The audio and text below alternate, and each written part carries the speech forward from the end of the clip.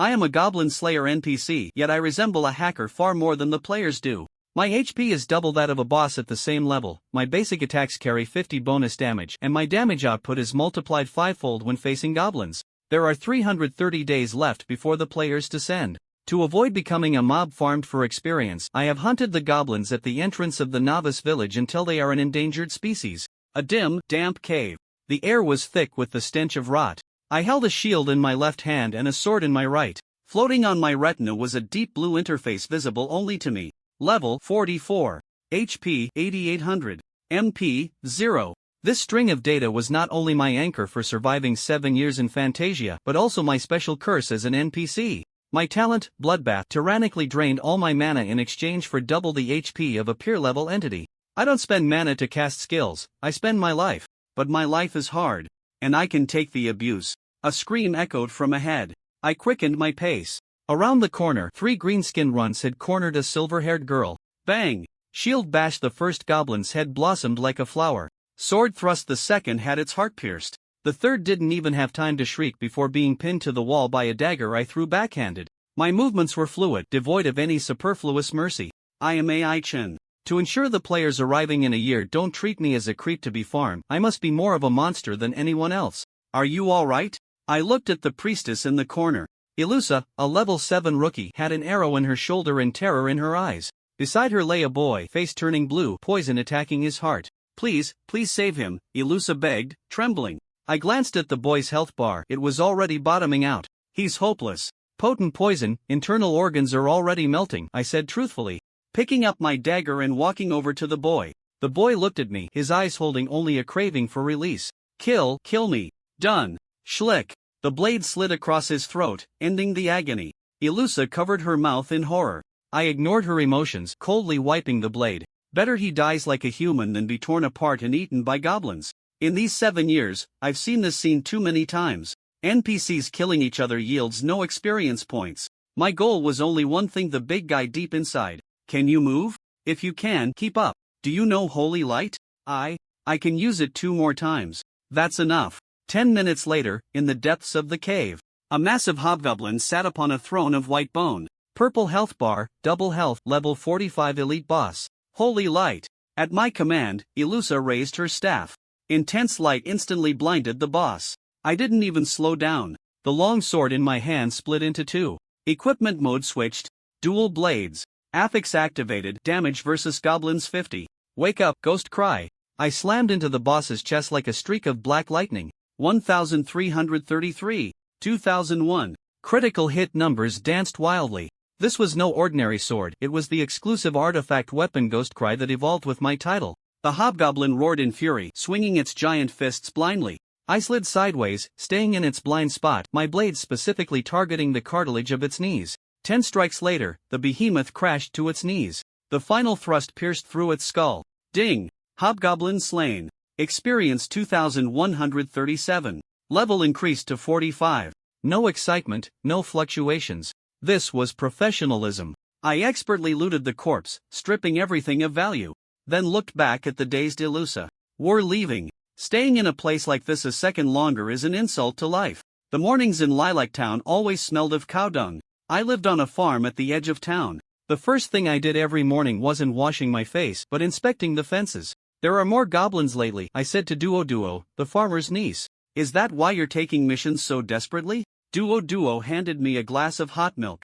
Yeah, must kill them all. I finished the milk, left the rent on the table, and turned to head for the Adventurers Guild. 330 days until the open beta. According to the original plot, this town would be wiped out on the eve of the launch. Since I live here, that script needs a rewrite. The guild hall was buzzing with noise. I had just accepted a commission to clear a bandit stronghold when a piercing voice cut in. You're that freak who only kills goblins? A silver rank adventurer? I say you're a fraud. A noble young master, dressed like a peacock, blocked my path. Bart, level 36, clad in top-tier gear, with eyes full of pure stupidity. He slammed an orange gem onto the table. Sunstone. Win, and it's yours. Lose, and you get the hell out of the guild. The crowd went into an uproar. A Sunstonia supreme material capable of adding fire attributes to weapons was priceless. I looked at the stone, thinking my Ghost Cry was lacking just such a reinforcement material. Outside, I said, adjusting my helmet, sparing no extra words. The dueling grounds. Bart drew his rapier, assuming a flashy stance. Allow me to demonstrate the imperial swordsmanship of thwack. A throwing knife pinned his collar with precise accuracy, the immense force lifting him off his feet and nailing him to the wooden wall behind him like a hanging painting. Dead silence. I clapped the dust off my hands. Flashy garbage. On the battlefield, you died 3 times just now.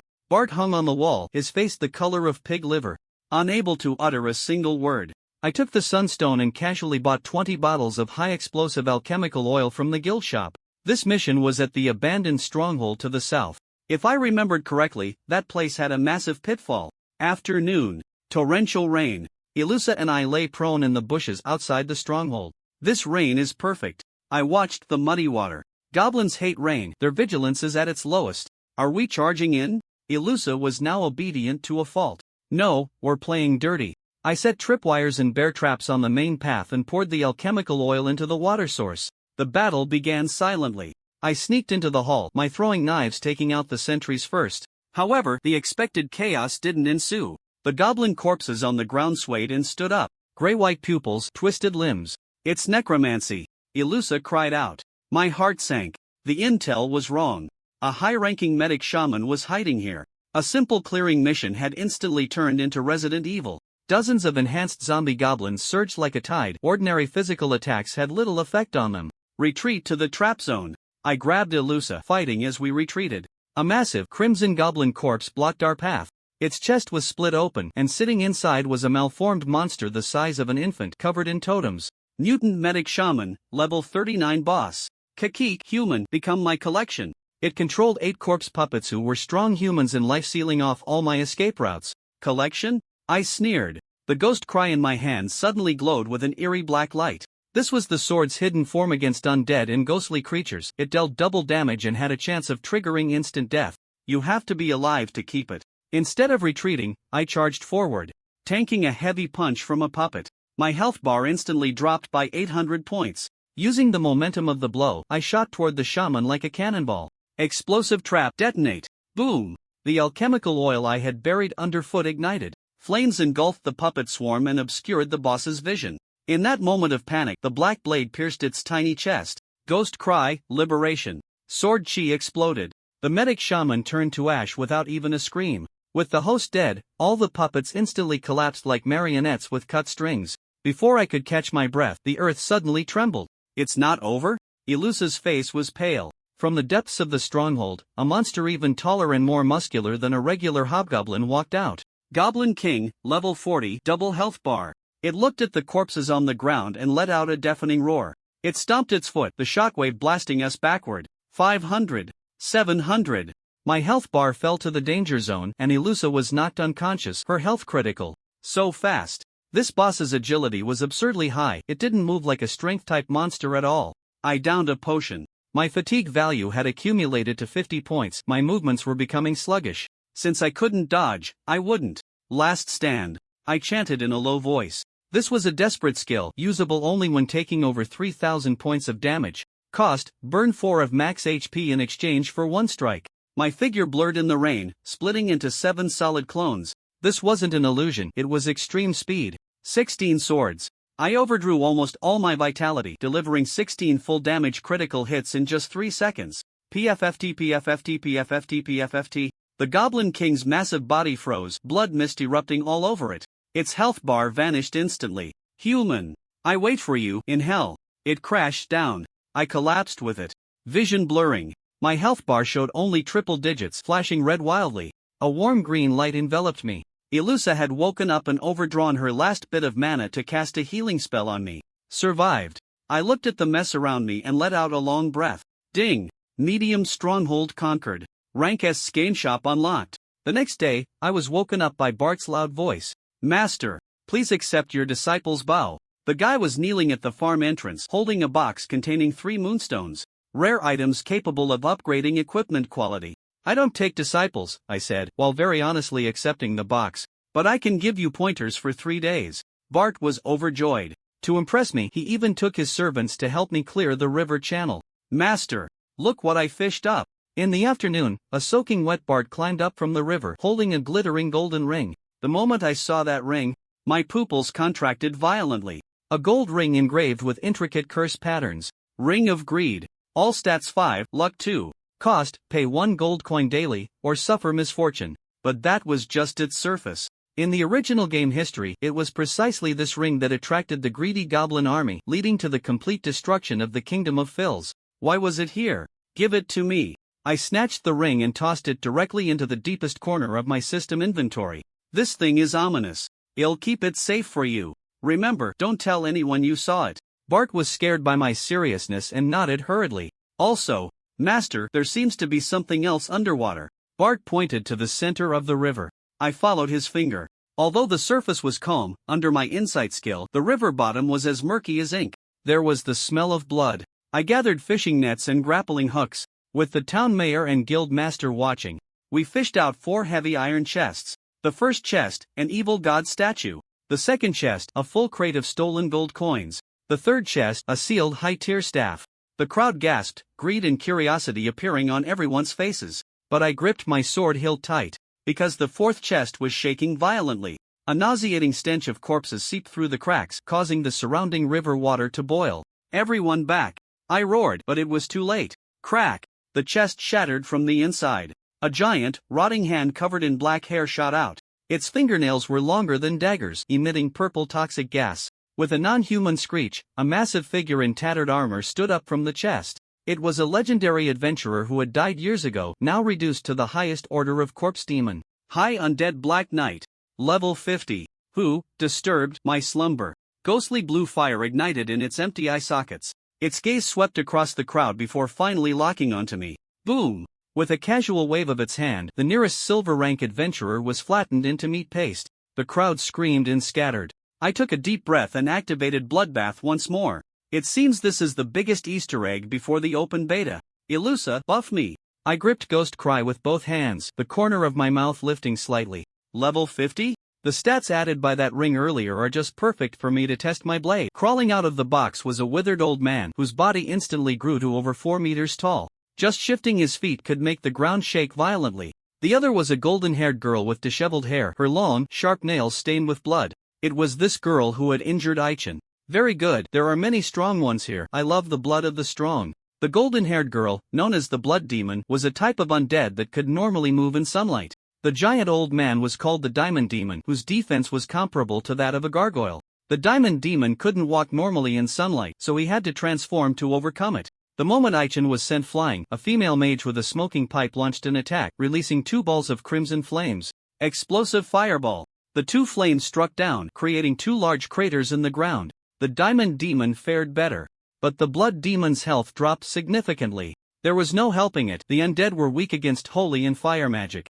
Damn woman, I want you dead. The Blood Demon accelerated, appearing before the young female mage in an instant. The mage was unfazed by the Blood Demon's approach, but just as the Blood Demon was about to strike, a man jumped out and knocked her aside. Dare to touch my partner? Did you ask me first? The man, clad in heavy armor, was a paladin, wielding a large shield in his left hand and a sword in his right. Both were silver rank. The two joined forces to deal with the Blood Demon. Meanwhile, the Diamond Demon was being heavily targeted, surrounded by 4 silver-ranked adventurers. Aichin was pleased to be idle, standing back with his hands on his hips, quietly watching the performance. Before long, the Blood Demon was the first to be killed, becoming an experience package for the duo. The Diamond Demon was tough, enduring over 10 minutes of assault from 6 silver-ranked adventurers before his health was reduced to critical levels. Damn it, it's all your fault.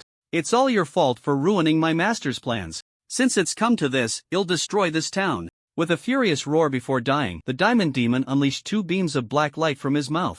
One beam shot straight into the sky, and soon dark clouds gathered, completely blocking out the sunlight. The other beam shot directly at Aichin but missed, blocked by a barrier of light. It was the town mayor, Schneider, casting a spell. Schneider looked up, his expression grave as he gazed into the sky. Not good, the undead army is approaching our town. They will arrive in just over 10 minutes. At this, the crowd erupted in chaos. The town's defensive forces were limited, and in just over 10 minutes, it was impossible to prepare adequate defenses. Evacuating the populace was also a challenge. Aichin no longer lingered and hurried towards the farm. Where are the people? They should have returned by now? Aichin needed to ensure Duoduo's safety first. When he found Duoduo, she was walking along a small path, pushing an empty cart while humming a tune. What's wrong? Duoduo asked, puzzled to see Aichin approaching. The town is in danger. The undead army will arrive soon. You need to take your uncle to safety. Ignoring Duoduo's reluctance, Aichen grabbed her hand and ran, pulling the cart with his other hand. He was so focused on running that he didn't notice Duoduo shyly lowering her head. This was the first time in 8 years that he held her hand. Even if it wasn't the way she had imagined, it was still a day worth celebrating. We're here. Ha! What are you dazed about? When Duoduo snapped back to reality, she became even more bashful, lowering her head further. The goblins didn't arrive first. Instead, the undead army came first. Aichen understood he had a responsibility and needed to contribute to the town's defense, wanting to guard the farm area alone. After explaining the situation to Keel took the important livestock, especially the protective sheepdogs. There were 7 sheepdogs in total, the highest level being 36, enough to protect the uncle and niece. Duoduo was reluctantly pulled away by Keel, and Aichen signaled from a distance not to worry, preventing her from getting upset. Will I need to use it? Aichen hurriedly set up over a dozen traps, standing ready in front of the wooden fence. What he took out from his pocket was not the greed ring, but a 12-sided die. This die had 6 black faces and 6 white faces, all marked with the number 16. The dice of the gods. Aichen had only heard of this item in his past life and had never seen the real thing. The white face is called the angel, and the black face is called the demon. When it lands on the white face, the user temporarily gains a corresponding multiple of strength. When it lands on the black face, a single enemy temporarily loses a corresponding multiple of strength. The effect is very powerful, and in a sense, it can be quite deceptive. It is also known as the mischief of the gods. When gaining a power boost, if the user's luck is below 5, the power granted may turn into a curse, weakening the user instead. If the enemy's luck is above 5, the curse may turn into a power boost. It's easy to mess up. In the personal panel, there is no luck attribute. Even if there were, it would be marked with a question mark.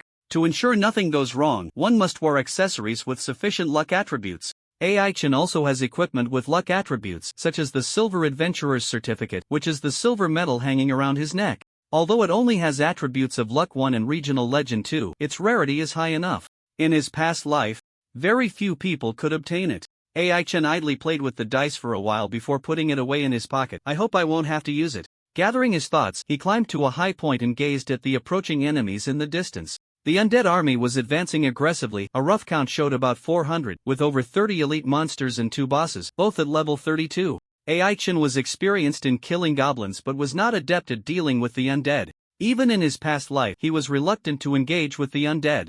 This is troublesome. The undead, strictly speaking, are moving corpses, not ghosts. My weapons can't counter them. To be safe, Aichen hurriedly set up a few traps and then hid in a tree to observe carefully. His situation was special. Even if he wiped out all these undead, he wouldn't gain any experience. To ensure the safety of the farm, he wanted to find a way to lure them away. Booman explosion killed a dozen undead on the spot. Aichen revealed himself, wielding dual swords and slaughtering through the enemy ranks. The low-level undead had low intelligence. Upon seeing a living person, they would rush at him desperately. Aichen didn't linger, killing 2 elite monsters before retreating to the preset battlefield. After him, with the boss command, the entire army surged forward in pursuit. Aichen had the ability to shake them off, deliberately slowing his pace, but suddenly felt something grab his foot. Looking down, he found himself entangled by a disgusting earthbound spirit. Earthbound Spirit Special Monster Level 31 HP 5005000040 MP 500500 Attack 00 Defense 160 Speed 5. The Earthbound Spirit looked like a filthy mud figure, sacrificing attack and speed for powerful defense and a strange binding ability.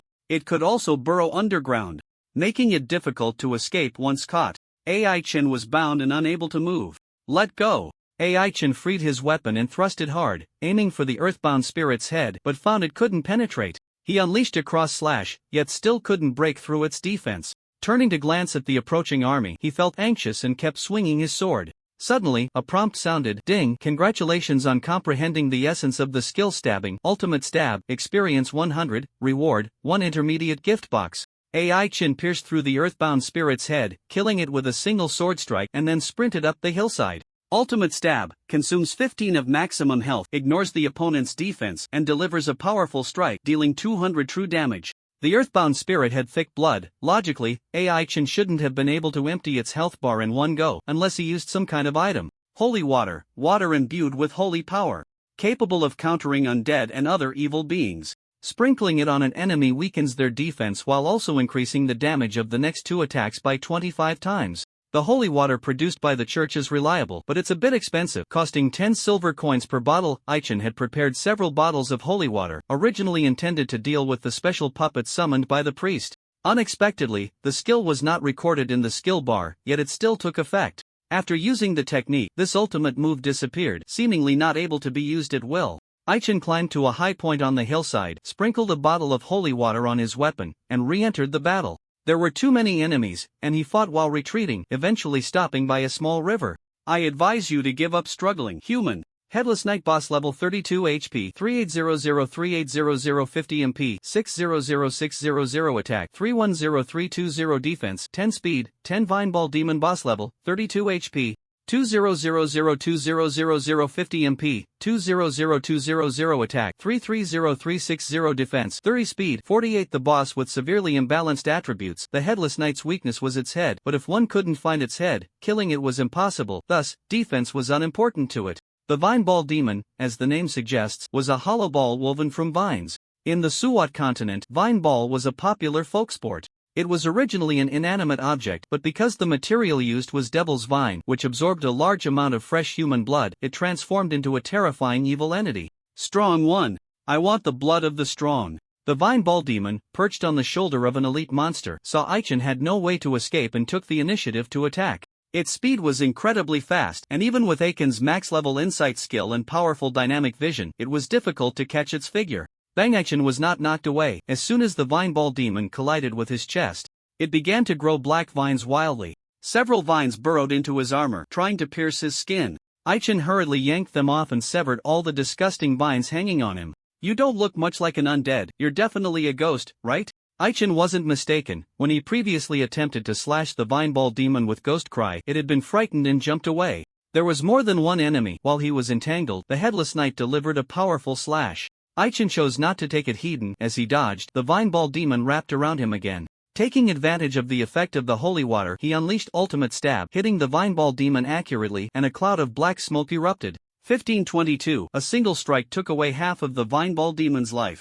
Ah! Damn human, I will remember you. The Vineball Demon let out a piercing, miserable scream. Aichen didn't want to let it go. He quickly thrust out two swords. Seeing it attempt to escape by splitting its body into more than 10 segments, scattering away, which was quite ridiculous. Was it that cowardly? Want to escape? Did you ask me first? Aichen activated a trap, and the ground around him changed into a toxic swamp. One by one, the undead were swallowed by the swamp, while the resilient elite monster was only pulled down halfway. The Headless Knight, being heavy, was directly engulfed. Due to its thick blood, it didn't die immediately. The Devil's Vine received special treatment, with every segment of its body being corroded away. Although it didn't contribute experience points, dropping a piece of equipment was still good. It was a black scarf. Aichen was busy and didn't look closely, stuffing it into his magical backpack as soon as he got it. At that moment, all the undead had become live targets.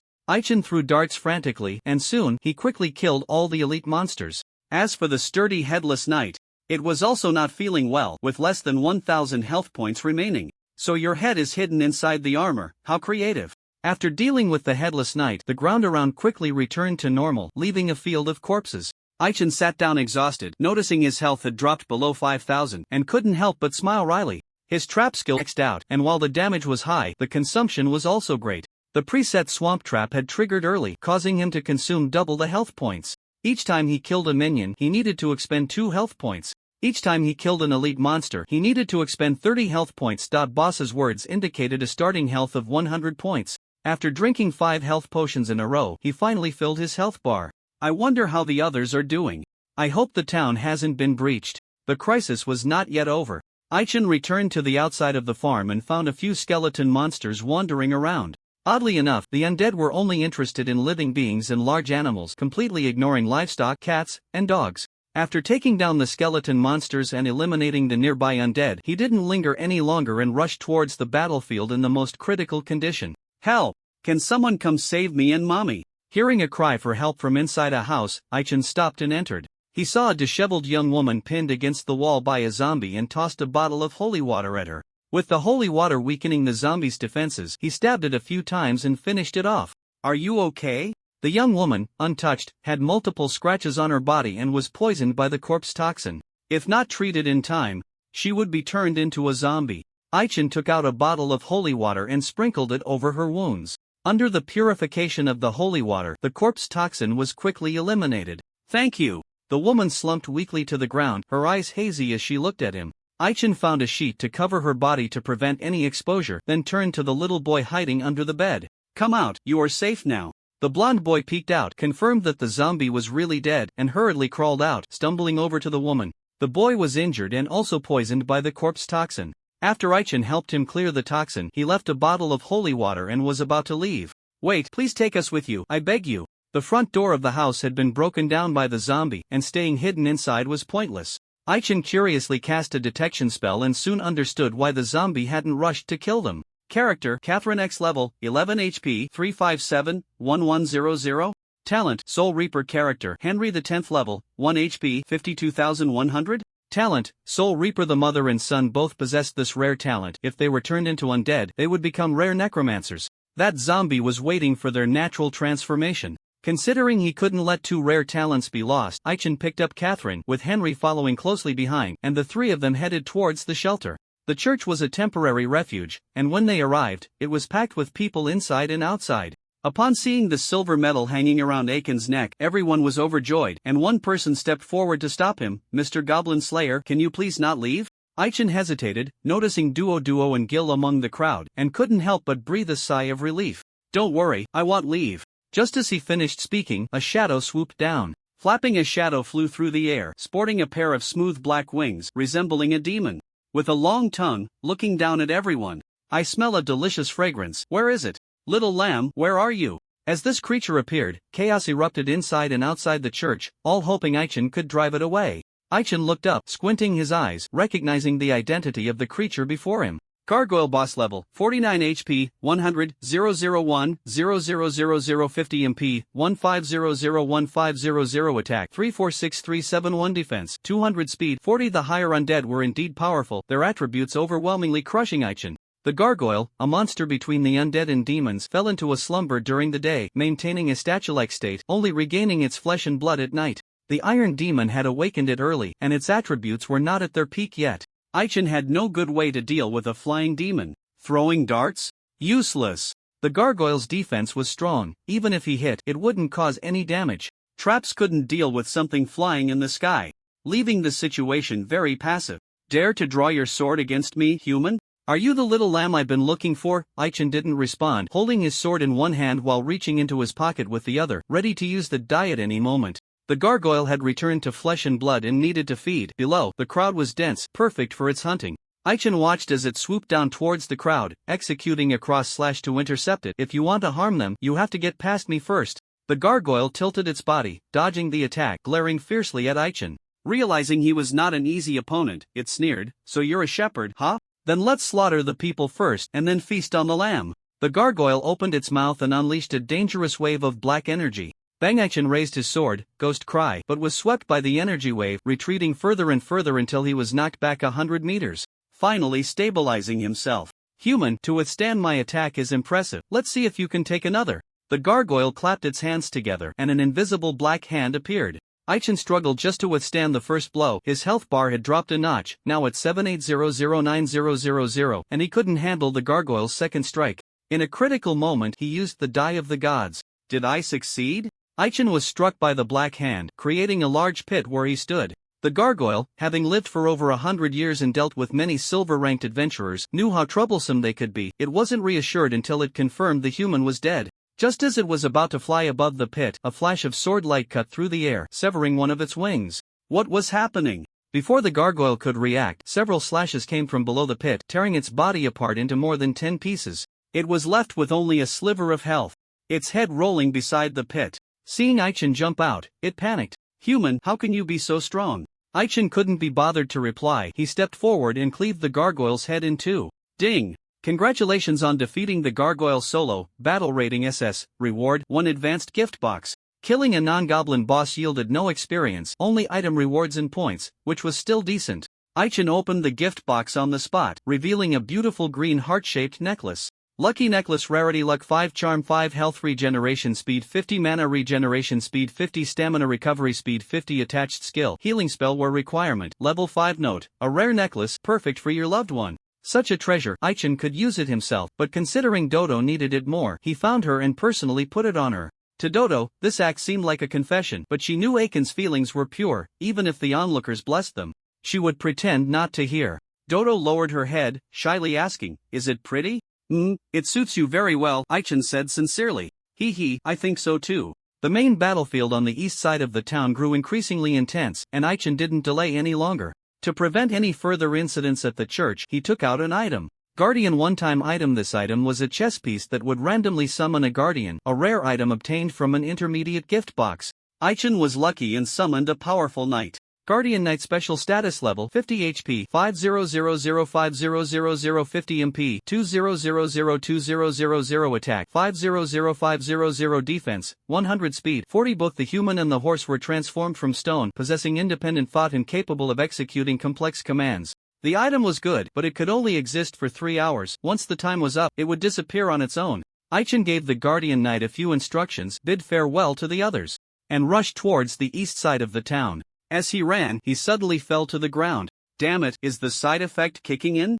Using the Die of the Gods came with risks. Aichen had previously rolled a white 6, his power skyrocketing sixfold, crushing the gargoyle with overwhelming attributes, but he would have to pay the corresponding price afterward. For every sword the gargoyle endured, he would have to bear that pain, just not exploding immediately. Aichen lay on the ground like a dead dog, motionless, and after more than 10 minutes, he still hadn't recovered. "I've never heard of such a price. This thing really is a scam." The pain was unbearable, and his consciousness gradually blurred. He recalled 8 years ago, hiding in a box, watching his sister die before his eyes. "Don't cry, sister has just gone to another world. When you see her next time, she might have become an angel." An angel? Are there really angels in this world?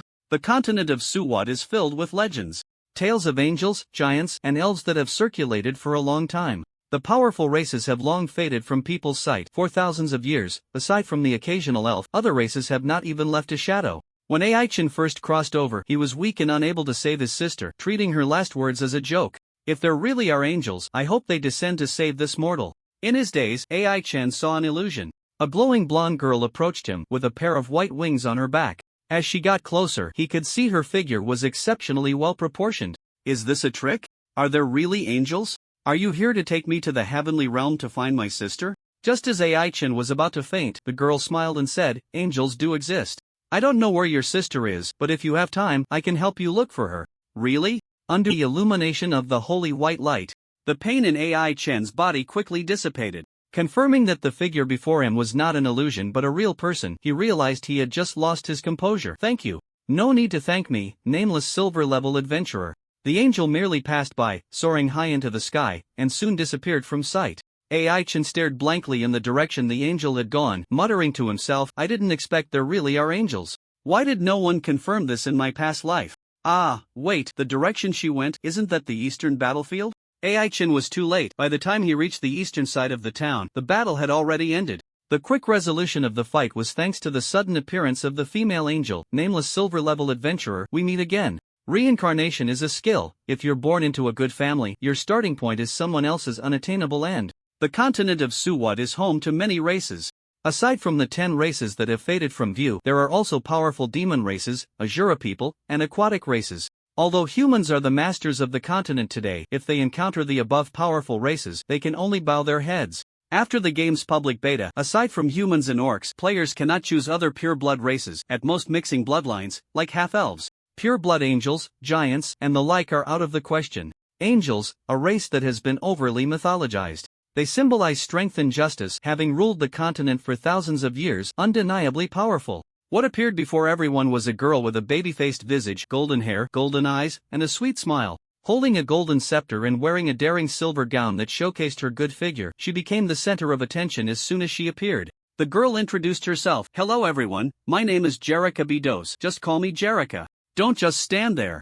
Hurry up and clean up the battlefield." Aichen watched from a distance, not approaching to ingratiate himself. Listening carefully to the conversations, he understood why Jerrica had appeared. A month ago, the church learned through divination that the kingdom would face great turmoil. Precautions had been strengthened across the kingdom, and any suspicious individuals or events would raise alarms. But that alone wasn't enough. Without sufficiently powerful forces, how could they drive away the darkness? Thus, Jerrica was invited. The church used powerful summoning magic to bring her from the Angel Island, whose exact location was unknown.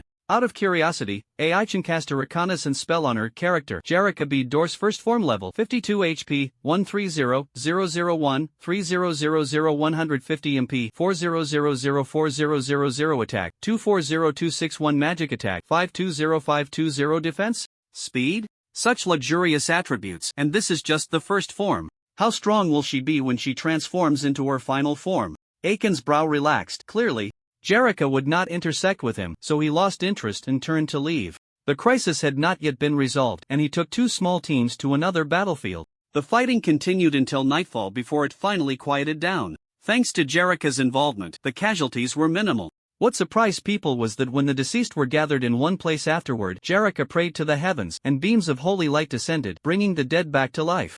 Such a powerful group resurrection spell was unimaginable in a small place like Daffodil Town. Although priests and clerics could perform resurrection spells, there was always a chance of failure. With such a strong ally, the guild leader and the town mayor took her very seriously. Confirming that she would not be leaving anytime soon, they specially prepared a welcome party for her.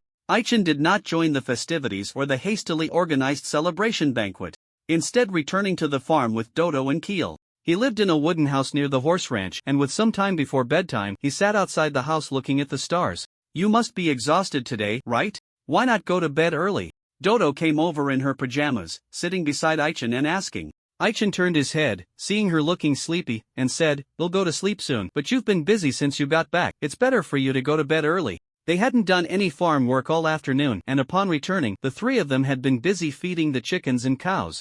Aichin was fine, but Dodo was only level 13, and her stamina wasn't that great. Even with a lucky necklace, her energy drained quickly, especially since they were doing farm work. Dodo noticed someone was concerned about her and smiled sweetly. "I just wanted to come over and talk to you. Can you walk me back to my room?" "Sure." Aichin, worried she might trip, got up to walk her back, then sat outside the house in a daze. He was looking at the blue moon hanging high in the night sky while also observing the red moon that was not actually moving. In the 8th year of the public beta of the game Phantom Realm, the mystery of the red and blue moons was unraveled. The red moon was the embodiment of the game server, a mysterious existence revered as Mother.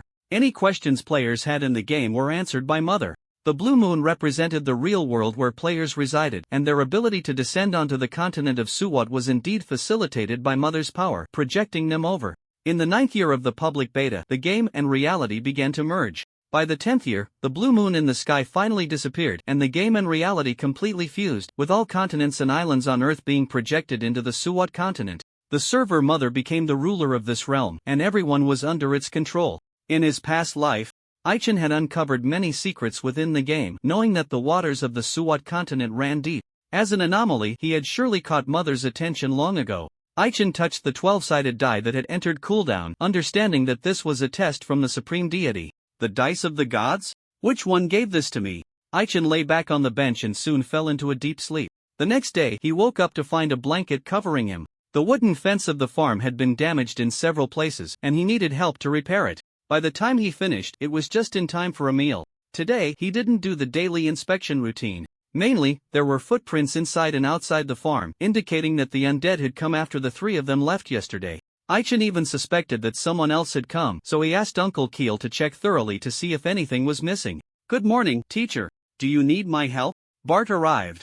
His face marked with injuries and wearing heavy armor, clearly trying to imitate Aichin because it felt stuffy wearing the helmet. He didn't put it on. When the person arrived, Aichin had just finished breakfast and was sawing wood.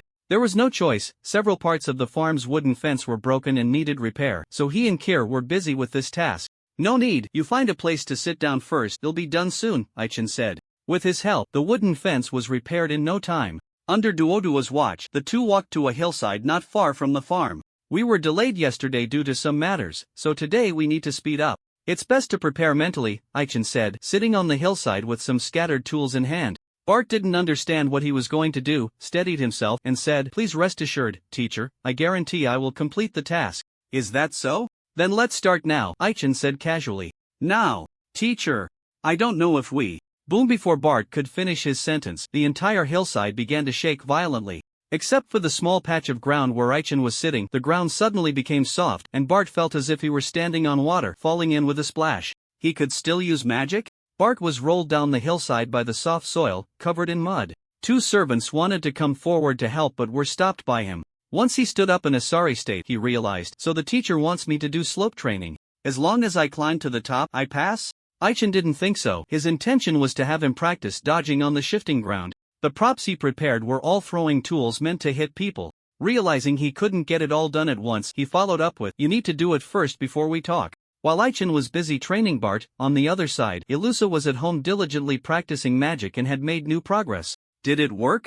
Have I really learned that magic? In the spacious practice room, Ilusa stared blankly at the wall. A girl quietly approached and stood behind her, saying, "What's so difficult about it? If you can learn it in 2 days, your talent is quite good. Why did you suddenly appear again, Lady Angel?" Indeed, the angel girl Jerica was temporarily staying at the mayor's house, and over one night, the two girls had become familiar with each other. However, Ilusa couldn't stand her pranks. Seeing that she hadn't scared her, Jerica said disinterestedly, "I called for you, but you didn't hear me, so I had to come in." "Come on, tell me about your partner," Jerica said with curiosity, having learned that someone had killed over 100,000 goblins in 8 years, which she found incredible. Even if one killed 100,000 goblins in 8 years, that would mean an average of 12,500 goblins per year, or 34 goblins to hunt each day. During the month she had been summoned, Jerica had killed goblins. But despite their individual weakness, it still took effort to kill them. Jerica expressed that she couldn't keep it up. Hunting continuously for several days made her feel bored. Aiken's deeds sparked a strong curiosity in her heart. She wanted to learn more about this person and, upon hearing that Ilusa happened to be Aiken's partner, decided to stay at the mayor's house. Seeing Ilusa's uncooperative demeanor, Jerica pulled out her trump card and chuckled. "Last night, someone was calling out Mr. Goblin Slayer in their sleep. Do you think this person likes him?" Upon hearing this, Ilusa shyly lowered her head and then covered her face, saying, "Lady Angel, I'm not talking to you anymore." Last night, the two girls didn't sleep in the same room, but they still heard each other. Recently, Ilusa had been overly reliant on Aichen and longed for his recognition, also curious about what he looked like under the helmet. Was he a handsome guy? Or a middle-aged man with a scruffy beard? All these thoughts led her to have that embarrassing dream last night. Ilusa ran out of the room, and in less than half a minute she returned, head down, saying, "Lady Angel, what do you want to know?" Jerica loved to tease people and asked, "So, how far have you progressed with him? Have you held hands?" Ilusa couldn't stand the teasing and was driven away again. Jerica thought she needed to visit the guild, putting aside her idle thoughts, and with a gentle leap flew out of the window. "Kid, is this really not going to work?" Aichen sat there bored, fiddling with a wooden sword, watching Bart being swept away by the mud time and again, his patience wearing thin. Aichen couldn't use magic, and trap techniques weren't as mysterious as outsiders thought. The swamp trap from yesterday needed to be set up in a place with ample water supply. The slope before him had been transformed by a magician into an activity square.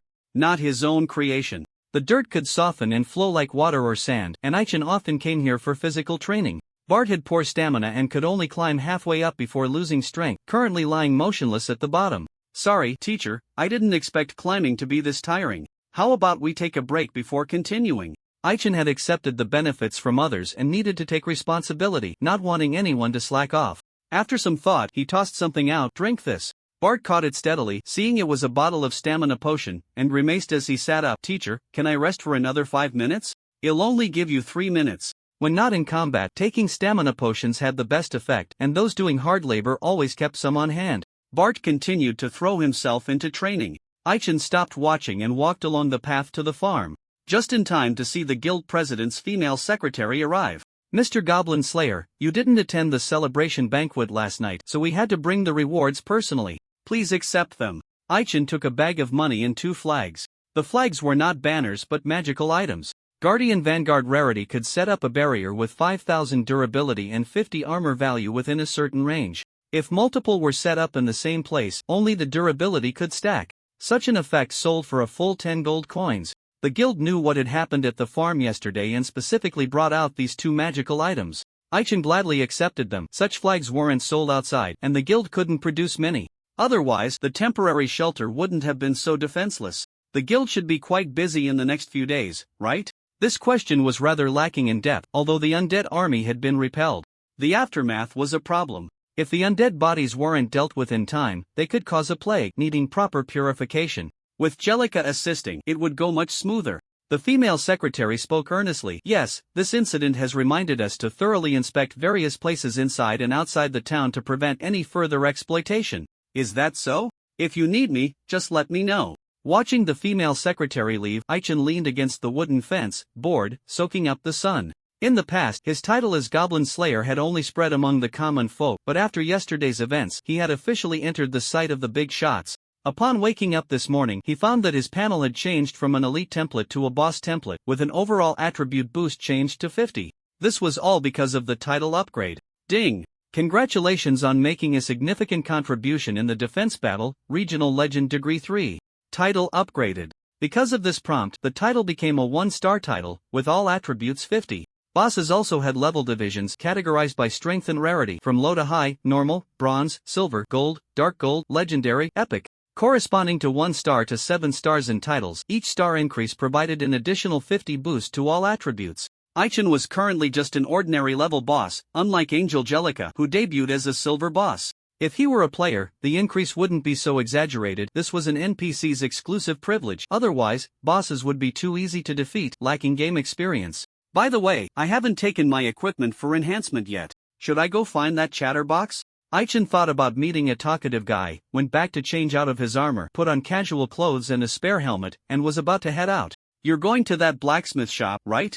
Remember to buy 2 hoes on the way back. Uncle Gil saw Aichen about to go out and shouted from a distance. Aichen nodded, indicating he understood. There were several blacksmith shops in town, but he only trusted the service quality of one. As he approached the blacksmith shop, before he even entered, he heard the owner's angry shouts, "Get out of here!" 2 adventurers were thrown out. The awkward moment caught the attention of others, and the 2 glared at Aichen. "What are you looking at?"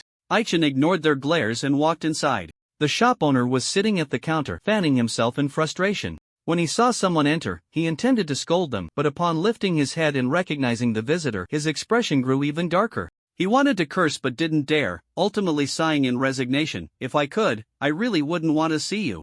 John's Gloves, a rather unique blacksmith shop. They didn't sell standard equipment, only accepted custom orders. The owner was named John, and if one wanted him to help forge or repair equipment, they needed to make an appointment in advance. Aichen was an exception. Aichen carried a sack containing all the parts of his armor, walked into the blacksmith shop, placed the sack on the counter, and said, "Boss, You want me to help strengthen your equipment, right? I really don't understand you. Why are you so attached to this set of armor?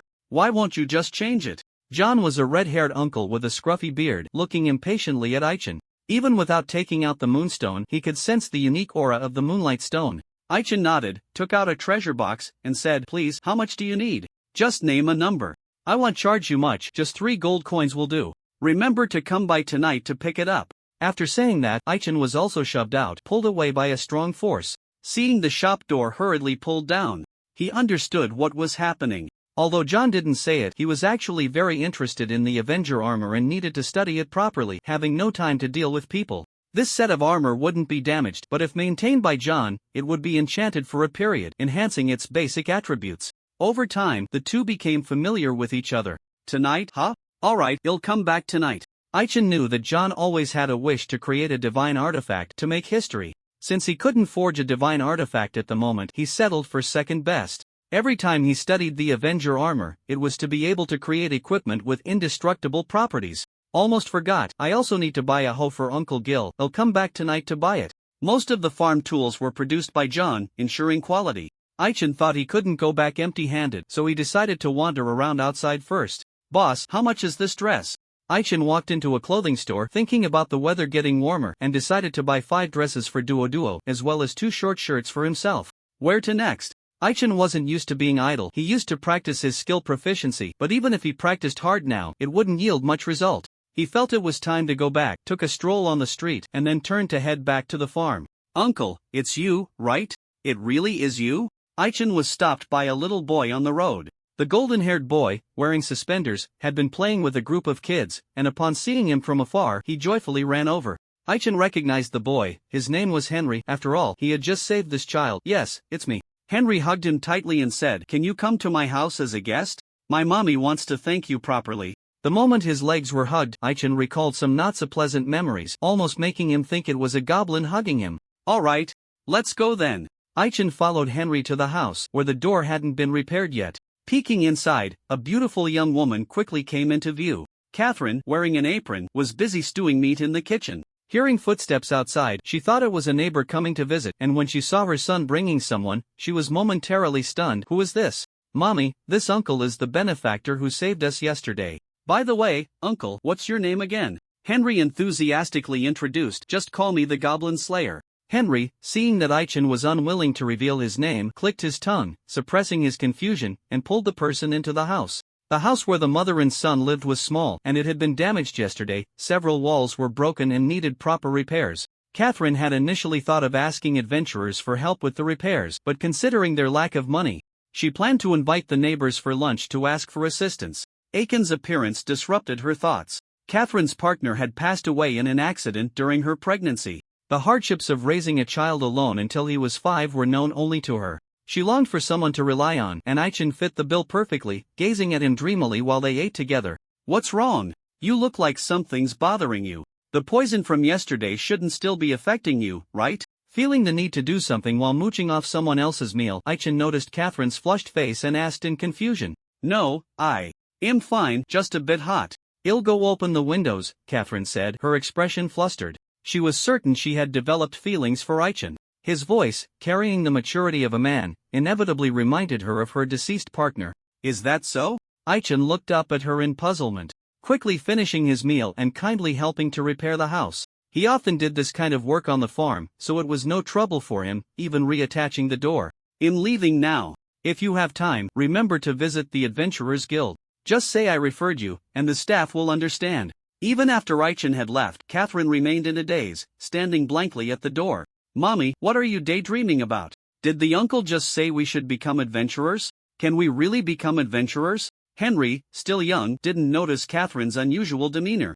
Catherine collected her thoughts, picked up her son, and said, "Probably not. He was just introducing a good job for Mommy. Henry, once Mommy gets paid, we'll buy you new clothes, how about that?" Upon hearing this, Henry snuggled comfortably in Catherine's arms. "Okay, I love Mommy the most. Don't worry, when I grow up, they'll definitely protect you well. I want to be strong like the uncle." After brushing it off, Catherine looked up at the sky with a worried expression. She recognized Aichin. For years ago, she had visited a friend with baby Henry and happened to encounter goblins on the way, only to be saved by Aichin. He personally escorted the mother and son back to town, and although it was just a small act, she remembered it vividly. "Sigh, I'm a woman with a child now. He probably wouldn't like someone like me, right?" Catherine leaned against the doorframe, talking to herself. 2 days later in the morning, Aichin arrived at the guild fully armed.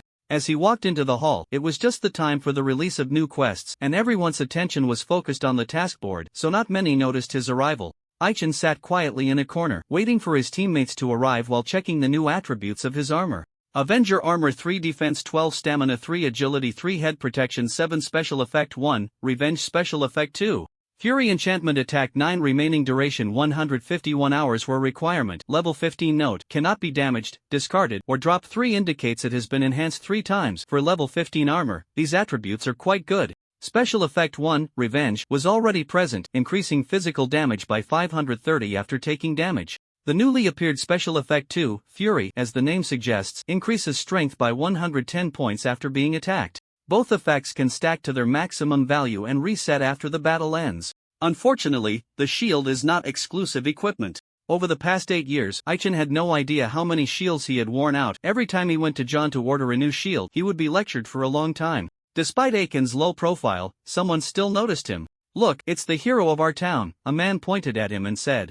As soon as this was said, more and more people turned to look at him. On the day the undead army attacked, Aichin stole the spotlight, even overshadowing the angelic woman, Jerica. His act of killing the gargoyle was witnessed by many. The gargoyle, known for being difficult to deal with, typically required at least 5 silver-ranked adventurers to fight it. Aiken's solo kill of the gargoyle refreshed everyone's impression of him. It turned out he was not only capable of killing goblins but was also ruthless against the undead. Moreover, he had discovered the undead's plot in advance, minimizing the danger of the disaster, and was hailed as a hero. Aichin felt the many unusual gazes upon him but paid little attention, continuing to sit and wait for others. Half an hour later, the number of people lingering in the hall had significantly decreased. Ilusa arrived just in time. Her presence caused a stir both inside and outside the guild. "It's quite noisy, what's going on?" Just as Aichin was about to make eye contact with Ilusa, his view was blocked by a young girl. "We meet again. Mr. Goblin Slayer," Jerica greeted warmly. Jerica was an angel, and to avoid unnecessary trouble, she concealed her wings, but unfortunately, her distinctiveness was too high, and she was recognized shortly after stepping out.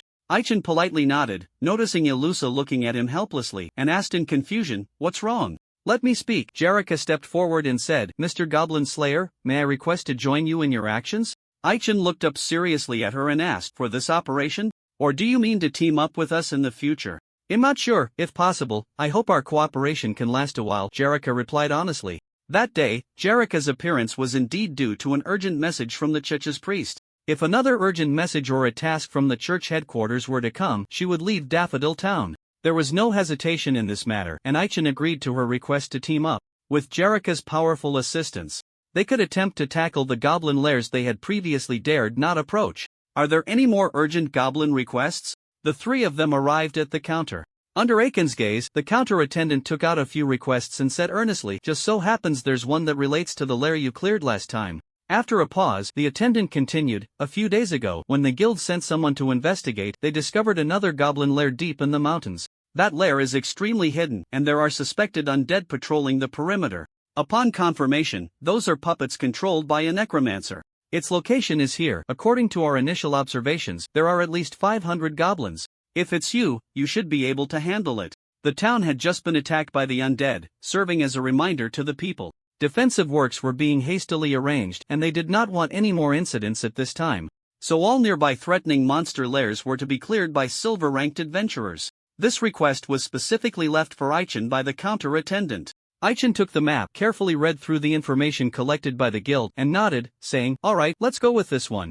Then I'll leave it to the three of you." The counter attendant before them was a stunning blonde beauty with an attractive figure. Her name was Shalulu Tan, and she had been working at the guild for 5 years. During these 5 years, she had seen Aichen return injured several times, with 2 occasions being quite severe, requiring him to lie in recovery for over half a month. She did not want Aichen to push himself so hard, but with a powerful angel by his side this time, her worries had lessened considerably. After registering, the three rented a carriage and officially set off. What Aichen did not know was that a little tail was following behind him. "Young master, I have confirmed that the one is taking the request from the southern forest. Are we sure we want to follow?" A servant approached Bart respectfully and said. This servant was very dedicated, following the young master's orders and keeping an eye on things. If anything happened, he would report immediately. Over the past 3 days, Bart had changed significantly, almost day by day. Under Aiken's rigorous training, his body had become much stronger, and his previous clothes no longer fit. The servant arrived just in time for his morning tea. Bart felt energized when he heard that Aichen had taken a job. "Let's go, we need to set off immediately, but we can't follow too closely, or we'll annoy the teacher." At noon, Aichen and the others arrived at the foot of the deep mountains. After getting off the carriage, Ilusa looked at the mountain range she had visited before and couldn't help but feel worried. "Mr. Goblin Slayer, will it rain today?" Ilusa's question left Jerrica stunned. "Are we really considering the weather for exterminating monsters?" "Yes," Aichen replied firmly. He looked up at the sky, confirming that there would be no bad weather for the entire day, and led the way ahead. Just as the counter girl had said, the location for this mission was extremely hard to find. It took nearly 2 hours to get to the right spot. The deep mountains to the south were backed by a large river, which harbored a multitude of dangerous fish. The goblins had built a water stronghold by the river, which was quite different from the abandoned mountain stronghold they had visited last time. This water stronghold was well constructed. There were several watchtowers, each guarded by 35 goblins, and at the base of the outer 2 towers, there were a group of puppets controlled by a healer shaman. Sneaking past quietly seemed unrealistic. "Not good. They built their nest there. The difficulty of the assault is quite high, and we need to prepare more," Aichen said. Hiding under a tree and observing carefully, he discovered that the water stronghold was self-sufficient, with goblins adept at fishing using nets and harpoons. There was plenty of food, and each goblin was at least level 25, with a significant number of elite monsters. The distance was too far, and they could only gather this information for now. "Let's withdraw for now and plan our action for the evening." Aichen decisively led the 2 away, retreating to a safe distance. Still feeling uneasy, they finally stopped beside a hill to rest for a bit. Ilusa, lacking stamina, was carried by Princess Jerrica during the retreat. Once finally set down, she dared not express her frustration, sitting on the ground and taking out 3 bento boxes, saying, "We need to eat well to have the strength to act, right, Mr. Goblin Slayer?" Aichen nodded, took the bento, and began to eat quietly. Jerrica, not feeling hungry for the moment, hugged her legs and watched the 2 eat, asking, "Captain, have you thought of a strategy?" Jerrica wouldn't let her status as an angel make her arrogant. She knew there were many stronger than her on the continent. Not rushing into action, she agreed with both hands, as even she had little confidence. Despite her previous impressive performance, it was her skills that had a holy attribute, effectively countering the undead. When it came to dealing with goblins, Aichin was the expert. After finishing his bento, Aichin took a few sips from his water bottle and slowly said, I have a plan, but we need some time to prepare. Watch out, someone is coming. Just as Aichin was about to get up to be on guard, two figures suddenly appeared. Big White Goose, I finally found you. The newcomers, a man and a woman, had the man looking handsome and tall, with long pointed ears, dressed in a fitted robe. He was an elf, equipped with long legs, flowing golden hair, and carrying a longbow. The woman would see him as a male god. But the red-haired girl beside her was completely uninterested. The red-haired girl was tall and sturdy, with a pair of black horns on her head and a tail behind her. She wore dark red leather armor and carried a large sword. This one was no ordinary person, she was a powerful dragon girl. Upon seeing Jerrica, the dragon girl made a sour face. Big White Goose, our unfinished battle last time continues now. Get up, the dragon girl said fiercely. Hearing this, Jerrica's face showed bitterness as she turned her head away, shaking it and saying, fighting you is too exhausting, I don't want to fight. We're both women, can't we just not shout about fighting? The dragon girl picked up her large sword, wanting to force her into a duel, but the male elf pulled her back. Layla, if she doesn't want to fight, why force her? Shut up, Gimlet. The dragon girl Layla wouldn't listen to reason, and after pushing the elf aside, she swung her large sword straight at Jerrica. Jellica wouldn't just wait to be cut down. Gripping the golden staff, she was about to step forward to confront someone when Aichin blocked her path between the two women. Stop it, fiery little girl. We're on a mission, so please don't cause any trouble. Aichin raised his sword to meet hers, their weapons clashing and both stepping back a few paces. Layla was taken aback. Her strike, delivered without holding back, was intercepted by a human, and she found it somewhat absurd. Am I really equal in strength to him? Layla couldn't believe that any human could match her power, and as she prepared to strike again, her partner stopped her. That's enough, Layla, Gimlet said with a helpless expression, and to prevent further conflict, he cast a spell that caused vines to grow from the ground, binding the human and stopping the commotion. Gimlet, you're on their side too, aren't you? Great, do you really think such a level of magic can hold me? Layla strained against the vines, trying to break free, while Ilusa called out, ladies, can't we sit down and talk this out? Ilusa's words were effective. Layla ceased her struggle, and after Gimlet lifted the spell, she sat down on the ground, bored. These two were clearly here for Jellica, and Aichin remained on guard, keeping Ilusa protected behind him. He checked the information on the two, their levels were not far from his own. Dragon Girl Layla human form level, 43 HP, 150-001, 5000 150 MP, 1500-1500 attack, 320344 defense, 130 speed, 30 elf longbow user Gimlet level, 44 HP, 90009000 150 MP, 5000 attack, 250270 magic attack, 320350 defense, 70 speed, 53 quite powerful. It was rare to encounter such strong races in past games, and now he had run into three in just a few days. Aichin wondered what was going wrong. Let me speak, could you give me some time to explain? Seeing Aichin still on high alert, Gimlet smiled wryly. After some discussion, they finally understood the situation. It turned out that half a month ago, Layla had been pestering Jellica.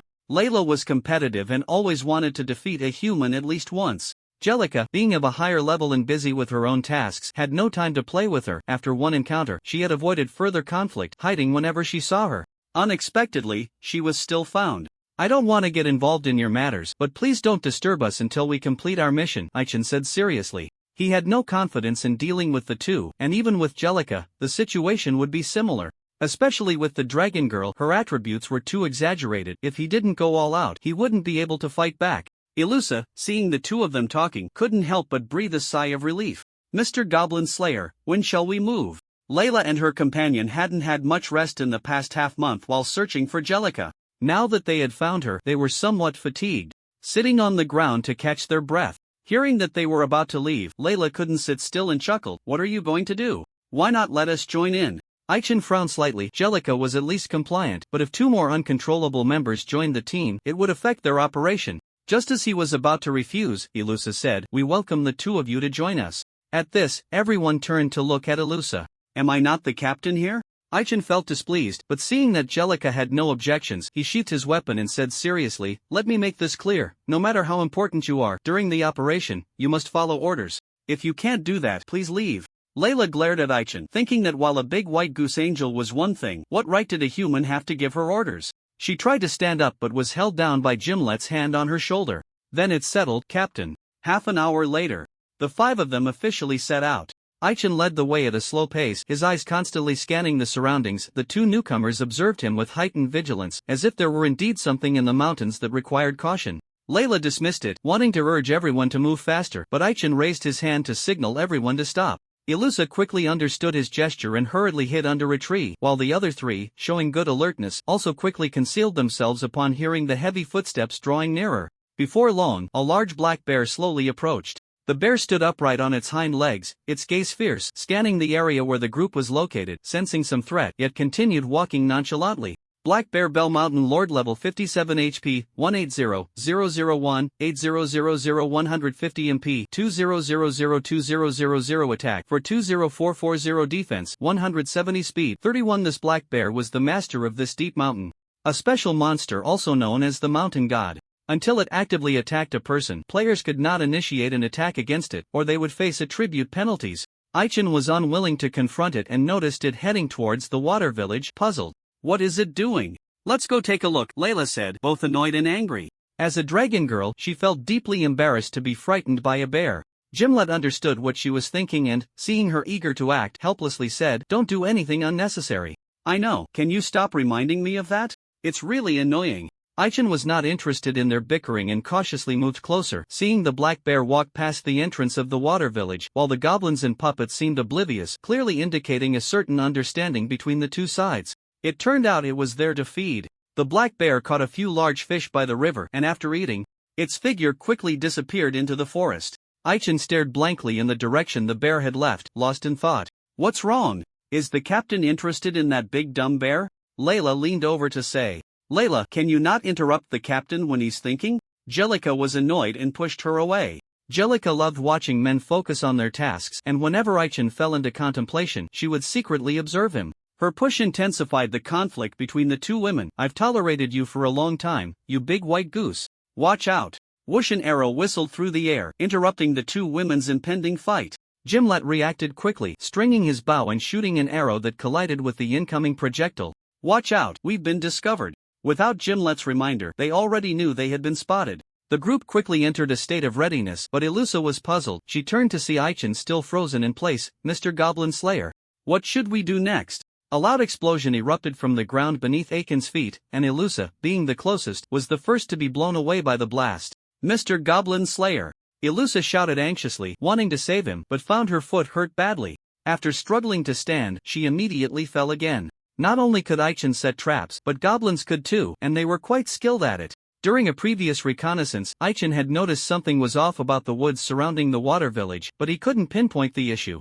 Aichen's health dropped by a full 1,000, and he lay helplessly in a large pit. "This is troublesome. I didn't expect there to be a trap expert among the goblins." In his past life as a trap hunter, Aichen was well versed in various practical trap techniques. There was a particularly powerful trap technique that he had yet to learn due to its high rarity. Explosive clay consumes a certain amount of mana to create 15 pieces of explosive clay. The explosive clay will burrow into the ground, rocks, or buildings, and when someone approaches, it will detonate, causing 100 agility multiplied by 30 in damage. This trap technique is designed to blend perfectly into the environment, making it hard to detect. Earlier, when he saw the black bear walking, he had a question. Why was it walking at an angle? Why not take a straight path? Now that he thought about it, it was likely that the black bear knew where the traps were and was avoiding them in advance. If that's the case, is it very likely that there are traps hidden beneath the ground near the water stronghold? How are we supposed to approach? In an instant, Aichen thought of many things and painfully crawled out of the big pit, realizing a key issue. No, when we came to investigate earlier, the traps didn't trigger, which means they need to be stepped on a second or multiple times for the explosive clay hidden underground to detonate? In other words, the goblins who know this trap technique only have a superficial understanding? They haven't grasped the essence? "Captain, are you okay?" Jerika stepped forward, reaching out to pull him up.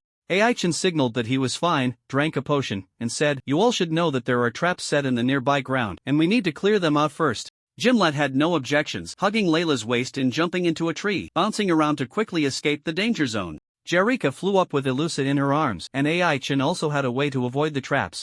Traps are like magic. Once you know what's going on, it's much easier to crack them. His response was simple. He switched his weapon to dual sword mode, then plunged the swords into the ground, using them as radar to sweep for traps. In AI Chen's view, multiple red dots appeared on the ground, and it goes without saying that the red dots indicated the locations where the explosive clay was hidden. I see, now that we know the locations, let's carry out the minesweeping operation. AI Chen hid in a relatively safe spot and threw out darts wildly, each dart embedding deeply into the soil, accurately hitting the spots and successfully triggering the explosions. Bang bang bang, a series of explosions caught the attention of the water stronghold, but they didn't send troops over.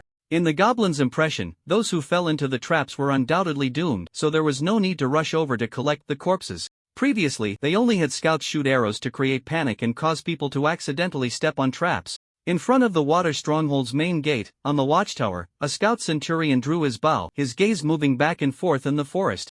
But seeing no figures, he didn't believe anyone had really been blown up. Let those puppets go take a look. With the order given, dozens of puppets slowly moved. The puppets were not living beings in wooden trigger traps set by their own kind. They entered the forest and began a carpet search. At this moment, the 5 of them were all hiding in the trees, showing no intention of attacking the puppets below. "Captain, what should we do now?" Gimlet fiddled with his dagger and whispered. Drawing the enemy's attention, AI Chen didn't act immediately. He glanced at the path compacted by the black bear and said, "Let's go that way. Remember to move as quietly as possible." "That way?" Following AI Chen's gaze, the 4 quickly understood his intention. The path still carried the scent of the black bear, and the puppets wouldn't approach there. Exiting the trap area, the 5 hid in the grass, wanting to quietly sneak to the other side of the water stronghold. Taking advantage of the fact that many puppets had been lured out to attack the weakly defended main gate. "Long Ears, what's the maximum range of your attack?" AI Chen took out 2 darts and turned to ask Gimlet. The mid-range damage of throwing skills was decent, but the farther the distance, the damage was average. AI Chen was strong and confident in competing with the archer for maximum range, but he couldn't guarantee accuracy. The watchtower was too obstructive, so they needed to deal with the monsters on the watchtower first. This task was obviously easier for Jerika. After all, she could fly. Gimlet puffed out his chest and said, "Captain, you want to see who can shoot farther, right? I advise you not to compete with me." As soon as he finished speaking, he quickly shot an arrow, and the 2 elite monsters in the watchtower were hit in the head, achieving a Tufferone deal. Truly worthy of the elven race. AI Chen couldn't help but exclaim upon seeing this scene. The distance to the water stronghold's main gate was at least 300 meters, and Gimlet easily achieved a double kill, giving him greater confidence. "Long Ears, leave those troublesome guys on the watchtower to you. Lady Angel, remember to protect Ilusa and the red-haired beauty Layla. Come with me." As soon as AI Chen issued the orders, everyone sprang into action. Humans came to attack the water fortress, and chaos erupted in front of the gate. Inside the gate, more than a dozen goblins armed with spears were on guard. Hearing the commotion outside, they attempted to open the door, but 2 throwing darts pierced the gate, killing 2 of the foot soldiers. "Not good, it's humans." As the gate opened, the battle outside was nearing its end. "Oh ho, another group of fools coming to die," Layla exclaimed, unleashing her pent-up fury that she couldn't take out on Jerika. The great sword in her hand was dangerous. Anyone who wasn't too thick-skinned would be cleaved in half by her strike. Aichen fought with more strategy, dealing with the foot soldiers as if he were chopping vegetables. Ilusa, protected by Jerika, stayed back to watch the others perform. Under Gimlet's extraordinary archery, the lookout tower outside was toppled. As for the lookout tower inside, before the gate even opened, he was already shooting arrows. Bang bang, heavy footsteps grew closer, raising Aiken's alertness. "A big goblin? No, this is." Aiken's gaze turned towards the inside of the gate, sensing a ferocity that made him feel like he was facing a formidable enemy. He switched his weapon to long sword mode and, seeing the massive figure approach, quickly thrust out a sword, ultimate strike. Before attacking, Aichen warned everyone to be sure to cut off the goblin's head, otherwise, it would be used by the shaman. Layla didn't heed the warning, only caring about her own enjoyment. Fortunately, Jerika helped with the aftermath. Heaven's Fist. Jerika was a battle angel, capable of casting spells from a distance and also strong in close combat. Gathering holy power in her fist, she unleashed the energy in one breath, exploding the bodies of several foot soldiers. Ilusa stood trembling to the side, although she had heard of Jerika's strength. Witnessing the angel's power made her feel redundant. Hearing that a big guy was coming, Ilusa felt she should make a show, slapped her cheeks, and said, "Kind God of Light, please protect us weaklings with the power of light, holy barrier." As the incantation finished, a barrier of light shielded Aichen. This barrier wouldn't obstruct allies, and as Aichen passed through it, he immediately thrust his sword fiercely at the big guy's neck. Thud. What he expected didn't happen. Aiken's weapon was firmly grasped by a large hand. 350. Hey, that hurt. You're quite capable for a human. The newly appeared enemy was quite tricky.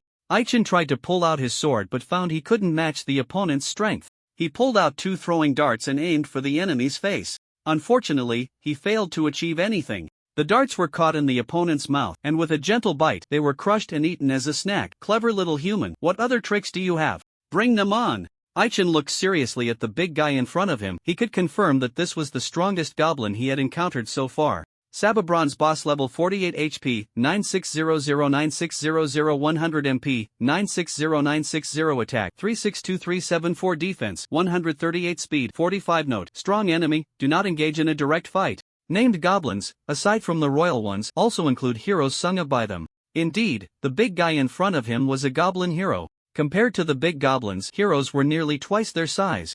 Each battle-hardened and stronger than silver-ranked adventurers. They preferred to fight with weapons and wore high-quality armor befitting their status, along with champion belts for identification. In appearance, their noses were more normal, unlike the long noses of big goblins. Saba wielded a wolf fawn club, handling Aiken's attacks with one hand, completely disregarding him. Only upon seeing the strange combination behind did he show some seriousness. Angels? Are there really angels in this world? That woman with horns on her head, Layla, is she an orc? Or something else? As Saber momentarily lost focus, Aichin seized back the sword and hurriedly retreated into the barrier. Your magic is impressive. Remember to save some uses, Aichin said, standing beside Ilusa, uncharacteristically complimenting someone. The holy barrier could last at most half a minute, and with only a few seconds left before it disappeared, they unleashed a barrage of ranged attacks. Big white goose. Let's see who can take down that big guy first. What do you say? Layla, not skilled in ranged combat, watched as the 3 dealt damage but only managed to inflict minor wounds, feeling secretly pleased. Alright, let's get started then? Jerica accepted the challenge, eager to try. As she raised her golden staff high, a beam of holy light descended from the sky. Saber was uncomfortable under the light and attempted to swing his spiked club, but the holy light surrounding him transformed into a ring, tightly binding his waist. 2000 Saber knelt in pain on the ground. This was the Holy Aura, Jerica's strongest binding technique, capable of restraining a person for up to 5 minutes while weakening the enemy's defense. Seeing an opportunity, Layla swung her great sword and struck 3 times, each hit dealing nearly 1,000 damage. The nearby goblins wouldn't just stand by and watch their superior get beaten. A group of elite monsters surrounded them. Aichin found himself entangled with 2 elite monsters, and the 2 in front of him were somewhat special. Despite being hit, they didn't lose a drop of blood, as if they truly had impenetrable defenses. Goblin Scout Centurion level 31 HP, 3100-3100 20 MP, 310310 attack, 171199 defense, 34 speed, 38 Red Goblin Centurion level 35 HP, 3500-3500 20 MP, 1300-1300 attack, 101109 magic attack, 223241 defense, 45 speed, 35 The Goblin Scout was skilled with a bow and also knew how to wield a dagger. The one in front of Aichin, being short, aimed for Aiken's groin, making him particularly uncomfortable. As for the Red Goblin, flames continuously burned on its surface, emitting a strange laughter. No matter which one it was, Aichin couldn't deal any damage and had to try to create some distance. Catching a glimpse of Ilusa being well protected, he focused on the enemies in front of him and quickly unleashed 2 blood-cross slashes. Unfortunately, he still failed to inflict any damage. Something's off with you, you don't look like you're being controlled, yet your actions are very singular. Could it be that someone is controlling you remotely? Aichin said with a serious expression. The 2 elite monsters didn't respond, and Aiken's arm was accidentally pierced by a dagger. The Red Goblin also began to attack, unleashing a raging fire, intending to turn the surroundings into a sea of flames. Have you gone mad? Are you trying to kill your own kind? No, you can't be killed? Aichin covered his wound and stepped back, noticing that the 2 elite monsters were unaffected by the flames, and the more he thought about it, the more wrong it seemed. Even puppets would fear being continuously burned by fire, so what was going on? In an instant, Aichin thought of several possibilities. By process of elimination, he arrived at a very bad conclusion. Retreat, we need to retreat quickly. As soon as he said this, the other 4 were stunned. What? We're in the middle of a fight and you want us to retreat? Gimlet was the first to slow down his offensive. He had a bad feeling even before the action began, and Aiken's words made him lose his desire to fight. Layla, it's wise to listen to the captain. Let's retreat for now. Ilusa turned around and saw the way back blocked by a series of puppets, panicking and hiding beside Jerica. Whatever you fear, it comes. With a continuous buzzing sound, a swarm of poisonous insects flew in. Under Aiken's vigilant gaze, the insects quickly pounced on the 5. I hate bugs the most. Layla was terrified by the dense swarm of insects. She sheathed her great sword and retreated. Jerrica also had no good way to deal with the insects. She purified a patch with holy light, but more kept coming, endlessly wasting her magic usage. Aichin needed to hold the rear, and as the others were about to move far away, he no longer hid his strength. He stomped his left foot on the ground, and his health began to plummet until it stabilized around 3,000. Before making his move, Aichin said in a deep voice, "We've been tricked, but if they want to keep us here, it won't be that easy." Just as it seemed he would be swallowed by the swarm of poisonous insects, a buzzing sound erupted, and the ground glowed with a faint green light. Anything caught in the green light, whether goblins, puppets, or poisonous insects, lost 3,000 health points simultaneously, and a large number of insects were killed, leaving a field of insect corpses. By the time the hero's saber regained his senses and got up from the ground, the person had vanished. Who exactly is that human? The unupgradable Wailing of the Ghosts was a skill Aichin was most reluctant to use.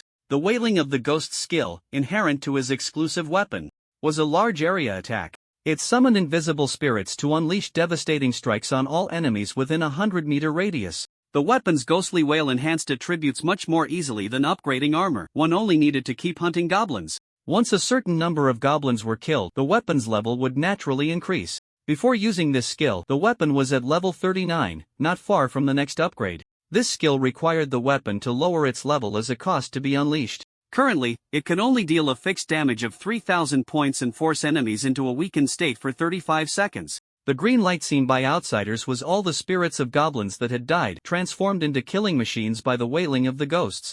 Wow, Captain, that move you just did was amazing. The cost must be quite high, right? Aichin leaned against a tree, gasping for breath, too busy to respond to Layla. Thankfully, after harvesting a wave, the weapon's level didn't drop too severely, only losing 2 levels, now at 37, with 7 points less in attack attributes. Ilusa stood beside him, her face full of worry, healing the wound on his arm, and said, "Goblin Slayer, next time you do something like this, can you discuss it with us first?" The expression under Aichin's helmet was pained, and he nodded slightly to indicate he understood. Gimlet was on guard, and the 4 rested in place for nearly half an hour as the sky darkened. "I suppose you all know how tricky our enemies are this time," Aichin said, leaning against the tree, his gaze sweeping over each person's face as he spoke seriously. Among the goblins, there was a type of soldier whose individual strength was not strong but was notoriously disgusting. The Poison Shaman, as the name suggests, was a special individual skilled in controlling poisonous insects in battle, not easily born. In past battles, Aichin had stacked his poison resistance very high, unafraid of ordinary toxins. When his arm was scratched by a scout's dagger earlier, he felt the long-lost signs of poisoning. Was the dagger coated with deadly poison? Not at all. In that situation, anyone who got injured would be poisoned. That's right, the 5 of them had walked into the goblin's trap from the start. The air outside the water village's gate was mixed with a kind of poisonous gas that ordinary goblins couldn't withstand, forcing them to have lifeless puppets guard outside. Aichin reviewed the previous battle and found 2 points of suspicion. The goblin hero stood at the gate but did not come out. He initially thought it was due to the holy wall, but that was not the case. The elite monsters that charged in were full of doubts. Aichin encountered ones that were impervious to blades, while the others, no matter how many times they fell, could quickly get back up. All signs indicated that those elite monsters were not goblins but insect puppets made up of countless poisonous insects. The insect puppet Aichin encountered had a hard shell that he couldn't cut through. Fortunately, after exterminating the insects, he still gained experience. "Captain, are you trying to say we've encountered a very powerful poison shaman?" Gimlet chimed in. Before this, his understanding of goblins was that they were weak monsters, but the earlier events made him realize that this thought was too dangerous. Since Aichin was an expert in this area, it was worth hearing his opinion. Aichin nodded and said, "It's very likely that there is more than one poison shaman. It could also be a combination of a poison shaman and a healing shaman, otherwise, there's no way to explain those slow-moving puppets." Layla lay on her back, staring at the night sky with a face full of despair, clearly disgusted by the bugs, mumbling bugs under her breath. Jerrica was fine, like a gentle big sister, holding Ilusa in her arms. Ilusa didn't want to be held and tried to break free, but Jerrica held her tighter, pressing her head against her chest, making the atmosphere awkward for a moment. "Let me go, Lady Angel, I can hardly breathe." "I'm sorry, then let's change positions." The 2 women hugged and cuddled, their faces close together. Not to mention Gimlet, even Aichin couldn't stand it and turned his head away. "Should I keep talking? Ahem, can you please listen to me seriously?" Aiken's words went unheard by everyone except Gimlet. Jerrica found Ilusa so cute that she wanted to tease her, and noticing Aiken's gaze, she smiled and said, "Captain, you don't need to mind us, go on." With that, she continued to tickle Ilusa while holding her. Layla turned her head to look over, and she was looking at Gimlet. Gimlet understood and took out a piece of elf cookie from his magical backpack. then tossed it. Layla accurately caught the cookie and happily finished it, feeling revived. Layla sat up and said, "Captain, were you saying something just now?" Aichen realized that with more members in the team, they had to face various issues. Since they were just a temporary group, he couldn't hold too much hope. After pondering for a moment, he said very seriously, "To deal with the poison shaman and the poisonous bugs it releases, there are two methods." Upon hearing that they were going to deal with those damn bugs, Layla immediately perked up and asked, "What are the two methods?" Aichen replied, "It's simple. The poison shaman has a keen sense of smell, so we can use a stench that can suffocate them." After a pause, Aichen continued, "They obviously know this weakness, so they usually cover their faces with cloth and plug their nostrils with wooden stoppers. Unless we can deliver it at close range, it's hard to be effective." Hearing this, Layla waved her hand and said, "Isn't that just stating the obvious? Tell me, how can we eliminate those disgusting bugs?" Aichen knew Layla was impatient and nodded. "Ordinary flames can deal with them, but our enemies this time are tricky. Each poisonous bug is not afraid of flames, so there's only one way." "What way?" Layla, who hated people who didn't finish their sentences, impatiently asked while slapping her thigh. "It's simple, just prepare a special insecticide," Aichen answered. "Insecticide? Captain, do you have any on you?" Layla asked. Aichen looked up at the sky and shook his head slightly. "Not right now, but by late night, we will have some." "Oh no, we are about to be found. Quick, hide." Shortly after the five retreated, two neatly organized teams of monsters arrived. The goblins looked at the messy footprints on the ground and the still smoldering campfire, knowing that the people had just left. "You all go chase in this direction, the rest follow me." The goblins split into two teams to search for people, with one team following the footprints to a tree, discovering that someone seemed to be hiding in the tree, wanting to have a scout shoot them down. "Go for it." Both sides moved at once, and interestingly, the ones hiding in the tree were not Aichen and his group, but Bart and his 3 servants. Those 3 servants were fierce, quickly taking down the miscellaneous soldiers.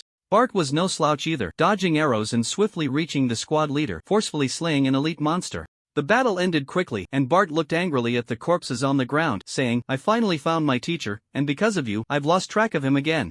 This is truly infuriating." Night was the goblins' active time, and not long after nightfall, the water fortress became lively. The goblins, who had been sleeping all day, woke up one after another, with everyone waiting for dinner except for the fire brigade busy preparing food. In the conference hall, shadows flitted about.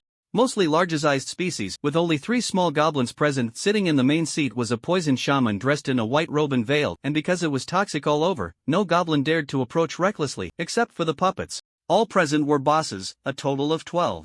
The poison shaman held a short wooden staff, and everyone understood that this lord was in a very bad mood.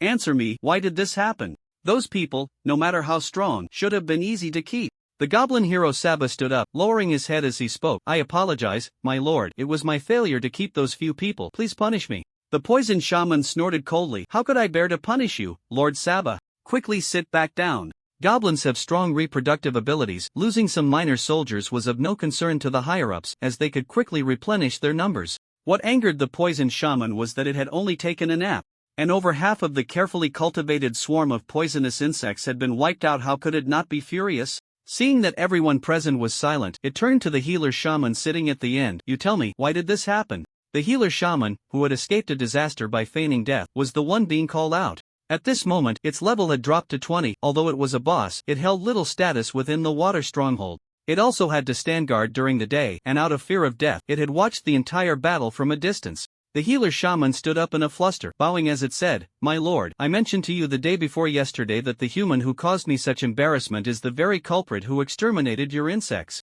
"Oh, so it's him." The poison shaman had heard of Aiken's name. Not only had it heard of him, but it was also one of the few who had narrowly escaped from Aichen long ago. New grudges and old enmities. If it didn't eliminate the person, it would be hard to explain to its superiors. Indeed, despite being the leader of the water stronghold, the poison shaman was just a worker. All goblins within the stronghold belonged to a single faction, and currently, the water stronghold was accumulating power. Once the preparations were complete, a major operation would unfold within the borders of the Fels Kingdom. The poison shaman gritted its teeth and said, "Since it's that human, we cannot let him go. And regarding the female angel in the intelligence reports, that lord is very interested. We must capture her alive." With the poison shaman's command, the other bosses nodded in agreement. Tonight was destined to be an unsettled night. While the water stronghold was busy mobilizing personnel, Aichen and his group arrived at a high ground. Ilusa saw him take out a series of empty bottles and curiously asked, "Goblin Slayer, what are you doing?" Aichen squatted down, placing the empty bottles on the ground in a circle, saying, "I am collecting moonlight." "Collecting moonlight? Captain, can you really do that?" Gimlet stepped forward to ask. Collecting moonlight was the specialty of the elf race. The famous life water in Moon Spring water could only be produced in the large territories of the elves. How to collect moonlight was a closely guarded secret of the elves, and he didn't believe that Aichen, an outsider, could do it without powerful tools. Just as he thought Aichen needed to use a tool, he took a moonstone from his magical backpack and placed it in the center. After about 2 hours, the empty bottles would be filled with moonlight. Moonlight, a versatile light green liquid. As the name suggests, every drop is a highly concentrated essence of moonlight, also known as the raw liquid of life water. The raw liquid does not have healing effects. Nowadays, the elf race has faded from people's sight, making it difficult to replicate life water. It can only be used to concoct high-level life potions. However, after long-term research by people, the raw liquid has many wonderful uses. For example, it can serve as a universal emulsifier.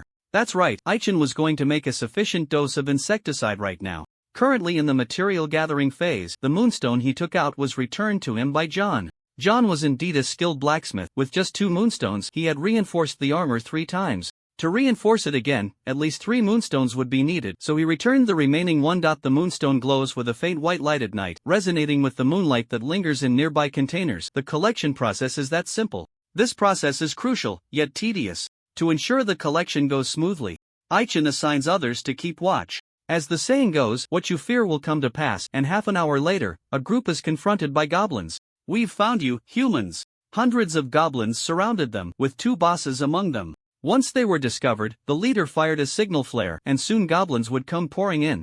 Aichen, troubled about how to weaken the forces at the water fortress, grabbed his weapon and charged down the hillside. "Ilusa, stay here and make sure the bottles don't tip over." Ilusa nodded in agreement, but as she saw 4 of the livestock charge into the enemy ranks, a bitter expression crossed her face. "Don't worry, Mr. Goblin Slayer. There were too many enemies, and some areas were bound to be neglected." 2 scouts quietly crept up behind Ilusa, and by the time she sensed them, it was too late. Gimlet shot 2 arrows from a distance, helping to deal with the enemies. "Be careful, little priestess." Gimlet was entangled with several elite monsters and couldn't break free. Managing to shoot 2 arrows was already his limit. It must be said that the agility of the elves is remarkable. He toyed with the elite monsters, and if not for his lack of close combat means, he could have resolved the battle quickly. On the front lines, Aichen and the others were entangled with the main goblin forces. Great Goblin Boss level 46 HP, 7200-720-50 MP, 460460 attack, 322354 defense, 123 speed, 30 uniquely horned Blue Goblin Silver Boss level 45 HP, 90009000 100 MP, 23002300 attack, 262282 magic attack, 333366 defense, 90 speed, 30. The uniquely horned Blue Goblin is a variant with high attributes. Compared to ordinary blue goblins, it is larger, only slightly smaller than the Great Goblin. The black horn on its forehead is not just for show, it can release ice energy, freezing surrounding objects. Aichen faced the Great Goblin alone, leaving the others to deal with the uniquely horned goblin, Big White Goose. Who do you think will kill it? Jellica could fight in close combat as well as ranged, unlike Layla, who only knew how to charge in. After punching away a few bothersome elite monsters, she said gravely, "Stop playing around, it's tough to deal with, and we need to work together to defeat it." Fire and ice are incompatible. Layla swung her greatsword to confront the uniquely horned goblin, and both sides unleashed their true power. Jellica merely watched from the back, unaware of her struggles, and when she heard someone say she was playing, she immediately got angry. "Big White Goose, don't just stand there talking. If you're so brave, step up and switch with me." After Layla repelled the boss with a sword strike, she retreated to Aiken's side. "Alright," Jellica nodded in agreement. Just as she was about to step forward, Aichen was knocked back by the Great Goblin, flying towards the 2 women. "Human, you are the only one who must die. Are you ready for that?" The Great Goblin growled menacingly, swinging its club. Aichen had no time to respond. As he dodged the attack, he pulled out 2 throwing darts, aiming directly at its face. The Great Goblin was already on guard, raising its hand to block and deflect the darts. Aichen had been waiting for this moment. He slipped behind the creature and swung 3 swords in quick succession, sweeping through the ranks. 880 critical hit, 44 lifesteal, 120, 060, 2022 critical hit, 101. After the 3 strikes, the Great Goblin's health dropped to 5788720. Its health bar hadn't turned yellow yet, but it was still in pain. The 3 sword wounds Aichen inflicted on its back were difficult to stop bleeding, continuously losing 5060 health every 3 seconds. Aiken's hands grew weak, and he withdrew. The boss, unable to attack due to the unbearable pain, was swarmed by goblins and Aichin had no way to respond while dodging. He was also busy setting traps. At the cost of consuming 500 drops of blood, a simple hunting trap was set. In an instant, the ground around was covered with a layer of slime, trapping the minions in place. Not good, our feet are stuck. Not all goblins went barefoot. The water village was affluent, and the elite monsters were all equipped with leather armor and boots, with nearly half of the minions also wearing gear. With their shoes stuck, they simply took them off. Before long, the goblins at the edges began to jump out of the trap's range. Aiken's hands had not yet recovered, and seeing two elite monsters pounce, he relied on his super strong dynamic vision to dodge frequently. The big goblin regained its composure, and a minion helped apply ointment to the wound on its back, quickly stopping the bleeding. Seeing Aichin still lively, it became furious, clenched its fists, and said, "Useless, you can't even handle someone who can't attack. It really has to be me." The two elite monsters were glared at fiercely, first in terror, then resigned to their fate, each grabbing one of Aiken's legs. At this moment, Aichin was able to exert some strength with his hands, switching his weapon to dual sword mode, intending to stab the two elite monsters. Seeing the big goblin swinging its fist, he did not stop his movements, prioritizing getting the experience first. Bang! Aichin cleanly killed the elite monster, and with a powerful kick, he dodged the boss' charged destructive punch. Just then, the hunting trap disappeared, and the minions gradually regained their mobility. Aichin prioritized dealing with the minions, avoiding entanglement with the big goblin. Considering that a healer shaman would arrive, he decapitated each minion. Once only a few elite monsters remained near the big goblin, he withdrew his offensive, preparing for the final beheading action. "Human, I admit you are strong, but you will still die, I say," the big goblin said fiercely. Despite heavy casualties on its side, it was not angry, rather, it was pleased that space had opened up for it to unleash its full power. This time, the stick in its hand glowed with a dark light, continuously emitting black waves. Aichin knew what move it was about to use, the infamous crying stick, said to be a killing move that could determine victory or defeat. If that didn't work, it would come again. If he didn't dodge the spreading waves, even if he avoided the black stick, he would still be injured. Aichin dared not be careless and hurriedly retreated towards the forest. Unexpectedly, the big goblin suddenly threw its stick, interrupting the casting of the move. Bang! Aichin was knocked away by a stick, but fortunately, the black light that had wrapped around the weapon disappeared, and the damage was not severe. Seeing him flying this way, Jerrica flashed and caught him steadily. "Captain, you seem to need help. How about we switch opponents?" Aichin was not good at dealing with large species, turned to look at the cold-eyed unicorn blue goblin, and nodded in agreement. "Okay, let's switch opponents. Remember to finish the fight quickly." Their actions made Layla very unhappy. "Big white goose, are you avoiding a duel with me?" Jerrica waved her hand and said, "This is not the time for games. Obeying the captain's orders is what we should do." Aichin had no time to listen to the two women bickering. As the pain in his chest eased, he raised his sword and charged. Buzz! A cold energy beam came at him. He clearly dodged it but still got hurt. Affected by the bone-chilling cold, Aiken's hands and feet began to tremble. "A unicorn? Quite rare," Aichin said, stretching his shoulders and gripping his weapon. In his previous life, after safely passing the novice period, he hadn't killed many goblins, and he didn't know much about the unicorn variant. He only knew that this variant was harder to come by than ordinary ones. With one possibly born in 10,000. It could be confirmed that unicorn variants had some special talents. While Aichin was contemplating strategies, Layla charged forward. The unicorn goblin had adapted to Layla's attack rhythm, easily dodging and not getting hit by the great sword, leaving a deep sword mark on the ground. Boom! Layla's strike was powerful, causing the ground to shake violently. Seeing this, Aichin frowned slightly and turned to look up the hillside. The bottle hadn't fallen, had it? What he feared was happening. The bottle on the ground wobbled, and Ilusa crouched down to steady it, but the ground shook even more violently. "Can you hurry up, please?" Ilusa's urgency worked. The four of them, like they had been injected with adrenaline, threw themselves into the fight. Layla became increasingly fierce, and Aichin did not dare to rush in and disrupt her performance. He chose to circle around to the back, positioning himself in front and behind to keep the unicorn mutant on guard. Blood cross slash. 1020, a seemingly standard skill, yet it dealt over 1,000 damage. Aichin looked at the wounds on the unicorn mutant's back and shouted, "This guy's weak points are on the back and the calves, aim for those two spots." With his reminder, Layla suddenly realized, no wonder it always dodges when I strike at its feet. "No, who could withstand your great sword? Anyone who encounters you must dodge, right?" The unicorn mutant, clad in armor, had leg guards for its vulnerable legs, but that did not provide it with a sense of security. The two of them exerted their strength together, forcing it to respond, and it gradually began to struggle. "Damn it, annoying too. I want you dead." The unicorn mutant was enraged, releasing a chilling aura all over its body. Aichin dodged quickly, retreating just in time, but Layla was frozen on the spot. Several nearby goblins suffered the consequences, all frozen to death. Seeing the unicorn mutant about to smash Layla with a palm, Aichen rushed in front of her, raising his shield to barely block the attack. Ultimately, he was still affected by the cold, his hands frozen, and the shield and weapon covered in frost. With a bit more force, the unicorn mutant sent him flying, but he bought some time. Layla overcame the cold's invasion, quickly breaking free from the ice, and upon seeing Aichen being knocked away while protecting her, she reluctantly acknowledged him as the leader. Playing with ice? Your opponent is me. Layla discarded her sword, leaped with all her might, and mounted the unicorn mutant's neck, grabbing its eyes with both hands, a sight that was painful to behold. After Aichen fell, his health dropped below 4,000, allowing him to unleash a desperate attack. He stood up and, noticing Layla's movement, quickly turned and ran up the slope. The era of the powerful dragon race dates back over 10,000 years. Today, the dragon race is nearly extinct, and people are almost forgetting that such a powerful race ever existed. The reason the dragon race was strong, aside from their robust bodies, tough dragon scales, sharp fangs, and claws, was their mastery of dragon language magic, which only they could wield. That's right, Layla was about to unleash the dragon race's signature move. Roar of the Fire Dragon.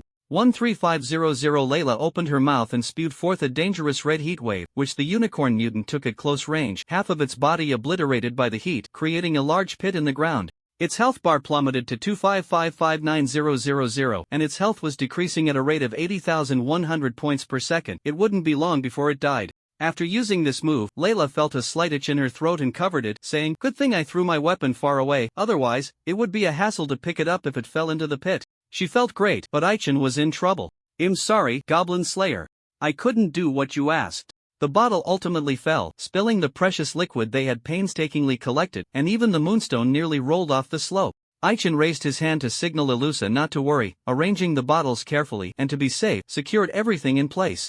Aichen looked down the slope into the forest and saw goblin reinforcements arriving. Just as he was about to warn Layla, a figure burst forth and struck her hard, sending her flying. A new enemy appeared, nearly 200 goblins in total, led by a healing shaman. The shaman chanted incantations in a language outsiders could not understand, and a green light descended from above the pit, reviving the unicorn mutant, which struggled to crawl out of the pit. "Thank you so much, my lord." The shaman held a special status among the goblins, whether a poison shaman or a healing shaman. They possessed certain privileges, even the goblin hero had to bow his head. After the unicorn variant climbed up, the parts of its body that had been blasted away had not fully healed, and the wounds were still bleeding. Now it looked like a stitched-up monster, with wounds just sewn together, waiting for the healer shaman to apply ointment before the bleeding stopped. "If I had come any later, you would really be dead," the healer shaman said as he continuously cast spells, restoring the unicorn variant's health to half. Layla was injured, which angered Gimlet. This elf was the shy type, secretly in love with Layla, and seeing his crush lying on the ground, he pulled out a dagger and swiftly dealt with more than 10 elite monsters. "Quick, drink this," Gimlet said as he approached Layla, handing her a bottle of high-grade health potion, then turned to glare at the bastard who had hurt her.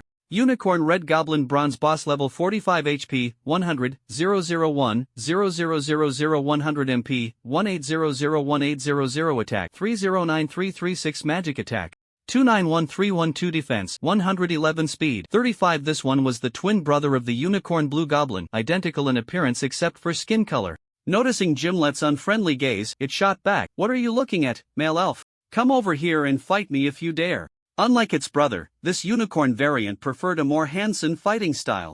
Gimlet accepted the challenge, stepping forward and saying, "Leave it to me, you all handle the rest." Taking advantage of the situation, Gimlet struck while Aichen had already burst forth, quickly reaching the blue goblin and beheading it with a single sword strike, then swinging his sword towards the healer shaman. "What's going on? Why has this human suddenly become faster?"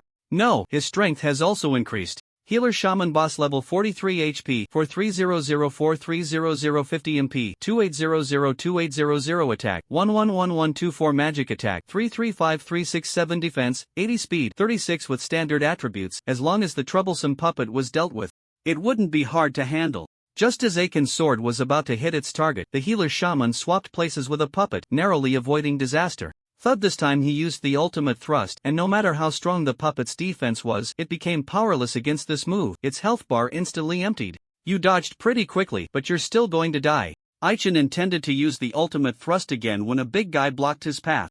The big guy was not a big goblin but a stitched monster made from numerous corpses, with 8 arms in total. Strong Stitched Puppet Monster Boss Level, 42 HP, 100, 001, 50 MP, 00 Attack, 500500 Defense, 150 Speed, 5. This was a tough and resilient guardian puppet, clumsy in movement. The ultimate thrust could only be used 5 times in a day, and Aichin didn't want to waste his last chance on it. He lightly dodged and took out a potion to restore some health. He thought he could slip past. But 2 of the stitched monster's arms suddenly stretched out and firmly pinned his shoulders. Aichin retaliated by slicing off the troublesome arms, only to find that the healer shaman had vanished. Of course, this was in line with the healer shaman's combat style. The healer shaman intentionally hid, making it difficult to find him, and seeing that Layla and the others could handle the enemies, he decided to let them deal with this wave of monsters first. Aichin unleashed his killing mode, moving like a ghost, and wherever he went, goblins fell to his sword. Compared to before, he seemed like a different person. Layla and the others noticed this change but didn't pay much attention. After all, everyone had their secrets. Aiken's performance was indeed a result of the dual effects of night combat and blood-soaked battle. Night combat, as the name suggests, enhanced combat ability at night, with the specific increase depending on the situation.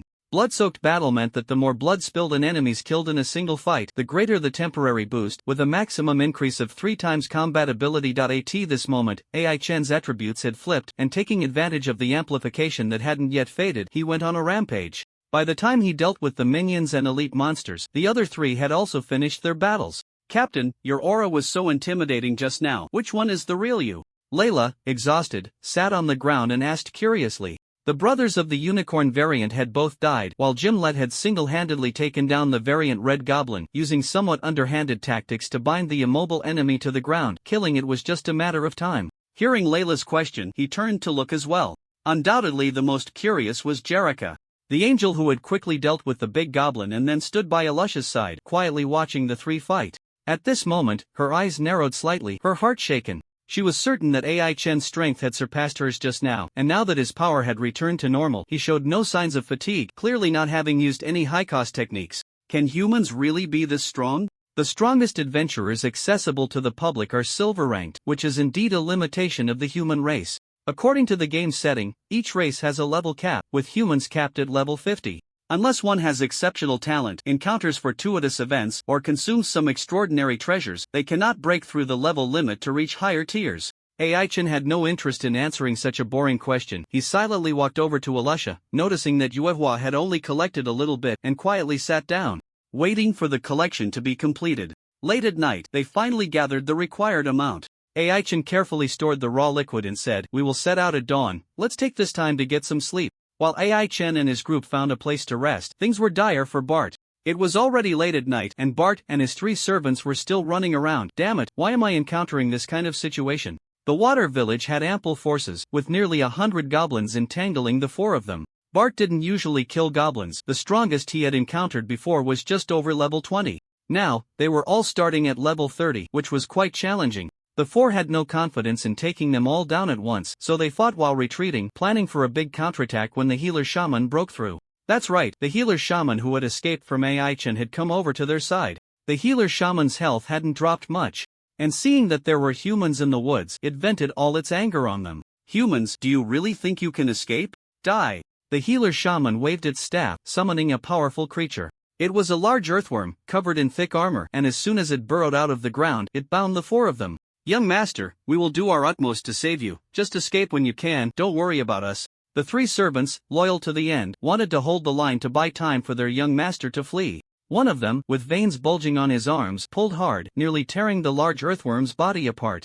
The large earthworm, in pain, voluntarily loosened its grip, then swung its tail, aiming to kill all 4. The 3 servants rushed to block the attack, barely managing to fend it off. Bart stood up, seeing the 3 servants in a severely weakened state, feeling reluctant. "I am your young master, how can I leave you behind?" "Don't worry, we won't die."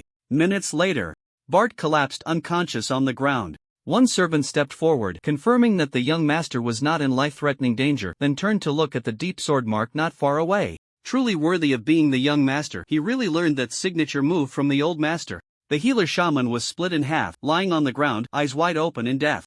Until the moment of its death, it never understood why it had died at the hands of a human brat. The killing move that Bart had been interrupted from using by Aichin was now unleashed, killing all the goblins with a single sword strike. The cost was that the person fainted on the spot and fell into a critically low health state, unable to heal in any form during that time. The young master needed careful treatment, there was no time to waste, and the 3 servants took it upon themselves to quickly carry him away. I hope the young master won't blame us when he wakes up at 3:30 in the morning. While everyone else was sound asleep, Aichen had only managed to lie down for 2 hours before waking up. Sleeping in a place that didn't feel safe made it hard for him to relax. Any little noise would wake him. The men and women slept separately, with the 2 men staying in one spot. Aichen opened his eyes to see Gimlet sleeping on a tree trunk. Not wanting to disturb anyone, he moved carefully, sitting against the tree and quietly gazing at the night sky. He had prepared the insecticide before going to bed, with 3 large bottles filled in empty spray containers. The preparation wasn't difficult, he just needed to mix some precious poison into the original solution and shake it well. What troubled him was that he didn't know how to make antidotes. The antidotes sold on the market could only counteract common poisons, and clearly, they wouldn't be enough to deal with this enemy. If he were truly poisoned, he would find himself in a very passive situation. He hoped that Jerrica's magic could purify the toxins. If possible, Aichen didn't want to rely on Jerrica's power, or anyone's power for that matter, to avoid developing a dependency. He was still the same person he had always been. His past life experiences told him that trust among teammates was unreliable, and only his own strength could be trusted. Jerrica, Layla, and Gimlet were merely temporary allies who would leave sooner or later. He patiently nurtured Ilusa, hoping to have a reliable person behind him to avoid being stabbed in the back.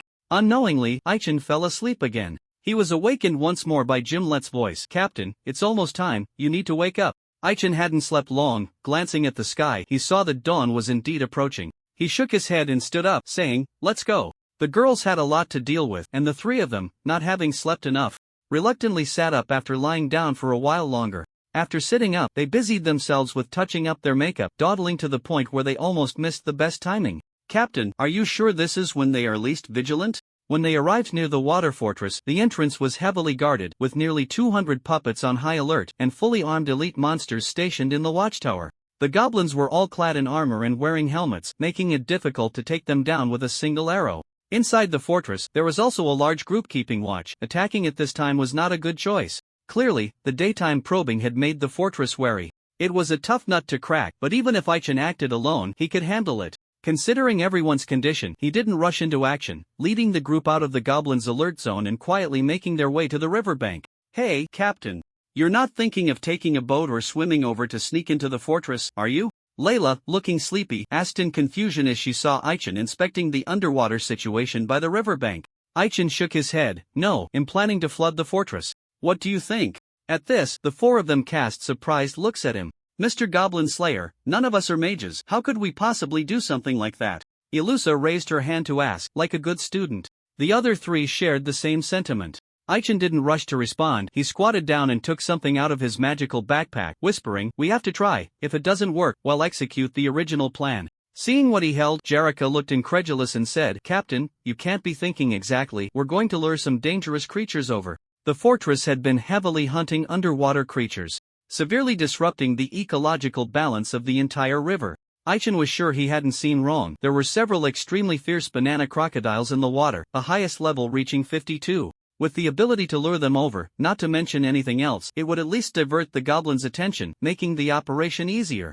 What he took out was a frenzy potion. Any specific magical creature that consumed a drop would enter a state of frenzy, with the effect lasting up to half an hour. The potion was poured into the water, and soon, there was a commotion beneath the surface. A few people retreated early, and a banana crocodile leaped high, wanting to come ashore. Aichen decisively threw out 2 throwing darts, knocking it back into the water. The banana crocodile was unharmed and attempted to come ashore again, only to be repelled once more. After several repetitions, a few banana crocodiles were lured near the water fortress. The final crucial step needed to be executed by Ilusha. Noticing Aichen's gaze, Ilusha immediately understood. "Kind God of Light, please protect us, the weak, with the power of light." Holy barrier. A barrier of light plunged deep underwater, blocking the retreat of the banana crocodiles. As Ilusha exerted her power, they were all pushed against the outer wall of the water fortress, creating a massive wave that instantly collapsed the outer wall. "Master, something bad has happened." The poison shaman was about to sleep when he heard the annoying knocking at the door and sat up displeased. "What is it? Could it be those humans attacking again?" Just as the elite monster outside was about to respond, a loud rumble came from outside the water fortress, followed by a rush of water sweeping everything away. Aichen had truly implemented the strategy of flooding the stronghold, and the poison shaman sensed something was off. jumping onto a beam to avoid disaster, but as the house quickly collapsed under the flood, he fell into the water. What on earth is going on? Before the poisoned shaman could escape the broken house, the banana crocodile with red eyes opened its large mouth and lunged at him ferociously. Damn it, how could it be them? The water fortress had been built by the river for 2 years, and he was well aware of the underwater situation. Coincidentally, they had an irreconcilable hatred for the banana crocodiles. Initially, to eliminate the threat of the banana crocodiles, they had hunted them extensively, and now they were facing retaliation. The poison shaman had no time to think foolishly and opened his mouth to spew a thick green poison gas, intending to poison the opponent. How is this possible? My poison doesn't work? Due to the disruption of his vision, the banana crocodile missed its target, and hearing movement beside it, it swung its tail, sending the poison shaman flying. The poison shaman's confusion was soon answered. Whoosh, two piercing sounds came, and the poison shaman narrowly dodged the incoming arrows but couldn't defend against the banana crocodile's tail whip attack. He was thrown again, his health dropping significantly. What truly made him feel threatened was that a human had somehow snuck up behind him and launched a fatal strike. Thud! The poison shaman was pierced in the neck by a sword, losing another chunk of health. In this critical moment, he thought of a countermeasure. The poison shaman gathered his last strength, leaping away. When the long sword was pulled from his neck, the pain nearly made him faint. Catching a glimpse of Ai Chen sneaking up on him, he panicked. The poison shaman quickly regained his composure, glaring at the human with resentment. It's you. His injuries were too severe, and the medicine was all soaked in water, making it unusable. Knowing he couldn't escape death, he wanted to take someone down with him. As the poison shaman clumsily dodged the banana crocodile's attack, he quietly finished reciting a spell, and with a hum, his whole body glowed with a faint green light. The totems etched on his body detached and floated in the air, forming a strange magic circle. Under Ai Chen's watchful gaze, the poison shaman used himself as a sacrifice to summon a terrifying creature. It was a large green-scaled snake with 6 heads, and as soon as it appeared, the 6 heads began to devour the poison shaman, feeling still hungry, and turned their gaze toward the massive banana crocodile. At this moment, the banana crocodile regained its senses and felt a bit flustered at the sight of the giant monster before it. It couldn't understand why it was here and why it had to face such a powerful enemy. This is bad, things have gotten troublesome. Taking advantage of the 2 large monsters confronting each other, Ai Chen withdrew. 6-headed snake boss summoning state level 55 HP, 150001, 5000 150 MP, 30003000 attack, 400400 magic attack, 400400 defense, 150 speed, 30. The attributes are incredibly powerful and cannot be contended with, but fortunately, it is in a summoning state. According to game settings, summoned creatures can exist for a maximum of half an hour, excluding familiars, before being summoned back.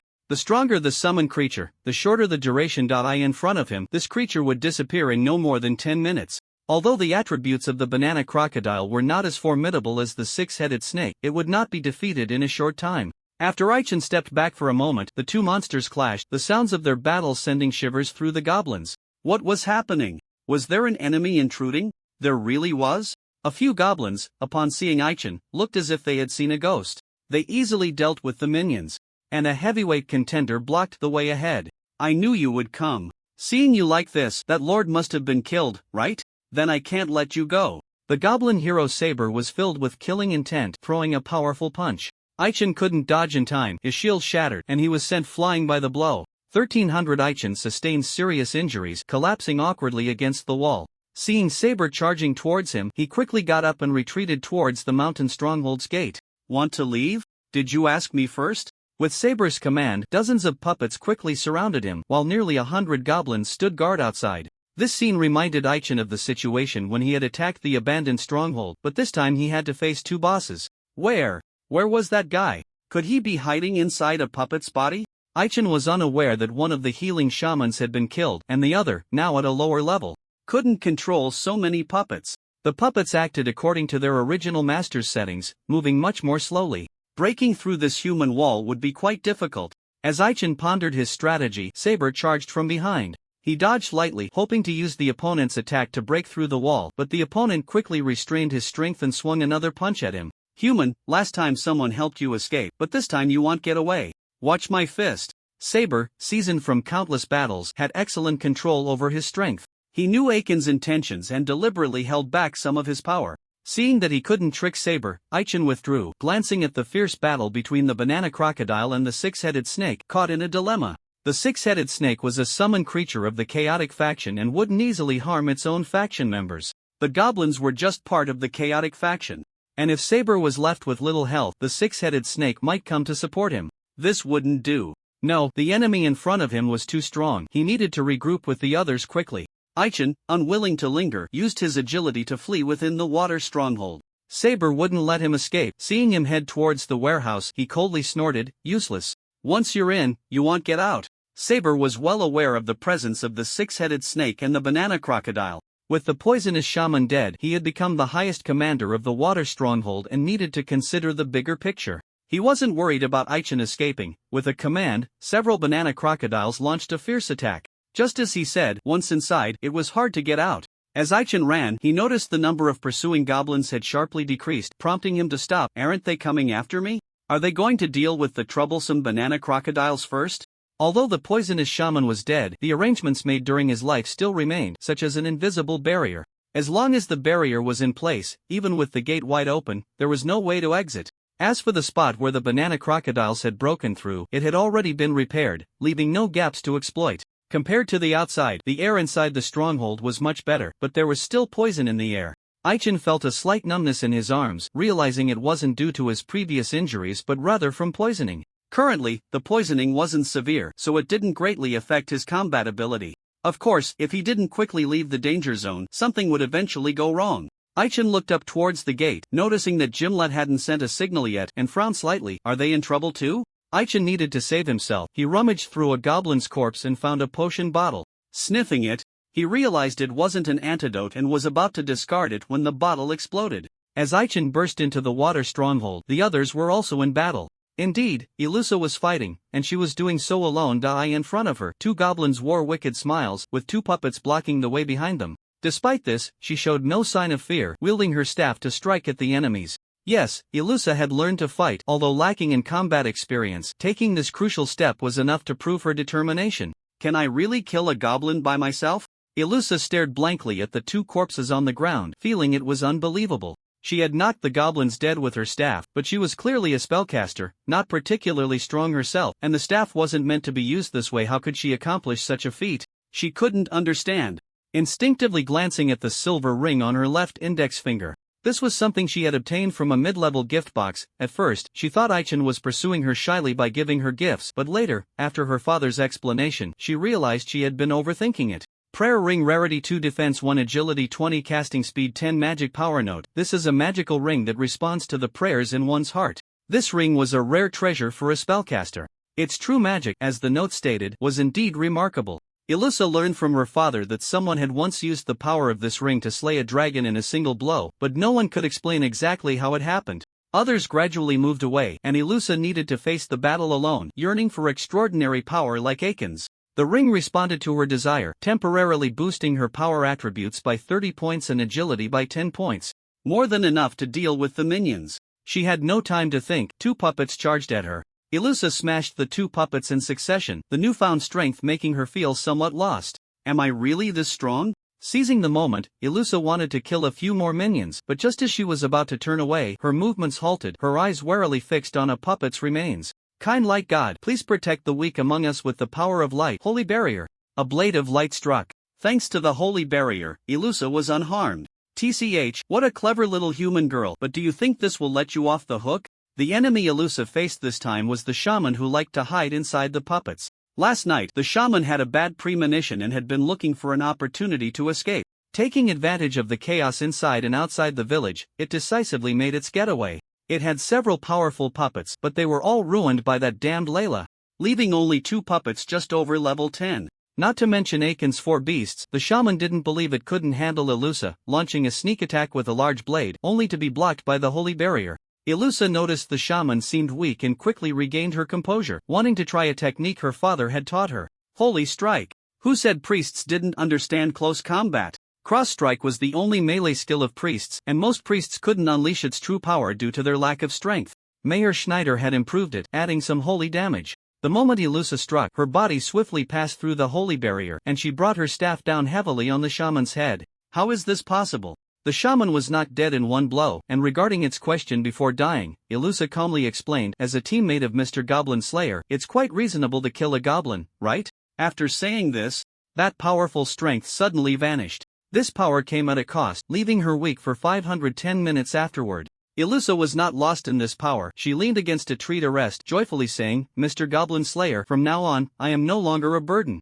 Bang! Suddenly, a loud explosion, so close that Aichin was caught off guard, his left hand injured by the blast. What's going on? Could it be explosive clay? Just as he guessed, one by one, moving explosive clay emerged from the ground, staring blankly at him. Aichin roughly bandaged his wounds, wielding his sword with one hand, and unleashed 2 blood-cross slashes in quick succession, but he couldn't destroy the troublesome things, and throwing darts was useless. The explosive clay remained intact. It probably wouldn't detonate until it chose to. In a moment, there were over 100 pieces of explosive clay surrounding him. Aichin turned to glance at the nearby warehouse and quickly understood. With such tight protection on an important location, there must be some treasure hidden inside. Should I try to break in? Compared to exploring the village, he preferred to hunt goblins. Shaking his head, he dismissed the boring thought.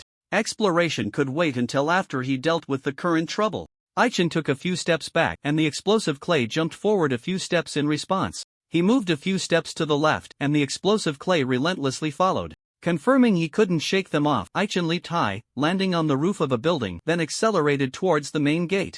To his surprise, the explosive clay circled around and blocked his path ahead. So clever, huh? Aichin retreated back to the front of the warehouse, pushed open the large door, and was about to step inside when one by one, the explosive clay jumped onto him, detonating in succession. Boom! An explosion rang out again, but he was unharmed, calmly walking out of the thick smoke. So that's how to deal with you. It seems you're not that impressive after all. While fleeing earlier, Aichin had been contemplating strategies. There are no traps that cannot be broken. If encountered, one must think a little harder. His strategy was simple: set hunting traps on himself, allowing a layer of slime to adhere to his body. As long as the clay jumped onto him, it would stick tightly.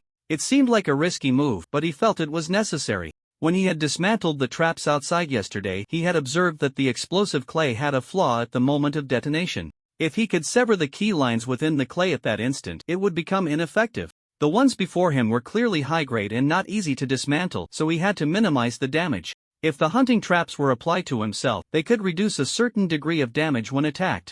Considering there were too many pieces of explosive clay, which could potentially empty his health bar in one go, he made a precaution. He took out a Guardian Vanguard flag, which was not genuine but a replica. He set up a barrier within a 1-meter radius around him. Even if the explosive clay detonated, it would have to deplete the barrier's durability before it could harm him. Thanks to this precaution, his health bar wasn't directly emptied. After drinking a few potions, his health was restored to full. To be safe, he threw a dart into the warehouse. Confirming there were no more traps and no guards inside, he cautiously entered the warehouse to explore. When he picked up a parchment from a box, the system prompted, "Ding, congratulations on finding clues related to the production method of explosive clay. Illusion Magic Mirror Rarity is a one-time item that can replicate items with a rarity of no more than 2 stars. On the day of the undead attack, after Aichin killed the gargoyle, he remained active on the battlefield and received 3 intermediate gift boxes. One of the gift boxes contained this magical item. It appeared to be an ordinary mirror, but when directed at a specified item, the mirror would instantly replicate the same item, as long as it met the conditions.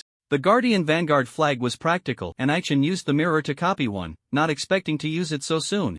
Unlike the goblin nests he had previously explored, this nest was exceptionally rich. Inside the warehouse, most of the items were dried seafood, along with several neatly stacked weapons and armor. What caught Aichin's attention the most were the boxes at the back of the warehouse, all containing rare items. Ding, congratulations on obtaining a Poison Master certificate. Ding, congratulations on obtaining a high-level life potion recipe. Ding, congratulations on obtaining 3 life crystals. Ding, congratulations on finding clues related to the production method of explosive clay. Aichin had studied the common script of the Suwat continent in his past life and had also researched ancient characters. The content in the parchment recorded ancient writing, which he needed to study thoroughly later. Before he could examine the other items in detail, chaotic footsteps echoed from outside the warehouse door. They came pretty quickly. Aichin stuffed everything he could carry into his backpack, facing the door, ready for action. Human, I didn't expect you to actually break into the warehouse. Impressive. Goblin hero Saba arrived, accompanied by a group of goblins, all of whom bore injuries. Aichin noticed that the blood bar above its head had decreased, and most of its wounds were bite marks, clearly the work of the banana crocodile. Thinking back, he realized that 2 minutes ago he hadn't heard any sounds from the battle between the six-headed snake and the banana crocodile leader, suggesting that the fight had ended. Had that giant crocodile retreated? Just as he feared, the banana crocodile leader had indeed escaped, forcibly breaking through the barrier, while the 6 heads of the snake were glaring at him menacingly. Bang! One side of the warehouse wall was smashed open by the 6-headed snake, with 2 of its heads breathing fire and the other exhaling a cold beam of light. As Aichin hurriedly dodged, Saba, disregarding the risk of injury, swung a punch. Aichin narrowly avoided the fist but couldn't escape the cold beam, which instantly froze his body. Human, I told you, you can't escape. Saba stood proudly in front of the ice sculpture. Just as it was about to shatter him with a punch, Jerrica and Layla arrived simultaneously. Oh dear, if we had come any later, would the captain have kicked the bucket? Layla joked, carrying a large sword and munching on an apple. Jerrica, lacking her carefree attitude, quickly snatched the ice sculpture and cast a spell to free Aichin from the ice. Sorry, I was a bit careless just now. The 6-headed snake's attack was very dangerous. Aichin had lost nearly 2,000 health from just a glancing blow. Fortunately, when the 2 women arrived, the summoning time of the 6-headed snake had just ended and it was called back. Aichin stretched his stiff arms and turned to charge at the surrounding minions.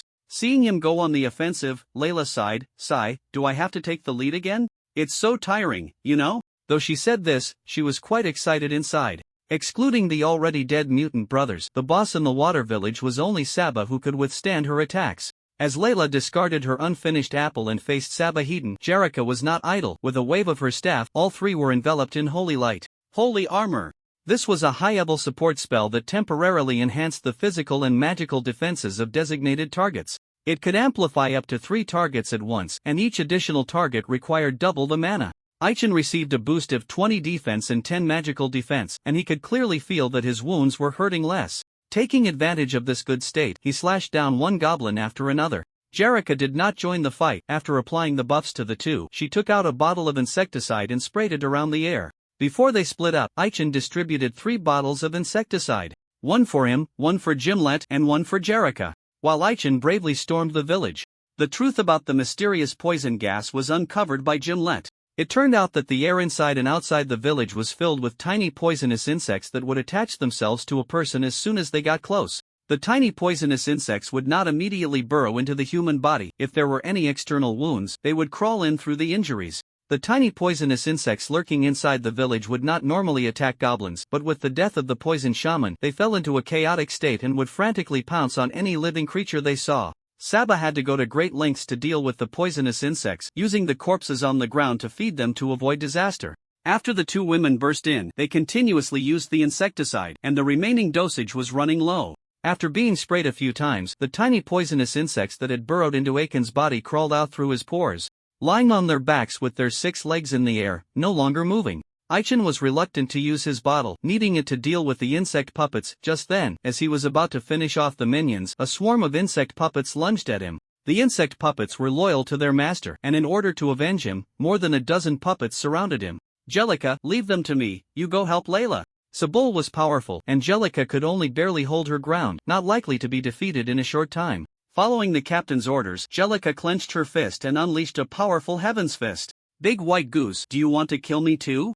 Layla said angrily. Having charged in recklessly, her health had dropped significantly, leaving her with just over 7,000 health. Out of the corner of her eye, she saw Jellica using a dangerous move and hurriedly jumped aside. Sabul took a hit. Hedon, despite being prepared, he still sustained serious injuries, losing over 1,000 health in one blow, bringing his health down to 52779600. Damn humans, popping up one after another, so annoying. Sabul didn't care about the orders given by the poison shaman before his death. In any case, the angel must die. Each goblin hero had their own unique skills, and once provoked, they were finally ready to get serious. Sabul's body glowed red, and under the red light, his momentum surged, entering a berserk state with all attributes increased by 100, sending the 2 women flying with a thunderous force.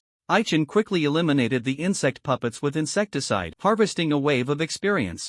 With his breath locked onto him, he showed no fear and turned to say lightly, "You think you're the only one who can change?" Aichin chose not to use the dice of the gods before taking action. He had made an agreement with Gimlet that they would coordinate at critical moments. Whoosh! 2 sounds of air being sliced through came. An arrow wrapped in red light shot towards Sabul, while another arrow wrapped in green light aimed for Aiken's arm. When the arrow struck his arm guard, there was a buzzing sound, and he was enveloped in a faint green light. With the boost from the green light, all attributes temporarily increased by 50, and the next 3 attacks would definitely be critical hits. Aichen quickly swung his sword 4 times, flashing behind Sebul, and then Sebul fell. How is this possible? How could I lose? To better understand each other, the 5 of them had sat together last night before bed, sharing their skills and what they excelled at, each revealing what they were willing to share. Among them, a skill mastered by Gimlet caught Aiken's attention. Heart Strike could ignore obstacles within range to hit the target. If the target was an enemy, this attack would definitely be a critical hit, causing the target to lose 2 of their maximum health per second for a duration of 5 seconds.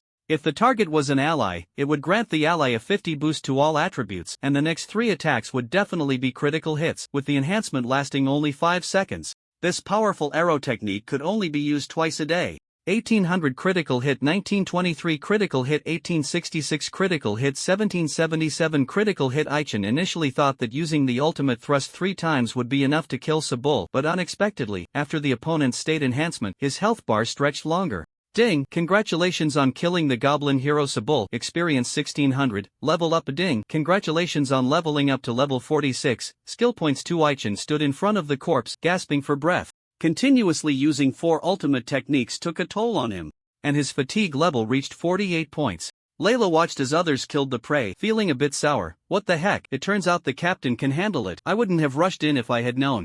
With that, Layla twisted her body. I really can't stand the bugs crawling all over me. Layla snatched the insecticide from Jellica's hand and sprayed it all over herself before dragging her greatsword out. I'm going to check on Gimlet. You all take your time. To reduce some fatigue, Aichen allocated both attribute points to stamina, bringing his stamina attribute to 42 points. Once Layla left, he sat directly on the ground. Although Sebul was dead, the situation was not over. There were nearly 200 scattered goblins left. Some goblins saw Saber being brutally killed from a distance, filled with fear, and fled in a panic. With Gimlet hunting outside, it seemed unlikely they would escape unscathed. After resting for half a minute, Aichen stood up and noticed the bruise on Jerica's face had not faded. He asked, "Why aren't you healing yourself? Do you want a potion?" Jerica covered her face with one hand and smiled wryly. "Thank you for your concern, Captain. This scar is quite special and hard to remove. It should heal in a few days, so there's really no need to worry." Not hitting the face, Saber had swollen Jerica's left cheek with a punch, which made her quite angry. Aichen took a closer look and realized she was under a special condition.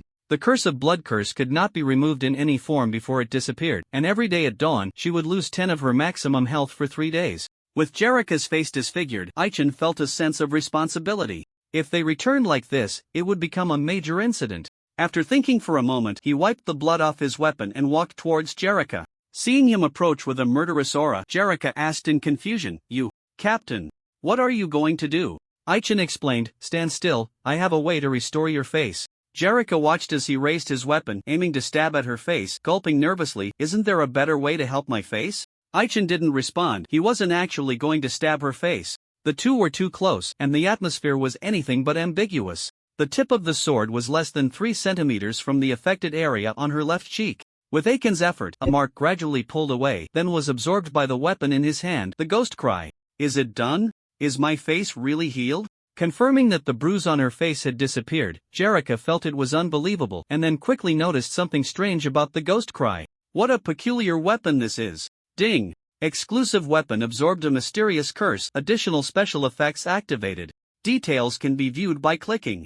Aichen was taken aback when he heard this prompt. The ghost cry gained a blood magic effect. From now on, for every 100 goblin minions killed, the weapon would gain an additional 1 attack power, capped at 50. For every 10 goblin elite monsters killed, the weapon would gain an additional 1 attack power, capped at 50. For every boss killed, the weapon would gain an additional 1 attack power, with no cap. When the blood magic effect bonus reached 200, a blood demon would be born, under the control of the holder. Correspondingly, the bonus effect would reset to 0 and be recalculated. Aichen didn't know what kind of powerful existence a blood demon was, but he understood that the weapon would become very strong in the future.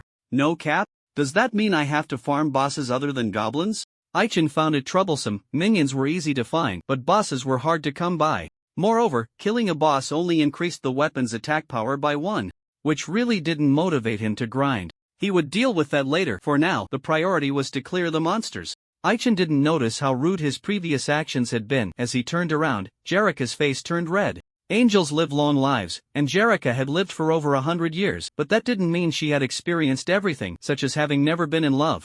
She had many admirers, but she truly had no interest, only wanting to become stronger. Summoned from Angel Island, people either revered her or deeply concealed their malice, but she could clearly sense it all. Only Aichen felt indifferent towards her, even finding dealing with her a hassle.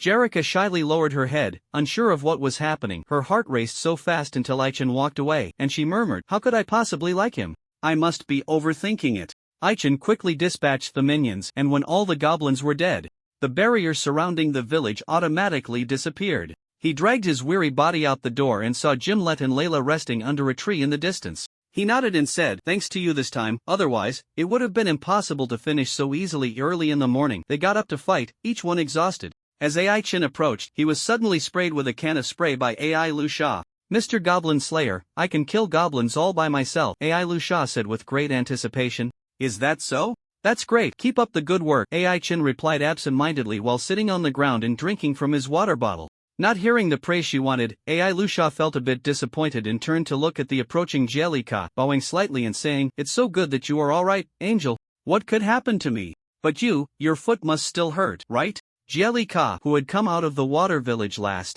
appeared before the four with a serious expression. She had thought she was just there to tag along for the mission, but unexpectedly discovered a big secret. She found a strange totem in the village that needed to be reported to the church for further decisions. The group still had to deal with the aftermath and didn't rush to leave. After resting for 2 hours, under Aichen's instructions, Ai Lucia and Jellica used holy light spells together with insecticide to exterminate all the tiny poisonous insects inside and outside the village. Then came the issue of handling the bodies. Once they had finished searching the bodies, they were gathered together and burned. After dividing the spoils at the scene, Aichen didn't take much. He looked at the dying fire and patted Ai Lucia on the shoulder, saying, "Let's go." "Ding, congratulations on conquering a large goblin stronghold. Mission evaluation A, reward, 2 intermediate gift boxes." Under the banyan tree, the 5 sat together. Aichen took out 2 gift boxes, giving one to Ai Lucia and the other to Layla, who had put in a lot of effort. "Captain, you really know how to treat people. Hee, I love unboxing. Let me see what you got me," Layla said eagerly as she hurriedly opened the box. Sitting beside her, Gimlet's expression was not good. He felt that Aichen had an interest in Layla. Upon careful thought, he realized that the captain was pure-hearted, only thinking about killing goblins and completely oblivious to other matters. Maybe I'm overthinking it? Wow, such a beautiful pair of gloves. Let me try them on. Layla pulled out a stunning pair of metallic gloves, dark red in color. Aichen glanced over and noticed that the gloves had decent attributes. Deep red gloves, defense 15, attack 4, strength 2, stamina 2, durability 76 required level 38. Note, a devil sleeps within the gloves. The equipment quality in the game is divided into 9 tiers, ranging from low to high, inferior, normal, bronze, silver, gold, dark gold, legendary, epic, and divine. They are distinguished by gray, white, green, blue, gold, bright gold, purple, orange, and red. Starting from bronze, each higher quality adds an additional attribute. The deep red gloves are gold equipment, which is quite good, but not top tier yet. Aichen suspected there was something fishy about the note. Perhaps when the devil sleeping within awakens, the attributes would improve. There's an interesting setting in the game regarding equipment attributes. When defense is increased, it enhances overall defense. If protection is increased, it only takes effect when the specified area is attacked. For example, when Aichen wears a helmet, if his head is attacked, the actual defense is his own defense value plus the head protection value. Layla's original gloves had just broken, and she joyfully put them on, finding them a perfect fit, her gaze inadvertently turning to the gift box in Ai Lucia's hands. Let me open it," Ai Lucia said, flustered by Layla's gaze. She opened the box and found a pair of white thigh-high stockings inside. Blushing and quickly lowering her head, "Mr. Goblin Slayer, why would you give me something like this?" This question left Aichen speechless. He truly didn't know how to respond. He couldn't just say that anything was possible, could he? Looking at the attributes of the thigh-high stockings, he scratched his head, about to answer when Gimlet said, "This is a textile that only high elves can produce. It's very comfortable to wear. Captain, do you have any more?" A female elf thigh-high socks, protection 10, stamina 1, agility 2, comfort 5, durability 50 wear requirement, level 10. The attributes aren't high, but the wear requirement is low, making it just right for Elusa. Why is it that everything you find is exactly what we need? Aichen glanced at Elusa's legs and noticed her socks were torn in several places. Lost in thought and completely forgetting to respond, Jerrica raised her hand to indicate she also wanted a pair, and although Layla didn't like wearing long socks, she enjoyed collecting them and expressed her desire for a pair as well. Under the hopeful gazes of the three, Aichen couldn't hold back. "Fine, I'll give them to you. Aichin opened the game store and searched for the elf thigh-high socks, spending all his limited points. The game store opened by the system had everything, but the prices were particularly high. Because Aichin was an NPC, he was limited to exchanging points and couldn't recharge. The way to earn points was, for every elite monster killed, you earn 1 point. For every boss killed, 10 points. For a bronze boss, it doubles to 20 points, and so on. After everyone got their share, they were in good spirits, except for Aichin, who sat there feeling gloomy. "Do you two want to come back to the town with us?" Aichin asked Layla and Gimlet seriously. Layla, in a good mood, casually replied, "We've been on the road for several days and need a good rest, so I'll just go back to the town with you." Gimlet had no objections, and just like that, the group officially wrapped up. Before leaving the deep mountains, a small incident occurred. The group noticed signs that others had been there, even signs of battle, making the next stretch of road cautious. It wasn't until they exited the mountains that they dared to relax. "Are we walking back? Or should we wait to see if a carriage passes by?" Everyone was in good shape, except for Elusa, who was weak. To accommodate her, Aichin chose to sit and wait. If it came to it, he would use a carrier pigeon to contact the guild. They were lucky. Not long after, a merchant caravan happened to pass by, giving them a free ride. The caravan was profit-driven and initially wanted to charge them, but seeing they were all silver-level adventurers, they let it go. Once back in town, the group split up. Jerrica needed to report to the church, so she headed to the chapel first. Layla and Gimlet were extremely hungry and went into a restaurant to eat, planning to contact the others later. Elusa hadn't bathed all day and felt uncomfortable, so she hurried home to wash up after saying goodbye to the others. Aichin went to the guild alone, and when he entered the hall, there were only a few scattered adventurers lingering. He walked to the counter, saw that the staff was absent, and found a seat to sit down. "Mr. Goblin Slayer, I'm sorry, I was busy earlier. Seeing you like this, everything should have gone smoothly, right?" Aichin was nearly falling asleep waiting, and when he looked up, he saw that the counter girl was not Shalu, but she looked somewhat familiar. He nodded and said, "Yes, everything has been resolved. As for the reward, you can decide."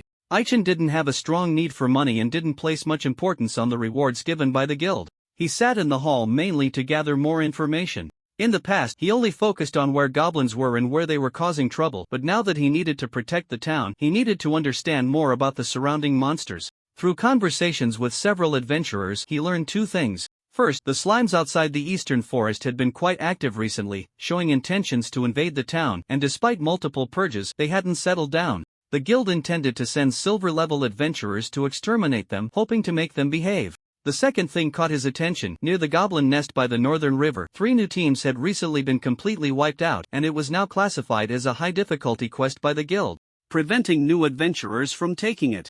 Aichin planned to find a time to check it out. After receiving his reward, he didn't linger and headed to the farm as the sky began to darken. "Back already? Dinner isn't ready yet, you should go wash up first. Do you want me to heat some water for you?" Duo was cooking in the kitchen and, seeing Aichin return through the window, greeted him happily. Aichin shook his head to indicate it wasn't necessary. Duo then asked, "Is work going smoothly?" Aichin nodded and replied, "Yeah, but the shield broke, so I need to find a time to buy a new one." "I see. Speaking of which, how many shields have you broken now?" Duo asked while cooking soup. Aichin thought seriously for a moment and answered, "It should be the 17th. Haven't you thought about buying a better shield?" Duo asked again. Even after entering the bathroom to take a shower, Aichin was still pondering this question. Should he trouble Uncle John again? That night, in the blacksmith's shop, Aichin stood at the counter facing John for a long time, until the atmosphere was broken by the arrival of a man with a mustache. "Boss, I'm here to pick up goods for my young master." "Where are they?" The man hadn't noticed Aichin at first, but when he saw John ignoring him, he turned to look. You are the Goblin Slayer, my lord?" At that moment, Aichin had removed his helmet and wasn't wearing his signature armor, dressed in casual clothes, so no one recognized him. He didn't have much of an impression of this man, just felt he had seen him somewhere. Seeing that he didn't recognize him, the man forced a smile and said, "My lord, my name is Cade, I'm Master Bart's servant. We met 3 days ago." Aichin suddenly realized, "So it's you. Are you here to pick up weapons for him?" "That's right, boss. Where are the things I need?" Just as Cade finished speaking, John casually picked up a sword from the weapon rack and tossed it over. Cade caught the sword, drew it from its sheath, and couldn't help but exclaim, "Good sword." He wanted to find something to test the sword, but was promptly kicked out. "Since you've got what you came for, then get lost." John's temper was foul, and Cade stood up, scratched his head, and left wisely. Once he was gone, John coldly said, "Kid, do you have the guts to say that again?" Aichin replied calmly, "I just want a custom shield, the price is negotiable." John slammed the counter hard and said, "Is this a matter of price? You're clearly trying to make things difficult for me. Who has the ability to meet all your demands? Aichen, unwilling to back down, retorted, so you're saying you can't do it? Provocation worked well on John. Upon hearing this, his expression immediately slackened. You have too many requests. Come back in 5 days. Alright, they'll come back in 5 days. Hey, race a deposit, take it. With that, Aichen strode out. In the game, exclusive equipment is generally limited to specific classes. And there are even some strange wearing requirements. Strictly speaking, Aichen is considered a warrior, and there are many types of shields to choose from, but he is only fond of the small round shield. There's no way around it. He needs to free his left hand to unleash his killing spree. Thus, the weight of the shield cannot be too heavy, it just needs to be suitable for blocking. The small round shield meets the weight requirement, and holding it on his wrist won't affect his ability to wield a weapon. Its attributes are a bit low, but that's fine. Aiken's requirements for the custom shield are high. It would be best if it could be a piece of exclusive equipment. Exclusive equipment, also known as growth-type weapons, has attributes that can be enhanced over time. Since Aichen is an NPC, he needs to continuously strengthen his equipment. The requests he made were mostly reasonable. But there was one that made it particularly difficult for John. He hoped the shield would have a self-repair effect, meaning its durability would automatically recover. Since John dared to take it on, it meant he could do it. When Aichen returned to the farm, it was close to 9 o'clock at night. Duo was still awake, sitting outside in the breeze. Seeing him come back, she raised her hand and called out, "Come sit over here." Aichen sat down on the bench and asked, "Why are you still awake? How can I sleep when you haven't come back?" Duo retorted, looking at Aichen with a very serious gaze, as if trying to see through the expression beneath his helmet. Aichen was taken aback. "Do you act like this when I'm not around?" "Pretty much. I heard that more adventurers have started working with you?" Duo asked with a smile. Aichen nodded. "Yeah, there are 3 more, but I don't know if they'll still team up with me." Duo responded with an "oh," and said, "So you mean you still want to go with them?" "Is that so?" When Aichen asked this question, he was also questioning himself. Duo replied with certainty, "I see." Aichen nodded, agreeing with his view. After sitting for a while longer, he decided to go back to his room to sleep. Before walking away, Duo said, "I forgot to mention, someone came looking for you earlier. A man said he was your teammate. He's on that hillside you often visit." Aichen moved to the hillside, where Gimlet was lying on the grass, enjoying the cool breeze, looking quite relaxed. "Captain, you finally made it. I hope you don't mind me chatting a bit more with you?" Gimlet had good hearing and had caught the sound of footsteps from afar. Aichen was unsure of his intentions, sat down beside him, and asked, "Did you need something? Can I come to see you if there's nothing going on?" Gimlet shook his head. "Well, you can, but where are you and Layla staying now?" Aichen had no interest in small talk, considering they might continue to team up, and patiently asked, "We're staying at an inn. Layla is already asleep and shall probably sleep for a long time. After all, she is a dragon girl." After saying this, Gimlet put aside his casual demeanor and asked seriously, "Captain, please tell me honestly, where did you get those things you brought us today?" Aichen thought he was curious about the origin of the elven thigh-high stockings and pondered, "I got this by chance." After a pause, he added, "I found a lot of things in the water village. Those were just a part of it. There are some things that are inconvenient to take out, like this." Aichen took out a piece of parchment. Interpreting its contents was very difficult, and he wanted to see if Gimlet could understand it. Gimlet took it, looked at it carefully, and seemed to realize it was indeed the case, sighing, "Sorry. I can't decipher it either. That beautiful angel Jellica might be able to understand." Gimlet handed the parchment back and said, "Captain, Layla and I are traveling across the continent for a reason." Aichen nodded, appearing all ears, and asked, "What reason?" 3 years ago, various races other than humans received a message that in 4 years, a terrifying kind of undead would emerge on the continent. These undead look just like humans, but no matter how you kill them, they can't be killed. Therefore, various races had to send people into human territories, and once found, they would control them. Such a thing?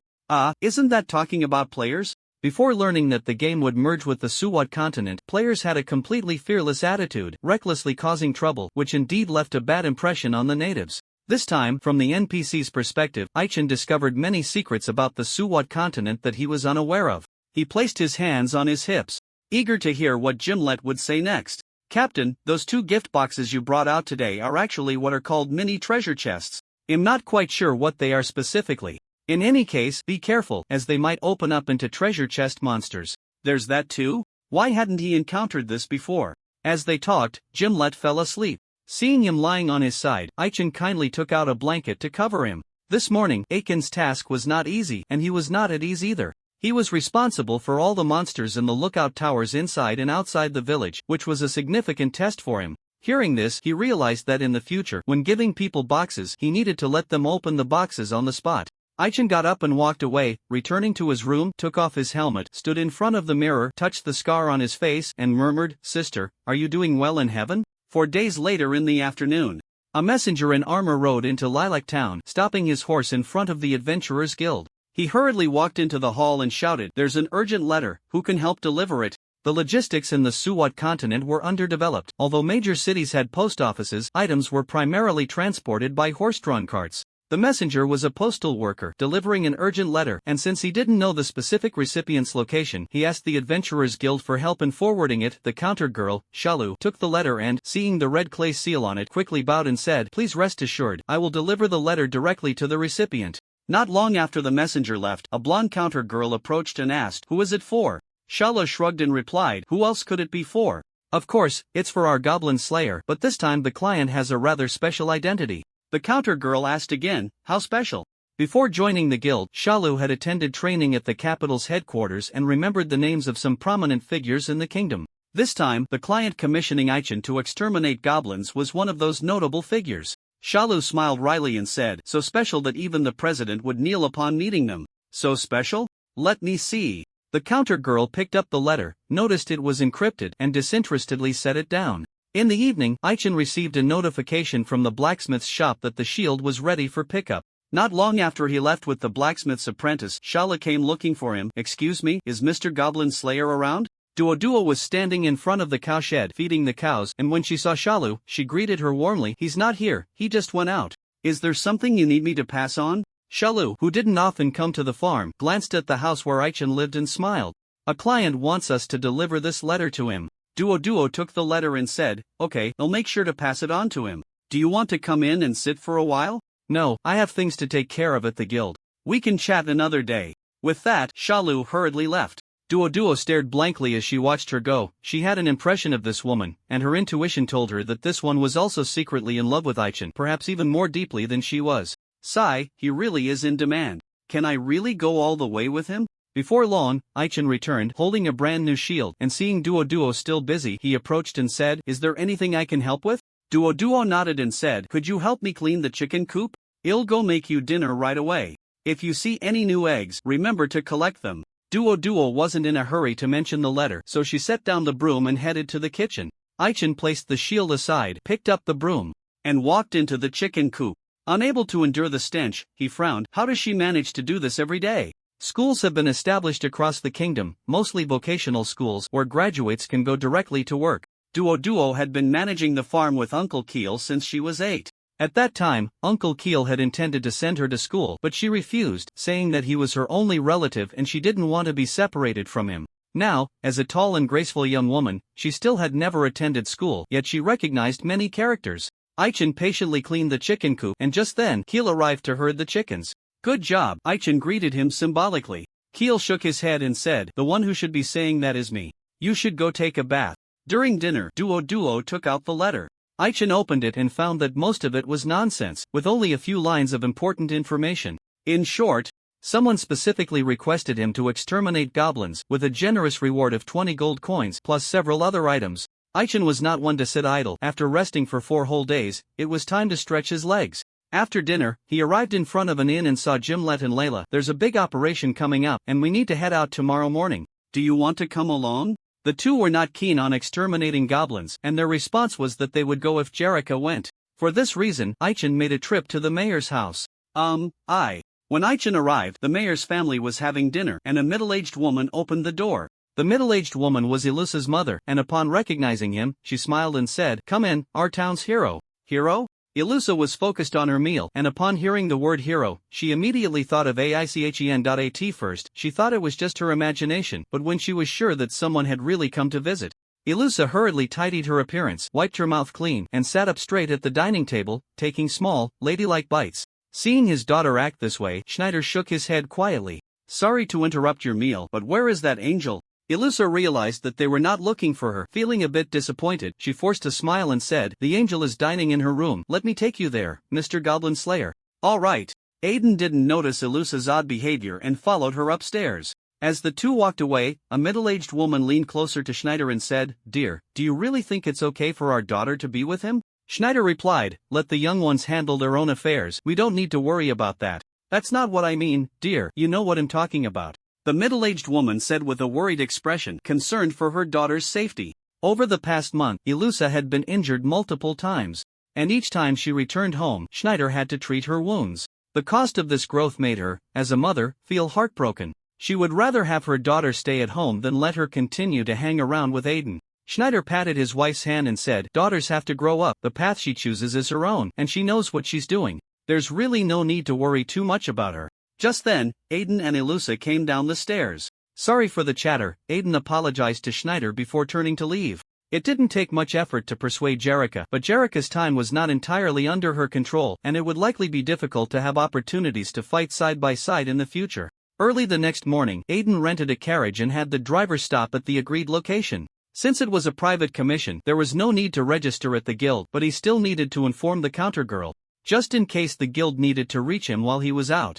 Half an hour later, the other four arrived one after another, and the carriage officially set off. "Captain, where are we going this time?" Layla, feeling sleepy, leaned against the side and yawned. "Layla, weren't you paying attention last night? The place we're going to," Gimlet said with a poker face. Just as he was about to continue, Layla impatiently interrupted, "It doesn't matter where we go, I just want to catch up on my sleep, so don't bother me." With that, Layla fell asleep instantly. Aiden glanced at the equally sleepy Ilusa and whispered, "The road is long, if you want to sleep, sleep." John's craftsmanship was undeniable, and Aiden was quite satisfied with the new shield. "Listen up, kid, this is my finest masterpiece. If you dare to break it, don't ever show your face in front of me again," John said fiercely when Aiden went to pick up the goods. Only after receiving a promise did he agree to hand over the shield. Hero Shield Protection 20, Health 460, Effect 1, Self-Repair Effect 2, Rebound Effect 3, Growth Potential Durability 100100 where requirement, none. Note, with it, you will charge forward without hesitation. This is a piece of golden-grade equipment, guaranteed quality. Not to mention, the three effects are more powerful than the last. Self-repair is one thing, but the rebound effect can reflect 520 of the damage taken back at the attacker. What's most concerning is the growth potential. Any equipment with this effect, once worn, will immediately bind to the wearer. If someone else holds it, it will be like an ordinary shield. The binding will only be released upon the user's death. The additional health provided by the shield is not fixed, it is linked to the holder's level, specifically level multiplied by 10. Aiden is currently level 46, so the added health is 460. And when he reaches level 47, it will become 470. It is a bit heavy, weighing about 8 kilograms, and he needs to get used to the weight of the shield. To pass the time on the journey, he occasionally uses the shield as a barbell to exercise his arm strength. "I say, Captain, if you're going to work out, could you keep it down a bit?" Layla lay on her side, boredly reading a book, when the noise made by Aichin disrupted her interest, prompting her to impatiently say, "Sorry, he'll pay attention." Reminded, Aichin stopped his tedious arm exercises and began cleaning his weapons. It had been exactly 3 days since their departure, and the group had grown more familiar with each other, no longer as reserved as before. Jerrica, dressed in a loose nightgown, made the two male companions present feel a rush of blood. Ilusa didn't dare to be as casual as her. She wore a conservative top and never changed out of her priestess robe. Gimlet sat at the far end, slowly munching on biscuits. His gaze directed at the sky outside, but his peripheral vision occasionally darted towards the well-proportioned Jerrica. After receiving a few disdainful glances from Layla, he finally behaved. "Captain, how much longer until we arrive?" At this point, close to noon, after filling his stomach, Gimlet asked as the carriage traveled through the desolate mountains. Aichin was also hungry. He took out a Natsutasti pumpkin cake from his backpack and said, "We still have 2 more days of travel. We expect to reach Narcissus City by tomorrow afternoon." Narcissus City, one of the 6 major cities of the Fierce Kingdom, governed the nearby town of Lilac. Unlike the border town of Lilac, Narcissus City was only slightly closer to the border but was just as prosperous. During the initial public testing phase of the game in his previous life, Aichin had the fortune to visit this city, but unfortunately, it was captured by goblins in less than 6 months. After such a long time, he had forgotten most of the relevant details. The client for this mission was the Lord of Narcissus City. According to the letter, this lord was quite anxious as the surrounding goblins had repeatedly evaded extermination, prompting him to call upon this expert. The official efforts to eradicate goblins had always been lackluster. The lord had made up his mind, clearly sensing something amiss. Aichin had a bad premonition. He believed this mission would encounter many problems and needed to be well prepared. Just as he was about to finish eating, the carriage suddenly stopped. "What's wrong?" The two horses pulling the carriage were restless, stomping their hooves and whinnying. The driver tried to calm them down but to no avail. "Everyone, we have trouble," he said. Hearing the commotion, Aichen thought a monster was blocking their way and quickly put away his idle thoughts, grabbing his weapon and getting off the carriage. In front of the carriage, a large group of herbivorous monsters crossed the mountain path. There were rare two-headed antelopes, three-colored deer, mammoths, as well as common blue horses, giant pigs, and wild bulls. The number was enormous, a vast mass. The horses had never seen such a scene and were trembling uncontrollably. If it weren't for Jerica soothing them, they would have collapsed. In Aiken's eyes, these monsters ranged from level 5 to as high as level 60. He dared not act recklessly and signaled for the carriage to back off a bit, waiting for these creatures to pass before continuing their journey. "What do you think is going on? It doesn't look like they're being chased by any monsters." Jerica was the first to voice her question. Gimlet furrowed his brow. He could sense the emotions of those monsters, which seemed to be afraid of something. Aichen also noticed this, looking at the massive mammoth from a distance. He knew it had noticed them too but was too preoccupied to pay attention. Maybe their home was destroyed and they need to find a new one, Ilusa speculated, resting her finger on her chin. "It's possible. Are they migrating? Given the situation, who knows how long we'll have to wait. Why don't we take a walk nearby?" Aichen suggested as he scanned the surroundings. "Sure, staying in the carriage is really uncomfortable. Let's stretch our legs outside," Layla chimed in. Aichen took the lead, and Ilusa followed him as he walked towards a nearby small river, thinking he was going to catch fish. "Mr. Goblin Slayer, wait for me." Aichen indeed intended to catch fish. The taste of the rations was simply unacceptable, and he usually foraged for food when traveling. Fishing, hunting, and fruit picking were just basic survival skills. He caught one fish after another, and before long, he had a fire going by the river, cooking the fish. "I didn't expect you to be able to cook." Captain Layla took a sip of the delicious fish soup and couldn't help but exclaim. Aichen replied casually, "What's so difficult about it? They'll take the fish soup to the coachman, you all just sit back and relax." The coachman was a middle-aged man wearing a felt hat, hard-working and uncomplaining, having traveled for 3 days straight without much rest. Aichen delivered the fish soup and soon walked away. It wasn't until the others were nearly full that they noticed he was gone. "Where did the captain go?" Layla said contentedly, sitting by the campfire, seemingly unconcerned. Gimlet stood up, observed carefully, and shook his head, saying, "I don't know, maybe he went to relieve himself. He should be back soon." "Really?" Ilusa didn't think so. Earlier when they were fishing, she sensed Aichen was distracted, as if he wanted to send a few people off to do something. She couldn't think of anything Aichen would be interested in besides killing goblins. Wait, could he really be going to kill goblins? Just as Ilusa guessed, he indeed went to kill goblins. In front of a gentle slope, Aichen carefully hid in the grass, calmly observing the battle not far away. One side in the fight was, of course, the goblins, totaling 26, all above level 30, with 4 elite monsters among them. The side that was at a disadvantage was undoubtedly their prey. It was a massive creature known as the cave bear, an ancient species that had long been extinct on Earth. There were 3 of them, their levels matching those of the goblins, the highest being only level 32. Each was injured, and because of their thick blood, they hadn't been defeated immediately. Aichen had no interest in the cave bears. He pulled out more than a dozen throwing darts, ready to strike at any moment. Seeing that the cave bears were about to be defeated, he threw all the darts. Goblins, greedy creatures, had been active all over the Suwat continent for a long time. Whatever they set their eyes on, they would snatch and plunder. When their numbers reached a certain scale, they would form a terrifying disaster. Even though they were individually weak, those in power would strive to send troops to exterminate them, contrary to what outsiders thought, that they truly let goblins run rampant. Because there were too many enemies more troublesome than them, they simply couldn't afford to care. To any living being, goblins were the embodiment of plunderers. The 3 cave bears, besieged, had been peacefully residing in the mountains, but their lair was coveted, leading to constant harassment. Roar Papa Bear, to protect his 2 cubs, unleashed his home defense skills, entering a berserk state, temporarily increasing all attributes by 100, and with one slap, he killed 2 goblins. But he couldn't do anything against the 4 elite monsters. Red Goblin Centurion level 35 Goblin Scout Centurion level 33 Goblin Scout Decurion level 31 Goblin Scout Decurion level 30. The 3 scouts were agile, easily dodging the clumsy Papa Bear, and turned to attack the frightened cubs. Papa Bear wanted to protect his children, but the Red Goblin unleashed a fireball, hitting him, and when he emerged from the flames, he was scorched in several places. The 2 cubs were both level 30, clearly still in their juvenile phase, yet displayed impressive strength. Male Cave Bear Cub Predator level 30 Female Cave Bear Cub Predator level 30 Cave bears are herbivorous monsters, but some, after tasting meat for the first time, will switch to a carnivorous diet. The cubs were vastly different in size from Papa Bear, and due to their long-term meat diet, their levels increased quickly. They had an inherent ferocity, seeing the three scouts charging at them. They quickly regained their composure and prepared to strike back, only to see Papa Bear fall first. They panicked, wanting to save Papa Bear, and rushed forward despite their injuries. By the time they reached Papa Bear, they were battered and had little strength left to fight. Aichen, while saying he didn't want the monsters to be robbed, was actually moved by this bond of kinship and decisively took action.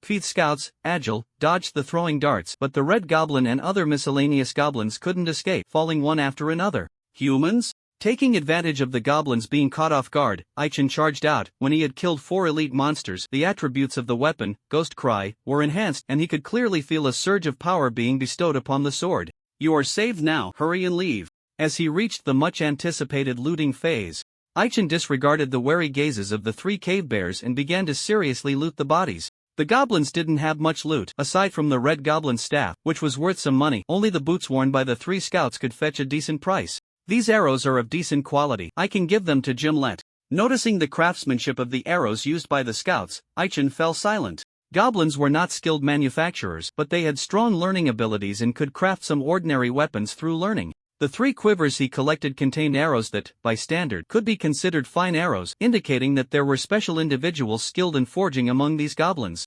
Goblins had a strong reproductive ability, and if they were all equipped with fine weapons, it would pose a significant threat. Since Aichen had stumbled upon this, he wouldn't just ignore it. Seeing that the 3 cave bears hadn't left yet, he stepped forward, poured a life potion down the nearly unconscious bear father, and then checked the injuries of the 2 bear cubs.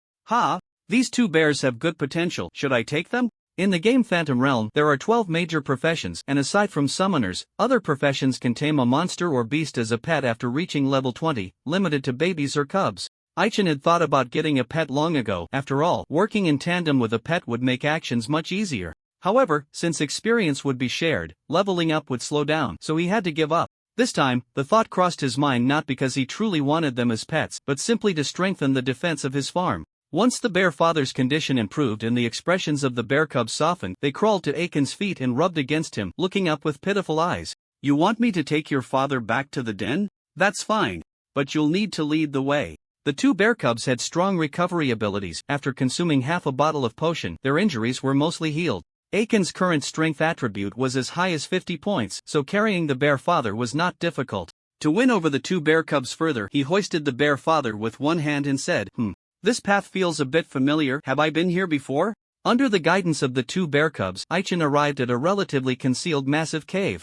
Inside the cave lived more than a dozen cave bears, and a particularly large cave bear stepped out. If it weren't for the 2 bear cubs stepping forward to explain, a fight might have broken out.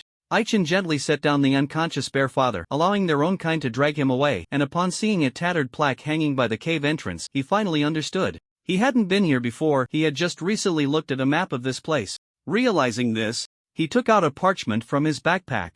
The clue map for making explosive clay rarity note records a mysterious map. Following the map's guidance, you can find what you seek. During the 4 days of rest, Aichen gradually found people to decipher it, and ultimately, with the help of a knowledgeable elder, he completed the interpretation. The parchment had been cast with an illusion, and once the illusion was dispelled, it transformed into a 3-dimensional map. Aichen studied it repeatedly but still couldn't figure out the exact location, only knowing it was within a cave called Cave Cave. The name sounded strange, and he pondered for a long time without coming up with where it was. Unexpectedly, by chance, he had come to the right place. Was this a sign of fate? Aichen didn't dare to rashly enter the cave. He carefully observed the cave bear leader standing at the entrance and discovered that the leader was at level 49, with a health bar thick enough to have a full 30,000 health points, instantly extinguishing his thoughts. He wasn't confident in defeating it, so he decided to explore when he was strong enough. Of course, if the opportunity arose, he would still try. Aichen wanted to see if the 2 bear cubs would invite him in as a guest, but unfortunately, the 2 bear cubs were currently snuggled in their mother's embrace, completely forgetting about him. Just as he was about to leave, the cave bear leader let out a roar. Aichen noticed that there was no hostility in its eyes and, seeing the wounds on its body, took out 5 bottles of life potions from his backpack. Give these to your kin to drink. At the bear chief's gesture, a bear cub scampered out of the cave and collected all the potions he had placed on the ground. Confirming it was not one of the 2 bear cubs he had his eye on, he did not linger. Having delayed for some time, Aichen needed to return quickly, so he quickened his pace along the path, suddenly stopping in his tracks.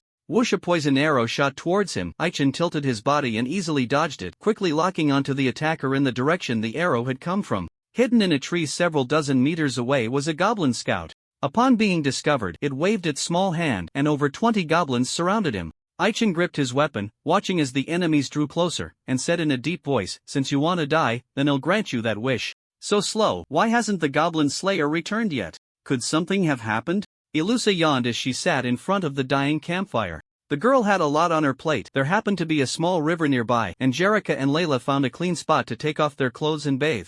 Gimlet needed to guard the cart and returned to it after eating. This meant that Ilusa was now all alone.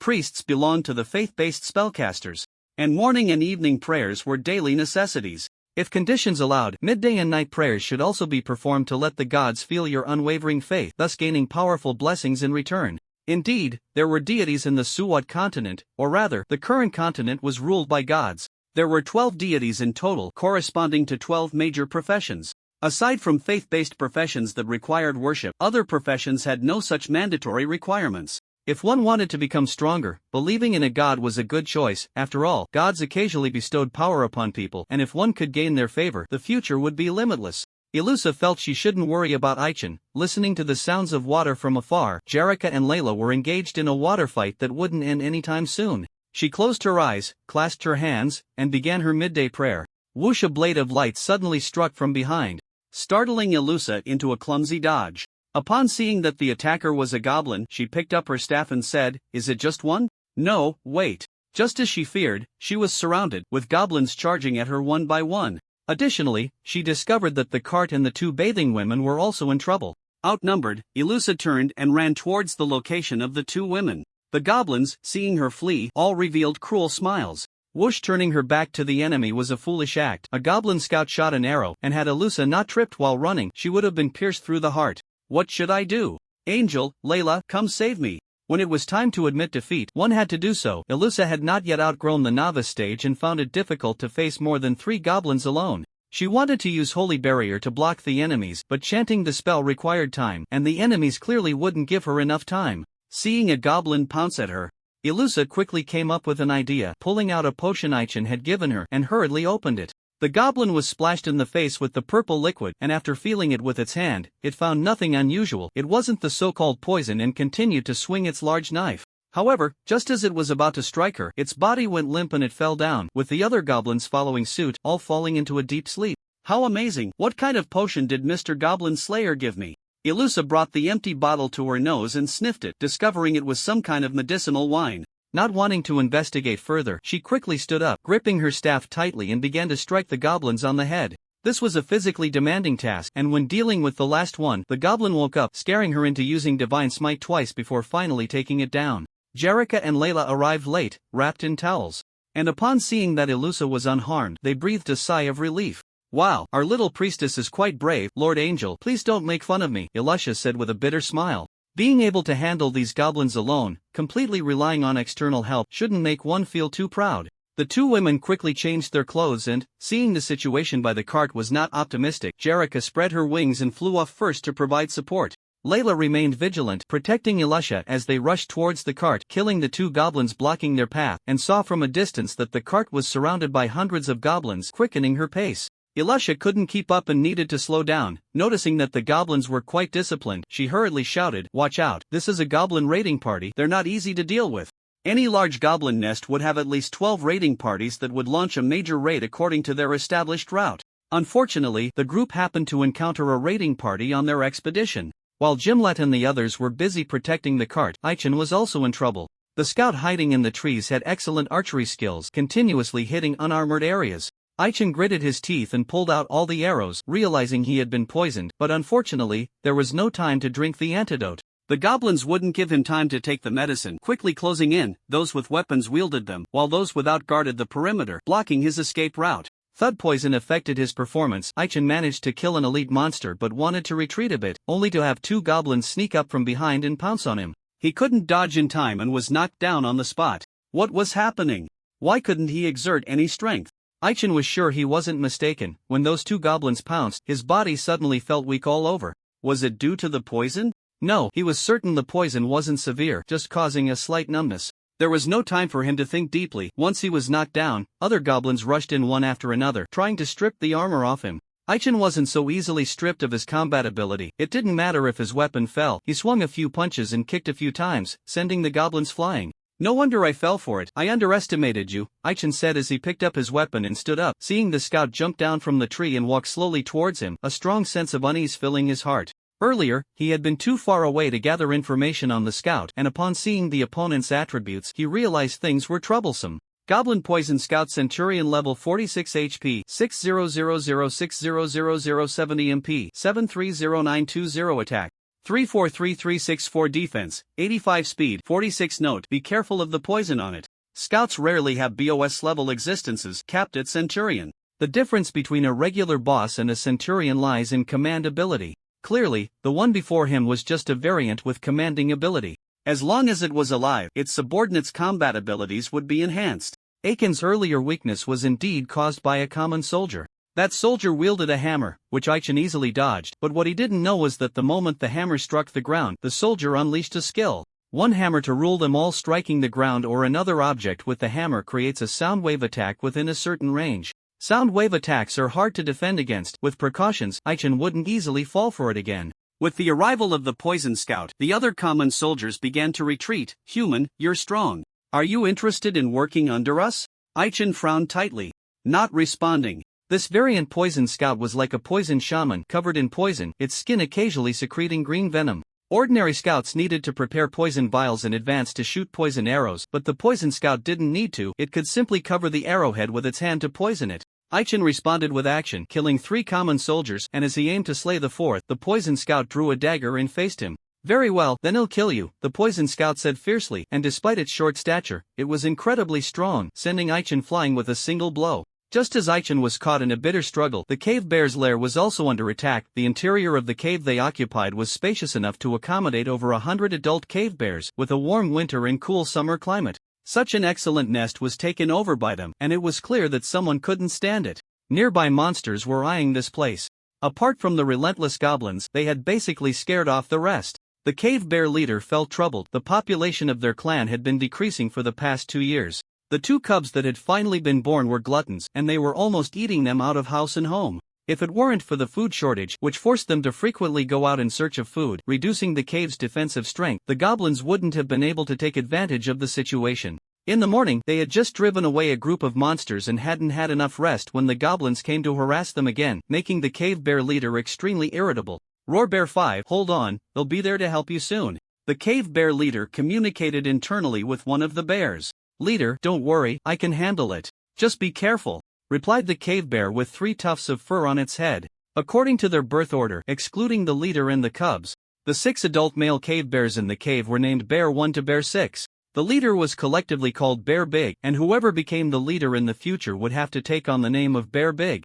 Bear 5 was the father of the 2 cubs, who had gone out to forage for food but unexpectedly encountered the damned goblins and almost didn't make it back alive. "By the way, the kid said that a human saved us, that humans shouldn't be far away. Should we call someone over?" The situation inside and outside the cave was not optimistic. Apart from the 3 cubs, all the cave bears were engaged in battle, including both males and females. The enemy was conservatively estimated to have over 50 members, with some still hiding in the shadows. Bear 5, being of a lower level, saw the leader entangled with more than a dozen goblins and felt he couldn't help, so he moved towards where his mate was, and the couple worked together to protect the 3 cubs. "Dear, there are too many enemies. Shouldn't we retreat?" Bear Mom swatted away a few goblins and turned to roar at Bear 5. The cave they were in had a secret passage leading to the outside. Retreating wasn't difficult, but if they did so, it would be equivalent to giving up such an excellent nest. Bear 5 knew that Bear Mom was worried about the safety of their 2 children, and after much thought, he shook his head and said, "Don't worry, the goblins have come many times, and we have always been able to drive them back. This time will be the same." Bear Mom didn't think so. She signaled for Bear 5 to hold on for a while, then came to the cubs and asked, "Kids, is that human you mentioned very strong?" Bears have a strong sense of smell, and they could all tell how strong Aichen was, not that he was deliberately concealing his aura. Without factors like talent, equipment, and skills, Aichen was at most an average silver-level adventurer. Perhaps not even reaching the silver level. The 2 cubs had seen him swiftly deal with the goblins and understood his strength, nodding in response to Bear Mom. Seeing this, Bear Mom made a decision, knocked all the goblins blocking the way away, and quickly reached the cave entrance. Roar. When Ai-chan heard Bear Mom's roar from afar, he was being pressured by a poison scout. He had momentarily lost focus and was caught off guard by the poison scout. If he hadn't hurriedly blocked with his shield, he would have quickly been defeated. Human, are you very worried about those stupid bears? Speaking of which, our team was killed by you, right? The poison scout asked in confusion, noticing that the shield had rebounded some of the damage, stepping back to seriously assess Ai-chan. In the past, Ai-chan had only been active around Lilac Town and rarely ventured far, so his name hadn't spread too far in the goblin circles. After fighting for so long, the poison scout realized how troublesome he was, especially with that armor that couldn't be pierced no matter how much he stabbed, and that overly dangerous weapon. Ai-chan had no time to respond. Noticing that the situation at the cave bear's nest was not looking good, he no longer held back and threw out two throwing darts with all his might. The poison scout could dodge the attack, but the minions couldn't. Two of the minions were hit in the head and died on the spot. The poison scout was furious and struck 5 times, leaving 5 new wounds on Ai-chan. Ai-chan waited for it to come closer, grabbing its shoulder with one hand, enduring the pain of the corrosive venom, and with a single stroke, severed the opponent's right leg. He had considered setting a trap, but unfortunately, the opponent was too alert and wouldn't easily fall for it, so he had no choice but to disable one of its legs first. The poison scout was a tough character. When its right leg was cut off, it held back the pain and retaliated, driving the poison dagger into the helmet's interior through a gap. Ai-chan felt a cut on his chin, yet he didn't let go, executing a final thrust that pierced the poison scout's head, thus completing the kill. The goblins, seeing their captain slain, were filled with rage and rushed at him while he was still recovering. The one wielding the hammer swung it hard, striking Aiken's head heavily. Despite the protection of his helmet, he still sustained significant injury. 130013-013-0130. Ai-chan was knocked down once more, the poison deepening within him, and his health bar displayed a series of 130 notifications. Suddenly, the darts he had thrown earlier sprang into action. These darts attacked autonomously, taking down the minions one after another, and the elite monsters fell in succession.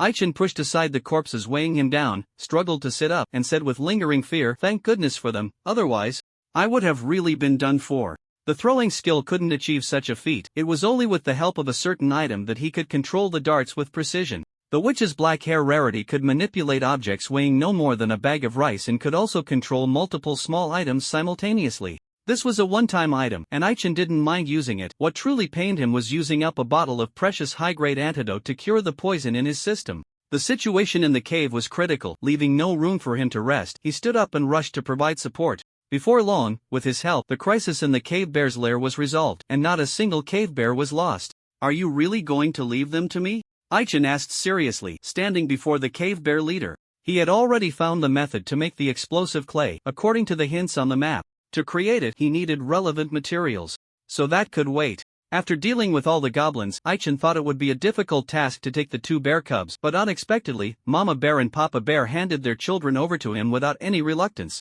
At that moment, the 2 bear cubs clung to his feet, refusing to let go, even acting cute and playful. Ai-chan set up some traps for vigilance outside the cave and didn't linger any longer. Thus, he took the 2 bear cubs back. "Wow, Captain, don't tell me you left just for these 2 cuties?" The bear cubs were exceptionally adorable, and when Jerika picked them up with both hands, it also garnered Ilusa's affection. Ai-chan had no time to respond. He leaned toward the coachman and apologized. "Sorry, uncle, it's all our fault for not protecting the carriage well." The coachman was just an ordinary person, lacking any combat ability, and had been accidentally injured, his hands wrapped in bandages. Shaking his head to indicate no need for apologies. Seeing that the 2 horses pulling the carriage needed calming, Ai-chan suggested resting for 2 hours. "What did you say? The raiding team 3 was wiped out by unidentified individuals?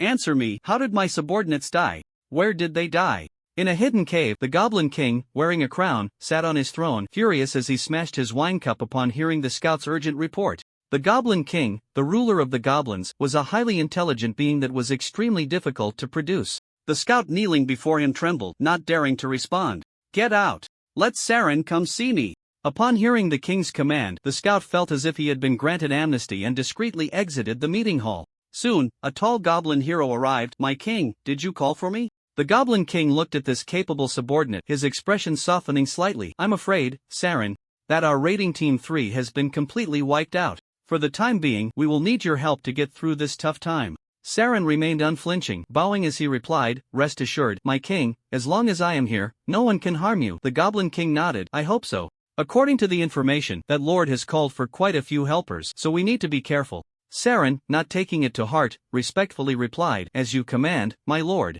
The sound of wheels rolling a large cart was traveling down the road. Both the horse pulling the cart and the people sitting in it were somewhat fatigued.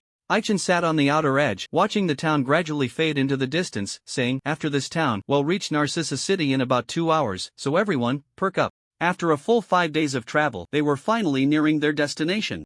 No one responded to Aichen. Those lying down continued to do so, while those sitting, feeling sore, stretched and lay back down. The 5 of them had just had lunch at a restaurant in town, and now they were all taking a nap. Aichen noticed the 2 bear cubs climbing to his feet, skillfully reaching into the magical backpack, and helplessly said, "How are you 2 hungry again? Didn't we just eat?" After 2 days of getting to know them, he realized that taking in the 2 bear cubs was a mistake. They were gluttons, needing a sufficient amount of meat at every meal, and the rations prepared for each person were nearly devoured by them. The bear cubs sensed their master was upset and drooped their faces. Unable to stand their expressions, Aichen reluctantly took out a few fried fruitcakes. The bear cubs happily accepted them, barely tasting them before devouring the cakes and putting on a begging expression, leaving Aichen quite speechless. "Eat it, Pepe, you 2 behave and go to sleep, or I'll cut your dinner in half." Upon hearing this, the bear cubs stopped asking for food and turned to lie on the comfortable blanket, falling into a deep sleep. Aichen confirmed they were truly asleep and shook his head helplessly.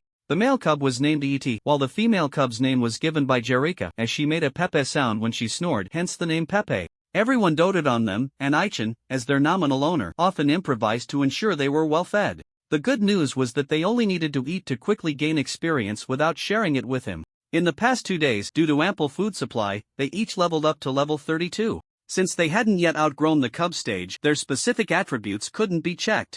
They just ate too much, and Aichen was extremely afraid of being eaten out of house and home, intentionally letting others adopt one. What left him speechless was that the bear cubs were too clingy. If he dared to abandon them, they would cry. Aichen was getting quite annoyed and needed to clear his mind when he suddenly saw a person lying on the roadside and hurriedly told the driver to stop the cart. "Sir, are you all right?" The middle-aged man lying by the roadside had no visible injuries, but when he was revived and saw Aiken's attire, he shouted and fainted again. Did I do something?" Aichen lifted the man onto the cart, and after some treatment, the man regained consciousness. "Excuse me, is this heaven? Or hell?" Jerika smiled and said, "Sir, this is neither heaven nor hell." The middle-aged man shook his head and asked, "Then why do I feel like I saw angels and demons?" Layla, who initially didn't want to engage, glared angrily when someone pointed at her and called her a demon, saying, "You thick-lipped guy, who are you calling a demon?" Layla had a pair of black horns on her head, often mistaken for a demon by outsiders, which frustrated her. Jim Ray, seeing her ready to lash out, stepped forward to stop her, saying, "Layla, don't be impulsive." With the appearance of the middle-aged man, the atmosphere in the cart became lively, and the nap time was hurriedly coming to an end.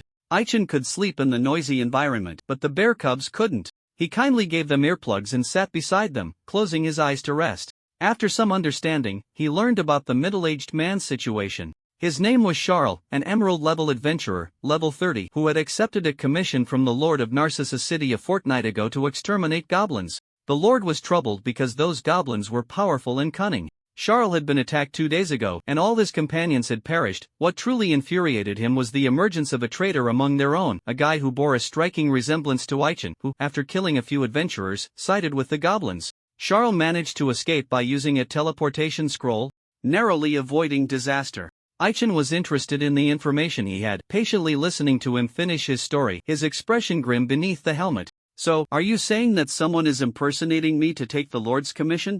And that traitor you mentioned is that imposter?" Charles nodded, confirming that he was indeed the real deal, realizing that he had been scaring himself earlier.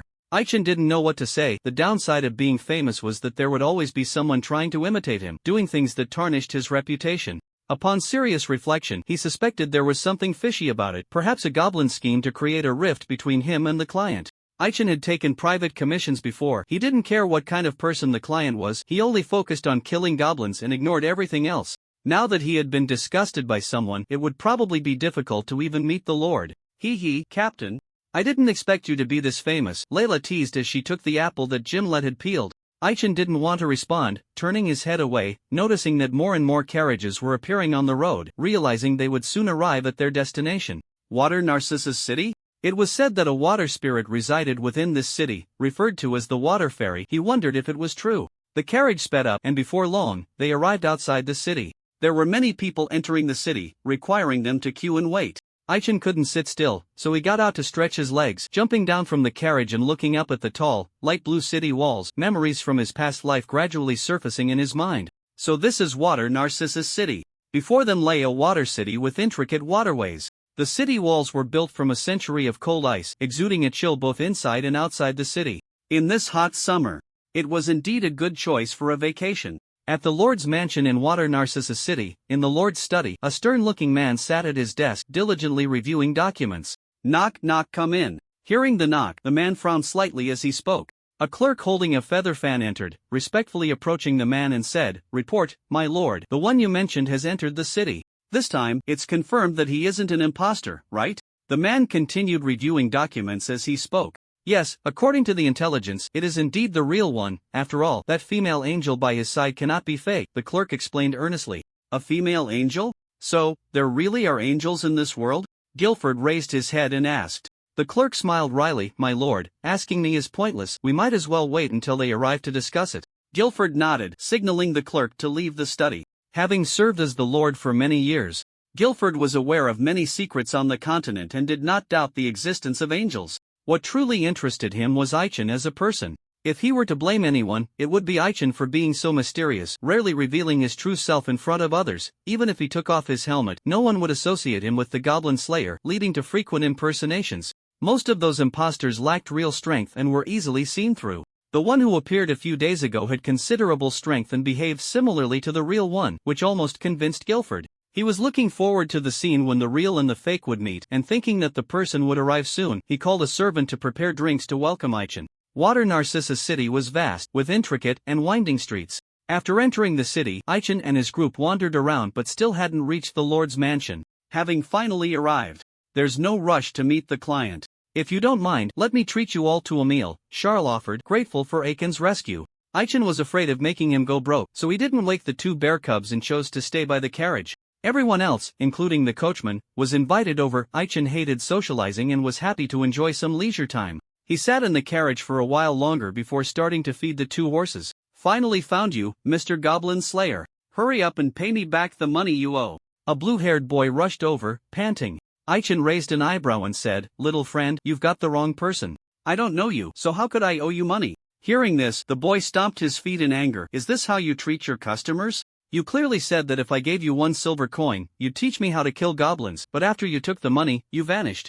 It's just too despicable." The boy spoke loudly, and soon a large crowd gathered around. Many of them had been cheated by imposters and began to shout and curse, demanding that if the money wasn't returned, the guards should come and arrest him. Without anyone needing to shout, the situation escalated and a squad of guards hurried over. "Sir, is what they say true? If it is, please come with us." Aichen detested dealing with trouble and swore that if he ever saw the impostor, he would definitely chop him down. He couldn't be bothered to argue, so he showed his silver-level adventurer certificate. The guards, convinced that the certificate was genuine, quickly apologized and dispersed the crowd. Only the boy remained, refusing to leave. "Uncle, are you really the Goblin Slayer?" "Absolutely." The earlier commotion had frightened the horses, and Aichen needed to calm them down, so he replied casually. As soon as he said this, the boy immediately knelt down. "Uncle, please teach me how to kill goblins."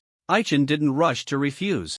After pondering for a moment, he asked, "Do you really hate goblins?" "That's right. I hate them so much that I wish all the goblins in this world would die."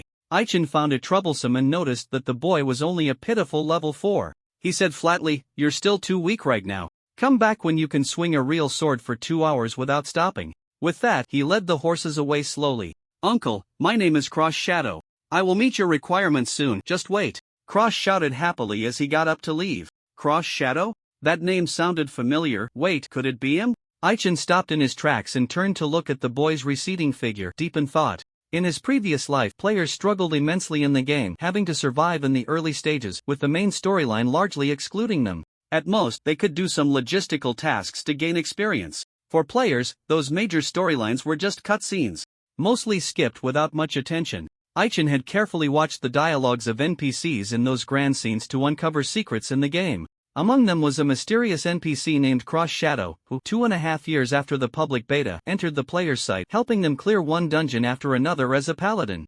Coincidentally, this guy's character design was similar to his own. They both liked to kill goblins and always wore helmets in front of others, so no one knew his true appearance, earning him the nickname Goblin Slayer among players. At this moment, he was still just a child, clearly destined for some extraordinary adventures later on. Out of curiosity, Aichen decided to keep an eye on this little boy. "You're so slow, I thought you weren't coming." Aichen parked the carriage outside the restaurant and Gimlet came out to greet him. Aichen carried the 2 bear cubs into the restaurant and as soon as he walked in, he felt several unfriendly gazes. The bear cubs had woken up and upon smelling the food, they looked excitedly at the nearby tables. Once placed in their chairs, they didn't notice the change in atmosphere. Aichen calmly sat down, picked up his utensils, and fed the 2 gluttons while also listening intently to the discussions among the diners. "Look, it's that guy. It seems this time it's really him, but he looks so weak. Is he really as powerful as the rumors say?"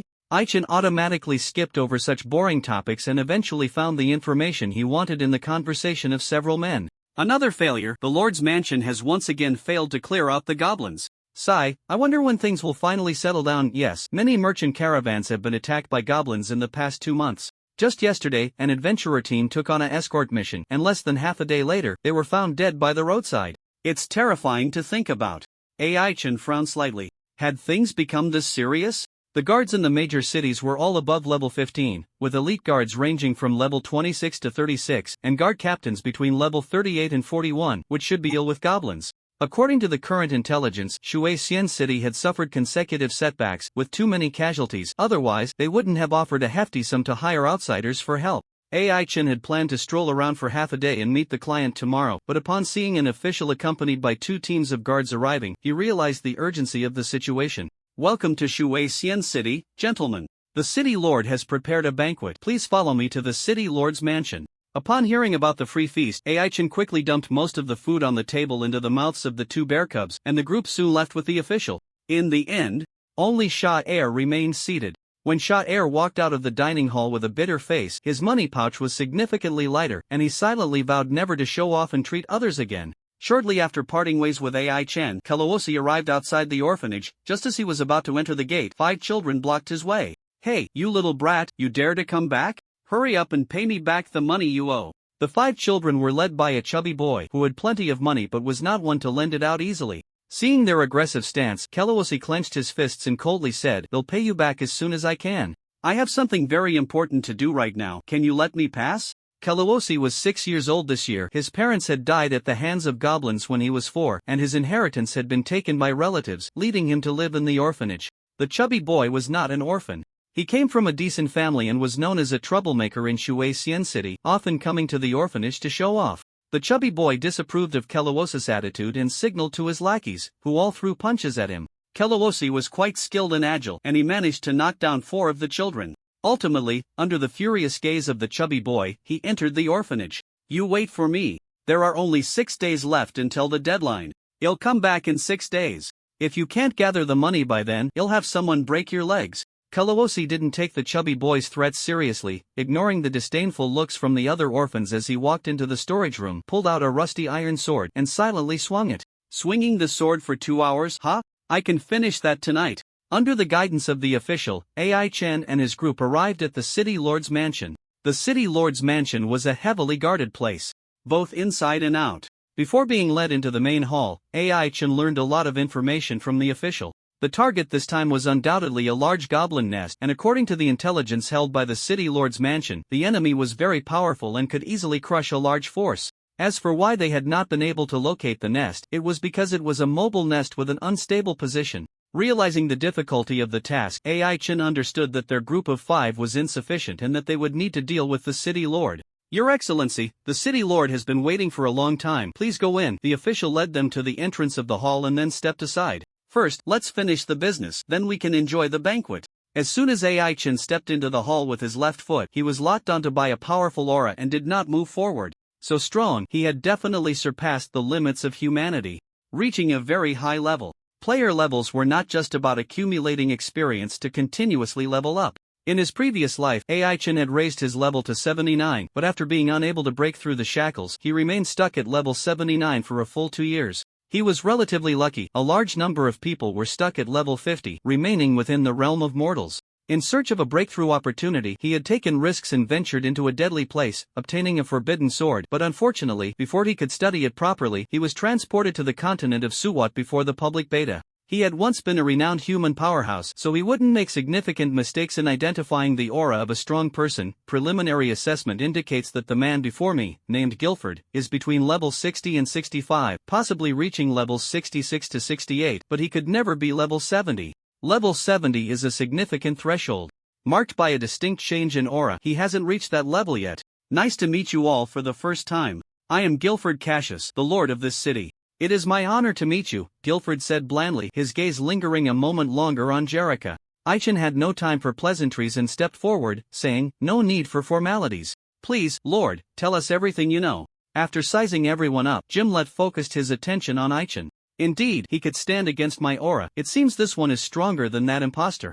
After some observation, Guilford found he could not see through Aichin. There was a force blocking his probing. He had no interest in prying into others' secrets, so he slowly stood up and handed out several prepared documents to each person. Take a good look. If you have any questions, feel free to ask. After reading the materials, Aichin looked up and asked, "So, we only need to locate the goblin's lair, and the rest will be handled by your people, my lord?" Guilford nodded in response. "You could say that, but you are all valuable combatants.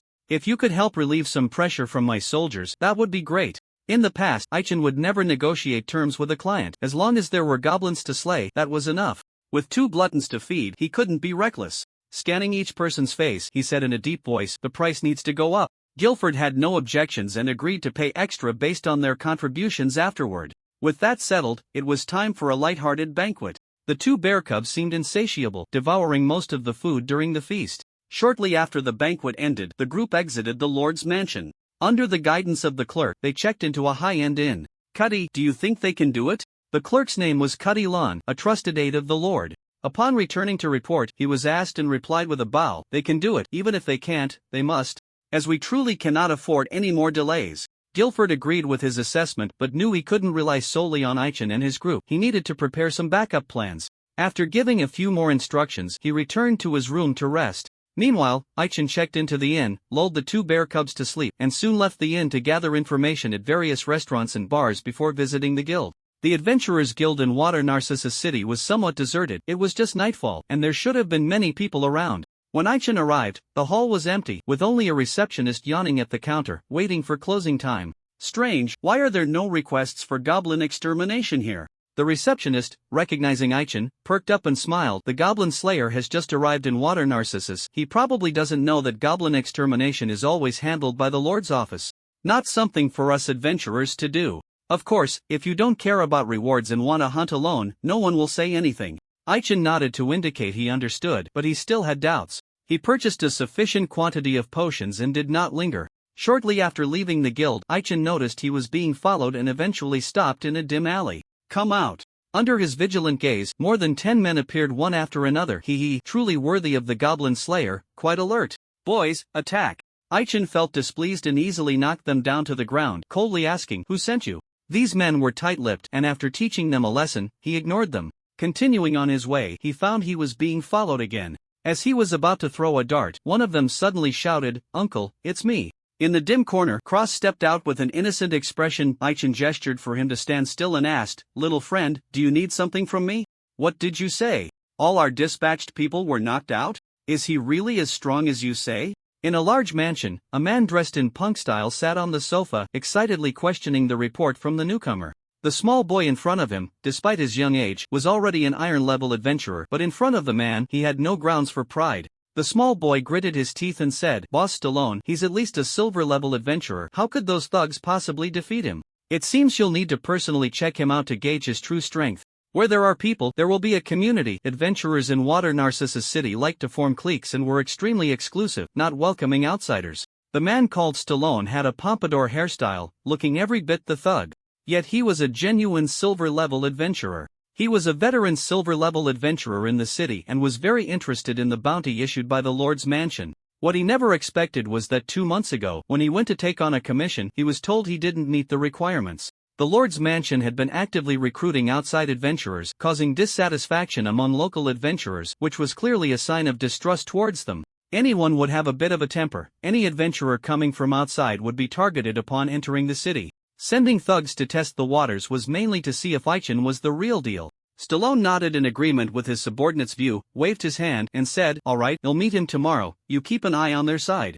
Shortly after his subordinate left, Stallone walked into a secret room. Inside the secret room was a person who was none other than Char, saved by Aichin during the day. At this moment, Char was tightly bound, his mouth sealed with tape. Stallone kicked him, and seeing he was awake, tore off the tape and coldly snorted, "I really don't understand how someone like you could be recruited by the Lord's mansion. Tell me, what happened during your operation?" 2 days ago, during the major operation, Char was the only survivor. Even if Stallone didn't capture him, he would still be taken by the Lord's mansion for questioning. Char shook his head, raised it, and bitterly smiled. "Sir, I've said everything I needed to say, can't you just let me go?" Char had bad luck. Shortly after leaving the restaurant, he was knocked out with a blunt object and woke up to find himself locked in a secret room, scared that he had been kidnapped. He revealed everything he knew, but Stallone still felt he had more to say and wouldn't easily let him go. After pondering for a moment, Stallone slowly said, "I knew that person was problematic. Our Lord doesn't believe me. I suspect there's some unspeakable secret between them, perhaps trying to weaken the power of local adventurers. Hey, if I report the Lord, will you testify for me?" Many people in Water Narcissus City were displeased with Guilford, but due to his strong power, they dared not speak out. Stallone wasn't afraid of stirring trouble. He wanted to escalate the situation, ideally to the point of tarnishing the Lord's reputation. With his life in someone else's hands, Char dared not refuse and nodded vigorously, saying, "Sir, if you can provide evidence, I wouldn't mind testifying for you, but do you really have evidence?" Seeing that Char seemed cooperative, Stallone said, "Don't worry, I've collected evidence 3 years ago, now I just need an opportunity." Char realized Stallone was serious, and for a moment he didn't know what to say. Could it be that our Lord really has a problem? Not long after Aichin returned to the inn, Ilusa came to knock on the door, saying she had something to ask. When the door opened, Ilusa saw an extra person in the room and asked in confusion, "Mr. Goblin Slayer, who is this little friend?" "My name is Cross Shadow, although I'm young, I'm not weak. Just watch." Just as Aichin was about to introduce him, Cross interrupted and picked up a wooden sword, swinging it at Ilusa. Ilusa reacted well and dodged the attack. She wasn't holding a staff, unable to use any skills, and couldn't dodge the subsequent attacks. Fortunately, Aichin intervened and pulled her away. "You go face the wall and reflect. I didn't tell you to sleep, you can't sleep." Cross just wanted to show off, knowing he had gone a bit too far, and sincerely apologized before obediently going to face the wall, though he wasn't really facing it. In this day and age, practicing swordsmanship requires more than just strength and skill, one must also cultivate sword energy. Otherwise, even a basic move like the cross slash would be impossible to execute. Blade Zen is the key to cultivating sword energy and understanding the heart of the sword, and sitting in meditation is more effective. To test him, Aichin had him stand while doing so. "So, what do you want from me?" Aichin asked, hands on his hips. He had just taken off his armor and was only wearing his helmet, about to head to the bathroom for a shower, not really wanting to deal with him. Ilusa flicked her hair and said, "It's nothing much, just wanted to ask if you still have that potion you gave me last time." "I do, let me see." With that, Aichin walked to the bedside and took out 2 bottles of purple potion from his magical backpack, saying seriously, "These are the last 2, so use them sparingly." Ilusa took them and asked, "What is this potion called? Where can I buy it?" Aichin didn't rush to answer. Seeing Cross lost in thought, he tossed a peanut, hitting him squarely on the head, bringing him back to reality. "This is a potion I made myself, you can call it Drunken Breeze. It works against minions, but not against big guys, unless the dosage is sufficient." Aichin then turned to look at Cross, quickly noticing something unusual about him. Incredible, no wonder he had grown so rapidly in just a few years. Cross had good comprehension. The key to Blade Zen isn't just having a sword in hand, but efficient meditation that guides the life energy and magic within. If this step isn't completed, it's hard to release sword energy. Those with poor physiques will feel weak after executing a few standard sword moves. Cross' body hadn't fully developed yet, so he couldn't release sword energy. First, he needed to improve his meditation efficiency. In just over half an hour, Cross was able to release a trace of sword energy, enough to prove his talent, even if it was weak. Drunken Breeze? I didn't expect Mr. Goblin Slayer to be an apothecary as well. Ilusa asked with a hint of skepticism, leaving Aichin speechless. He wasn't cut out to be an apothecary. Being able to concoct Drunken Breeze for dealing with minions relied entirely on his past life experience. After sending him out of the room, Aichin said, "You can rest for a bit before I finish my shower." Cross didn't immediately end his Blade Zen. The kid was really dedicated, not wanting to miss any opportunity to grow stronger. Aichin only promised to guide him for a few days and only when he had time, making each opportunity for guidance precious. As the sound of running water echoed from the bathroom, he couldn't help but clench his fists. "I must seize this opportunity and strive to get the uncle to agree to take me as his disciple." When Aichin finished his shower and came out, he found Cross still standing, and upon closer inspection, realized he had actually fallen asleep while standing. Just as Aichin was about to lie down, a shadow appeared outside the window. Who goes there? In the stillness of the night, a small shadow flew into Water Narcissus City, easily finding its target without alarming anyone. Aichin temporarily took Cross in. During his outing, the room could be used by him, so he laid out a mat and gently placed Cross down, kindly covering him with a blanket. Sitting on the edge of the bed, just as he was about to lie down, he sensed a malicious presence. Who goes there? It was hot, and the window was open. Aichin saw a strange creature lingering outside the window, casually grabbed a peanut from the plate and tossed it lightly, hitting the target accurately. Noticing the other party didn't lose any health, he reached for his weapon, but the other party wisely stepped back, maintaining a safe distance while confronting him. Nice to meet you, distant friend. I'm here to give you a piece of advice. It's best not to meddle in matters here, or you know what will happen. The one speaking wasn't human, but a purple bat with a pair of small black horns on its head. Aichin quickly recognized it as a rare devil bat, skilled in poisoning, a level 27 ordinary boss. Clearly, it wasn't the devil bat speaking, but someone controlling the bat from a distance. Which side are you on? Aichin asked, having just arrived a day ago and not being very familiar with the situation in the city. Does it matter? The devil bat grinned wickedly, then opened its mouth to release a strange purple ultrasonic wave. Aichin was caught off guard and staggered, as if he might fall at any moment. Seeing this, the devil bat became even more pleased. I want to see how long you can hold out. Under the continuous ultrasonic attack, Aichin's body gradually weakened, eventually kneeling on the ground. Watching his health drop at a rate of 300 per second, he panicked. No, this wouldn't do. He couldn't let a bat bully him like this. Aichin had suffered quite a bit this time. Few goblins had sonic attacks. And even if they did, their attack range was limited, so he hadn't prepared any countermeasures. Even if he thought of something, it would be hard to implement, as sonic attacks were hard to defend against. The devil bat's attack range was long, its duration was extended, and its attacks were bizarre. Once hit, his limbs would fall into a state of paralysis, and he found it hard to deal with such a disgusting enemy. Just when the devil bat thought the human had lost the ability to resist, Aichin took something out of his backpack, and in a flash, he disappeared. Thud be the time the devil bat felt the sharp pain in its back, it was too late. With the help of a certain item, Aichin briefly soared into the air and then struck down with his sword, cleanly severing its head, landing steadily by the window. Ha! Not dead yet? Aichin was sure he had emptied the devil bat's health bar, but its head was still moving. Don't be surprised, I admit you have some skill. But you only know how to take shortcuts. What you just used was a triggering device, right? Aichin nodded. What he had taken out was indeed a triggering device. Grasshopper Trigger Rarity is a triggering-type magical item that allows a person to fly at low altitude, lasting a maximum of 30 seconds per use. Magical items come in all shapes and sizes, and triggering types are relatively rare, not available for sale in the game shop. This was a small device similar to a controller, a magical item Aichin had bought from a magic merchant. After use, it enters a cooldown period of 5 hours, but it's quite useful in critical moments. Very well, since you've successfully piqued my interest, I can clearly tell you that I'm not in Narcissus City. I think you should be able to guess my identity, right? After the bat's head spun around a few times, it chuckled. Aichin, not being foolish, suddenly realized, so, you're the imposter pretending to be me? That's correct. Consider this a greeting. I look forward to our official meeting. After the bat's head finished speaking, it transformed into black smoke and dissipated. Aichin stood by the window, frowning. The enemy's display of skill revealed a lot of information to him. Are you a summoner? Or a dark knight? The game Phantom Realm offers 12 major classes for players to choose from: warrior, mage, assassin, hunter, bard, fighter, dark knight, summoner, enchanter, as well as priest, cleric, and druid. Among them, only the summoner and dark knight can summon strange creatures. Aichin recalled the opponent was wearing armor, making the possibility of them being a dark knight greater. Of course, he couldn't rule out the possibility of the opponent deliberately disguising themselves.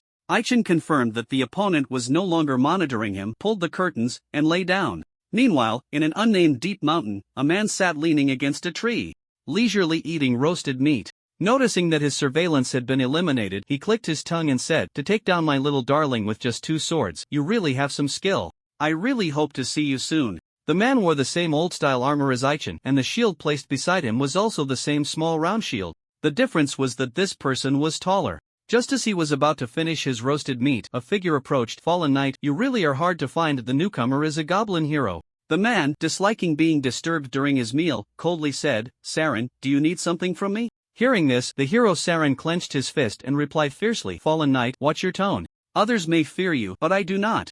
Do you believe I can make you die without a burial place later?" The man waved his hand dismissively. "Speak, what do you want? Can't I come to you if there's nothing to discuss?" Saren stepped closer, locking eyes with the man. The man continued to calmly eat his roasted meat. You still don't have the right to command me. Only the king can do that. Coincidentally, this time it really is the king who wants to see you. Come with me, fallen knight. In the end, the man reluctantly followed Saren away. The next morning, Ilusa woke up slowly, completed her morning prayers earnestly, and as she walked into the bathroom, she was ambushed by Jerica, who hugged her tightly. Lady Angel, why are you like this? Let go of me. Ilusa's face was deeply buried in the man's chest, nearly unable to breathe. She twisted her head to the side with all her might to feel better. She couldn't understand why Jerica loved to tease people so much. They all slept separately, and she didn't know when he had come in. Perhaps he had been there all night. Thinking back to the strange dreams she had last night, Ilusa felt like crying without tears. Why did the Lady Angel always enjoy watching her make a fool of herself? Jerica sneaked into the room not to truly play with her but released her grip and chuckled. Tell me, our little priestess, why did you go into the captain's room last night? You two aren't secretly together, are you? Ilusa, embarrassed and angry, pushed her away with one hand. Lady Angel, my relationship with Mr. Goblin Slayer is not what you think. I just wanted to ask him a few things. After a pause, Ilusa sighed. Alas, too bad I couldn't ask them out loud. Seeing her act this way, Jerica curiously asked, what did you want to ask? I know just as much as the captain, why not ask me? Ilusa stammered and refused to say, and Jerica didn't press further. As they left the room, Aichin was waiting outside the door. Good morning, Mr. Goblin Slayer, Ilusa said politely. Aichin nodded. Since everyone is here, let's go have a meal first. After eating, the group got ready to set off towards the city gate. Aichin had a little tail following him, and a few people turned their heads occasionally, their eyes filled with confusion. Gimlet curiously asked, Captain, our mission this time is quite dangerous. Why are you bringing a little brat along? Upon hearing this, Cross bowed and said, Please rest assured, I won't cause you any trouble. During breakfast, Cross shamelessly clung to Aichin, insisting they act together under the pretense of gaining experience. In the end, the two agreed on 3 rules. He could only watch from a distance and not participate in the battle. As they approached the city gate, a familiar face appeared. Uncle, you look like you want to join us? Char had been released by Stallone, his injuries treated, and now he wore heavy plate armor, holding a large shield and long sword, looking full of vigor. He had been waiting in front of the city gate for a long time, forcing a smile as he said, That's right. I must avenge my fallen comrades. Don't worry, I won't cause you any trouble. After a vote, the group agreed to his joining. The city gate inspection was quite strict, and while they were waiting in line, a group of adventurers forcefully cut in, right in front of them. Layla got angry. Thankfully Gimlet was there to restrain her. Aichin noticed that the few adventurers ahead were doing it on purpose and exchanged a glance with Jerica. Jerica understood, patted the person in the front row, and said, You all cutting in line is against the rules, please go to the back. The person was about to explode with anger, but upon seeing Jerica's smile that hid a knife, he couldn't help but feel scared. We can do our business without you managing it. Get your hands off me, you filthy woman. As soon as those words were spoken, Aichin and the others all took a step back. Jerica was infuriated by these words. She always maintained the image of a perfect goddess in front of others, and being called a foul woman by an outsider was unacceptable. Narrowing her eyes, she asked, Say that again if you dare? The man was intimidated by her gaze, tugging at a teammate's clothing in search of comfort, but as he did so, his teammates fell one after another. You. Jerica couldn't be bothered with idle chatter. With a wave of her delicate hand, she swept the man away like trash. The adventurers who had fallen to the ground were gently pushed aside by her, and those in the front row, seeing her stance, quickly made way. Before long, the group exited the city. Captain, what should we do next? During the banquet yesterday, Aichin had gone over the specific action plan. Scanning the crowd, he knew some hadn't paid much attention, and he believed that mindset was unacceptable. To make them take it seriously, Aichin said earnestly, I mentioned this yesterday, now I will emphasize 3 things. First, the local adventurers here are not friendly to outsiders like us, so try to avoid conflicts. Second, our mission is heavy, and we cannot waste energy on trivial matters. Until we find the exact location of the goblin's lair, we will ignore any other monsters we encounter. Pausing for a moment, Aichin said very seriously, lastly, and most importantly, our enemies are strong and numerous. We must not fight alone. If we encounter danger we cannot handle, remember to signal promptly.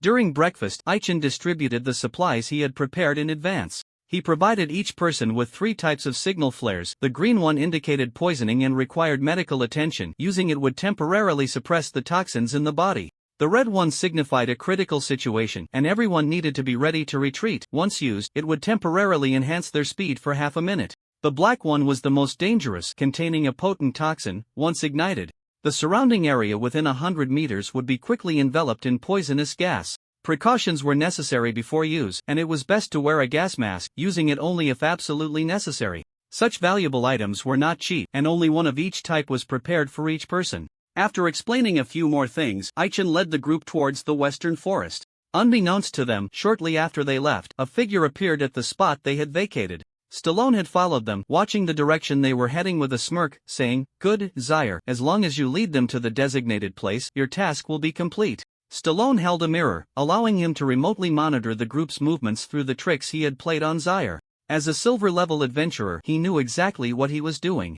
Aichen and his group were not his enemies. The real target was the Lord of Guilford. The Lord's mansion in Narcissus City was powerful, constantly suppressing the Adventurers Guild, making it difficult for them to breathe. Whenever there was a need to eliminate monsters, a squad of guards would suffice, severely shrinking the guild's business and leaving few task options for adventurers. Gradually, members of the guild were poached by the Lord's mansion, and most of those who remained left Narcissus City for other places. Stallone was a loyal guild member. Since they wouldn't let adventurers live, they would have to die instead. The guards directly under the Lord were not to be underestimated. The Lord's wings needed to be clipped. Stallone hid under a tree and, seeing two squads of guards exit the city gate, hurried towards the direction Aichen was heading, snorting coldly, "Let's start with you." With Zaire, the local guide, leading the way, their pace quickened significantly. An hour later, they arrived at a suspicious location. It was a quiet valley, and the group did not approach recklessly, instead hiding in the grass to observe carefully. Aichen bent down, pressing a hand against the tall weeds, his eyes fixed ahead. Upon initial observation, it appeared that the valley was set up with an illusion. Whether it was a goblin lair remained to be confirmed, but it was certain that this was a monster's den. "Gimlet, you have good hearing. Have you noticed anything strange in the valley?" Aichen asked quietly, aware that this passive skill mainly manifests in combat, and at a distance, not much can be detected. Gimlet shook his head, saying, "I haven't noticed anything." "Layla, you have a good sense of smell. Can you detect any strange odors over there?" "Stinky Gimlet, do you think him a dog?" Layla shot him a fierce glare, then amplified her sense of smell, sniffing the air in front of her. "There's no mistake, it's goblins, but there are other monster scents in the air. We need to get closer to know the specifics." Layla's words made Aichen even more cautious. He needed to observe more. Aichen signaled for the others to remain alert while he carefully moved closer. As he walked, he discovered a problem. He lowered his head to examine the ground closely. Despite the surface showing no signs of disturbance, it couldn't escape the eyes of a trap expert like him. He crouched down, touched the soil, and detected a foul odor mixed in with the earth. His expression turned serious, and he quickly gestured for the others to retreat. Just as he feared, as he was about to pull back, the ground outside the valley began to tremble violently. "Not good, retreat quickly." Roaring Valley, a well-known medicinal herb production area within the territory of Narcissus City. Roaring mushrooms, roaring spores, and roaring Ganoderma are common materials for making high-end potions, and this place happens to produce them abundantly. It had long been coveted by people, but unfortunately, it was once occupied by a group of powerful monsters, making it impossible to reach. According to the intelligence Aichen had gathered 5 years ago, that group of powerful monsters moved elsewhere, allowing people to come in and investigate, but there were no herbs, not even a blade of grass, just a barren expanse. 5 years had passed, and it still hadn't recovered. Due to its proximity to Narcissus City, no monster dared to occupy it, and it was thus abandoned. At some point, Roaring Valley welcomed a new master who made arrangements to avoid human disturbances both inside and outside the valley. It was difficult to investigate the internal situation without entering. In this life, Aichen had been focused on killing goblins, and aside from some common monsters in the wild, he had basically forgotten about other monsters. The familiar scent he detected from the soil reminded him of a type of monster he often hunted in his previous life. "Not good, retreat quickly." Some instinctive reactions from his past life were already ingrained in his bones. As the ground trembled violently, Aichen activated Grasshopper, leaping into the air and flying away from the danger zone just in time. Seeing him take off, Jerrica picked up Elusa in one arm and followed suit. Although Gimlet couldn't fly, seeing the others retreat so decisively, he took out a vertical flute. As soon as the flute was blown, he appeared 30 meters away. He blew the flute continuously, quickly escaping the danger zone. Aichen squinted, recognizing the origin of the flute. Spirit Calling Flute rarity allows the user to become light and agile, temporarily increasing speed by 30 for half a minute. Each use consumes 5 of the maximum mana, and the effects can stack up to 10 layers. There is no cooldown time, making it very practical for both escape and combat. Gimlet was already agile, and with the enhancement of the Spirit Calling Flute, he moved almost as if teleporting. Charles slipped away faster than anyone else, following Stallone's orders to bring people nearby, thus completing the task. Aichin saw him in a panic and stopped him, raising his hand to signal that it was safe and there was no need to run anymore. As for Cross, he had been cautiously observing from a distance since the beginning. In the end, only Layla remained, standing there with her great sword. Before Layla could turn and run, the ground collapsed, and she fell in. "Stinky Gimlet, why didn't you take me with you? And Big White Goose, once I get up there, I will definitely settle the score with you." Layla's angry roar echoed from the pit, leaving Gimlet speechless. He couldn't exactly say it was because she was too heavy for him to carry, could he? After all, they were teammates, they couldn't just stand by and watch. Jerrica set Ilusa down and was about to fly over to save someone when the pit disappeared and the ground quickly restored itself. "Captain, Layla won't be able to be saved, will she?" Gimlet thought anxiously, stepping on the ground and finding it solid, as if the previous scene had been an illusion. "Where did the person go?" "Don't worry, the person will be fine." With that, Aichin took out a bottle of pink potion from his backpack. Before he even opened it, the others smelled a pungent, unpleasant odor and quickly pinched their noses and stepped back. "Mr. Goblin Slayer, are they the burrowing wargs?" Ilusa asked, raising her hand like a good student. Aichin nodded, and the others also realized. Charles, who was unaware of this beforehand, saw the truth of the matter and said with lingering fear, "So we came to the wrong place. Should we still go in and explore?" "Of course. Our companion has been taken away. How can we just stand by?" Ilusa said matter-of-factly, but Aichin was not worried at all about Layla's safety. Burrowing wargs, a type of warg, are between levels 20-40. They like to dig holes and set traps. When prey falls into the trap, it gets teleported to a designated location. The traps they set can be reused, up to 5 times. They are also skilled at disarming traps, making them very incompatible with trap hunters. Every excellent trap hunter takes pride in conquering them. In his past life, Aichin, as a seasoned trap hunter, had killed many burrowing wargs and summarized several strategies. Goblins and wargs are both greedy and can be lured with treasures. The Witch's Potion Rarity, a magical potion brewed by an old witch, can raise the level of monsters' pets by 12 levels and may allow the user to awaken a new talent. The usage limit is for levels not exceeding 40, and each subject can consume a maximum of 5 bottles. Consuming more than 5 bottles will have no effect. It's very expensive, priced at 3 gold coins per bottle, and can be exchanged for 1 bottle in the game store for 20 points. To help the 2 bear cubs quickly exit their juvenile phase, Aichin prepared a total of 10 bottles of this potion. He didn't believe that this potion wouldn't attract monsters. As the unpleasant pungent smell spread, chaos erupted within the valley. For humans, the smell was indeed unpleasant, but for monsters, it was extremely enticing. Crack, crack, crack. I smell delicious food. It must be some strange fruit growing on a nearby tree. I have to get it. One by one, wargs the height of a person began to appear. Wargs, bipedal beast-type monsters, are mostly hunchbacked and relatively short, but only in comparison. Burrowing wargs, due to their long-term digging, have developed terrifying claws. Their claws are their most powerful weapon. Aside from the leader wearing a piece of leather armor, the rest are bare. A total of over 40 burrowing wargs emerged from the valley. These wargs were highly alert and cautiously approached the place where the potion was placed after confirming that no one was around. "Leader, this might be a human trap. We need to be careful." The warg leader, listening to his subordinate, agreed and signaled for one of them to go scout ahead. "What are we afraid of? There really is an ambush." What startled the wargs was that there were ambushes both in front and behind.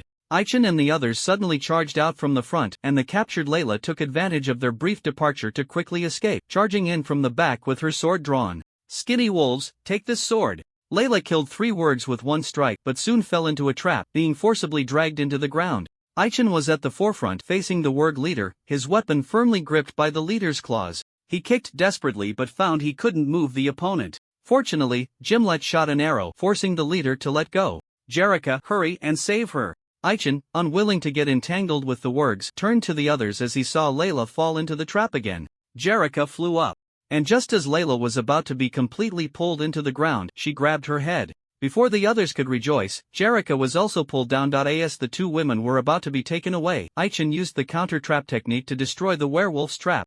Everyone's attention was focused on rescuing them, and no one paid attention to the potion. Once the person was rescued, the werewolf leader happened to obtain the witch's potion. Humans, I will gladly accept the gift you sent." With that, the werewolf opened the potion bottle and was about to gulp it down.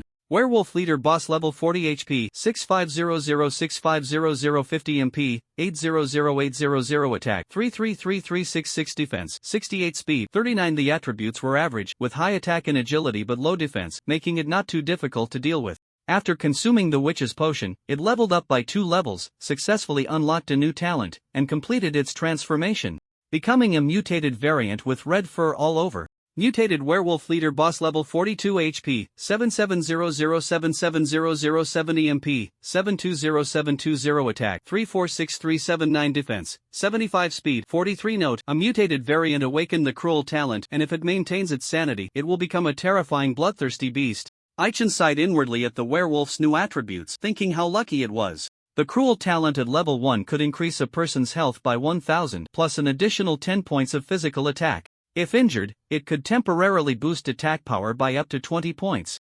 Correspondingly, the intelligence attribute would decrease. At level 1, the talent only reduced intelligence by 10 points, which wouldn't significantly affect physical attack players. For monsters, excluding the young, if the intelligence attribute falls below 15 points, they would lose some sanity. If it drops below 5 points, they would completely lose their sanity, falling into a state of dementia or madness. The werewolf leader was quite capable, overcoming the negative effects and quickly returning to normal. Humans, do you think you can still escape? Compared to setting traps, the werewolf leader was more adept at dismantling them. Seeing Aichen break one trap, it swung its claws and unleashed a grey ghost claw, shattering the red net that ensnared the trap. Just as the 2 women were about to break free, the trap activated again, and their feet were tightly stuck to the ground. Big White Goose, take off your shoes quickly. Layla had a sudden idea, took off her shoes, and jumped onto Jerrica's back, clinging tightly to her neck. The pressure fell on Jerrica, who was wearing a pair of silver crystal shoes she had just bought yesterday and loved dearly, not wanting to just abandon them. Don't just stand there, hurry up and retreat. Aichen used the counter-trap technique again, losing a lot of health, and seeing Jerrica frozen in place made him anxious. The counter-trap technique was classified as a special type of trap technique, capable of dismantling ordinary traps as well as low-intensity barriers. The cost of use was high, requiring 15 of the maximum mana value plus 20 times the agility attribute's health. Aichen's current health limit was 11,100, with an agility attribute of 32 points. This meant he needed to expend 2,305 health points at once. In a traditional online game, fluctuating health bars wouldn't have much impact. However, in the game Phantom Realm, if health drops below a certain level, it directly affects performance. If a player's health falls below 20, they may experience negative states, such as being heavily injured and unable to move. If health drops below 10, they will definitely fall into an abnormal state. Restoring health to a safe line will automatically clear the abnormal state. Aichen was currently an NPC, without the privileges of a player, and losing over 2,000 health made him feel as if his body was being drained. After using the counter-trap technique twice in a row, his face had turned quite pale. Once the 2 women exited the danger zone, he retreated as well. He needed to hold the rear. Seeing the werewolves catch up, he gritted his teeth and threw out an object. Bang-on explosion rang out. When the werewolf leader staggered out of the thick smoke, the person had already vanished, making it stomp its feet in anger. Damn humans, I will remember you, and you better not let me see you again. The wolfmen suffered heavy losses. The magic explosive thrown by Aichen killed more than 20 of them. Fortunately, not all of those who left the valley were gone, many remained behind. What truly infuriated the leader was that Aichen tampered with the witch's potion, causing its effects to wear off and the levels to revert. The Wolfman leader dropped back to level 40, but at least his awakened talents remained. Once mutated, there was no going back, so overall, it was a gain. Leader, more people are coming. We should hide. The Wolfmen, inherently cruel, could not waste their dead companions. The bodies were dragged back one by one to serve as food. Just as they were about to clean up the scene, 2 squads of guards arrived. The Wolfman leader spotted the guards from a distance. In the past, he would have huddled in the valley, waiting for the guards to leave. But now, in a fit of anger, he paid no mind to that. To ensure they could devour all the guards, he signaled his subordinates to prepare an ambush, completely unaware that his eyes were occasionally turning red, teetering on the edge of losing control. The group retreated decisively until they reached a small path, confirming there were no pursuers before sitting down to rest. Mr. Goblin Slayer, where should we go next? Ilusa asked, looking up. She had been merely a bystander throughout, yet even so, her stamina was severely depleted. And she sat on the ground, looking exhausted, hoping this break would last a bit longer. Aichen noticed that everyone was not in great shape and nodded, saying, "We need to head in this direction, towards location 2. It's a bit far, so there's no rush. Let's rest for 10 minutes first." After saying that, Aichen turned to Cross and asked, "Are you okay? If not, you can go back."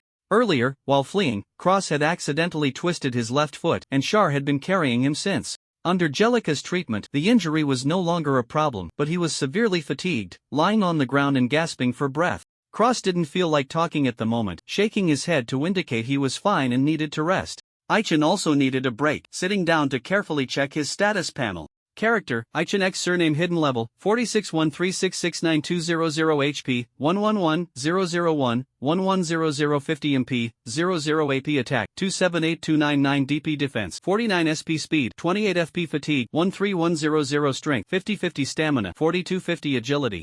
3250 intelligence, 1150 talents, night battle, bloodbath, trap expert, strong shared title, goblin slayer 1-star title, all attributes 50 skills, stab LVMAX, light armor mastery LVMAX, trap crafting LVMAX, throwing LVMAX, inside LV6, cross/LV6, sweep the army LV4, last stand LV3, wailing of ghosts and wolves non-upgradable, strong strike LV1 non-upgradable, shared. This morning, Aichen fed the 2 bear cubs and lulled them to sleep. Their talents and skills were officially shared with him. When players raise pets, they can gain some benefits, and the shared skills and talents do not occupy skill or talent slots, and they cannot be upgraded. The strong talent grants 500 health points, while the strong strike skill, due to its low level, is currently not very effective. It requires 203 of the maximum health to use, dealing 130 physical attack damage, with a small chance of stunning and knocking back the target. The skills will only become useful once the bear cubs level them up. What confuses Aichen is that for pets to share their talents and skills, 2 conditions must be met.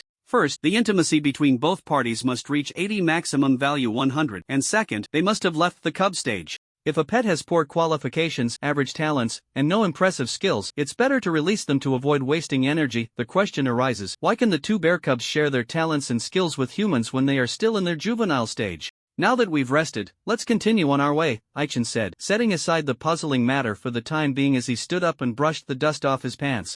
The group continued their journey, and after 2 hours, they finally arrived at the location marked as number 2 on the map. Location 2 was a sprawling mountain range, home to numerous magical creatures. The Lord's Manor had sent guards here multiple times to search, but they found no trace of goblins. Instead, they suffered heavy casualties for intruding into the lairs of the magical beasts. Although the chances were slim, Aichen still felt it necessary to investigate. He knew that goblins were foolish but not stupid. There were more than 10 types of powerful magical creatures residing here, which helped them hide. After all, the strong magical beasts wouldn't take them seriously, allowing them to linger right under their noses. They just needed to keep a low profile for a good half-year, and no one would discover them. This time, we shouldn't get it wrong, right? Ilusa asked softly, standing beside Aichen. After a bad experience, the group was hesitant to act recklessly, stopping on a high ground outside the mountain to observe cautiously under the blazing sun. Aichen didn't rush to respond, his eyes carefully observing a magical creature at the edge of the mountain range. Troll boss level 37 HP, 8000800050 MP, 500500 attack, 280301 defense, 103 speed. 13 The troll, a large magical creature resembling a goblin, had gray skin and was afraid of bright light. The one before them was tall, nearly 4 meters high, lying in the shade of a tree, seemingly relaxed. Aichen was certain that as soon as they entered its alert range, it would wake up immediately. Did you notice anything strange about it? Aichen pointed at the troll from a distance and asked the others. Shara was the first to speak. Trolls usually only move at night. This guy is guarding the edge of the forest, so there must be something wrong. Right, it looks tough on the outside but weak on the inside. How about we take it down first and then ask questions? Layla said, lazily flicking her tail in agreement with Charles. Seeing that the others had no further opinions, Aichen felt a bit disappointed. It seemed that your silver rank was quite inflated. On the day the undead army attacked the town, Jerrica defended it with great strength and was later rated as silver by the guild, even though she didn't need it. Additionally, Jimlet and Layla were also silver-ranked adventurers, but they rarely appeared in public and their identification documents were gathering dust in their backpacks. They had the strength but lacked relevant task experience and needed to accumulate more. Aichen assigned Jimlet to keep watch and signaled for the others to come closer, saying, "You two didn't get to the point. What I want to know is, why is it here? It definitely doesn't want us to pass, right?" Cross said with a grin. Today, Cross had a taste of adventure. To ensure he could protect himself, Aichen had given him a reasonably fitting small-sized leather armor and a moderately sized iron rod. After putting on the leather armor, Cross was overjoyed and took every word Aichen said seriously. His guess was confirmed by Aichen. "We can make a hypothesis. If it just happens to be here, that's not a big deal. But if it's being commanded by other magical creatures to guard this spot, then we will face many issues." Aichen paused and continued with a firm tone. "For example, it could be a decoy. So what should we do? Lure it away?" Jerrica said impatiently. To her, it was just a weak troll, and there was no need to be overly cautious. Layla thought the same. No matter how tough the troll was, so what? If one sword couldn't kill it, then just swing another. Aichin needed to think carefully about the strategy, realizing it was almost noon, and signaled for a short break, urging the others to eat quickly. Once everyone had finished their meal, he had devised a plan and turned to Jerrica, saying, "Lady Angel, it's time for you to shine." Jellica felt honored, straightened her chest, and said, "Leave it all to me, Captain." The angelic race had comprehensive abilities, and Jellica knew quite a bit. One of the spells she mastered was just right for the current situation. Sleep now, my dear baby, with mommy here, you can sleep soundly, the lullaby." As Jellica finished chanting the incantation, the sleep spell was successfully cast, and waves of green energy that could induce slumber surged toward the troll. The troll didn't actually fall asleep, it remained vigilant, hearing the strange whispers in its ears, instinctively wanting to open its eyes, only to find its eyelids unusually heavy, unable to open at all. "What's happening to me? Mom? Is that you calling me?" The troll belonged to a matriarchal society, and this particular troll had not yet left its juvenile stage before being captured by other monsters and turned into a slave. It always wanted to go back and take a look. The deadline agreed upon with its master was approaching, and it needed to work hard, not slack off. The little bit of consciousness it had left told it that it must wake up. Ultimately, the troll was still hypnotized, wearing a blissful smile and occasionally mumbling in its sleep. Taking advantage of the troll's slumber, Aichin and the others entered the mountains, following the map to the suspicious location number 1. What the group didn't know was that not long after they left, an eye appeared behind the troll's head, coldly watching their retreating figures. "Wait, stop for a moment." Aichin sensed that something strange was approaching, raised his hand to stop Layla, and signaled everyone to hide quickly. Before long, a white fox appeared before them. The white fox had 3 tails, stood upright on its hind legs, and carried a basket, leisurely walking along the path. Aichin recognized it as a 3-tailed fox, a beloved pet among female players. Checking its level, he saw it was only level 23, an elite monster. Not worth his effort. Gimlet couldn't hold back and shot an arrow, hitting the 3-tailed fox accurately. "Damn it, this fox is so cute, how can you hurt it?" Under Layla's furious gaze, Gimlet jumped down from the tree, wanting to go in for the kill, but several whistling sounds approached. Whoosh, whoosh, whoosh. Aichin saw the arrows coming and realized they had been discovered. He shielded Cross with one hand and deflected the troublesome arrows with his weapon, quickly locking onto the enemy.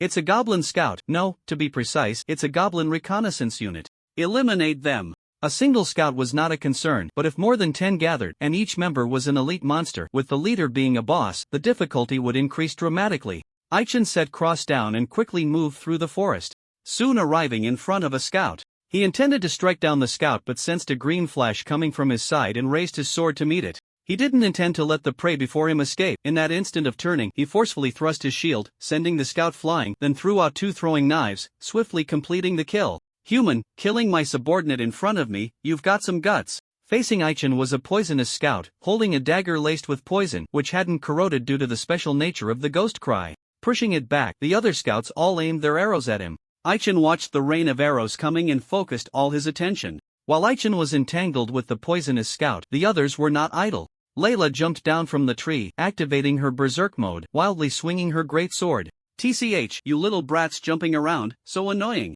Having suffered at the hands of the wolfmen, Layla was frustrated and wanted to vent her anger on the goblins. Her attacks were frequently dodged, which made her increasingly irritated. Gimlet noticed she wasn't managing her stamina well and spoke up. "Layla, be careful, if you make too much noise, it'll attract some big guys." "I don't need you to remind me, you stinky Gimlet." Layla slowed her assault and turned to Jellica, who was protecting Elusa and Cross, and coldly snorted, "You lazy big white goose, are you slacking off again?" Jellica had no words to respond. She admitted she was slacking off, mainly because she felt the 3 of them were enough to handle it and didn't need her to step in. Elusa was unwilling to always be protected from behind. Seeing the scouts all aiming arrows at Aichin, wanting to use the holy wall to protect him, she realized it was too late. In a critical moment, Charles stepped forward. Charles had been entangled with a scout, but when the scout retreated, he switched his weapon to a bow, not aiming the arrow at him, and decisively executed his move, Whirlwind Slash. The Whirlwind Slash wasn't particularly powerful as a sword technique, but its strength lay in its ability to spread damage, making it a type of area attack. Charles unleashed 5 slashes in quick succession, creating 5 small whirlwinds formed from sword energy. These small whirlwinds disturbed the surrounding air, blowing away nearly half of the arrows aimed at Aichin. The members of the reconnaissance team were carefully selected, and their attacks wouldn't be easily interrupted. At the captain's command, every goblin executed their moves in unison. The poison bone arrow required the use of bone arrows, consuming 10 of the maximum mana, causing 180 piercing damage, and inflicting a poison effect lasting 510 seconds. It had strength requirements, needing a power attribute of over 30 to be successfully cast. If Aichen were hit, even with armor protection, he would sustain significant injuries. With more than a dozen bone arrows blown away, it relieved some of the pressure on him. Aichen focused his mind, skillfully dodging each arrow while also being wary of the poison scout. Being distracted was deadly. The poison scout had its subordinates coordinate with it to create an opportunity. Spotting a flaw behind Aichen, it pulled out a dagger and launched a deadly strike. Die, human. Aichen caught a glimpse of 2 green lights approaching from the corner of his eye and felt a sense of foreboding. This was bad. Getting hurt was now inevitable. The snake bite was a powerful technique that required wielding dual daggers. It consumed 110 of the maximum mana, ignored a certain amount of the opponent's defense, dealt 150 true damage, and forced the target's body into a state of paralysis.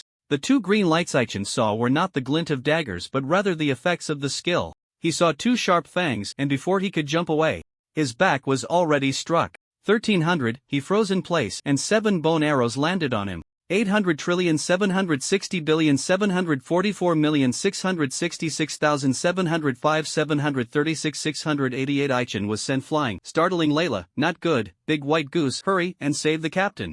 Aichen fell to the ground in a sorry state, and seeing the poison scout charging at him again, he kicked it away and threw out 2 shurikens. The poison scout easily dodged the shurikens and was about to advance when Jerrica arrived and knocked it back with a punch. Captain, are you okay? Jerrica asked as she began casting a healing spell.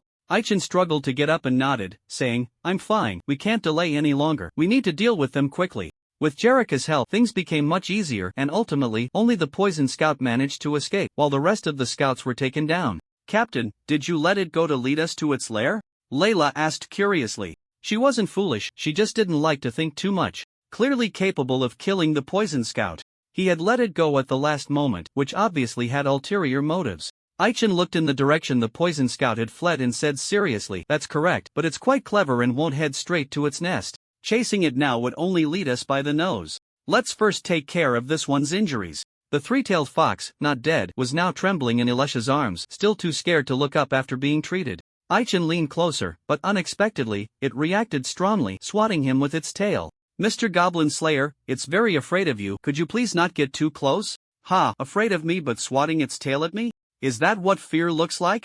Aichen noticed Elisha hiding behind Jerrica and said earnestly, I'm not interested in it, I just want to ask if it knows the location of the goblin nest. The 3-tailed fox had fallen into bad luck in the past, relying on its transformation ability. It seemed like a gust of wind to other monsters. Completely invisible. With max-level insight, Aichen saw through its disguise at a glance. In its eyes, Aichen was its natural enemy. The 3-tailed fox felt a surge of panic as everyone turned to look at it. Should it run? Could it escape? The 3-tailed fox chose to follow its heart, tilting its head to gaze towards the southern mountains. A few people decided to take a look, and to ensure the 3-tailed fox would be completely obedient, they put a collar on it. The binding collar rarity could restrain monsters' pets, but if the target's level exceeded 25, the binding power would decrease, and it would be ineffective against targets above level 35. Aichen had once been obsessed with hunting goblins, often leaving some alive for interrogation. He hunted goblins so frequently that the meager commissions from the guild were insufficient to satisfy him, so he often bypassed the guild to hunt alone. To extract useful information from goblins, he had prepared several binding collars. The 3-tailed fox instinctively resisted the collar, but in order to survive, it had no choice but to lead the way. Half an hour later, the 3-tailed fox stopped moving forward, timidly approaching Ilusha's feet as if sensing some terrifying presence ahead. Everyone quickly hid, and Aichen crouched behind a tree, glancing around to see several nearby trunks marked with strange claw marks, deep in thought. Was this the goblin nest ahead? Or were they not there yet and needed to pass through a dangerous area? Aichen exchanged a glance with Gimlet, who understood and jumped up into a tree, cautiously exploring ahead. Captain, there's no danger ahead, you'll see for yourselves when you come over, he called back shortly after. Soon, they arrived outside an empty nest. There were no monsters in this nest, only bloodstains everywhere. Aichen leaned in for a closer look and found no signs of a struggle. But there were clear marks on the ground indicating heavy objects had been dragged away, clearly indicating a robbery had taken place. Little fox, quickly tell me where we should go next. Under Aichen's pressure, the 3-tailed fox cautiously led the way. Meanwhile, the poison scout, after making a large detour, finally returned to the base. Damn humans, if I see you again, I'll make you pay, the poison scout cursed as it dragged its weary body to the outside of the base. However, just as it was about to enter the gate, a large sword was placed across its neck. "What are you shouting about in broad daylight? Don't you know I'm trying to sleep?" said the armored man, shaking his head in displeasure. In front of this man, the poison scout didn't dare to move. "Lord Gaia, I have important matters to report. Could you please lower your weapon first?" The goblin base was extremely secretive, located in a cave. Outside the cave was a simple stockade, which contained no goblins. Only about 10 magical creatures known as dance spirits. The dance spirits understood food processing and were enslaved by the goblins, responsible for handling the collected food, working a full 14 hours a day before they could rest.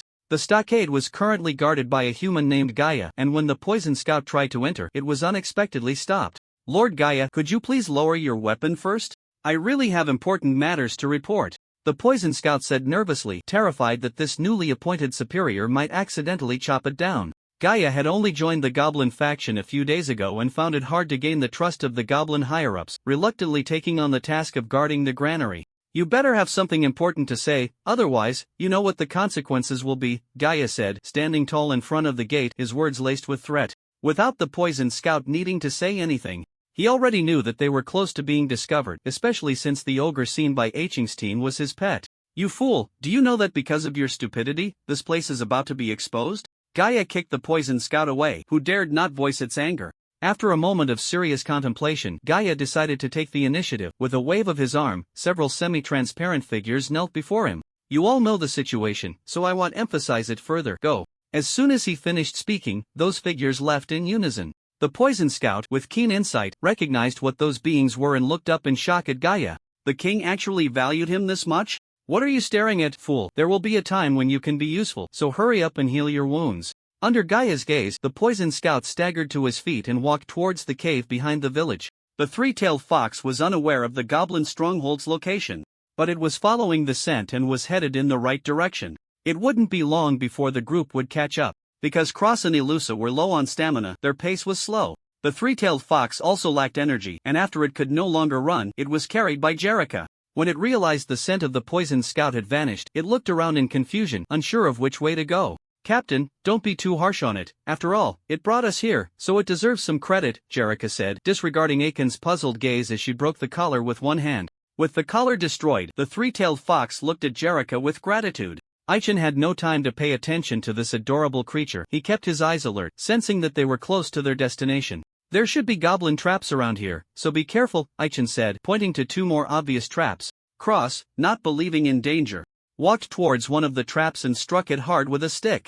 Seeing that the trap didn't trigger, he was about to step forward when Charles stopped him with a hand. "You little brat, can you not cause us more trouble?" Once they entered the mountains, Charles completely took on the role of Cross caretaker, protecting him all the way. He also wanted to kill some goblins and gestured for Cross to hide under a tree before turning to leave. What he didn't know was that a figure had quietly crept up behind him, and at the moment he turned around, a dagger was thrust towards his neck. Bang! Charles' helmet couldn't protect him, and the dagger pierced through easily. In a critical moment, Jerica unleashed the Heaven's Fist, providing long-range support and sending the enemy flying with a powerful golden shockwave.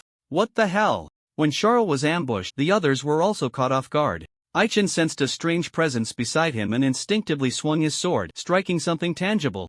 But there was no enemy in sight. An invisible person? No, it must be a stealthy monster. Could it be goblins? Aiken's experience in tackling large goblin nests was lacking. The only time he succeeded was with Jerica and the others' help in conquering the water fortress. He was unfamiliar with the troop configurations of large goblin nests, having only heard bits and pieces from others. This time, they had clearly encountered a special unit. Was this an assassination squad? Be careful, they can turn invisible. Aichen, being the focus of attention, was surrounded by 5 stealth units and couldn't free his hands. Out of the corner of his eye, he saw Elusa and Layla knocked to the ground, and his heart raced with anxiety. How could even the Dragon Maiden be taken down? Oh, he remembered, the Dragon Maiden's human form has weaknesses. The dragon race's true form is a giant dragon, and when they transform into human form, their attributes are weakened. This time, the enemies were professional killers, targeting her vulnerabilities.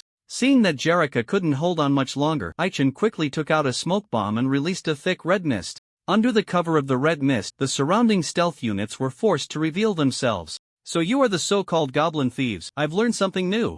Goblin thieves are a special class that scouts become after completing specific training. Equivalent to the assassin profession, they abandon archery to gain expertise in daggers and assassination. Compared to regular soldiers, thieves are taller and thinner, all wearing white masks. With their invisibility broken, they weren't worried. Since Aichen was difficult to deal with, they decided to take care of the others first. Aichen saw them rushing towards Jerrica and instinctively stepped back. "Sigh, you've angered an angel, and there will be no good outcome." Just as he thought, after being provoked, Jerrica raised her golden staff and shouted angrily, "Holy Hall!" A grand hall's phantom descended, and the goblin thieves were rendered immobile, watching helplessly as Gimlet harvested their lives. In the end, apart from the timely retreat of the thief leader, the rest of the thieves were killed. After Elisha healed her wounds, she stood up and said helplessly, "Lord Angel, why didn't you mention such a powerful technique earlier?"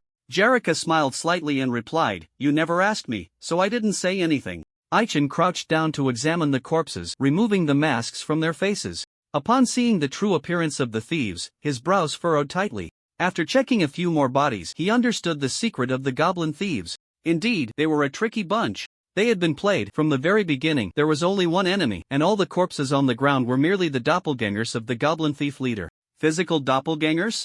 No. According to Aiken's guess, they had used some kind of sorcery to unify their consciousness for easier combat, at the cost of maintaining identical appearances, or perhaps erasing the consciousness of all but the main body. Did the main body escape? After a brief rest, the group continued on their way. Not long after they left, a figure quietly approached. Styron had been following them all along, knowing he was close to finding the goblin lair. He wasn't in a hurry to catch up, letting Aichen and the others test the waters first. Crouching down, he picked up the mask discarded by Aichen, growing more puzzled the more he looked at it. If I remember correctly, the mask shop in the east of the city sells this exact style. Does that mean someone in the city is colluding with monsters? Thanks to having Charles infiltrate Aiken's team, Styron could pinpoint people accurately. By the time he reached the outskirts of Howling Valley, the battle had already ended, and the Wolfmen had killed both squads of guards. He had intended to take matters into his own hands and frame Aichen, but the situation now gave him room to maneuver. Very well, this saves me the trouble of getting my hands dirty. Let me think about what kind of story I should weave to convince our lord of the city. On his way to the mountains, Styron kept pondering this matter. Oh, a troll is quite rare, should I capture it? Standing before the sleeping troll, Styron suddenly had an idea. As the sunlight slanted in, he kindly moved the troll to a shaded area to prevent it from dying in the sun. Finally tracking down the person, he had a vague sense of foreboding. Styron noticed that since entering the mountains, 2 crows had been following him. Spotting the crows again, his expression darkened significantly. Am I being targeted? Styron struck swiftly, delivering 2 slashes that killed the bothersome crows. After the crows died, the feeling of unease only intensified, leaving him uncertain whether to continue following. Picking up the exquisite white mask, Styron's mind raced. This type of mask had been quite popular a few years ago, and nowadays, it was only worn around the Harvest Festival. The only place still selling them in the city was the old mask shop in the east. Styron quickly recalled information about this shop. According to intelligence, the shop owner was a friend of the city lord. If the mask ended up in the hands of goblins, could it be the city lord's doing? Interesting, it seemed our city lord truly had issues. Styron thought about how the city lord had yet to eradicate the goblins while also preventing local adventurers from getting too involved, clearly indicating a grand scheme. Gathering strong individuals from other places only to send them to their deaths. What benefits could be gained from that? Eliminating troublesome figures would weaken the defenses of other areas, allowing the goblin army to operate smoothly in subsequent actions. The iron-blooded general of Guilford had earned his title over a decade ago, and no one knew how strong he had become since then. Styron suspected he harbored rebellious intentions. Constrained by the need to maintain his reputation, he secretly supported the goblins, attempting to use them to disrupt the kingdom. Once the royal family fell, he could eliminate the goblin army under the guise of a hero, gaining both fame and fortune, and perhaps even be hailed as the new king. The thought sent a shiver down Styron's spine. The city lord's ambition was indeed vast. The more he thought about it, the more plausible it seemed. Styron decided he didn't want to get too involved and decisively turned to leave. Unfortunately, this mountain range is home to numerous powerful monsters, and it's not as simple as coming and going as one pleases. Stallone was blocked by several monsters, and he dared not act rashly, leading to a standoff. He'll say this only once, get out of the way. By the time Aichen and the others found the goblin stronghold, night had fallen. The goblins, who had been sleeping during the day, were now awake, and whether in caves or villages, everything had become lively. Aichen carefully hid under a tree, watching the village from a distance, and whispered, I suppose you've noticed something strange about that village, right? Cross was sitting under the tree eating a pie, trying to assert his presence, and said, those goblins are definitely eating pizza, right? But they don't know how to make it. Someone must have been captured by them. Aichen looked at him in surprise and nodded. That's right. Have you noticed any other issues? Upon hearing this, Cross replied, there's a problem with the cave behind the village. A large amount of food is being sent in, clearly indicating that a big creature is living there. Aichen asked again, is there anything else? Cross scratched his head. Unable to think of anything, Angelica chimed in, kid, you missed the main point. What the captain is trying to say is that this isn't the target we're looking for, right? Aichen nodded, exactly. Whether it's the reconnaissance team we first encountered or the stealthy assassination team, their configurations are quite high, while these goblins we see are weak and clearly not our target. Of course, we can't rule out that this is just a deliberately created illusion. We need to confirm it.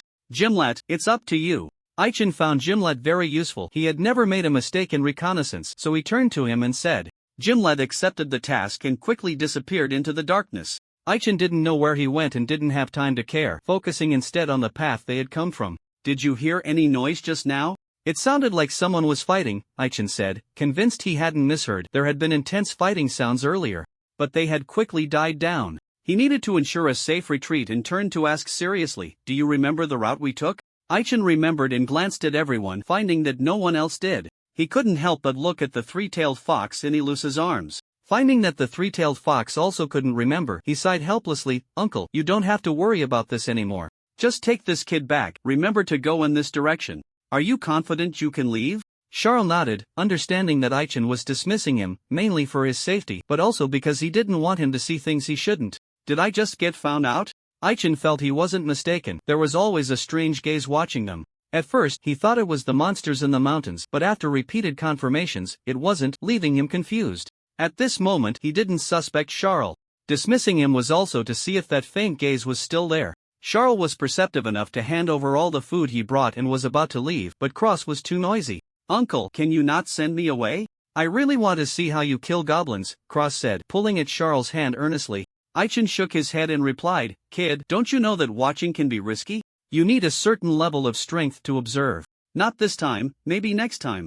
Okay, I hope Uncle keeps his word. As Charles and Cross left, Aichen immediately entered mission mode. That faint gaze was still there. He vaguely guessed the identity of the observer but couldn't figure out where they were hiding. He turned his back to Ilusa and made a gesture. Ilusa understood, raised her staff, and softly declared, Loving God of light, please grant us your holy radiance. Holy light spell. In an instant, a bright light erupted. Aiken's eyes moved quickly, soon spotting a suspicious figure, over there.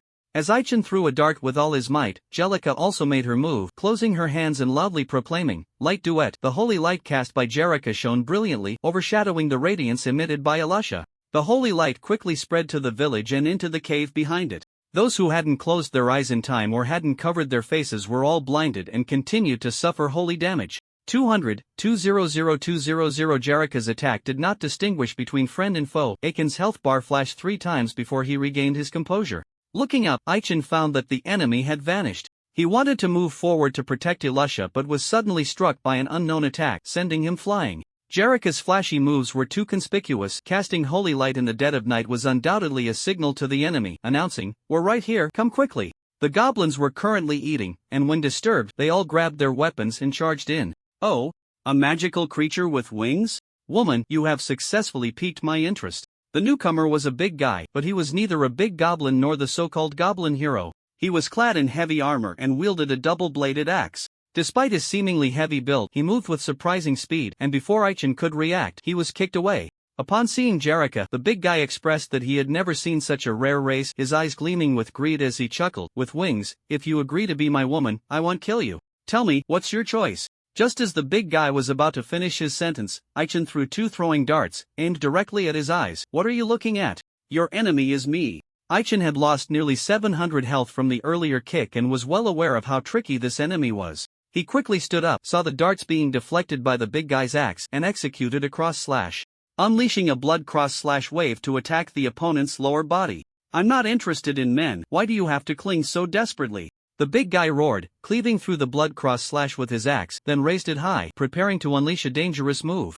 Aichen noticed him gathering strength and wouldn't let him execute the attack. From a distance, he saw a group of goblins charging in and reached into his backpack to pull out a smoke bomb. Captain, if you dare to use that thing to smoke me out, do you believe he'll chop you down? Layla suddenly appeared behind the big guy, cutting him down to the ground with a single sword strike. She swung her sword several times, realizing she couldn't inflict significant damage, and retreated to Aiken's side, glaring fiercely at him. Aichen ultimately didn't use the smoke bomb. The last time he did, he hadn't warned the others in advance.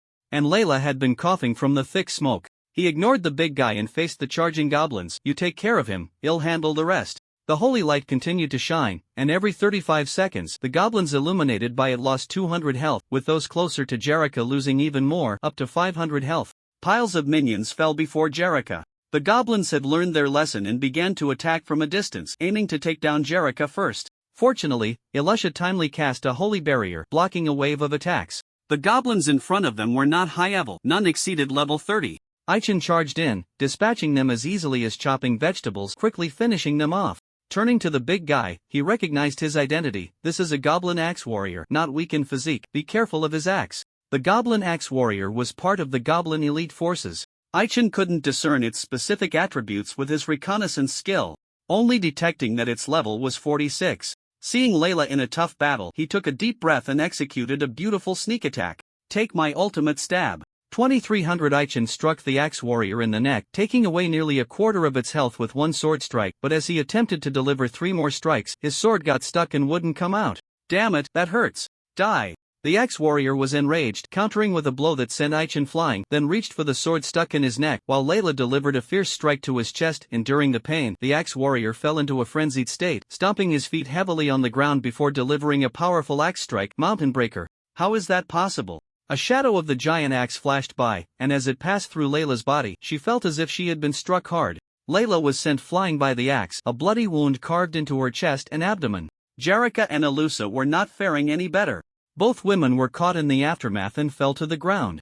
Aiden quickly withdrew from the danger zone, but when he saw the axe warrior turn to attack him, he couldn't help but grip his weapon tightly. What is wrong with this guy? He's clearly not even a boss, yet he feels stronger than one. Human, it's your turn. The axe warrior charged at him, and Aiden hurriedly jumped aside, witnessing it knock down 2 trees before turning back to him. He decisively threw a smoke bomb. Bang! Thick smoke quickly enveloped both figures, and using the cover of the smoke, Aiden dodged the attack and swiftly countered. Clang, clang, clang. The axe warrior was not only physically powerful but also wore sturdy armor, making it impossible for Aiden to land a hit. After 3 strikes, he withdrew, readying himself to unleash a final thrust. At that critical moment, a figure appeared behind him. Die for me. The goblin thief leader charged in, and Aiden turned his head to see it about to use the snake bite technique that had once caused him trouble. He crouched down and quickly thrust out a sword. 650 Aiden struck the thief leader in the leg, then twisted his waist, tightly clamping the opponent's neck with his legs, and began to pummel its head with brutal punches. 1002001502001832000. A series of attacks quickly reduced the thief leader's health to less than half. Human, do you think capturing me means you've won? Wrong, I have won. The goblin thief leader grasped Aiden's hand fiercely. Just as the words left its mouth, Aiden sensed over a dozen stealth units charging in. Aiden was kicked around, suffering multiple stabs from daggers, and his health was dropping rapidly. Merciful God of Light, please heal this man's wounds, heal. Seeing Aiden in a tough battle, Elusa hurriedly cast a healing spell, restoring some of his health. Unfortunately, it didn't change much. The axe warrior burst through the smoke.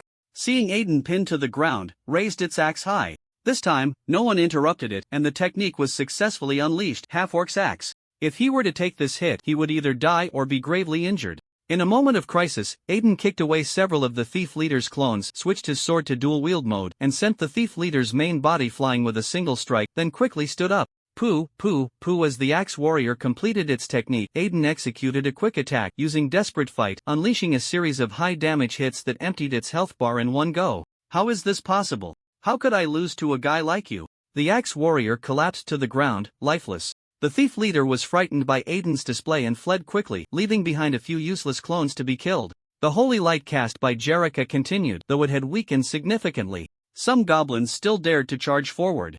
But upon seeing Aiden kill the axe warrior, they all hesitated and dared not advance recklessly. The two sides entered a standoff, and Aiden took this opportunity to chug potions, bringing his health back to a safe level. Anyone who can still fight, get up! Layla lay dazed on the ground, her heart racing at the sight of Aiden killing the axe warrior, and it took a shout to bring her back to her senses. By the way, where is Gimlet? Could something have happened? Aiden needed help, and just as he asked, he saw someone returning, but it was Gimlet, lying on the ground. A new enemy appeared. Gimlet was kicked to Aiden's feet. Not bad, you passed. While Aiden was entangled with the Axe Warrior, the situation on Gimlet's side was dire. He was entangled by a poison scout, and the two began a fierce duel, first exchanging arrows from a distance, then engaging in intense close combat. The archer's greatest fear is being closed in on, but Gimlet is an exception.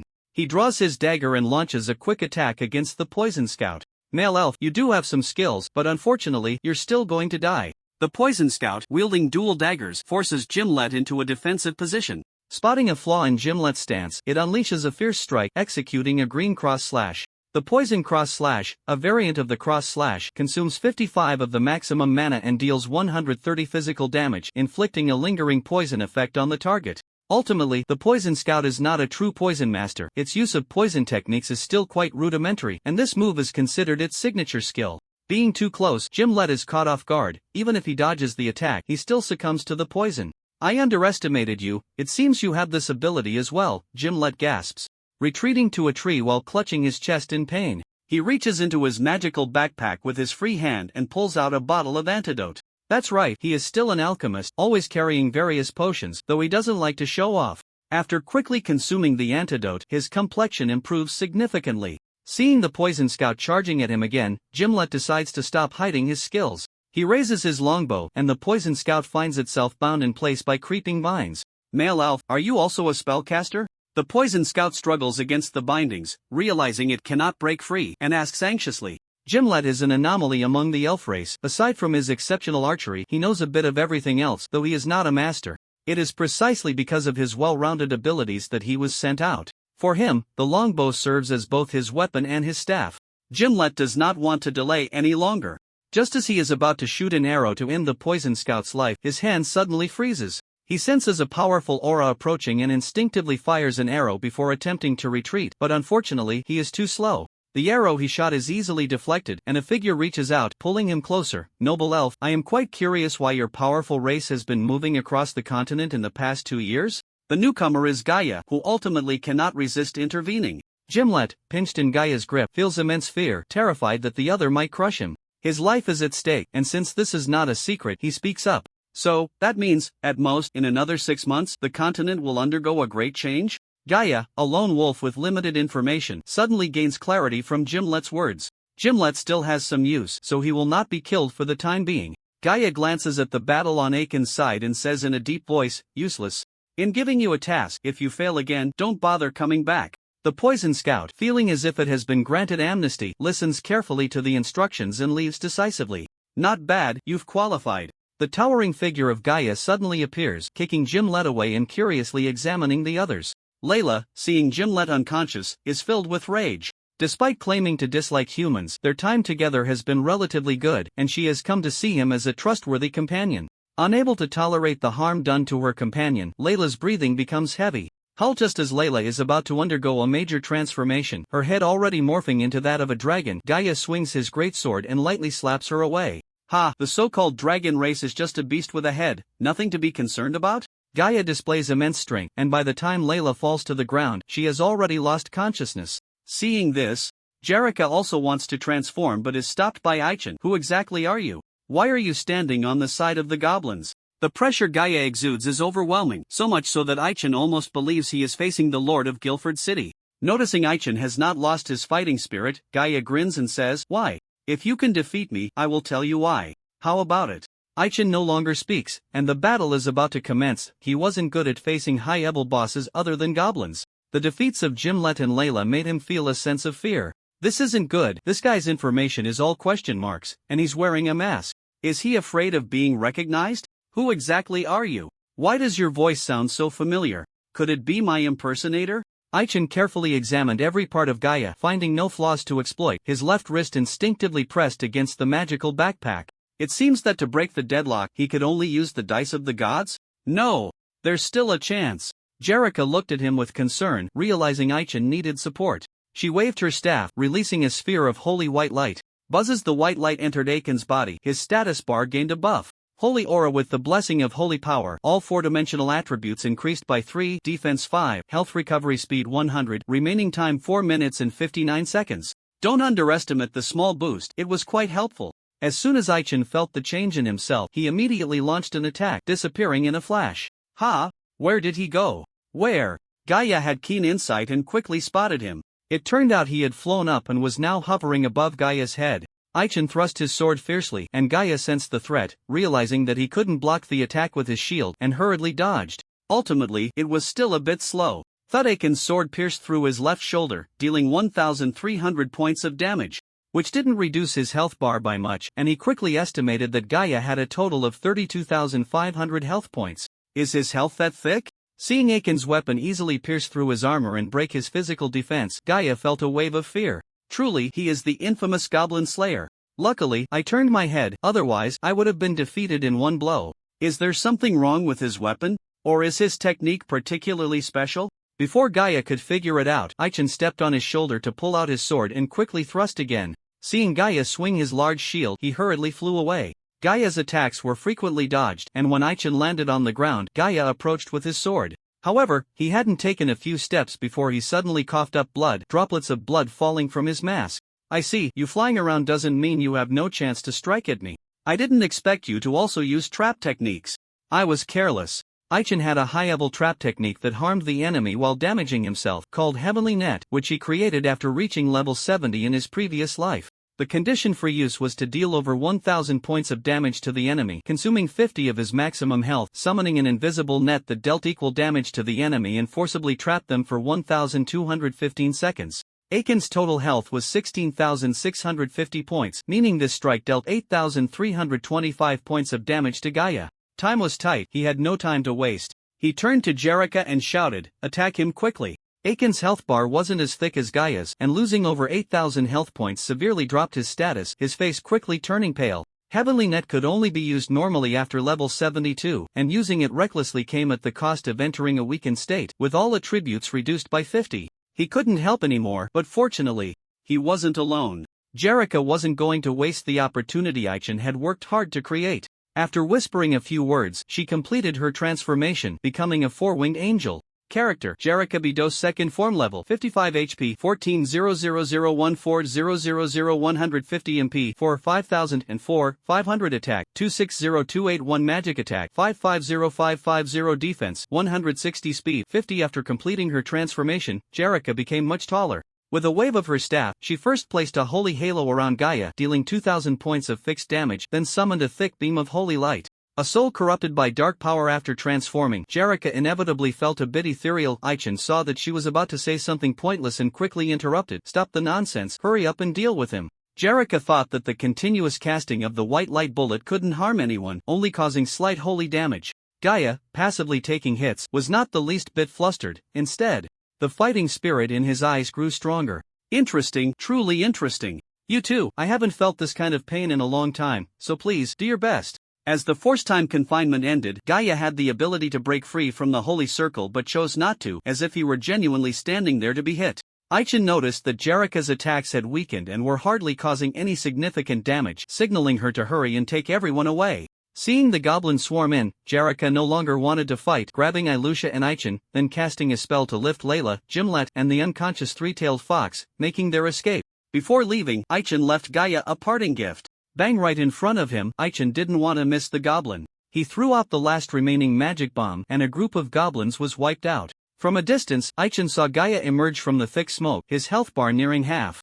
Secretly lamenting that the opponent was indeed a tough nut to crack. "Who exactly are you?" Last night, during their remote communication, Gaia's voice had been specially processed, and Aichin couldn't recognize it, but he always felt that the voice was familiar, as if it belonged to an NPC he often interacted with in his past life. The goblins suffered heavy casualties, their inherent ferocity ignited, wanting to chase after them, but were unexpectedly stopped by Gaia. Gaia sat dazedly at a high point, removing his mask and silently drinking a potion. Before long, the goblin thief leader came back to report. "Did you fail?" Gaia didn't intend to slack off. He had arranged for the thief leader to pursue, and the battered thief leader returned without needing to ask about the outcome. The thief leader weakly asked, "My lord, what should we do next?" Gaia didn't rush to respond, downing 5 potions in quick succession, barely pulling his health bar back to a safe line. From a distance, he saw 5 dancing fairies stop their work, their eyes vacant like puppets as they cast healing magic to treat the injured goblins, stirring an inexplicable anger within him. He had a good impression of the dancing fairies and wanted to protect them, instantly coming up with various plans to save them.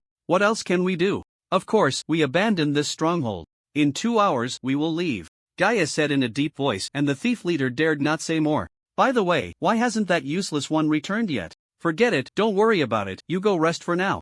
After sending the thief leader away, Gaia removed his armor and discovered that the wound on his left shoulder had reopened, taking out bandages to rewrap it. Life potions are not omnipotent, they cannot heal wounds caused by special reasons. The injuries inflicted by Aichen were difficult to heal in a short time, and Gaia gently touched the wound, still able to feel the pain. Little brother, I have a feeling we will meet again soon. I hope that next time we meet, you can give me more pressure. After saying this, Gaia was about to lie down when he sensed two monsters quietly approaching. Gripping his great sword, he coldly snorted, "Do you think just because I'm injured, there's an opportunity? You underestimate me too much." A few people, in search of the goblin nest, delved deep into the mountains, finding it hard to leave. After encountering two flying monsters, Jerica no longer flew in midair but first landed on a tree to rest, taking a full half-hour before Aichen recovered from his weakened state. During this time, they were ambushed by the goblin thief leader, but fortunately, Jerica was strong enough to nearly take him down. Aichen sat gloomily under the tree, seeing Gimlet and Layla wake up one after another, saying, "We should leave." The two kept their heads down in silence. And Ilusha also sat quietly without speaking. Aichen confirmed the direction and led the way ahead. Before long, they saw Charles and Cross. "You look like you've been attacked by monsters, right?" Charles was in a sorry state, slumped against a tree, and Cross was in a similar situation, his face covered in dirt hiding in a tree hollow. Fortunately, they hadn't been taken away by monsters. After some treatment, Cross chuckled, "Uncle, I just killed a goblin, see over there." Aichen turned to look and saw a headless corpse hidden under a pile of leaves. Upon confirmation, it was the body of a poisonous scout, and Aichen realized that Cross had leveled up 3 times, reaching level 7, and exclaimed, "Did you kill it with a stick? But it can't be just your credit, right?" Not only Aichen, but the others also found it hard to believe. It wasn't until Charles explained that they understood it was a joint effort. To be precise, Charles had fought the poisonous scout to a standstill, and in the end, Cross had snatched the kill. It was not a good place to linger, so as soon as they recovered, the two of them quickened their pace and headed towards the outskirts of the mountains. By the time they exited the mountains, it was already deep into the night. Under the starry sky, Aichen stood in the wilderness, feeling the cool breeze. He glanced at the others and sighed softly, "Let's go back." This operation had been completely disrupted by Gaia's appearance. The team needed a few days to rest, and Aichen also needed to think carefully about what to do next. As dawn approached, the group returned to the inn.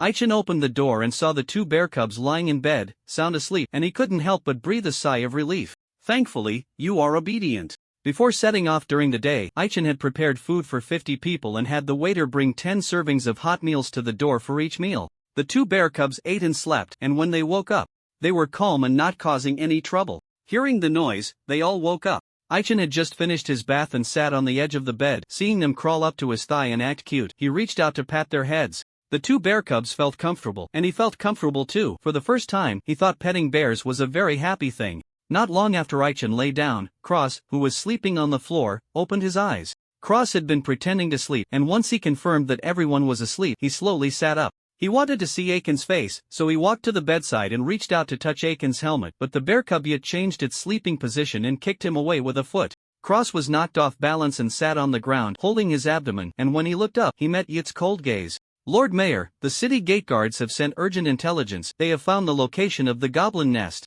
Early in the morning, Guilford was awakened and gestured for someone to come in, sitting up with a sleepy face. At this time, only Cotty dared to disturb his rest. Cotty respectfully stepped forward and handed him a letter, which was a report written by Aichen, given to the city gate guards to help pass it on. After reading the letter, Guilford excitedly said, "Great, we finally found out where those little devils are hiding. Yes, it really is worthy of the goblin slayer. They found the goblin nest in just 1 day." Caddis' words made Guilford feel displeased. "Cotty, are you implying that our people are useless?" Cotty chuckled awkwardly. "Isn't that the case? Lord Mayor, our people are good at assaulting but not at tracking or exploring. You should have invited adventurers." As he spoke, Cotty closed his mouth. He had his suspicions about why the Lord did not want local adventurers to interfere too much, but it was limited to speculation without any actual evidence. As a loyal subordinate, he believed it didn't matter which side his master stood on. Guilford pondered for a moment and said, "The report says they were injured. When it gets light, send some potions to them." "Understood, Lord Mayor." Guilford had gone to bed very late last night and needed to catch up on sleep, so Cotty wisely exited the room. The master and servant had a certain tacit understanding. Even if the master didn't say anything, Cotty knew what to do next. He called over a captain of the guards and gave him a few serious instructions, and the captain immediately went to the guard camp to mobilize a large force to leave the city. When Aichin woke up, it was almost noon. Feeling the heaviness on his chest, he knew Yit was lying on him. The two bear cubs had not yet outgrown their cub phase and longed for their master's affection. Aichin opened his eyes and found Pepe sleeping sweetly by the pillow. Afraid of waking them, he dared not move, lying there blankly and staring at the ceiling, reflecting on his actions from yesterday. The battle last night made him deeply aware of his shortcomings. Whether in his past life or now, he was not good at unknown duels with strong opponents. He preferred to engage in war of attrition. Aichin felt the need to change his mindset. In his past life, he sought stability, but now he had only one life. If he died, he died. If he didn't fight for it, there would truly be no future. Should he go find him? In his past life, Aichin had a master who taught him how to fight and how to overcome the strong with the weak, which benefited him greatly, but unfortunately, he hadn't studied well at the time. By the time he wanted to learn properly, his master was caught up in an incident and tragically died, leaving a pair of young children for him to help care for. Aichin clenched his fists. He didn't want to be weak. If someone stood in his way of killing goblins, then he would just kill them. Ding! Congratulations on obtaining a power inheritance. Details can be viewed by clicking. What? The sudden prompt in his mind left Aichin puzzled. He brought up the character panel and found an extra empty slot in the talent section and a flashing exclamation mark in the skill section. The talent section was harder to unlock than the skill section. Players would have one empty slot after creating a character. Once players reached level 5, they could choose a talent based on their class characteristics. After reaching level 20, another talent slot would open, and thereafter, one talent slot would open every 20 levels. Aichin was currently an NPC, without the privileges of a player. Ordinary NPCs might not even unlock talents until death. Aside from inheriting the trap expert from his past life and the forced blood-soaked battle, his 8 years of effort had only awakened the night battle talent. It was because he had long been active at night, adapting to the darkness, that he successfully awakened it. Of course, if there were spare slots in the talent section, he could awaken other useful talents. Having an extra talent slot gave him some operational space. As for the flashing exclamation mark in the skill section, clicking on it brought both surprise and joy. According to the prompt, he could upgrade any skill by 1 level, except for max level skills. He didn't consider upgrading reconnaissance first. He was torn between upgrading sweeping the army or last stand. The difficulty of upgrading these two skills was high, only gaining proficiency based on the completion of skill casting in actual combat. In the end, he chose to upgrade last stand. After all, if sweeping the army wasn't upgraded to max level, the damage it dealt wouldn't be as high as the latter. Power inheritance? Is this really a power inheritance? Are you sure it's not some prank? Happiness came too suddenly, and Aichin felt that some important figure was watching him. Mother, is that you? Last night, Aichin had told others to rest for 35 days, and today he had planned to spend quality time with the two bear cubs. The opportunity to grow stronger was right in front of him. He couldn't afford to slack off. After lying down for a little over 10 minutes, he took a shower and came out of the bathroom. The two bear cubs had woken up from hunger, sitting on the bed and looking at him with eager eyes. "I'll take you to eat." The two bear cubs hadn't had breakfast, and their stomachs were growling loudly. Aichin changed his clothes and was about to take them out for a meal. Just before stepping out the door, he noticed Cross' face. Cross' left cheek was swollen, as if someone had hit him. Aichin saw him sweating on his forehead and thought he was having a nightmare, wanting to wake him up. The two bear cubs tugged at his pant leg, urging him not to delay any longer. What he didn't know was that as the door closed, the bear cub Yite revealed a mischievous smile. That's right, Cross' face had been swollen by Yite. The two bear cubs weren't as obedient as Aichin thought. To them, Cross was just a toy that their master had found for them. Just a toy. As long as they didn't break it, they could mess around with it however they wanted. Not long after Aichin left the inn, Cross woke up from his nightmare, staring in shock at the ceiling. "Am not dead?" Meanwhile, shortly after Aichin fed the two bear cubs, he entered a training room. The training room was a cultivation space provided by the Adventurers Guild, charging fees based on the level of the facility. Aichin rented the cheapest low-level training room, charging 20 copper coins per hour. The space was small, less than 20 square meters, but it was equipped with all the ordinary training equipment. Aichin was undergoing special training to unlock a certain talent. He walked to a wall, took a few deep breaths, placed his hands on the ground, and quickly completed a handstand. Just doing that wasn't enough. Once he got used to it, he wrapped his legs with leg weights. Each leg weight was 50 kilograms, meaning he had to maintain a handstand with a total load of 100 kilograms. It was quite a challenge, and Aichin attempted the handstand, failing more than 10 times in a row. After finally managing to do a handstand, he only held it for half a minute and almost strained his back. He knew it wouldn't be that easy. The beginning is always tough, and Aichin wouldn't give up because of this little setback. He needed to take it slow, resting against the wall, watching two bear cubs fighting over a hamburger, playfully pushing each other, and said loudly, "Don't be lazy, hurry up and stand over there." Building a foundation must start from a young age, and for now, he could only arrange moderate intensity training. Let them lift 50 kilograms, don't think it's heavy, cave bears are always strong.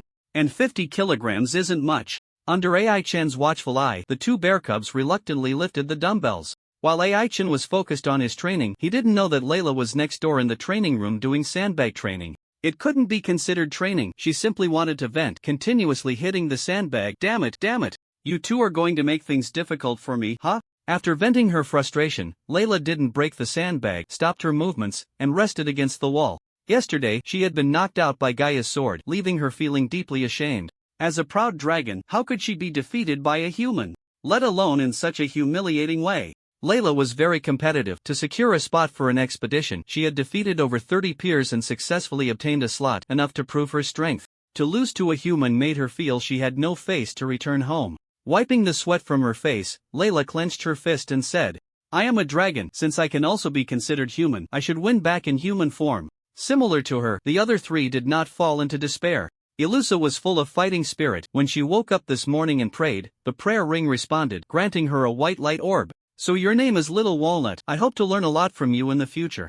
Ilusa lay in bed, holding a white light orb. The orb responded to her, flying a few circles in front of her before transforming into a mini silver-white sword. Ilusa grasped the silver-white sword, feeling a powerful force. This was a magical object summoned by the prayer ring, costing her 3 days of weakness, and for the next month, she couldn't gain experience in any form, with her level locked at 13. Yes, yesterday's actions had allowed her to gain enough experience to reach level 13, leveling up 1.5 times. The magic explosive bomb had a wide range of high damage and was classified as a controlled weapon, difficult for ordinary people to access. With his identity as a silver-level adventurer, AI Chen could purchase one from the military within a year, and he had used up the last 2 yesterday. Just the 2 magic explosive bombs that wiped out the goblins had significantly boosted her experience. Of course, the bulk of it was from AI Chen. AI Chen had just reached level 46 not long ago, and his experience bar was already over half, sitting at 593892000. If it weren't for that explosion against the Wolfmen, he wouldn't have gained any experience, and the accumulated experience could have been further increased. If AI Chen were present, he would definitely recognize the magical object Ilusa had obtained. White Demon Sword type special class weapon 50 holy damage 10 magic power 10 magic recovery speed 1 removal of limitations note, cannot be damaged, cannot be traded, cannot be dropped in the continent of Suwat. Demons exist, but not all demons are bad, there are also good demons. Among them, the white demon is small in stature, glowing all over, making it difficult to see its true appearance. They like to form contracts with humans, using their unique skill, weapon forging, to transform into growth-type weapons that resonate with the user. The 50 points of holy damage greatly enhance Ilusa. Holding the silver-white dagger, she discovers that the number of uses for each skill has increased by 1, which is indeed the effect of the weapon's 4th attribute. With this, I will no longer be a burden, Ilusa said, her face pale, and in her excessive excitement, she fainted. It wasn't until Aichen returned from training and tried to call someone out for dinner, only to find the door not opening for a long time, that he realized something was wrong. TSK, what happened to our little priestess? Jerrica was busy administering aid and couldn't be disturbed, while Layla stood by, nagging, which made Aichen feel displeased. How is she? Aichen asked. Having previously taken out several potions that couldn't heal her, he truly didn't know what the problem was. Jerrica shook her head slightly and said, not good. Her power has been drained by someone, but I've been at the inn and didn't notice anyone coming. After a pause, Jerrica added, don't worry, she just needs a few days of rest to recover. It's also my fault for saying those excessive things yesterday. When they entered the city yesterday, the 2 women had a quarrel. Aichen didn't know what the argument was about, but confirming that she was okay, he kicked Layla out. Captain, it's not me who should leave the room, it's you, right? Layla pressed against the door, looking displeased. Though she didn't say it, she was actually worried about her. The reason she stayed in the team, aside from Layla, was largely because of Ilusa. The little priestess resembled one of her cousins, which made her unconsciously fond of her. Alright, then he'll go out. Earlier, when Aichen forcefully kicked the door, the white demon had merged into Ilusa's body without anyone noticing. Entering Gimlet's room, he saw him still wrapped in bandages and asked with concern, how's your injury? Don't worry, Captain, my injury is fine, it'll be better by tomorrow. Thank you for your concern, Gimlet said expressionlessly while lying in bed. Compared to Layla, his physique was weaker and his injury hadn't healed as quickly, his complexion hadn't recovered yet. What was truly troubling was that his weapon had developed cracks, making repairs difficult. Aichen saw him gripping the cracked part of the longbow and said, "I know a very skilled blacksmith. When we get back, they'll have him help with the repairs." "Well, thank you for that," Gimlet replied, unwilling to engage further. Aichen took the hint and exited the room. Just as he was about to open his own room, he heard some commotion inside. What was going on? Opening the door, he saw Cross being ridden by Bearcubbit, barking like a dog. The atmosphere suddenly became awkward, and Aichen wanted to close the door, but Cross hurriedly said, "Uncle, it's not what you think, we're just playing a game, right?" It nodded vigorously in agreement, but Aichen didn't believe it and moved to the dining room to help with the food. "This young man, you've ordered quite a lot. Do you need me to send someone to help carry it?" Aichen had ordered a full 20 servings of high-nutrition bento, and the restaurant owner was very enthusiastic about such a wealthy customer, wanting to have a waiter assist. Aichen shook his head to decline the offer, lifting 2 large bags of bento, only to find his hands shaking badly. Carrying the weight was a significant burden on his limbs. After leaving the training room earlier, he had felt dizzy and his arms and legs were incredibly sore, and he still hadn't recovered. Seeing that he couldn't lift the bags, the restaurant owner quickly called over a waiter to help. "Well, thank you for that." After saying this, Aichen walked out of the restaurant accompanied by the waiter. As night fell, Gaia arrived at a hidden cave, guided by 2 goblins, and entered the council hall where he met the Goblin King. In the council hall, aside from the imposing Goblin King, there were also bosses standing respectfully on both sides. Gaia remained calm and was not intimidated by the scene. His gaze quickly swept over each high-ranking official before he slightly lowered his head and said, "My king, you called for me? Fallen Knight, mind your attitude. Why aren't you kneeling before the king?" A medical shaman, feeling excluded, struck the ground heavily with his staff and said fiercely.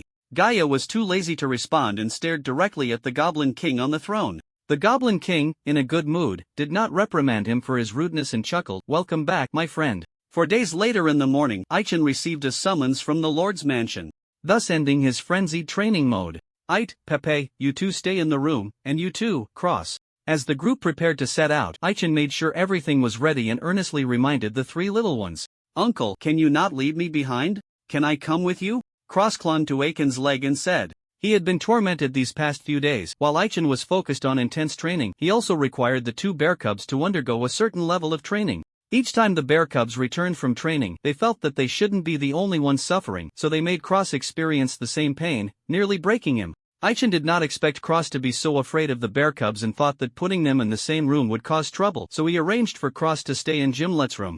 Cross was unwilling, and Aichen would not indulge him, coldly saying, "This operation is not a game, you would only be sending yourself to your death." "I don't care, uncle. You clearly said you would take me next time. How can you not keep your promise?" Cross insisted stubbornly.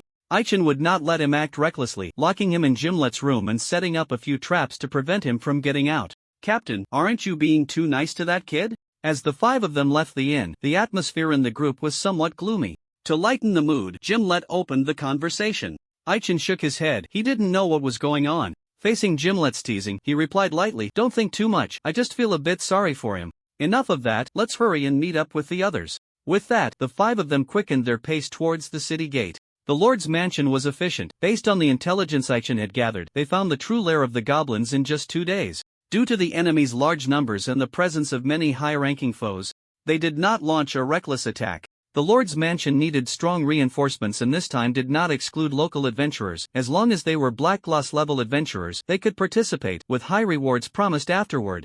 Aichen's team had 4 silver level members and received preferential treatment from the Lord's mansion, with a promise that each would receive a bag of coins plus 2 sunstones and 2 moonstones afterward. Money was not the issue. As long as there were goblins to slay, Aichen would not refuse. When the 5 arrived at the city gate, over 100 adventurers had gathered on site. Upon seeing the 5 of them, they all stepped aside. "Those 2 women are so tall, how can there be such tall women? By the way, the one with red hair, could she be from the demon race?" To ensure the operation went smoothly, Jerrica entered her second form and would not recklessly change back until the mission was over. Hearing the discussions, she turned and joked. "Layla, someone said you're from the demon race. Which bastard said that?" Aichen stood beside Layla and, seeing her about to grab her greatsword to confront them, quickly stopped her, saying, "Don't mind what they say, just focus on our business."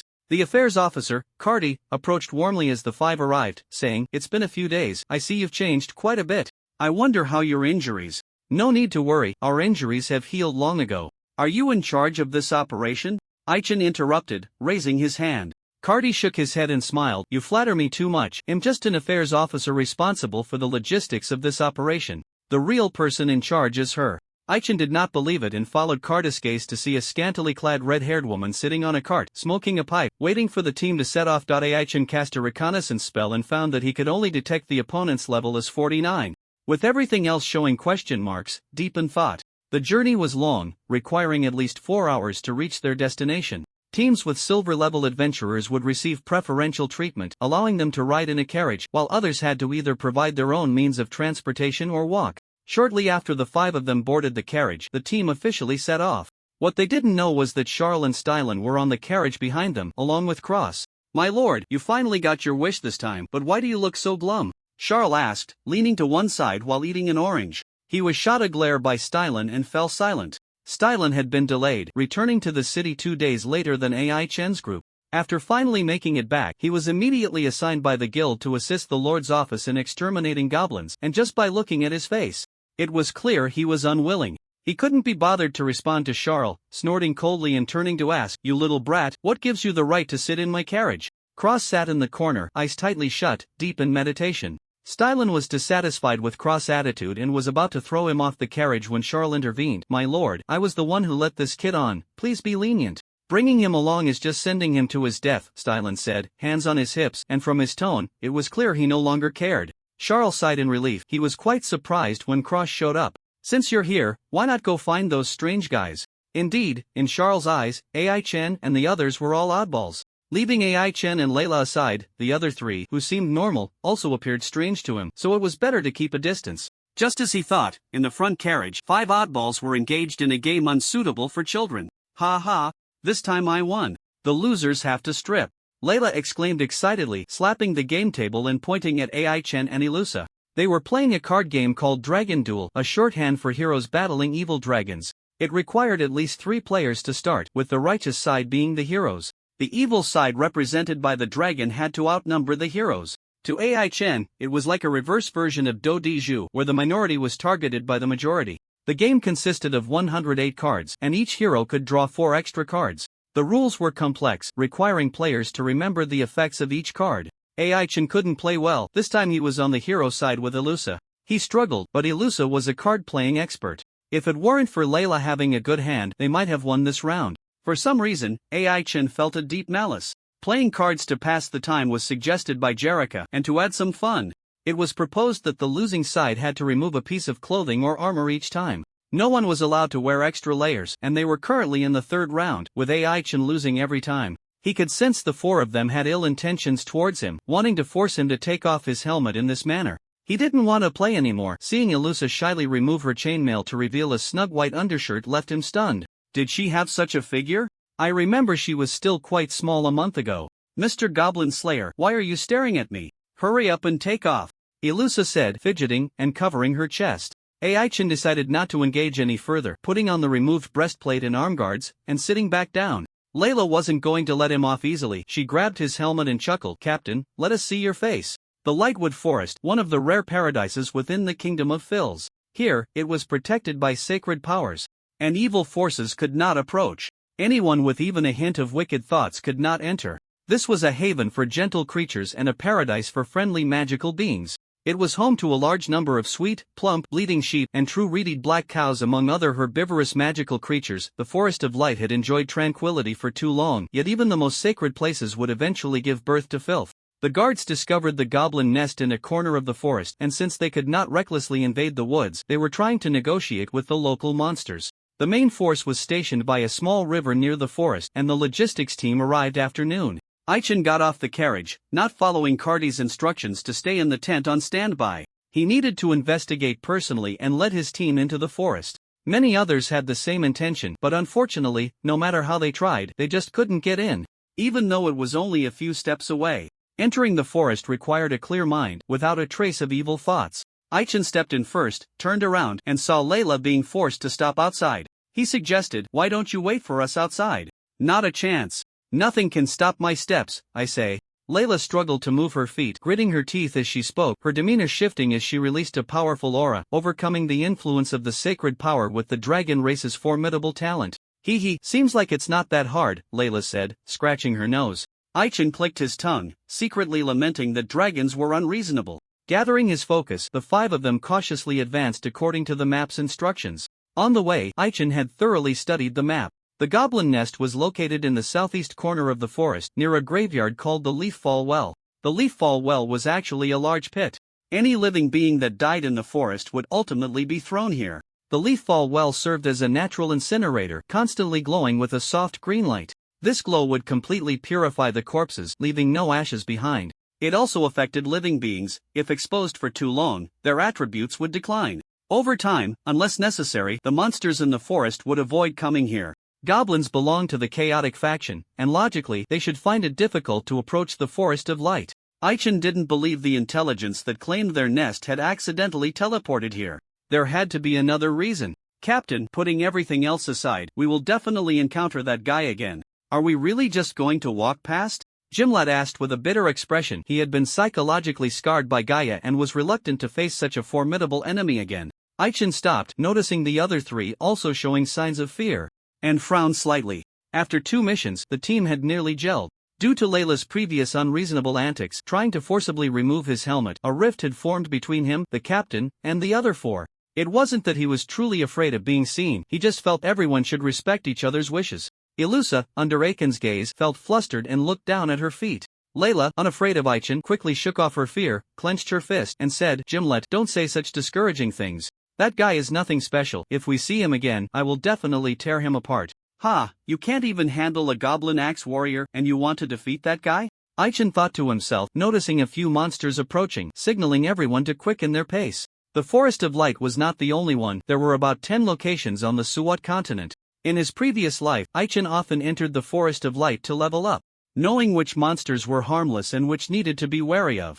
Among them, the Crimson-Eyed Black Bull played the role of a guardian. Any outsiders would be targeted by them. The Crimson-Eyed Black Bull, aside from its blood-red eyes, looked similar to an ordinary black bull, with the biggest difference being its 3 tails. It was a mammalian monster between levels 25-55, adept at charging enemies with its body. The troublesome part was that they were protected by the forest, and even ordinary monsters would gain a 30 boost to all attributes. The most headache-inducing aspect was that they had 3 lives. Each time one died, a tail would break off. Every time it dies, its strength attribute increases by 35 points, and its health bar extends by 20, making it much harder to deal with than goblins. If they are not completely killed, there will be no experience to gain. As for the severed tails, they will regrow after a few days, so they are not afraid of death at all, even considering it a form of honor, showing great ferocity. For various reasons, no one is willing to provoke them. The 6-headed Crimson-Eyed Black Bull had its sights set on the humans, running hard but unable to shake them off. After all, they were extremely familiar with the forest and could always circle around to block the way ahead. Seeing that he couldn't escape, Aichin decisively stopped and confronted the Black Bulls. Since we can come in, it means we mean no harm. We just want to help you solve your troubles. He paused and continued, if you are worried, you can follow us. How about that? Crimson-Eyed Black Bull Leader Boss Level 48 HP, 110-001, 1000-120 MP, 1300-1300 Attack, 370399 Defense, 130 Speed, 33. Seeing the health bar of the Black Bull Leader, Aichin felt an indescribable helplessness. Why does your health bar always exceed 10,000? My double health isn't even thicker than a single bull's health? Gimlet ignored Aiken's advice, aiming his arrowhead at the Black Bull Leader, provoking hostility from the other side. Aichin raised his hand, signaling him to put down the arrow, and seeing the Black Bulls stomping their hooves, ready to charge, he sighed softly. It seems we really have to fight. If that's the case, I can't be blamed. The gameplay in the Lightfall Forest is special. One cannot directly attack the local creatures here, and can only indirectly harm them through traps and the like, otherwise, they will be immediately expelled. Aichin consumed 500 health points to set up a simple hunting trap, and the Black Bulls were all trapped on the ground. The Black Bull Leader was tough to deal with and quickly broke free from the trap. With a heavy stomp of its forelimbs, the trap was destroyed, but fortunately, both sides had created some distance. The chase game began anew. Jerika picked up the Lucette and flew to the front, moving at an extraordinary speed. Layla and the others were not slow either, gradually leaving Aichin behind. Seeing the Black Bull Leader getting closer behind him, Aichin suddenly had an idea. Right, leading them over to create some trouble for the goblins would be good. Aichin hesitated. He didn't think that just a few Black Bulls could create any chaos. Leading them over would only send them to their deaths. He stopped, dodging the Black Bull Leader's attack, and jumped up to a tree. Although the Black Bulls were guardians, they did not dare to recklessly damage the trees of the forest. Outsiders hiding in the trees are generally dealt with by the sweet honeybees known as sweet honey. Just then, as Aichen was about to reach out to steady himself against the trunk, 3 sweet honeys buzzed over. Aichen was fully protected and not worried about being stung by the bees, but upon noticing that one of the sweet honeys was an imposter, he became alert and quickly threw a dart. Sweet honeys, which were just ordinary bumblebees, had mutated under the influence of the Lightfall Forest, and their wings continuously released a sweet fragrance. Their wings were the most valuable part of their bodies, and there was a time when they were heavily hunted, after which they no longer dared to easily fly out of the forest to gather nectar. Like the crimson-eyed black bulls, they were also protected by the forest, receiving at least a 20 boost to all attributes. The 3 sweet honeys attacking Aichen were difficult to distinguish with the naked eye. If Aichen hadn't curiously cast a reconnaissance spell, he wouldn't have been able to see the problem. Interestingly, there was indeed an imposter among them. Aichen threw the dart, hitting the imposter accurately. The imposter looked shocked. It never expected Aichen would dare to attack it. It couldn't understand why it had been exposed. The dart Aichen threw did not cause any damage. It merely removed the disguise from the imposter. It turned out the imposter's true form was a yellow sparrow, affected by a transformation spell, wearing a disguise. Once the disguise was pierced, its true form was revealed. The 2 sweeties intended to use their venomous stingers to attack Aichen, but a strange presence nearby startled them. What terrified them was that a yellow sparrow quickly pecked at them twice, wanting to eat them. The black bull-headed chief, standing under a tree, was momentarily stunned by this scene. His mind was not sharp, and he couldn't understand why this was happening. How did his companions become enemies? The black bull-headed chief was not good at thinking. His companions were in danger and needed saving, but unfortunately, he lacked ranged abilities, only having a move like the bull roar for area attacks. Just as he was about to let out a low, rumbling bellow, Aichen swiftly thrust a sword, sending the yellow sparrow flying, then leaped and caught the yellow sparrow tightly in his hand. Indeed, you are a summoned creature controlled by someone. Tell me, who is your master? Aichen asked calmly, seeing that the black bull-headed chief and the sweeties did not charge at him. The yellow sparrow obviously couldn't speak, but upon recognizing Aichen, it called out a few times, its voice transforming into that of a human. My lord, we meet again. It's impressive that you saw through this little one's disguise. As a reward, I will wait for you at the entrance. See you soon. Aichen recognized the voice as belonging to the master of the devil bat, but he had not yet connected it to Gaia. He did not delay any longer, dropping the dead yellow sparrow and chasing after the other 4. The black bull-headed chief did not give up on tracking the person. This time he did not press too hard, hanging back to see what Aichen was up to. Stop. We seem to be lost. This useless map isn't helping at all. Layla called out to the other 3 as she halted her steps. Her sense of direction had always been good, and she was sure she had followed the map's route strictly, but why were they going in circles? Jerrica also realized this, landing on the ground, taking the map and examining it carefully, confirming that it was indeed the case. Strange, why hasn't Goblin Slayer caught up with us yet? Ilusa asked with a worried expression, concerned for Aichen and keeping an eye on the movements behind them. At some point, the surroundings had become eerily quiet. At first, she thought it was true what the intel said, that the closer they got to the leaf well, the harder it was to see living creatures. Ilusa realized they had fallen into a trap, closed her eyes, and began to chant a spell earnestly. Kind light god, please grant us your holy radiance. Holy light technique. Unfortunately, the holy light technique could not be cast, only releasing a faint white wave. Before the wave could spread far, it vanished. Jerrica frowned upon seeing this. When she and Ilusa entered the forest, they had been blessed by its protection, gaining a boost in power. Given that, the goblins' strength in the forest should be weakened, and they only needed to be wary of the mysterious Gaia. But at this moment, that power boost had disappeared. Jerrica understood that something was amiss here, signaling everyone to stay alert, her eyes scanning back and forth among the trees, quickly noticing something unusual. She spotted several transparent figures hiding in the trees, recalling the goblin assassination squad they had encountered last time. Jerrica pretended not to notice, watching as those transparent figures jumped down from the trees, trying to sneak up on them. She decisively unleashed the Heaven's Fist, forcing 2 of the transparent figures out of their stealth state. What should we call this?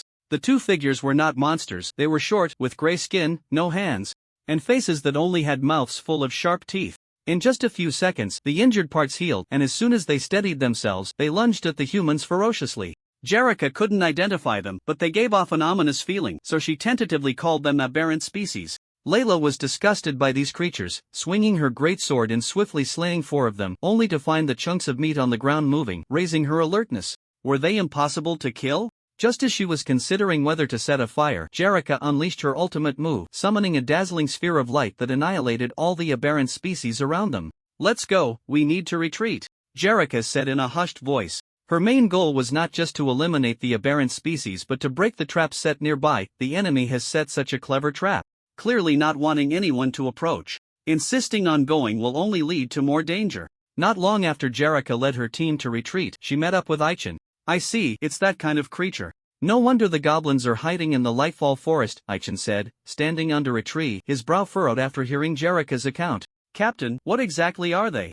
Ilusa raised her hand to ask. The Abyssal Demon, Aichin said calmly, the 3 words leaving the 4 of them in shock. How could it be the Abyssal Demon? The news was too shocking. Gimlet needed a moment to process, taking a sip from a stamina potion before asking. To be precise, it's the first form of the Abyssal Demon, Aichin replied calmly. The Abyssal Demon, an evil creature that had wreaked havoc on the Suwat continent 1,000 years ago, had several forms. The initial state was the ugly appearance they had just seen. As it grew to a certain extent, its features would develop, and it would grow a horn, reaching the second stage, with some even sprouting wings. Most of the Abyssal Demons recorded in books were in their second form or were exceptionally large individuals. In his past life, Aichin enjoyed exploring ruins and often encountered Abyssal Demons, knowing well that they also had third, fourth, and final forms. Just the second form alone had nearly caused the entire continent to fall. If it weren't for the intervention of the gods later on, they would have been impossible to handle. However, even the gods only realized 5 years after the public test that the Abyssal Demon was merely a wild dog released by some entity.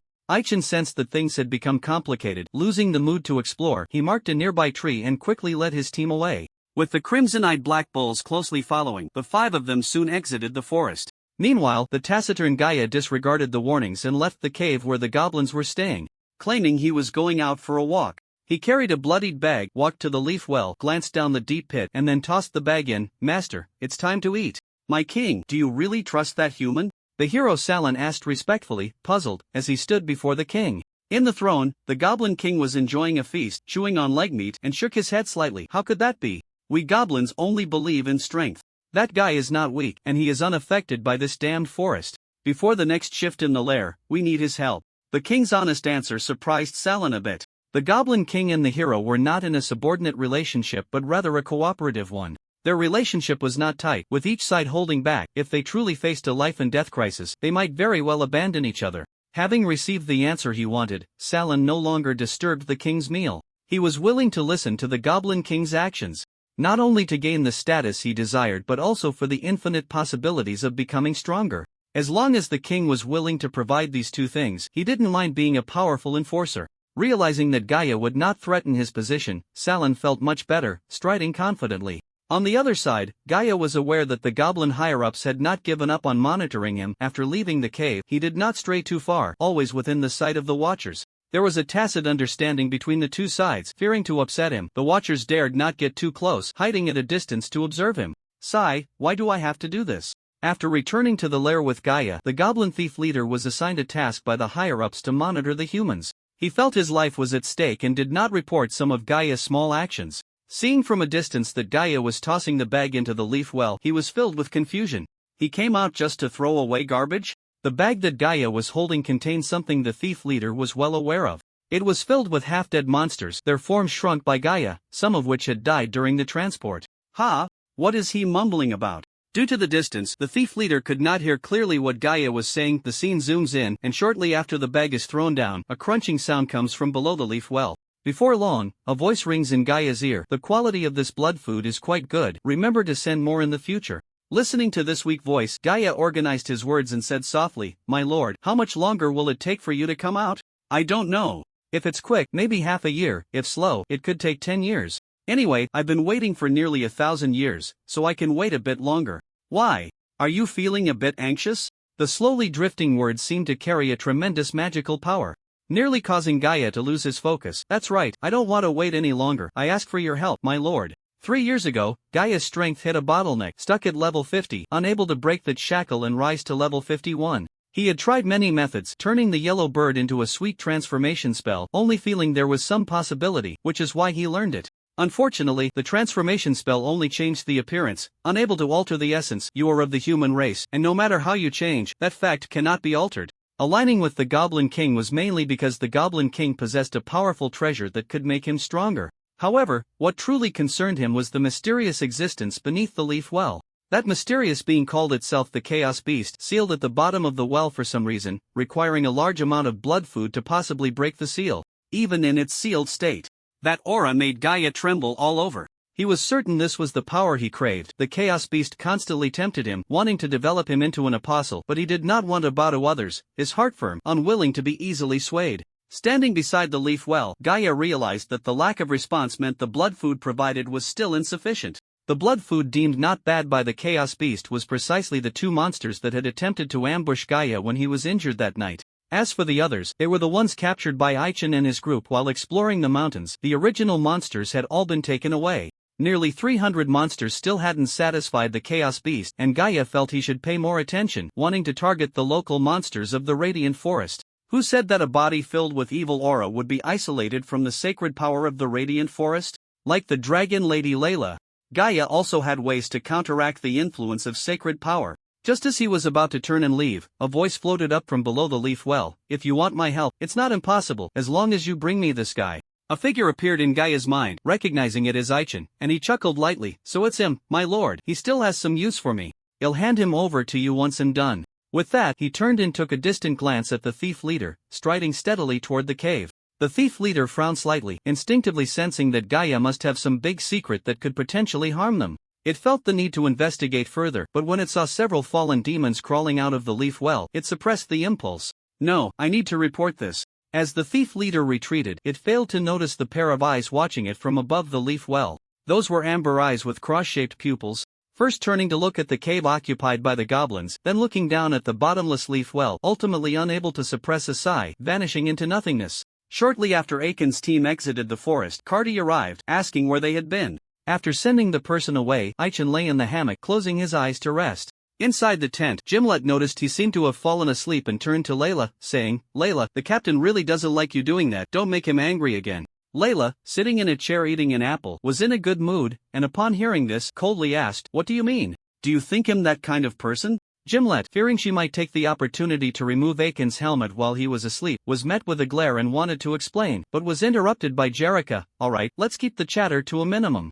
Since we still have a bit of time, let's make the most of our rest," Jerica said, washing her face before lying down in the hammock to sleep. As the sky darkened, according to the negotiations with the forest, the monsters would clear a path, but the timing would be up to them. Based on Aiken's guess, the main force would likely move around 9 p.m., so they needed to rest up. As it neared 8 p.m., Aichen was awakened by the noise outside the tent. Sitting up groggily and shaking his head, he was actually against attacking at this time. "Sigh, isn't this just sending us to our deaths?" Ilusa remarked as she hurriedly adjusted her outfit. Aichen felt the same. He had previously reported the situation with the abyssal demon to Carty, and the main force was still intent on a night raid, making casualties inevitable. He didn't want to voice any opinions. As long as there were goblins to kill, he wouldn't care too much about such matters. Aichen donned his gear and brought the four of them to the assembly point. The crowd was dense, and after a quick scan, he suddenly froze, spotting Cross among the throng. The two bear cubs had also arrived. Aiken's traps set up in the room were not enough to deal with Cross alone.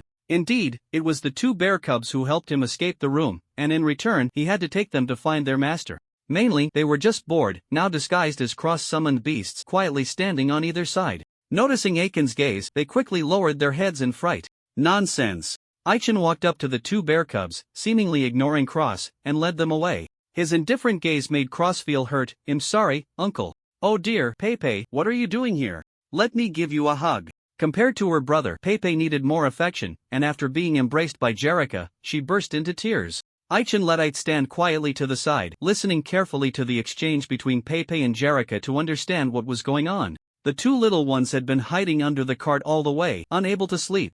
And now that they had finally arrived, it was bad enough that Cross didn't provide food, but he also woke them up. If it weren't for the fact that Charles had given them plenty to eat, they wouldn't be this energetic. Aichen knew they were a handful. There was no need to leave them in the tent, so he brought them along. Before long, accompanied by Carty, a fiery red-haired woman with a stunning figure arrived. She was a summoner, with a rather cute little fox perched on her shoulder. The woman stepped to the front of the crowd, cleared her throat, and said seriously, "My name is Lehana von Foam. Just call me Lehana. From now on, you will follow my orders. If anyone has objections, feel free to speak up." The local adventurers all knew her and were aware of her prowess, so they dared not speak. Those who didn't know her were also silenced by Carty's deep respect for her.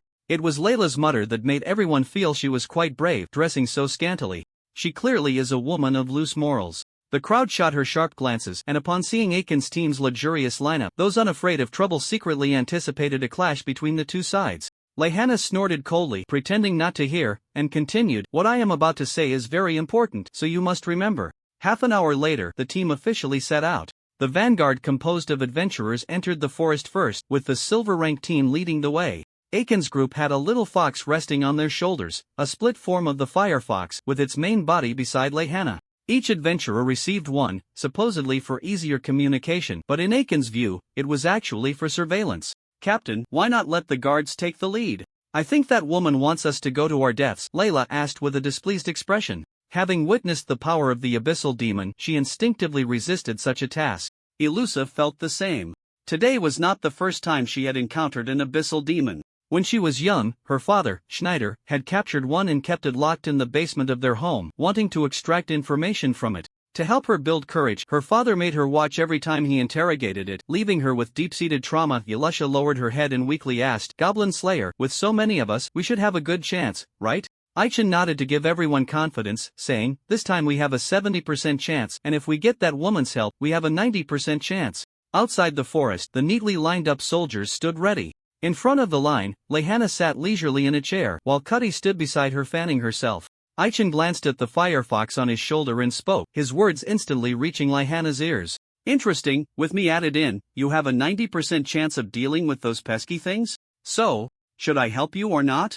Lehana became interested in Aichin, took a puff of smoke, and looked up at the sky. The summoners of Suwat continent benefit from sharing some abilities with their pets, and their physical condition is not bad. Lehana is skilled at commanding pets in battle and has decent close combat abilities, so she doesn't need a guard to protect her at all times. Hearing her words, Cuddy chuckled awkwardly. "Lady Lehana, the Lord has said that if there are too many casualties, we won't be able to explain." "Don't use the Lord to pressure me. I don't need you to teach me how to do my job," Lehana interrupted with a glare. Kata's words were effective, and in a moment, she made her decision. The scene shifted back to Aichin, who, while walking, suddenly felt a heat in his body, instinctively thinking he was under an unknown attack, and raised his hand to signal everyone to stop. "What's going on? Why do I feel so hot, huh? It's not hot anymore?"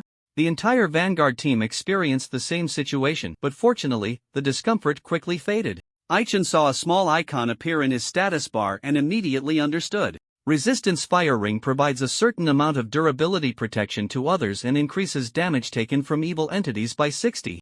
This is a high-level granting technique that can be learned from a mentor once the caster reaches level 32. Lehana is a summoner, not a granting caster, and her ability to apply status effects to a group is indeed a talent of the Firefox.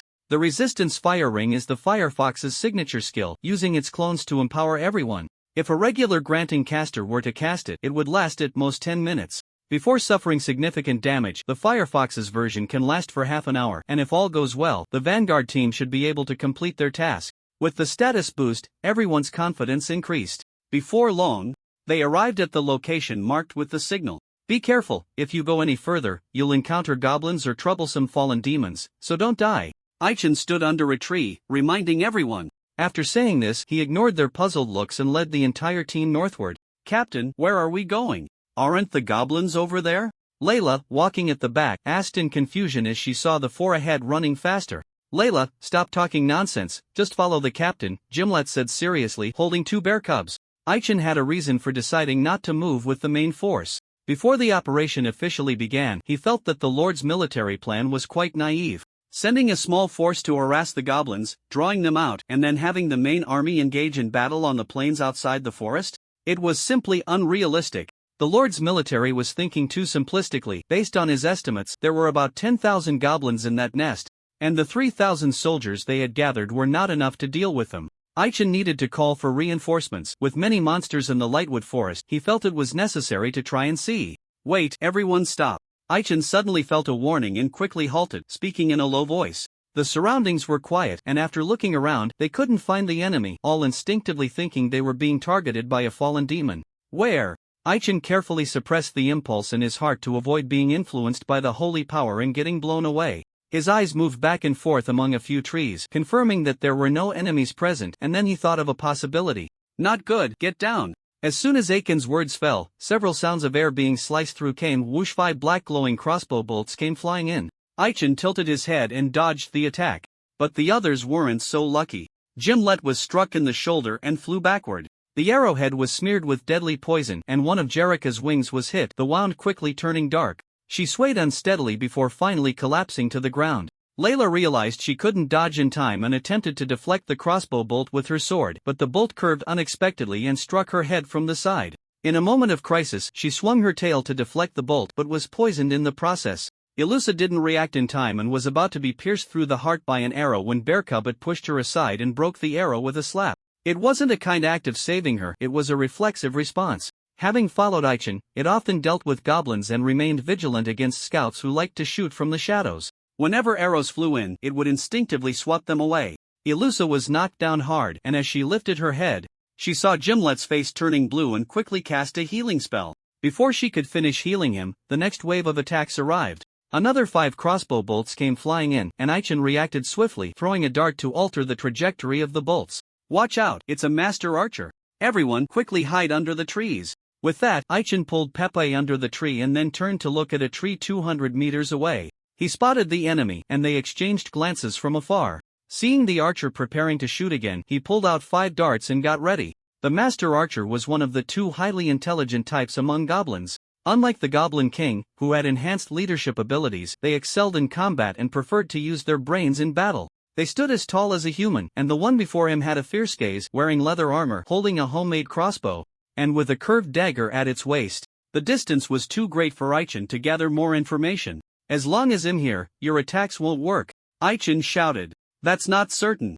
The master archer moved, quickly shooting out 10 crossbow bolts, each one curving unpredictably, making it impossible to predict their trajectory. This was Aiken's second encounter with a master archer. The last time was 3 years ago when he encountered a lone master archer in the wilderness. They had engaged in a fierce battle, ultimately injuring each other, and despite the risk of serious injury, he couldn't capture it. What he didn't know was that the one before him was the same one that had escaped back then. Like the Goblin King, master archers were also extremely rare.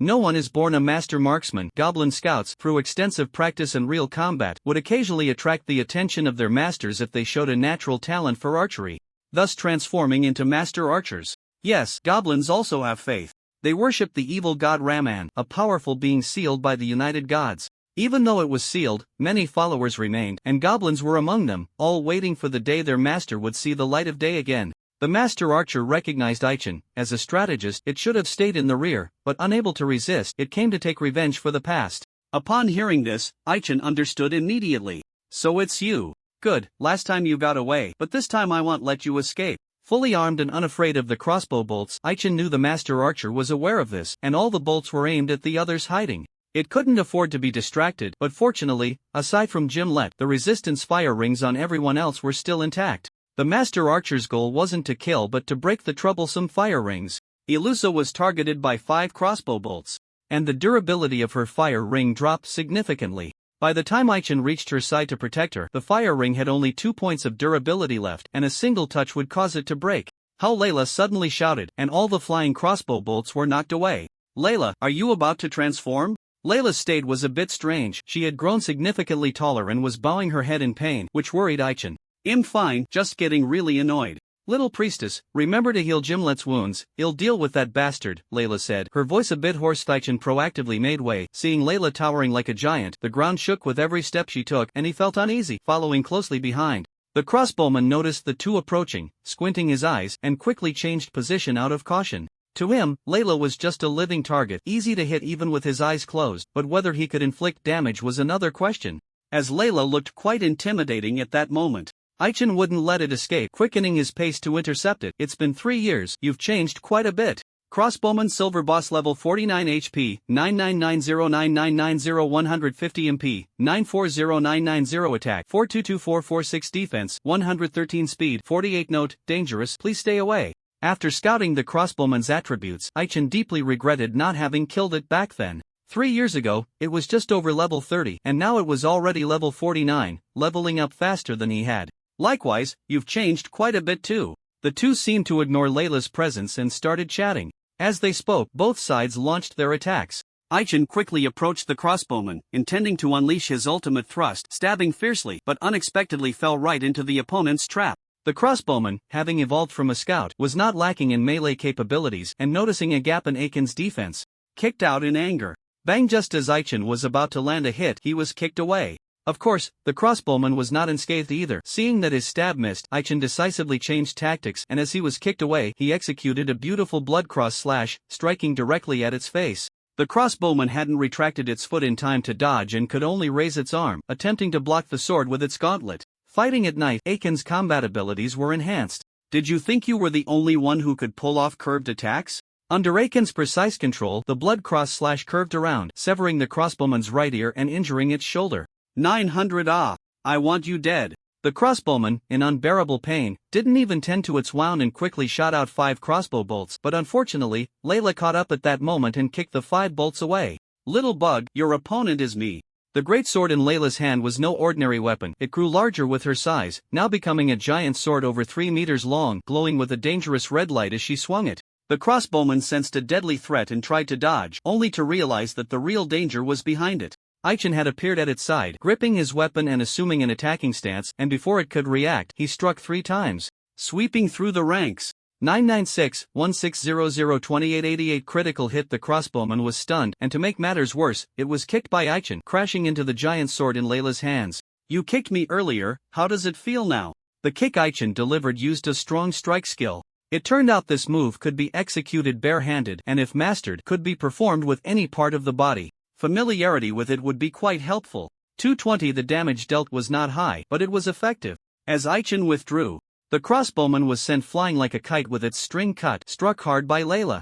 Meanwhile, as Aichen faced the crossbowman, the vanguard troops were also in danger. The intentions of the humans were too obvious. The goblins, eager to strike back, took the initiative to attack, laying heavy ambushes along the way. Puff puff puff. Composed of hundreds of scouts, the archer unit unleashed a barrage of arrows. Although it didn't cause any casualties, many of the resistance fire rings on the soldiers had disappeared. Just as the second wave of arrows was about to strike, the silver-level adventurers, led by Stallone, launched their counterattacks. Stallone was a magic swordsman, a branch of warriors, level 47, wielding a black longsword. As the second wave of arrows came, he unleashed 3 whirlwind slashes in quick succession, cutting down nearly half of the arrows. Don't just stand there. Everyone capable of ranged attacks, focus your fire over there, Stallone said with a serious expression. Seeing this wave of arrows being neutralized, he wanted to move forward to eliminate the troublesome archers, but unexpectedly, 2 big goblins appeared. As everyone turned to look at them, some were scared, some were excited, and most were conflicted. With so many monks and so little meat, the silver-level adventurers were all like livestock. A few more big goblins could easily be consumed.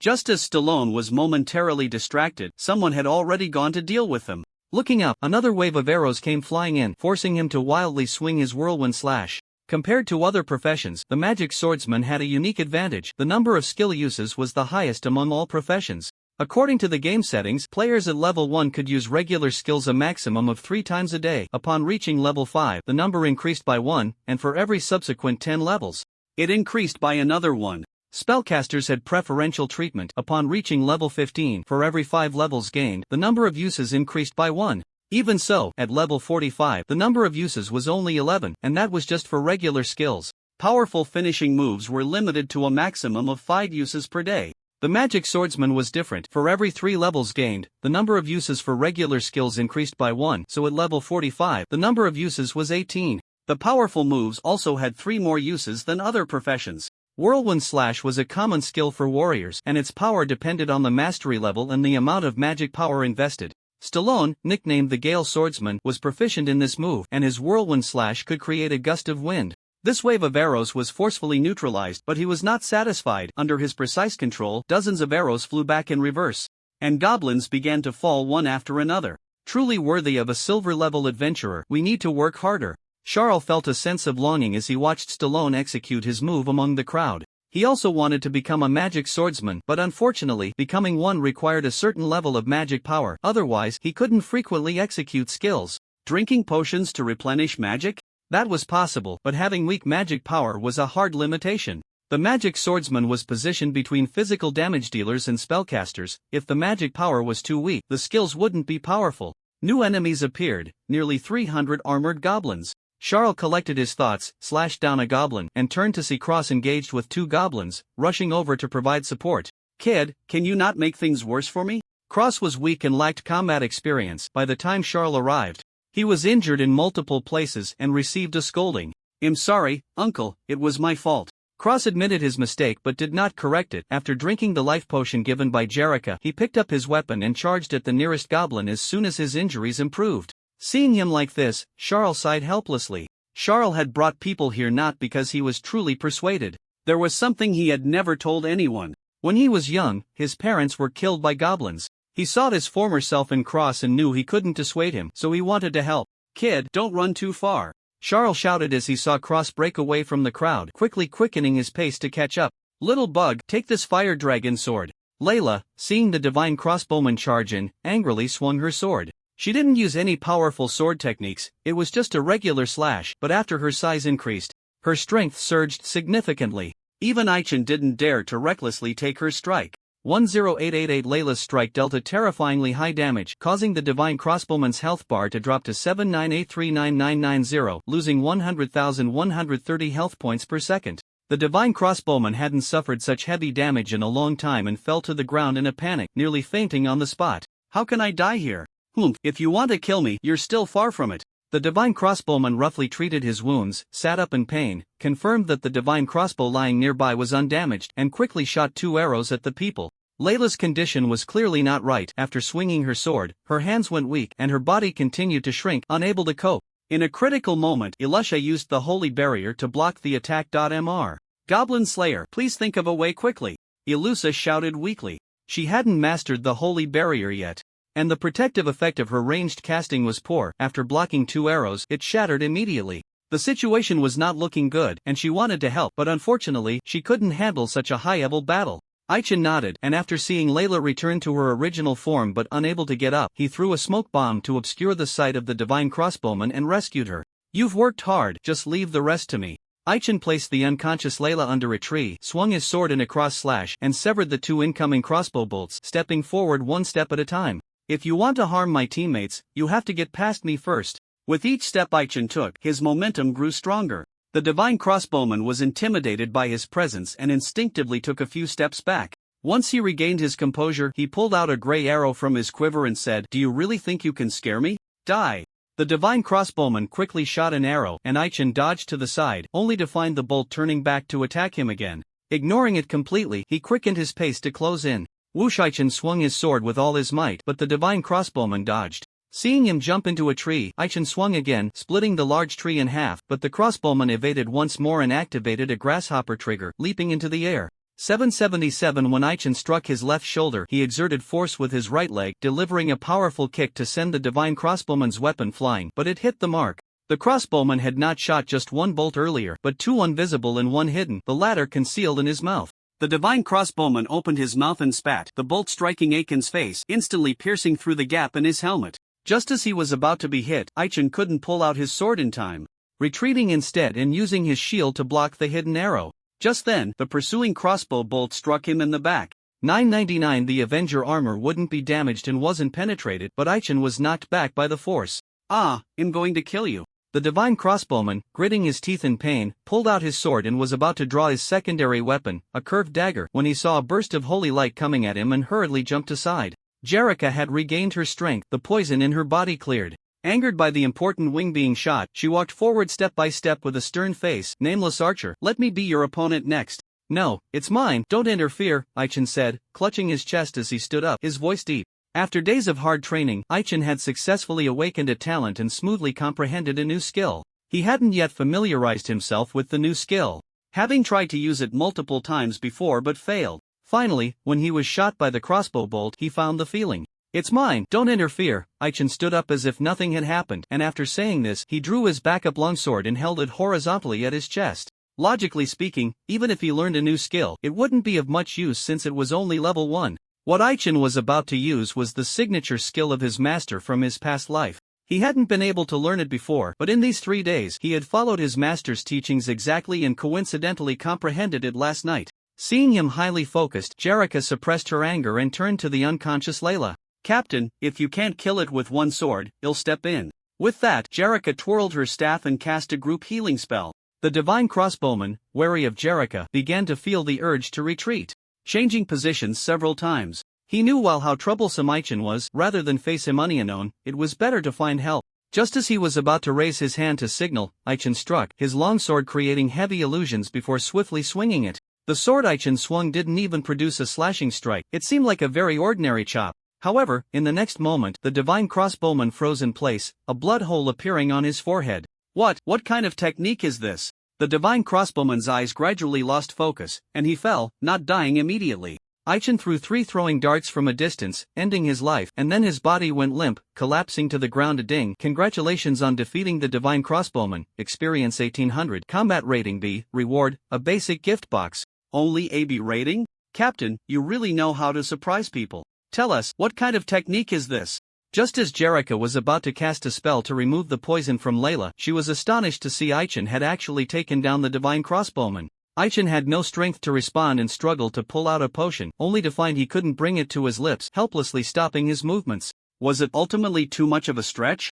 Aichen had plans for every skill slot. Compared to active skills, he preferred to learn passive skills. Of course, in a sense, talents could also be considered passive skills. He had spent too much energy to comprehend a certain talent. With the little time left, he learned a sword technique that could be called divine. Sword Dance LV1. When health is above half, it consumes half of current health to temporarily increase attack by 20 points, dealing 180 piercing damage to a single enemy within 300 yards. If the enemy's health is below 75, the damage will definitely be a critical hit. If the enemy's health is below half, it will cause an instant death effect. Non-life characteristic targets can be exempted, and treasures that grant exemption from instant death effects can also be exempted. Usage count 0-1. Although the skill level is still 1, it can only be used once a day, yet it is still powerful, especially the instant death effect. If the skill is leveled up to the maximum, even holding a treasure that grants exemption from instant death effects will not allow for exemption. This technique is extremely difficult to learn. The only person Aichen knew who could teach it was his master. In his past life, his master had many disciples, but none had the qualifications to learn his ultimate skill. At that time, the master lowered his requirements to prevent the ultimate skill from being lost, allowing a few favored disciples, including Aichen, to attempt to comprehend it. In his past life, Aichen only treated the sword as a secondary weapon and did not study it earnestly. Successfully learning it was not something to be particularly happy about. One could only say that the master taught well. To this day, that devilish training still lingers in his memory. The conditions for using this technique are harsh, and Aichen dared to use it, undoubtedly calculating that the divine crossbowman's health had just dropped below half.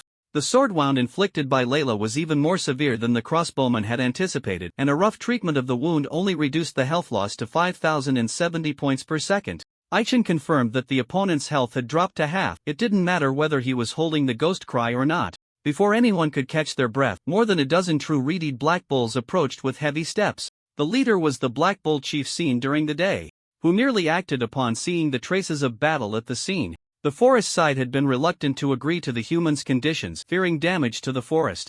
As the guardian of the forest, the Black Bull chief had the responsibility to expel or kill the destroyers. It restrained its impulse, glanced at another battlefield where fierce fighting was taking place, and was about to turn to rush over when Aichen called out to it. "Wait, I'm just as angry about this as you are. Why don't we join forces?" Aichen struggled to stand and said, then stepped forward to pick up the ghost cry, looking towards the main battlefield in the south, feeling a bit excited. It was a rare opportunity for leveling up, and he didn't want to miss it. Confirming that the others were safe, he was about to set off. The Black Bull chief did not respond and quickly retreated with its subordinates. Aichen knew it was going to fetch reinforcements, and soon it would evolve into a 3-way battle. No, a 4-way battle. He needed to take a moment to catch his breath and adjust his state. How is he? Is he okay? Aichen walked over to Gimlet and asked. Gimlet was fragile. He was out of commission after taking an arrow, and even though the poison had been cleared, he couldn't wake up for a while. Layla had come to her senses, completely forgetting about her earlier rampage, sitting there with a dazed expression.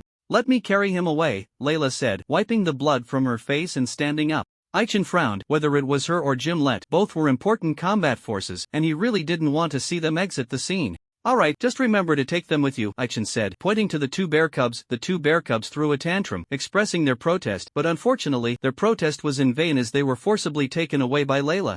Aichen looked at the silent Ilusa and Jerrica and said, "Let's take a 10-minute break right here. Everyone make sure to rest up." After saying that, he sat down against a tree, closing his eyes to rest, but he didn't let his guard down. After all, the enemy had stealth units. On the main battlefield, as more and more goblins joined the fray, the small number of the vanguard team was insufficient to cope. After discussions between Lehana and Kati, new orders were issued using the convenience of the Firefox clones. Before long, the Firefox clones each person carried began to disappear one by one as their summoning time expired. The vanguard team fought while retreating, intending to lure the goblins out of the forest and into the open plains for a grand battle. What they didn't know was that this also aligned with the goblins' intentions. The goblins were limited in strength within the forest, and it was necessary to shift the battlefield. When the main force officially engaged the goblins, a group of over 700 unknown goblins appeared from behind. Lehana sat in her chair, watching the aggressive goblins, and couldn't help but shake her head, saying, "No matter how many reinforcements come, they won't get past me. Firefox, burn them to death."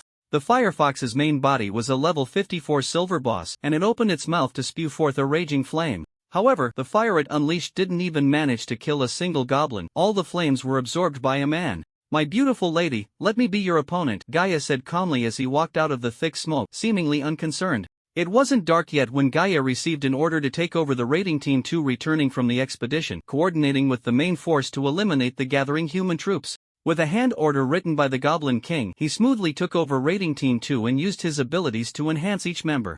"Listen well, our task is heavy. I don't want any of you to fall permanently after the war ends. If you don't want to die, it's best to follow my orders. Do you all understand?" Gaia glanced at the main battlefield from a distance before turning to the goblins for a pre-battle briefing. He had hidden himself well, using the night to conceal himself on a low hillside, allowing each goblin to crawl on the ground. Once he confirmed that no one was paying attention to this side, he had the goblins line up neatly.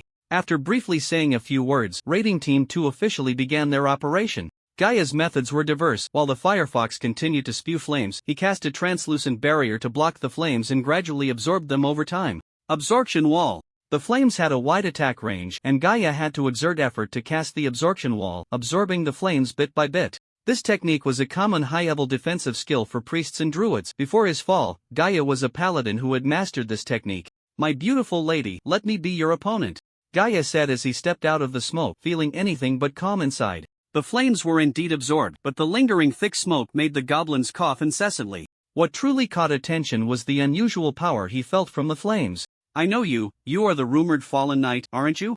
I didn't expect you to actually show up," Lehana said with a serious expression. She was aware of Gaia's rumors. He was originally a member of the Holy Paladin Order who betrayed the organization 6 years ago. The Holy Paladin Order was a special organization responsible for protecting sages and important church personnel, with each member carefully selected, all above level 40 and more than half above level 50. 6 years ago, Gaia stole a manuscript from the Grand Sage and betrayed the organization, becoming wanted across the entire continent. Coincidentally, while Lehana appeared to belong to the Holy Crusaders, she was also a member of the Holy Paladin Order. Naturally, she was protecting the Lord of Guildford, even though the Lord himself didn't need protection from outsiders. Guildford had paid a huge price to have her intervene, as she had her own exceptional abilities. Rihanna put away her smoking pipe and took out the short staff hanging at her waist, chanting earnestly, "Awaken, awaken, my guardians, quickly use your shields to block the enemies ahead, holy summon." As her voice fell, the ground began to shake violently. Gaia stopped in his tracks, and towering figures emerged from the ground in front of Rihanna. Watching this scene, a hint of seriousness appeared in his eyes. "Beautiful lady, you really know how to surprise people. Can't you lighten my workload a bit?" The guardians protecting Rihanna were all made of stone. Guardian Knight level 50 HP, 7000700050 MP, 20002000 attack, 400420 defense, 110 speed, 44 Guardian Shield Warrior level 50 HP, 100 001000050 MP, 20002000 attack, 380400 defense, 150 speed, 36 Guardian Longbowman level 50 HP. 600060050 MP, 20002000 attack, 420449 defense, 90 speed, 48 Layla summoned 30 guardians in one breath, 10 of each type. 5 shield warriors charged forward alongside the knights, while the other 5 shield warriors stood neatly in front of the bowman squad. The 10 bowmen launched their attack first, each quickly firing 2 arrows. As the arrows were shot, they transformed into 4 gray piercing arrows. This was a volley arrow, as the bowmen used stone arrows that could split upon being shot. Thud, thud, thud. In an instant, Gaia's second raiding team suffered heavy casualties, with goblins falling one after another, their leather armor unable to withstand the onslaught, easily pierced through. Gaia had no time to care about the lives of his subordinates. He gripped his greatsword tightly, his eyes excitedly watching the 10 knights drawing closer. "Interesting, let's have a good fight." Gaia said, stepping forward with a steady pace. With Rihanna present, the ambush from behind was temporarily blocked, but unfortunately it did little to relieve the pressure on the main battlefield. Goblins continued to pour out, and the disparity in forces was evident. With the main army composed of guards gradually shifting from offense to defense, their lines continuously shrinking. The vanguard suffered heavy losses. Even though silver-ranked adventurers were desperately protecting the people, the death toll had already surpassed 100. Retreat! Anyone who doesn't want to die, get back over there. After pushing back a large goblin with his sword, Stallone turned to shout at the retreating adventurers. Seriously, why should I work so hard? Stallone was fed up with being a pawn. Whether it was the Adventurers Guild or the Lord's Mansion, they both treated him as a piece on a chessboard, and perhaps he had now become a discarded piece. He didn't want to take orders from anyone anymore. Taking a deep breath, he fought his way through the blood-soaked path. Just as he was about to break through the encirclement, a big guy appeared, catching him off guard and sending him flying with a single slash. Stallone fell to the ground in a sorry state, lifting his head to see who had injured him, his expression extremely grave. This is trouble. The goblin hero Salen had appeared, and compared to the hero Saber that Aichin had encountered before, this one exuded a much stronger aura. Centurion Salen Bronze Boss Level 54 HP, 160001, 6000100 MP, 16001600 Attack, 430460 Defense, 160 Speed, 40 Note, Strong Enemy, do not engage directly. Salen stood about 4 meters tall, clad in green-scaled armor, wielding 2 large cleavers. After sending Stallone flying, he charged into the crowd, slaughtering adventurers below silver rank as if they were mere vegetables. Suddenly, a gust of wind blade struck from the side, slowing down his assault. Oh, a two-legged sheep. I cut you once and you can still stand. Not bad. Salen said, turning to look as Stallone gripped his weapon, posing as if he was about to unleash a powerful attack, piquing Salen's interest. Salen enjoyed battling human warriors. Each fierce fight he experienced always granted him some experience points. Unfortunately, it would disappoint them. Stallone, due to his severe injuries, was unable to unleash his moves and collapsed weakly. Cerrone, finding it dull, swung his sword, but at that critical moment, Char appeared and rescued him. As he attempted to pursue, 5 silver-ranked adventurers entangled him, diverting his attention. Both sides tested each other and realized that this enemy was not easy to deal with, putting away their underestimation. Damn it, where the hell did that bastard run off to? The bastard Cerrone referred to was the Divine Crossbowman. In every major battle, he and the Divine Crossbowman, one as the main and the other as support, had killed many human powerhouses above level 60 with their cooperation. Not long after the battle began tonight, the Divine Crossbowman vanished. If it weren't for that, Cerrone wouldn't have needed to take the field early. What he didn't know was that at that moment, the Divine Crossbowman's body was quietly taken away by the Abyssal Demon and ultimately thrown into the Leaf Well. At the bottom of the Leaf Well, after a crunching sound, a light voice floated up. Go ahead, hit as hard as you want. In the end, it will all benefit me. Not long after Layla carried Gimlet away, she encountered trouble. Damn it, this is never ending. If Gimlet wakes up, I wouldn't have to work so hard. In the dim forest, Layla swung her great sword, injuring an invisible Abyssal Demon, complaining helplessly. Noticing 2 abyssal demons creeping up behind her, she swung her tail, which was easily dodged, leaving her thoroughly annoyed. For some reason, a large number of abyssal demons had set their sights on her. If she were in good condition, Layla wouldn't fear the first form of the abyssal demon at all, but now she had to split her focus to protect someone, and her state was deteriorating significantly. Bear cubs, just stay there and don't cause me any trouble. Layla swung her sword until her hand ached. Seeing the 2 bear cubs ready to join the fight, she quickly scolded them. The 2 bear cubs, scolded, drooped their faces. Why does everyone think we are a burden? We are strong, you know? Before Layla could catch her breath, the abyssal demons split into 2 groups, one group charging at the 2 bear cubs, while the other group collectively exhaled strange black gas, quickly enveloping the surroundings. Useless, such petty tricks won't fool me. Layla cut down 2 abyssal demons and quickly retreated in front of the bear cubs, shouting loudly. The dragon race has a keen sense of smell. As long as she remembers the scent of the abyssal demons, even if they hide, she can lock onto their positions. Ultimately, she was careless. The strange black gas was not just an obstruction to vision.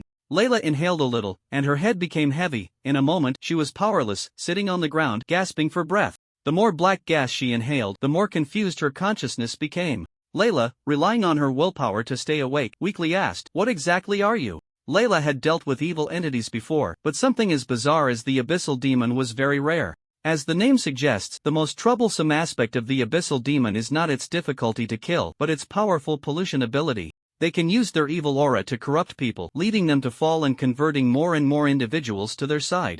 Layla did not want to be transformed into an evil dragon, enslaved by the master of the abyssal demons.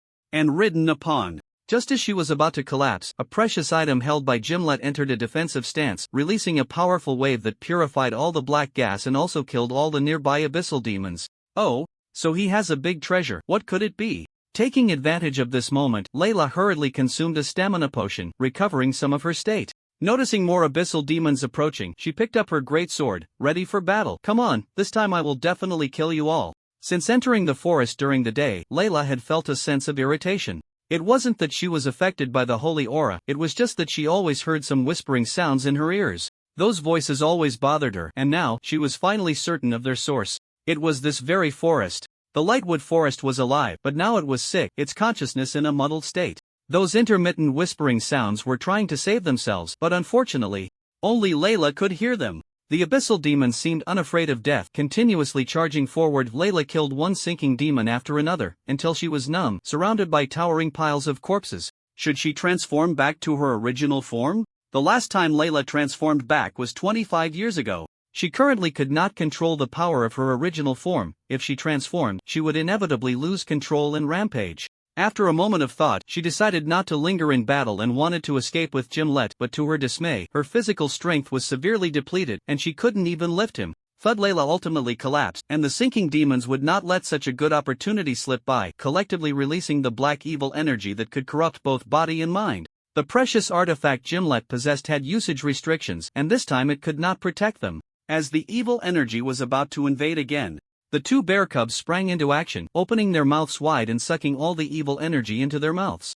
Burpeed had a wild sucking spree of the evil energy, patting his belly with a satisfied expression as he let out a burp. Pepe, being a girl, maintained her image and did not burp. Instead, she took a long breath, sat on the ground, and shot a glance at the sinking demons, indicating that she still wanted more. Layla was taken aback by this scene. You can do that? Aichin had misunderstood something. The two bear cubs could grow stronger by devouring energy. The black evil energy was essentially dark energy, and when the sinking demons released it earlier, they had acted eager to try it because they found it pleasant, but Layla had misunderstood. Now that they were eating it, their experience points surged significantly, indicating they wanted to taste more. The sinking demons were frightened by the actions of the two bear cubs, realizing that they could be their natural enemies, quickly regaining their composure and pouncing forward. The two bear cubs showed no fear. Eat forcibly tore off a leg from a sinking demon, and a drop of blood accidentally splashed into his mouth, causing his eyes to widen as if he had tasted an exquisite delicacy. Eat tried a bite of the leg meat in his hand and discovered he had never eaten such delicious raw meat before, becoming uncontrollable.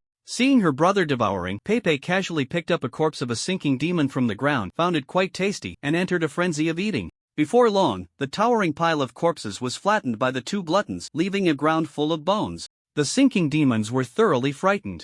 Those who interrupted the meal were all killed by the two bear cubs, and seeing them trying to escape, their ferocity surged, chasing them out fiercely. Layla's gaze was numb as she saw the two bear cubs dragging back over a dozen corpses, steadying herself and sighing helplessly. Bear babies, you're so strong, why didn't you say so earlier? The two bear cubs did not respond. For them, being full and then sleeping was a very happy thing. Eat rubbed his bulging belly, comfortably lay down, and soon fell into a deep sleep. Pepe, unlike her brother, who had no image, dragged a corpse to a tree, and to avoid losing her food while sleeping, simply lay on the corpse and fell into a deep slumber. On the other side, at the bottom of the fallen leaves well, the chaos beast stared with deadfish eyes, boringly gazing at the unchanging sky. What it looked at was not the sky, but freedom. Ever since being sealed here, it had been staring blankly at the sky every day. Corpses were continuously dropped down, and it only needed to move its mouth to grow slightly stronger. This sense of fulfillment gave it motivation. It believed tonight was an opportunity to break through the seal in one breath. Suddenly sensing a large number of its kin being killed, the Chaos Beast felt a bit uneasy. What's going on? Who killed my children? Is it that female angel? After receiving the images of its kin before their deaths, the Chaos Beast's eyes widened in shock. What's up with those two wild beasts? The Chaos Beast couldn't figure out how the two bear cubs did it, and after thinking for a while, it came up with a certain possibility, its eyes widening in surprise. The Chaos Beast had been hiding for too long and felt it had been discovered, becoming extremely anxious. Damn it, have I finally been discovered by that group? No, tonight I must break through the seal. With that, the Chaos Beast worked even harder on its bloody feast. As the fierce battle unfolded, Aichin still had not arrived at the battlefield. The three were delayed by something, and as they walked, they happened to meet Layla. Captain, you finally made it, Layla complained while leaning against a tree. Aichin was delayed by something, and he never expected to encounter the Goblin King in the forest. "Shh, don't make a sound," Aichen whispered to the two women as he hid under a tree. In their line of sight appeared a particularly unusual goblin. Kabuto Golden Boss level 55 HP, 130001, 3000 200 MP, 3000 attack, 380390 magic attack, 434477 defense, 150 speed, 44 note, dangerous, please stay away from it. Kabuto was the name of the Goblin King before them, possessing a robust physique comparable to that of a great goblin, exuding a regal aura. Wearing a crown, draped in a red robe, and holding a staff, he sat in a palanquin carried by 4 great goblins, all of which highlighted his status. "Mr. Goblin Slayer, could this be?" Ilusa whispered, having spotted Kabuto from a distance, guessing that he was the greatest enemy of the night.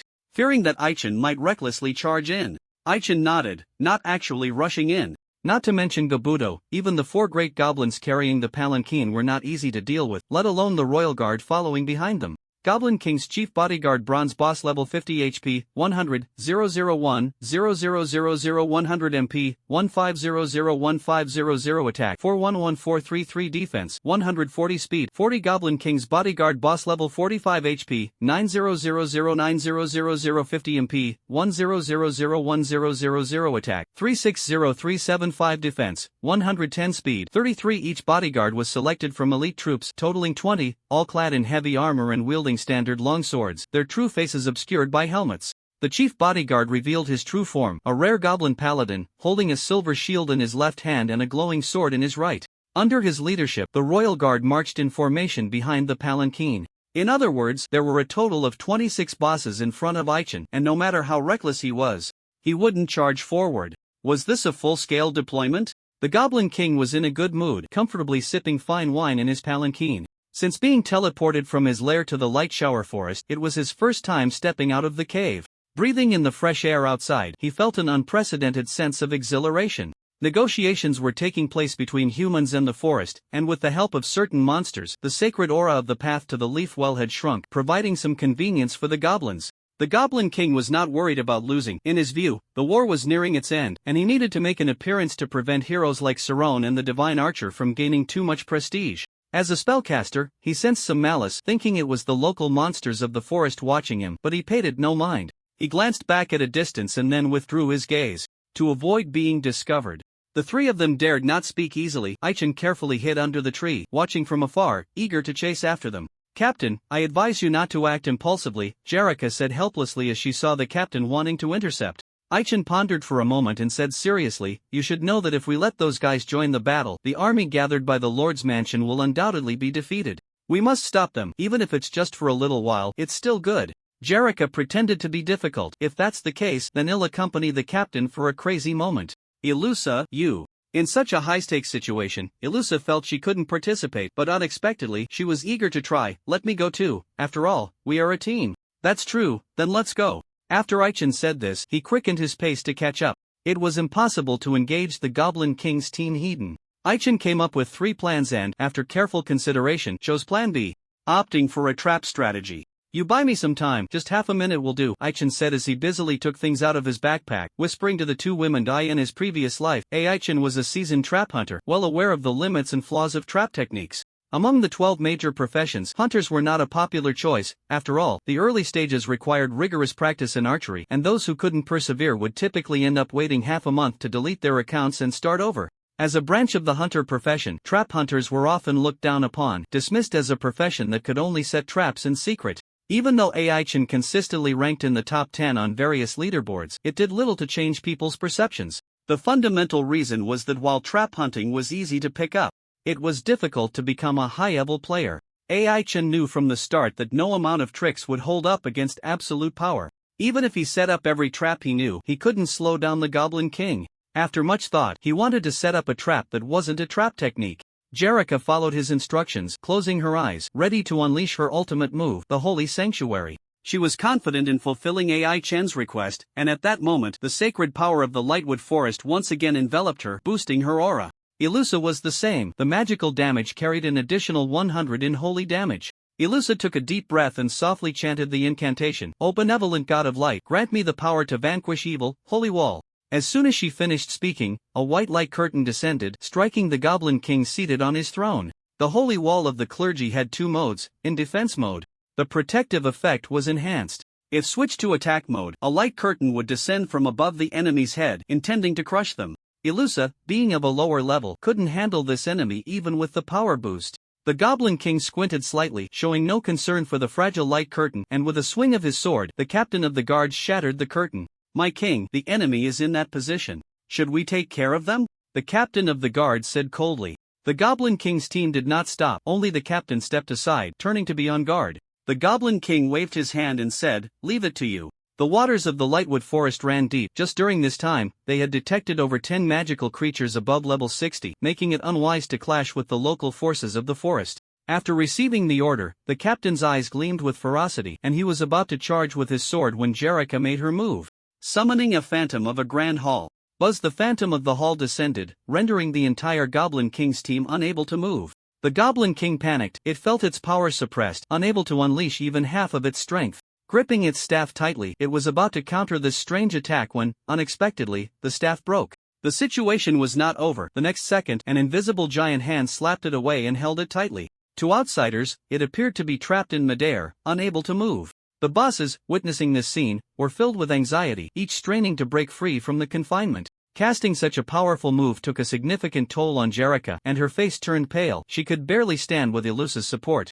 "Are you all right, Lady Angel?" Ilusa asked worriedly as Jerrica reverted to her first form. Jerrica turned her head and smiled slightly, but when she raised her left hand, she was gripping the soul of the Goblin King. All she needed to do was shatter this fragile soul, and the Goblin King would perish. But things were not that simple. Just as Jerrica was about to exert her strength, the Goblin King broke free from its restraints. Ilusa was once again shocked to see Jerrica use this move. The Holy Sanctuary was an extremely powerful defensive magic, said to be second only to the legendary Gate of Heaven. According to the game settings, it consumed 2,000 mana to summon a projection of a sanctuary, forcibly confining enemies within its range for 1,520 seconds, causing them to lose between 200,500 health points per second.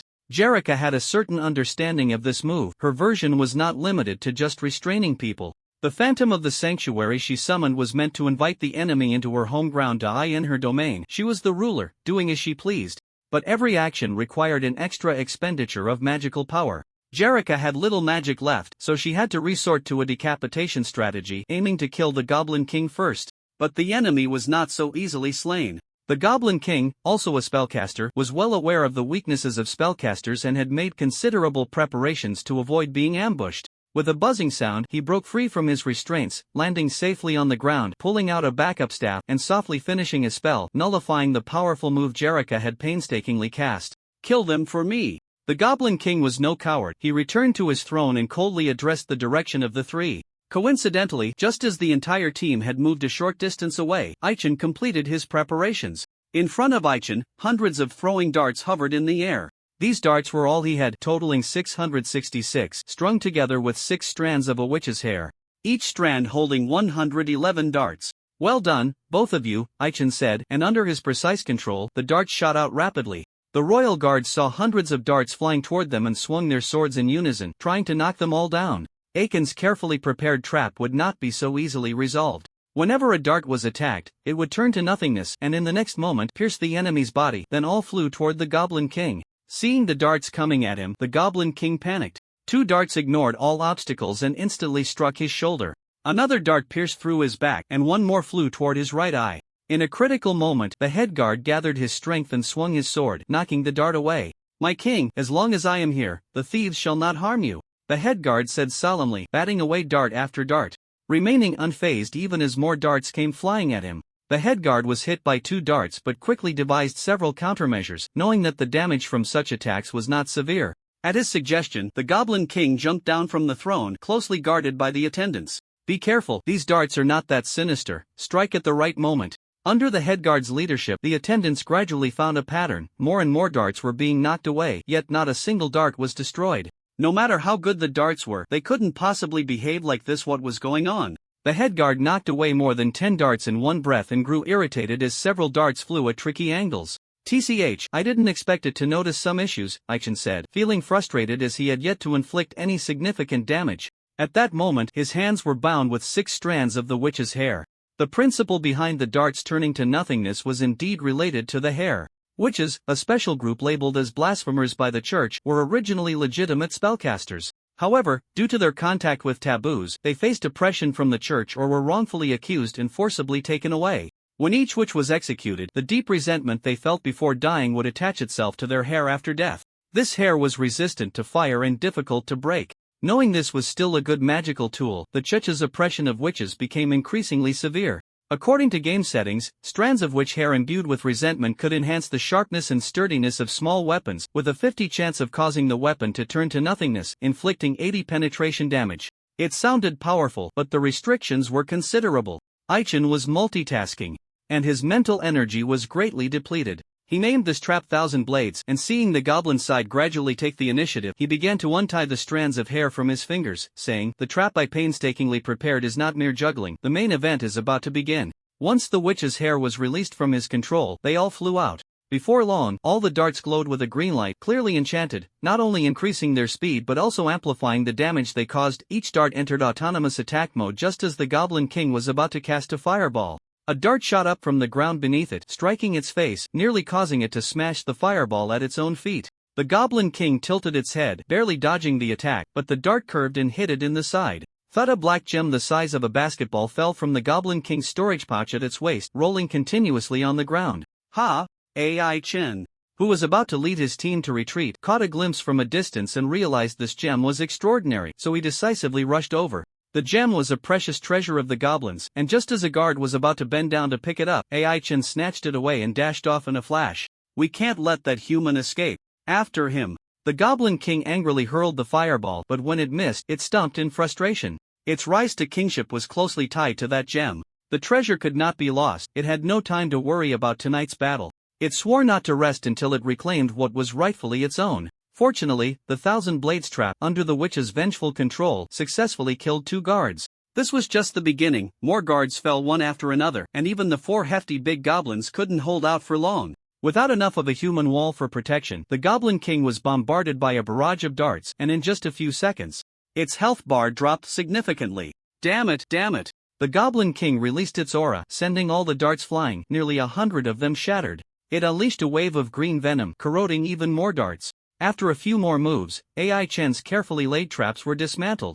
Luckily, its minions were too weak to pursue, as the local forces of the forest had gathered. The first to arrive was a herd of crimson-eyed black bulls, over 100 of them, along with a massive swarm of sweet honey. What truly made the goblins feel troubled were the 3 towering figures that appeared last, all over level 60 and Lord-class monsters, each one of them golden tier, quite formidable. The Goblin King's minions were surrounded, but it felt no fear. Since it couldn't break free for the moment, it decided to call for help. Using its crown, the Goblin King issued a command to the hero Saron and the fallen knight Gaia from a distance. In the rear battlefield, Gaia was busy fighting 2 guardian knights when the words echoed in his mind, prompting him to disengage. Interesting, since the item has fallen into his hands, that gives me another reason to kill him. Gaia fought while retreating, quickly exiting the battlefield. Lahaina saw him disappear into the forest and did not pursue, signaling the summoned creatures to prioritize dealing with the goblins, ignoring him. Did we not catch up? Ai-Chan hurriedly ran through the woods, glancing back to find no pursuers, and couldn't help but ask in confusion. This light-soaked forest was larger than he had imagined. After running with the 2 women for a while, he still felt unsafe and dared not stop. Stop, Captain, can we take a break? Jellica was the first to reach her limit, and after speaking, she leaned against a tree, gasping for breath. Elusa was not much better off, wiping the sweat from her forehead, curiously asking, "Mr. Goblin Slayer, what exactly did you pick up that made the Goblin King so angry?" "I don't know either. It should be quite valuable," Ai-Chan replied, taking out the gem from his backpack, also curious about what the treasure was. Mysterious gem rarity? Note, this is a treasured item cherished by the Goblin King. Details can be inquired from the party involved. The player's reconnaissance skill was not omnipotent, it only applied to humanoid targets or wild monsters.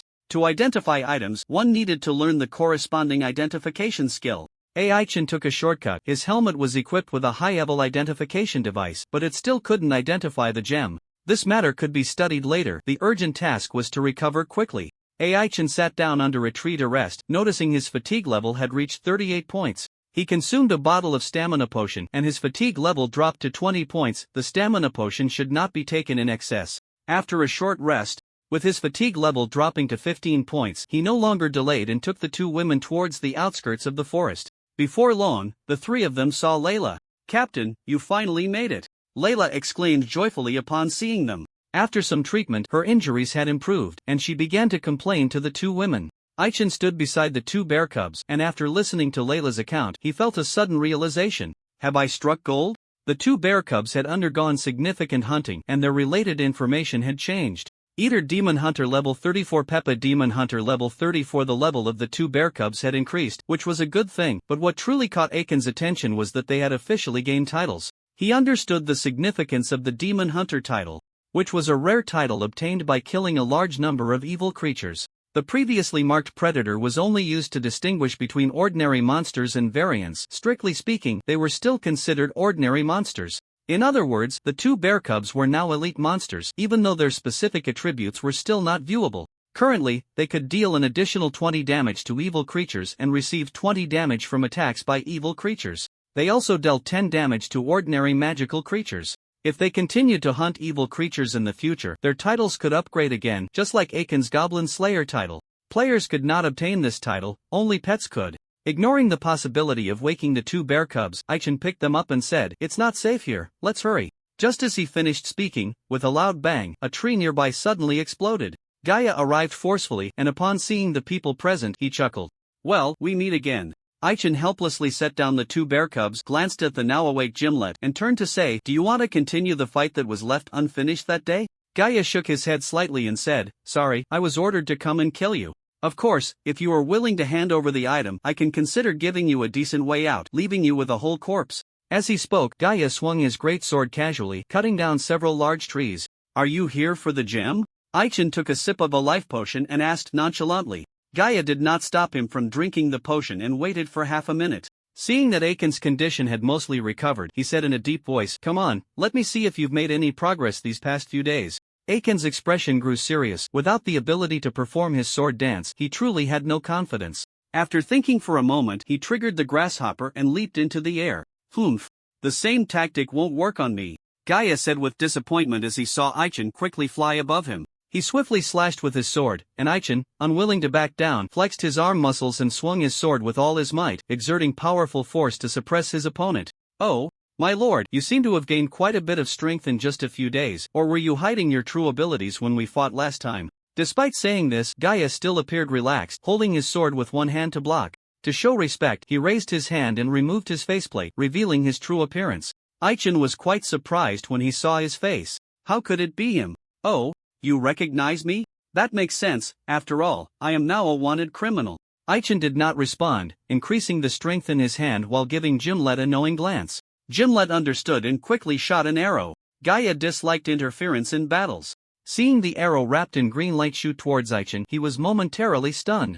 The next second, he realized that the two were coordinating. 1800 critical hit, 1888 critical hit, 1922 critical hit. Aichen quickly thrust three swords towards Gaia's chest. Even though the swords did not pierce through the armor, they still caused considerable damage. After the three thrusts, Aiken's second health bar was emptied. Taking advantage of Gaia's moment of inattention, he attempted to strike again, but Gaia swung his shield, aiming to slap it against Aiken's face. "Don't get too cocky." Aichen raised his shield to meet the attack, noticing a gap in his opponent's lower body. He quickly thrust his sword, striking precisely at the left knee. 888 Aichen caused his opponent to lose some blood while being knocked back himself, losing 500 health points in the process. "I see, if I'm not mistaken, this is the essence of the thrust, right? I didn't expect you to master such a technique," Gaia said.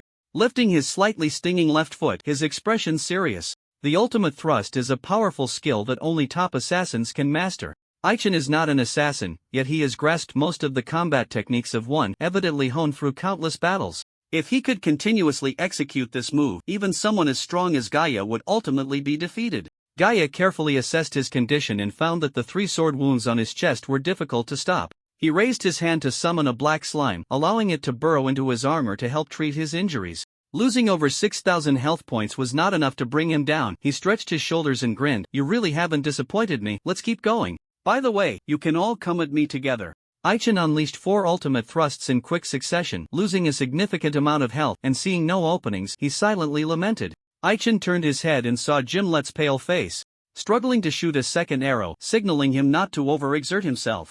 "You're strong, but in the end, I will be the one to win," Aichen said, retracting his gaze and switching his sword to his left hand, speaking earnestly. Seeing him reach into his backpack, Gaia said in a deep voice, "Come on, I'll show you with my strength that no matter what tricks you play, you can't defeat me." The two stopped talking. Gaia thought he was about to use a dangerous spell like a magic bomb, but he was mistaken. Aichen simply swung his sword, cleaving Gaia's shield in half and sending him flying with a powerful blow. Gaia Cruyff, a man of legendary status. During the game's open beta, he served as the sole professional mentor for Dark Knights, guiding players from neighboring countries. Among the 12 major professions, the Dark Knight is undoubtedly the most mysterious. Gaia's recruitment standards are high, even if he himself has fallen. He strictly adheres to the knightly code. Players wishing to become Dark Knights must undergo a 2-week training period, evaluated based on their overall performance to determine if they meet the entry requirements. With an acceptance rate of less than 1, many players feel despair. It is undeniable that those who meet the requirements are among the best players.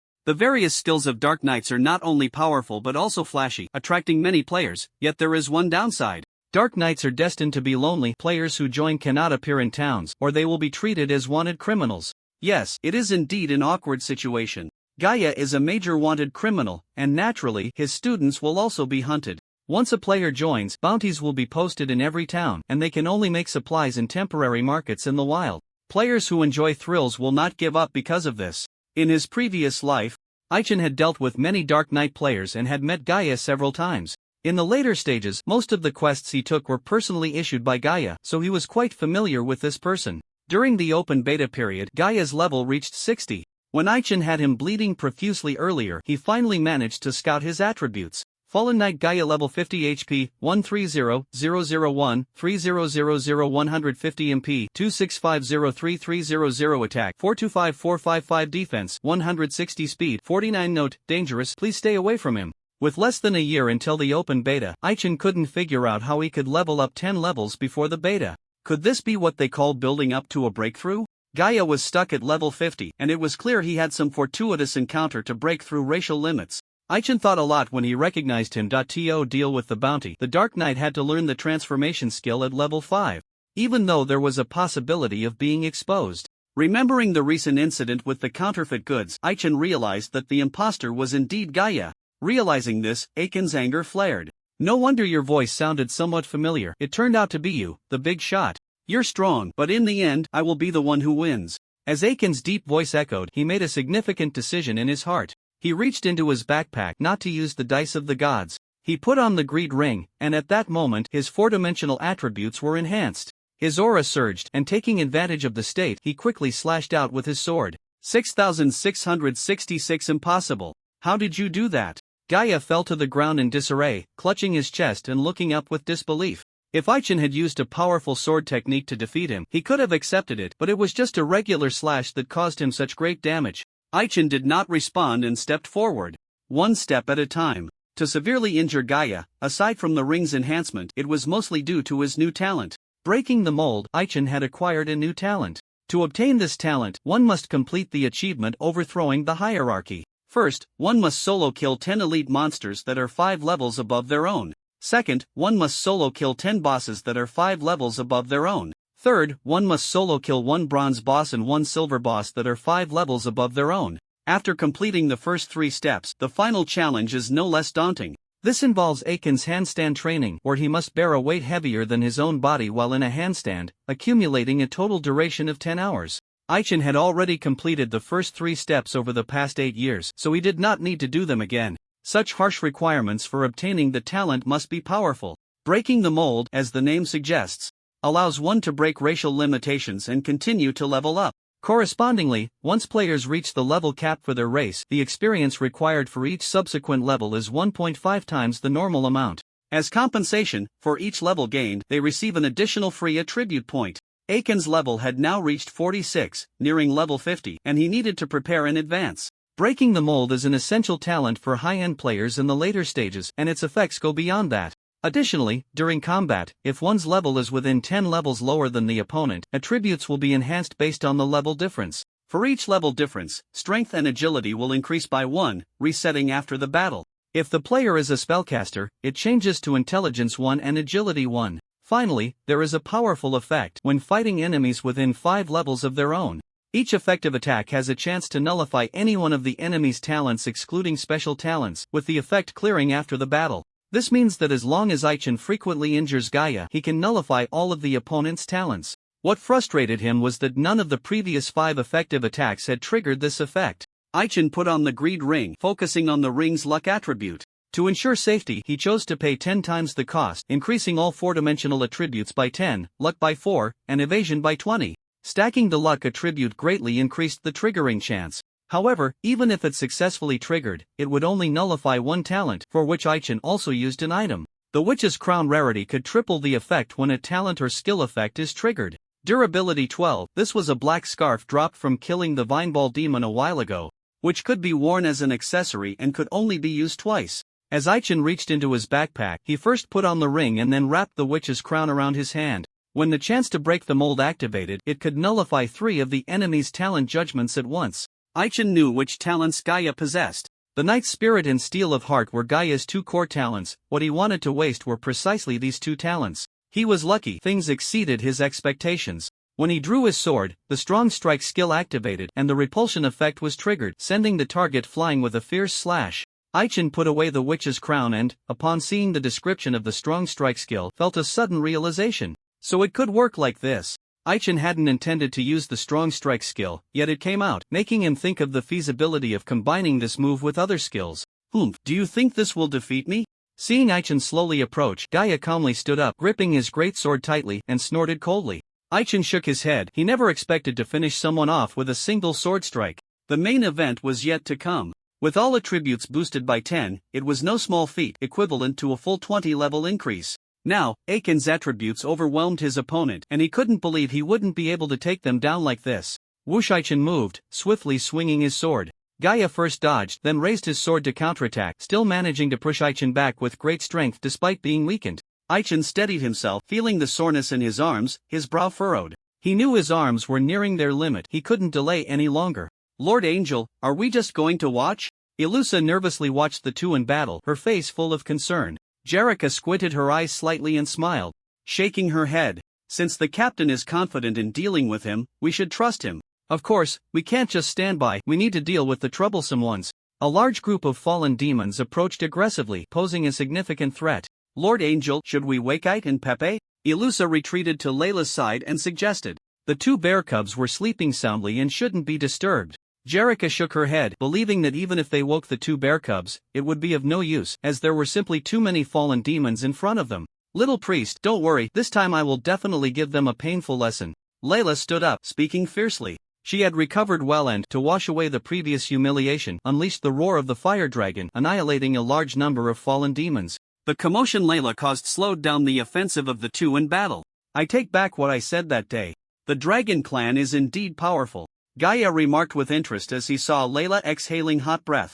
If he hadn't stopped Layla from transforming back then, the outcome would have been uncertain. Aichen focused on the battle, noticing a flaw in Gaia's stance, and quickly thrust his sword. Gaia had intentionally exposed a flaw. Seeing Aichen close in, he smirked. Come on, let's have a good fight. Just as Aichen had many trap techniques that were useless, Gaia could summon many summoned beasts but chose not to. Both acknowledged each other and decided to engage in a fair sword duel. Relying on his maxed-out insight, Aichen could always dodge attacks in time. Seeing that Gaia hadn't swung his great sword, his free left hand was enveloped in black light, making Aichen feel a sense of danger and hurriedly retreat. You're quite alert, but even if you keep your distance, it won't help. Whoosh! 1000 Aichen was struck by a blade of sword energy. His eyes warily watching the black sword held in Gaia's left hand. This black sword was formed from condensed black light and was the infamous Sword of Damocles. This sword was the true reason for Gaia's betrayal of the Holy Knight Order. After finding it in a hidden place, it became his strongest trump card. The Sword of Damocles, as described in most literary works, is a sword hanging over humanity's head. In this world, there are dragon-slaying swords and demon-slaying swords, and naturally, there is also a sword for slaying humans, and this sword is the taboo sword that can massacre humanity. As long as this sword exists, there can be no peace for humankind. It had long been sealed in a hidden place, with very few people knowing the location of the seal. Gaia had stumbled upon clues to the sealing location from a sage's manuscript and set his sights on it. Aichen felt his attributes suddenly drop significantly, realizing he was being suppressed by this sword. This was troublesome. The sword's attack couldn't be dodged in any form, and would he have to trade injury for injury? Oh, my lord, it seems you recognize this sword. That's right, after all, you just happen to have one too.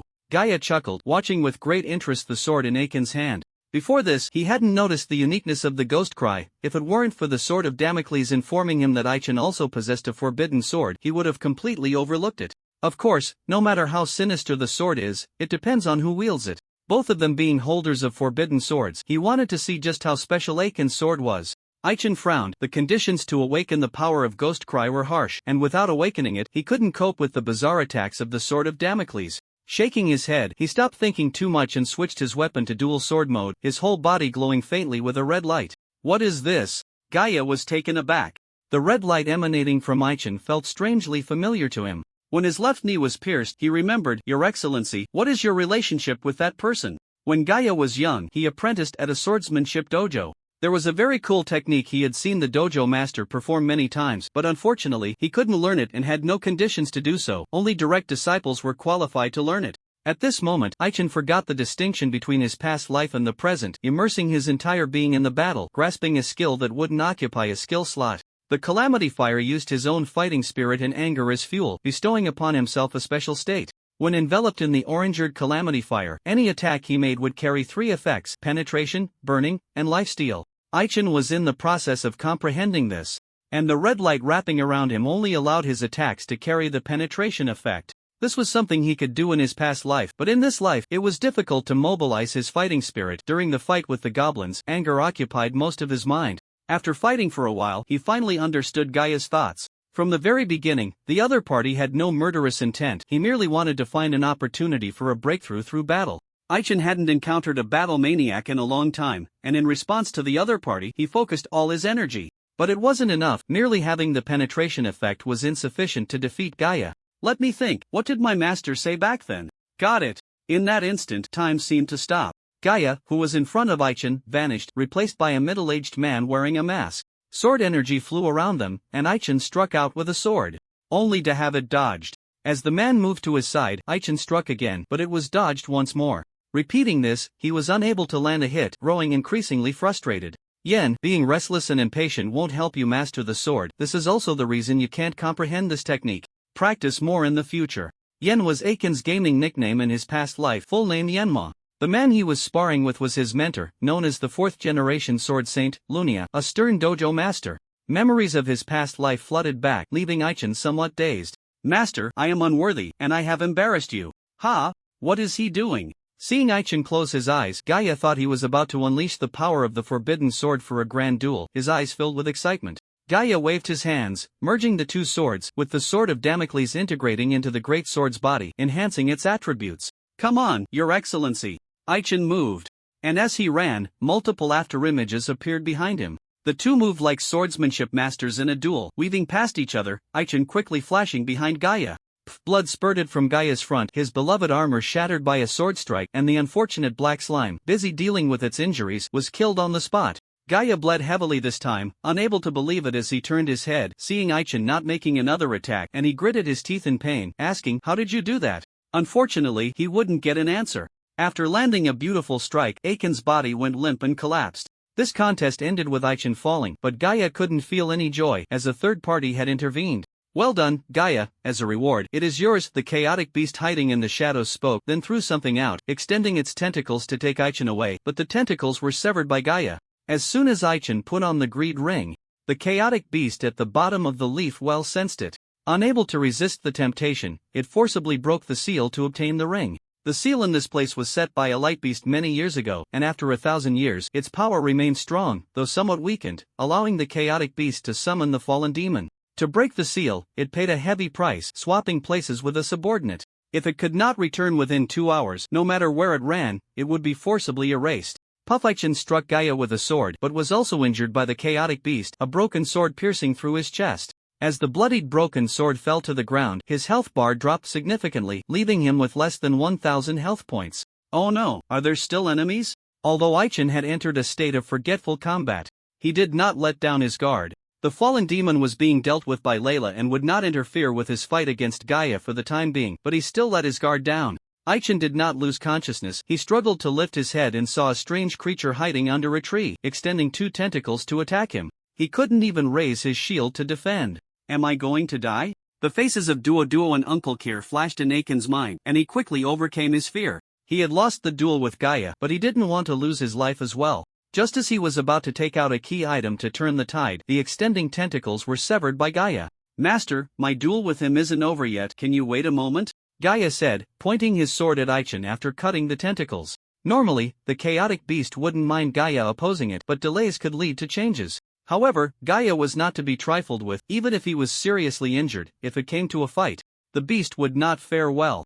Gaia was highly vigilant and did not go to retrieve the item thrown by the chaotic beast. Upon closer inspection, it was a meatball, which immediately lost his interest. He didn't believe that a mere meatball could break racial limitations. It was likely an attempt to control people through this item. "This human has already fallen, you've won, so why hasn't it ended?" the chaotic beast asked, puzzled by Gaia's vigilant demeanor. Meanwhile, the tentacles lying on the ground quietly burrowed into the soil, attempting a sneak attack. Gaia did not notice its small movements, but Aichin did. Aichin wanted to warn him, but Jellica flew over and hugged him. "If you want to touch our captain, you have to get past us first." Jellica cast a powerful single-target healing spell, quickly restoring Aiken's blood. In a moment, his health bar returned to a safe line, but even though the blood was restored, his condition was still terrible, with fatigue reaching 58 points. If it reached 65, all attributes would drop by 20. A new enemy appeared, and Layla was also anxious, thinking Jellica should be able to handle it, so she continued to focus on slashing the fallen demon.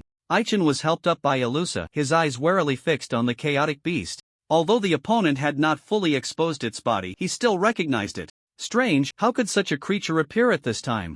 Aichin detected some information about the chaotic beast. Primitive chaotic beast sealed state level 65 HP, 110-032-0000 MP. Attack, defense, speed? It only had one health bar, but don't mistake it for an ordinary monster. In his past life, Aichin often explored ruins and had encountered chaotic beasts in several ruins. The one before him was a primitive chaotic beast, indicating it was not an ordinary chaotic beast. If it were not in a sealed state, it might be even more powerful. "Jellica, are you confident in dealing with it?" Aichin asked seriously. His hands were sore and difficult to wield the sword, and he wouldn't be able to help much. If Jellica couldn't hold on, everyone would be doomed. Jellica did not respond, her eyes fixed solemnly on the chaotic beast. She sensed an unusual power emanating from the chaotic beast, a force capable of distorting space surrounding it, making it unwise to approach recklessly. "I'm not sure." After saying that, Jellica unleashed a powerful Heaven's Fist, but unfortunately, the white shockwave she generated stopped before it could hit the chaos beast. Under Aiken's vigilant gaze, the white shockwave turned black and then flew back in the opposite direction. Jellica was knocked back by the black shockwave, falling to the ground in a sorry state. The events unfolded too quickly for anyone to react, and Aichin was also swept away by the shockwave. "Angels, a bunch of arrogant and ridiculous races. If you dare to meddle in my affairs again, I won't hesitate to kill you." That said, the Chaos Beast didn't dare to truly harm Jellica. Angels are close relatives of the Light Beasts, and if an angel were to die within its protected area, the Light Beasts would not stand idly by. The Chaos Beast didn't want to provoke the Light Beasts, confirming that no one else would cause trouble besides Gaia, and confronted Gaia. "Are you really going to oppose me?" the Chaos Beast asked coldly, appreciating Gaia and not wanting to destroy humanity. Gaia responded with action, swinging his sword with all his might. "Sorry, my lord, I already said that my contest with him isn't over. I can't hand him over to you." The Sword of Damocles may be sinister, and special attacks are hard to defend against, but the Chaos Beast still appeared completely unfazed, quickly healing the wound it had received. "In that case, you can only die." With that, the Chaos Beast's more than 10 tentacles elongated. Each of those tentacle tips had sharp claws. Unafraid of Gaia's weapon. After pushing Gaia's greatsword aside, 5 of the tentacles merged together to form a fist and struck out with a powerful punch. Bang for the Chaos Beast. It was just a normal strike, but the damage it inflicted on Gaia was even greater than the previous sword strike from Aichin. Gaia gritted his teeth and severed all the tentacle was trying to burrow into his body through the wound, and he quickly grabbed it. Under Aiken's incredulous gaze, he transformed the severed tentacle into a chicken leg and took a big bite, feeling his injuries gradually heal. It could be done this way? Lying on the ground didn't fit Aiken's character. He was busy drinking potions and admired Gaia's courage upon witnessing this scene. Whether it was a transformation technique or a change spell, it couldn't alter the essence within. Eating the Chaos Beast's tentacle raw was a suicidal act, yet Gaia seemed unaffected.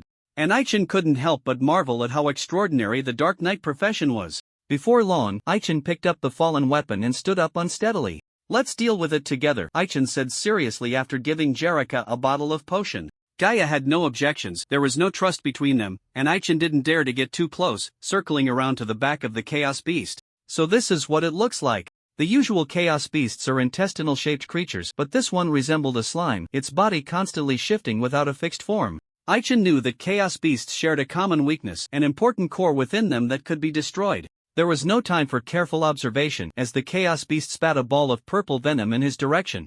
As Aichen dodged, he realized the target of the venom was not him. The Goblin King had arrived, sneaking up behind the humans, and upon being discovered, let out a disinterested snort. Aichen understood that the various additional effects of skills held meanings worth exploring. According to later summaries by players, as long as one understood how each additional effect was formed, the damage from normal attacks could rival that of skills. This way, even if the skill bar was occupied by useless skills, it wouldn't matter. Aichen made a bold attempt to severely injure Gaia. The usage count for Sword Dance had been exhausted, and he couldn't cast it again, but could he attach the instant death effect to a normal attack? It was a good idea, but unfortunately hard to realize. The trigger for the instant death effect, aside from skill judgment, faced the greatest challenge in whether the attack made could sever the enemy's lifeline. The lifeline, an invisible thread, exists on every living being. As long as it is severed, that being will die indeed. The essence of the Sword Dance is to sever the enemy's lifeline. To sever it, one must first see it. Those who cannot see others' lifelines have no conditions to learn. The prerequisite for the effect to trigger is that the enemy's health must be below half, for only after the health bar is halved can the skill grant the user the ability to see the enemy's lifeline. Aichen thought that without relying on the convenience of the Sword Dance, he might use his max-level insight to see the lifeline, which held some possibility. In that moment he drew his sword. He truly saw Gaia's lifeline, but seeing it did not mean he could sever it. What a tough lifeline, it simply wouldn't budge. Unable to cut the lifeline, Aichen decisively changed his tactic, taking advantage of the moment Gaia's lifeline was disturbed, affecting his mind, and struck out fiercely with his sword. Although he couldn't trigger the instant death effect, under such intense concentration, he could still achieve the armor-piercing effect. Aichen stood up again, his hands had not yet recovered. But he insisted on joining the battle, knowing there wasn't much he could do. Although I don't know why you have your sights set on me, only when you're dead can I feel at ease, Aichen said, sheathing his weapon and taking out a bottle of black potion, speaking very seriously. The Chaos Beast sensed a threat from this potion, revealing a fierce expression. Hee, are you scared? What Aichen took out was called the Water of Death. It wasn't available for sale on the market, and no alchemist today could concoct it. This was a miraculous potion accidentally created by some reckless scientists after countless failed attempts following the fusion of Earth and the Suwat continent. After the formula was revealed, it caused an uproar. This substance, when sprinkled on an enemy, would cause them to die instantly even if they were at full health, and they could not be resurrected afterward. The principle is to corrode the enemy's lifeline, leading to sudden death. Aichen only knew the formula. He wasn't an alchemist and couldn't possibly create such an epic-making item. Like those mad scientists, he had also accidentally concocted a bottle through repeated failures. This was the one potion he was most reluctant to use. Seeing the Chaos Beast wanting to smash the bottle, he had no choice but to protect it tightly, and the appearance of the Goblin King put him in a dilemma. There was only one dose of the Water of Death. Even if he killed the Chaos Beast, he would gain no experience, but if he used it to kill the Goblin King, the benefits would be numerous. My friend, you truly haven't disappointed me. The Goblin King blocked Aichen's path and turned his head to speak to Gaia. At this moment, the Goblin King was in poor condition, looking exhausted, with only 6 of its guards remaining, and the 4 big goblins carrying the king had all perished. Of course, the local monster forces were not in much better shape. Both sides could be said to have suffered heavy losses.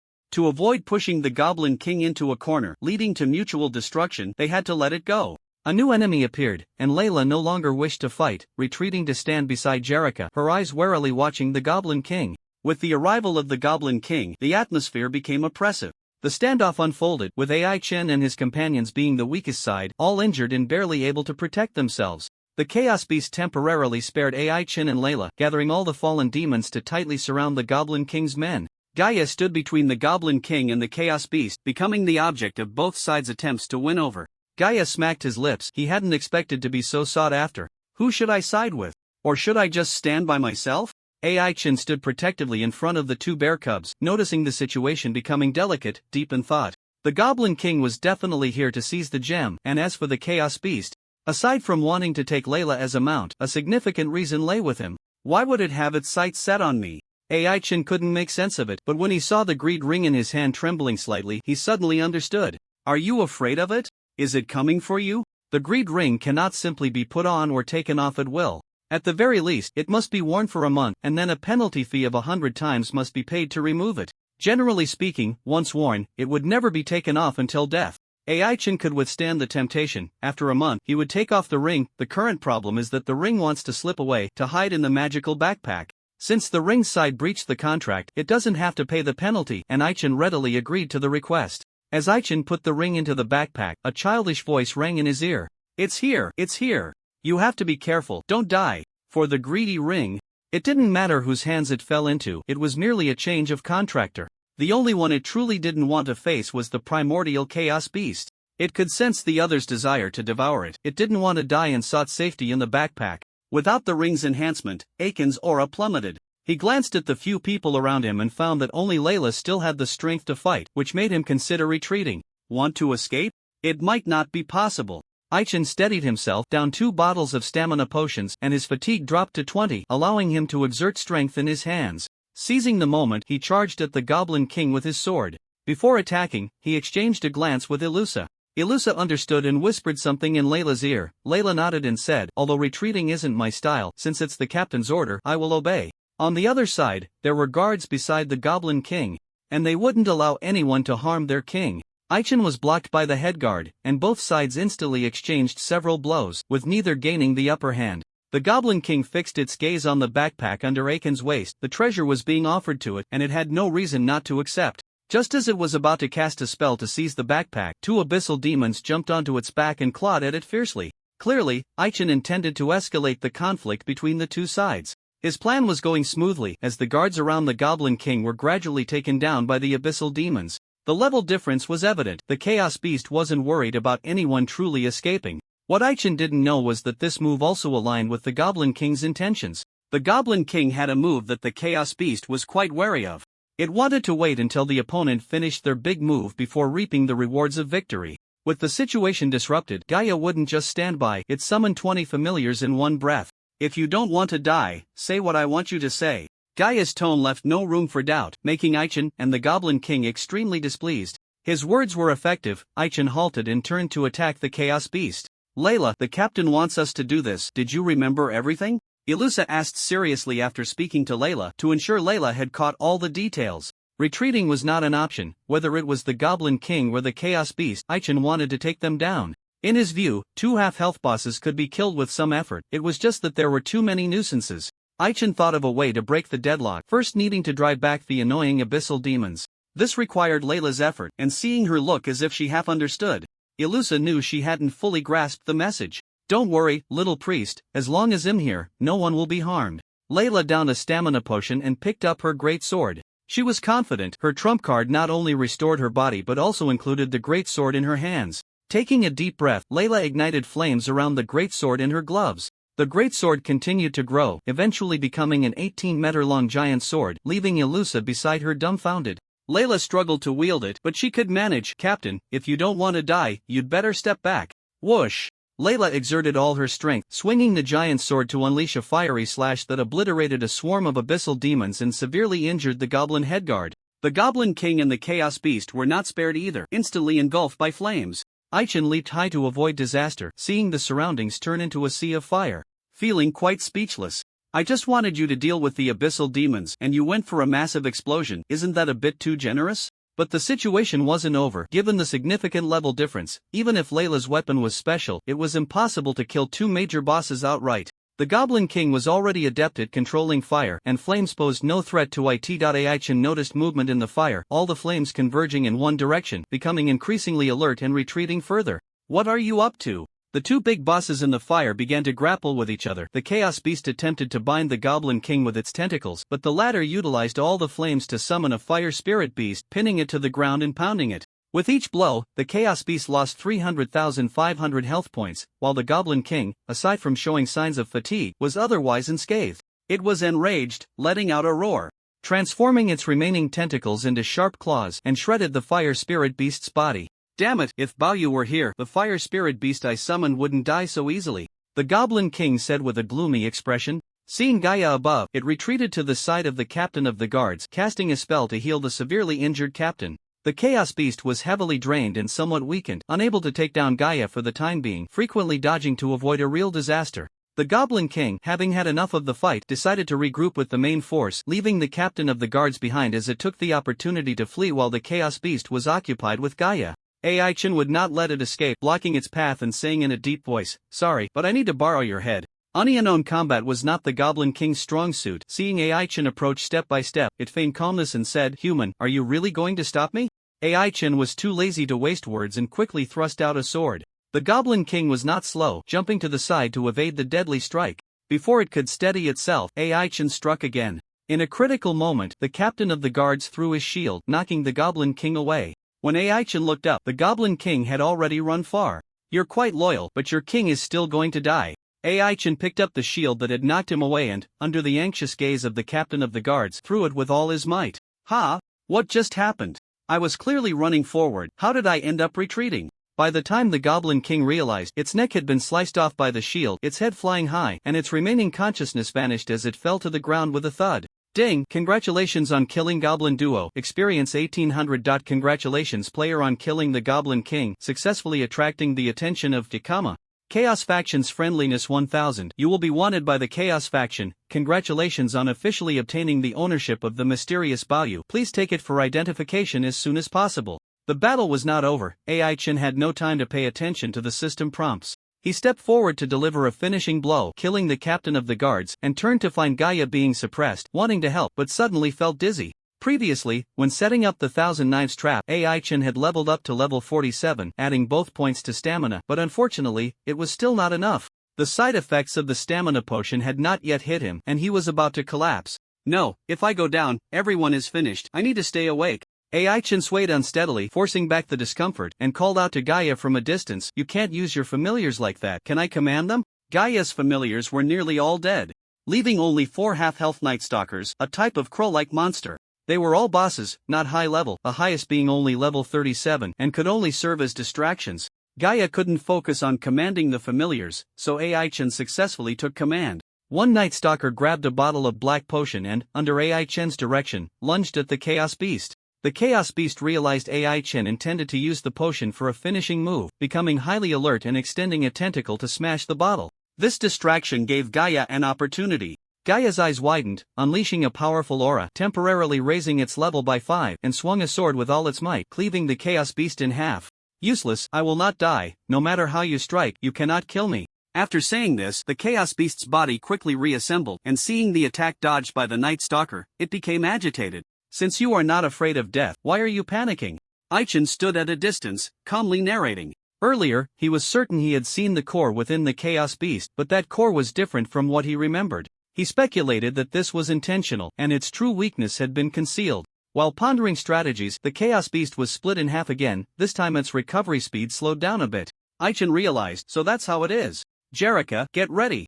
Jerrica had almost recovered. Upon hearing this, she raised her staff and summoned a beam of holy light above the Chaos Beast's head. Gaia frowned, feeling the impact, and stepped back, seeing the Chaos Beast unable to move, wildly slashing out several strikes. "It's useless, I told you all, it's useless," the Chaos Beast said faintly, but the next second, its eyes widened as its broken body struggled to reassemble. It was not afraid of ordinary holy light, unfortunately. The holy light released by Jerrica was anything but ordinary. The holy light quickly condensed into a halo, tightly binding its core. Its core was the size of a walnut, pitch black. With the core imprisoned, the flesh around it could no longer connect. "Oomph, do you think this will defeat me? Don't dream." The Chaos Beast's core continued to emit black mist, and the holy halo gradually developed cracks. Just as the halo was about to shatter, Elusa used the holy barrier and holy light spell to help repair the cracks. The Chaos Beast panicked, attempting to use an emergency escape method to flee back into the leaf well, but was unexpectedly killed by Ai-Chin, the black core pierced by the Ghost Cry sword. "You were tricked by me, Mr. Chaos Beast," Ai-Chin said as he threw the Ghost Cry, completing the kill. Seeing the Chaos Beast's health bar empty yet not dying immediately, he stepped forward. Upon seeing him take out the water of death from his backpack, the Chaos Beast whispered, "What you brought out this time is the real deal?" Ai-Chin nodded. The bottle that the Nightwalker had carried contained ink, not the real thing. To create a convincing fake, he had dripped a few drops of a special liquid. Devil's Vine, a strange plant, when crushed, produced a juice that could slow the Chaos Beast's regeneration speed and weaken its power for a certain period. Of course, this was only effective against ordinary Chaos Beasts. When the undead army invaded the town, Ai-Chin had killed the Vineball Ghost, obtaining a small bottle of Devil's Vine juice along with the Witch's Crown. Realizing it had been played, the Chaos Beast lowered its head, feeling its power gradually draining. It understood that the weapon that pierced it was not simple. Hee hee, I've been tricked, but don't get too proud, your nightmare is just beginning. Struggle all you want, humans. With that, the black core of the Chaos Beast cracked open, and it died. Its other body parts dissipating into black smoke. Congratulations on killing the primitive Chaos Beast. World Legend Degree 3, Order Faction Friendship 1000, Reward 5 high-grade gift boxes. Aichin sat weakly on the ground. Despite killing the Chaos Beast, he received no experience but felt quite satisfied. The World Legend degree was extremely hard to obtain, with 1 point equivalent to 3 points of Regional Legend degree. Aiken's current Regional Legend degree had accumulated to 14 points. He only needed 1 more point for his title to upgrade to 2 stars, becoming a bronze boss. The conflict of the night was not over. The Goblin army was still unaware that their king had died and was fighting fiercely. Layla picked up the crown dropped by the Goblin King, straightened her back, placed the crown on her head, and turned to say, "Big White Goose, I command you to cast a healing spell on me." Jerrica was exhausted and was about to cast a spell when her eyes rolled back, and she fainted. Ultimately, it was Ilusa who took charge of healing everyone's injuries. Once Aichin had rested enough, Gaia still had not left. Aichin raised his head and asked, "Why are you still here? Do you want me to invite you to dinner?" Gaia leaned against a tree, hesitating to speak, and finally sighed softly, "You truly are an interesting person." Gaia was confident in single-handedly killing the Goblin King but was helpless against the primitive Chaos Beast. Aichin had accomplished what he could not. He turned to look at Layla and the others, deep in thought. Is this the power of teamwork? Should I create an organization and train some people? I have something to attend to, so I'll take my leave. If fate allows, we shall meet again. With that, Gaia softly chanted the incantation, and a shadow beneath him morphed into a black horse. He mounted the horse and quickly vanished from everyone's sight. Aichin watched his departing figure, feeling a mix of emotions. Sigh. It seems I still have a long way to go. After this battle, Gaia successfully broke through the racial limitations and leveled up to 53 in one go. By the next time we meet, he will probably have gathered a group of followers. Level 50 is a hurdle. Aichin is currently an NPC, and he doesn't know if there are other requirements besides experience to break the limit once he reaches level 50. Sigh, he'll just go with the flow and see what happens then. Aichin picked up the shattered black core of the Chaos Beast, found that he couldn't identify it, and thought it was just debris, wanting to discard it. Just then, he heard a strange noise from his backpack. The greed ring flew out of the backpack and circled around the black core a few times. Under Aiken's incredulous gaze, the black core transformed into a small object. Aichin gently picked it up and examined it closely, saying, "This should be a bottle cap, right? An antique? Wait." Seeing the greed ring trying to slip onto his finger, Aichin quickly stopped it, holding the ring in his palm, and asked, "I ask you, is it related to the Cauldron of Greed? If so, shake twice, if not, shake once." Before long, the ring responded. "It really is." Aichin looked down again and finally identified some information. Cauldron of Greed lid rarity? A lid that was violently removed from the cauldron, later endowed with consciousness, ultimately becoming a terrifying monster capable of distorting space. Note, never let anyone discover its existence, or you will face the pursuit of beware. An item of unclear use. Keeping it on me might bring disaster. Aichin really wanted to throw it away. He carefully stored it away, placing it in a treasure box that could isolate its aura. What happened to him? Aichin approached Gimlet and asked, then turned around, his eyes alert, looking towards the 10 o'clock direction. The earlier commotion from the fight had already attracted the attention of the local forces monsters. At this moment, a large number of monsters surrounded them, all with unfriendly gazes.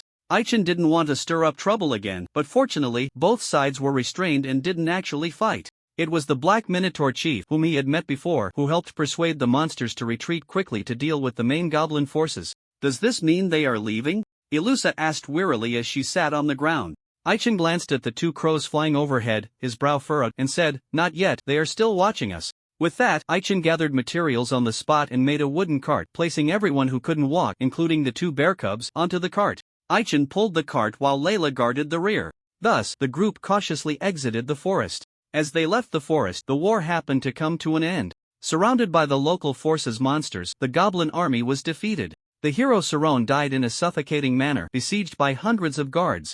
And until his death, he couldn't understand why this battle was lost so thoroughly. Aichin needed to find a place to rest properly. He returned to the camp, entered the tent, and collapsed into sleep. When he woke up, it was already the next morning. "Captain, you finally woke up. Have something to eat," Layla said, yawning as she sat in a chair eating an apple. Aichin sat up, glanced around the tent, set down the apple she handed him, and asked, "Where's Jerrica?" Layla waved her hand and said, "The big white goose has a lot on her plate, just go outside and see for yourself."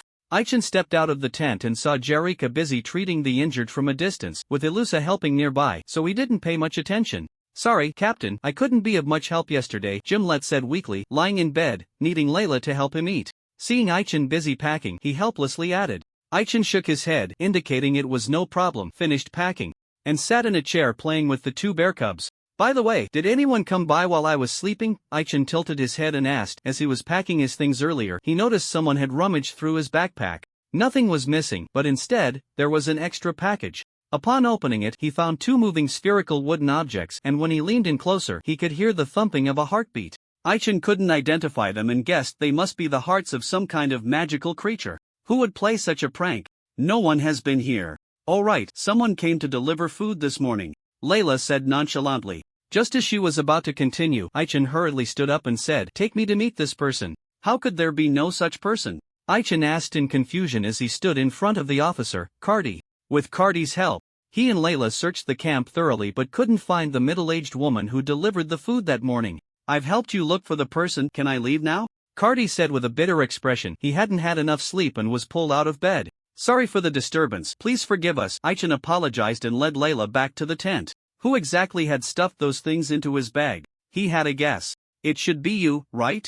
Aichin speculated that the two hearts were sent by Gaia. After all, the other party could change their appearance. Once they returned to the tent, he realized there was no need to be troubled by this matter.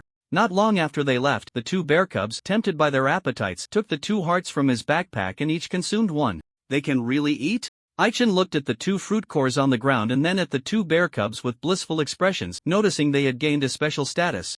And suddenly understood. Tree heart fruit, a peculiar fruit that continues to beat after ripening, can be used to enhance the qualifications of pets and mounts, and it guarantees the unlocking of a talent. Each pet can only consume one. This peculiar fruit is extremely precious and can only be found in treasure lands like the Light Shower Forest. In his past life, Aichin hadn't even seen a picture of it. The two bear cubs hadn't fully digested the tree heart fruit and were in a state of passive inheritance. Once the special status ended, they would gain an additional talent.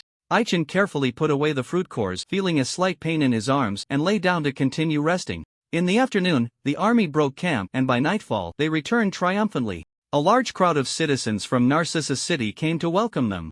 No one knew that Aiken's team had killed the Goblin King, and even fewer knew they had also slain the Chaos Beast, eliminating a significant hidden danger for Narcissus City. They were not the protagonists of the day. The five sat silently in the carriage, watching the congested crowd outside, each lost in their thoughts. "Gentlemen, I won't disturb your rest any longer. I'll come back in a few days." Cardi, valuing Aichin and the others, personally escorted them to the inn. Aichin entered the inn, lay on the bed, and stared blankly at the ceiling, contemplating how to proceed on the road ahead. Just because he could kill bosses over level 50 didn't mean he could do it every time. The enemies in the future would undoubtedly become stronger, and he didn't want to risk his life every time. It seemed he needed to find him in advance. Aichin decided to take the time to visit the Sword Saint, Runia. Gathering his thoughts, he turned to look at the empty mat on the ground, sighed helplessly, and recalled seeing Cross on the way back. Cross was unwilling to return to the inn with him, not saying a word, and followed Shar away. Aichin knew the kid really wanted to stay by his side, but he was too shy to lower his face. "Forget it, even without me, he is destined to become a strong person. I don't need to worry about that." After saying this, Aichin quickly fell into a deep sleep. On the other side, at the Lord's mansion. In the hall, Guilford sat at his desk, seriously reading the report Aichin had written, his brow furrowed. "I never expected so much had happened. Cardi, when you deliver the reward tomorrow, remember to bring an extra one." Cardi hadn't read the letter yet. He looked up and saw the Lord's worried expression, bowing and saying, "Understood, my lord. If there's nothing else, don't leave yet. I have some matters to instruct you on." Guilford picked up an urgent report sent from the church, read it carefully, and quietly said a few words to Cardi. "Rest assured, my lord, I will send someone to the church to protect the priest." Cuddy discreetly exited the council hall, standing outside and glancing at the corner to confirm that the spot was empty before striding away. Not long after he left, a figure emerged from the dim corner and quietly approached the hall. "You dare to come back? Do you believe I can take you down right now?" Guilford said expressionlessly upon recognizing the person. "Why wouldn't I dare? Besides, if you have the ability to take me down, then go ahead," Gaia replied nonchalantly, leaning against the wall. Some time ago, he had disguised himself as Aichin and was exposed, so he had to come clean. Gaia admired the strong, and Guilford's power was indisputable. After some conversation, they became partners. Like him, the Lord was also troubled by a bottleneck in strength. Gaia's contact with the primal chaos beast was actually the Lord's idea. Next, I don't know if this will still be useful. Gaia tossed out an object, which was the small meatball that the primal chaos beast had initially thrown to entice him. Guilford caught it and found that although the meatball still had some vitality, most of its energy had dissipated, making it not very effective for consumption, but he still put it away. According to our agreement, this is for you. Gaia caught a scroll that was tossed to him, and as he unfolded it, he was immediately captivated by the content. Undead? Are there really undead in this world? My good lord, are you truly willing to let a batch of undead serve me? After reading the scroll, Gaia looked up and said very seriously, as he genuinely couldn't understand why the Lord would settle the payment in this way. Guilford replied lightly, you can choose to refuse. If you refuse, no, this is it. I'm very interested in the undead you mentioned. Can you tell me more about it? After some more conversation, Gaia took his leave. Once he finished his official duties, Guilford returned to his bedroom. As soon as the door closed, a deep blue panel appeared before his eyes. Soon, they'll be able to go back. Guilford sat on the edge of the bed and murmured. He had a big secret. Like Aichin, he also had an attribute panel. The difference was that he was neither a player nor an NPC, but a game administrator. Guilford had been in the Suwat continent for a total of 42 years, with a time comparison of 1 to 3 between reality and the game, meaning the game had been in development for 14 years. Frustratingly, he couldn't log off before the public test and had to play his current role well. Not long ago, the game development company made a decision to release a batch of internal test players, allowing some players to experience the game early. Guilford had given Gaia 50 internal test slots, thinking he would soon be able to return. He lay back on the bed, looking at the 2 portraits on the nightstand. Soon, my wife, my daughter, will be able to return soon. Please wait just a little longer. Speaking of which, I came to this hellish place when my daughter was just a month old, and now 14 years have passed. She must have grown into a big girl by now. With that thought, Guilford changed his demeanor and covered his face, crying out loud, do you know how I've spent these years? I'm almost going crazy. If it weren't for the money and the hope of seeing you again, I would have really wanted to quit. The next morning, Aichin and his group packed their things, boarded the carriage, and officially set off on their way back.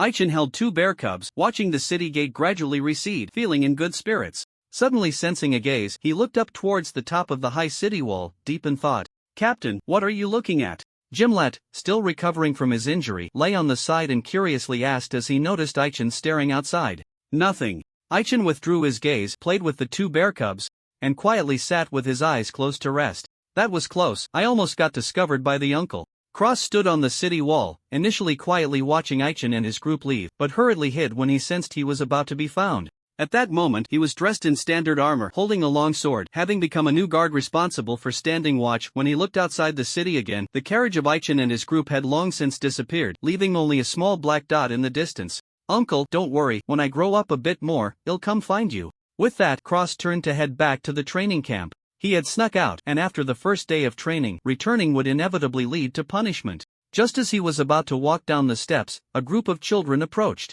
So this is where you are. Wow, in just a few days, you've become a guard? In that case, hurry up and pay me back. A chubby boy, accompanied by more than 10 kids, blocked the bottom of the stairs, grinning. If Cross couldn't pay back the money, he would become the boy's slave, and just thinking about it made him excited. Unfortunately, he was about to disappoint them. Cross tossed out a pouch of coins and said nonchalantly, "Hey, race your money, count it yourself. We're even now, and from now on, don't bother me again."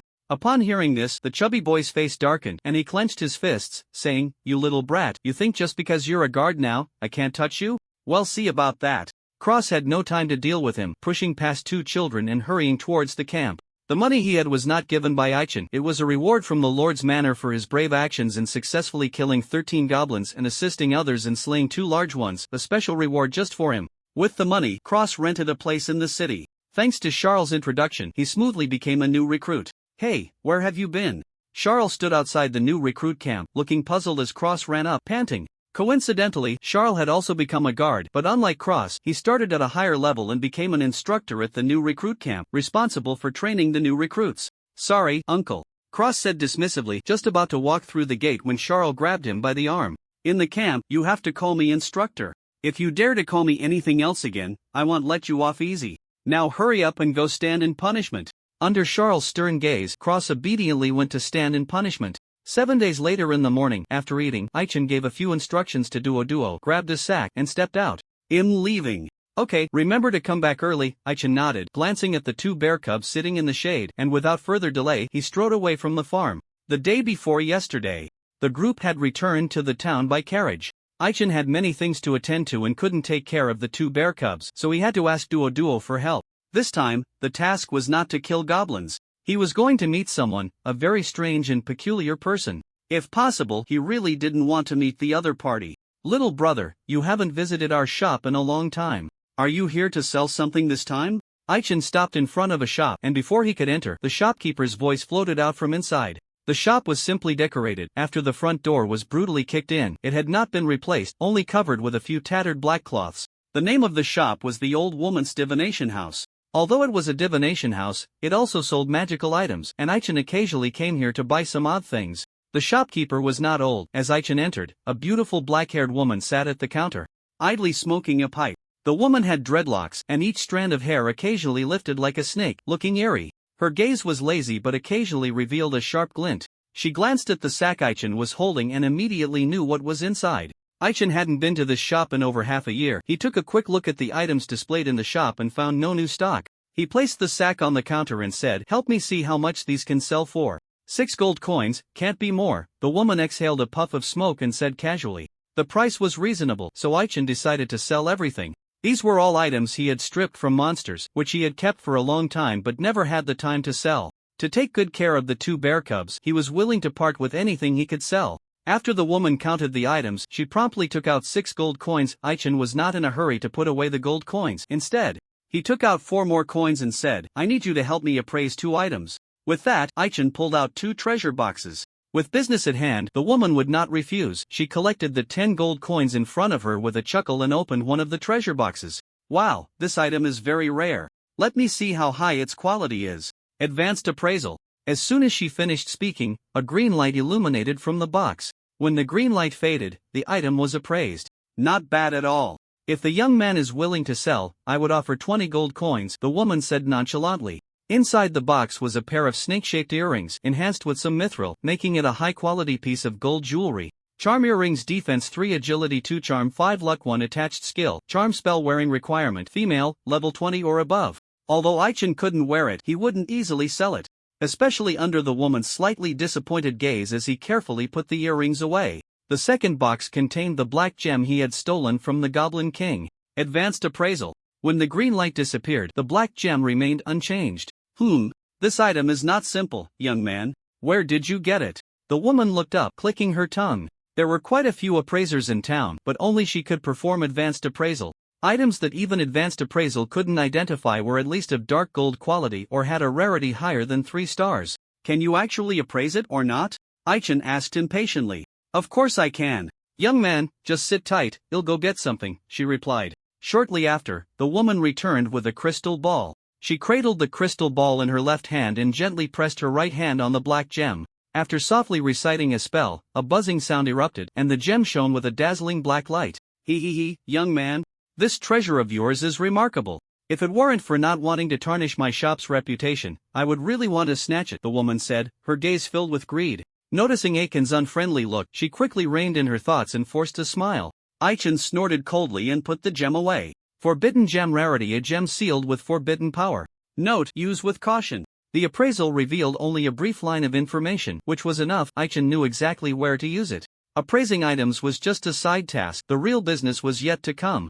Aichin gently tapped the counter and said, "I want 10 of that item. You should have stock, right? Calypso." Upon hearing this, the woman's face turned angry. "Young man, say that again if you dare." Calypso was her real name. Outsiders only knew her as Carly. With her identity exposed, a powerful aura erupted from her. Aichin was very familiar with this shopkeeper from his previous life. Ever since he learned that this person was quietly staying in town, he would occasionally visit her shop. Previously, he couldn't detect her information due to not having learned the reconnaissance skill, but this time he managed to see part of her details. Which Calypso, level 58 HP, 105, 001, 0500 150 MP, 8500 8500 attack. Magic attack 540577 defense? Speed? Note, dangerous, please stay away. Calypso was quite famous in his previous life. She was an important character in the second main storyline. The first main storyline was called The Kingdom's Chaos, which was not about wars between multiple countries but rather chaos within each country, with low player participation. The second main storyline was called The Witch's Sin, and as the name suggests, witches had long been persecuted. In retaliation against the church and the current rulers of various countries, several powerful witches, represented by Calypso, aimed to overturn the continent. At this time, most players had safely passed the beginner phase and could actively participate. There would be faction choices, with the witches representing the Chaos faction and the church representing the Order faction. Those who did not wish to participate in the storyline could choose the neutral faction. At that time, Ai-chan was impulsive and felt that the witches had suffered too much injustice, so he chose the chaotic faction and often sought out Calypso for tasks. The final outcome goes without saying: the evil side would eventually be defeated, and the hypocritical church leaders, using the power of artifacts, dealt a heavy blow to the witches. The last task Ai-chan received was to escort Calypso away, and he died 3 times before completing this frustrating mission. When the second main storyline just opened, this woman was already at level 65, and by the time the plot was nearing its end, her level skyrocketed to 70, having killed 2 archbishops. Her strength was absurdly powerful. If it weren't for the dimensional strike from such an overspec artifact, she could have truly changed the history of the continent. The more he learned about her, the more he felt wary. Calypso was an unyielding woman with a strange temper, often killing out of anger. Players from the Order faction who couldn't die were basically ruined by her when she captured them. "Hey, little brother, care to repeat what you just said?" Calypso asked coldly, picking up the staff hanging at her waist, suppressing her urge to kill. Ai-chan was not afraid of the killing intent she exuded and replied calmly, "I don't want to say it a second time, I'm just asking if you're selling or not." What angered Calypso the most was not that her identity was exposed, but that Ai-chan was looking to buy the black hair of a witch. "Are you sure you didn't make a mistake asking a witch for a witch's black hair? Should I pull a few strands out for you?" Last time he tried to buy, Ai-chan got beaten up due to the huge level difference between them and even had to do some labor for a few days. Although he eventually got what he wanted, his mood was terrible. After a standoff, Calypso, finding it boring, put away her staff and said, "I won't refuse business when it comes knocking. Just wait, little brother, I'll go get the goods." Seeing her leave temporarily, Ai-chan couldn't help but breathe a sigh of relief. To be honest, he didn't want to fight this woman. Taking advantage of her absence, he curiously examined a string of skull necklaces displayed in the glass case. This necklace belonged to the golden equipment category, and what caught his attention was the rare skill it came with, a piercing technique that could temporarily weaken others' defenses. "The attributes are good, but it's too expensive, I'll pass." Ai-chan shook his head, as he needed to support 2 bear cubs and had no spare money to spend. Thinking about the 4 gift boxes he hadn't opened yet, he planned to head home to unpack them after collecting his items. "The goods are right here, as usual. Are you coming to me, or should I help you?" Calypso handed over a box and took out an oversized blood extraction device, grinning. The black hair of a witch couldn't be bought with money. It required blood, calculated at 20 milliliters per strand. This was specially set up for Ai-chan. Others didn't even have the qualification to buy. The blood-soaked battle talent had transformed the blood within him, and since Calypso discovered she could use his blood to concoct a certain potion, things had spiraled out of control. Ai-chan didn't even blink as he gathered 200 milliliters of blood, pulled out the syringe, and pressed down on the spot where he was pricked, saying, "You vampire, you're really getting a bargain here. Thanks for the compliment, little brother. At least you're a regular here, so from now on, your purchases with me will be at an 80 discount." Calypso chuckled as she put away the blood extractor. Noticing Ai-chan's eyes occasionally glancing at the skull necklace, she added, "Are you interested in this necklace, little brother?" "That's right, can you make it cheaper?" Ai-chan nodded in response, not believing she would actually give a discount, as Calypso had invested too much money into alchemy and was very short on cash. The skull necklace was priced at 99 gold coins, and even with an 80 discount, he still couldn't afford it. Calypso's reply made him a bit tempted. "If it's you, little brother, I can definitely offer a lower discount. How about this? As long as you draw another 100 milliliters of blood for me, it's yours." 100 milliliters of blood wasn't much of a burden. After a period of rest, he could recover. "Then let's buy it." Shortly after Ai-chan left the divination room, Calypso revealed a wicked smile and said, "Little brother, my things aren't that easy to take. If it weren't for your usefulness to me, I would really want to kill you right away." "That's right, the skeleton necklace that Ai-chan obtained has been tampered with, and the 10 strands of the witch's black hair are the same. Although it doesn't affect usage, it can be quite disgusting at critical moments, and in the end, he still has to honestly follow her demands." Ai-chan is unaware of this for now. After leaving the divination room, he went to the guild again. After staying in the guild hall for a while, he learned that there were no requests to exterminate goblins, and he frowned. With too many monks and too little meat during his time away, all the low-popularity goblin requests had been taken and completed smoothly. When he arrived, the task board was completely empty. Shallow said to wait a few more days, bought some potions, and turned to leave. "Teacher, where have you been recently?" Bart intercepted him halfway. Looking quite disgruntled, Aichen thought about how he needed to earn the moonstone from him and said, "If you want me to guide you, you can come to the farm tomorrow." With that, Aichen strode away. Bart watched his departing figure, feeling conflicted. "Teacher, I have serious business to discuss with you." "Forget it, he'll just follow the normal procedure." Bart is the third son of a viscount and his father's territory has recently been harassed by goblins. Although the private soldiers within the territory can handle it, casualties are inevitable. He needs to share some of the burden with his father and wants to persuade Aichen. Seeing that Aichen was not in the mood to engage, he decided to go to the guild and post a request as a requester. Thinking about the opportunity to fight side by side soon, Bart quickly changed his mood and left with a cheerful step. On the other side, Aichen returned to the farm, had dinner, and locked himself in his room. He was about to open the gift boxes, with 4 neatly arranged in front of him. Just as he was about to open the one on the far left, the box continued to make a thumping sound from inside, and Aichen became alert, quickly pressing down on the box.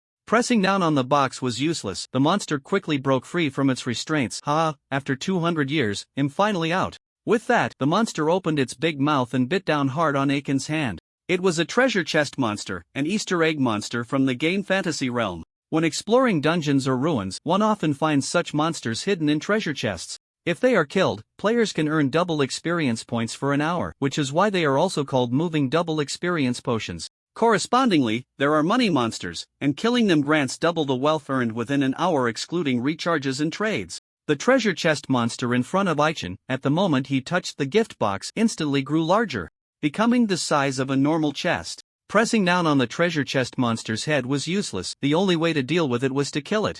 Aichen had killed treasure chest monsters in his previous life, but this one was a bit special, constantly changing colors. Low-level gift boxes don't yield anything good, and before he started to open it, he had considered this possibility. "Is my hand tasty?" Aichen pulled out his weapon, impatiently saying, and thrust his sword, only to find he couldn't harm the treasure chest monster at all, realizing immediately. Mysterious treasure chest monster invincible state HP? MP? Note, if you can please it, perhaps it will willingly hand over its treasure. Aichen couldn't do anything to the treasure chest monster, and the treasure chest monster felt the same way. The indestructible property of the equipment was ridiculous. No matter how much it bit, it wouldn't break. The treasure chest monster released its bite. Seeing 3 unopened gift boxes nearby, it became interested and wanted to swallow them all. Aichen wouldn't sit idly by. A battle ensued between him and the monster in the room, creating a cacophony of noise. "Kid, what are you doing in your room?" Gil stood outside the door, asking in confusion. As soon as the door was knocked, the noise inside the room suddenly stopped. It was still early in the night. Gil had just finished a day's farm work and was comfortably sitting on a stool enjoying the moonlight when he heard strange noises from Aiken's room, so he brought 2 herding dogs with him. Outside the door, the 2 herding dogs sensed a strange presence in the room, growled twice, and were about to ram the door with their bodies when a violent aura scared them into crouching down. "Uncle, I didn't do anything. I was just repairing my equipment." Gil didn't believe it. "Really? Fine, as long as you don't tear the house apart, it's all good." Not long after Gil walked away, there was another commotion in the house. After a friendly exchange, the treasure chest monster stopped causing trouble, and correspondingly, Aichen could no longer act rough. "So, what exactly is your origin?"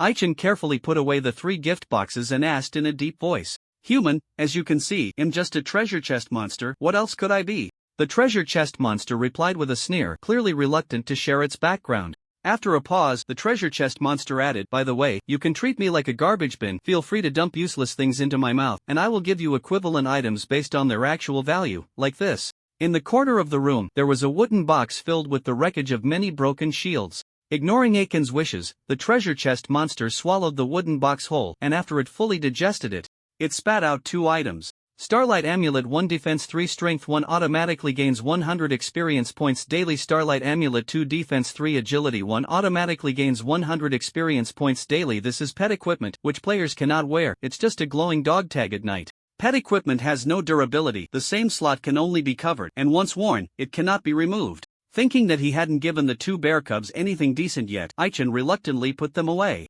The treasure chest monster grinned proudly. "How about that? The things I gave are pretty good, right?" Aichen figured out how to get along with the treasure chest monster. "Is this turning waste into treasure? Let's set 3 rules. First, you cannot leave the house. Second, you cannot scare people at will. Third, you cannot touch anything in the house without my permission. Aiken's undeniable tone made the treasure chest monster quite annoyed. This Grandmaster is a top star in the treasure chest monster circle. If you don't treat me well, that's one thing, but to propose such an unequal treaty? Just as the treasure chest monster was about to explode in anger, the door was pushed open with brute force by the 2 bear cubs. The 2 bear cubs were taken aback, having never seen such a magical creature, their eyes shining as if they had found a new toy. After a friendly exchange filled with love, the treasure chest monster was completely subdued. Alright, I'm really scared of you bandits. The 2 bear cubs heard Aichen say that it could produce a lot of food, and they gave it a good beating. The treasure chest monster spat out various delicacies, and the 2 bear cubs happily ate until they quickly fell asleep. Aichen felt a bit sorry for the treasure chest monster and turned to glance at the broken door latch, letting out a helpless sigh.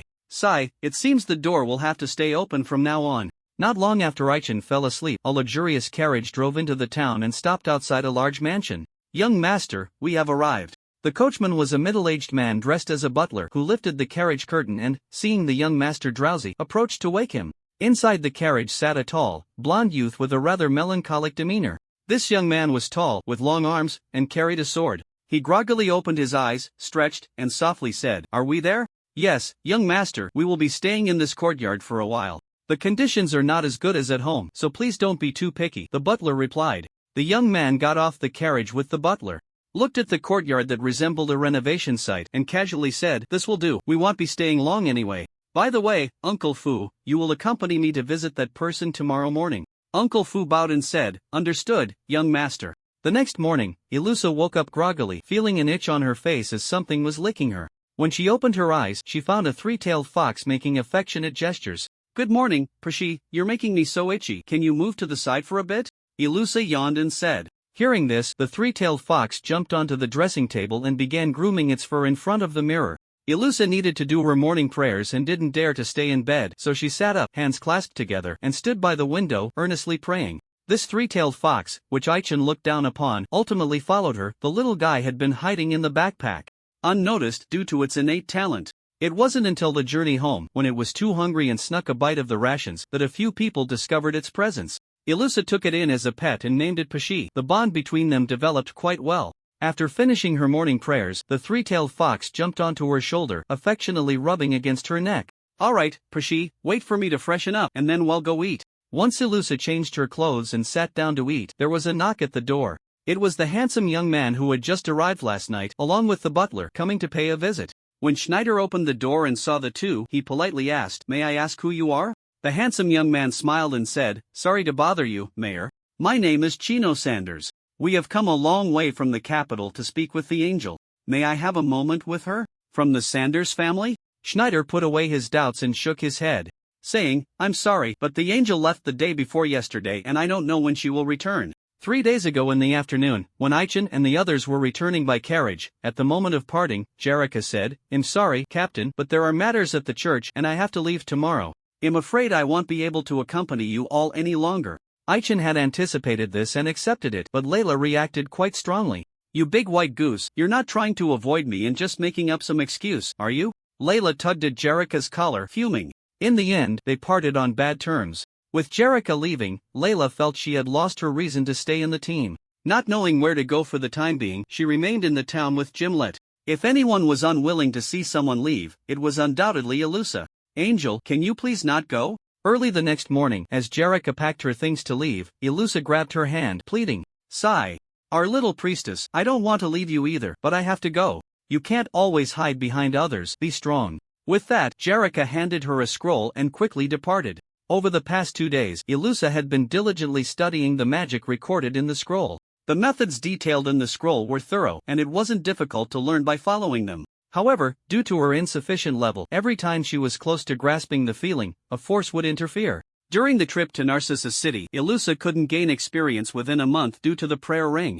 If she could reach level 15, perhaps she could learn it. After changing out of her pajamas, Ilusa went downstairs for breakfast, where Schneider and his wife were already seated and eating. "Good morning, father, mother," Ilusa said politely, and seeing the 3-tailed fox jump onto a nearby chair, she first served the little guy. When there was a knock at the door, she thought it was Aichen coming, wanting to open the door, but her father stopped her. "What? The angel left the day before yesterday? What was it for? Shino managed his expression well, patiently asking. This guy had come a long way, not specifically for Jerrica. He was a newly promoted silver-level adventurer from the headquarters in the capital, having risen to silver at a young age and needing to hone his skills. The headquarters had dispatched him to the border town for a period of training, commonly referred to as gaining experience. He needed to complete 10 moderately difficult commissions within 6 months to be reassigned. He was not an isolated case. Everyone from the capital was spoiled and could raise their contribution enough to be promoted to silver level, but that didn't mean they had the corresponding strength. Most relied on external factors, such as powerful weapons, equipment, or simply finding helpers to boost their performance. Silver level was at least the guild's facade. They couldn't be a fraud. Whenever a new silver-level adventurer appeared from the capital, they would be sent elsewhere for training. The area around Dingxiang town was rife with monsters, and each year, about 47 newly promoted silver-level adventurers would be dispatched here. Shino was the 5th son of a viscount. Knowing he could not inherit the title, he aspired to be an adventurer. Schneider, as the mayor, welcomed his arrival, but judging by his expression, it was clear he was not here for training. He was entirely here for a vacation and to chase girls. I am sorry, but I don't know the whereabouts of the Angel Lord. Perhaps you could head to the church and ask the priest, said Schneider, turning around to sit back at the dining table and continue his meal. With no one around, Kino didn't want to linger on the subject. He quickly glanced into the room and saw Ilusa, his face lighting up with joy. This must be a teammate of the Angel Lord, right? Do you know where she went? Before this morning, Kino had no idea who Ilusa was. The butler had gathered information overnight and presented him with the details of the members of the Aichin team. He had some impression of each face, more or less. Ilusa didn't like his fake smile and pursed her lips, saying, I'm sorry, the Angel Lord left in a hurry, and I don't know where she went. I see, Kino replied, not wanting to stay any longer. To complete his training as soon as possible, he returned to his residence, changed into high-quality gear, and headed to the Adventurers Guild. Uncle Fu, I can manage on my own. There's no need to form a party or for you to follow me. Kino, rarely going on a long trip, didn't want to be constantly watched. Seeing Uncle Fu following him all the way, he said impatiently. Uncle Fu smiled and replied, I'm sorry, young master, but the master instructed me not to let anything happen to you. I must accompany you. Don't worry, I won't interfere. No, you are already interfering with me, alright? Kino didn't dare to lose his temper and adjusted his mood, heading straight to the guild under the surprised gazes of passers-by. Aichin woke up later than usual today. After completing his daily routine checks, breakfast time had nearly passed. Sitting at the dining table, he noticed Duo looking exhausted and quietly took a seat, saying, I'm sorry, they'll take them away tomorrow. Since the arrival of the 2 bear cubs, Duo's time in the kitchen had significantly increased. The food supplies on the farm were depleting at an astonishing rate, and it wouldn't be long before they were all gone. Aichin was just a tenant and didn't want to trouble Uncle Gil and his nephew. Yesterday, he built a wooden house next to the farm, and once he convinced the 2 bear cubs, he would have them move in. As for food, he would find a way. He really didn't want to see Duo looking worn out from cooking. No, I really like them. If you dare to chase them away, he'll be angry. Duo wiped the sweat from her face and pretended to be angry.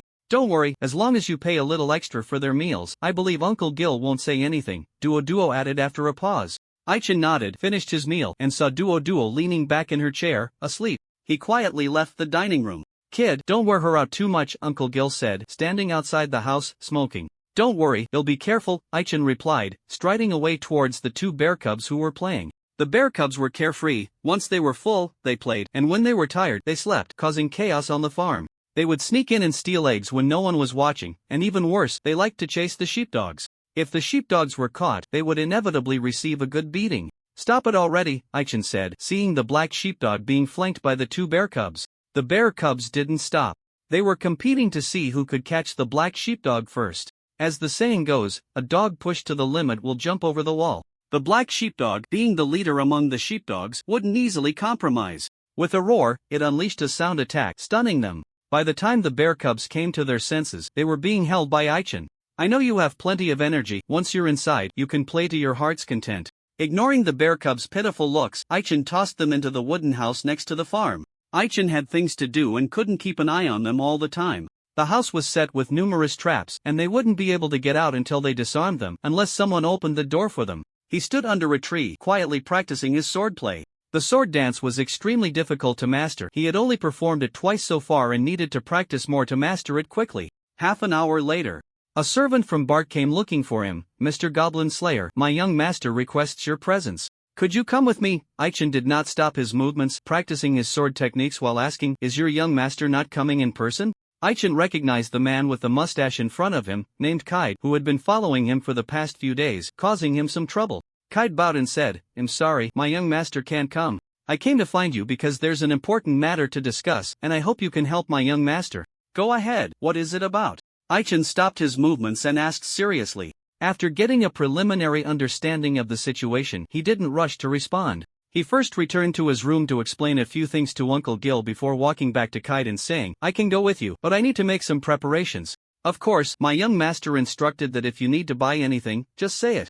And he'll cover the costs, Kide said, patting his chest upon seeing Aichen agree. That's what you said. Aichen, in need of money, had little time left before the next rent was due, so he aimed to save wherever possible, pretending to be indifferent as he spoke. Before long, he brought Kide to the outside of the Qinghua Inn. The Qinghua Inn was the most upscale inn in town, where Layla and the others were staying. The inn had a rule that only guests checking in could enter beyond the front desk. Aichen asked a server to call them down, and when he saw Gimlet, the guy looked like he hadn't fully woken up, appearing weary. Captain, you called for us? It wouldn't be that there's another operation, would it? Gimlet yawned as he spoke. Aichen nodded, yes, this time we need to travel far. It will take a couple of days to reach the destination, and the difficulty of the task is much lower than last time. Are you coming? Gimlet shook his head and smiled wryly. I have no objections, but Layla. You know. Without the angel, she has no motivation, right? Aichen frowned, though he had anticipated it, he was still somewhat displeased. After thinking for a moment, he added, tell her that if she comes, I will teach her that move. As soon as he finished speaking, Layla, fully dressed, ran down the stairs, her face filled with excitement as she said, what are we waiting for? Captain, let's go. That was a rather quick change of heart, wasn't it? Were you eavesdropping just now?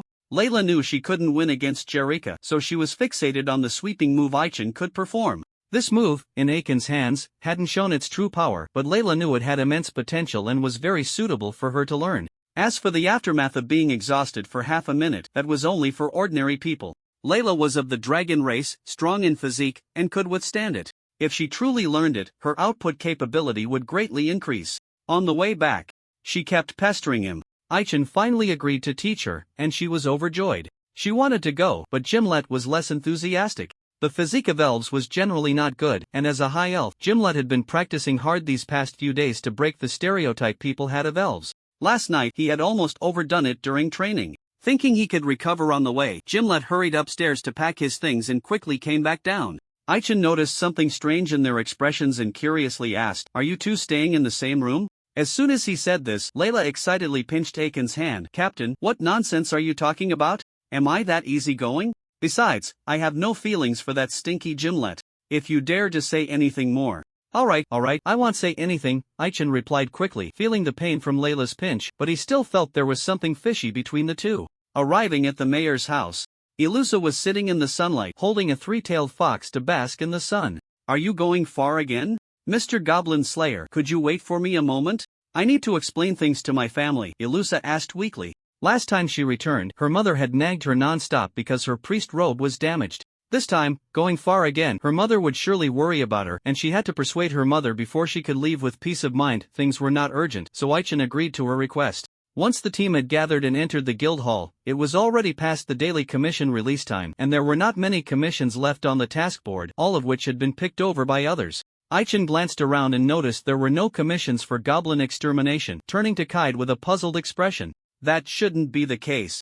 The young master told me that only a few people can take the commissions. Kide scratched his head in confusion, about to continue when someone began arguing with the counter girl. What did you say? I clearly meet the requirements to take it, so why won't you let me? Chino slammed his hand on the counter, fuming. Aichen turned to look and saw he was holding a commission slip, guessing that the commission he wanted to take was in his hands. I'm sorry, sir, although you are a silver-level adventurer, you do not have a team, which does not meet the requirements to take this commission. We are not trying to make things difficult for you, the counter girl said calmly, maintaining a professional smile. Chino was unconvinced, picked up the commission slip to examine it closely, and found it did not state that a team was required to take it. Just as he was about to argue further, Aichen stepped forward and snatched the commission slip from him. You're new, aren't you? For commissions with a difficulty of 3 stars or higher, unless in special circumstances, you need to form a team to take them. I suggest you find a few more people to team up with, Aichen said, opening the slip to see it was indeed the commission he wanted to take, and kindly reminded him. Commissions are divided into difficulty levels from 1 star to 7 stars, with 7 stars being the highest and 1 star the lowest. The most difficult commissions available to the public are 5 stars. 6-star and 7-star commissions must be evaluated multiple times by the headquarters before they can be released. Newcomers can only take 1-star commissions, and at least one member of the team must be iron level. Commissions for goblin extermination are generally 1 or 2 stars in difficulty, and if an adventurer team suffers consecutive setbacks, the difficulty may be increased based on the actual situation. This is the case in every adventurer guild. Chino thought that being silver level meant he could take on 3-star commissions, not realizing that Aichin had only taken 2 3-star commissions in the past 8 years, which were the most recent ones. Without a team, one can only take 1-star or 2-star commissions. This is the rule. How could you not know? The way a few people looked at Chino was as if they were seeing a fool. Feeling uncomfortable under their strange gazes, Chino wanted to draw his sword, but not far away. Uncle Fu gave him a look, hoping he wouldn't act impulsively. "We want to take this commission, please help us with the registration," Aichin said, gently placing the commission slip down. Today, Shalu was on leave. If she were here, she would have set aside the commission slip specifically for him and wouldn't have posted it on the task board. The girl at the counter was a new face. Having just started a few days ago, wearing glasses and looking like a quiet little girl. The girl did not recognize them, glanced at the silver medal hanging around Aiken's neck, then looked at Layla and the others, smiling. "All right, they'll help you register right away." "Wait." The girl took out a processing form and was about to write down Aiken's names when Chino interjected. "If I team up with them, can I take this commission?" The description of the goblin extermination task. The territory of Viscount Pearblossom has been disturbed by goblins, seeking brave adventurers to help eliminate them. It is conservatively estimated that 300,500 goblins need to be exterminated, so please act according to your abilities. Task difficulty, 3 stars. Reward, 5 gold coins. The commission slip did not contain much useful information. Even for silver-level adventurers, taking on 300 goblins was a daunting task. The key was that the reward was not high, and life is only one. There was no need to take risks for such a small amount of money. As long as one wasn't foolish, no one would really take it, except for people like Aichin. "Young master, if you would just lower your tasks available to take." "Why won't you?" Uncle Fu saw Chino lingering in front of the task board for a long time without picking a single slip and kindly advised him. "Uncle Fu, you're so long-winded. Do you think I am someone? Those poor guys are not qualified to team up with me." Chino glanced at the people in the hall, speaking impatiently. He deliberately raised his voice, causing many to hear him, their faces turning red as they looked at him. His tone was quite arrogant. "Who is this person?" Chino took down the quest notice and went to the counter to register his rank, everyone waiting to see him make a fool of himself. The appearance of Aichin gave the adventurers a sense of stability. During this time, the guild was short-staffed, and high-level combatants were given heavy responsibilities, all busy with tasks, leaving few silver-ranked adventurers with free time. Aiken's team had a luxurious lineup. Even without the angel, they could still command respect. Aichin noticed the atmosphere in the hall and frowned when he heard Chino wanted to temporarily join a team. "Sorry, we don't like outsiders joining. You might want to try finding another team," Aichin said patiently, but Chino, lacking awareness, shamelessly approached. "Having one more person can't hurt. I'm at least silver-ranked and won't be a burden to you," Chino said with a grin, his gaze fixed on Aichin, eager to see the expression beneath his helmet. "No, you are already causing us trouble." Aichin remained silent, signaling the counter girl to continue with the registration. As the counter girl searched for the team information, she glanced a few more times at his name. Yama, or Enma. The counter girl filled in the names from the list one by one.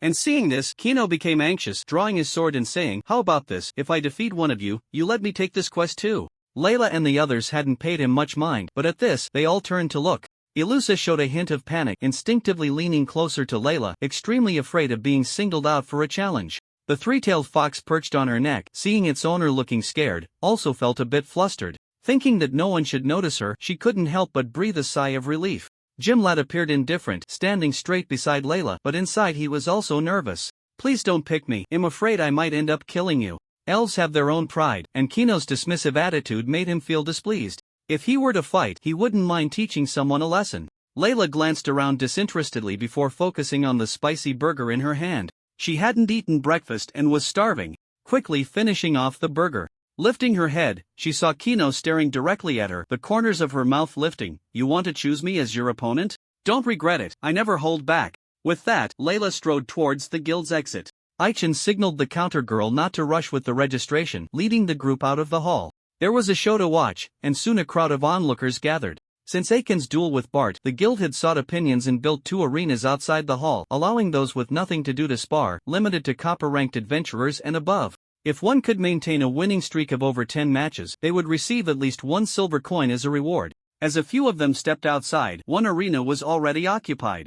Aichen glanced at the 2 fighting and immediately lost interest. It was purely a case of chickens pecking at each other, lacking any excitement. Layla swung her great sword and stepped onto the empty arena, with Kino confidently following her onto the stage. Aichen stood at the side as the referee, and seeing the 2 ready, said, "No more nonsense, let's begin." As soon as he finished speaking, Kino vanished in a flash, and Layla was struck hard in the abdomen, sending her flying. What's happening? A quick defeat? Aichen couldn't catch Kino's figure and began to worry about Layla. Just as Layla was about to fly out of the arena, she swung her great sword, planting it into the ground to steady herself, preventing her from falling out of the ring. Before anyone could recover, Kino's attack came again. Layla turned her head, seeing a cut on her left cheek, and got angry. "Don't be so arrogant." Layla stomped the ground, unleashing a powerful aura that forced Kino back. He stepped back a few paces, stabilizing himself, and Aichen finally sought his appearance, realizing, "I thought you were a swordsman or an assassin. I didn't expect you to be a mage." At this moment, a mark of light appeared on Kenna's forehead, his whole body faintly glowing with white light, and his weapon was entwined with several wind blades that floated slowly like ribbons. In Aiken's eyes, he had gained a powerful buff. Windstorm mode, all attributes 50, attack speed 100, damage reduction 50, remaining duration 2 minutes and 51 seconds. Such a powerful single-target amplification magic could only be from a mage. It was absurd to bestow it upon a sorcerer. Don't be deceived by Kenna's appearance. The long sword he wielded was actually a magic staff, just with a peculiar design. Seeing him in this stance, Aichen immediately thought of a possibility. "Kid, have you received a blessing from the gods?" This was not a secret, and Kino nodded. Noticing that Layla's imposing aura was still present, making it impossible to approach, he coldly snorted, "Horned woman, I admit you have some skill, but it would still be easy for me to defeat you, like this." Kino slashed from a distance, and Layla blocked with her sword, but unexpectedly, 2 wind blades shot up from the ground beneath her feet. She didn't react in time and was violently sent flying. "I see, it's your weapon that's causing trouble, right?" Layla, with her strong defense, was unharmed and landed steadily. Seeing Kino charging at her, she snorted coldly and raised her sword to meet him. Whoosh! Layla was sure she had struck him, but at the critical moment, Kenna's figure vanished. "Little brat, don't think you can hide. I won't let you off that easily. I haven't even started to get serious." Layla noticed Kino had appeared behind her, swinging his tail to entangle her weapon. Enduring the pain of being cut by the wind blades, she forcefully swung him away. Kino was furious, stabilizing himself and preparing to unleash a powerful move, but Aichen intervened forcefully. "That's enough, young man. I allow you to temporarily join the team. We need to register now." "No way. I want to settle this with the Horned One," Kino said with an unhappy expression, unwilling to interrupt the duel, but when Aichen shot him a cold glance, he immediately complied.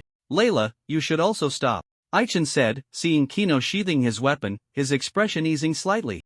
It'll give the captain some face then." Layla waved her hand disinterestedly, then jumped off the stage and stood next to Alusa, asking for help to heal her wounds. Aichen rarely took an interest in others, but the various oddities about Kino successfully piqued his curiosity.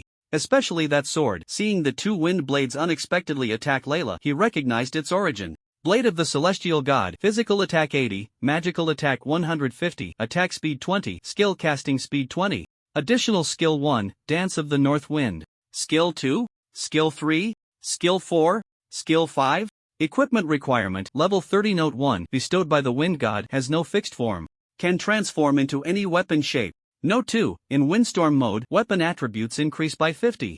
Note 3, when the holder reaches level 50, the weapon can be fully activated. Note 4, only those recognized by the Wind God can use it. The attributes are extremely powerful. Even in the later stages, it is a rare weapon. Currently, it is of golden quality, and at level 50, it can be further activated to reach dark gold quality. If the user's level can reach 70 and they gather enough advancement materials, there is hope to elevate it to legendary quality. However, the usage conditions are strict. If one does not gain the Wind God's recognition, holding it is no different from a novice weapon. In the previous life, it first appeared in the hands of a player, not Kino. Aichen walked down from the stage and looked at the butler, Fubo, and immediately understood. This weapon was a family heirloom of Kenna's family. The butler didn't care about the young master's life, only concerned whether this weapon would fall into the hands of outsiders. Before long, the group finished registering. Kaid had prepared the carriage, and everyone boarded, officially setting off.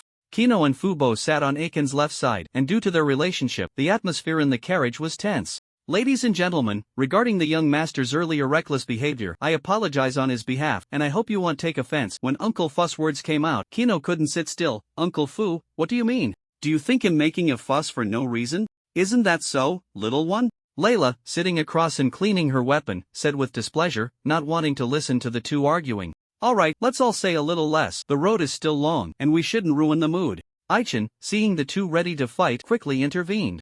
Just as he said, the road was still long. Although Pear Blossom Fortress was close to Lilac Town, they would have to pass through several dangerous areas and needed to stay alert. Through the carriage curtain, Aichin looked at Cade, who was acting as the driver, and felt that he was alone outside, struggling to handle various situations. He decided to sit outside the carriage and enjoy the scenery along the way. That night, a village within the territory of Pear Blossom Fortress unfortunately fell victim to a goblin attack, flames rising everywhere. The ground was littered with corpses, mostly male, while the surviving women were all locked inside a stone house. A red-haired girl curled up in the corner, her eyes filled with resentment as she stared at the door. Suddenly, footsteps sounded outside, startling her to quickly lower her head. Entering was a mother goblin, towering and alluring, dressed in tattered clothing, wearing a crown woven from grass. Her gaze swept over the women in the room, and the mother goblin coldly snorted, "Listen well, if you want to live, there is only one choice: join us. I will give you 10 minutes to decide. Those who do not make a choice in 10 minutes will be killed." As soon as these words were spoken, cries erupted in the room. The red-haired girl in the corner did not cry. When the mother goblin left the house, her eyes revealed a vengeful glare. If looks could kill, she could have killed the mother goblin 100 times over. How infuriating. Her father was dead, her brother was dead, all killed by these creatures. I want to take revenge for them. No, I want to avenge my mother even more. 2 hours ago, the family had been harmonious, sitting together for dinner. Those damned goblins destroyed the girl's home and ruined the village. What the girl found hardest to understand was that her mother had been tied to a wooden frame by the goblins, her arms marked with a totem, and then transformed into a goblin, causing her to faint on the spot. That's right. The mother goblin who came in earlier was both her mother and not her mother. It was some entity that had taken over her mother's body. The goblins left all the women behind. The girl could foresee that soon, everyone in the house would be transformed into goblins. Only she had to be killed by my own hands. No, I must escape. 10 minutes passed quickly, and when the mother goblin walked back into the house, the girl grabbed a dagger buried in the dirt and lunged forward. Unfortunately, her strength was too small, and she was easily pinched in the mother goblin's hand. Little girl, if you want to die, you don't have to do it this way. The girl was thrown back. Originally, more than a dozen women had sworn to resist, but upon seeing this, they all resigned themselves. Is it just you who refuses to make a choice? Then I'll kill you. Just as the girl was about to be killed, a sound of hooves echoed outside the village. The mother goblin heard the signal to gather and hurriedly left the house. Before long, the battle ended. The goblin's side retreated, suffering nearly half casualties. The survivors were rescued and saw knights riding tall horses arriving, each one overjoyed. It's the Lord's men come to save us, praise our Lord. A total of more than 200 knights came to the rescue, led by one in silver-white armor, whose face darkened severely upon seeing the village in ruins. Damn it, if we had come earlier, perhaps this wouldn't have happened. Saying this, the leader removed his helmet, revealing a handsome face. Young Master David, we didn't dare delay on the way, we couldn't arrive in time, so it's not our fault, said the aide beside the handsome man, shaking his head helplessly at his master's complaint. The man named David bore some resemblance to Bart, being Bart's second brother. Are all the survivors here? David, along with his aide, arrived at the stone house and frowned upon seeing that all the survivors were women. Why is it like this again? Half a day ago, David led this cavalry to rescue another village, and fortunately, there were quite a few survivors. What puzzled everyone was that all the survivors from both places were women. To accommodate the survivors, they delayed a bit, which caused them to miss the timely arrival. No matter how hard life gets, they must carry on. The survivors sat in 2 horse-drawn carriages and would be escorted by several cavalrymen to the nearest town to live. David still had a mission to track the goblins, and just as the team was about to split up after a brief rest, a red-haired girl jumped down from the carriage and shouted, "Sir, my name is Aska, can you take me with you?" David looked seriously at Aska and saw hatred in her eyes. He smiled and said, "Sorry, little girl, we are going on a very dangerous mission. We really can't take you with us. I know the secrets of those goblins. Please take me with you, I beg you." Aska had no other choice and knelt in the middle of the road pleading. "Oh, you know the secrets of the goblins? Then tell me, what do you know?" David asked curiously. Before long, the cavalry team headed north. The team now had an additional apprentice knight riding the same horse as the adjutant. Aska, wearing ill-fitting armor, looked nervously ahead, worried about her future and whether she could truly take revenge on her enemies. 2 days later in the morning, Aichin and his group arrived at Windmill Town, needing just half a day's journey to reach Pear Blossom Castle. The journey had indeed been delayed, and as the carriage slowly entered Windmill Town, it showed signs of damage, clearly having encountered danger along the way. "Ladies and gentlemen, let's rest in town for a bit while I buy another carriage, then we'll set off again," Cade said wearily as he drove up to the post office. Aichin was the first to get off the carriage. Looking at the post office building in front of him, he couldn't help but recall some things from his past life. The logistics of the post office were not limited to human and animal transport. There were several types of services, and as long as the money was sufficient, one could use teleportation magic to quickly send lightweight items to their destination. Daffodil Town did not have a post office, and the Adventurers Guild took on the business, regularly assigning personnel to handle the delivery of items. "Captain, what are you going into the post office for? Do you have something to send back?"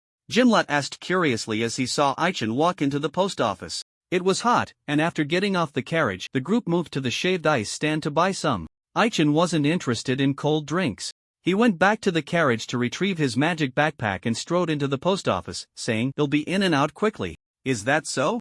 Jimlet shook his head, noticing that Layla liked shaved ice and asked the vendor for 2 more large servings. Meanwhile, Aichin entered the post office, filled out the acceptance form, wrote a letter, and took out 3 life crystals, asking seriously, "How long will it take to reach the recipient?" The clerk carefully checked the acceptance form, confirmed that the information was filled out correctly and that the fee was just right, smiling as she said, "Sir, the express service you requested will take about half a day based on the distance." "I see, half a day it is," Aichin nodded. Under his curious gaze, the clerk placed the letter and life crystals into a black box, then softly chanted a spell, and the items vanished. The magic cast was not teleportation, the counter had a mechanism. And the spell was a secret phrase to activate it. The items were now sent to the warehouse, waiting to be dispatched. Aichin wrote a letter of visit, and the recipient needed no introduction. It was his master from his past life, the 4th-generation sword saint, Lunia. A sudden visit was ultimately lacking in etiquette. Aichin knew that this master had been privately collecting life crystals to heal his children, even though they had never met in this life. Strangely enough, Lunia had many children, but aside from the eldest son, all suffered from congenital illnesses, with few living healthily into adulthood. When Aichin conquered the water fortress, he was fortunate enough to obtain 3 life crystals. Such treasures could be used to compensate for congenital deficiencies and could enhance the vitality of both humans and monsters, making them rare and precious items. He offered 3 life crystals, not believing they would truly refuse his request. Once the matter was settled, Aichin strode out of the post office, accepting a bowl of shaved ice from Elusha, and sat quietly in a chair to enjoy it. While waiting for Kai to buy the new carriage, 3 strange women on the street caught his attention. Dressed in cool attire, the 3 women looked around but didn't buy anything, frustrating the vendors who wanted to scold them. Aichin had keen insight and noticed one woman, under the cover of the other 2, taking the opportunity to steal 2 gems from a jewelry stall. Dandelion Town had good security, and such incidents were rare. Jimlet also noticed but didn't intervene, continuing to chat and laugh with Layla beside him. Chino also spotted it. This guy couldn't tolerate any nonsense and made a disgusted expression. "Uncle Fu, go handle it." "All right, young master." With that, Uncle Fu walked towards the 3 women with a serious expression, quickly grabbing the hand of a frail woman and saying, "Madam, stealing is a very bad behavior. You all seem well dressed. Why must you resort to theft?" As soon as he said this, pedestrians and vendors alike glared angrily at the 3 women, especially the jewelry vendor. "Ah, damn it, she actually stole my 2 precious fire opals." The jewelry vendor, not satisfied with just retrieving the gems, wanted to send them to the church. Generally, the town only had a self-defense team responsible for maintaining order, with no guards. Criminals would be sent to the church, where they would be detained, interrogated, and even convicted by the church officials. The 3 women panicked. They hadn't expected to be caught red-handed on their first attempt. Not wanting to be locked up in the church, they looked helplessly at Uncle Fu. Uncle Fu turned to glance at Chino, sighed, and said, "Though they are in the wrong, it's not a serious crime. Can you all forgive them this once for my sake?" The jewelry vendor felt uncomfortable under Uncle Fu's gaze, thinking that nothing was lost, and with a cold snort, returned to his stall. The matter was resolved like this, but what Aichin truly cared about was about to happen. "All right, you can go now, but remember not to do this again." Uncle Fu personally escorted the 3 women for a while, reminding them before turning to leave, when suddenly a ghostly hand attacked from behind. In Aiken's view, the frail woman's hands transformed into black claws, aiming to crush Uncle Fu's head. He seized the opportunity and threw a dagger from a distance, striking the ghostly hand with great force. "Uncle, you were careless, you didn't need to save them, after all, they are not human." Uncle Fu reacted quickly. While Aichen spoke, he easily took down the other two. At this moment, the appearance of the three women changed. Aside from their hands turning into ghostly claws, their eyes turned red, and their teeth became sharp, while the rest of their features remained human. The three monsters, who could still appear human, were unfamiliar to the others, who gathered around curiously. "Captain, what exactly are they?" Jerrica swung her great sword, finding it difficult to harm the three monsters at all, and couldn't help but ask. Aichen frowned, stepped forward, and kicked one of the monsters. As soon as it reached the sunlight, it began to smoke. "Ah! I don't want to die, can you let me go?" The monster, fearing the sunlight, tried to retreat into the shadows but was cut down by Jerrica's sword and soon turned into black smoke. "Are you undead?" "No, even high-ranking undead rarely have the ability to transform into normal human forms." "What exactly are you?" Aichen voiced everyone's confusion. Activating his detection skill and discovering their state was a bit special. Plague Wraith Chaotic State Level 9. Plague Wraith Chaotic State Level 13. According to the game settings, being in a chaotic state causes one's consciousness to become unclear, attacking indiscriminately without distinguishing friend from foe. Although the two before him were in a chaotic state, their consciousness was clear. Plague Wraith? He hadn't heard of such monsters in his past life. What were they? Seeing the two monsters remain silent, Aichen suddenly thought of a possibility.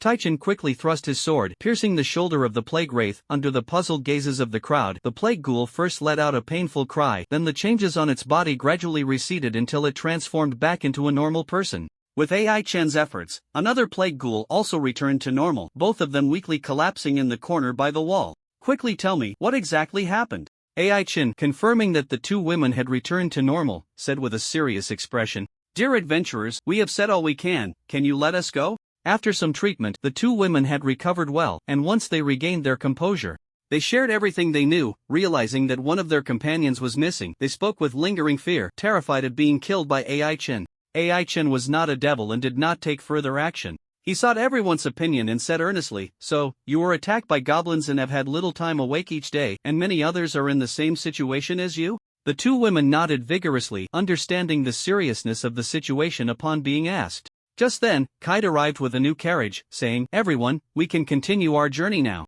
Aichen interrupted, "Wait, I think we need to stay in this town a bit longer."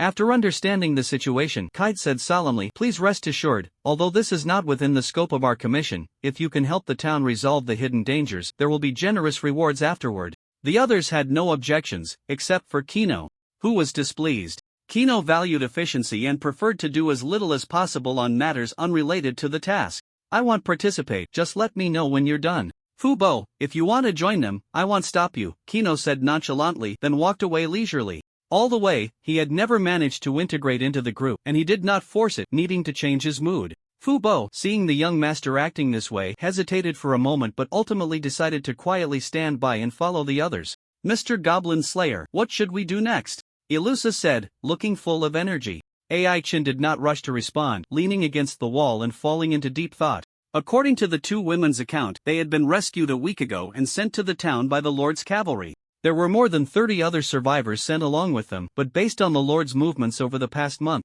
there had been 5 batches of survivors sent. Those who were sent over might have all turned into plague ghouls. The 3 women, having been affected by the plague toxin less severely, had a chance to revert to human form, but the fate of the other survivors was uncertain.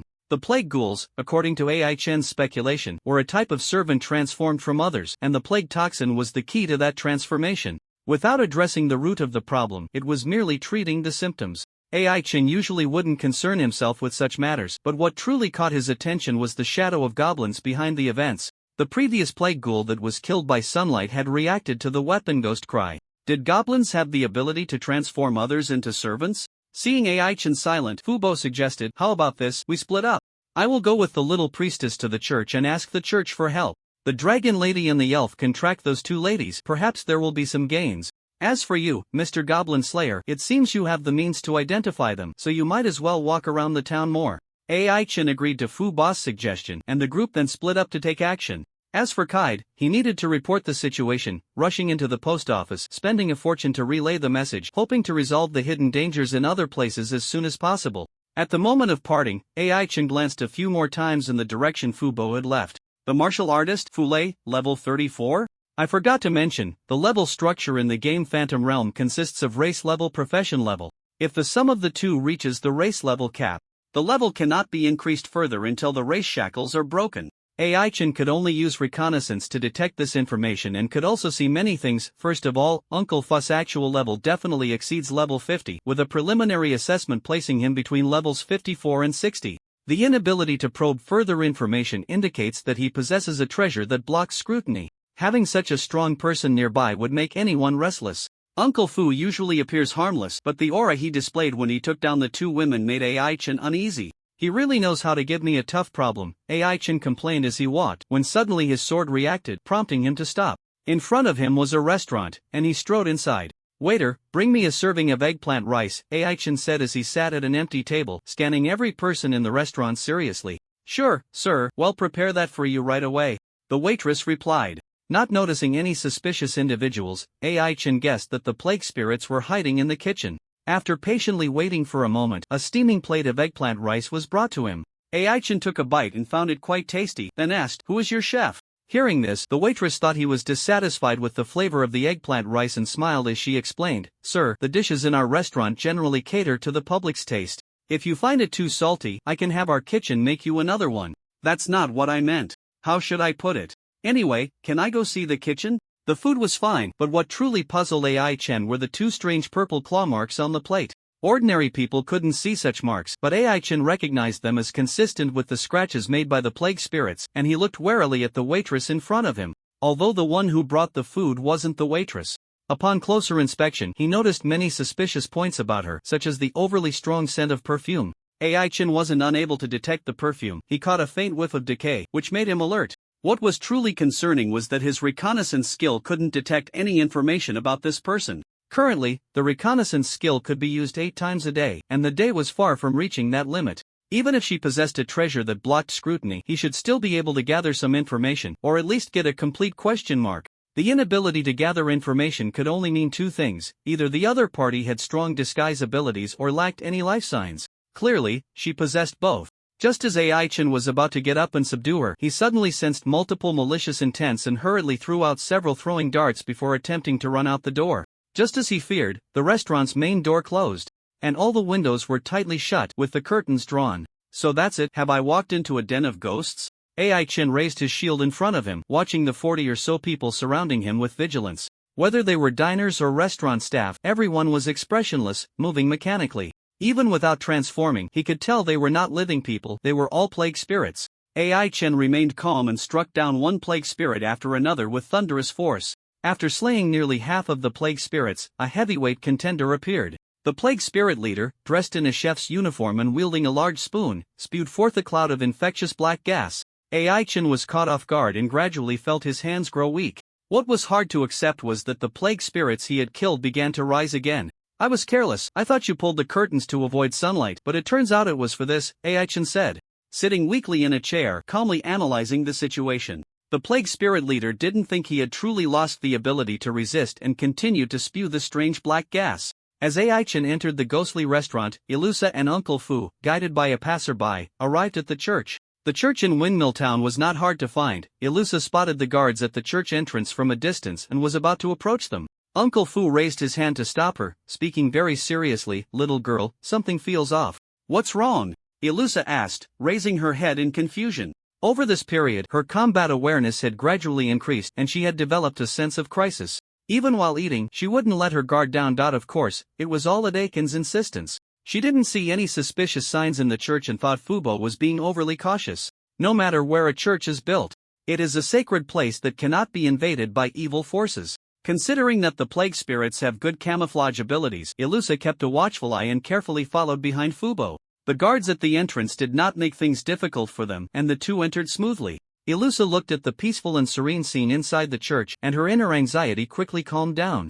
"I am the priest of this church, you can call me father, and may I ask what brings you two to me?" The middle-aged priest had a kind face, holding a Bible, standing in the hall reciting scriptures. Upon seeing the two arrive, he closed the Bible and smiled. "The thing is," Fubo explained the situation with the plague spirits, and the more the priest listened, the graver his expression became. "I never expected such an evil monster to exist in this world. Rest assured, I will gather people right away. Please wait a moment." Up to this point, the priest's behavior had been quite normal. On both sides of the hall stood 6 statues, and Ilusa knew those statues represented the so-called 12 celestial gods. The god of light she believed in was a faceless man who opened his arms to people placed in the position closest to the podium. "Father, the god of light has a face. Why didn't you carve one here?" Ilusa pointed at the statue of the god of light, puzzled. The priest was talking to two deacons, and upon hearing her, he smiled kindly and said, "Silly child, don't you know that one cannot look directly at the divine?" "Is that so?" Ilusa nodded, half understanding. After the priest finished explaining the situation, the two deacons hurriedly left, closing the main door behind them.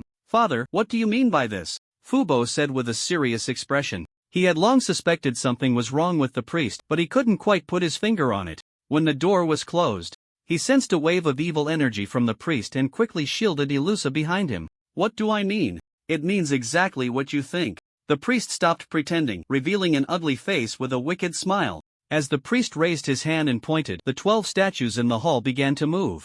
"Stone gargoyles? No, this is..." Fubo, well versed in such matters, recognized the priest's display. Summoners can perform a powerful holy summoning, calling forth a varying number of guardians based on their own magical power. In contrast, chaotic summoning opens a portal to chaos, releasing malevolent spirits trapped within, allowing them to possess a medium and thus give birth to powerful beasts. The evil spirits revived through the statues quickly regained their flesh and blood, some transforming into lions, others into black panthers or fierce tigers, all displaying ferocious expressions. The beasts were uniformly level 45, all bronze bosses. Fubo remained relatively calm. He was strong enough to handle up to 4 beasts, but Ilusa was not. Let alone fighting, her legs felt weak, and sitting on the bench, she incredulously said, "Father, please tell me, why have you betrayed the Lord?" There are many benefits to believing in a deity, but once one betrays the god and commits acts of treachery, they will face severe punishment. The priest pointed to the scar on his face and said, "Why betray? I have worked diligently for many years, and just for a small matter, I was punished by divine wrath. Why should I continue to worship him?" "What small matter?" Ilusa asked weakly. "Oh, it was nothing much, just conducting a few experiments on some prisoners. I didn't expect to be reported," which angered the Lord. The priest had no time for idle chatter. As he spoke, he sent one of the beasts to end Ilusa's life. He had indeed instructed the deacons to gather people, but it was to deal with Aichin and the others. The plague spirits were ambitious, wanting to turn the entire Pear Blossom Fortress into a ghost domain, and at this moment, they didn't want to attract anyone's attention, so they had to send someone to silence them. Fubo was strong and received special attention, surrounded by 7 beasts, while the priest, considering Fubo's ability to kill him, arranged for 4 beasts to protect himself. To everyone's surprise, Ilusa not only survived the beast's attack but also turned the tables on it. "How is this possible? Little girl, who exactly are you?" The Black Panther beast died in a bizarre manner. Just as it was about to pounce, its body suddenly went limp and it quickly breathed its last. The priest, witnessing this scene, exclaimed in shock. Little did he know, Ilusa was even more astonished. When the beast charged at her, she had no time to cast the holy barrier. In a moment of desperation, she reached into her pocket to retrieve the life-saving item her father had given her. But her hand froze. She saw the little walnut, the white demon, emerge from her palm and, with a swift motion, it flew out, causing the beast to collapse. So, the little walnut is that strong. The silver-white sword, transformed from the white demon, was able to kill the beast in one strike because Ilusa had opened another item from the gift box. When Aichin killed the Chaos Beast, the system rewarded him with 5 high-level gift boxes, one of which he gave to each person on the way back. Ilusa opened hers on the spot and revealed a slender sword. Heart-piercing sword, damage 66, attack speed 20, agility 2, special effect, penetration, durability 70/70, wearing requirement, female, level 10. This was a silver weapon with decent attributes. The penetration effect, as the name suggests, means that any attack made will have a 515 chance of dealing damage that cannot be mitigated. The white demon absorbed this sword, successfully activating the penetration effect.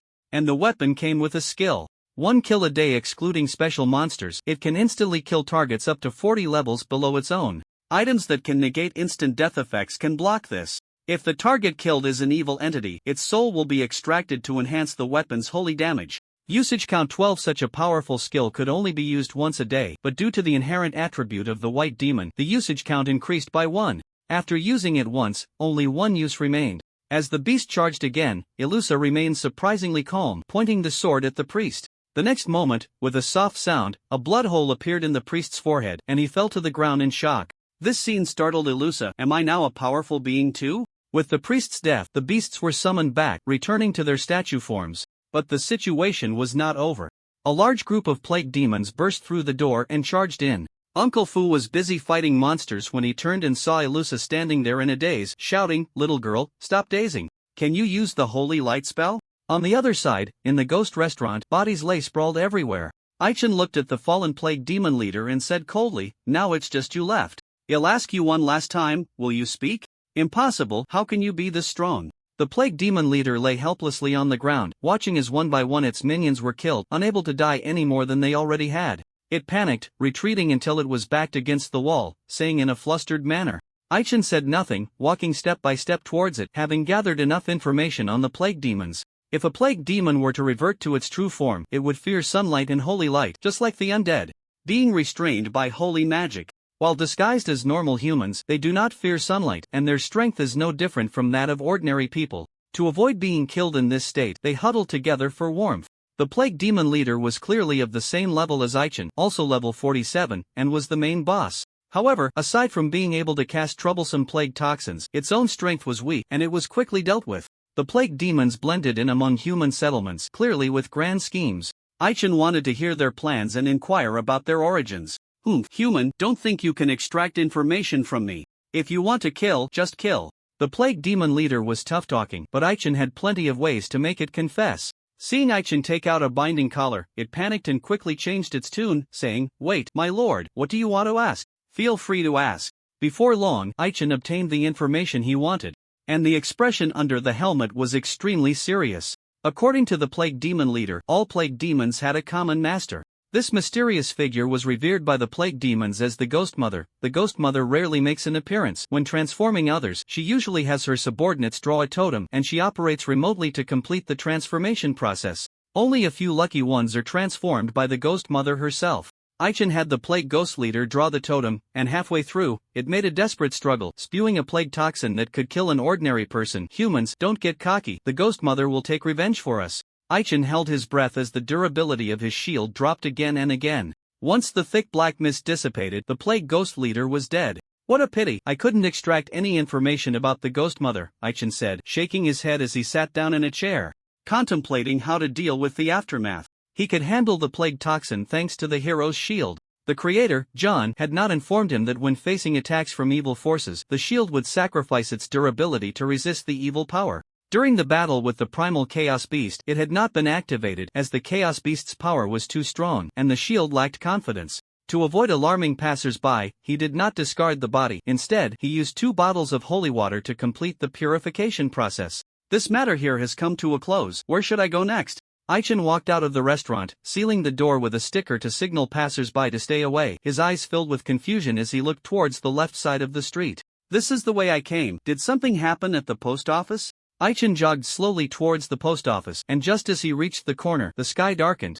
followed by a chaotic sound of footsteps approaching. Seeing the sky darken, with sunlight completely blocked by ominous clouds, he understood that things had become troublesome. During the day, plague ghosts rarely appeared outdoors, and the first 3 women he encountered were clearly newcomers. Without the damned sunlight, they could boldly transform. Over 300 plague ghosts came to intercept him, many of whom could unleash plague toxins. Seeing this, Aichen dared not act recklessly and signaled the people behind him to escape quickly.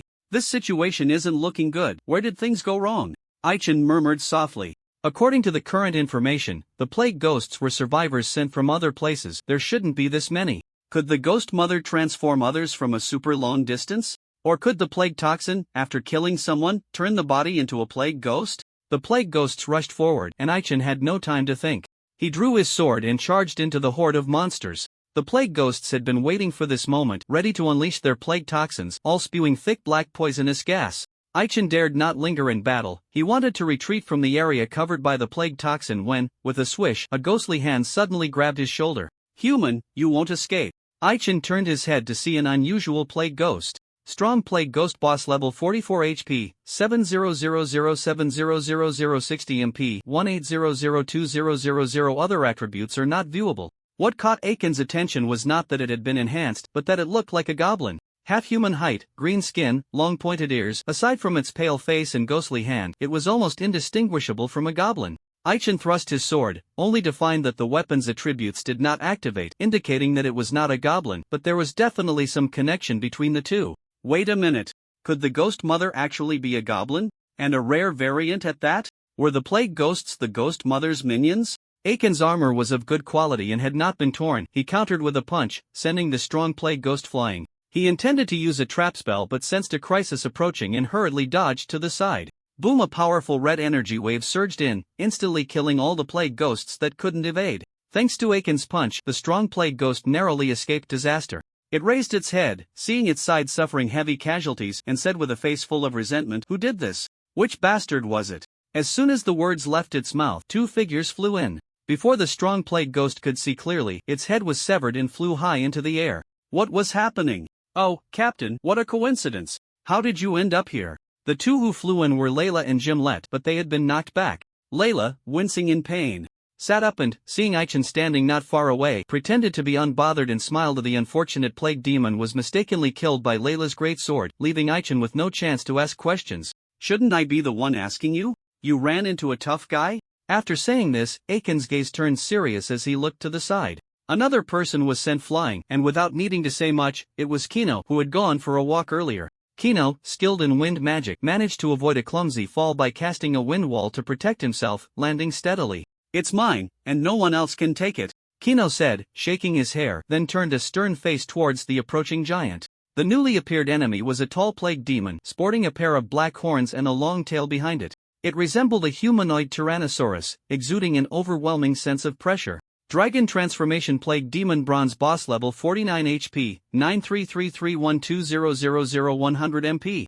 144017000. Let's call it the Dragon Demon, as it cast environmental magic that darkened the sky over the town. This was the direct superior of Fatherin, the overall head of the town, who personally took action to resolve the threat. This guy was tricky with spatial magic. Layla and Gimlet, who were sitting at a snack stall eating noodles, were suddenly teleported in front of it and got beaten up passively, trying to unleash the fire dragon's roar. The dragon demon didn't dare to take it heeding. Instead, it summoned a spatial gate in front of itself, redirecting Layla's big move towards Aichen, then kicked both of them inside. Kino was in a similar situation, walking down the street when he was inexplicably pulled away and then flung by a tail, still feeling the pain in his face. The three were getting angry. Layla and Gimlet took the lead in attacking, with Kino following closely behind. Their combined attack dealt considerable damage. Aichen stood still, not rushing to attack. And seeing an unrelated person about to be affected, he reluctantly intervened. Longeared 1, wait for my signal to act. The enemy was strong, requiring teamwork to deal with it. Aichen couldn't rely on Layla and Kino, so he turned to Gimlet and said seriously, "Let's see how it goes." Gimlet replied casually, trusting Layla more than Aichen. Both were holding back their anger, and if he didn't cooperate with Layla, he would inevitably complain later. Before meeting Aichen, the two had worked well together and developed a certain level of tacit understanding. Layla had a powerful finishing move, but it was easy to dodge. To improve her hit rate, Gimlet focused his mind and shot two arrows in quick succession. Whoosh, whoosh! Both arrows were wrapped in white light, one aimed at the dragon demon, the other flying towards the charging Layla. Aichen thought he was using a heart strike, but that wasn't the case. Soul Pursuit Arrow could automatically target enemies, consuming 606 of the maximum mana, ignoring half of the enemy's defense, and dealing 4 consecutive hits of 160, 120, 90, and 70 damage respectively. If the target was not an ally, it would temporarily increase the ally's attack speed by 20, hit rate by 40, and critical hit rate by 40 for half a minute. This arrow technique could only be used twice a day due to its high mana consumption, so it wouldn't be used lightly. The dragon demon thought it could withstand the attack with its powerful physique, but when the Soul Pursuit arrow pierced through its chest, the pain was unbearable, and it cried out in agony. Seizing the opportunity, Layla charged up her ultimate move, Dragon God Sword. The great sword in Layla's hand was a dragon bone, a treasure of the Fire Dragon clan, enshrined in her family's main hall. When she was about to go on a journey, she stole this sword. Her clan members, unable to leave their territory without permission, had to give up on retrieving the sword. As Layla infused a large amount of mana into it, the great sword glowed with a dazzling red light. Dragon God Sword consumed 810 of the maximum mana, striking enemies within a 30-yard range in front of her, first having their defense and speed, then dealing 400 physical damage.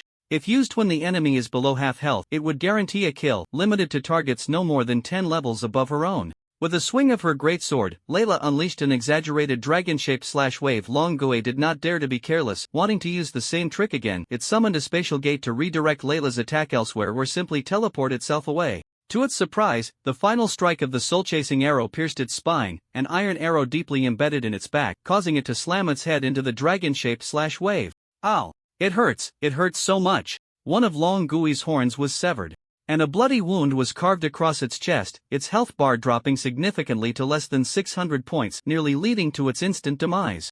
Thanks to the powerful vitality of its dragon form, the wound healed quickly and its health bar returned to a safe level. Correspondingly, it consumed a massive amount of stamina. Before Long Gui could catch its breath, Shino charged in. Shino entered wind mode, unleashing a series of rapid attacks. Long Gui's right eye was blinded, and a bloody hole was pierced through its chest. It looked disheveled but still had the strength to fight back, with its health bar currently at 62461200. Since I've taken enough hits, it's my turn now.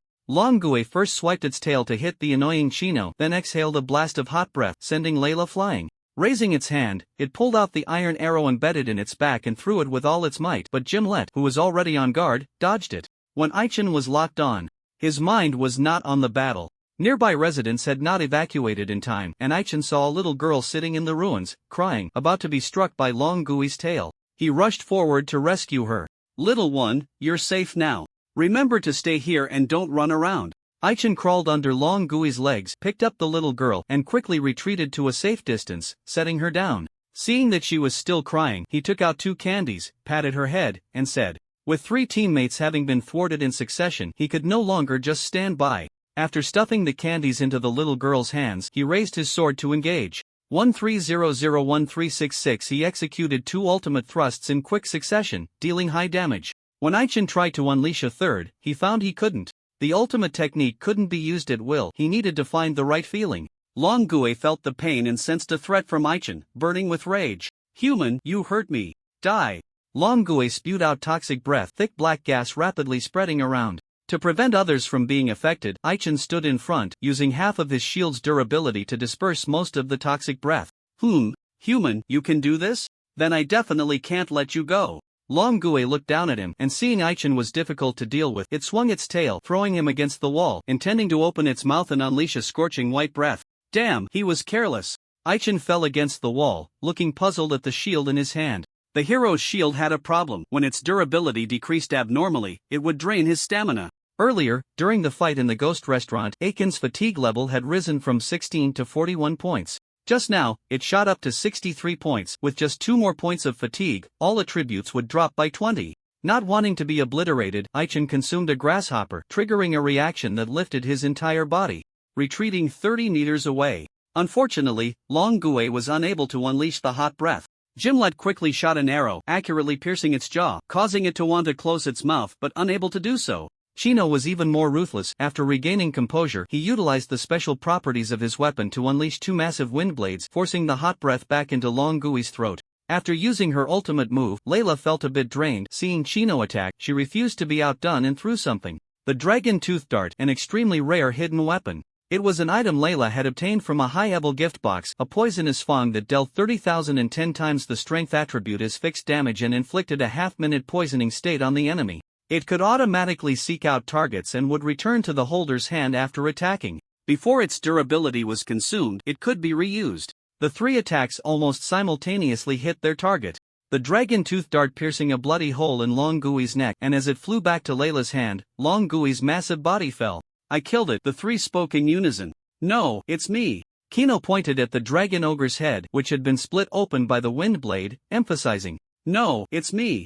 Gimlet retorted stubbornly. Layla was too exhausted to argue, casting a cold glance at the 2 and leaning to the side, gasping for breath. Behind them, Aichin furrowed his brow, not relaxing even at the death of the Dragon Ogre. A swarm of plague ghouls surrounded them, rushing to save the little girl who had not yet left, sensing she was in danger. He prioritized dealing with the plague ghouls that could spread the infection, swiftly slaying several of them. Seeing the ghouls all pounce on the Dragon Ogre's corpse, he felt a sense of foreboding. Not good, they want to revive the big guy, stop them quickly. Aichin shouted urgently, but unfortunately, it was too late. The Dragon Ogre was successfully revived under a mass of dark energy, its split head reattached, and the remaining fatal wounds on its body healed rapidly. "I'm so hungry, is there anything to eat?" the Dragon Ogre said, grabbing the nearest plague ghouls and stuffing them into its mouth. "It can do that?" Layla said with a gloomy expression, watching the Dragon Ogre stand up, trying to pick up the great sword, only to find her hands too weak to do so, so she had to remain seated. The Dragon Ogre devoured over 30 plague ghouls, its injuries mostly healed, and its aura became even more formidable. "I'm full, and the power is surging. Let's settle this, humans." As it spoke, the Dragon Ogre completed its transformation, towering nearly 10 meters high, exuding an overwhelming sense of pressure. Dragon Transformation Strong Plague Ghoul Bronze Boss Level 52 HP, 846616000100 MP, 930-2000. Upon seeing the Dragon Ogre's new attributes, Aichen fell silent. If the Plague Ghouls could all become stronger in this way, they would pose a much greater threat than goblins. It was clear that the Dragon Ogre was special, and such unique individuals were bound to be rare. Before Aichen could devise a countermeasure, the Plague Ghouls closed in. The other three were in a severely weakened state, with only Kino able to hold on for a while longer. Aichen stood protectively in front of the little girl, continuously slashing down one Plague Ghoul after another, contemplating whether to use his forbidden technique, the Wailing Ghost. That was his only area attack, and the trap technique wouldn't be very effective against the Plague Ghouls. Noticing Gimlet was in a critical situation, nearly overwhelmed by the ghouls, Aichen no longer hesitated, plunging his sword into the ground, ready to unleash his ultimate move. A howl erupted. Layla let out a deafening roar, killing a swath of enemies. Aichen covered his ears, but it was of no use. He was caught in the blast, losing over 2,000 health points, his body swaying as he fell to the ground, unable to execute his ultimate move. "Damn dragon girl, if you're going to roar, could you at least give us a heads up?" Kino said, covering his ears, displeased. He had the wind wall for protection and wasn't affected too much. Gimlet had no issues. Seeing Layla about to roar, he quickly stepped back. Aichen regained his composure, looking up to see the Dragon Ogre stunned and lying on the ground, wanting to move in for a finishing blow, but sensing an unknown attack coming from behind, he rolled away. "Are you with them?" Aichen looked up to find the little girl's hands transformed into ghostly claws, asking in confusion. Strange, this little girl had transformed, yet her information was still undetectable? Aichen felt something was off about her. She might just be the so-called ghost mother. The two faced off. He, big brother, you're quite alert. Since you gave me candy, I'll leave you with a whole corpse.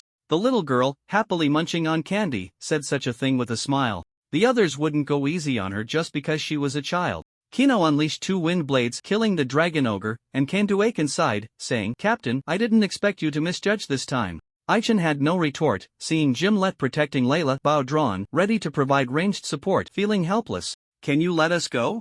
Aichen calmly said this, leaving the other three quite puzzled. "The captain, if you're scared, you can step aside and let me handle it." Kino snorted coldly, just about to make a move when a glance from the little girl startled him. Gimlet managed to keep his composure. He chose to trust Aiken's decision, putting away his longbow and taking out a flute, blowing it 10 times to stack multiple speed buffs for himself. If things went south later, he would take Layla and make an emergency retreat. Layla clutched her sore throat, her eyes vacant as she stared at the sky. She was the first to notice something was off with the little girl. Earlier, she had unleashed the highly detrimental Dragon's Fury, merely having seen the girl attempt to ambush Aichen from a distance. To her surprise, even the Dragon Clan's inherited techniques were ineffective against a human. What was her background? Reconnaissance techniques were not infallible. Aichen had never relied heavily on them in his past life, and this life was no different. Upon discovering that the little girl's hands were not ghostly but rather clad in a pair of realistic gloves, he understood she was trying to toy with them. After scrutinizing her closely, Aichen roughly guessed her identity. "Oh, a human. From your expression, it seems you've recognized me. Go on, tell me, who am I?" "If you guess correctly, I might consider letting you go," the little girl said, hands on her hips, curiosity evident in her voice. She was confident in her disguise. Yet being recognized piqued her interest in Aichen. Aichen fell into deep thought. He would not truly entrust his life to an enemy and quickly thought of various plans, but unfortunately, none were feasible. "If I'm not mistaken, you must be Princess Lilith, right?" Aichen said slowly. Layla and the others, hearing him address her as princess, assumed the little girl was of royal blood, but that was not the case. "Oh my, I didn't expect you to recognize me. I don't like the title princess. Human, you have one chance to call me by my name again," Lilith said, her figure swaying as she quickly completed her transformation, smiling at him. At that moment, she had changed into a soft black evening gown, holding a parasol, and with her youthful face, she looked somewhat adorably naive. Lilith found Kino annoying in her presence. With a gentle wave of her small hand, she sent him flying 100 meters away. Seeing her display such power, Aichen quickly bowed and said, "Esteemed Princess Lilith Ulysses, I don't wish to fight to the bitter end with you. Could you let us go?" Upon hearing this, Lilith's smile faded, and she coldly replied, "You called me princess again? Fine, since you've become my new toy, I won't let you die too quickly." After a pause, she tossed something. "This is for you. I hope next time we meet, you can use a different title for me." With that, she vanished in a flash. Aichen calmly looked towards the south. What he had just said was not an exaggeration. He truly had means to bring about mutual destruction. The forbidden gem was his greatest reliance at the moment. As long as it wasn't used, he could exchange it with anyone at the limit. Lilith had given Aichen a small round mirror with Lilith written in English on the back. Aichen tried to discard the item but found he couldn't. The mirror transformed into a circular mark, swiftly embedding itself into his skin, ultimately settling on his left arm. Without needing to remove his armor, he could tell he had gained a special status. Blood curse. You are under the curse of life points 100, stamina 1, and will lose 100 life points daily until the next encounter with, at which point the curse will automatically lift. Marked by, you will not be actively attacked by chaotic faction monsters, but you can move freely within the territory of the chaotic faction. It's a mixed bag, but overall, a troublesome curse. The person has left, but the matter isn't over. Let's rest here for 10 minutes, Aichen said, then drank potions like crazy, sitting by the roadside to recuperate, while the other three also focused on their recovery. As the dragon demon perished, the dark clouds in the sky quickly dispersed, sunlight shining down on the earth again, causing the plague demons to hurriedly hide. Under the sunlight, the bodies of the plague demons on the ground turned to ashes. Gimlet sat beside Layla, occasionally muttering the name Lilith Ulysses. Suddenly, he slapped his thigh and said, "Captain, we've stirred up a big shot this time. Shouldn't we make a run for it? There's no shame in admitting defeat when it's time to do so." The lifespan of the elves is indeed long, and their strength is formidable, ranking among the top 10 races, but the current environment is not suitable for their kind of long-lived, leisurely existence.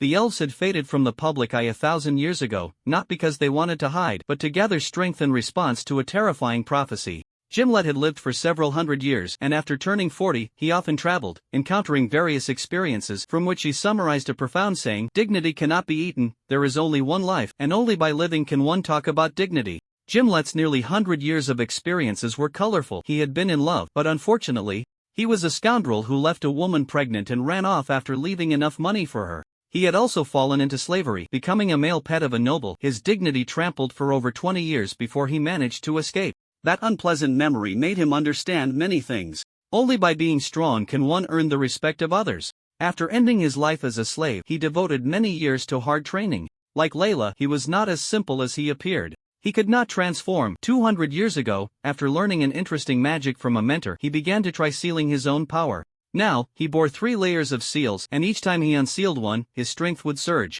The seals were not easy to break, they required ample preparation and were difficult to undo in battle. Yet even if his power were fully restored, he could not compare to Lilith. Gimlet was well versed in the history of the elves, and past lessons made them deeply aware of the existences on this continent that should not be provoked. Among them was a powerful woman known as the War Queen, who had roamed the land 8,000 years ago, leading armies into battle and nearly conquering the continent entirely. With the passage of time, her name had long been forgotten, and few knew of this part of history. However, another title of Lilith's remains quite famous to this day, the Ice Empress, the absolute ruler of the northern region of Suvat, a legendary figure who could converse equally with the gods. It had been 500 years since she last appeared in public, yet the vast empire she ruled continued to function normally.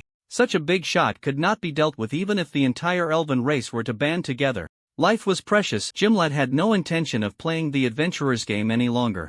If Aichen did not provide him with a satisfactory explanation, he would immediately take Layla and leave. Escape? Heh, that one could kill us all with just a glance. Do you really think we can escape? Shino, looking utterly exhausted, leaned against the wall and scoffed at Gimlet's words. Layla, not having truly sensed Lilith's aura and unaware of her terror, pouted and said, "Captain, just now you looked like you wanted to fight her. Do you really have a way to fend her off?" Upon hearing this, the three turned to Aichen. Aichen did not want anyone to know about the forbidden gem's existence, so he turned his head away and remained silent, quietly watching the 2 candies on the ground not far away. Sigh, throwing them away without eating them is such a waste. They look delicious, why not give them a try? Aichen knew Lilith's name, not only from his previous lives' deep dive into the continent's history but also because of her immense popularity in the game, where players ranked her at the top of the goddess list.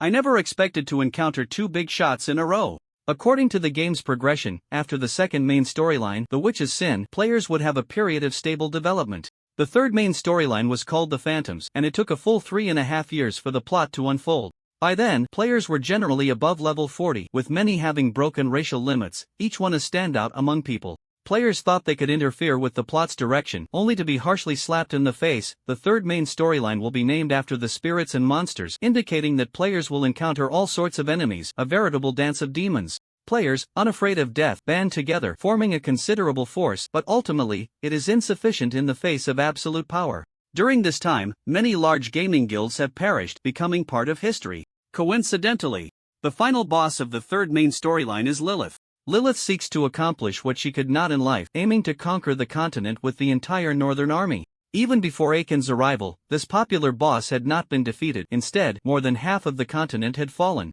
The territory that originally belonged to Earthstar has also suffered greatly. In the absence of divine intervention, no one can stop her ambition. What makes her truly troublesome is that she has another identity. The true ancestor of vampires, also known as the progenitor of vampires, she is powerful and unafraid of sunlight, able to function normally under it. According to Akin's understanding, Lilith has 4 forms: child, adult, true form, and a Yetobe-confirmed strongest form. In his previous life, players sacrificed many lives to force her third form out, but to no avail. There was nothing to be done, her rank was simply too high, debuting at level 80.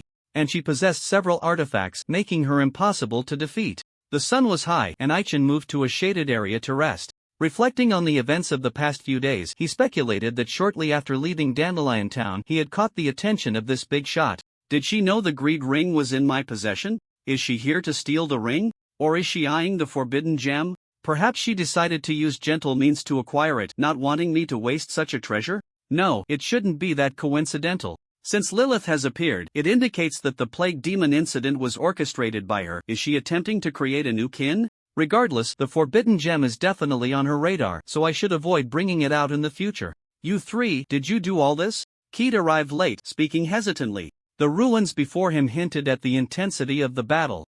Yet he still found it hard to believe that anyone could deal such a heavy blow to Aichin and the others. Aichin had recovered his stamina well and wanted to check on Ilusa, heading towards the church, where the two arrived together. What on earth did you go through?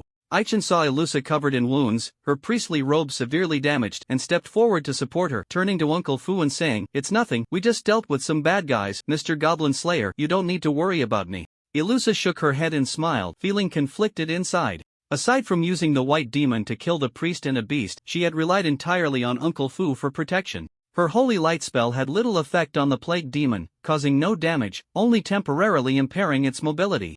Uncle Fu's injuries were the real concern. Aichin noticed that Uncle Fu had been deeply poisoned and rolled up his sleeves, saying, "Good thing I'm here, otherwise, in a few days, you'd end up like them." Uncle Fu's left hand had been scratched, and he had been enduring it all along. Aichin pressed the shield against the wound, sacrificing the shield's durability to quickly eliminate the poison. Uncle Fu stretched his arm, confirming that the poison was indeed cleared, and looked at Aichin with gratitude. "Now that the matter is resolved, let's continue on our way." With that, Aichin took the lead and sat in the new carriage. As night fell, in a hidden mountain forest, a peculiar mother goblin dressed in a red robe stood before a fire, hands clasped in prayer. Before long, a scout rushed in, flustered. "Bad news, my lord, your servants have died, right?" The mother goblin raised her ghostly hand, stepping forward to grip the scout's neck, snorting coldly. "That's correct, my lord, could you please let go of your hand first?" The scout stammered, trembling in fear. This new king had an unpredictable temper and enjoyed killing subordinates. How could he not be afraid? "Those useless fools are dead, and that's that. I never expected them to help, they just needed to draw some attention for us." The mother goblin tossed the scout aside and continued to pray earnestly in front of the campfire. She was the ghost mother spoken of by the plague spirits, a rare ghost goblin. The scout sighed in relief, confirming that he had been spared. 6 months ago, this sudden arrival had killed the original Goblin King and seized power, but unfortunately, she had not gained the Master's recognition. She betrayed her faith and has yet to be granted a name, thus she claimed the title of Ghost Mother, devouring anyone she found displeasing. Over the past 6 months, the number of tribes had drastically decreased, from nearly 10,000 to less than 600. The Ghost Mother lacked the ability to reproduce and had to increase her loyal followers by converting humans, but the success rate of conversion was low, with fewer than 50 successful transformations to date. Just as the scout was about to turn and leave, the Ghost Mother's voice floated lightly through the air. "Wait, did I let you go?" Before the scout could react, he was thrown into the fire. Was there truly no escaping this? As he faced the flames, the scout erupted with a burst of energy, leaping from the fire, having transformed into a divine crossbowman, his minor burns healing in an instant. "My lord, I believe I can be of some use. Please accept my loyalty to you." The divine crossbowman half knelt on the ground, speaking respectfully. The Ghost Mother assessed him and replied indifferently, "You are indeed somewhat useful, but before that, I want to ask you a question. Have you been granted a name? High-intelligence species are given names from the moment of their birth." Aware that the Ghost Mother was troubled by her inability to grant names, the divine crossbowman lowered his head and said, "Please grant me a name, my lord." The Ghost Mother was somewhat satisfied with his attitude and chuckled lightly. "From today on, you shall be called Xin. Thank you, my lord, for the name and for giving me a new life. After bowing several times, the divine crossbowman left with understanding. In a peaceful town, within a quiet sword dojo, the dojo master and his family were enjoying a harmonious meal. A servant hurried in and placed a box in front of the middle-aged man. As the dojo master, Lunia needed to maintain an air of authority, often serious, but in front of his family he was a man who loved to smile. Father, who sent this? A 12-year-old boy asked curiously as he saw his father deep in thought after reading the letter. Lunia ruffled the boy's hair and smiled. It's a very interesting person. He will come to visit us in a while, and I believe you will think the same when you meet him. Lunia did not want to elaborate, and after dinner, he returned to his room with his wife, quietly watching the two sleeping infants in the stroller, saying, "Dear, these two children have hope." Really? The young and beautiful woman smiled, thinking he was just trying to cheer her up. She changed into her pajamas and lay down to sleep. Lunia sensed his wife's disbelief and felt an indescribable helplessness. Although he was a sword saint, his family lived in poverty to treat their children's illnesses.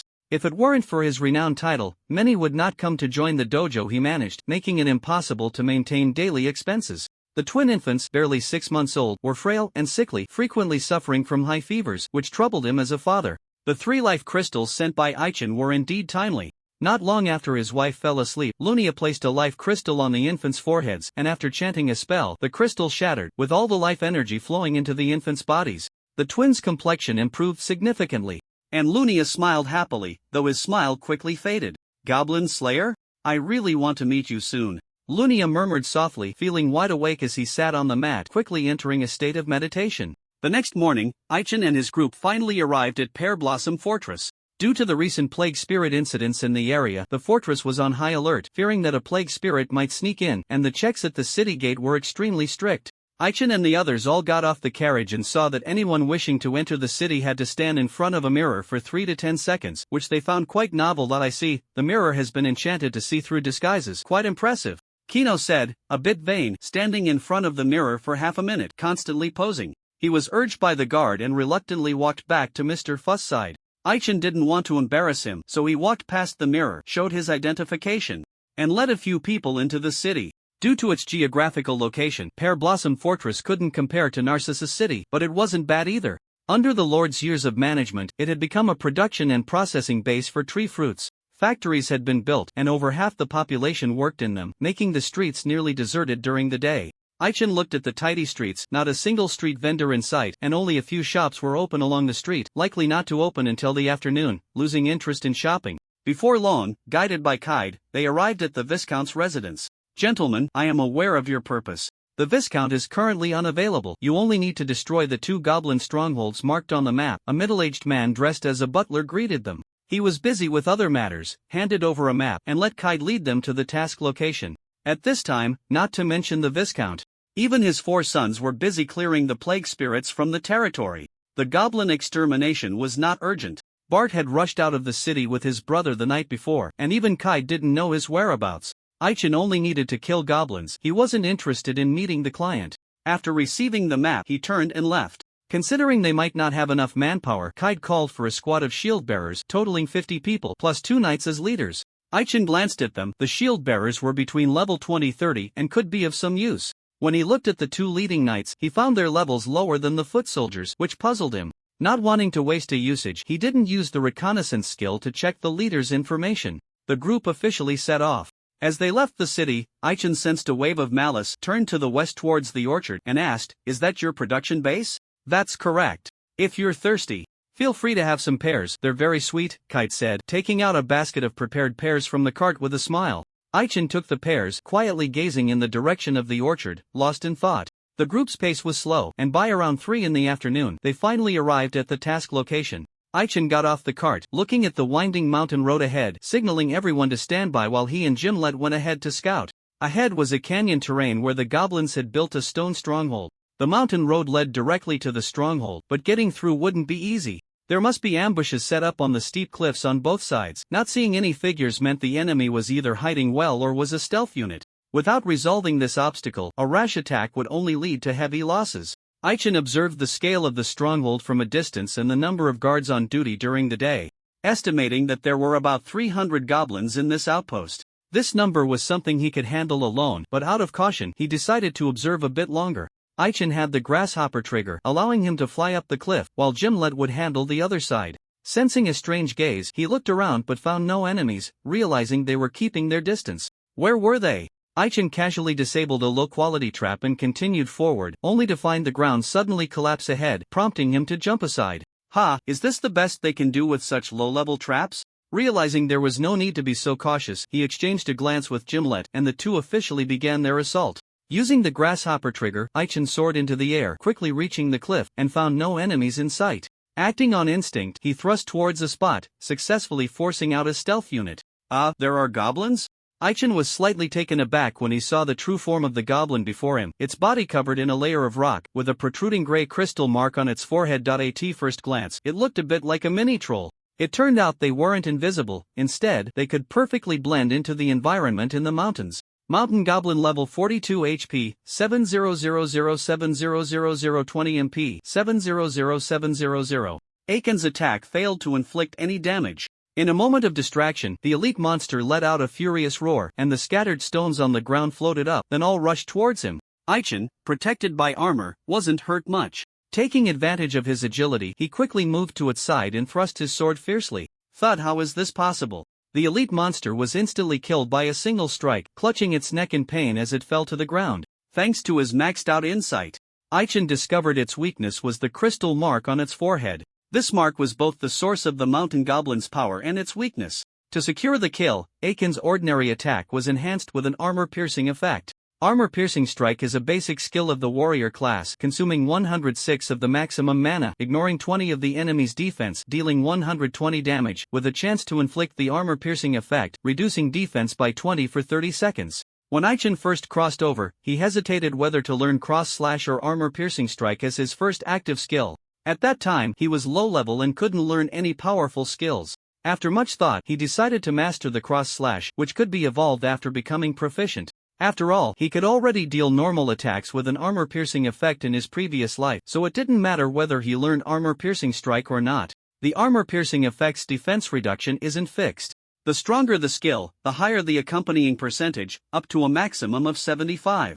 Aichin could currently reduce the enemy's defense by 28, enough to clear the elite monster's health bar with a single strike, which was a result of the damage calculation mechanism. Attacking the weak points of monsters, as long as he could break their defenses, he could generally deal high damage, and the chance of critical hits would also increase.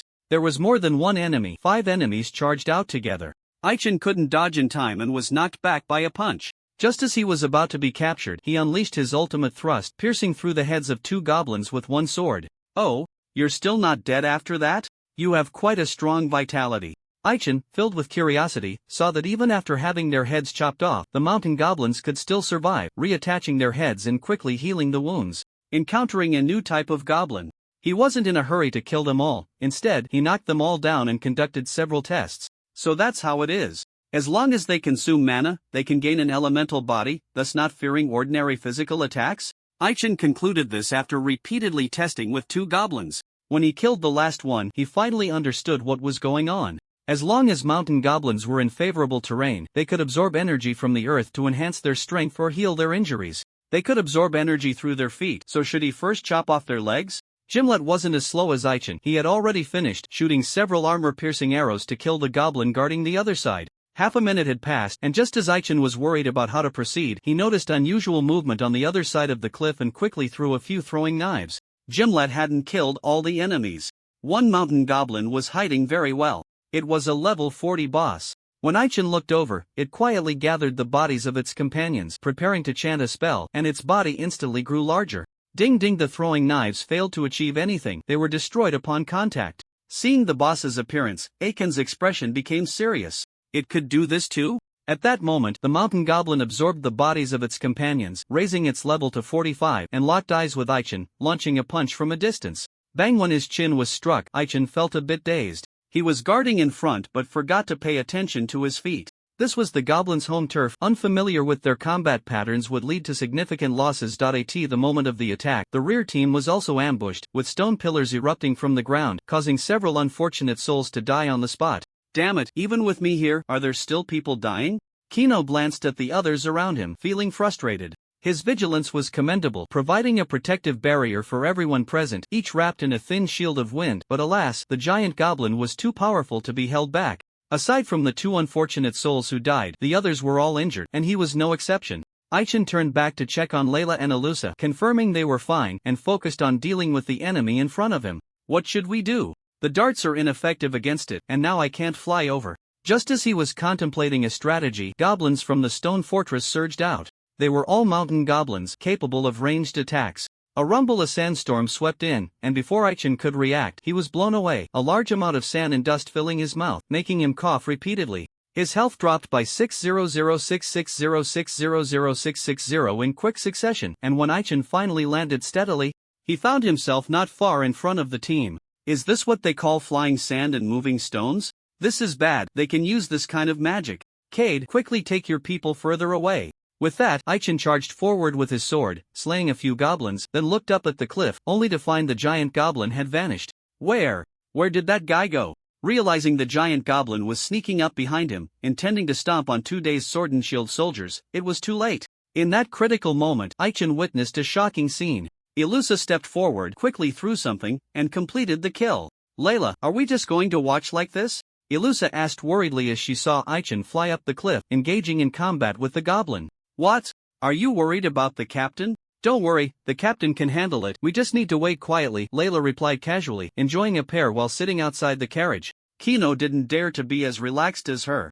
After all, he had risen step by step to become a silver rank, with rich task experience. Sensing that the goblins were about to charge out, he whispered, "You protect the client, leave the rest to me." The client he referred to was the unimpressive Cade. Uncle Fu didn't think Cade needed protection and sensed that the young master didn't want him to interfere with the task, so he bowed and said, "Please be careful, young master." The two knights leading the team were quite alert, noticing unusual movements in the ground beneath them. One of them quickly cast a spell, Reflective Shield. This was a warrior's main defensive skill, capable of reflecting attacks with damage not exceeding 500 back to the attacker. Attacks dealing 500-1000 damage could only reflect half, while those over 1000 were ineffective. The one casting the spell was a handsome young man. Despite being only level 18, the reflective shield he cast towards the ground had a massive protective area, shielding the entire team. Even with the dual protection from him and Kino, there were still casualties, highlighting just how troublesome the giant goblin was. Alusa, being low level, and not yet having learned the high mana resurrection spell, was furious upon seeing 2 vibrant lives lost.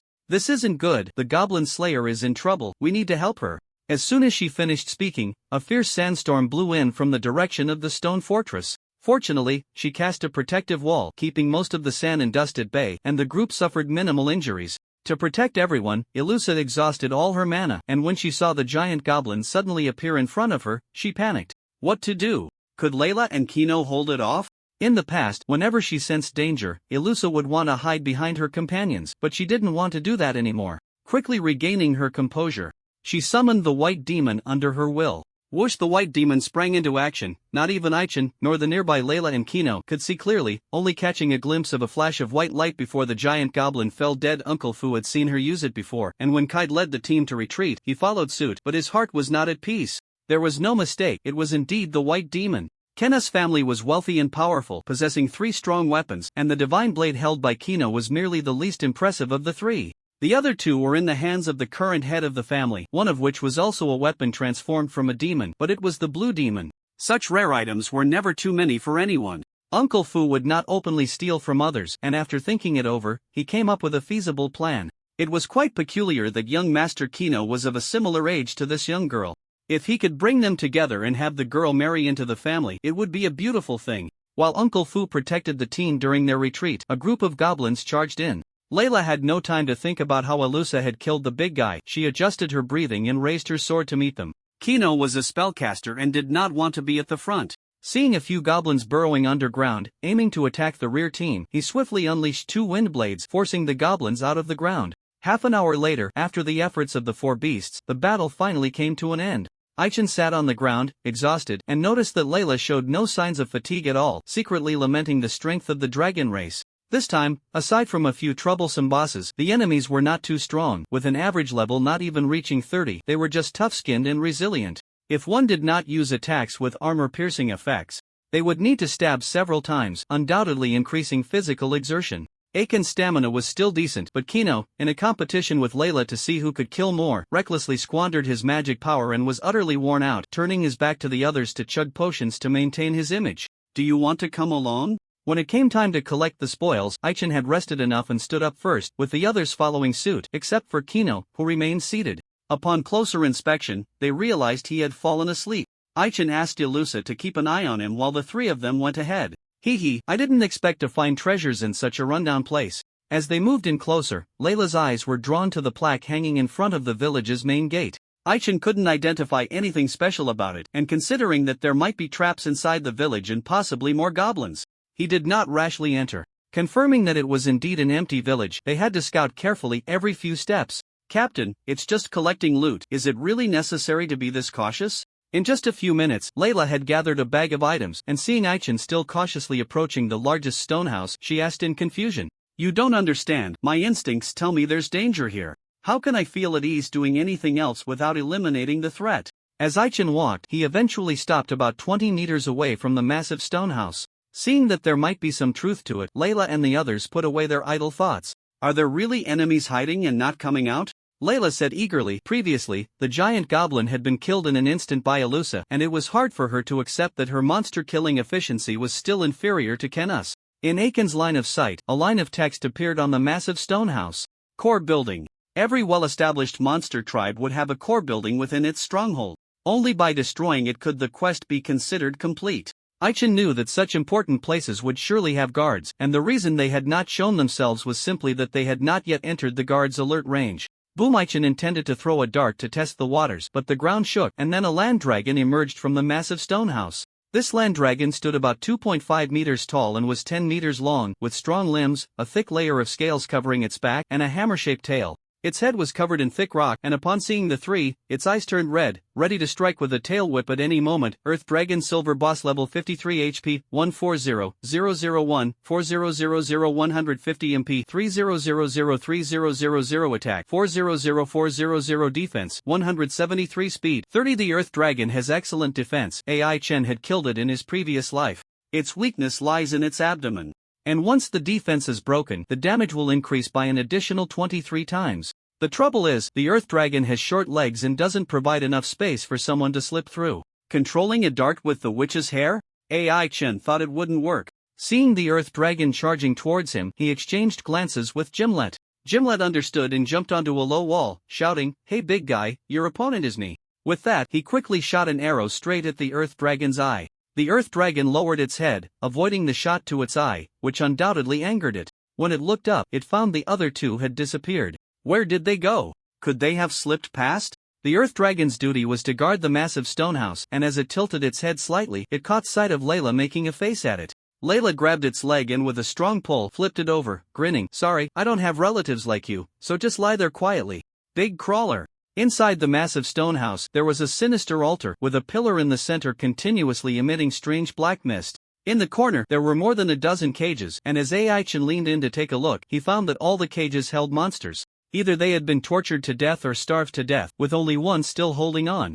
That was a cage set apart from the others. Lifting the black cloth revealed a beast-type monster lying weakly inside. This monster had purple skin and light purple mane, resembling a horse, with a pair of long black horns. Aichen cast a reconnaissance spell to check its information. Two-horned beast golden boss critical condition level 60 HP, 100200000 200 MP, 1006000 physical attack, 200200 magic attack, 200200 defense, 70 speed, 20 in critical condition. All attributes would severely decline, and it couldn't regain health in any form during this time. The two-horned beast, like the unicorn, is a rare phantom beast. This one had many scars on its limbs from sharp blades, and Aichen speculated that the goblins had been eyeing its blood, regularly drawing it for some nefarious purpose. After all, it was a high-quality blood pack, and the goblins, not wanting it to die too quickly, would periodically feed it, making it the best treated among these monsters. Aichen looked at the pillar on the altar and then at the two-horned beast, realizing that the black mist emanating from the pillar was nourished by its blood. After all, the unicorn and the two-horned beast are opposites, one representing purity and the other representing ominousness. Such beings cannot be kept as pets, they can only serve as mounts, and even being a mount feels like an insult to them. According to the game settings, mounts can only be unlocked after level 37, and players can officially ride them at level 40. Ai-Chen had long wanted a powerful mount, preferably a flashy one, but unfortunately, even in his previous life he only mingled within the player's circle. Pets and mounts are graded from low to high, ordinary, excellent, rare, silver, gold, dark gold, legendary, epic, exotic, divine beast. His strongest mount in his previous life was the Shadow Chaser, a golden mount that could traverse shadows, but compared to the two-horned beast it was of a much lower tier, barely reaching the gold grade. The two-horned beast belongs to the exotic category, but unfortunately, the growth conditions are harsh, making it extremely difficult to reach the level expected of an exotic beast. Ai-Chen stood quietly outside the cage for a while, wanting to save the two-horned beast, but he knew it was on the brink of death. "Is there anything you need me to do?" Ai-Chen cut the chains with a sword, opened the cage, and found the two-horned beast's breath growing weaker. He frowned slightly. The two-horned beast glanced at the altar, and Ai-Chen understood. "Don't worry, I will destroy it. In return, I want your horns." "The two horns of the double-horned beast are very valuable," he said, hoping to reassure it. He would only take the horns and wouldn't touch anything else. He would even give it a proper burial. The double-horned beast was on the verge of death and couldn't care less about such matters, letting out a symbolic cry. Ai-Chen took it as an agreement and waited for its time to pass. Hearing the sounds of fighting outside, he turned back to look. "What? You want to get up? No, wait, are you about to give birth?"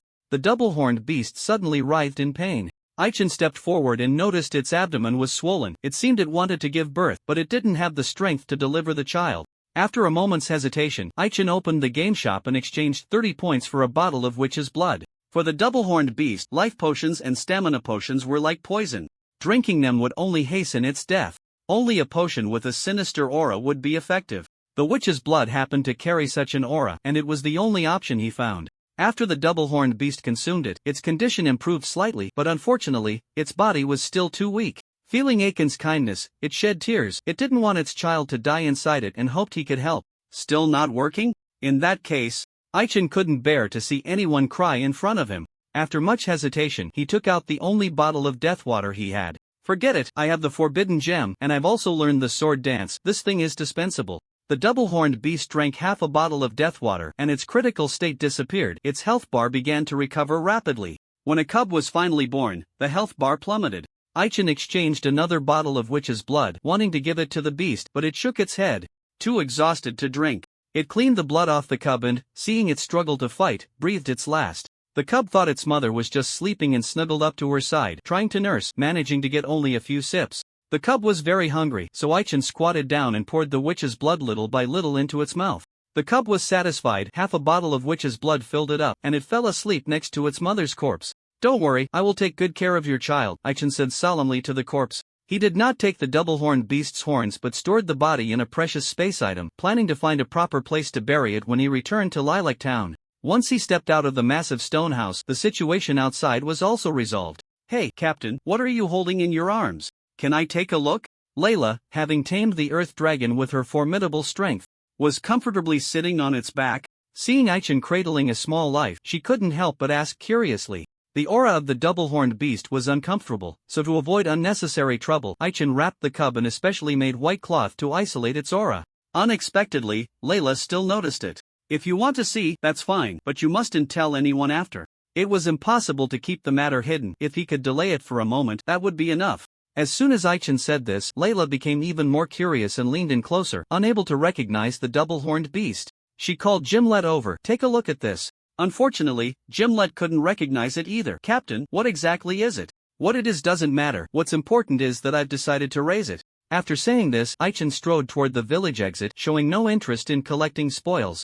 The cub weighed a hefty 70 kilograms, but Ai-Chen held it effortlessly. His expression under the helmet quite serious. Double-horned beast cub dark gold boss level 1. Thanks to the powerful effect of the death water, the cub was born with the qualifications of a king, its rank elevated to dark gold, but Ai-Chen couldn't feel any joy. Raising it would be very demanding. It needed half a bottle of witch's blood each time, and his remaining points were few, allowing him to buy only 2 more bottles. If he couldn't find alternative food within 3 days, he would likely end up starving it. Feeding it its mother's corpse? No, that was too cruel. Even as he sat back in the carriage, Ai-Chen was troubled about the cub's food. The team took a brief rest and was about to set off for the next mission location when a female knight approached the carriage and said loudly, "Please teach me how to kill goblins, uncle." Ai-Chen was feeling irritable and didn't want to respond. The female knight gave a wry smile and took out a fruit from her pack. "As long as you're willing to teach me, this is yours." The fruit she produced was purple, adorned with vine-like patterns, and emitted a faint purple fragrance. Aichen hadn't intended to engage, but noticed that even the sleeping unicorn cub was straining to sniff the scent. He lifted the carriage curtain and asked, "Where did you get this?" Seeing an opportunity, the female knight chuckled, "I stumbled upon it. I know a place where this fruit grows. If you teach me, they'll take you there afterward." Aichen frowned slightly. The appraisal tool couldn't identify the origin of the fruit. It seemed he needed to buy a better appraisal tool. "Alright, they'll take you along the next time we hunt goblins." With that, Aichen took the purple fruit and asked, "By the way, what's your name?" "You can call me Asuka," the knight replied softly. Aichen ignored her again, sitting back in the carriage and complaining to Layla beside him. "I say, Captain, why do you always collect such strange things? I can't take it anymore." In going outside, Layla had a keen sense of smell, and even though the unicorn scent was blocked, she could still detect it, making her somewhat uncomfortable. The purple fruit gave off a similar feeling, and she didn't want to stay in the carriage, so she jumped to the top of the carriage to bask in the sun and enjoy the breeze. Ilusa, being a faith-based spellcaster, instinctively disliked the scent as well, sitting by the window and trying to breathe in the fresh air outside. Gimlet and Chino didn't think much of it. After all, it was just a monster cub. They didn't know where it came from. Fubber, being well informed, recognized the fruit's origin when it was put away. "If I'm not mistaken, it's what's known as the forbidden fruit, which can upset your stomach." "My lord, you intend to use it to feed that little guy, don't you?"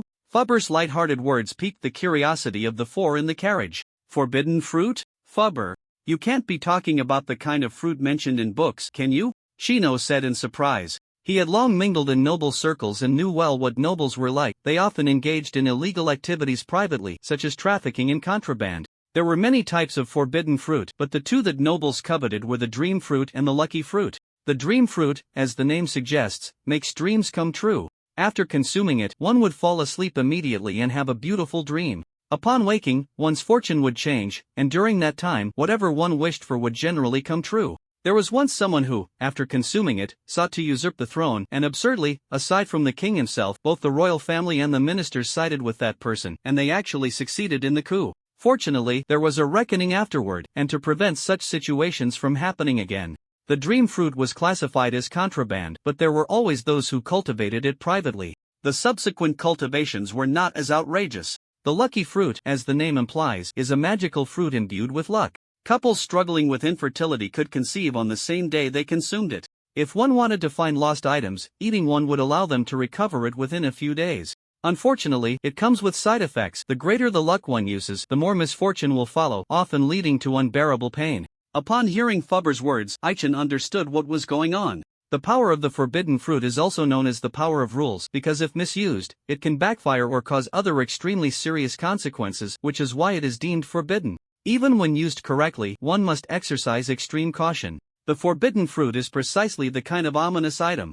No wonder the unicorn cub found it pleasant. Such a high-level forbidden item isn't sold in the market. It seems he would need to collect more in the future. With this thought, Aichen was very much looking forward to the reward Asuka mentioned. The second task location was a bit farther away, and it was already dark when they arrived, so the group chose to spend the night by the river. The next morning, they finally reached the task site. It was a deep mountain forest filled with poisonous insects and home to many poison-type monsters. Thinking of the poisonous insects reminded Layla of her experience when they attacked the water stronghold, and she turned to ask, "Captain, do we have that insecticide yet?" "No, even if we made it on the spot, we wouldn't have enough materials," Aichen replied with a slight shake of his head. The specially made insecticide has a shelf life of only 3 days. Once the time passes, the moonlight in the solution will evaporate. The road ahead was difficult, and the people Cade brought stayed behind, with a few going ahead to scout. Among the group, there was an additional Asuka.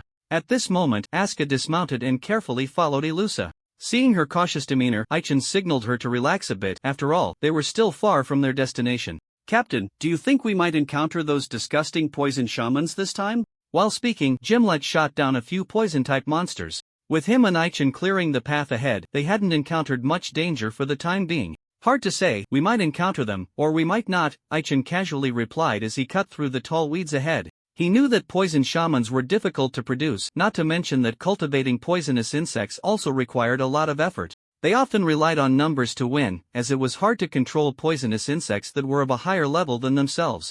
No matter how many ants gathered, they would still be ants. With a powerful mage like Chino by their side, no matter how many poisonous insects came, they could handle them. What truly concerned Aichen was that the enemies they would face would likely include plague spirits. Before long, they spotted the figure of a goblin scout. The scout was hiding in a large tree, highly alert, and any slight movement would catch its attention. Aichin saw it from a distance and signaled everyone to stop. Noticing that it was only level 21, he gestured for Gimlet to shoot it down. An arrow struck its head, another hit its chest. It looked dead, but after waiting for a long time, they still didn't see the body fall from the tree. Something's not right, be careful, it's not dead yet. Not only was it not dead, but it also split into two. Just as Aichin said this, he saw two arrows coming at them. Aichin used his shield to block the attack, but saw another arrow flying towards Ilusa. His heart tightened. Did it understand to prioritize killing support? Was its intelligence that high? Ilusa couldn't dodge, and in a critical moment, Asuka used a reflection shield to deflect the arrows. Looks like our enemies this time are a bit tricky. Two scouts charged out, and Aichin noticed they were level 23. Feeling uneasy, he warned the others, hoping they wouldn't really fall for it. Just two skinny guys, let me take care of them. With that, Layla raised her sword to meet them. She had a strategy for dealing with such jumping enemies, took a deep breath, and shouted, "Great windmill slash." Layla swung her great sword quickly, creating a powerful whirlwind that pulled the enemies in. Bang! After a dull thud, Layla struck the ground, leaving a deep sword mark.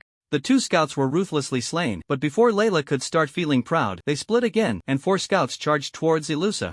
Aichin stood protectively in front of Ilusa.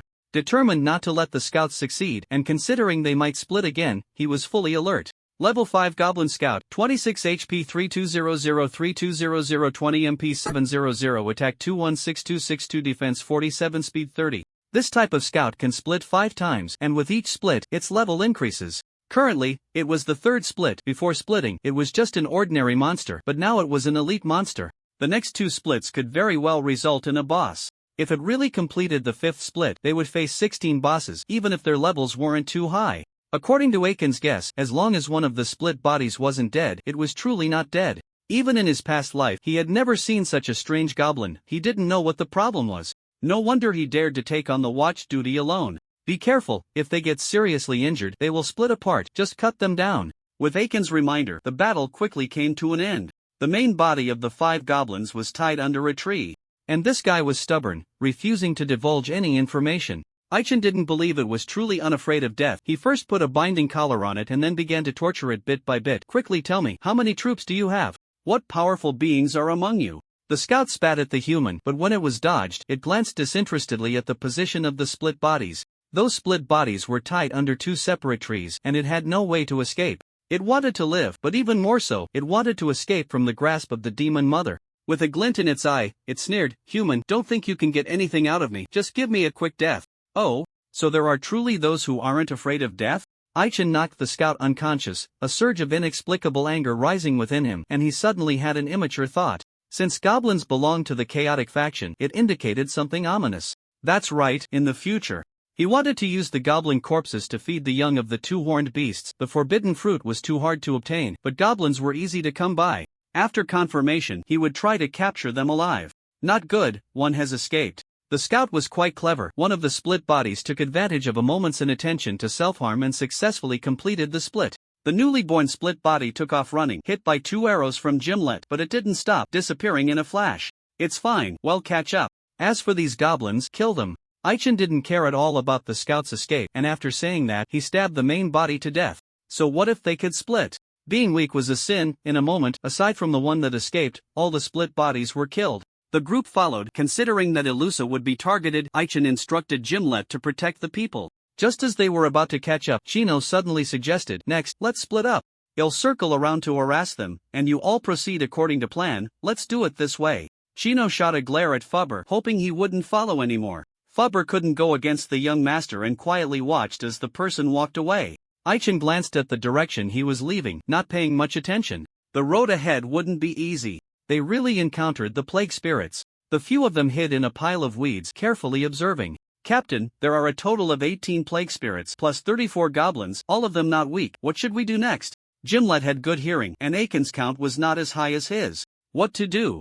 Aichin focused on a peculiar goblin, and he wouldn't act rashly until he found a countermeasure. It was a female goblin that could turn into a plague spirit, wearing a skirt armor, wielding a large curved knife, with flowing red hair. Its gaze was vicious, scanning the positions of Aichin and the others. Seeing nothing, it sent 3 plague spirits to check. Variant Goblin Handmaiden Bisca Bronze Boss Level 43 HP, 80008000 MP, 14001400 Attack for 20430 Defense, 120 Speed. 39 The Goblin King's Handmaidens are divided into two types, Combat Type and Functional Type. The Functional Type is limited to female goblins, responsible for the Goblin King's daily needs. This one in front had a very high attack attribute, clearly not an ordinary handmaiden. What concerned Aichen was that handmaidens could only serve with the king's recognition, which meant they would encounter the Goblin King this time, and he needed to be mentally prepared. This was troublesome. This guy had no obvious weaknesses, making it hard to deal with. As Aichen pondered, 3 plague spirits followed the scent of the living. At this moment, they hadn't transformed yet, and as they walked, they unexpectedly turned to the other side, confusing the group. Does this mean we haven't been discovered? No. Wait. Aichen looked in the direction the plague spirits had gone and discovered a group of unidentified individuals. As he hesitated whether to strike, those people charged out together, and 3 plague spirits were killed in a single encounter. This undoubtedly enraged the Mother Goblin. Kill those people for me. Before long, both sides engaged in a fierce battle, just over 20 meters away from Aichen and the others. Captain, those people are in trouble. Should we go help them? Ilusa asked seriously, gripping her staff tightly as she noticed people falling one after another. Let's go help them, Aichen replied, spotting Bart among them. He drew his sword and moved forward, noticing Aska charging ahead, his brow furrowing. Is she that reckless? No, wait. Earlier, when he had told a few people to hide, he had noticed something unusual about Aska. She was staring intently at the Mother Goblin, just like him. At first, he hadn't paid much attention. But feeling the anger radiating from her that could explode at any moment, he finally understood. Little girl, don't rush too far ahead. Aichen cut down a plague spirit blocking his path and hurried to catch up. Ultimately, he was still too late. Aska was knocked away by a sword strike, her weapon shattered, and her shield damaged, flying back just in time for him to catch her. Damn it, why have you become so strong? Aska shouted at the Mother Goblin, pointing her broken sword at it, feeling a sense of defeat. Just a few days had passed. The enemy had become this powerful. At this rate, no matter how hard she trained, it would be difficult to take revenge.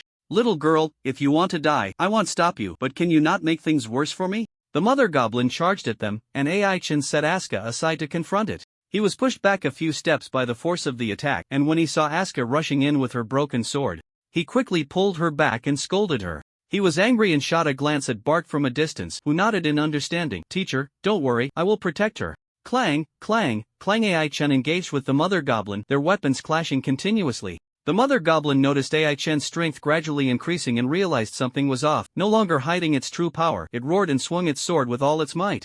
The blow was powerful enough that Aichen couldn't block it. With this strike, his shield lost 20 durability points. Due to the cleansing of the plague poison, the shield's durability hadn't even recovered halfway, and losing another 20 points left it with only 18 durability points. 6666 critical hit, 4886 critical hit. Aichen was furious and unleashed a series of ultimate thrusts, dealing massive critical damage that emptied the Mother Goblin's second and third health bars. Seeing it was about to be killed, the Mother Goblin transformed into its plague spirit form, rapidly restoring its health.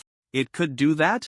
Aichen saw the Mother Goblin extend its ghostly hand, aiming to crush his shield, and quickly retreated.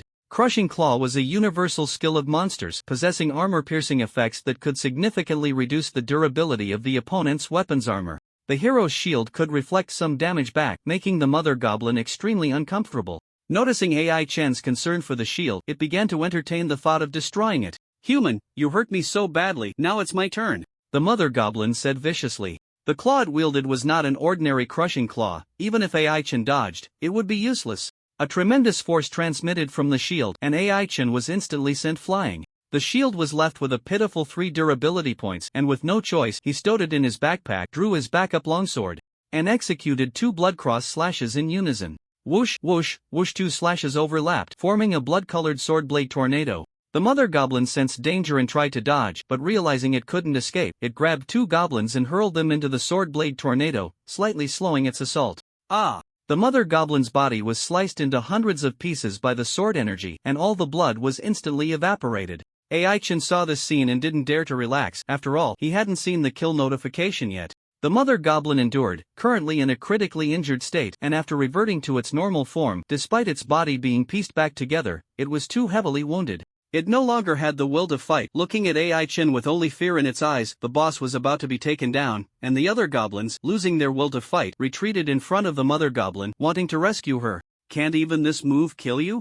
Ai-chan pondered, seeing the mother goblin being protected, not worried at all that she might actually escape. The previous move was called Pain Spiral, an advanced sword technique of Blood Cross Slash, which didn't require occupying a skill slot to be effective. The damage formula was 130 times the strength attribute per second, lasting for a total of 10 seconds. Considering the bonus from titles, Ai-chan's strength attribute was 75 points, meaning he would deal 2,350 points of health damage per second. Of course, it wasn't that exaggerated. Taking into account the opponent's defense and various damage reductions, the actual damage would be reduced to 12001600 points. It would automatically target enemies, making it effective for clearing out minions, but it was quite exhausting to execute. Performing 2 Blood Cross slashes wasn't very difficult.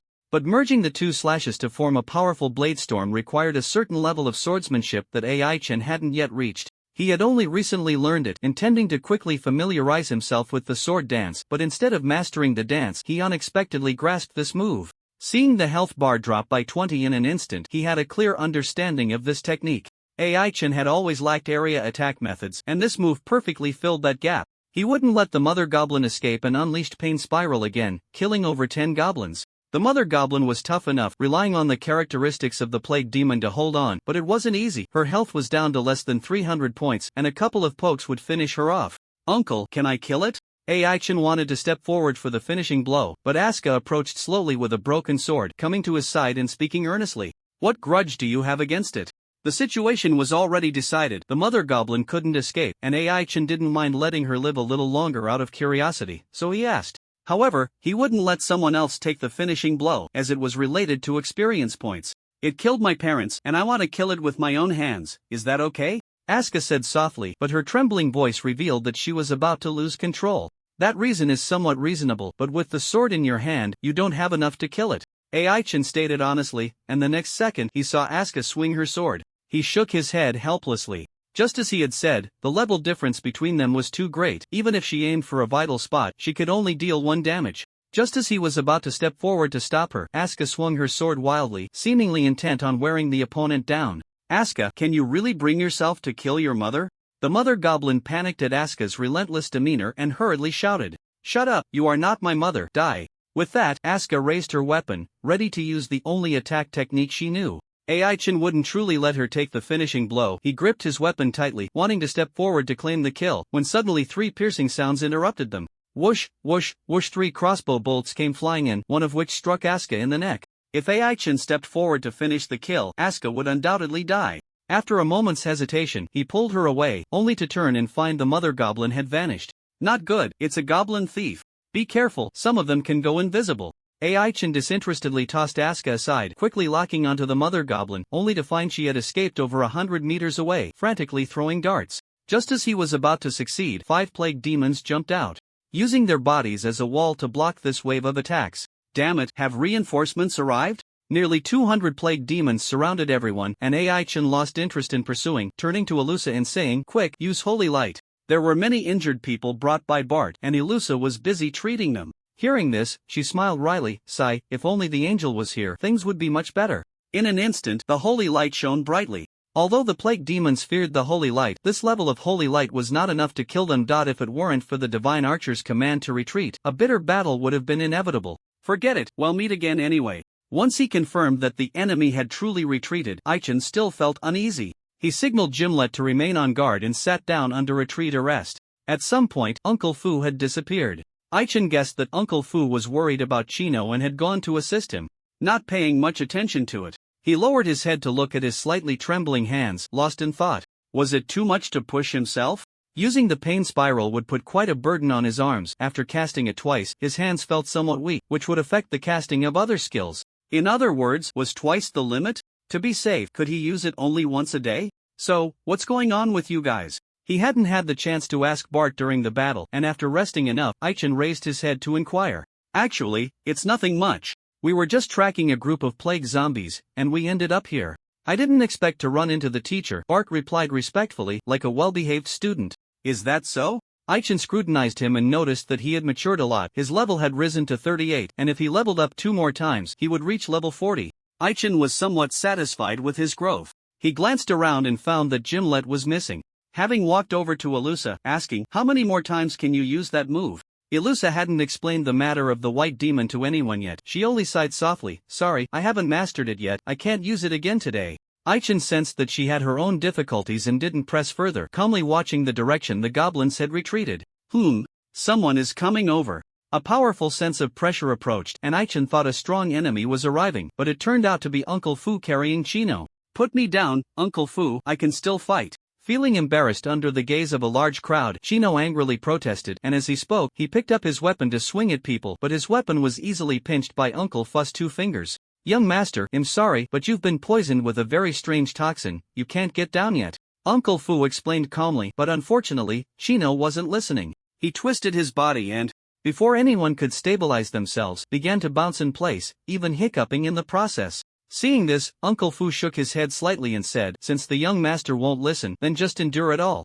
Aichin wasn't interested in what this master and servant had been up to. Seeing Chino's embarrassing state, he remarked, "Did you run into the bouncing rabbit?" Upon hearing the words bouncing rabbit, Chino's anger flared up, and because he was still hiccuping, he couldn't even muster the thought to curse. The bouncing rabbit, half a person tall, has a crescent moon mark on its forehead, and its level ranges between 520. The tricky part isn't their agility, which makes them hard to catch, but their random attacks, which, even if they don't break through defenses, have a chance to inflict the bouncing status.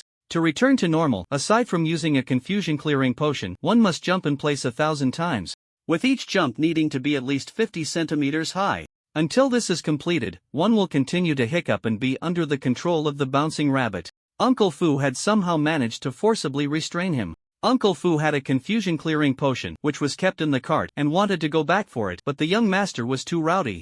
"That's right, my lord, your task this time is not easy. The goblins have taken over this forest, and many monsters follow their lead. You need to be well prepared." To prevent Chino from making a fool of himself again, Uncle Fu said this and then knocked him out with a palm strike, carrying the young master and apologizing to Aichin and the others before heading towards the outskirts of the forest. With one less person, Aichin didn't mind at all. He needed to carefully consider the next strategy. Just after giving Layla 2 bottles of holy water, he saw Gimlet returning, holding his shoulder. "Did you get hurt?" Aichin stepped forward to ask. But after looking closely, he didn't see any external injuries. Was it an internal injury? Gimlet smiled wryly. "I ran into a tricky guy and took some hits, but it's nothing serious. Just let me rest for a bit." During this time, everyone has grown. Gimlet is now at level 46, Layla has reached level 44, and she is close to accumulating enough experience to level up to 45. Gimlet's situation is complicated. Previously, to cover for Faber and Chino, he faced off against a divine crossbowman. They exchanged a few blows, but he was caught off guard and showed signs of his seal loosening. There's something he has never told anyone. His choice to seal his own power was not a whim, there is a reason behind it. He possesses a dual personality, with the second persona being extremely bloodthirsty, having committed numerous heinous crimes. Out of necessity, he sealed it away, falling into a dormant state. As long as the first seal is unbroken, it's manageable. The second persona merely awakens. However, if the second seal is also broken, the second persona will start to interfere with him. Last time, Gimlet was severely injured by the divine crossbowman's arrow, and he wanted to return that humiliation to fight the divine crossbowman again, even if it wasn't the same one. He just needed an outlet for his frustration. To his surprise, his once confident archery skills were inferior to his opponent's, leading him to unwittingly get hit by a hidden arrow. Coincidentally, the hidden arrow struck the key object used to seal his second persona. The second persona has awakened, although it can do nothing.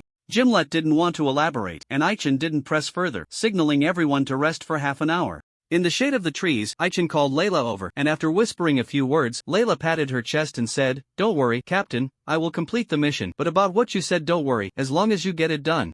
"I will keep my promise," Aichin nodded. The shield was about to break. He wouldn't use it again until its durability was restored to over half. If a battle were to occur, someone would need to step up and act as a meat shield. With powerful teammates around, he naturally had to make good use of them. Aichin instructed Layla on 2 matters. If they encountered a big guy, she needed to step up. The second matter was even more important. Whether it was a plague spirit or other monsters, they were serious obstacles to the mission and needed to be eliminated.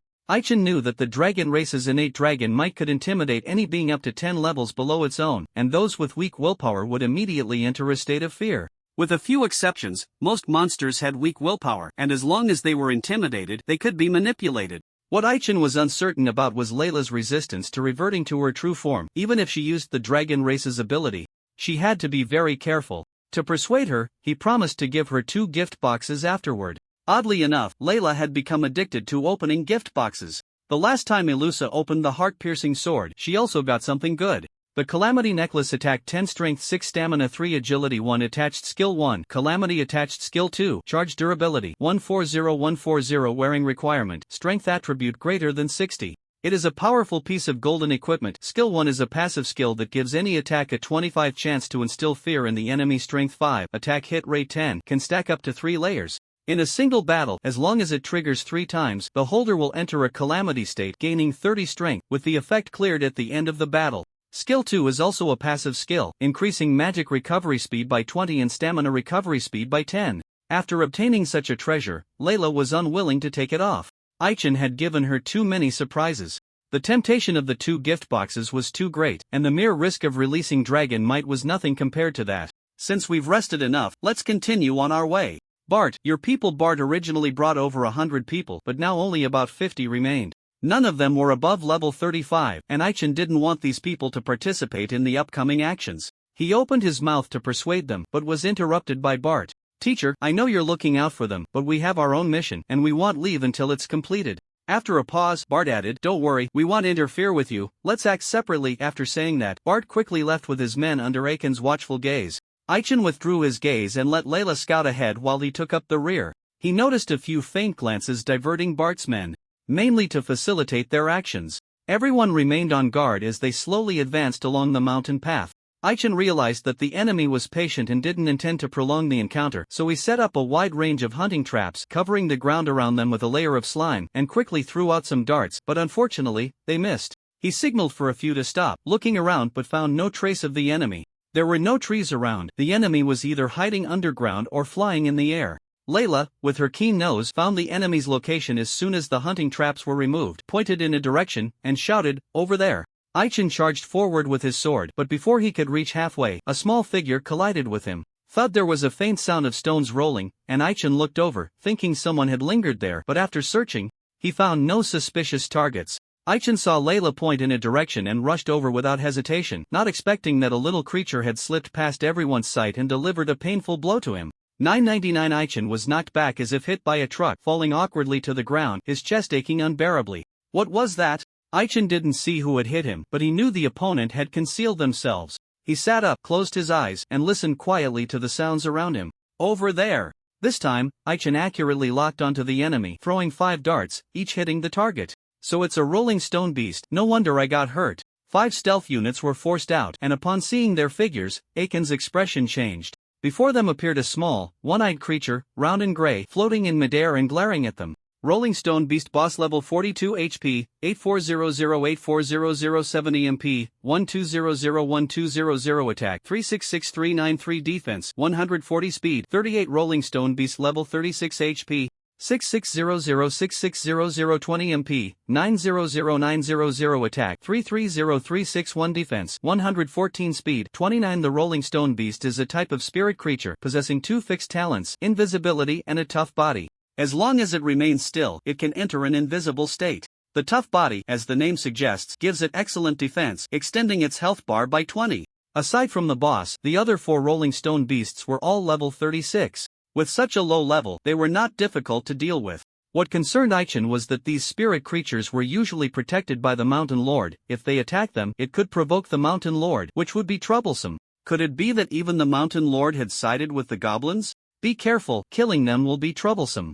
Just knock them out, Aichen said during the mission, not wanting to attract unnecessary trouble, hoping the Rolling Stone Beasts were just playful and not acting under the goblin's orders. As he spoke, Aichen faced the Rolling Stone Beast boss. He knew the weakness of this creature was its eyes, but out of goodwill, he didn't aim for them. Ding ding ding. After a series of attacks, he still couldn't inflict any damage. The Rolling Stone Beast boss was initially scared, but upon realizing Aichen was not a big threat, it grew bold and kept ramming into him. Aichen became impatient, took out a cloth, wrapped it up, and slammed it down hard on the ground. Half a minute later, when he opened the cloth, the little creature was already dazed. Seeing this, the others followed suit and knocked out the Rolling Stone Beasts in the same manner. Captain, what should we do with them? Just leave them aside?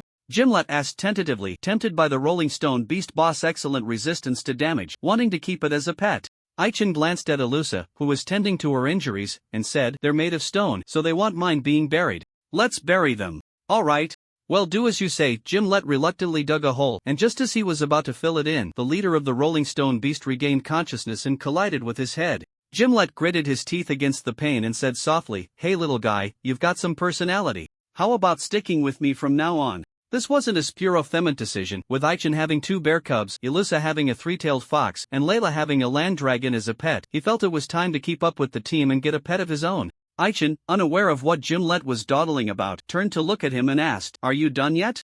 "I'll be right there," Gimlet replied casually. After a brief conversation, the leader of the Rolling Stone Beast agreed to join him, on the condition that the other 4 Rolling Stone Beasts would come along too. In the end, 5 Rolling Stone Beasts were collected into a mirror. After this little episode, the group quickened their pace and, half an hour later, arrived near the goblin nest. "This is a bit tricky, there are guards inside and out. If Chino were here, it would be much easier," Aichin said cautiously, hiding in a spot to observe, his brow furrowed. A preliminary observation revealed that they were facing about 400 goblins, 600 plague spirits, and a large number of local monsters. What was puzzling was that this stronghold was built large enough to accommodate tens of thousands of goblins, yet there didn't seem to be many around. Were they all sleeping because it was daytime? It's possible. Being cautious, they didn't act rashly. Aichin distributed 2 bottles of holy water to each person, mainly to deal with the plague toxins. Considering the mysterious and powerful Ghost Mother, as well as the potential existence of a Goblin King, they decided to prioritize the beheading plan and take care of these 2 troublesome foes first. The attack time was set for evening, and since it was still early, the group found a safe place to rest for a bit. What Aichin didn't know was that while they were resting, the team left outside the forest was about to face a crisis. "Damn it, if I see that kind of rabbit again, I'm going to stew them and eat them." When Chino woke up, the poison had been cleared, and he lay weakly in the cart, though his legs still felt a bit numb, making him curse under his breath in frustration. Uncle Fu sat beside him and, seeing that the young master had regained some spirit, said, "Young master, given that person's Aiken's nature, he won't rashly attack the goblin nest. As long as you can meet up with them before dark, you won't lack opportunities to show off." "Uncle Fu, do you see me as someone who has no strength and loves to show off?" Chino said with an unhappy expression. "Isn't that so?" Uncle Fu didn't respond, but his expression indicated he tacitly agreed with that view, which made Chino sit up angrily and gulp down 2 bottles of potions. "Ha! The little cub that the armored man brought is moving, has it woken up?" Chino asked curiously when he saw the bag in the corner move slightly. Previously, while they were attacking the stone stronghold, he had fallen asleep from exhaustion and missed the crucial moment of collecting the spoils. Layla, who he didn't get along with, had captured a land dragon, and Gimlet had found a few treasures in the stronghold. He had at least put in some effort, yet ended up with nothing, which left him feeling uneasy. He wanted to ask someone for something but didn't know how to start. Taking advantage of the others not being around, he wanted to take a good look at what Aichin had brought. The double-horned beast cub was sleeping soundly, occasionally kicking its legs, snuggled up in its mother's embrace, contentedly drinking milk. Just as Chino approached to open the bag and take a closer look, a powerful aura descended. "Not good, a big guy is coming." Chino jumped down from the cart, and a number of sword and shield soldiers collapsed to the ground, with only Kaid and Asuka managing to hold on. As for the land dragon that Layla had tamed, it was still injured and pretended to be asleep after being startled awake, lying by the roadside. The newcomer was a large stone monster, looking down at them and asking, "Are you the ones who took my child? Hand my child over now." Fuba's expression was serious. He initially thought there would be a tough battle to fight, but upon hearing that they could negotiate, he stepped forward and replied, "Your Excellency, please don't be impulsive. We haven't taken your child, you must be mistaken." The stone monster didn't believe him and looked at the carriage that had stopped in the middle of the road. "Do you think I would make such a mistake?" Pasta the Mountain Lord level 67 HP 230002 3000 200 MP 60006000 attack 600624 defense 222 speed 32. Pasta was the name of this stone monster, the master of this forest. Apart from its speed, its attributes were all very high. It was an unusual stone monster, deep blue all over, with sharp angles, wearing a metal helmet that resembled the Gundam spoken of by the Earth Star players. The child it referred to was not the Rolling Stone Beast but the young of the Two-Horned Beast King. 6 months ago, a pregnant female two-horned beast was abducted by someone unknown, and in search of her mate, she left her territory to look around. At this point, some might wonder how a stone monster could have children with a two-horned beast. This is not hard to explain. The monsters of Suvalo cannot be understood by common logic. Pasta was a special variant, possessing a physical form in another guise. It had grown up alongside the female two-horned beast, and because it was unafraid of ominous auras and had a good personality, she accepted it. Having not found her mate, she instead found her child, but the child had fallen into human hands. and it was easy to guess that the mate was likely in trouble. If it weren't for the safety of the child, it would have gone mad and killed indiscriminately. I will say this one last time, hand over my child. The stone monster's patience was limited, and seeing Chino looking like he wanted to fight, it impatiently said. Chino still hadn't grasped the situation, thinking the stone monster was just making excuses, merely coveting Aiken's new pet and wanting to eat the little cub. That wouldn't do. Fu Bo, you quickly take everyone away. Chino would never admit that he stepped forward to protect the little cub. After saying this, he took a few deep breaths, preparing to unleash a powerful move to keep the stone monster at bay. Fu Bo wouldn't really leave. He stood to the side, clenching his fists tightly, gathering all his strength into his fists, and a powerful aura erupted from his body, leaving the stone monster stunned. It hadn't encountered such a strong human in a long time. Realizing they were about to unleash dangerous moves, it wouldn't sit idly by. It summoned a giant rock out of thin air above their heads and then smashed it down heavily. Bang! The giant rock was easily shattered by Fu Bo. Before the stone monster could react, its head was struck hard and it staggered back several steps before regaining its balance. Raging Dragon Tornado. Chino was ready with his ultimate move. In an instant, a fierce wind arose and the stone monster was lifted by the powerful tornado, countless small wind blades continuously attacking it, but unfortunately, they couldn't break through its defenses. The stone monster was left dizzy, and seeing the carriage being blown away, about to fall into the nearby river, it hurriedly made a move, flames shooting from its feet, and in an instant, it protected the carriage in its hands. Once it landed, the stone monster peered into the carriage and saw the young two-horned beast king, its gaze slightly softening. There's no mistake, it is my child. The cub had just been born, and many of its unique traits had yet to manifest. It had a blue crystal mark on its forehead, which Aichen thought was a mole, but in fact, it was the same power core as its father. The stone monster's power core was like a heart, continuously beating, and it was also their weakness, which they mostly kept hidden. As the Mountain Lord, Pasta had lived for over 100 years and was relatively high profile, so its power core was visible on its forehead. The cubs had not yet been activated. The stone monster wanted to take the child back to its dwelling, unaware that its original home had been occupied by goblins and the food it had prepared for the child had long been taken away. Wait, my lord, even if it is truly your child, you cannot take it away. After all, it is now the pet of the Goblin Slayer. The child has been found, the stone monster thought, not wanting to deal with humans any longer, and was about to leave with big strides when Aska shouted, "Pet? How could my child be reduced to a human's pet? Say that again if you dare." The stone monster was enraged but held back from attacking, not wanting to wake the sleeping child. Aska regained his composure, undeterred by its imposing presence, organized his words, and said very seriously, "I heard from Mr. Goblin Slayer that its mother was captured by goblins and has been suffering. To give birth to it, she used her last bit of strength, and it was her mother who entrusted it to someone for care. If you want to take it away, at least you should speak to the person involved." Upon hearing this, the stone monster's expression darkened significantly. As the Lord of the Mountain, it was aware of everything happening in its territory since it had returned. The goblins had started to stir while it was away. Noticing that its lair was being occupied, it could no longer control its emotions and let out a roar. The deafening roar instilled fear in all living beings in the forest. Aska was the first to crumble, collapsing to the ground. Chino fared no better, half kneeling on the ground, looking gravely at the retreating figure of the stone monster. "Uncle Fu, am I very weak?" After a full half-minute, Chino still hadn't recovered, feeling the weakness in his limbs, and sighed softly. "No, young master, your performance was not bad. At least you weren't scared out of your wits," Uncle Fu said candidly, standing by to help Chino change clothes, then turned to see that the earth dragon was not pretending to be faint this time but had truly passed out, shaking his head helplessly. "By the way, young master, that one will definitely go after the goblins. If we follow now, we should be able to kill some goblins." After tending to the injuries of several wounded, Uncle Fu suggested, "Then what are we waiting for? Let's go." Chino tried to stand up but found his legs weak. Even using stamina potions didn't help, so he had to wait for Uncle Fu to carry him. "That sound is so frightening. Could something have happened over by the carriage?" Layla, biting into an apple, looked towards the direction they had come from, frowning as she asked. She would never admit that she was scared by the distant roar and chose to eat an apple to calm her nerves. Aichen was also worried about the situation by the carriage, thinking it might be the earth dragon's roar, and at that moment, it could be under attack by goblins and plague spirits. Should they go to support? Thud, thud, thud. Heavy footsteps grew closer, and the four of them dared not make a sound, carefully hiding. Seeing the stone monster running towards the goblin's location, deep in thought. "Ah, Mr. Goblin Slayer. Your little cub is in its hands," Ilusa exclaimed upon seeing the bag in the stone monster's grasp, which Aichen had used to carry the cubs, hurriedly saying, "What did you say?" Because his breath was cut off, Aichen didn't notice the cubs and saw the stone monster about to run far away, unsure.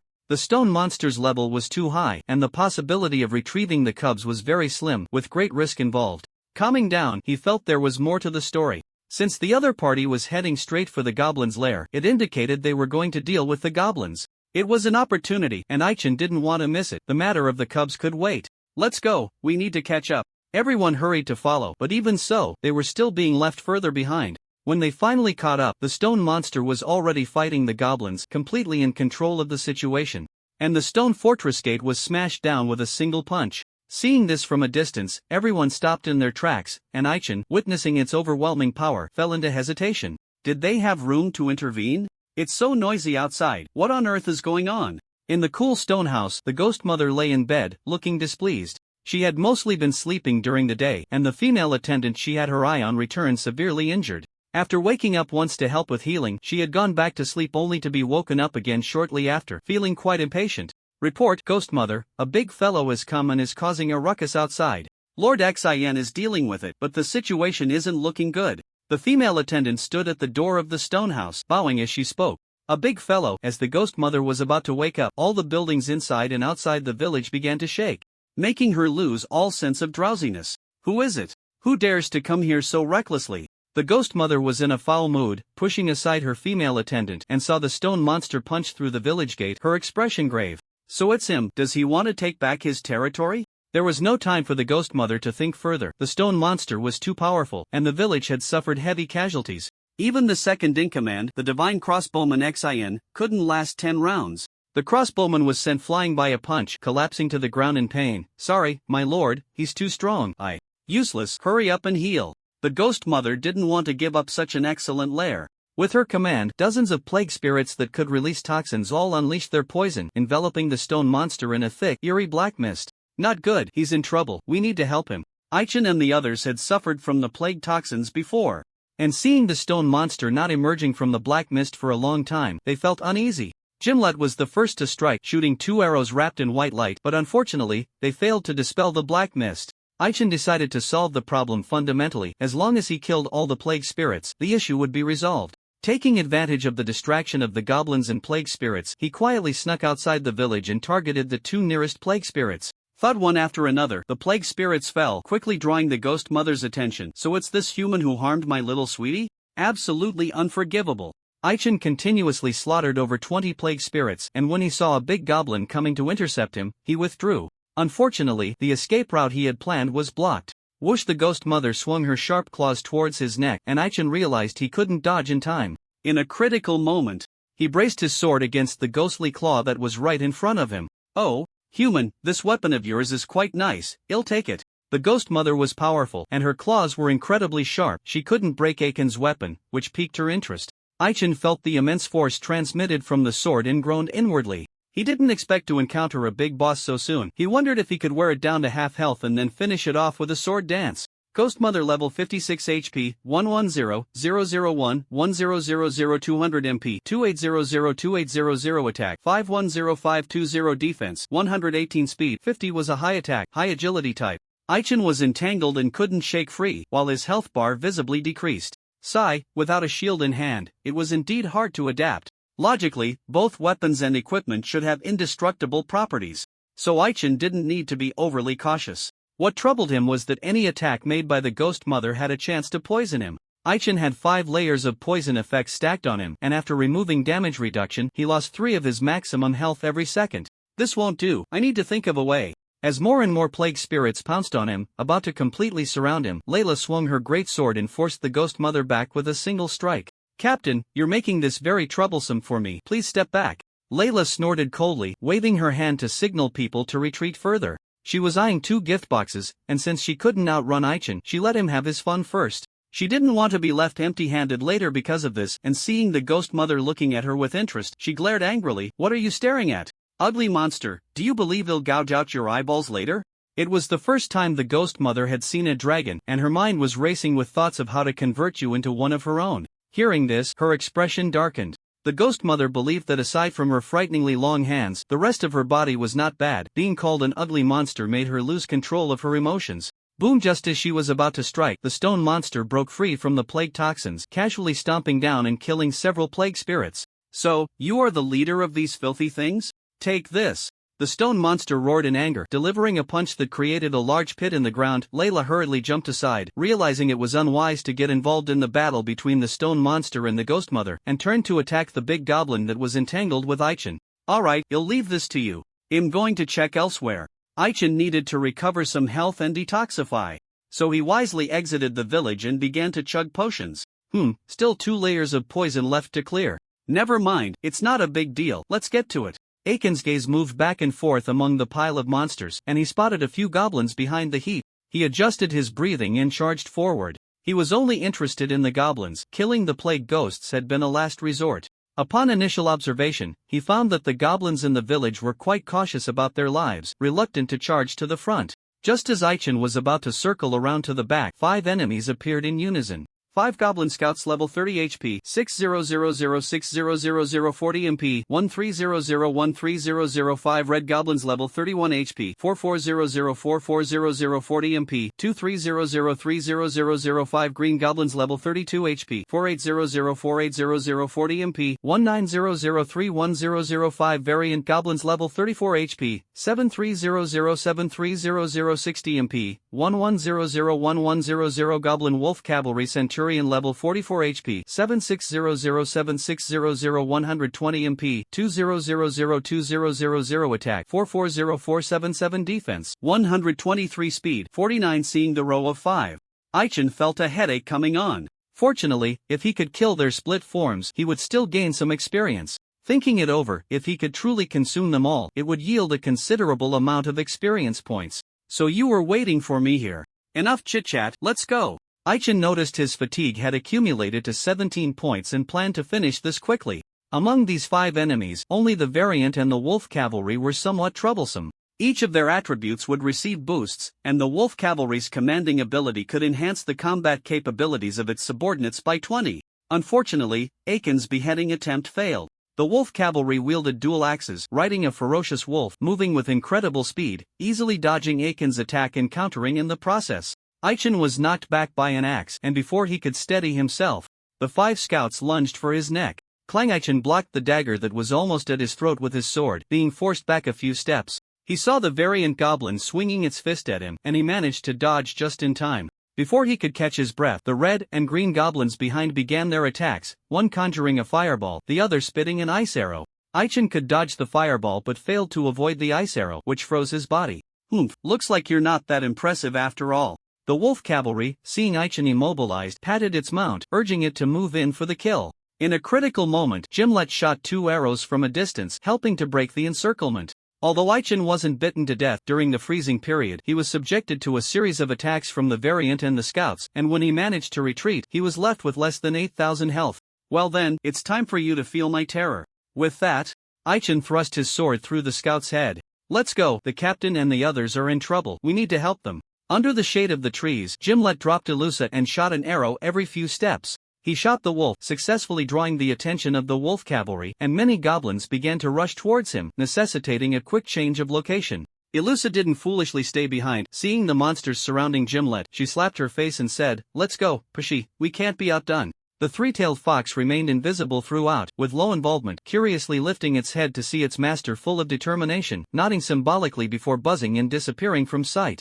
A few monsters quietly approached nearby, realizing the humans were gone, looking somewhat confused. How could they have vanished without a trace? Hide and seek. The three-tailed fox developed a skill based on its own illusionary talent, allowing itself or others to enter a stealth state, with a speed increase of 20, lasting up to half an hour. Unlike ordinary stealth skills, which force a reveal upon attacking while hidden, this skill is different. As long as it doesn't suffer significant damage, it can be used freely, and any damage taken during this time is halved. Ilusha no longer wanted to be a transparent person, so to help Gimlet, she coordinated with the three-tailed fox. The scene zoomed in, revealing Gimlet entangled by over 30 monsters, with only about 10 goblins among them, the rest being bouncy rabbits. Bouncy rabbits, a common monster in the wild, range from levels 4 to 13 and resemble large white rabbits with strong legs. They are always bouncing except when sleeping or unconscious. If they stop, their health rapidly declines, and if they remain still for more than half a minute, they die instantly. The exact reason for this remains unclear. Due to their low level and infrequent appearance in human habitats, they are treated as harmless. Harmless? One might be harmless, but when entangled by more than 10, let's see how you feel.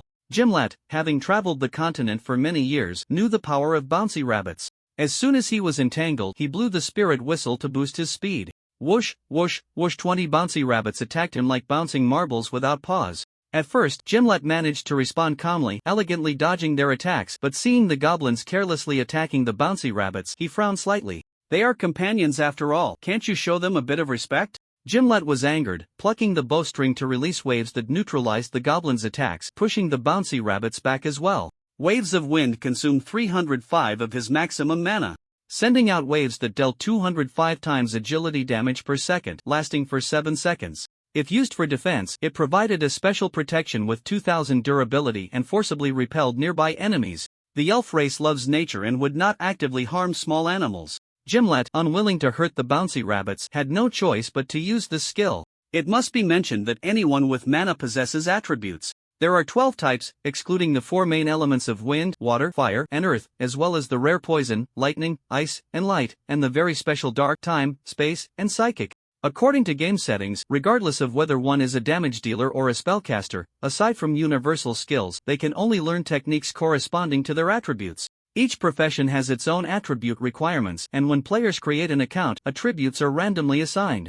Generally, players have a single attribute, with a few possessing dual attributes, mostly one of the 4 main elements, while the special dark, time, space, and psychic attributes have a very low probability of being randomly assigned. Gimlet's attributes are wind and water. He rarely casts spells. Seeing the goblins rushing over, he put away his longbow and swiftly drew his secondary weapon. During his journey to the stone village, Gimlet had gained quite a bit, and now his secondary weapon was a large curved knife. His strength attribute, while not as high as Akin's or Layla's, was still considerable. He swung the curved knife, and enemies fell one after another. What a hassle, why can't they just lie down obediently?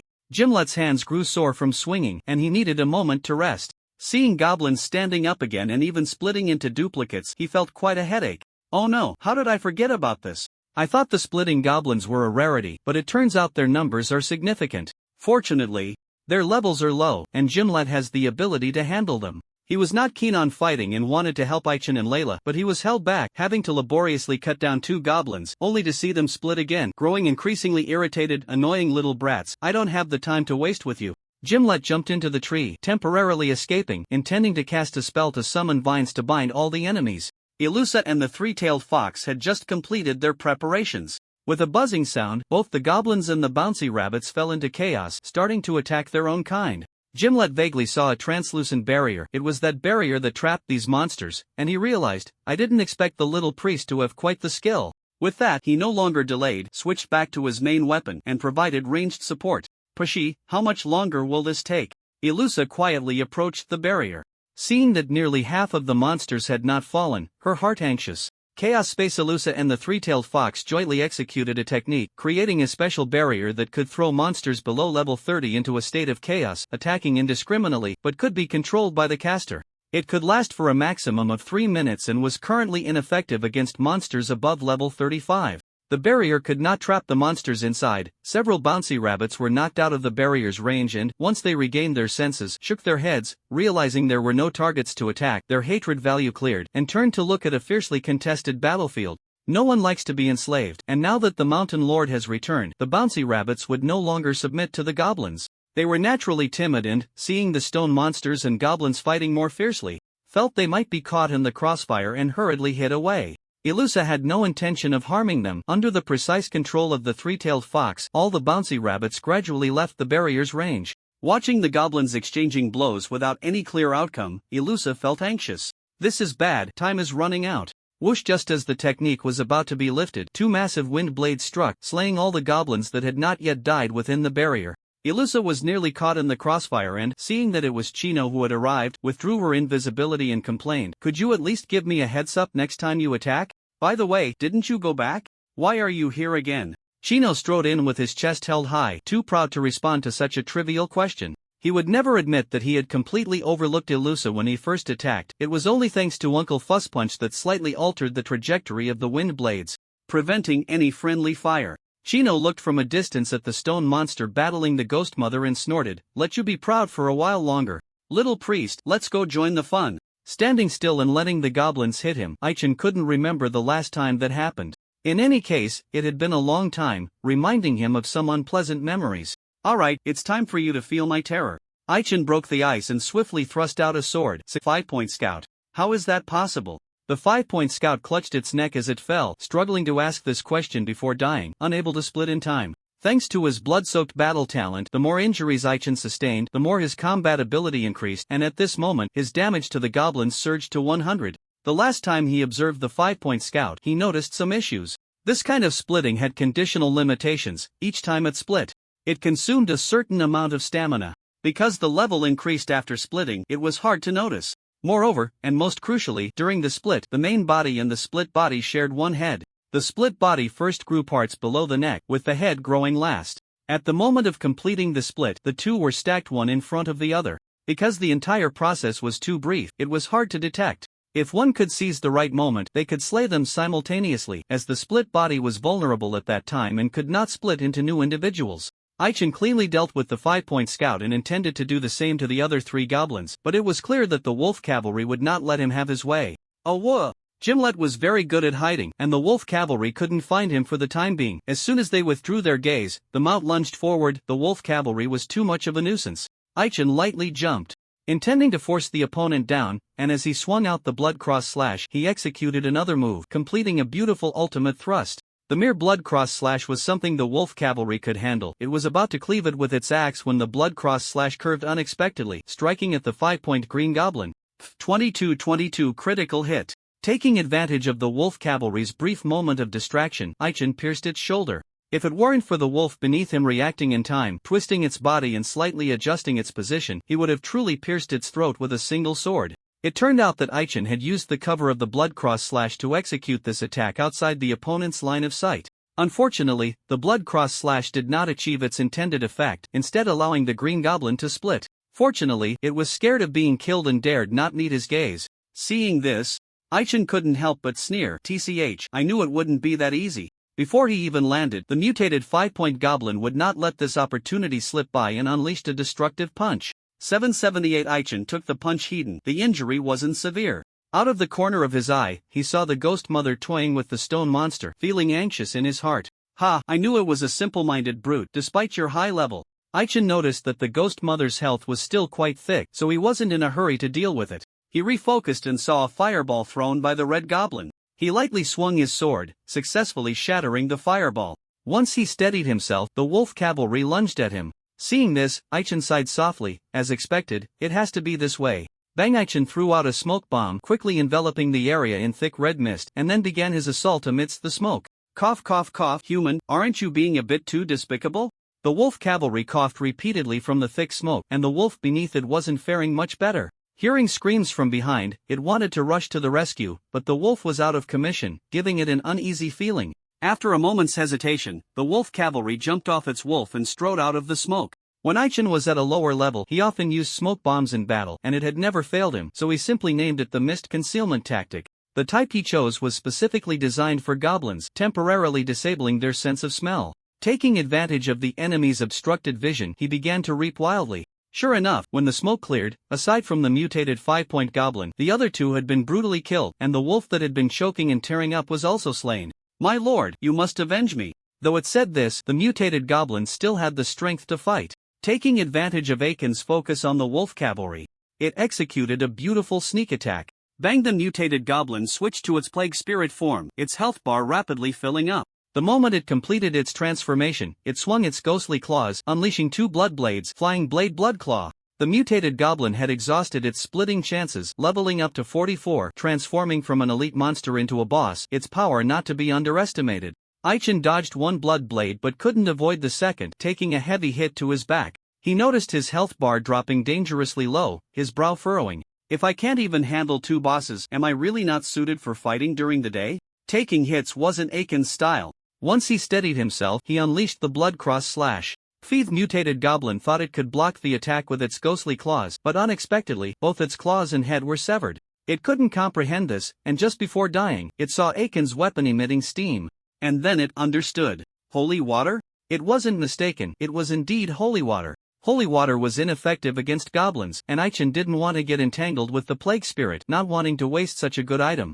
To quickly resolve the battle, he reluctantly used half a bottle. While the effect of the holy water was still active, Aichen ignored the wolf cavalry and turned to attack a few nearby plague spirits. Just then, Chino appeared in his line of sight. Ha! Why is he here? Seeing Chino, Aichen realized that Uncle Fu must be nearby, giving him greater confidence in what was to come.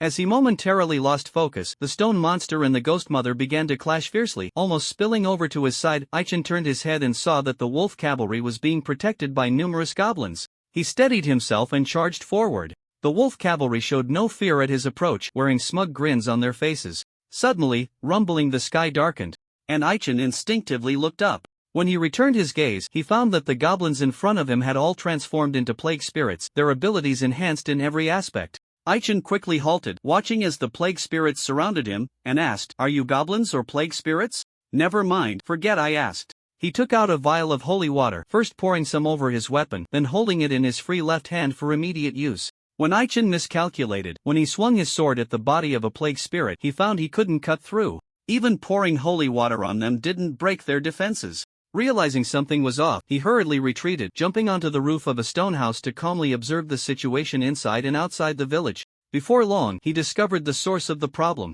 The ghost mother had previously avoided a direct confrontation with the stone monster, at most attacking its weak points using her agility. This time, however, she dared to confront it head-on.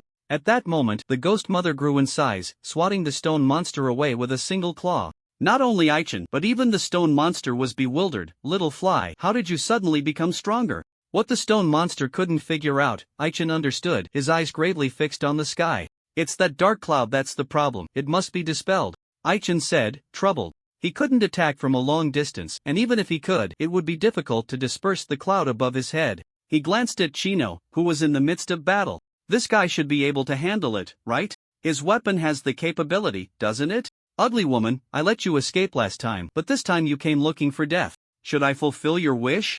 Layla said, straining to cut down a big goblin, then turning to the mother goblin, Biska, and speaking nonchalantly. Though she said that, she didn't dare to relax at all. The mother goblin had leveled up, now at level 44, matching Layla's level. At this moment, she donned golden armor, wielding a massive hammer, her fierce visage exuding a strong sense of oppression. The mother goblin swung her giant hammer, and when their weapons clashed, both were forced back a few steps. Seeing this, Layla shook her head in boredom. "As much as I'd love to have a proper fight with you, I'm very sorry, but I promised the captain not to be delayed by scum like you." The windmill slash. Layla's movements quickened as she spun her great sword, creating a whirlwind that lifted the mother goblin off the ground. This move not only drew enemies closer but also blew them away. The mother goblin, being favored by the ghost mother, wasn't that weak. As her feet left the ground, she swung her giant hammer, Siege Hammer. The mother goblin unleashed a red energy wave, striking directly at Layla's face. Layla was caught off guard, raising her great sword in front of her to use it as a shield. When the energy wave hit her, it sent her flying over 10 meters away. "Ugly woman, how dare you damage my gloves? Have you thought about how you're going to die?" Layla steadied herself, seeing a small tear in her deep red gloves, and she was furious. She loved those gloves, having even taken them to the equipment shop for maintenance. Seeing the edge of the gloves chipped and a shallow scratch appear, she could no longer hold back. The roar of the fire dragon. Layla unleashed a dangerous red heat breath, and the mother goblin, caught off guard, stared in shock as the heat rushed toward her. In a critical moment, a female attendant saved her. "I really don't understand why the master chose you." "Never mind, just stand aside and watch." The newly appeared female attendant was tall, with flowing silver hair, her gaze cold. She held a sword in her left hand and a long magic staff in her right. She was one of only 2 female attendants in the entire lair, originally serving the former Goblin King. After the Ghost Mother killed the Goblin King, she had no choice but to submit to the Ghost Mother. Unlike the Mother Goblin who had just transformed a few days ago, she was a pure goblin, exuding a fierce nature from her very bones. With a swift motion taking advantage of the moment of weakness, the female attendant slashed with her sword. Layla, though hurriedly dodging, couldn't defend against her second stage attack. As the female attendant swung her sword, her right hand's magic wand was not idle, summoning 4 lightning orbs in quick succession. Bang bang bang! Layla was struck by the lightning orbs, dazed and paralyzed, collapsing to the ground, with faint crackling sounds of electricity emanating from her body. "TCH, what a hassle! I didn't expect a spellcaster like you among the goblins." Layla, being a dragon, wouldn't be easily defeated. She quickly regained her composure, picked up her weapon, and as she stood up, noticeable changes appeared on her face and neck. At that moment, she completed her half-dragon transformation, her body covered in dragon scales, with significant boosts to all her attributes. Another 4 lightning orbs came flying at her, but Layla, too lazy to draw her sword, caught the lightning orbs with a swift motion and hurled them back with force. The female attendant managed to dodge, but the mother goblin was not so lucky. One of the lightning orbs struck her, sending her flying. With multiple burns from the electricity, she fell to the ground, crying out in pain. How could this be? The plague goblins created by the Ghost Mother were resurrected through a method akin to borrowing a corpse, allowing evil spirits to inhabit the bodies of the living. At the moment of transformation, the soul of the living would be devoured, with their memories wiped clean. They appeared to be normal for a short time without guidance. The Mother Goblin caught the Ghost Mother's attention, merely due to the high quality of the medium, meaning Aska's mother possessed some rare talent. After the evil spirit consumed her mother's soul, a mutation occurred, turning her into a variant goblin that theoretically could become infinitely stronger. As long as they bided their time, she would become a significant asset to the Ghost Mother. Encountering the Eichentine was the beginning of disaster. After suffering setbacks twice in a row, the Mother Goblin felt she had let down the Ghost Mother's expectations. Not wanting to truly disappoint her, she underwent a major transformation, her body continuously growing larger until she became a bloodthirsty monster over 5 meters tall. Whoosh! While Layla was entangled with the female attendant, the Mother Goblin swiped a claw from a distance, easily breaking through armor and leaving a bloody wound on her body. Layla, in unbearable pain, discovered the wound was poisoned. Just as she took out an antidote, the female attendant shattered the vial with a sword strike. She was in trouble. The enemies had a certain level of coordination, one far and one near, with the Mother Goblin staying back, continuously swinging her poison claws. The female attendant understood how to manage her stamina, occasionally using lightning magic to disrupt Layla's movements. Relying on her dragon physique, Layla was temporarily unaffected by the poison, but as she saw more and more wounds on her body, she grew anxious. Outside the village, Gimlet, who was watching, was also anxious, wanting to help but unable to break free. When he saw 3 crossbow bolts coming at him from tricky angles, Gimlet awkwardly dodged, only to find the bolts curved back and attacked again. Using a wave of wind, he shattered all the bolts, defusing the attack. Fighting me, and you still dare to be distracted? Said the archer Shinmun nonchalantly from under a nearby tree. The two sides had been clashing for a while, but Gimlet, concerned for Layla's safety, could never focus on the battle at hand, remaining in a passive state, and accidentally took an arrow to his back, causing his condition to decline. Wiping the sweat from his face with his sleeve, Gimlet calmly said, I haven't faced an opponent with such excellent archery skills in a long time. You're quite good, let's continue. Alright, let's continue. Both sides could unleash multiple arrows simultaneously. The divine archer Xin had only recently transformed from a scout and hadn't yet mastered any particularly powerful techniques, mainly relying on the sheer number of bolts to suppress his opponent. Whoosh whoosh whoosh! Once again, both sides engaged in an archery duel, and after shooting their arrows, they both took cover under a nearby tree. Gimlet, mastering the heart strike and soul pursuit arrows, found it easy to deal with his opponent. But he wanted to save his skills for the Ghost Mother. Realizing he could no longer delay, he adjusted his breathing and was about to get serious when, at that moment, the sky darkened. The divine archer looked up at the sky, knowing this was the Ghost Mother's doing, and turned to see the Ghost Mother going berserk, momentarily suppressing the stone monster, her expression extremely grave. How could she be this strong? The divine archer was dissatisfied with the Ghost Mother's rule and had entertained thoughts of rebellion, but the Ghost Mother's display of such overwhelming power left him uncertain. As the divine crossbowman momentarily lost focus, Gimlet executed a beautiful strike, shooting a piercing arrow that sent the target flying. As the thick smoke cleared, the divine crossbowman had already fainted. Gimlet didn't believe it had truly lost its combat ability. It was definitely pretending to be unconscious. He shot 2 more arrows and noticed its body gradually becoming transparent, realizing he had been tricked. Where had it gone? Was the earlier figure just a clone? Where was it? After searching around, he couldn't find anyone, and Gimlet frowned slightly, feeling that the earlier flaw had been intentionally exposed. Was it trying to escape the battlefield? Or did it have another plan? How on earth can I dispel this layer of darkness? Iching saw a few plague spirits crawling up and jumped to another rooftop, continuing to ponder the matter. Whether in his past life or now, he had little contact with spellcasters. The only weather magic he knew was called Heavenly Aspect Descending, which could control large-scale weather phenomena. The more magical power invested, the wider the control range. What the Ghost Mother cast was not this, but it was still quite exaggerated. Iching struggled to recall and finally thought of a keyword. Dark Sky. A type of black magic that releases dark energy, shrouding the sky in thick clouds. According to the game settings, within the area covered by the dark clouds, members of the chaotic faction received an all-attribute boost with a 20 resistance to holy damage. When the undead army attacked the town, Aiching later learned from Mayor Schneider that the Diamond Ghost had used this move. What the Ghost Mother had conjured only enhanced the combat ability of the plague spirits, without boosting the strength of goblins or other monsters. Aiching had no time to think further when a strong plague spirit jumped onto the rooftop and lunged at him. Before dispelling the dark clouds, the plague spirits couldn't move at all, so Aiching chose not to confront it and withdrew. Suddenly, he saw Chino charging at the Ghost Mother and couldn't help but sigh at the other's boldness. Ha! As Chino quickly closed in, the Ghost Mother sensed some threat, but when she turned around, she didn't see the enemy at all. Her gaze moved back and forth until she finally spotted him. Oh, so a little dessert has come to deliver itself. After the Ghost Mother grew larger, a tail sprouted from behind her and she instinctively swung it, sending Chino flying. A large-scale social death scene unfolded, with Chino collapsing in the ruins, his expression pained. What made it worse for him was that Aiching was watching from a distance, seeing him trying to stand but unable to, wanting to help. I can do it, don't come over. Chino stubbornly clung to his pride, gulping down a life potion and struggling to stand. He raised his head, just in time to meet the Ghost Mother's greedy gaze. The stone monster was too tough to beat, even in her enlarged form. The Ghost Mother could only suppress it, not knock it down. To her, the divine blade that Chino held was just a little dessert, something to consume to enhance her power. The stone monster shook its head. Seeing the Ghost Mother take an interest in a human, and snorted coldly, "You dare to be distracted while fighting me? Do you really think I only have this level of power?" The stone monster looked up at the sky, adopting a posture as if preparing a big move. The Ghost Mother, not forgetting her own situation, saw the stone monster about to get serious and reached out to grab Chino. When her attack missed, she didn't linger and retreated towards the main gate.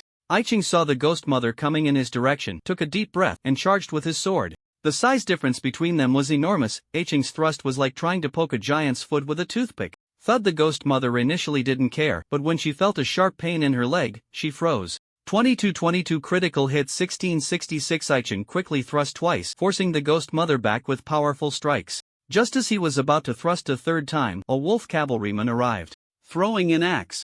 Aiching was knocked away by the axe, but fortunately, Chino rushed over, conjuring a strong wind wall to protect him. "Captain, this big guy is my prey, don't interfere." As he spoke, Chino summoned a powerful tornado, quickly trapping the Ghost Mother. Aiching didn't want to face the Ghost Mother at that moment. His original intention was to intercept her, and with someone else taking over, he didn't mind. He turned to engage the eager wolf cavalryman, and the two quickly became entangled in battle. The wolf cavalry had no mounts, aside from a speed reduction to 38 points. Their other attributes were not diminished but rather enhanced, allowing them to momentarily suppress the humans. Aiching wanted to take out a smoke bomb and execute the fog concealment tactic again, but upon seeing the enemy raise their left hand, 5 level 30 or above green goblins leaped out, all ready to attack. His icy cold air rushed in, and Aiching desperately tried to retreat to the side but couldn't escape in time, his whole body frozen. Fortunately, he had adapted this time and quickly broke free from the ice. Ding! Congratulations player, your ice resistance has been enhanced, reaching 25, gaining high cold resistance. The notification sounded suddenly, and Aiching was not overly surprised, focusing on dealing with the enemies before him. The game had many types of resistances, which initially were not displayed on the system panel. After all, during the early public test, all resistances were at 0, making it unnecessary to show them. Once the second main storyline began, the system panel would update, and only resistances above 5 would be displayed. Now, as an NPC, Aiching could roughly know his resistance list even if he was out of the system. Aside from having a high poison resistance, he had also successfully achieved high fire and ice resistances nearing 25, while other resistances ranged between 6 and 12. With high cold resistance, the Green Goblin's regular attacks no longer posed a threat. He dodged 2 incoming ice balls and engaged the wolf cavalry again. Boom! 2 large fireballs suddenly attacked, leaving Aiching somewhat at a loss. He hurriedly dodged but still got grazed by the flames. 600222600448668. A series of burn damage hit him, making it hard for Aiching to maintain his previous state, and his fatigue level rose to 43 points. Before he could extinguish the flames, the wolf cavalry threw a spear. Aiching thought the wolf cavalry was attacking him, but realized it wasn't. The spear struck Layla not far behind him. Layla was hit in the back by the spear, and despite the pain, she pulled it out, her face pale. "Which bastard ambushed me?" While Aiching was caught in a tough battle, Layla's condition improved, pushing back the female attendant and delivering a heavy blow to the mother goblin. Just as she was about to deal the final blow to the mother goblin, the wolf cavalry launched a sneak attack. Before Layla could lock onto the wolf cavalry, numerous plague spirits rushed in.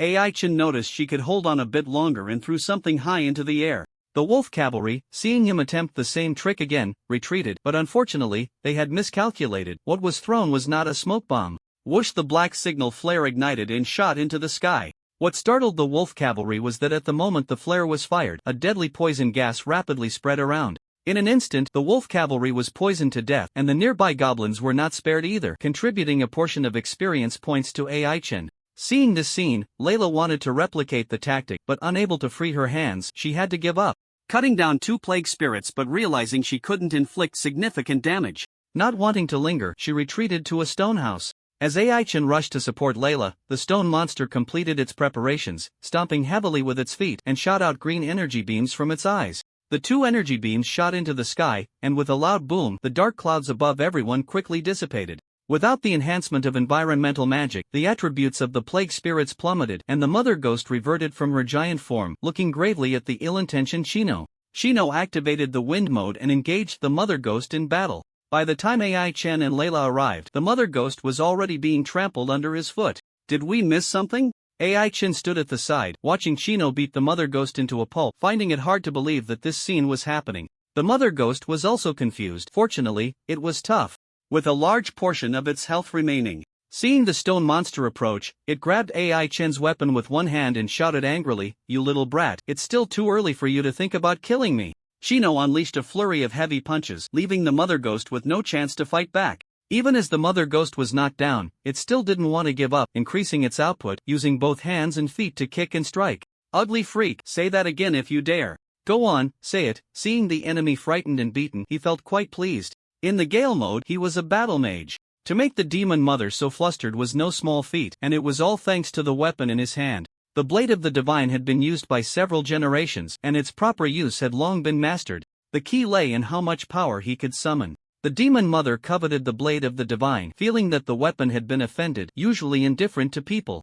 This time it actively cooperated. One of the skills that came with the Blade of the Divine, Absolute Territory, doubled the caster's power, increased defense by 10 times, and temporarily raised all resistances by 2-fold. Within the domain, enemies no higher than level 20 had their strength halved and fell into a state of sluggishness, with their speed reduced by half and their health and mana recovery speed also halved. Strong as it was, the cost was not small. It required the consumption of half of his mana, leaving him weak for half a day afterward. While strengthening himself, he simultaneously weakened the enemy, and with this increase and decrease, the gap between them quickly narrowed. The Demon Mother, after all, was one of Lilith's representatives and would not be so fragile. Once she regained her composure, she began to gather strength, preparing for a big explosion. She initially intended to tear Kino to shreds.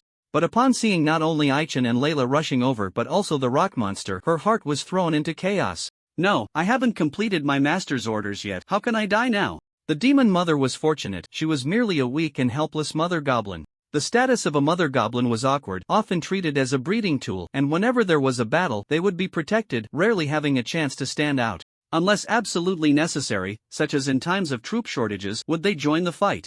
The mother goblin had been a mutant since birth, her mind active, unwilling to truly become a plaything of the powerful. During a routine fruit-gathering task, she seized the opportunity to escape. No one would be surprised by her disappearance. Having left the group, she was destined to struggle for survival. In the course of stealing food, she was knocked down by 2 monsters, and just as she was about to die, Lilith happened to pass by and helped her out. Little cutie, your power is too weak, let me help you. Remember, my help comes at a price. You will need to accomplish 2 things for me in the future. If you do well, I might consider keeping you by my side as my maid. Lilith's momentary whim created an unusual goblin. The Demon Mother strictly followed her instructions, and seeing her transformation, Lilith found it amusing, lingering in the territory of Pear Blossom Castle, requiring her to report back monthly. She was the master's new toy, and to prevent her from being damaged, Lilith gave her a life-saving item. Remember, unless absolutely necessary, do not use this thing. I've said all I need to say, you'll understand in due time. Lilith bestowed upon her a drop of her own blood, which was hidden within the Demon Mother's body. If used, it would temporarily grant immense power but would also cause irreversible changes. The Demon Mother didn't think too much about it. Once the power was bestowed upon her, her eyes turned a deep crimson, a pair of black wings sprouted from her back, and her momentum surged. Little brat, if you want to kill me, you're still far from it. Just as Ai-Chen and Layla arrived, over 20 plague ghouls surrounded them. Ai-Chen saw the Demon Mother's health bar rapidly recovering and realized they were in trouble. He wanted to unleash a sword dance to take down the big boss but found he couldn't. To be precise, it wasn't that he couldn't perform it, but that he couldn't use it. Sigh, I knew it would be like this. Aichen cut down a few troublesome plague ghouls and saw the demon mother soar into the air, swatting Kino away with a claw, quietly sighing, fully aware of the opponent's current state. The sword dance couldn't be used against undead or monsters, since the demon mother had been transformed into a primal plague ghoul. She was, strictly speaking, no longer a living being, lacking a lifeline. How could he sever it? Forbidden Holy Grail Life 10,000, Life Recovery Speed 1000, Strength 100, Speed 100, Pain Perception 100. Death Countdown 2 minutes and 23 seconds. This was a special state that had emerged on the demon mother. Seeing the words Forbidden Holy Grail, Aichen understood that she truly had a connection to Lilith. This is a unique technique of Lilith. Any subordinate she favors will receive a drop of her blood. Shortly after their death, they will be transformed into vampires. In other words, you must serve me while alive, and even more so after you die. This state can only last for 3 minutes. After that, the ghost mother will undoubtedly perish. As for whether they will turn into vampires after death, it's hard to say. Aichen planned to time it perfectly to claim the kill, noticing that the plague ghosts had all entered a frenzied state, their attributes somewhat enhanced. He suddenly exclaimed, "Not good, it's going to escape. Quick, stop it." With the stone monster present, the ghost mother wouldn't be able to flee. The stone monster stomped heavily, altering the surrounding environment, and the village became an enclosed space, covered by a semicircular wall 3 meters thick. The stone monster was eager to deal with the ghost mother personally, but having expended considerable energy to dispel the dark clouds earlier, it needed to recover slowly. The visibility was dim, but Aichen was unaffected. Layla, however, was not so lucky. Aichen saw Layla being knocked down by a plague ghost and rushed forward to help her. "Not good, you've been scratched by a plague ghost and infected with plague poison. We need to treat it quickly." Aichen took out a vial of holy water and was about to pour it on Layla's wound when 2 formidable enemies arrived. The mother goblin Biscuit and a female attendant appeared, one swinging claws and the other summoning a ball of lightning. In an effort to pull Layla away, Aichen spilled some of the holy water. "You handle it yourself. I'll take care of them." Aichen set down the holy water, drew his sword, and in an instant he was in front of the mother goblin, quickly thrusting his sword. 766 for a normal stab, causing such damage. Aichen looked up, curious, and found them all in a weakened state. Was this caused by Layla? Aichen didn't think much of it and continued to stab more than 10 times, completely depleting the mother goblin's health bar. The female attendant was a bit tricky. She didn't engage directly but stayed at a distance, throwing lightning balls. The two sides chased and fled, changing locations several times. Aichen needed to protect Layla and didn't run too far. When he returned, the ghost mother's state enhancement was about to end. Shino had been beaten badly, with multiple scratches on his body, and fortunately, the ghost mother had stopped pursuing him, flailing around like a headless fly. Unable to find a way to escape, the ghost mother steeled herself, hovering in the air. Looking down at everyone, "Do you think it's me who has been driven to a dead end? No, it's you." With a furious shout, the plague ghosts inside and outside the village collapsed, continuously emitting black gas, and soon after, they died. The black gas was gradually sucked into the ghost mother's mouth, and Aichen saw her body swell up, shouting, "Not good, she's going to self-destruct. Quick, stop her." Aiken's current life-saving items were insufficient to deal with the ghost mother's self-detonation, and he had no time to prepare. At a critical moment, the stone monster lifted the wall enclosing the village, using the crumbling earth to wrap the ghost mother layer by layer. "Master Bart, there are too many enemies, our people can't hold out much longer. Why don't you escape first?" In the wilderness, a knight in armor stood protectively in front of Bart. "Having struggled to cut down 2 plague ghosts," he said solemnly. Bart's face showed bitterness. Shortly after separating from Aiken's team, his people had been entangled. Now surrounded by over 100 plague ghosts, they had only about 30 people, all injured, and couldn't hold out for long. Unlike Aichen, they had come specifically to fight the plague ghosts and wouldn't choose to retreat upon seeing them. To motivate the people, the Viscount of Pearblossom Fort promised that anyone who killed more than 10 plague ghosts would receive a reward of 5 gold coins and a promotion. If someone killed more than 50, they would be knighted afterward. Those who were already knights, if they met this standard, would receive a manor as a reward and a set of high-quality equipment. The middle-aged knight protecting Bart had served the Viscount for over 10 years and had watched Bart grow up, not wanting the young master to die in such a dismal place. "Don't say that, we will definitely make it back alive." As he spoke, Bart killed a plague ghost and pulled one person back, putting himself in harm's way. What is there to fear? Whatever comes, Bart was about to lead his men out of the encirclement when the more than 10 corpses on the ground stirred. Under the complex gazes of the crowd, those who had once been comrades turned into plague zombies, rushing towards them. "Ah!" Bart shouted angrily, plunging into the horde of monsters. With each swing of his sword, a plague zombie fell. He had never felt such rage before. After parting ways with his older brother, he had been leading a team on his own. The group had originally numbered over 200, but now only a handful remained. Even if they could return, he wouldn't know how to explain it to his father. Was he ultimately still inferior to his older brother and second brother? Bart hated the feeling of weakness. To break through the encirclement, he decided to go all out and took out a bottle of red potion. The Frenzy Potion, a concoction with severe side effects, could increase the user's strength by 23 times, but once the effect wore off, they would either go mad or become senile. It would take at least half a month to recover. No, young master, let me drink it. The middle-aged knight tried to snatch the potion bottle. His strength was on par with Bart's, so it made no difference who drank it.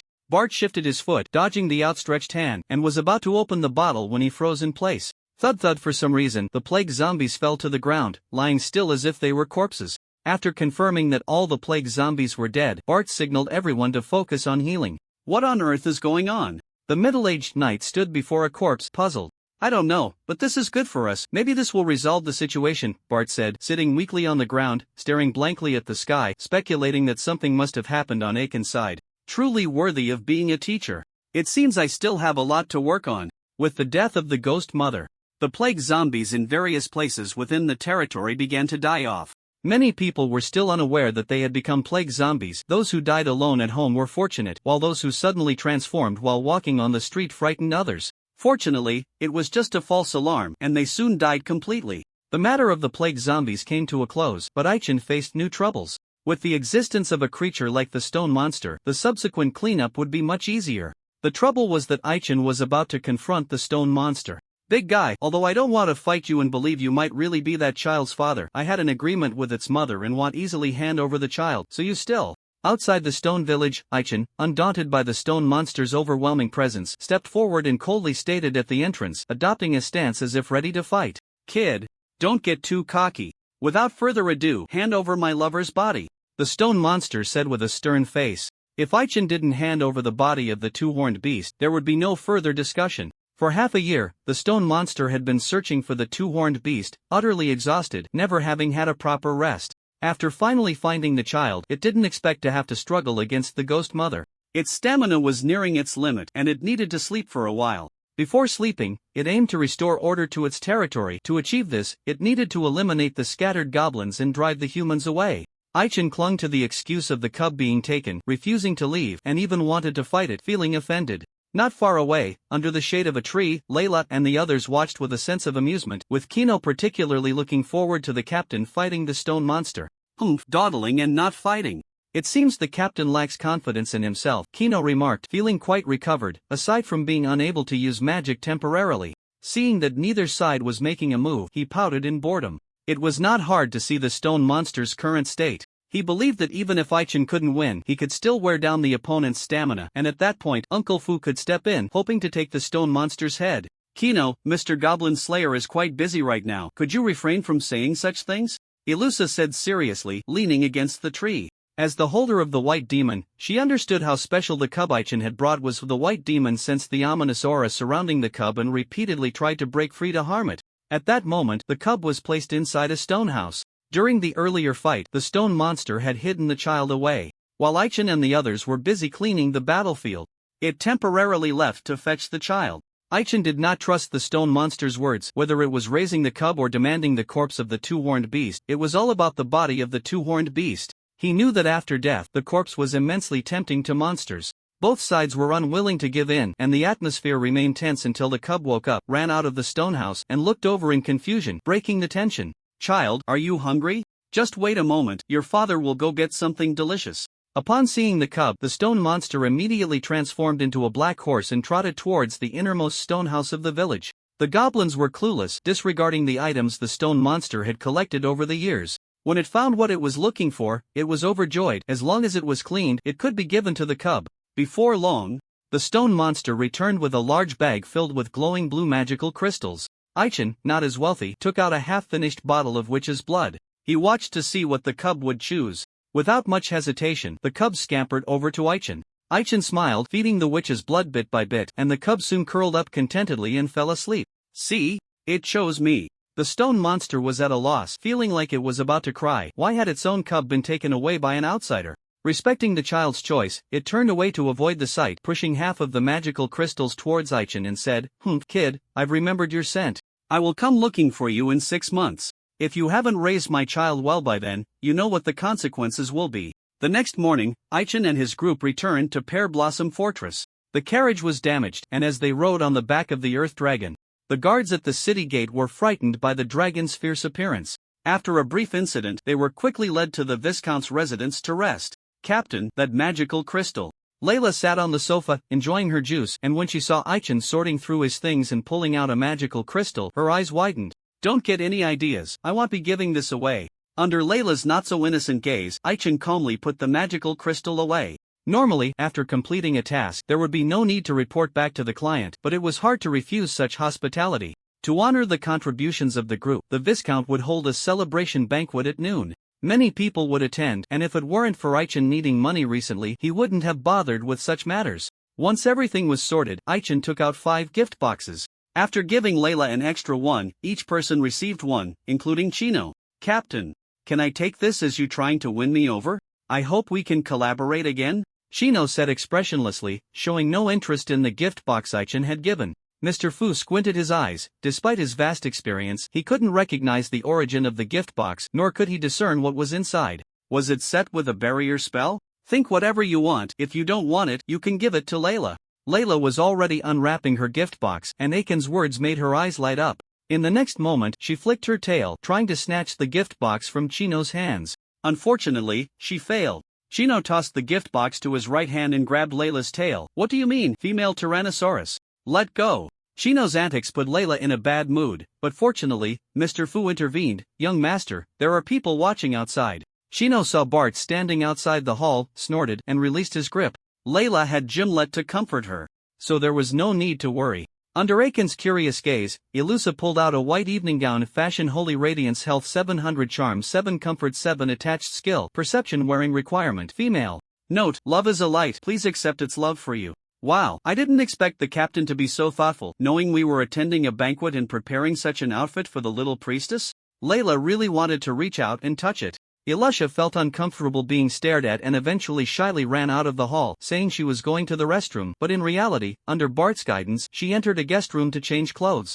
Seeing Gimlet produce 3 magic crystals and give them to Layla, Aichin pondered. Why don't I have your kind of luck? Setting aside the magic crystals for now, the outfit Elusha produced was very expensive in the game store and was also sold in limited quantities.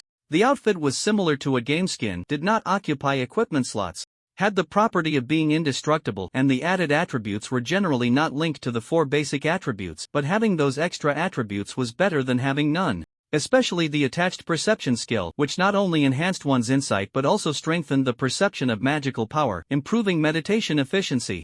NPCs do not enjoy the privileges of players. To wear the system-produced outfit, one must remove any excess equipment. Before long, Elusha shyly lowered her head and slowly walked into the hall. Everyone, does it look good? Chino was momentarily stunned. He had seen this type of girl before, but a girl as lively as this was a first for him. The little priestess figure is getting more impressive. Not bad, Layla said, looking her up and down with a smirk. Hey, can't you stop teasing me?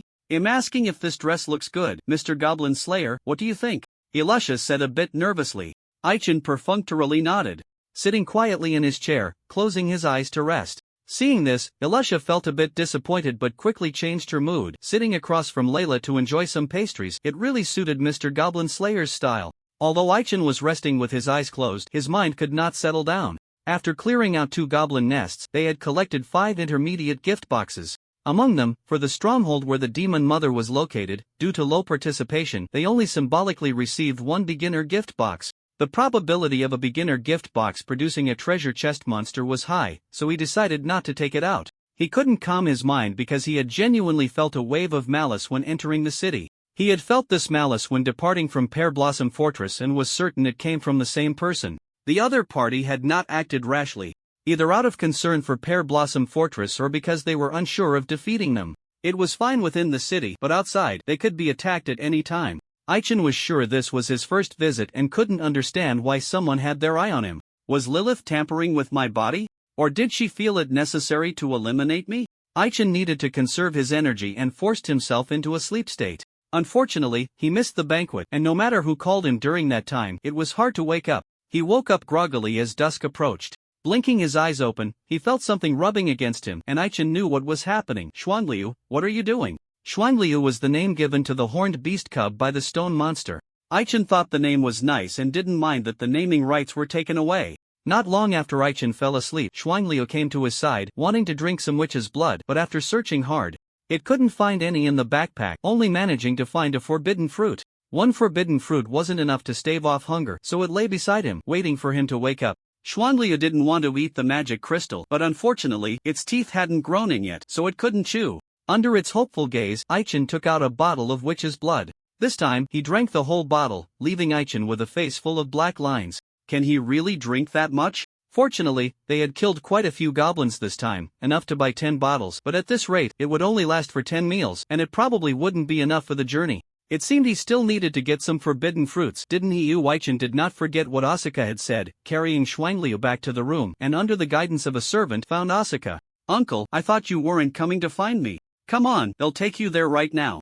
Asuka greeted enthusiastically. Ever since she learned that her mother goblin was killed by Aichin, she had been looking for an opportunity to express her gratitude. The journey was long, and after packing their things, they were ready to set off. Bart, wanting to be a good host, decided to join them to see if there really was an unknown forbidden fruit orchard. Not long after leaving the city, at the Viscount's mansion, a servant entered the study and bowed, saying, "Sir, they have left." The middle-aged man was writing in his diary, and upon hearing this, he murmured, "Left? That's good." It was not appropriate to disturb the master while he was writing, and just as the servant was about to turn to leave, he added, "By the way, sir, the old gardener from the orchard has taken 5 days off to attend a relative's funeral. There's no need to report such matters to me, you may leave." The Viscount waved his hand. With the endurance of the Earth Dragon as their mount, the group decided not to take a carriage and instead fitted a large cart on the Earth Dragon's back. The Earth Dragon followed the map's directions, still on the road late into the night. "Uncle, it's so late, why aren't you sleeping?" Asuka, groggy from sleep, was woken up by the urge to urinate and asked the Earth Dragon to stop for a moment to find a secluded spot to relieve herself. Returning to the cart, Aichin still sat at the outermost position, unable to help but ask curiously. Aichin did not respond, signaling her to hurry and sleep, his eyes calmly observing the scenery along the way. Since leaving Pear Blossom Fortress, that gaze had been constant. Gimlet also sensed it. The other party was composed, and the two could only continue to stay vigilant. One sat in the cart, while the other feigned sleep on the Earth Dragon's head. Confirming that Asuka was asleep, Aichin furrowed his brow. According to Bart and Cade, the place Asuka mentioned was inhabited by a group of halflings. Halflings are not dwarves, they are a branch of humanity, living about 3 times longer than humans. Even when they reach adulthood, they do not exceed 1.1 meters in height, often mistaken for children by outsiders, but that does not mean they are weak. With regular exercise, they can possess a strong physique and agility comparable to that of elves. They dislike being called children, particularly enjoy drinking milk, and no matter how much they drink, they won't grow much taller. They are an extremely insular race, visiting them rashly would result in expulsion. Aichin was not worried about how to negotiate with the halflings. What truly concerned him was that the halflings were secretly cultivating forbidden fruit. No matter how tightly controlled, there would always be someone wanting to cultivate it in secret, but growing such fruit is not that easy. It requires a significant investment of resources and manpower, involving many interests, and it is not something that halflings alone can cultivate into an orchard. Aichin speculated that the halflings were either hired or controlled by someone. In any case, they would not allow outsiders near the forest. This would inevitably lead to conflict. "Gimlet, you noticed it too, right?" Aichin drew his weapon and stepped out of the cart, his eyes gravely fixed on the small grove to the left. Oddly enough, ever since Asuka returned from her bathroom break, the Earth Dragon continued on its path, completely unaware that it had been going in circles. There was a strange crooked tree that Aichin had seen 3 times. The second time he saw it, he thought it was a landmark, believing there would be one every kilometer. Upon seeing it again, he was certain that the surrounding scenery had not changed at all. It was still the same tree. Realizing the seriousness of the situation, Gimlet was the first to notice the problem.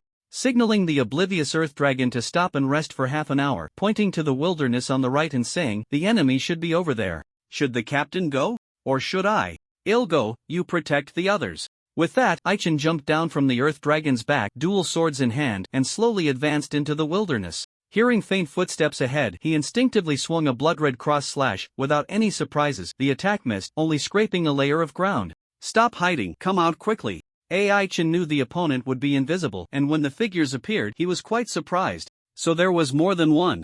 Were they targeting me? Or someone among us? In front of AI Chen stood a total of 36 enemies, each dressed in white suits and wearing white masks. The masks were mostly adorned with patterns of rabbits and monkeys, while the leader wore a menacing white snake mask. Nice to meet you. Allow me to introduce myself. My code name is White Snake. For certain reasons, I would like to borrow your head for a while. Would you be so kind? The man in the white snake mask was a gentleman, his voice rich and magnetic. Upon hearing his introduction, AI Chen quickly guessed their identities. The white suits belonged to a mysterious assassin organization established by several nobles. The members of the organization all wore white suits and donned white masks representing the 12 zodiac signs.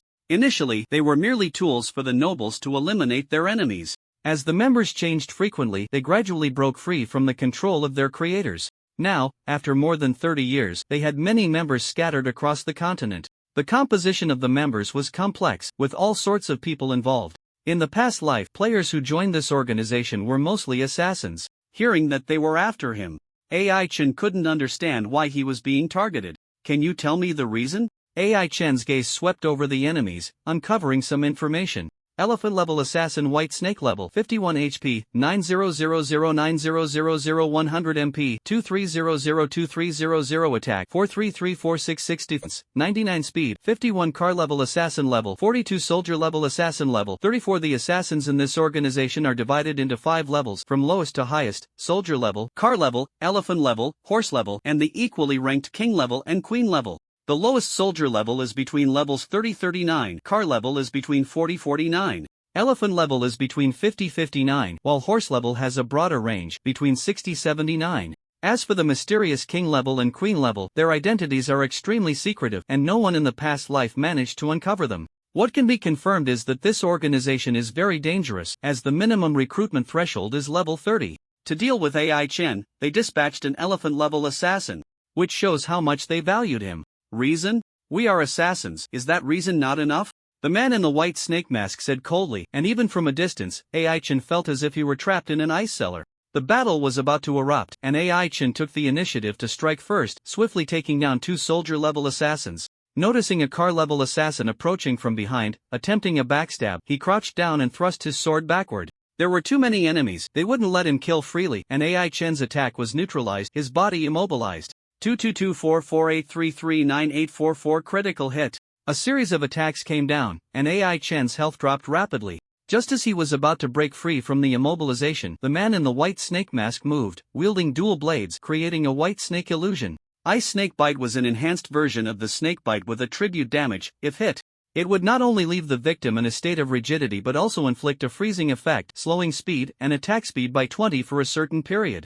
In a critical moment, AI Chen vanished. During the brief moment of distraction for the man in the white snake mask, several assassins fell. So fast, how could he have such skills? This is different from the intel. The assassins made a mistake. Compared to them as professional killers, AI Chen's skills were indeed lacking. When the man in the white snake mask noticed the changes beneath his feet, he finally understood. I see, it's a trap technique? Correct answer. After taking down the last car-level assassin, AI Chen walked leisurely, step by step, towards the man in the white snake mask, ready for a unknown final showdown. The man in the white snake mask smiled and pointed behind AI Chen, saying, "Please take a good look at what you just killed." Upon closer inspection, the bodies had completely vanished. A clone? No. AI Chen furrowed his brow, convinced that those he had killed earlier were all real. Remembering a certain rumor, he suddenly realized, so that's it, I've been played? Deadly Trap consumes 310 of maximum health to summon a large net that traps all surrounding enemies, draining 110 times agility health per second, lasting for a total of 10 seconds. His agility temporarily increases by 20, while the trapped enemies suffer a weakening effect, with all attributes reduced by 20. It can only be used once a day. This is a skill that trap hunters can learn only after reaching level 37, and it is difficult to detect before it is triggered. It is the signature powerful skill of trap hunters. AI Chen used this skill to speed up, thinking he could handle the minions, but unexpectedly, the opponent was more skilled. So that's it, I've been played?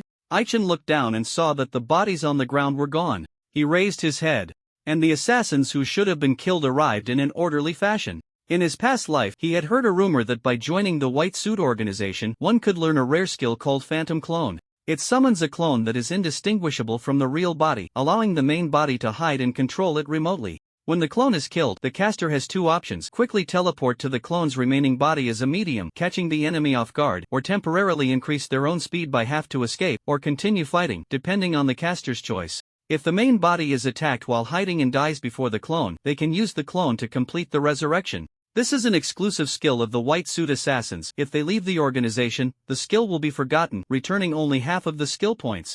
Don't be surprised, you'll have more to be shocked about later. Go for it. After some earlier probing, the White Snake Masked Man had tested Aiken's level. Aiken felt a bit anxious as he saw the assassins rushing towards him. The most annoying thing about assassins is their control. No matter how thick your blood is, if you're controlled, they can keep you under control until you die. Assassins don't have immobilization skills, and as Aiken dodged the attacks of two assassins, he saw the White Snake Masked Man clasp his hands together, looking dazed. Does this guy know the moves of a fighter or a Dark Knight? A beam of black light suddenly appeared. Aiken knew that if he was hit, he would be immobilized again. He pulled one assassin over, trying to use him as a shield, but the black light curved unexpectedly. With his escape route blocked, Aiken thrust out his sword, but the beam of black light twisted like a snake, curving again. Oh no, there's no time. Whoosh! Aiken thought he would be hit, but the black light dove into the shadow beneath his feet, and the next second, his body was immobilized. So that's the principle. Just as Aiken was about to be forced to take a beating, he vanished again. Seeing this, the White Snake Masked Man snorted coldly. The same trick won't work on us. He's over there. Everyone, go for it. Huh? No, wait. In the midst of speaking, he was already attacked. The moment Aiken was immobilized, he used his last-ditch effort, splitting his body into 8, each one a real entity. The black light that dove into the shadow was indistinguishable. Just as it poked out, trying to dive into another clone's shadow, it was unexpectedly slain by a sword. What black light? It turned out to be a familiar spirit, an unknown serpent familiar. Due to the damage mechanism of the last-ditch effort, Aiken prioritized dealing with the White Snake Masked Man. Stab, stab, stab. After delivering 7 strikes, the White Snake Masked Man fell to the ground with a thud. Aiken frowned slightly. He didn't see a kill notification on the panel and suspected that the opponent was just a clone. He eliminated the 2 troublesome level assassins and kept a vigilant eye on the small grove to the right of the path. He always felt that there was someone over there because when enemies appeared on the other side, one would subconsciously think that the enemies were only this few. Aiken ignored the minions and headed straight for the small grove. Whoosh! Just as he was about to enter the woods, 2 flying darts came at him. Aiken dodged and arrived under a crooked tree. Seeing the White Snake Masked Man emerge from the grove, followed by a group of assassins, their expressions serious beneath their helmets. Is this the terrifying aspect of your organization? No matter how strong the enemy, will they all be dragged down by you? By now, Aiken could no longer distinguish which were the real ones and which were the fakes. Even with his max-level insight, he turned to glance at the Earth Dragon 50 meters away, confirming that no one else was being targeted and intended to draw them away. Want to change the battlefield, do you? You have the right to choose your own grave. Please go ahead. The man in the white snake mask, seeing Aichen dive into the woods, was not worried at all that he would actually escape, and leisurely led his men into the forest. I see, you want to exhaust me with traps, don't you? The ground suddenly collapsed beneath him, and as the man in the white snake mask lightly jumped aside, his hands elongated like snakes, wrapping around his subordinates. Continuing to explore forward, he noticed Aiken's aura had concealed itself well, realizing that the next phase would be a time-consuming game of hide-and-seek. Assassins value efficiency, and the man in the white snake mask did not want to drag this out any longer. His face beneath the mask changed, ultimately transforming into a snake's head. He gained the thermal sensing ability of snakes. By observing the traces left by Aichen, he quickly locked onto him. He should be hiding in that tree. Considering the prey is cunning enough, it might be a trap. So where would he hide? As he spoke, a figure quietly approached. The man in the white snake mask thought Aichen had snuck up behind him and intended to use an elbow strike, but upon closer inspection, it was not Aichen, but a rookie assassin. My lord, The tall rookie assassin was quite unfortunate. The man in the white snake mask struck too quickly, unable to hold back, and knocked him unconscious with one blow. Did I get it wrong? No, that's not right. Delaying time was not Aiken's style. He chose to take the initiative. The man in the white snake mask saw more than a dozen rookie assassins surrounding him and felt a sense of foreboding. One by one, they were controlled, although they couldn't be held for long. It was enough to be annoying. At this moment, Aichen was hiding in a tree, watching from a distance as the man in the white snake mask fought with his own men, feeling not a hint of joy. This time, he had used 2 strands of a witch's black hair. He knew that this item had other wonderful uses. The witch's black hair would automatically lock onto those with heavy killing intent, then control them to vent the long-held resentment. Unfortunately, it could only be used to control rookie assassins. He could only manage to control 2 of the level 40 and above car level assassins, which was insufficient to deal with the man in the white snake mask. Would he ultimately have to step in personally? Aichen checked his status and found his fatigue level was nearing 40 points. Taking a stamina potion only reduced it by a few points. As his health bar was about to recover fully, he no longer hid. The moment the man in the white snake mask entered his attack range, he thrust out a sword from a distance. You finally dare to show yourself. Aiken's charged strike was easily deflected by the man in the white snake mask. As they exchanged blows for several rounds, neither could gain the upper hand. Aichen noticed the other party was making small moves, intending to summon a familiar, and realized he was in trouble. He quickly thrust out a sword, piercing the opponent's shoulder, and used a strong strike skill, landing a punch on his head. This time, I shouldn't have gotten it wrong, right? The man in the white snake mask fell to the ground, unable to rise, and soon fell silent. Aichen saw the kill notification, though there was no experience to be gained. He was not at ease and stepped forward to sever the man's head. The remaining assassins, seeing their leader killed, showed no signs of retreat. Noticing his stamina had severely declined, they all pounced. It's been so long, the captain hasn't come out. Could something have happened? Should we go check? Gimlet murmured as he looked at the small grove. He had been paying attention to the battle the whole time and had thought several times about going to help. When the commotion in the woods quieted down, he felt it was time to take a look. The battle must be over, right? They didn't end up in a mutual destruction, did they? Upon realizing they were trapped in one place, Gimlet felt a sense of unease, sensing that a greater crisis lurked nearby. Should we wake the others? Gimlet turned to look at the carriage, finding everyone asleep, and couldn't bear to wake them. Let's wait another 10 minutes, if the captain still doesn't come out, we'll go find him. Gimlet significantly narrowed his perception range and closed his eyes to rest. What he didn't know was that a pair of eyes were watching him not far behind. Inside the carriage, a guy was pretending to be asleep. Asuka returned to the carriage, finding it hard to fall asleep. She looked outside for a while, then began to observe everyone who was sleeping. The one who intrigued her the most was undoubtedly Kino. Kino was handsome and strong. What girl wouldn't like him? Asuka wasn't being infatuated, she simply found him interesting and wanted to know more about him. Just as she was about to sit up and take a closer look, Uncle Fu, who was sleeping next to Kino, turned over. Uncle Fu was also not asleep. He had been pretending to sleep since late at night. There was no way he could relax and sleep soundly with that murderous intent hanging over everyone. With his eyes slightly squinted, he saw Asuka covering herself with a blanket, then continuing to lie down while turning to look outside. After Aichen got entangled with the assassins, he had been keeping an eye on things. He didn't think the assassins were really targeting Aichen. There had to be more to it. Feeling that faint, unknown gaze, he couldn't figure out where the other party was hiding. Had they gone invisible?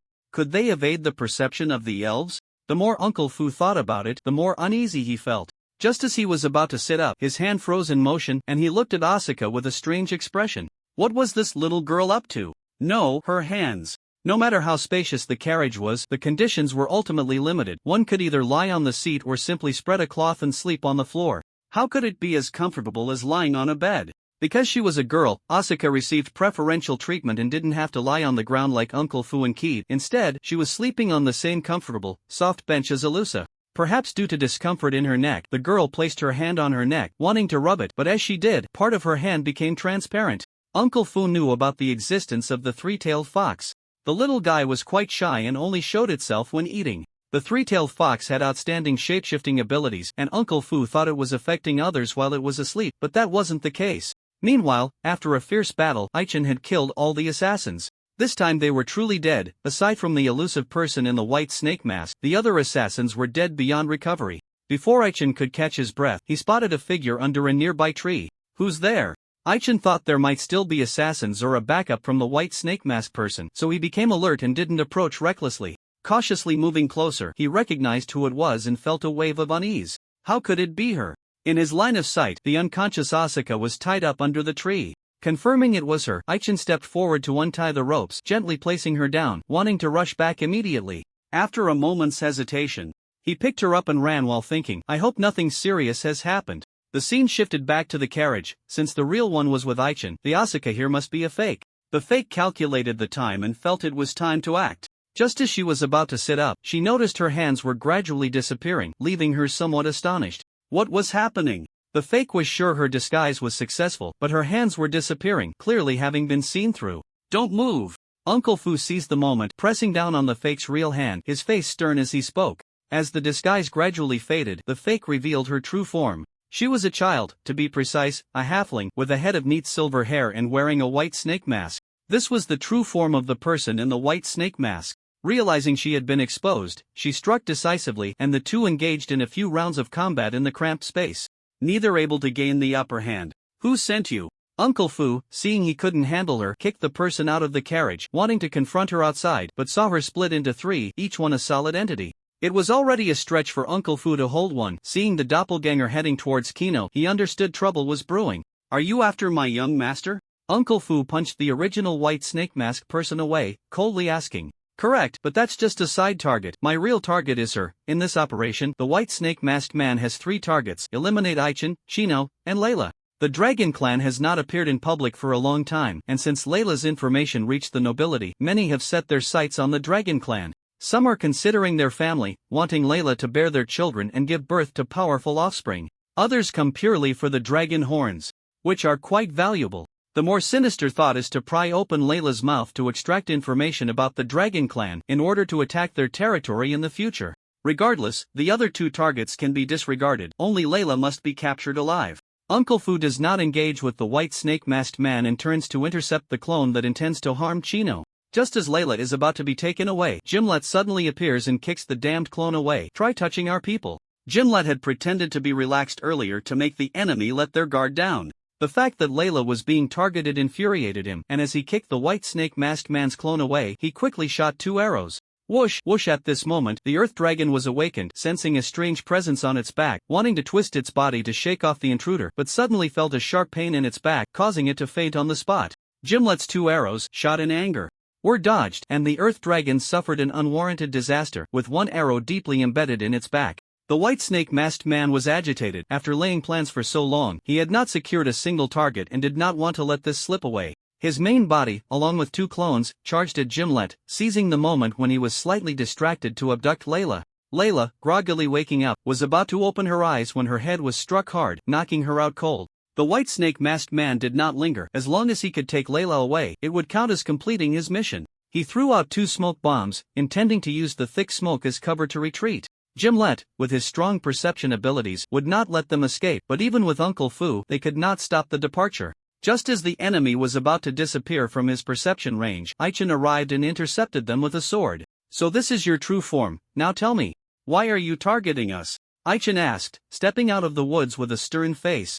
Being inexplicably targeted made him furious. He gently set Asuka aside, and his aura surged. If there was blame, it was for not thoroughly investigating the intelligence before devising a series of plans. The white snake-masked man's disguise was perfect, yet he was unaware of the existence of the 3-tailed fox. In a sense, the 3-tailed fox's transformation ability is unsolvable, whether changing its appearance, hiding its form, or using skills developed based on this. A special domain forms within half a meter around it. Within this domain, everything must conform to its will. For example, if a disguise is seen through or an enemy attacks, entering its domain will turn into nothingness. Furthermore, getting too close could lead to being controlled by it.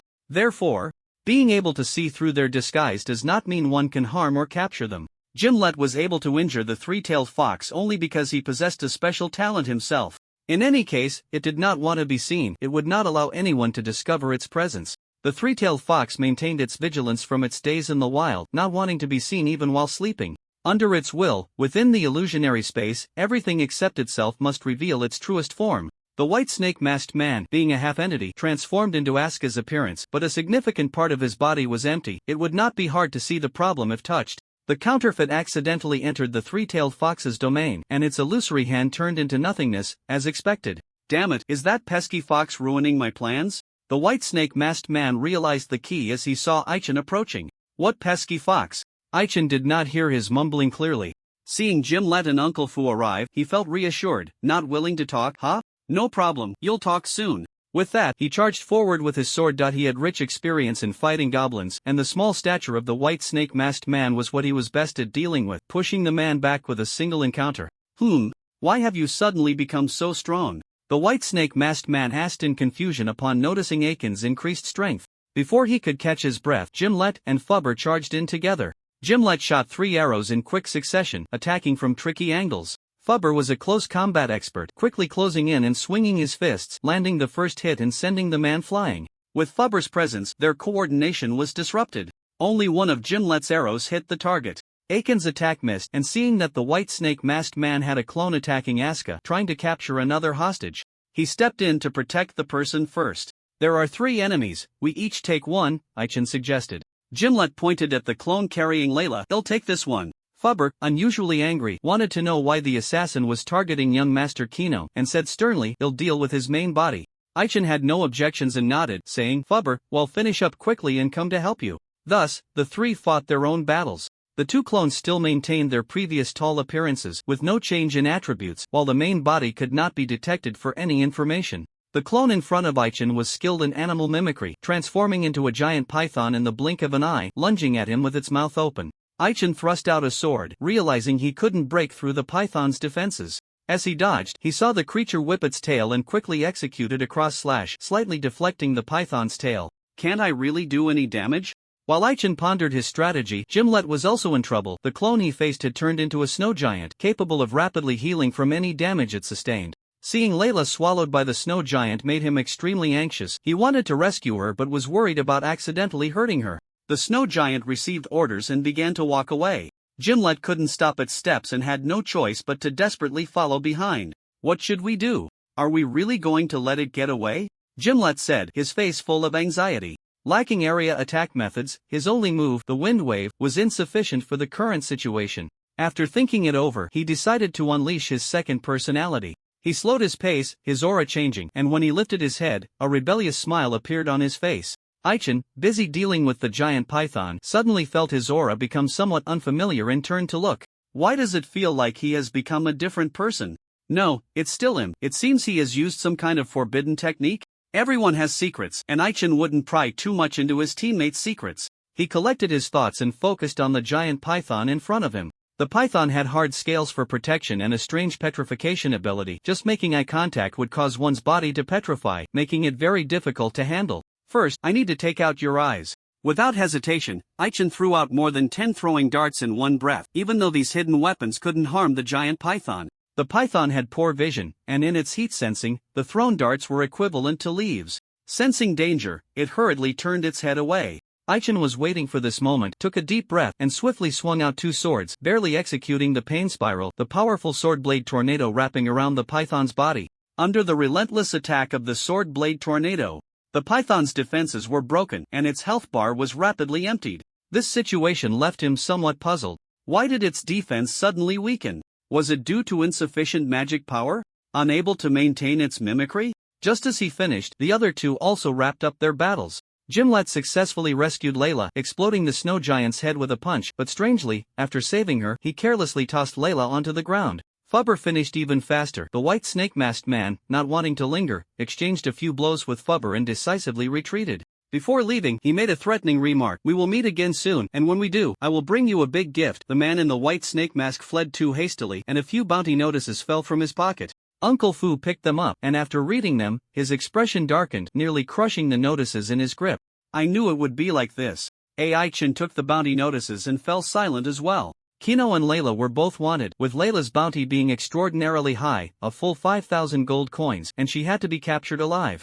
There were also a few unfamiliar bounty notices, and Aichen noticed that he wasn't being hunted, yet he was still being targeted, leading him to 2 possibilities. Either the other party was sent by Lilith to test him, or it was due to other troubles he had caused himself. For instance, he might be wanted by the Chaotic faction for killing the Goblin King. The absence of a bounty notice indicated that the other party was still unaware of his actions, but the hostility from the Chaotic faction was no joke.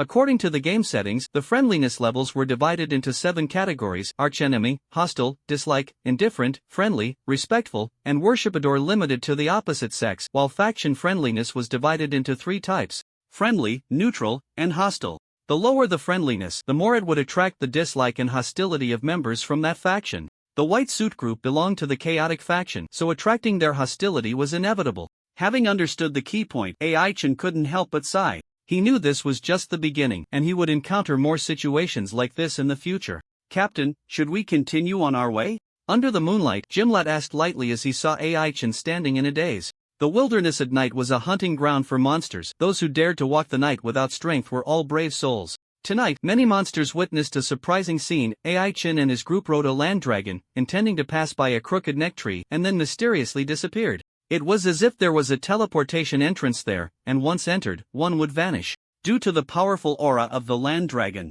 the group encountered no trouble while traveling at night. Nearby monsters saw from a distance and retreated, not daring to provoke them. When they saw the land dragon disappear, they all began to think. The food in this barren wilderness was scarce, and the monsters were basically living from one meal to the next, waiting to see who would provide them with a feast. The sudden disappearance of such a large land dragon led to speculation that it had either met with an accident or fallen into a predicament, making it a perfect opportunity to strike. As the land dragon did not emerge for a long time, the monsters grew bolder and gathered under the crooked neck tree, eager to investigate.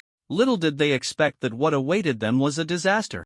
Buzz space fluctuations became chaotic. The man in the white snake mask broke the spatial blockade and successfully escaped, arriving right under the crooked neck tree, where he saw himself surrounded by monsters. He casually eliminated a few monsters and vanished into the darkness. The corpses of the dead monsters were quickly devoured, and before the monsters could disperse, the ground rumbled, the spatial blockade was lifted, and the land dragon reappeared, causing the monsters to tremble in fear. The land dragon took a few steps forward, then turned around and walked back a few steps, repeatedly trampling all the monsters that hadn't managed to escape. On the dragon's back, AI Chen and Gimlet had differing opinions. AI Chen insisted on continuing their journey to the village inhabited by halflings. Gimlet was unwilling to take a detour, waking everyone up and explaining the situation to each person before ultimately deciding by vote. The voting result showed that AI Chen won by a narrow margin. The man in the white snake mask hadn't truly left. As the land dragon resumed its journey, he was hiding in a place observing. Damn it. All 3 mission targets have slipped away, and I've lost quite a few people. You'll definitely be ridiculed when I return. Let me think carefully about what to do next. The man in the white snake mask was heavily drained, his face pale beneath the mask, needing to find a place to rest properly, with no intention of pursuing. He took off the mask and downed several bottles of potions, only to find that his chest still hurt, and he said with frustration, "If I had known, I should have observed more before striking." The identity of the man in the white snake mask was that of a gardener, responsible for managing the orchard area planted by the Viscount of Pear Blossom Castle. This guy had taken leave to ambush AI Chen and his group, but unexpectedly failed. What infuriated him even more was that AI Chen's purpose for this trip was to target the forbidden fruit orchard he had worked so hard to manage. This guy is stealing from his own employer, often taking advantage of his job to steal not only fruits but even saplings. The orchard that Asuka accidentally discovered is precisely the property he has been carefully managing for years. Thinking that he cannot let anyone find the orchard, the man in the white snake mask hesitated for a long time, then took out a scroll and said, "Message." As soon as he finished speaking, with a whoosh, the scroll disappeared under a veil of green light. Once the message was transmitted, the man in the white snake mask sat dazed on the ground. "I hope my choice is the right one." At dawn, more than 20 scattered goblins were fleeing across the mountains and fields. Behind these goblins, a group of monsters was chasing them. They had little stamina left, and unless something unexpected happened, they would soon be caught. Just as they were about to meet their end, a female goblin appeared and drove the pursuers back. The female goblin was the lady-in-waiting who, after narrowly escaping, intended to find a place to heal her wounds. However, the stone monsters were pressing too hard, determined to wipe out the goblins in their territory. The lady-in-waiting had not been transformed by the Ghost Mother. With the Ghost Mother dead, she was not affected at all. Instead, after a fierce battle, her strength had improved. She decided to follow the Ghost Mother's example and gather the remaining tribes. "Is this all that's left?" The lady-in-waiting looked at the injured goblins, feeling deeply exhausted. Starting a business is a very difficult thing. Just as she was about to lead the remnants to find a place to rest, a figure intercepted her in front. "Where are you going? I happen to know a place. Why don't you come with me?" The crossbowman said, hands on hips, with a blank expression. This guy also wanted to play the boss. Ever since he escaped from the battle that day, he had been conserving his strength, preparing to take in the remnants. In his view, the only one who could threaten his position was the lady-in-waiting. If the lady-in-waiting was smart enough, he wouldn't mind having another warm bedmate. The two sides faced off, and the lady-in-waiting struck first, summoning 2 balls of lightning. The crossbowman thought he could dodge, but unexpectedly, he was still hit, collapsing to the ground, convulsing and looking quite miserable. "You're not bad, you can serve as my guard. What do you think?" the lady-in-waiting said, stepping on the crossbowman's head. Outmatched, the crossbowman had no choice but to concede. The lady-in-waiting knew he was unwilling to accept defeat, so she threw out a few more lightning balls, nearly breaking him, before proceeding in the direction he indicated. In the morning, Lilith woke up slowly, smelling the faint aroma of food, and couldn't help but look at a bowl of congee placed on a small table. She was the only one at home, she had no money to hire a maid, and having been alone for so long, she didn't expect anyone to come help make breakfast. Meyer, you made the congee, didn't you? As soon as she finished speaking, a young man dressed as a steward opened the door and bowed, saying, "Yes, my queen." After finishing breakfast, Lilith smiled and said, "I didn't expect to be found even while trying to avoid you all. So, what's the matter?" Meyer felt immense pressure, fearing that if his answer displeased her, he would lose his head. Meyer steadied himself and said seriously, "Your Majesty, you haven't returned in 177 years. The ministers are all looking forward to your return." Lilith nodded. "I've had enough fun, it's time to go back." "Let's go back. By the way, a few days ago, I met an interesting human. When we return, remember to keep an eye out for him." As she spoke, Meyer's mind conjured the image of Aichen. This was a picture conveyed by his master's thoughts, and Meyer didn't know why his master was interested in Aichen, but he nodded in agreement, saying, "When does your Majesty plan to depart?" "Tomorrow night. Someone has offered me something good, I'll fulfill my promise before we talk." "Look," Lilith said, opening her hand to reveal a small bottle. Upon closer inspection, one could see that inside the bottle was an independent space containing a grove of fruit trees. Indeed, it was the forbidden fruit grove that Aichen was preparing to find, now transferred into her hands, and the group was destined to return empty-handed. The man in the white snake mask hoped to connect with Lilith under the pretense of offering treasures. There are many types of forbidden fruits, and the ordinary varieties are not enough to stir the heart of this queen. Meyer recognized a few rare types among them and suddenly said, "Your Majesty, are you planning to use them to create a special forces unit?" Lilith squinted and smiled. "Special forces? I almost forgot about that. Soon, the undead will be active on the continent. At that time, you can catch some first and see how it goes." 3 days later, in the evening, the Aichen team returned, riding a ground dragon back to the town, causing a stir. "Look, it's a ground dragon. A ground dragon this big must be very strong, right? The one who is strong is probably the person sitting on top, right? Guess who it might be?" To avoid unnecessary trouble, the ground dragon only stopped at the roadside outside the town, yet it was still watched by a crowd as if it were a monkey. One by one, people got down from the ground dragon, and Layla, unsure of how to handle the ground dragon, handed it over to Aichen for care. Aichen had no objections, and after chatting for a while, they gradually dispersed. Having family is nice. Ilusa was picked up by her mother.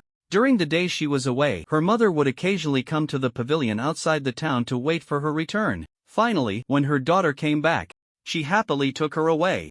Layla did not forget Aiken's promise and guided her in learning the sweeping technique. At parting, she mentioned that she would visit the farm the next morning. "Uncle, I might be bothering you for a while," Aska said with a nervous expression. Unfortunately, the group, not hesitating to offend the halflings, did not find the so-called forbidden fruit orchard.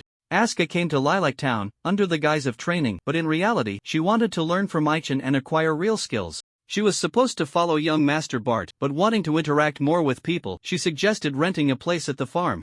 Aichen needed to discuss this with Uncle Keel and did not give a direct reply. Once it was just the two of them left, Aichen needed to go to the guild to settle the tasks, leaving someone to guard the spot to avoid angering the ground dragon. "Hey, it's been a few days, and you've changed quite a bit," Aichen said as he arrived outside the guild hall. Just about to enter when the stylish Fama strolled over, greeting him.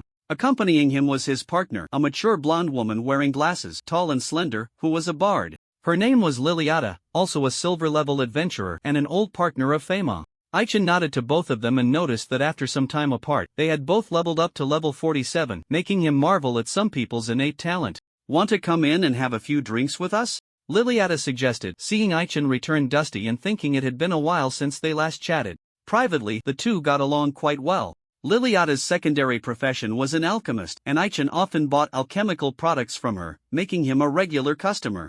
"You're right, how about a few drinks?" Fama patted Aichen on the shoulder, saying that the guild had been overworking people lately, and the duo rarely had free time. They came to the guild this time just to drink and chat. It was rare to run into Aichen, and they wanted to test his drinking capacity. Adventurers live quite casually. When they have money, they want to spend it quickly, and when they run out, they go back to work to earn more. Aichen wanted to return to the farm quickly and didn't want to delay. Just as he was about to refuse, another silver-level adventurer arrived and pulled him to sit at the table. After a full half hour, he finally managed to escape. "Sorry to keep you waiting, let's go," Aichen said. Aska, who had been dozing off, saw him come and signaled that it was fine, taking the juice and hamburger Aichen bought and diving into the food. They couldn't let the ground dragon go hungry, so they prepared a portion of food for it as well. When the ground dragon was enslaved by goblins, it was not picky about food. As long as there was something to eat, it was fine. The 2 bags of pet food Aichin bought were suitable for both pets and mounts. After tossing a few pieces, the ground dragon was full. After a hard-earned day's work, most of the money was spent, and with only a few days left until rent was due, Aichin decided to visit Calypso again tomorrow. Back. The sound of the earth dragon moving was loud, and Duo was sitting outside the wooden house admiring the moon. She heard the noise from afar, clearly knowing someone had returned, and smiled, wanting to greet them. However, when she saw Asuka next to Aichin, her smile faded. "It's good that you're back. Was work smooth?" Duo took the empty water bottle Aichin handed her and asked. Noticing the strange tone in Duo's voice, Aichin thought she was worried about someone and nodded, saying, "It went relatively well. I'm back, aren't I?" "That's true, but who is this?" Duo pointed at the earth dragon, but what she wanted to ask was why he brought someone back, especially a girl. "This is the earth dragon, you can call it Terra. It's a friend I'm looking after." After a pause, Aichin added, "Her name is Asuka, she's from the Pear Blossom Fort area. Her parents are dead, and she wants to stay here for a while. As for the rent, you can have your uncle collect it." Aichin needed to check on the 2 bear cubs, and after saying that, he took his bag and went back inside, leaving Duo and Asuka awkwardly looking at each other. Just call me Duo. You wait here, I'll go prepare a room for you." Even without Aichin saying it, Duo understood that Asuka's family had died at the hands of goblins. It was this shared hatred that led her to bring Asuka here. Yes, it must be that way. With mixed feelings, Duo left, leaving Asuka feeling lost. "Why do I feel like staying here was a wrong decision? Maybe I should just stay at an inn?" Asuka was just an apprentice knight and hadn't been officially recognized yet, so she was free to come and go. She was grateful to David, who had saved her, Bart's second brother, and planned to train hard and repay him properly later. When Aichin came out of the house carrying the 2 bear cubs, Asuka had already been settled in the room right next to Duo. Aichin stood outside, listening to the 2 girls chatting and laughing, thinking they seemed to get along well. Before long, they arrived at the edge of the farm. The bear cubs had never seen an earth dragon before, and upon seeing it, their eyes widened. They jumped down from Aichin's arms and scrambled onto the earth dragon's back. During Aichin's absence, the bear cubs had been well fed and cared for. They had only been locked in the wooden house for less than half a day before Duo let them out. To prevent their food supplies from running out, Uncle Keel had specially planted a vegetable garden filled with filling and fast-growing vegetables. After eating vegetarian food for a while, the 2 little gluttons expressed a desire for meat and clung tightly to Aichin's legs when they saw him. Their excitement upon seeing the earth dragon was simply because they thought of it as food. Unfortunately, they couldn't bite it.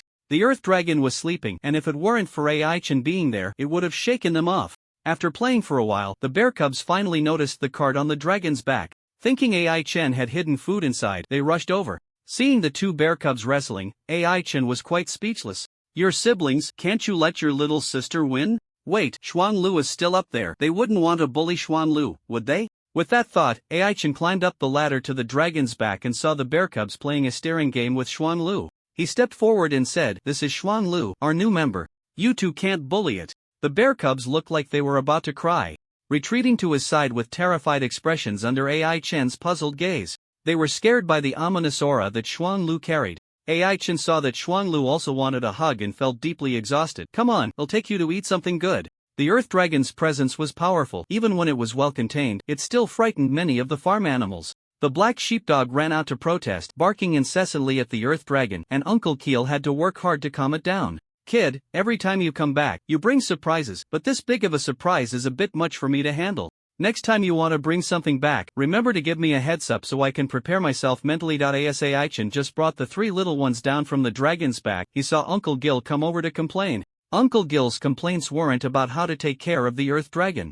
Nor was he blaming Aichin for increasing his workload by making him busy calming the restless livestock at night. In a small place like Dingshan Town, rare mounts like the earth dragon seldom appeared. Even newly promoted silver ranks from the royal capital wouldn't flaunt it so openly. Many people, upon seeing the earth dragon, would inevitably come to the farm's vicinity over the next period to watch it. If it were just for watching, that would be fine. What worried him was that if a conflict arose between the earth dragon and people while Aichin wasn't around, and if there were casualties, things would get complicated. At that point, whether they had to hand over the earth dragon or protect it, the farm would suffer financial losses due to poor management. The farm was everything to Uncle Gil, the fruit of his hard work over the years. He didn't want to lose his investment because of an outsider like Aichin. Even though Aichin paid a substantial rent every month, Aichin patiently listened to his complaints and said seriously, "I'm sorry for the trouble. Don't worry, I'll be careful." After saying that, Ai-Chen walked along the path, taking the three little ones towards the east side of the town. Xuanlu walked on his left side. The little guy had only been born a few days ago, full of curiosity and fascinated by everything in the outside world, looking here and there. Xuanlu was growing quickly, almost changing every day. Its baby fur had shed, its teeth had grown in, and it could gnaw on the magic crystal.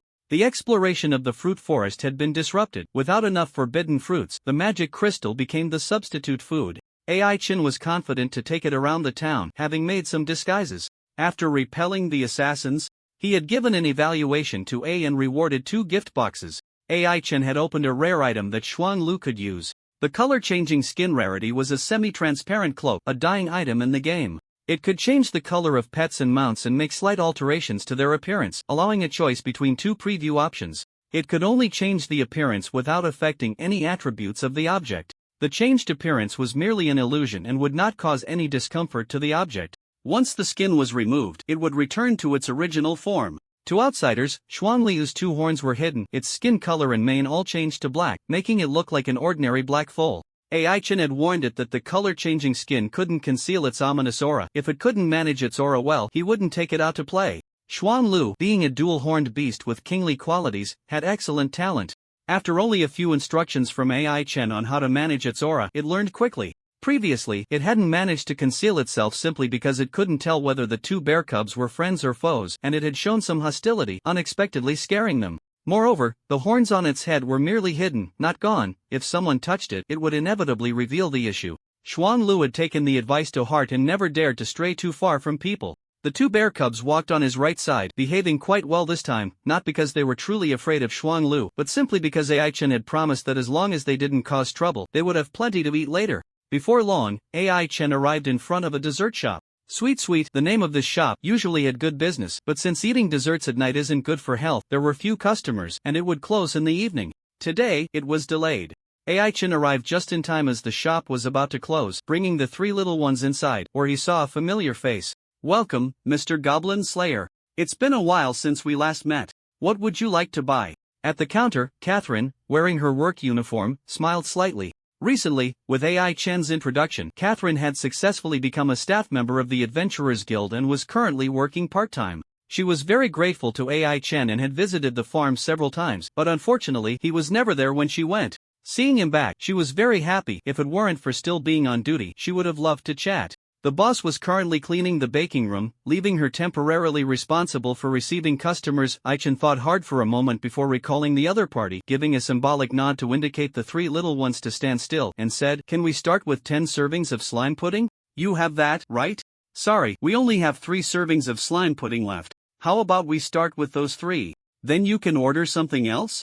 As she spoke, Catherine showcased the other desserts that hadn't sold out. It was almost closing time, and Ai-Chen understood, deciding to buy the pudding first to share with the 3 little ones. The female bear, Pepe, wasn't fond of sweets, but after seeing her brother, finish his, she expressed her desire for more. After taking a bite, she found the texture to be excellent. Xuanliu was special. It had no interest in ordinary food. Since it was given by its master, it would eat it, taking a symbolic bite, but the pudding quickly turned black in its mouth. How is it? Tasty, right?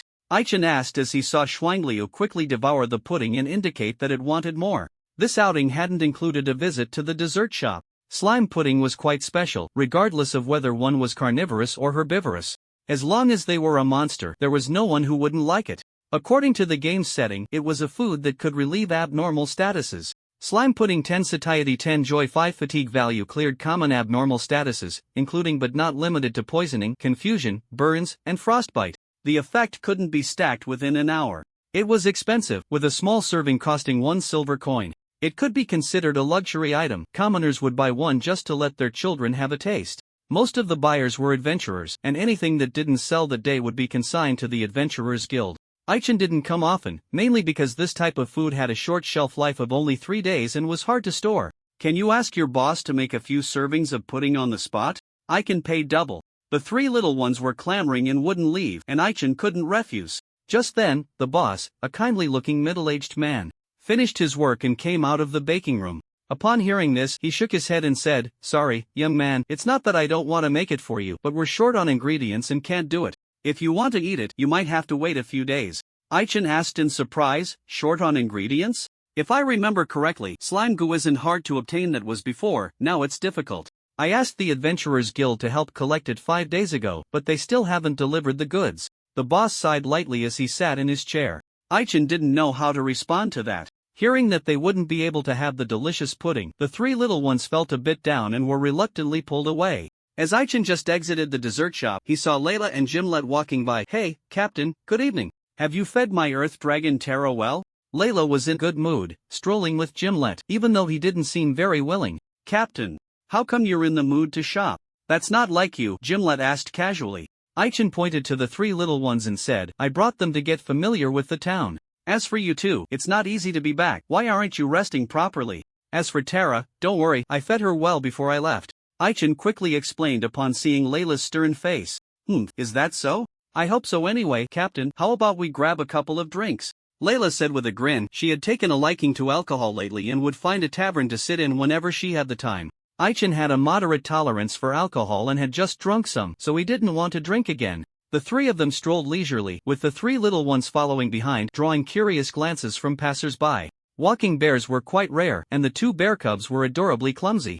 Some passers-by offered them snacks, and whenever they received something, they would bow in thanks. As they walked, Aichin didn't need to buy anything. They were already full, looking drowsy. The bear cublet was carefree, directly lying on Xuangliu's back and falling asleep. Peppy also wanted to lie on it, but unfortunately, Xuangliu hadn't grown enough to accommodate them both. In the end, she ended up sleeping in Aiken's arms. "By the way, Captain, has the big white goose contacted you?" Layla asked curiously, munching on a skewer of grilled squid. Since Aichin was holding the bear cub, she didn't share with him. Considering Gimlet's hard work, he personally fed her a skewer. Gimlet reluctantly ate it. What Aichin didn't know was that this guy was struggling to hold back, wanting desperately to take down Layla. Damn it, why does this lord have to do such things? The second personality had been out for 3 days, trying to play the role well to avoid raising suspicion. The second personality was bloodthirsty. It felt uncomfortable if it didn't kill someone for a day. Aichin noticed his face twitch slightly, thinking it was dissatisfaction with Layla, and didn't pay much attention, continuing to walk and say, "No, she hasn't contacted me." Really? "But she has contacted me," Layla replied, clenching her fists. When they returned from Narcissus City, Jerrica had given everyone a communication device. It could only be used for one-way communication. Aichin and the others couldn't contact her first, and she could only send brief messages, no voice or video calls. "Oh, did she say anything?" Aichin asked curiously, wanting to know about Jerrica since they had once formed a team. "Nothing much, just told us not to worry, she's doing well, my foot." At this point, Layla lost her interest in shopping, stuffing the unfinished skewer of grilled squid into Gimlet's mouth and striding back to the inn. "Wait, give this to her." Aichin, not knowing what was bothering Layla, took out an unopened intermediate gift box to cheer her up. Gimlet took it, watching her departing figure, and thoughtfully said, "Why not open it and take a look?" Not long after Aichin walked away, he was targeted. The other party, dressed in a black robe, stood on a rooftop, excitedly watching him, and the bear cub he was carrying was also being eyed. "Interesting, little brother, you really know how to surprise me," Calypso said with a chuckle. Thanks to Aiken's sponsorship, this woman's research had made breakthrough progress, and she had set her sights on him. She was a witch, her mind a bit unhinged. Rather than trading, she preferred to take by force. Knowing Aichin had returned, she was considering how to abduct him. Noticing something unusual about the bear cub, she suppressed her impulse. She recognized the bear cub as a dual-horned beast, and a rare beast king potential at that. Once it matured, it would transform into a beast king. Although dual-horned beasts were rare, if one really wanted to find them, it wasn't hard to locate 1 or 2. The challenge was how to sustain them. Since Aichin dared to raise one, it indicated he had a series of nurturing plans. Calypso was interested in his food sources and would decide after figuring out the situation. Little brother, you must raise that little cutie strong. They'll come back to ask for it later." With that, Calypso quickly vanished into the darkness. Aichin, walking along the path, sensed something and turned his head, finding no suspicious figures. He shook his head, dismissing it as being overly cautious. "Xuangliu, we're almost home. Please hang in there a bit longer," Aichin encouraged, patting Xuangliu's head. Perhaps due to eating more vegetarian food, Uncle Gil had prepared a lot of grass that cave bears like to eat. In the days he was away, both bear cubs had grown quickly. He used to be able to carry one in each arm, but now that was no longer possible. The nurturing plan needed to start from a young age. Although the dual-horned beast was a bit sinister, it didn't excel in physical strength. Once its stamina was exhausted, it wouldn't be hard to capture. Stamina and endurance were the 2 aspects Aichin needed to focus on. Just carrying one bear cub made him a bit out of breath. If both sat on him, he would surely be exhausted. This wouldn't do. Encouraged by Aichen, Xuanliu mustered its strength, and upon successfully reaching outside the farm, it collapsed directly onto the ground. You performed well, so here's a bottle of witch's blood as a reward. Xuanliu drank the witch's blood and quickly fell into a deep sleep. Aichen carried the three little ones into the house and noticed the treasure chest in the corner stirring restlessly. He said in a low voice, "I'm going to sleep. If there's anything, we'll talk about it tomorrow." In the stillness of the deep night, a war of unequal power erupted outside the eastern forest. A group of weak monsters known as slimes inhabited this area, and the lake outside the forest was a crucial breeding ground for them. Any outsiders who approached would be driven away. This place served as a leveling ground for novice adventurers, but recently the slimes had become agitated. Not even seasoned veterans dared to venture close. Being weak was a sin, and while humans regularly harvested them like chives, this time they faced an unwarranted disaster as the dreaded goblins descended upon them, resulting in heavy casualties. "Goo goo! Leader, you must escape. We will buy you some time," a half-human-sized slime shouted to the mini-slimes behind it. The disparity in power was stark, and they were caught off guard. The slimes suffered heavy losses, with over 600 dead in less than half an hour, leaving a ground covered in slime residue. "Goo goo? Do you think we can still escape?" the mini-slime said defiantly, glaring at the goblins surrounding them. They had once numbered over 700, but now fewer than 100 remained. In less than half an hour, they had been decimated, unable to fight back. In terms of both strength and numbers, they could not compete with the goblins, and there was no way to escape. "Goo goo! Don't worry, leader, we won't let you get hurt. Remember to take revenge for us." The slimes began to self-destruct, buying their leader a chance to flee. After a series of explosions, only about 20 managed to escape successfully.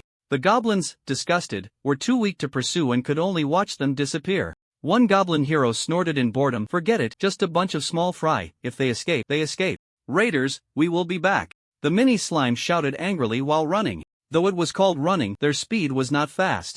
The slime's body was uniquely structured, being semi-liquid, which made movement inherently slow. Once out of the water, they needed to hydrate regularly to maintain sufficient vitality.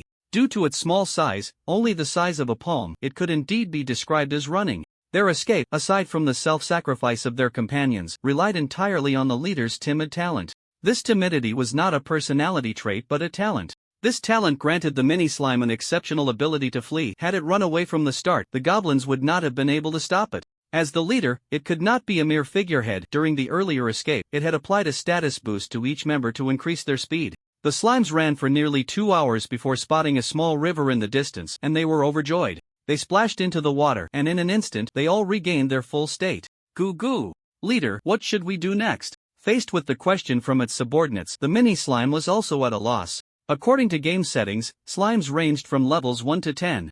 With only bosses potentially breaking the level cap, maxing out at 15, which was significantly weaker than goblins. The mini-slime was a variant, starting at level 5, and had just reached level 15, but unfortunately, its racial level was too low, still falling into the category of small fry. Even 2 goblins around level 20 could wipe them all out.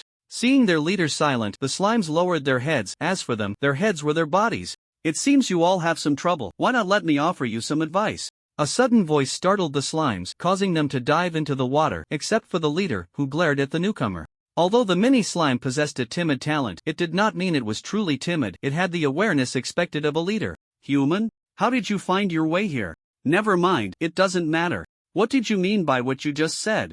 the mini-slime said, glaring with anger. After a bout of fleeing, it had successfully mastered the ability to communicate. Variants were unreasonable like that. As long as the surrounding environment was unfavorable for survival, the timid talent would grant them a high level of adaptability. Now, it can run at a normal speed like an ordinary human. To it, no matter how fast it runs, escaping from the cloaked figure in front of it seems impossible. If they could talk, that would be best. "What do you mean?" "It means exactly what you think. I can help you reclaim your home. It all depends on your choice." Calypso chuckled. She had been watching the goblins attack the slimes the whole time. She had followed them all the way here, not worried that these slimes wouldn't do as she said. "Human, if you help us, what price do we have to pay?"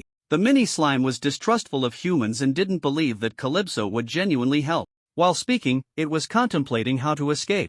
"You don't have to pay any price. I just hope that after you reclaim your home, you can cooperate with me long-term. To show my sincerity, please accept this." Calypso took out a bottle of black potion and gently placed it on the ground. The mini-slime's eyes widened, completely captivated by the potion. It leaned in and swallowed the bottle whole. After a flash of golden light, its body underwent a tremendous transformation, becoming an extremely rare golden slime. Its entire body was golden, wearing a crown made of mimicked gold. From then on, it became the Slime King, leveling up to level 35.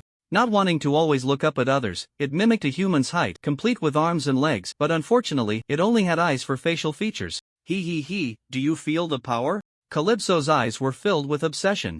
The black potion was an improved version of the Witch's Brew, capable of raising a monster's level by 10-20 levels in one go and ensuring a 100 awakening of a new talent for the user. She named it the Potential Potion, which could be considered a strengthened version of the Witch's Brew, with monsters allowed to consume up to 2 bottles. The difference was that the theoretical enhanced version could also be applicable to humans, but the level increase wouldn't be as exaggerated. Consuming 1 bottle would only raise the level by 12 levels, and it wouldn't guarantee a talent awakening. The specific effects remained to be confirmed. She offered it to the slime leader to drink purely as a test and wouldn't rashly give it to humans until she confirmed it wouldn't harm them. Human, I feel your goodwill.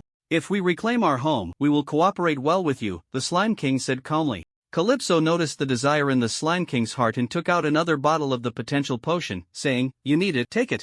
I hope you can successfully reclaim your home." Soon, Calypso disappeared into the darkness. The Slime King watched the direction she left, deep in thought. "Guliolu, my king, shall we kill them back right now?" a silly-looking slime asked in a childish voice. "No, we will wait until our strength is sufficient before seeking revenge. For now, there is only one thing to do. Everyone line up." The Slime King understood that it alone was not enough to eliminate the damned group of goblins. It needed enough helpers. In a moment, each slime was enhanced, all mimicking human forms, standing respectfully like soldiers in front of the king. "Very good, we need more of our kind. Work hard to reproduce." Under the urging, the paired slimes frantically produced offspring, and it wouldn't be long before this small river would be occupied by slimes. What they didn't know was that their actions would bring great trouble to Daffodil Town. 3 days later, in the early morning, Aichin woke up early to conduct his routine inspection. After some searching, he found a footprint near a fence. Who could it be? Aichin stood in front of the fence, his gaze shifting as he carefully observed the ground. The other party was quite cautious, leaving no obvious footprints or other traces. Based on the footprint, the individual was very light, with small feet, and he initially judged it to be a child, but not a goblin. Could it be Catherine's child Henry? Aichin shook his head, feeling it was unlikely, and continued a thorough search of the surroundings, finally finding a clue under a tree. Based on the traces, something must have been dragged along the ground. Did it go off in this direction? Aichin quietly gazed towards the southeast, feeling utterly miserable. The farm was built in the northwest of the town, and although it was remote from the bustling area, it was safe, with no monsters nearby that could threaten the farm. Even if monsters occasionally wandered in, they would be driven back by the traps he had set. Aichin suspected that a certain humanoid monster had its sights on the farm, and he woke the sleeping Earth Dragon, asking, "Tell me, did any suspicious characters come by last night?" The Earth Dragon was still groggy and about to throw a tantrum, but after being startled by Aichin's gaze, it thought seriously for a moment, shook its head, and continued to lie down. If you want to ask that fool, you might as well ask me." Aichin turned to see the treasure chest monster bouncing over to him. To this day, Aichin still didn't know how to deal with the treasure chest monster. While he was away, Duo had once cleaned his room and released this chatty creature that had been sealed away. Perhaps because she wanted someone to talk to or a confidant, Duo would take the time to chat with the treasure chest monster. Over time, they became familiar with each other. Out of consideration for Duo, Aichin didn't seal it away again. Nor did he restrict it to just staying in the room. It only needed to pretend to be an ordinary chest when outsiders visited. If it scared someone or frightened the livestock on the farm, Aichin wouldn't mind dismantling it. If you want to ask that fool, you might as well ask me," the treasure chest monster said with a cheeky grin. This guy didn't need to sleep and was actually more energetic at night. Perhaps he really knew something. "Go on, tell me," Aichin asked casually. "Hey, kid, is that how you ask someone? If you want me to answer you, you should at least show some courtesy," the treasure chest monster said proudly. "You better know something, or else." Aichin took out 2 intact leather armors and a sharp dagger from his backpack. These were items he had stripped from the assassins, enough to satisfy the treasure chest monster. Since you have some sincerity, I'll answer you." After saying this, the treasure chest monster projected a dynamic image. In the image, there was a tall figure in a cloak, but only the back was visible. It was certain that the person was walking on tiptoe. This person lingered outside the fence for a while, seemingly hearing something, and quickly left. Aichin squinted. With just this information, he could analyze a lot.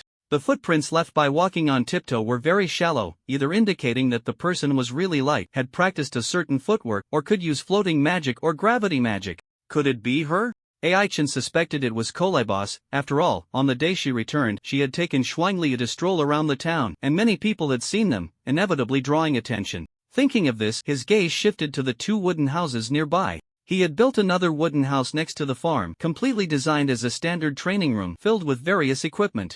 The 3 little ones needed to go inside and train for a full 4 hours every day. Xuangliu was self-motivated, while the 2 bear cubs needed someone to supervise them before they reluctantly complied. The original wooden house was for the 3 little ones to rest in, but at night, they would still return to his room to sleep together.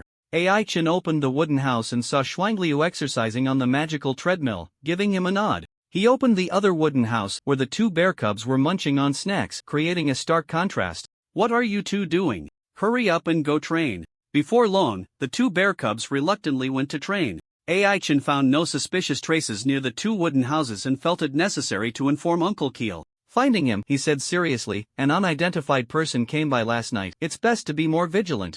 Uncle Keel was busy loading goods, preparing to take Asuka to deliver them and familiarize himself with the business. Upon hearing this, he nodded, indicating he understood. Ai-Chen looked at Asuka, who had not fully woken up yet, and shook his head secretly. This girl paid her rent by working and had been called up early. Looking quite sleepy, Ai-Chen saw that she was about to fall asleep and said in a deep voice, "Little girl, pull yourself together." By the time Asuka perked up, he had already gone far away. Ai-Chen had many things to do, like picking vegetables and washing them. These tasks were usually not his responsibility. The 2 bear cubs had a big appetite, and to lighten Duoduo's workload, they would help in the kitchen unless they were not around. Duoduo woke up later than usual today, and Ai-Chen had already washed the vegetables by the time she got up. "Good morning, you've washed all the vegetables again?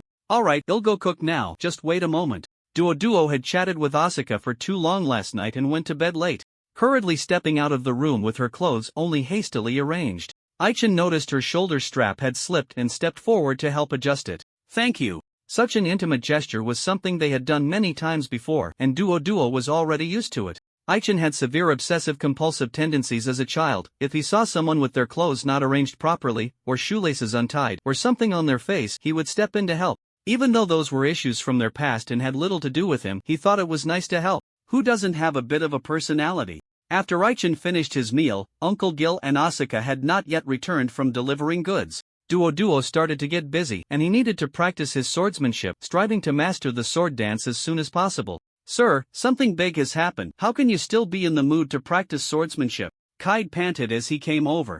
Seeing Ai-Chen practicing and feeling speechless. His feelings towards Ai-Chen were quite complex. He was grateful that Ai-Chen had changed the young master, but also felt helpless about the search for the fruit forest. Initially, they had a conflict with the halfling village because they could not find the fruit forest for a long time. Although Ai-Chen did not take action, Gimlet had killed many. With every arrow shot, someone would fall. Regardless, the halflings were subjects of the Earl of Pear Blossom Castle, and Aiken's team had maliciously harmed them, lowering their impression in others' hearts. "What big event has happened?" Ai-Chen continued to swing his sword, casually asking. "What else could it be? Of course, goblins are about to attack." Kaide leaned against a tree, smiling bitterly. Ai-Chen sheathed his weapon and asked, "Goblins? Where is their lair? When will they attack?" Ai-Chen was restless. He would go to the guild every day, but unfortunately, there were no quests to exterminate goblins. Through Bart, he learned the situation. Last night, someone discovered signs of goblin activity outside the east side of the town. Following the traces, they found the goblin lair but ended up in trouble. Even though they sent out a distress signal in time, they only managed to save half their life. After a night of exploration and probing, it was confirmed that the slimes occupying the eastern forest had been driven away, and the new occupants were goblins, posing a threat to the town.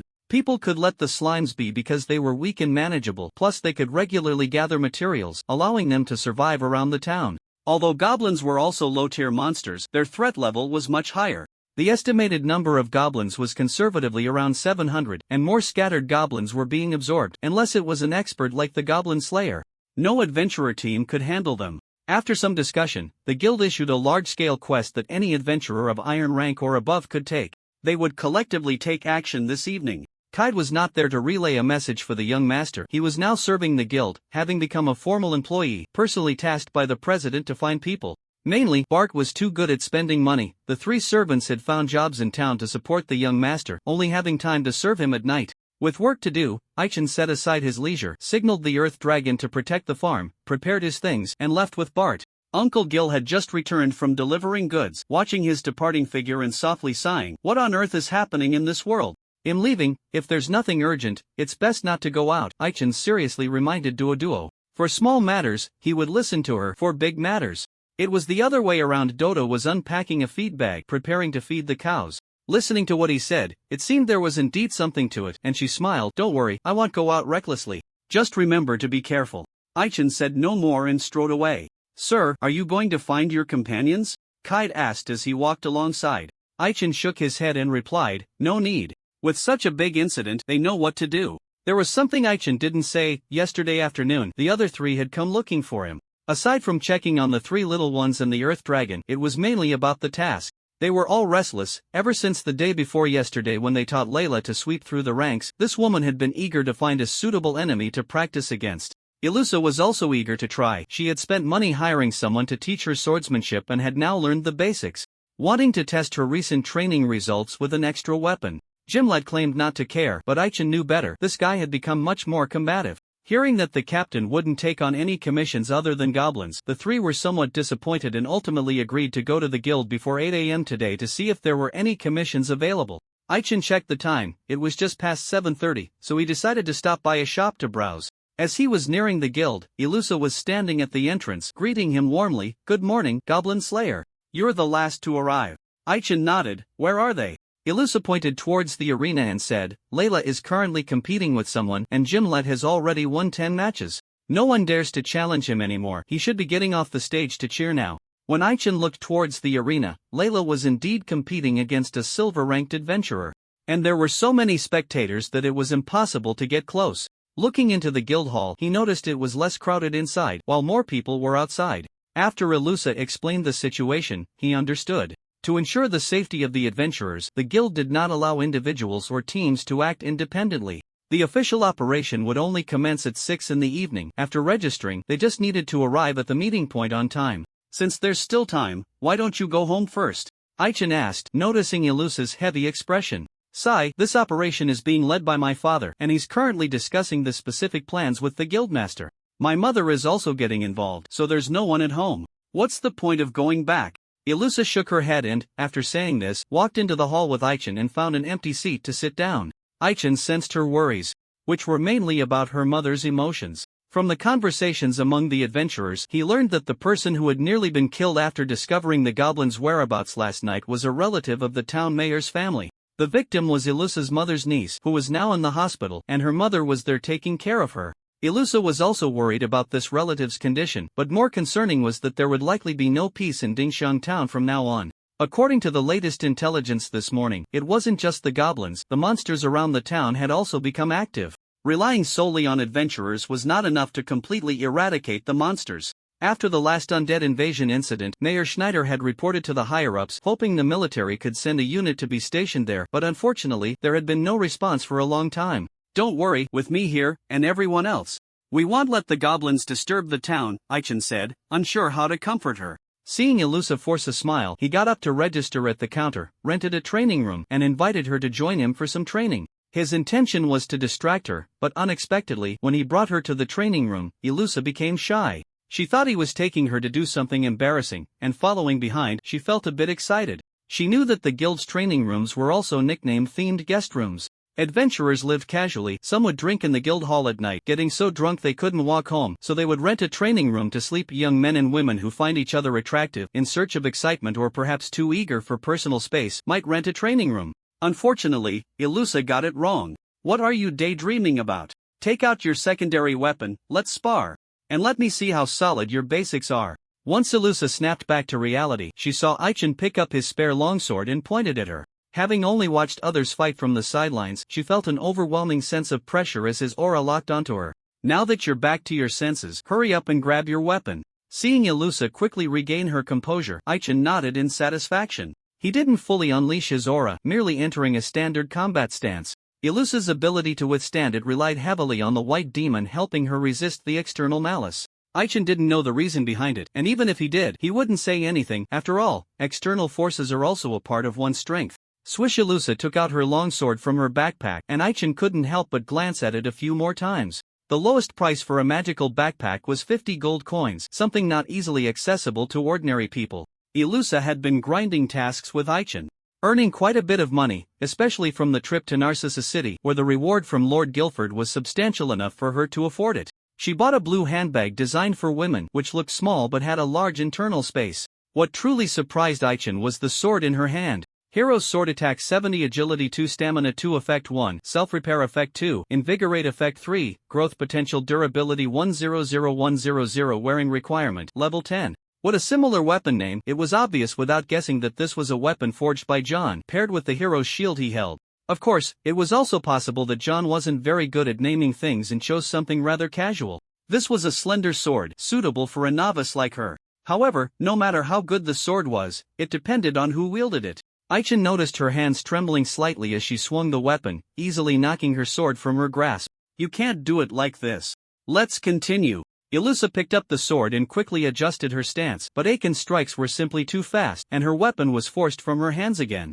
This back and forth continued for a full half hour until Aichin saw her so exhausted she could barely stand before he finally stopped. Your basics are too weak, take a 10-minute break and we'll continue. Ilusa leaned against the wall, hugging her legs, feeling somewhat helpless. She wanted to call for a stop, but Aiken's undeniable tone made her swallow her words. Can't you be a little gentler with me since I'm a girl? Ilusa knew he meant well. Since she chose to use both a main weapon and a secondary weapon, she wouldn't give up. It was strange, though, Aichin was the one encouraging her to make a change. Not wanting to fall behind, she had to try to adapt. A few minutes later, Ilusa slapped her cheeks, slowly stood up and said seriously, Mr. Goblin Slayer, I'm rested, let's continue. Thud as the middle-aged man fell unwillingly.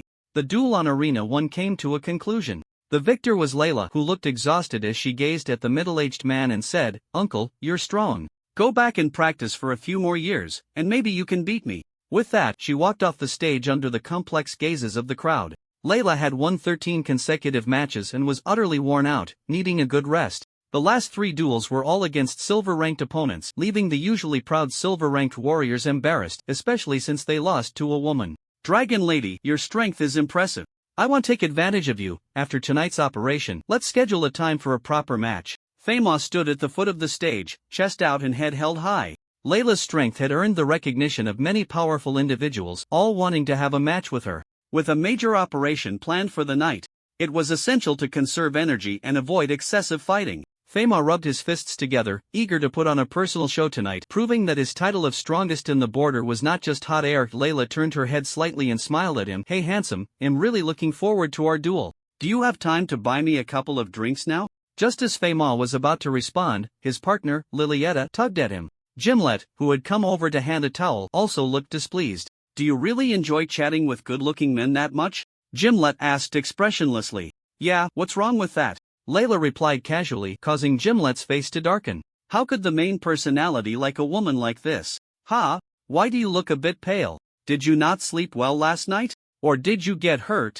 Layla took the towel, wiped her face, and seeing Gimlet's gloomy expression, asked in confusion. It's nothing. How did you know I was hurt? Realizing he had lost his composure, Gimlet pretended to smile. What? You really are hurt? Where are you hurt? Will it affect tonight's operation? As she spoke, Layla began to feel around Gimlet, discovering that he wasn't hurt at all. He was just trying to take advantage of her, so she pushed him away in boredom. I saw the captain earlier, let's go find him. Layla waved her hand, recalling that her earlier test of strength had gone well.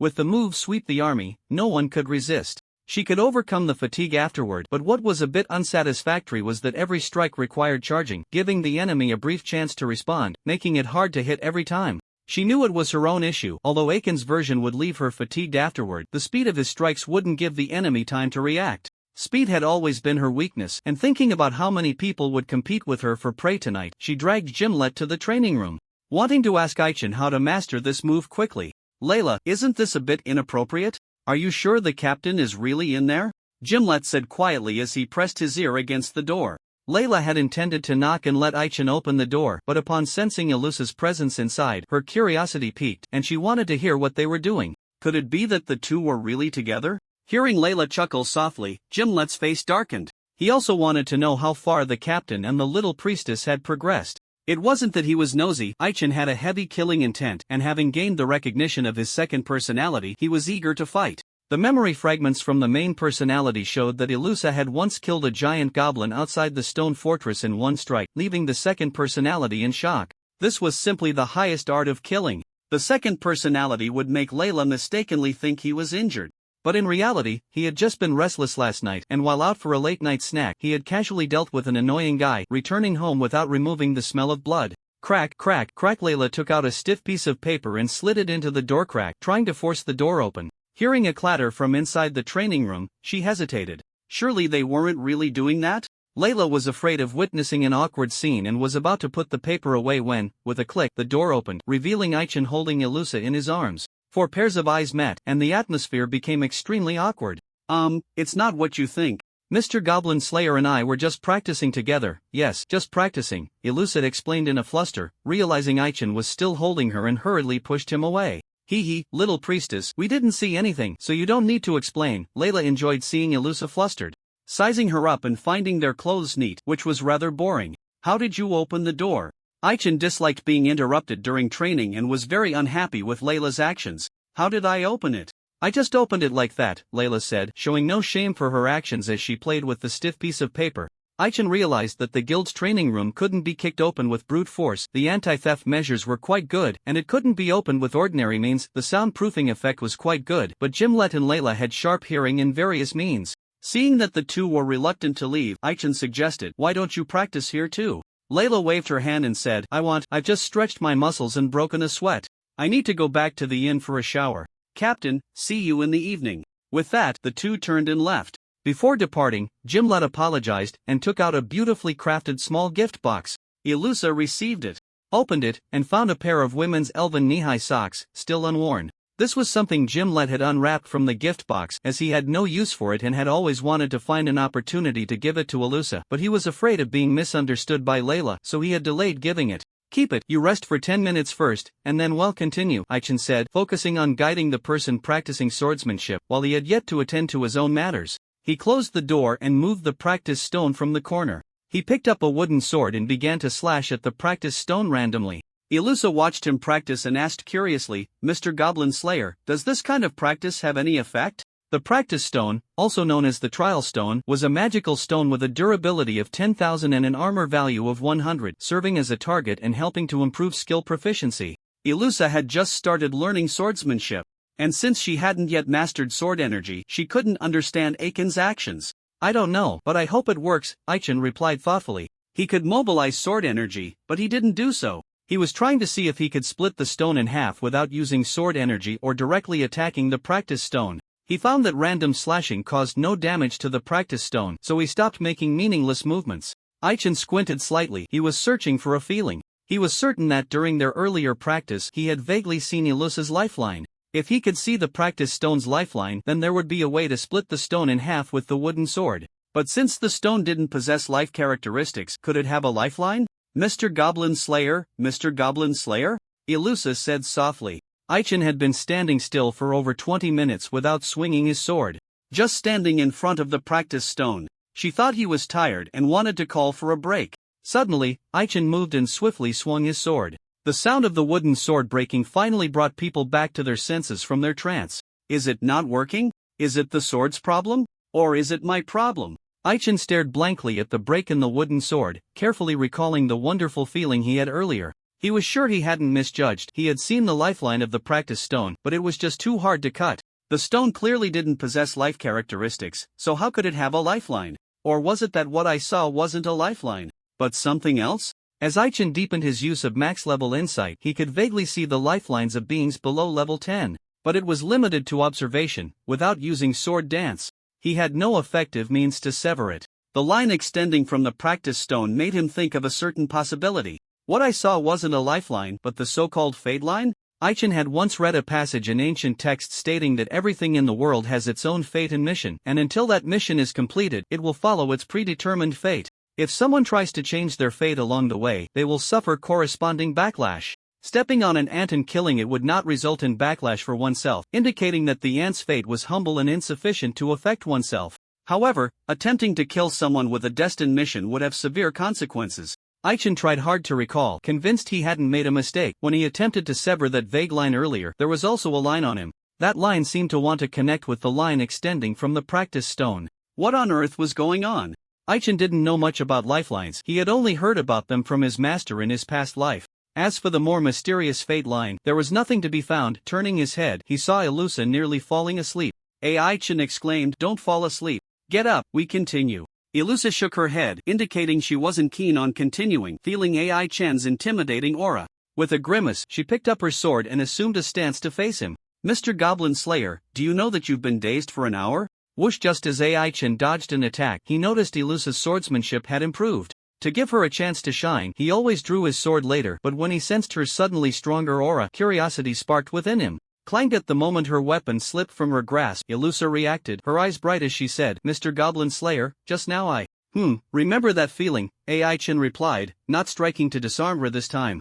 It was Ilusa who had swung too hard and sent her sword flying. Noticing Ilusa returning to her usual self, he wondered if she had realized the key to activating the weapon's invigorating effect. Checking the time, it was almost noon, and Aichin suggested they practice for another half hour before going to eat. Time ticked by, and soon it was 3 in the afternoon. Aichin didn't push her too hard. After lunch, he let Ilusa go home to rest while he practiced alone in the training room. As he immersed himself in training, on the 3rd floor of the hospital, near the stairwell, a patient room was occupied. Sophia sat in front of the hospital bed. Seeing the patient awake, she held the patient's hand. Bart was not keen on grinding tasks and remained a black gloss level adventurer, while Kino, despite being a newly promoted silver level, was indeed a proper silver level.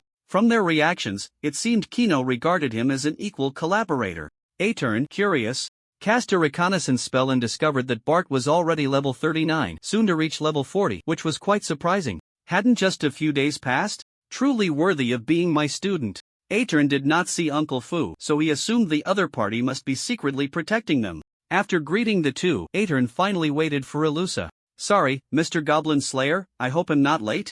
Ilusa arrived with her parents, accompanied by a high-ranking guild member. The guild president did not attend in person, only sending a female secretary to handle logistics. To address the goblin threat, the guild had spent a fortune, distributing potions to everyone involved in this operation. Once everyone gathered, the action officially commenced. Aitern followed the main group, feeling less reassured by the numbers and instead sensing a bad premonition. "I hope I'm just being overly cautious." When the personnel were assembled in the eastern forest direction within the newly built stone fortress, the goblins were rallying for battle. On a high platform stood 2 goblin heroes, one male and one female. The female hero was slender, wearing a demon mask, wielding a large sword, exuding a queenly aura. The other hero was tall and robust, with pale skin, a mutant marked by a diamond-shaped emblem on its forehead. They were the leaders of these goblins, known as the Twin Heroes. The female hero coldly scanned everyone present and said, "No need for more chatter, our guests are about to arrive, and we must give them an unforgettable night. Brother, do you have anything to say?" The other, less inclined to speak, snorted coldly, selected some outstanding goblins, and quickly left with the group. Seeing her brother's impatience, the female hero returned to her throne with a sigh. "Tell me, where is our other batch of guests?" A female goblin respectfully approached her, bowing as she reported, "Report, Lady Roni, they have been here for a while, but unfortunately, they are not clever enough to even pass the first checkpoint we set up." "Is that so? How boring." The female hero Roni waved her hand, signaling the goblins to maintain their posts before retreating to the stone house to rest. Soon, a shadow flew out from the room where she was staying. The shadow swiftly darted through the darkness, heading northwest, avoiding the main human forces. "Is this the place?" The shadow stood high, gazing at the tranquil farm in the distance, its eyes gradually filling with excitement. It caught the enticing aroma of food, but due to various barriers set up inside and outside the farm, it could not glean much information. The shadow did not care about that. It intended to strike the farm while the human's attention was diverted. "Listen up, we are about to get to work, so everyone stay alert." As the shadow spoke, goblins began to emerge from the ground behind it. They were all mountain goblins, capable of burrowing into the earth but unable to stay underground for too long. The leader was an unusual, plump goblin with short legs and small eyes. With each small step, its fat jiggled. Upon seeing the shadow, it did not bow but grinned and said, "My lord, I'm so hungry, can we eat something first?" The shadow's true identity was both the female hero Roni and not her. The two were one entity, and if one had to say they belonged to the split goblins, both were her. Unlike the norm, this version had a healthy wheat-colored skin, almost indistinguishable from an ordinary person, so let's call her Dark Roni. Feeling it was time to let these goblins eat something, she said lightly, "You have 10 minutes to eat, but keep it down, don't let anyone notice." Dark Roni was waiting for her brother's signal to attack. On the other side, unexpectedly, the human side had not even entered the forest before being intercepted. The Goblin Slayer was a man of few words, charging into the crowd. And within just a few seconds, several adventurers fell. Fortunately, this time they were well prepared and quickly managed to withstand his assault. Aichin was positioned at the back of the crowd, unable to join the fight in time, only able to scout information from a distance. Ra's Silver Boss level 50 HP, 150001, 5000 MP, 14001400 attack, 430460 defense, 180 speed, 38 note, extremely rare Diamond Goblin. Please be cautious. Diamond Goblin? Since the last operation, having witnessed the power of the mountain goblins, Aichin had been gathering relevant intelligence. According to the information, the Diamond Goblin was a variant of the Mountain Goblin, possessing strong vitality and defense comparable to that of a gargoyle. The one before them, withstanding the attacks of the crowd and knocking down adventurers, seemed to feel it had killed enough, snorted coldly, and quickly retreated into the forest with its subordinates. Damn it, they are too arrogant. Someone, caught up in the heat of the moment, wanted to chase after them but was stopped by those around. With the help of several priests and clerics, all but a few of the deceased were gradually revived under the effects of resurrection spells. Any resurrection spell has its limitations. If a revived person dies again within 2 hours, they cannot be resurrected again during that time. Furthermore, after being revived, they cannot maintain their previous state and will be weak for a period. Those who were revived found it difficult to participate in the upcoming actions and retreated to the back, some even running back to the town to recuperate. In gaming terms, being revived through resurrection means losing a certain amount of experience points and entering a state of weakness for half a day. If the number of deaths exceeds 3, the weakness period is greatly extended. If the number of deaths reaches 5, no form of resurrection can be used again except for players. Ordinary people cannot bear the cost of resurrection, reaching the limit after just one revival. Aichin was unsure if he could be resurrected if he truly died, and as he watched the impulsive people being stopped, he felt some admiration for the leader's ability to make the right decisions. Anyone could understand that the goblins were trying to lure them into the forest. What was puzzling was that even without this tactic, everyone would still have to go through there. It seemed unnecessary. Surely there was another intention behind it. What could it be? How about we just set fire to this forest? Someone suggested, only to be quickly dismissed. This forest grew many precious medicinal herbs, and people came regularly to gather them. If it were burned, the loss would be significant. After much discussion, an elite team was dispatched to scout ahead. Aichin, as the Goblin Slayer, was the first to be named, and 3 team members stepped forward. Accompanying them were 3 silver-level teams, and the duo of Fema and Liliata happened to be among them. Hey, Goblin Slayer, this should be our first collaboration, right? Let's see who can kill more goblins later. Fema chuckled, appearing relaxed, completely unconcerned about the goblins. Aichin didn't respond, glancing at the volunteers Bart and Chino, and without further delay, he led the way into the forest. There were no ambushes, it was just that the moment they stepped in, the sky suddenly darkened, and the surroundings rapidly transformed. When they regained their senses, they found themselves in a maze. Captain, which way should we go next? Gimlet asked, looking at the 3 paths ahead, troubled. Aichin was equally troubled. The 3 teams that had entered behind them were not in one place and had been randomly mixed up. Ilusa and Layla were nowhere to be found. And now it was just the 2 of them. The 2 had tested earlier that they could not fly, nor could they break through the high walls, so they had to proceed using conventional strategies. After a moment of thought, Aichin pointed to the left path and said, "Let's go this way." As they walked, they soon encountered a small team of goblins. Once the battle ended, without giving them a moment to catch their breath, the corpses on the ground began to rise. What goblins? In front of the 2, there were only ferocious dog-headed men. Aichin noticed that the dog-headed men had red eyes and had some guesses, and with a serious expression said, "Not good, this is a trap, we need to meet up with the others quickly." "Captain, are we really just going in like this? Shouldn't we observe first?" Before entering the forest, Layla felt uneasy and didn't really want to go in, but before she could finish her sentence, she was pushed in by Gimlet. "Stop dawdling. There are others waiting behind." Layla wanted to curse, but the next second she disappeared from everyone's sight. Gimlet was the second to enter, and Aichin saw him vanish as well, then followed suit, leaving the bewildered Ilusha behind. Ilusha turned to look back, and upon seeing her mother Sophia in the crowd, adjusted her breathing and walked in. When Ilusha came to her senses, she found herself in a massive stone maze. "Layla, why are you the only one here? Where did the other 2 go?" Ilusha saw Layla stop on a line and noticed the other 2 were missing, so she stepped forward to ask. As soon as she finished speaking, phantoms appeared ahead. "I don't know where they went, just focus on what's in front of you," Layla said nonchalantly. The phantoms gradually solidified, eventually all turning into bouncing rabbits. The bouncing rabbits hopped towards the two girls, and Layla wanted to step forward to confront them but found she couldn't step forward, thinking she had been hit, and pulled Elisha back forcefully. The bouncing rabbits didn't actually intend to attack them, they all jumped onto that line. They hesitated to take the next step, and Layla realized they were waiting for them, exclaiming, "So that's how it is, little priestess, let's get into position quickly." The two girls were forced to race, and as soon as they took their positions, the race rules appeared in text form in the air. First, no attacking the bouncing rabbits in any form during the race, or it would be considered a failure and they would have to start over. The two girls had to finish in the top two to pass. Layla observed the distance. This corridor was over 300 meters long, which was fine for her, but the problem lay with Elisha. "Little priestess, how about I carry you?" Layla suggested. Elisha weakly asked, "Is that allowed?" "Why not? The race rules don't say it's not allowed." "Enough talk, it's about to start." Layla saw a 5-second countdown appear in the air and quickly refocused. Thud thud thud. As the countdown reached 0, the bouncing rabbits began to jump wildly. Layla had just taken a few steps, about to pick up Elisha, when she looked up and saw all the bouncing rabbits had reached the finish line, and the two girls were forcibly sent back to the starting line. "What's going on? If it's like this, can we even play?" The two girls challenged several times, each time ending in defeat. Not to mention finishing in the top two, they were always the last two. Realizing this path was a dead end, the two girls decided to take another route. But who was Layla? Her rebellious spirit was strong. The more you told her not to do something, the more she wanted to try it. Running normally wouldn't work, so the two girls whispered to each other and decided to challenge a few more times. "Ready, go!" As the countdown ended, Layla quickly executed a series of maneuvers. She lightly jumped, landing on a bouncing rabbit's head, using its strength to propel herself forward, then precisely landing on another bouncing rabbit. This time she didn't use its strength. Instead, she swung the legs of the bouncing rabbit to attack other competitors, causing chaos.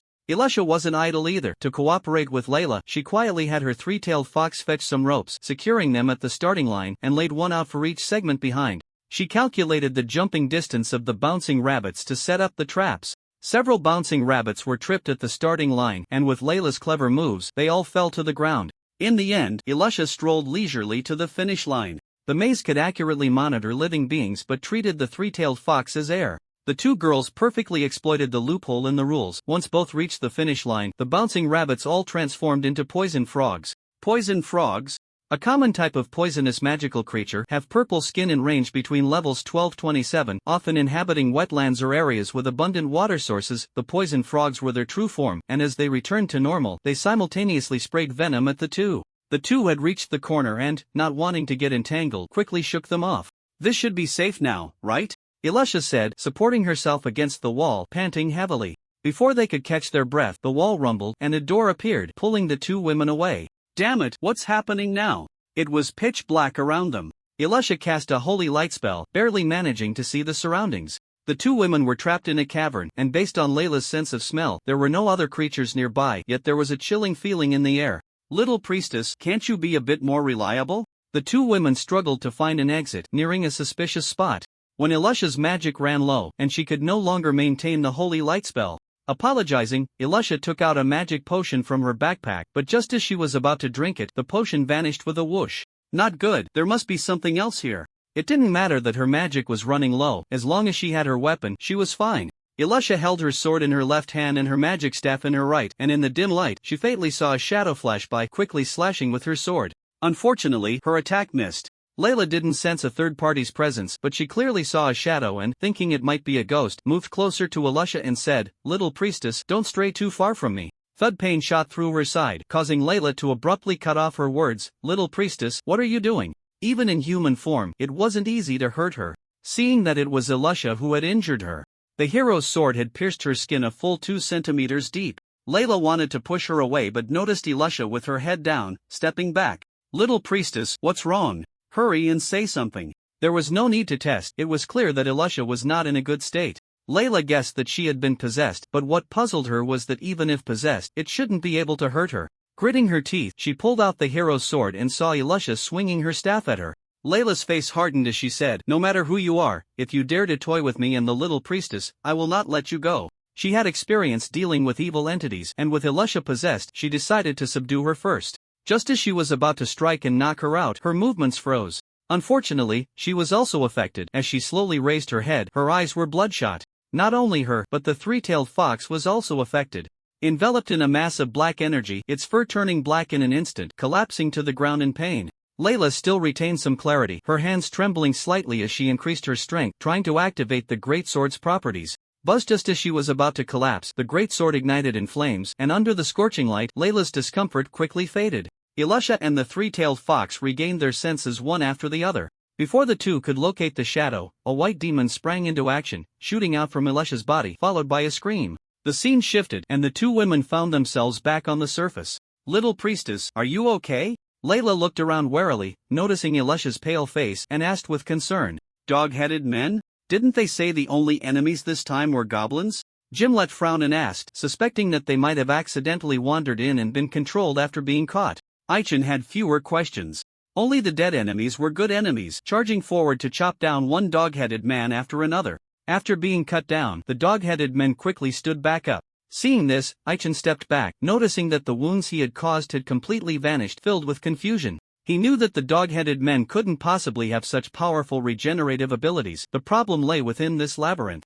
"Don't mind them, let's hurry and go." Gimlet dismissed Aiken's suggestion, shaking his head and saying, "Captain, if we don't deal with these beasts, the people coming in later will suffer. It's just that they're a bit harder to kill, right? Leave it to me." Gimlet shot 2 arrows in quick succession, hitting the heads of 2 dog-headed monsters with precision, but strangely, no wounds were inflicted. Under Aiken's vigilant gaze, the 2 dog-headed creatures slowly closed their eyes and then collapsed to the ground. Realizing they had been struck by the silence effect, Aichen exclaimed, "I didn't know you could use silence arrows." The silence arrow, as the name suggests, is a special arrow technique that can render enemies mute, with the effect depending on the mental strength of both parties. This is a high-level hunter's arrow skill, which requires reaching level 37 to learn. Although it cannot inflict damage, it has a powerful effect. Once hit, the target is still significantly weakened. Dog-headed monsters, like goblins, are considered low-tier creatures, ranging from levels 13 to 32, but their situation is even more awkward than that of goblins. Due to their slight strength, they can be captured by humans and even used as labor by other monsters. The ones before them should not exceed level 30, and with their eyes glowing red, the small monsters had reached their racial level cap, while elite monsters ranged between levels 36 and 39. The 2 bosses had suddenly surged to level 41, but unfortunately, it was still not enough. Taking advantage of the fallen dog-headed monsters, Aichen entered hunting mode, each sword thrust precisely piercing their throats, and after half a minute, the battle was over. Not bad, casting so many silence arrows without looking tired at all. "Are all elves as strong as you?" With no experience to gain, they had to collect the spoils. As Aichen was about to finish gathering, he noticed Gimlet staring ahead with a blank expression and couldn't help but sigh. Casting silence arrows does not consume magical power, only mental strength. Intelligence does not equate to mental strength, and the player's mental strength value is not displayed on the panel. For techniques like silence arrow that drain mental strength, generally, after casting it 5 times, one would feel fatigued. Considering Gimlet was also a spellcaster, it was normal for him to have high mental strength. With this thought, Aichen also looked ahead with a serious expression. Not far ahead, there was a large pit over 30 meters deep. At the bottom of the pit stood sharp iron spikes, and there were walls on all sides. Looking down, they could see a large pile of bones at the bottom of the pit. Some had been dead for many years, while others had just recently died, their bodies not yet fully decayed. What caught their attention was a sign at the other end of the pit: no flying, no use of magical power, no use of items. "So, what do you think? Should we give it a try?" Aichen asked softly. His leg armor and armor were a complete set, also possessing indestructible properties, so he wasn't worried about being pierced. What he feared was that there might be other dangers below, like poisonous gas. Gimlet snorted coldly. "Isn't this boring game something you can clear with your eyes closed?" As soon as he finished speaking, he took a few steps back, sprinted, and jumped, leaping several times in the air to reach the other side of the pit. It can be done like that?" Aichen was shocked by Gimlet's actions. This was an advanced technique of double jumping, a multi-jump that belongs to high-difficulty stunts, requiring muscular strength. Generally speaking, even top assassins can manage at most a triple jump. Gimlet jumped 5 times in succession, and if one didn't look at his footwork, it seemed as if he was flying over. Once he landed steadily, he proudly tossed his head back and said, "See, I made it over, didn't I?" Aichen didn't know what to say. He couldn't do it so effortlessly. He tried to cut through the obstructive iron spikes with a slash and found he could do it, then thought of his own advantages. He had no magical power within him but could exploit loopholes, and after clearing obstacles one after another, he smoothly arrived at the other side. It was fine before, but as both of them passed through, with a whoosh, they disappeared from their original spot. When they came to their senses, They found themselves standing on floating stones in the air, looking north to see the goblin stronghold. Is this a reward for clearing the game? The two only needed to jump lightly to reach the wall, and after walking a short distance, they would arrive at the entrance of the stone fortress. The goblins had set their stronghold in the center of a maze, and only by passing the first checkpoint could one receive an invitation. Aichin looked to the other side and saw Bart and Chino fighting a ferocious giant troll. Realizing they could handle it, he turned his attention away. It seems we will be the first to get there, let's go. With Layla around, Aichin wasn't worried about Elusa getting into trouble, and Gimlet also had no concerns for the two women. As the two headed straight for the stone fortress gate, outside the forest, everyone grew anxious as the four silver-ranked teams had not emerged for a long time. And there was no sound coming from within the forest. Could something have happened to them? How could that be? Do you think silver-ranked adventurers are as easy to defeat as someone like you? Then why don't you tell us what the situation is inside? We'll find out once we go in, won't we? The crowd murmured, and with the mayor leading the operation, Schneider pondered for a moment before saying loudly, "Waiting here is definitely not a solution. This time, with 5 teams volunteering to go in, the rewards will be doubled afterward." The adventurers exchanged glances, all of them shrewd. If silver-ranked fighters couldn't handle it, how could they, mere small fry? With the situation unclear, few were willing to take the risk. After waiting for a long time, they still couldn't gather 5 teams. Schneider understood the adventurers' thoughts, glanced at Sophia, who was equally worried about her daughter, and said with a serious face, "Then let me see what the goblins are up to." Buzz as a dazzling white light shone before Schneider, the appearance of the forest changed dramatically, revealing a massive labyrinth before everyone. "Is this really built by goblins?" someone asked, but quickly shut their mouth, realizing the implications. Not to mention goblins, most monsters were not skilled at construction. Such a grand structure was a huge project, and even with illusions, it couldn't be built quietly. "Look, it's goblins." At the entrance of the labyrinth, the hero Rod showed a disdainful expression, hands on his hips, looking at the crowd. Behind him, over 100 goblins stood ready. "Want to know what happened to those people? It's simple, just come over and you'll find out," Rod said patiently, wishing he could charge into the crowd and start a massacre if it weren't for his sister's instructions. Rod said no more and turned to lead his subordinates back into the labyrinth. Seeing that others dared not pursue, Schneider sighed and took the lead in chasing after them. "Brother has sent word, we can attack now." Under the shade of the trees, and Roni looked at the communication crystal in her hand glowing green, her expression unchanged. It wasn't that the goblins didn't want to attack from other places. After a period of intensive preparation, the defenses inside and outside the town were complete. Not only were there easily maneuverable arrow towers, but also light prism towers, a type of laser tower that could automatically lock onto enemies once the magic crystals were filled. According to the intelligence gathered by the goblins, the church had also set up a powerful magical barrier, which would be established in important locations. Without an army of over 2,000, a strong assault was out of the question. And Roni had been scouting the situation for the past 2 nights, and last night, unfortunately, was followed by Marion, and even more unfortunately, it had not noticed for a long time. Despite its usual high alertness, with the outpost exposed in advance, the plan had to be changed. Based on Roni's observations, the defenses of the farm were weak, making it an excellent breakthrough point. Of course, as long as they were willing to gather enough troops and cast a few sandstorms, they could destroy the town. They wouldn't do that. Before this, they had already destroyed more than 10 villages just to find one thing. That thing, needless to say, was the Greed Ring. And Roni had a strong premonition that this time would not be fruitless. With a single command, the goblins mobilized. To the west of the farm was a gentle mountainous area, and any movement there would not escape anyone's notice. The mountain goblins could burrow underground and were highly mobile. When they got about 50 meters away from the farm, they were stopped by a solid barrier and had to burrow back underground. A barrier? Interesting. If I remember correctly, setting up a barrier of this level requires some pretty significant props, right? And Roni signaled the goblins to step back. It stood in front of the barrier and knocked on it forcefully, quickly estimating its sturdiness. The farm was Aiken's home, heavily fortified, with 2 Guardian Vanguard flags obtained from the guild currently protecting it. Breaking through a barrier with 10,000 durability and 50 armor value was not difficult for it. The trouble was that it worried the one who set up the barrier might have a backup plan. And Roni had possessed magical items before, and the giant maze that appeared in the forest was formed thanks to a certain magical item. From its understanding, regardless of the type of magical item, there existed the same weakness. One only needed to disrupt or even destroy the flow of magical power. This was not a challenge for it. After identifying several key nodes of the barrier, it lightly stabbed with a dagger, creating a large hole in the barrier. This was merely a temporary disruption. The crack in the barrier would be repaired in about half a minute. Interesting, I want to see what's inside. And Roni peered in, discovering that the scene differed from what she had observed, piquing her curiosity about the secrets the farm held. Just as she was about to break in, she was struck and sent flying by a hammer-like object. Bang, my lord, are you alright? The plump goblin, seemingly clumsy, moved with surprising speed when serious, catching Anroni as she flew back. Anroni had no time to respond, clutching her chest, her eyes fixed on the massive creature ahead. So there really is a giant earthworm. Realizing the earth dragon was not easy to deal with, Anroni felt a sense of retreat. Its level was on par with its main body, both at level 50, only 3 levels below the earth dragon.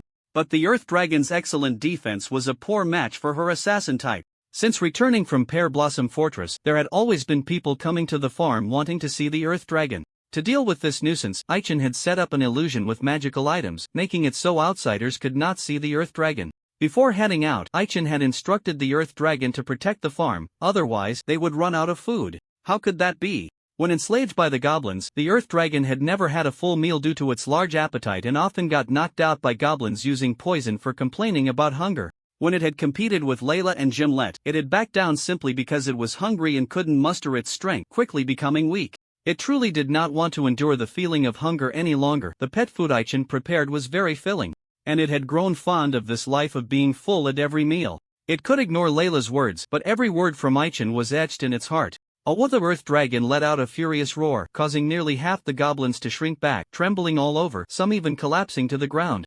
And Roni would not allow the earth dragon to act recklessly. She jumped onto its head and struck at its eyes. Sensing danger, the earth dragon quickly used a skill, a thick layer of rock covering its entire head like a helmet. And Roni saw her feet about to be stuck and quickly jumped away. Giant earthworm, do you think closing your eyes will let you evade my attack? Poo-poo-poo. As a slight pain shot through its abdomen, the earth dragon realized it could not move. And Roni could manipulate shadows in battle. She summoned multiple shadow spears to pierce the earth dragon's abdomen. This move could ignore the enemy's defense, but the conditions for use were strict. It required direct contact with the enemy, and to use it continuously, she had to make contact again. The earth dragon's tough skin withstood the attack, but it was immobilized. If the goblins bypassed it, the farm would be in danger. Unable to kill the earth dragon in a short time, Anroni saw the crack in the barrier was about to be repaired and threw the nearest 7 goblins at it. It wasn't that she didn't want to go herself. To immobilize the earth dragon, she couldn't move. In her view, without the troublesome earth dragon, the farm was doomed. Unexpectedly, the goblins she threw in had no idea what was happening and were quickly pinned to the ground. The 2 bear cubs, lying on the grass and taking a nap, were awakened by the commotion caused by the earth dragon and, feeling displeased, found an outlet for their frustration upon seeing the goblins. Hey, you 2 bandits, don't kill them. The treasure chest monster had a big appetite, wanting to swallow the defenseless goblins whole. It was a special monster that could eat anything, and its so-called invincible state couldn't be activated at any time. It also needed to level up. The experience gained from eating junk was minimal and couldn't compare to the rewards from fighting monsters. The 2 bear cubs had calmed down by now and were curious to see the treasure chest monster join the fray. Just as it seemed they would succeed, with a buzzing sound, the half-dead goblins fused together, giving birth to a super warrior, enveloped in a golden aura. The super warrior was based on the fat goblin, which first stomped on the treasure chest monster, finding it unbreakable, and kicked it away. The 2 bear cubs felt no sense of crisis. To them, the shiny combined goblin was just a toy. Bear cub Yet was about to pounce when he was swatted away with a single slap. Just as bear cub Pepe was about to be sent flying as well, Asuka used the reflection shield to deflect the combined goblin's hand. This is not the time to play, everyone, focus. Asuka pulled bear cub Pepe aside, feeling the overwhelming aura of the combined goblin up close, his legs feeling a bit weak. Damn it, am I going to lose my home again? Uncle Aichen isn't here. Can I really protect the farm? The enemy was too strong, and the reflection shield was easily shattered. In a critical moment, Bear Cub Yet stood in front of Asuka, blocking the incoming giant hand. Roar! Brother, you got knocked away. Do you need me to take revenge for you? Roar! Thanks for your concern, sister, but it's my prey, don't steal it. Bear Cub Pepe, seeing Asuka blocking in front, turned away in boredom, looking at her fallen brother. The 2 bear cubs had their own competition behind the scenes, not as harmonious as they appeared. Each used their own means to see who was more favored. What Aichen cared about the most was undoubtedly their strength. They often tested each other, and it frustrated Bear Cub Yet that he had never beaten his sister even once. I am the older brother. How can I always be looked down upon by my sister? Yet quickly stood up, seeing Asuka in danger, and swooped down in front of him. The strong strike skill activated. Yet swung his arm, pushing back the combined goblin with great force. Taking advantage of its moment of surprise, he opened his mouth wide and lunged forward. The fat goblin was just a level 37 elite monster, but after fusing with the other 6 goblins, it became a level 42 boss. Its current attributes were as follows: Strong Mountain Goblin Combined State Level 42 HP, 7777777777 EMP, 17771777 Attack, 377399 Magic Attack, 377399 Defense, 87 Speed, 37. With its level and attributes, it could easily crush the bear cubs. Logically, it had the advantage. However, when its shoulder was bitten, it yelped in pain, its face quickly turning pale. The fusion was fraught with risk. To maintain a unified consciousness, all goblins except the fat one fell into a deep sleep. When bitten by the bear cub, the sleeping goblins woke up in pain, their internal balance disrupted, and the possibility of breaking the fusion loomed. Shut up, or you'll wish you hadn't. Do as I say. The fat goblin's words were effective, and they all closed their mouths. However, just as it was about to unleash its power, one of the goblins inside suddenly let out a terrible scream and then vanished. What was happening? Before it could react, another goblin disappeared. The fusion was becoming difficult to maintain, and with a loud bang, it was forced to disband, leaving 5 half-health goblins. Bear Cub yet saw the strong enemy defeated and felt quite smug. After consuming the heart of the tree fruit, the 2 little ones each awakened a talent. Yet's awakened talent was called Exorcism, which could increase damage by up to 100 against evil entities, though he could currently only achieve a 20 increase. The effect could stack with the Demon Hunter title, meaning he was ready to take on evil entities hidden. Being able to force the combined goblin to disband was another effect of this talent. Any attack made has a chance to dispel 1 buff enhancement state from the enemy. If the enemy's skill casting is interrupted, the damage dealt will be further increased. Utilizing his exorcism talent, I gradually dispelled the combined state of the goblins. Well done, bandit, now it's my time to shine.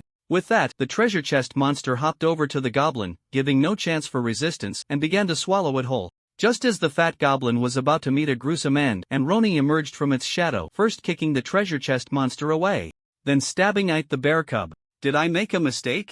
Anroni hoisted the fat goblin with one hand, her gaze shifting, realizing there was no trace of the unique aura of the greed ring. Without further delay, she dove back into the shadows and quickly retreated. Roar! Ike the bear cub let out an angry roar and lunged forward, almost leaving Anroni behind. A dagger grazed his left hand, the pain causing him to lose composure, nearly injuring Aska. Fortunately, the treasure chest monster jumped onto his head and bit him, snapping him back to reality. What just happened to me? I'd looked around but saw no enemies. Noticing the earth dragon slowly returning, he decided to ignore it and lay down for a nap. With his strong recovery, a few minutes of rest would heal his wounds, much to the treasure chest monster's annoyance. Bandit, why don't you bleed a bit more for me to drink? The crisis was averted due to the relationship between the earth dragon and the bear cub. But it was only temporary. The goblins had strategically retreated.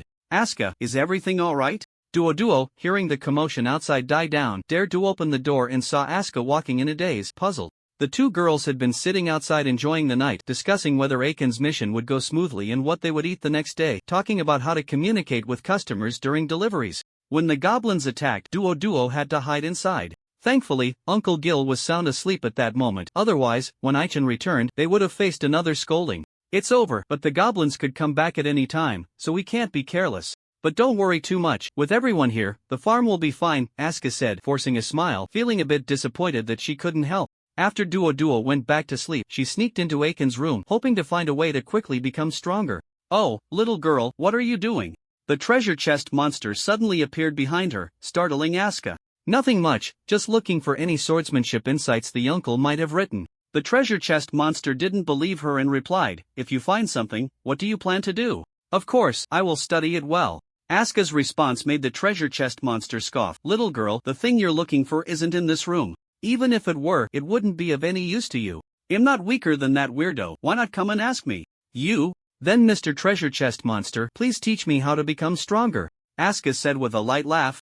After spending a few days together, she understood the treasure chest monster's nature. In short, it had no real skills but loved to boast. The treasure chest monster felt offended by her gaze, looking at her angrily, and to prove its usefulness, it opened its mouth and spat out an object. Is this a ribbon? It is a ribbon, right? Aska asked tentatively, looking at the white silk ribbon in her hand. What it is doesn't matter, just wear it on your forehead, and you'll know, the treasure chest monster huffed. Aska did as instructed, and as soon as she put it on, she found her mind much clearer. Images of past sword training flashed in her mind, and where she had previously been unable to identify the problems, she now realized several mistakes after just one thought. Mr. Treasure Chest Monster, no, Treasure Chest Monster sir, thank you so much. Asuka exclaimed excitedly, giving the treasure chest monster a kiss before running outside to focus on her sword practice. The Insight Ribbon rarity can enhance the user's insight, speeding up the understanding and mastery of skills, usable for up to 2 hours a day. Usage requirements: Fighter, level below 30. The powerful effect left the treasure chest monster puzzled. This item had specific requirements for wearing, and Asuka was clearly not a fighter.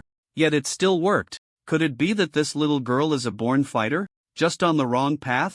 The treasure chest monster pondered, unable to understand, so it decided not to think about it. To guard against another goblin attack, it hopped over to the earth dragon's side and kept watch together with it. The scene shifted as Aichin unleashed the pain spiral, creating a fierce bladestorm, finally breaking through the stone fortress gate. He was in trouble. Before he could take down a few goblins, he was sent flying by the hero Rona's sword. Captain, do you need my help? Gimlet caught the flying Aichin, eager to jump in. As the stone fortress gate was shattered, the two heard a round of applause and looked inside, where a figure slowly approached. Congratulations on passing the first level. Human, that move you just did was quite interesting. Now, I will be your opponent. Prepare yourself. Hero Roni grinned, her eyes sparkling with excitement. The enemy appeared on their own. Saving them the trouble of searching, Aichin easily dispatched a few goblins before facing her. Fortunately, it wasn't his first encounter with mountain goblins. He knew their weakness was the crystal mark on their foreheads, and with precise strikes, he could take them down with a single sword. In their first clash, Aichin couldn't match Rona's strength and was sent flying by her sword, his expression turning serious as he scanned her attributes. Rodi Silver Boss level 50 HP, 140001, 4000 150 MP, 2200 attack, 446488 defense, 158 speed, 44. All her attributes were high, and Aichin was surprised not only by her strength but also by her speed, barely able to catch her movements. Captain, do you need my help? Gimlet's words sounded quite harsh to Aichin. Steeling himself, he charged forward again. Gimlet watched as Aichin got entangled with Roni, feeling somewhat displeased. He wasn't idle either. The mountain goblins controlled the rubble to attack, and he dodged to the side, hiding under a wall. Unfortunately, just as he took cover, the wall collapsed, nearly crushing him. I see now. I understand why you all created such exaggerated structures. Gimlet covered his injured hand and fled. Upon entering, he had an indescribable feeling. After getting hurt and realizing something had been done to him, he finally understood. According to his analysis, the entire maze was a large sacrificial site. Any non-goblin that entered would be marked as a sacrifice. Once dead, their power would be drained to provide strength to some entity. If the sacrifice managed to escape, it wouldn't matter. As long as they were marked, their power would continue to weaken over time until they either survived or lost all their strength. This despicable act of theft infuriated Gimlet. He searched his body and found a skull mark on his back, pulling out a mirror to erase it, and he also helped Aichin remove his. Tap tap tap. Gimlet was incredibly quick. The goblins couldn't catch up, and any attempts to intercept him were futile as he vanished in a flash. Gone? No, that elf must be hiding. Search carefully. Regardless of Gimlet's intentions, his goal was achieved as he successfully led a wave of goblins away. Aichin faced Roni alone, and as they fought, he quickly adapted to her attack rhythm, shifting from passive to active. Wush finally found an opening and swiftly thrust his sword, wounding Rona's left arm. Roni was ruthless. She grabbed Aiken's sword with one hand and yanked him closer. Bang bang. Roni kicked Aichin hard in the abdomen, and he retaliated by kicking her shoulder, both stepping back to pick up their weapons and resume the fight. Human, not only is your weapon strange, but your armor is also remarkably sturdy. Tell me, where did you get it? As Roni spoke, she launched a fierce attack on Aiken's lower body. Aichin struggled to respond, having maxed out all his buffs, yet he still couldn't handle her. Growing increasingly frustrated, fighting Roni was uncomfortable for him. Both were of the same type, emphasizing skill and possessing strong physical power, but Rona's aggressive style was relentless. Even after adapting to her attack rhythm and enduring her strikes, his health bar continued to plummet. In just a short while, his second health bar was completely depleted. What puzzled Aichin was that, for some reason, the weapon's attributes had not activated. Wearing a mask, was it not a goblin? Or was it a puppet controlled by someone? Human, have you seen enough? Roni disliked being treated as prey. Aiken's gaze irritated her. The warm-up phase was over, and now she was going to get serious. With a hum, Rona's body glowed with white light, her form flickering and splitting into 6. The weapons changed, and each of her forms wielded dual axes. Aichin couldn't distinguish the real from the fake. Seeing all 6 of her forms attacking, he retreated again and again. This won't do. I'm at a disadvantage in agility and will eventually lose. Let me think, what was the name of this move? Aichen had some recollection of it, a sense of déjà vu, but unfortunately he had nearly forgotten the memories of his past life and couldn't recall it. What he could confirm was that this was an extremely powerful clone magic. Wait, magic? Yes, this is magic. But how do I counter it? He had no time to ponder as two of Rona's clones charged at him. Wushaichen jumped to the side just in time to evade the attack, but he felt another clone zip past him, sensing something was off. Oh no! 1222 Aichen suffered an unknown attack, collapsing to the ground and was kicked hard against a wall. As he tried to stand through the pain, Rona's 5 clones passed through him one after another. 888,888,888,888,888 Aichen knelt in agony, raising his head to see Roni and her main body closing in, feeling despair. Clearly, the enemy wouldn't give him time to drink a potion. Aichen glanced towards Gimlet's direction, guessing that the other side was also in a tough battle. No longer hiding his strength, he decided to use his trump card. Wailing ghosts and howling wolves could clear mobs, but it was somewhat ineffective against a boss. Should he fully unleash his weapon? No, there was still a chance. Aichen picked up his weapon, swaying as he stood, a powerful aura erupting from him. Seeing this, Roni felt a surge of excitement. Not bad, this is how battles should be. Human, entertain me to your heart's content. Any goblin that could become a hero was inherently combative. Roni commanded one of her clones to attack Aichen, intending to use the same trick again, but unexpectedly, it stopped right in front of him, unable to pass through.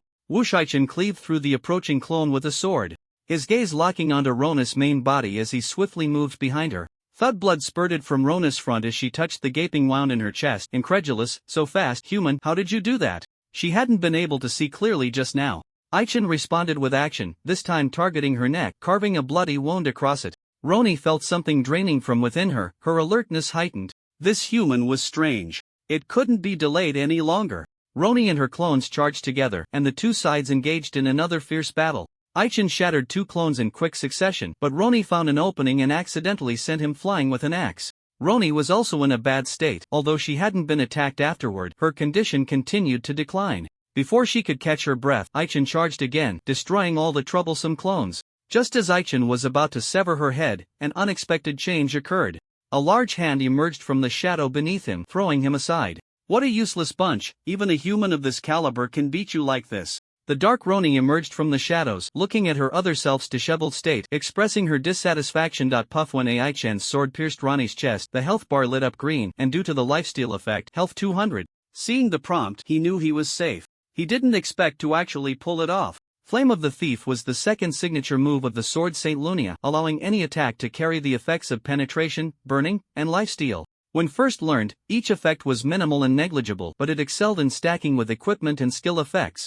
As mastery deepened, the percentages of the attached effects would increase. In his previous life, Aichen had many opportunities to learn and clearly remembered his master saying that there was no need to pursue perfection excessively, nor to adhere strictly to the framework he provided. Looking back now, he understood the true meaning of those words. In his past life, once he figured out how to make a normal attack carry an armor-breaking effect, he had a hypothesis. All skills with attached effects should be gradually refined through repeated practice. He tried to follow the experiences shared by other players to trigger the other effects but found that no matter how he tried, he couldn't produce them. Clearly, the experiences of other players did not apply to him. This reminded him of how his master taught the dojo students. Aside from teaching the basics, every 3 days he would let them into the meditation room for unknown guidance, which further convinced him of one thing. The path that one walks out for oneself is the most suitable. Aichen couldn't perfectly replicate Flame of the Thief, but he developed his own unique judgment. Judgment consumed 40 rage points, entering judgment mode,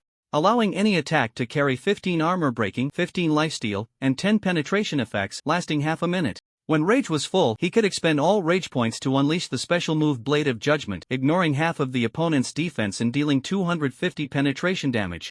It also put the enemy into a dazed state, reducing their speed by 30 and increasing their mana consumption by 30 for half a minute, during which they couldn't use recovery items. After landing a beautiful strike, a new bar appeared on Aichen's panel. Below HP and MP, a golden VP Rage Points bar emerged. Rage Points maxed out at 100. Anytime he was attacked or angered, Rage Points would accumulate, resetting to 0 after the battle.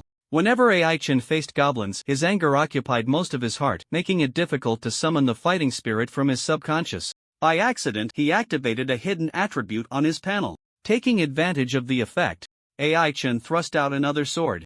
Whoosh 2000400. He intended to pierce the throat, but Ronnie reacted well, turning her head just in time, and the attack barely missed. Ronnie touched the wound on her neck, furious.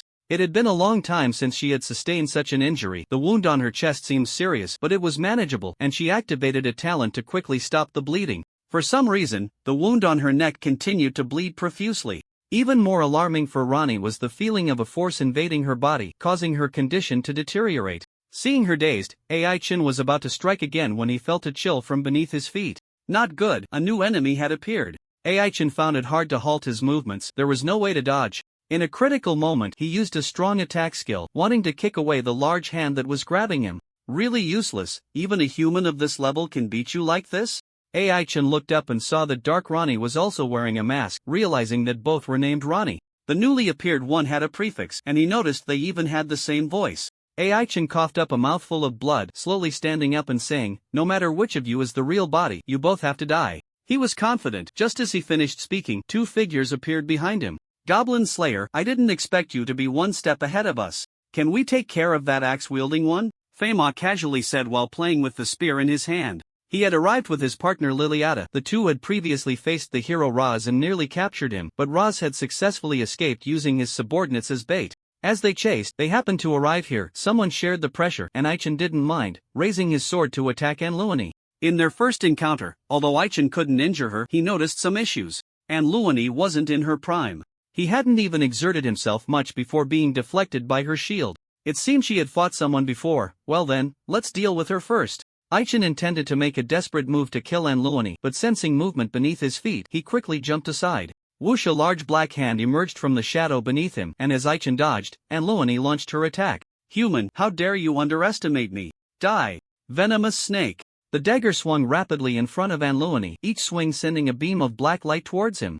This kind of attack couldn't be blocked by a shield. It was highly penetrating, and with each hit Ai-chan took, his health bar decreased. Seeing his health bar nearing the danger zone, he panicked. This was bad. Her skills were too tricky. He couldn't afford to be hit again. Ai-chan used the momentum from being knocked back to quickly hide under a wall, pulling out a health potion to restore his health to a safe level first.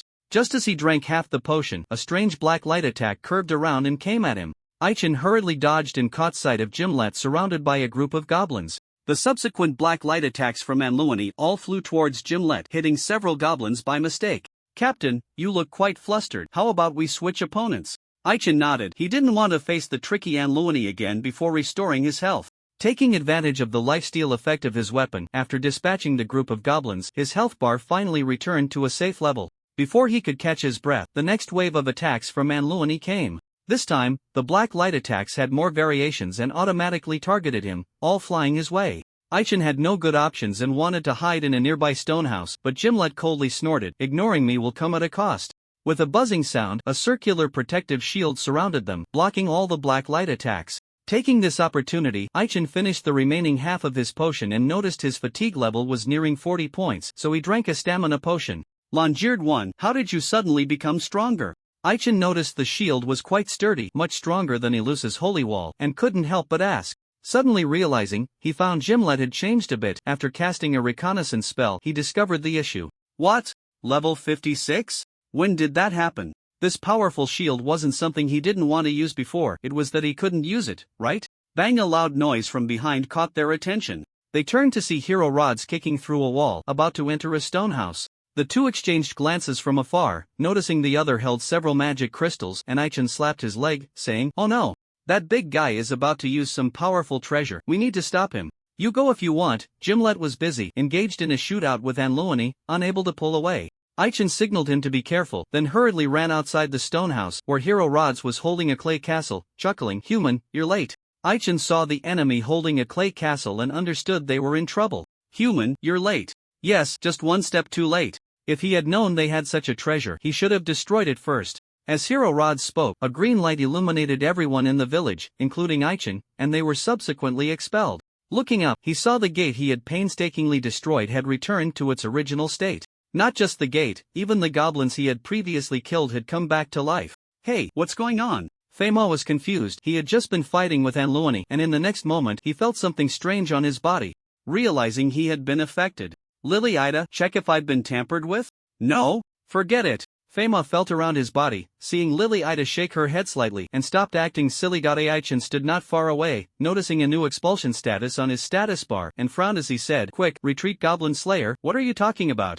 Famo was deep in thought about how to break through the big door, and Aichin's words made him feel displeased. Aichin, too lazy to respond, turned and walked back, with Gimlet following closely behind, but unfortunately he was still too slow. Boom! The ground of the entire stone fortress rose high and the high walls where they stood collapsed. Aichin used the grasshopper to trigger a leap into the air, catching Lilietta just before a large stone was about to crush her. Once they landed steadily, he looked up to see Gimlet watching him with great interest, while not far away Famo, buried in a pile of stones, glared at them. "You guys? Hurry up and help me." Famo saw his partner chatting and laughing with Aichin, and his anger flared. Aichin gentlemanly set Lilietta down, sensing unusual sounds from the ground beneath his feet, and pulled her back. Gimlet was about to rush forward to rescue Famo when he saw the ground around them cracking, and while retreating, he quickly shot 2 arrows. One arrow destroyed the large stone pressing down on Famo, while the other arrow flew towards the bottom of the pit. Ding! Unfortunately, the arrow couldn't break through the defense. The newly appeared enemy was a giant snail engulfed in flames. The arrow was deflected and then ignited by the flames, burning up before it even hit the ground. Just as Famo managed to escape from the pile of stones, he was knocked back and collided with Bart, who had rushed over upon hearing the commotion. Aichin saw that the giant snail's level was nearing 60 and decided not to engage. Retreating further. "That big guy will be a hassle to kill, don't get entangled with it, let's hurry." As he spoke, Aichin headed towards the exit. When he had stood atop the high wall earlier, he had carefully observed that the maze's exit was to the east, just a straight walk away. If it was blocked by walls, then they would just have to break through them. Right now, the maze's defenses were all concentrated on the stone fortress, and the walls were not difficult to destroy. Gimlet, seeing Aichin easily break through the wall, curiously asked, "Captain, do you know something?" I'll explain once we're outside." After a pause, he added, "Don't worry about Layla and Ilusa, we'll see them soon." Aichin's expression under the helmet was quite serious. He recognized the origin of the mud sculpture castle. It was called the Sand-Eating Fortress, a very sinister magical artifact with a rarity of 4 stars. There was no so-called giant maze from the very beginning. Everyone who entered had been trapped inside this magical item. The longer one stayed inside, the more life they lost. Now in an activated state, the loss of life was accelerating, and they needed to escape quickly. As for the giant snail, it played the role of a cleaner, absorbing all nutrients from any target it killed. The reason he wasn't worried about Layla and the others was mainly that both women had ways to turn danger into safety. One possessed the family heirloom, the red dragon sword, and the other had a rare beast, the 3-tailed fox. For protection, the sand-eating fortress devouring ability was unlikely to harm them. Aichin moved straight towards the exit, seeing many adventurers powerless on the ground, not pausing for a moment. Famo and Lilietta followed behind, each with different thoughts as they watched their companions ignore the dying adventurers. "Forget it, we have to save people. Lily, come help." Famo stopped, lifting 2 familiar-looking adventurers. Looking up, he found that Lilietta was completely ignoring him, almost shaking him off. Watching the pleading faces on the ground, Famo felt a pang of guilt. "Sorry, I can only take 2." Suddenly, an adventurer grabbed his foot. Famo thought they wanted him to take one more person, but when he saw the adventurer struggling to pull out a letter from his pocket, his expression turned dazed. Being an adventurer was a super dangerous profession with a high mortality rate. Often, before the next day arrived, accidents would strike first. Most people in this circle were mentally prepared, having written their last words and wills in advance, with no attachments to hold them back. Just as Famo was about to take the letter, a dazzling green light shone from his body, and by the time he regained his senses, he was already outside the forest. As long as there are still living people, they were all expelled, and correspondingly, none of them were in good condition. Famo clearly still had plenty of stamina, but when the green light on him disappeared, it drained away more than half of his energy. "Uncle, we're out now. You should just keep your faith to yourself," Famo said, sitting on the ground with a tired expression. He turned to look at Lilietta, only to find that she was completely fine. He wanted to complain but rolled his eyes and fell asleep. "I'll go check on him, we'll talk later." Lilietta needed to take care of her teammates, and Aichin also had to, as when he found the 2 women, their conditions were similar. "Mr. Goblin Slayer, what exactly is the situation now?" Ilusa asked seriously. This operation had been thwarted, and she and Layla hadn't even seen a goblin before being driven out. She looked around but didn't see her parents. When she saw Aichin approaching, it was like finding a pillar of support. Aichin shook his head slightly. He hadn't figured out the situation either, only able to analyze that the goblins had a grand scheme. Confirming that the 2 women were in decent condition, he glanced at the others present and said in a deep voice, "The goblins could attack at any moment. We need to leave here quickly." Just as he was about to lead everyone away, a group of goblins burst out from the broken area he had smashed through. With experience in dealing with monsters, Aichen didn't want to miss the opportunity, signaling Gimlet to protect the two women, adjusting his breathing and unleashing two blood-red cross slashes in quick succession. Most of those who still had the strength to fight stepped up. Aichen easily dealt with two goblins, but when he saw someone about to be killed, he reluctantly intervened. As he turned to save the person, Anroni struck, releasing two angles of sharp black light. Aichen couldn't dodge. Since his health was sufficient, he decided to take it hidden.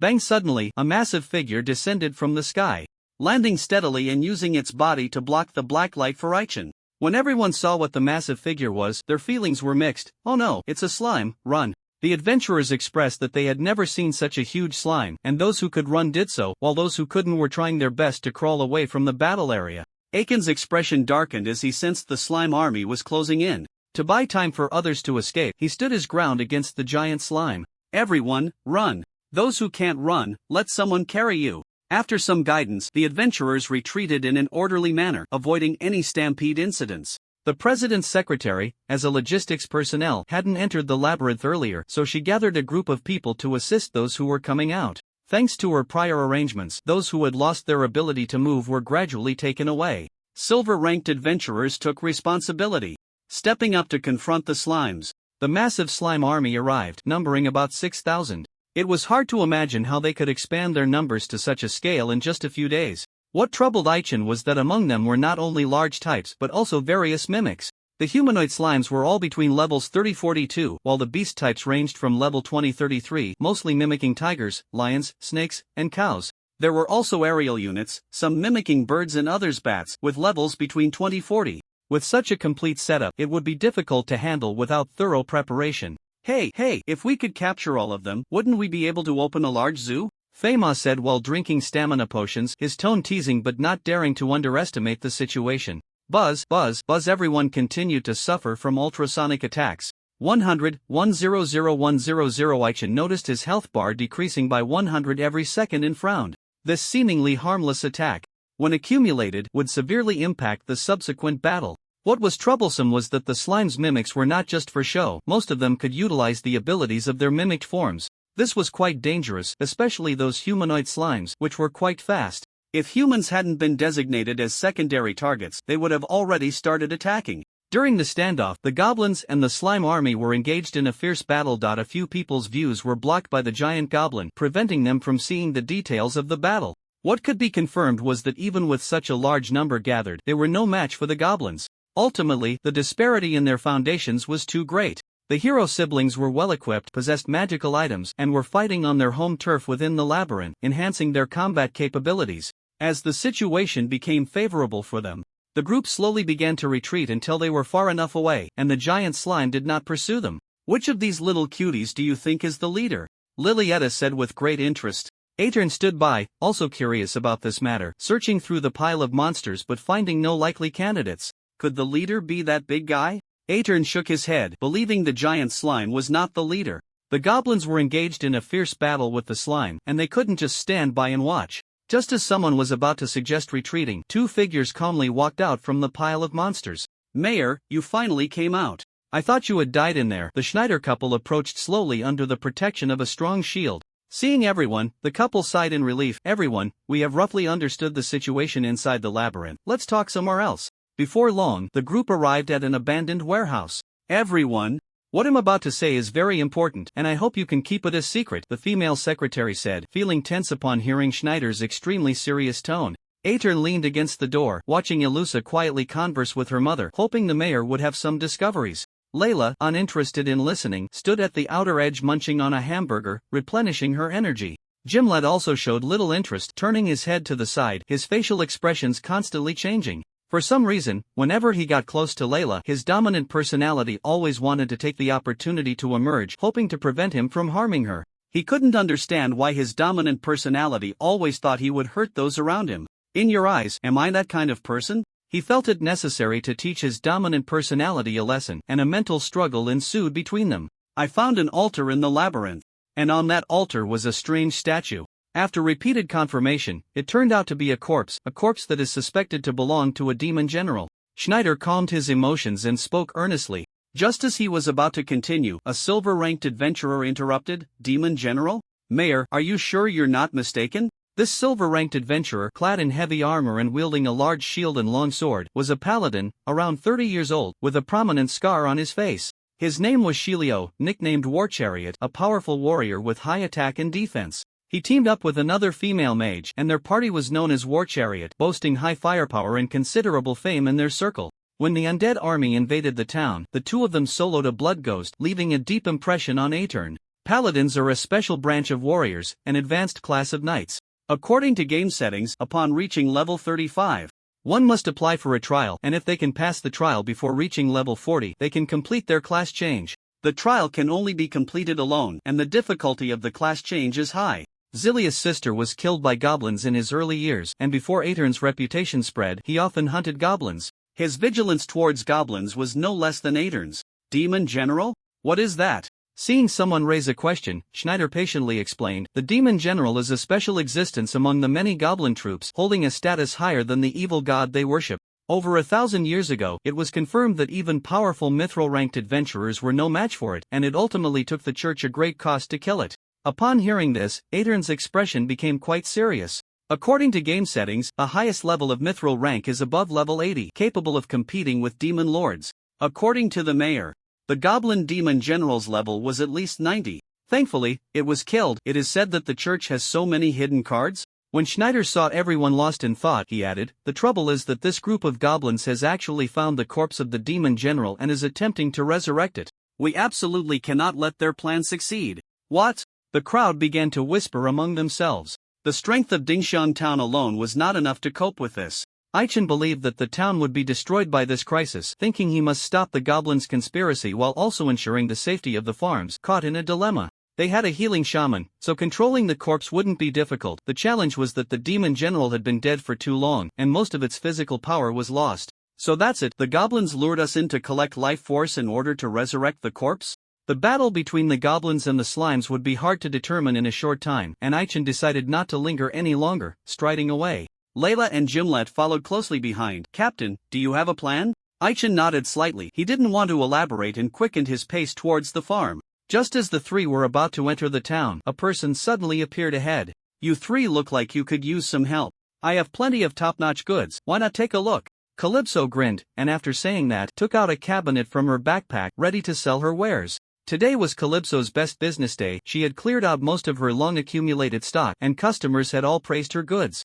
Not knowing when those who entered the forest would come out, she hadn't been waiting outside. The slime army arrived in full force, startling everyone in the town. Calypso had prepared her newly organized goods, and just as she left the town, she saw Aichen and the others. You three, why not take a look? Calypso opened her portable transparent goods cabinet, grinning, showing no concern that they wouldn't buy anything. She had used her prior arrangements to get a rough idea of what was happening inside the maze. First, she recommended a little Red Riding Hood cloak. Aichen had no intention of paying attention to her, but as she demonstrated the cloak's use and explained its effects, he found himself quite tempted. Red King Cloak Protection 10 Agility 1 Effect 1, Isolation Effect 2, King's Aura Additional Skill, Frenzy Durability 78 Wearing Requirement, Level 10. This cloak is a piece of silver equipment, and Effect 1 can isolate one's own aura. Watching Calypso demonstrate, it could achieve near-perfect isolation. If worn into the maze, it would not be affected by the devouring effect of the Sand Eater Fortress. Effect 2, King's Aura, as the name suggests, allows the holder to possess a kingly demeanor, intimidating monsters and elite creatures up to 10 levels below themselves, preventing them from attacking. The additional skill can increase one's attack by 20 points, health by 1000, speed by 3 points, lasting for 5 minutes with a cooldown of 10 hours. If the cloak's durability falls below 20, the additional skill becomes void. So, how much is it? Aichen touched the fabric of the cloak and found the quality to be quite good. If he had such a cloak, it would greatly improve the efficiency of their upcoming actions. Originally, it was priced at 5 gold coins, but since you're a regular, I can give you a discount of 20, just 4 gold coins, and it's yours, Calypso said slowly while smoking. Aichen pursed his lips and frowned, saying, that's too expensive. If it's 3 gold coins, I could buy a few more. Alright, well, go with your price. So, how many do you want to buy? Aichen bought 9 in one go, also getting one for the absent Ilusa, and one for Dodo and Uncle Gil. Don't you want to take a look at other goods? Calypso happily accepted the money, but when she saw Aichen about to leave, she quickly called out to him. Layla was her potential customer. Previously, due to the effect of the Sand Eater Fortress, her stamina had been drained significantly and she still hadn't recovered, wanting to find a good place to sleep. Layla looked fatigued, relying on Gimlet to support her as she saw Calypso blocking the way again. She wanted to curse but found her gaze fixed on a product displayed in the cabinet. "Boss, how much is this one?" Layla pointed at a piece of armor glowing red. The little girl has quite an eye for quality. This is the store's treasure, known as the Fire Spirit's Favor. Wearing it not only enhances your strength but also provides excellent protection. I think you really need it. Calypso didn't take the item out this time, leaving Layla itching with curiosity. No matter how good it sounds, it has to fit. Can I try it on? Of course. Calypso conjured a fitting room with magic. When Layla stepped out, the armor hugged her figure perfectly, making Gimlet's nose bleed. Damn, it's just a bit big in the chest. Why am I bleeding? It must be the master personality at work. Gimlet turned his head away, unable to look, while Aichin examined the armor, oblivious to his discomfort. Fire Spirit's Favor 2 Defense 30 Strength 3 Stamina 3 Magic Recovery Speed 10 Special Effect 1, Level 1 Fire Spirit's Blessing Special Effect 2, Level 2 Strength Control Attached Skill Flame Absorption Durability 150150 Wearing Requirement Level 38 Female. It's a piece of golden equipment, enhanced twice. Special Effect 1 allows the user to increase the power of fire spells by 20-30. Special Effect 2 enhances one's control over strength. Some people may have strength but struggle to convert it into real power. When Layla is in good condition, she can skillfully wield her strength. But if she's not in shape and forces it, it will undoubtedly increase her stamina consumption and her movements may not be executed properly. This armor can effectively solve such problems. After asking the price, her expression turned sour. 120 gold coins? Why don't you go rob a bank? Calypso shrugged and said, "You get what you pay for, it's worth that price. If the little girl can't afford it, please take it off." Layla was a little rich girl, she could come up with 120 gold coins. The problem was that the price was really high and she didn't want to be ripped off. After a moment's thought, she turned to Aichin and said, "Captain, you can buy things from this old woman at an 80 discount. I'll give you the money, you help me buy it." "Little girl, he is he, and you are you, this is against the rules," Calypso interrupted. She had just completed a great experiment and was in need of money, not looking to sell things cheaply. The armor Layla was interested in had a story. Its original owner was a powerful witch and a comrade of Calypso. 3 years ago, she was captured by the church and publicly executed. Before being caught, she gave all her valuable belongings to Calypso, hoping they would go to the right person. Calypso was reluctant to sell the item and deliberately raised the price, noticing Gimlet's unfriendly gaze, so she made it difficult. "I can give you an 80 discount, but you must agree to one condition." "What condition? You tell me," Layla asked impatiently. "For you, it's not a difficult task, just bring me along the next time you enter that labyrinth." "Don't worry, I won't be a bother." Calypso chuckled, her gaze shifting between the three of them. Aichin felt uncomfortable under her stare, thinking that even if she had some ulterior motive, he couldn't intervene, and nodded in agreement. "All right, it's settled then." After receiving the money, the armor officially belonged to Layla. "By the way, please help me remove the curse from this necklace." Aichin took out the skull necklace from his backpack and said in a commanding tone. Ever since he got the item, he had wanted to wear it, but it was cursed, and he hadn't suspected Calypso yet. Death like the wind defense 10 health 220 chance to trigger bad wind attack. Special effect, curse song attached skill, armor break durability 200200 wearing requirement, strength 30, stamina 30, title holder. Note, a cursed accessory cannot be worn until the curse is removed, otherwise, it will be possessed by a malevolent spirit. Every time Aichin thought about wearing it, he would inexplicably feel a sense of crisis. After repeated identification, the most crucial note was finally discerned. "Since the item was purchased from you, you must handle the after-sales service." Calypso did not rush to respond, thinking that you had noticed her tricks and discovered that the necklace was indeed problematic. She grinned and said, "Just a small matter." Calypso took out her staff and a small vial. And after reciting a spell, the malevolent spirit attached to the necklace was sealed away, trapped inside the vial. He, I didn't expect this little guy to give me such a surprise." Calypso looked at the helpless spirit in the vial, growing more satisfied with each glance. Some evil black magic often requires living sacrifices to summon malevolent spirits to carry out commands. Capturing a ready-made spirit saved the need for a sacrificial ritual.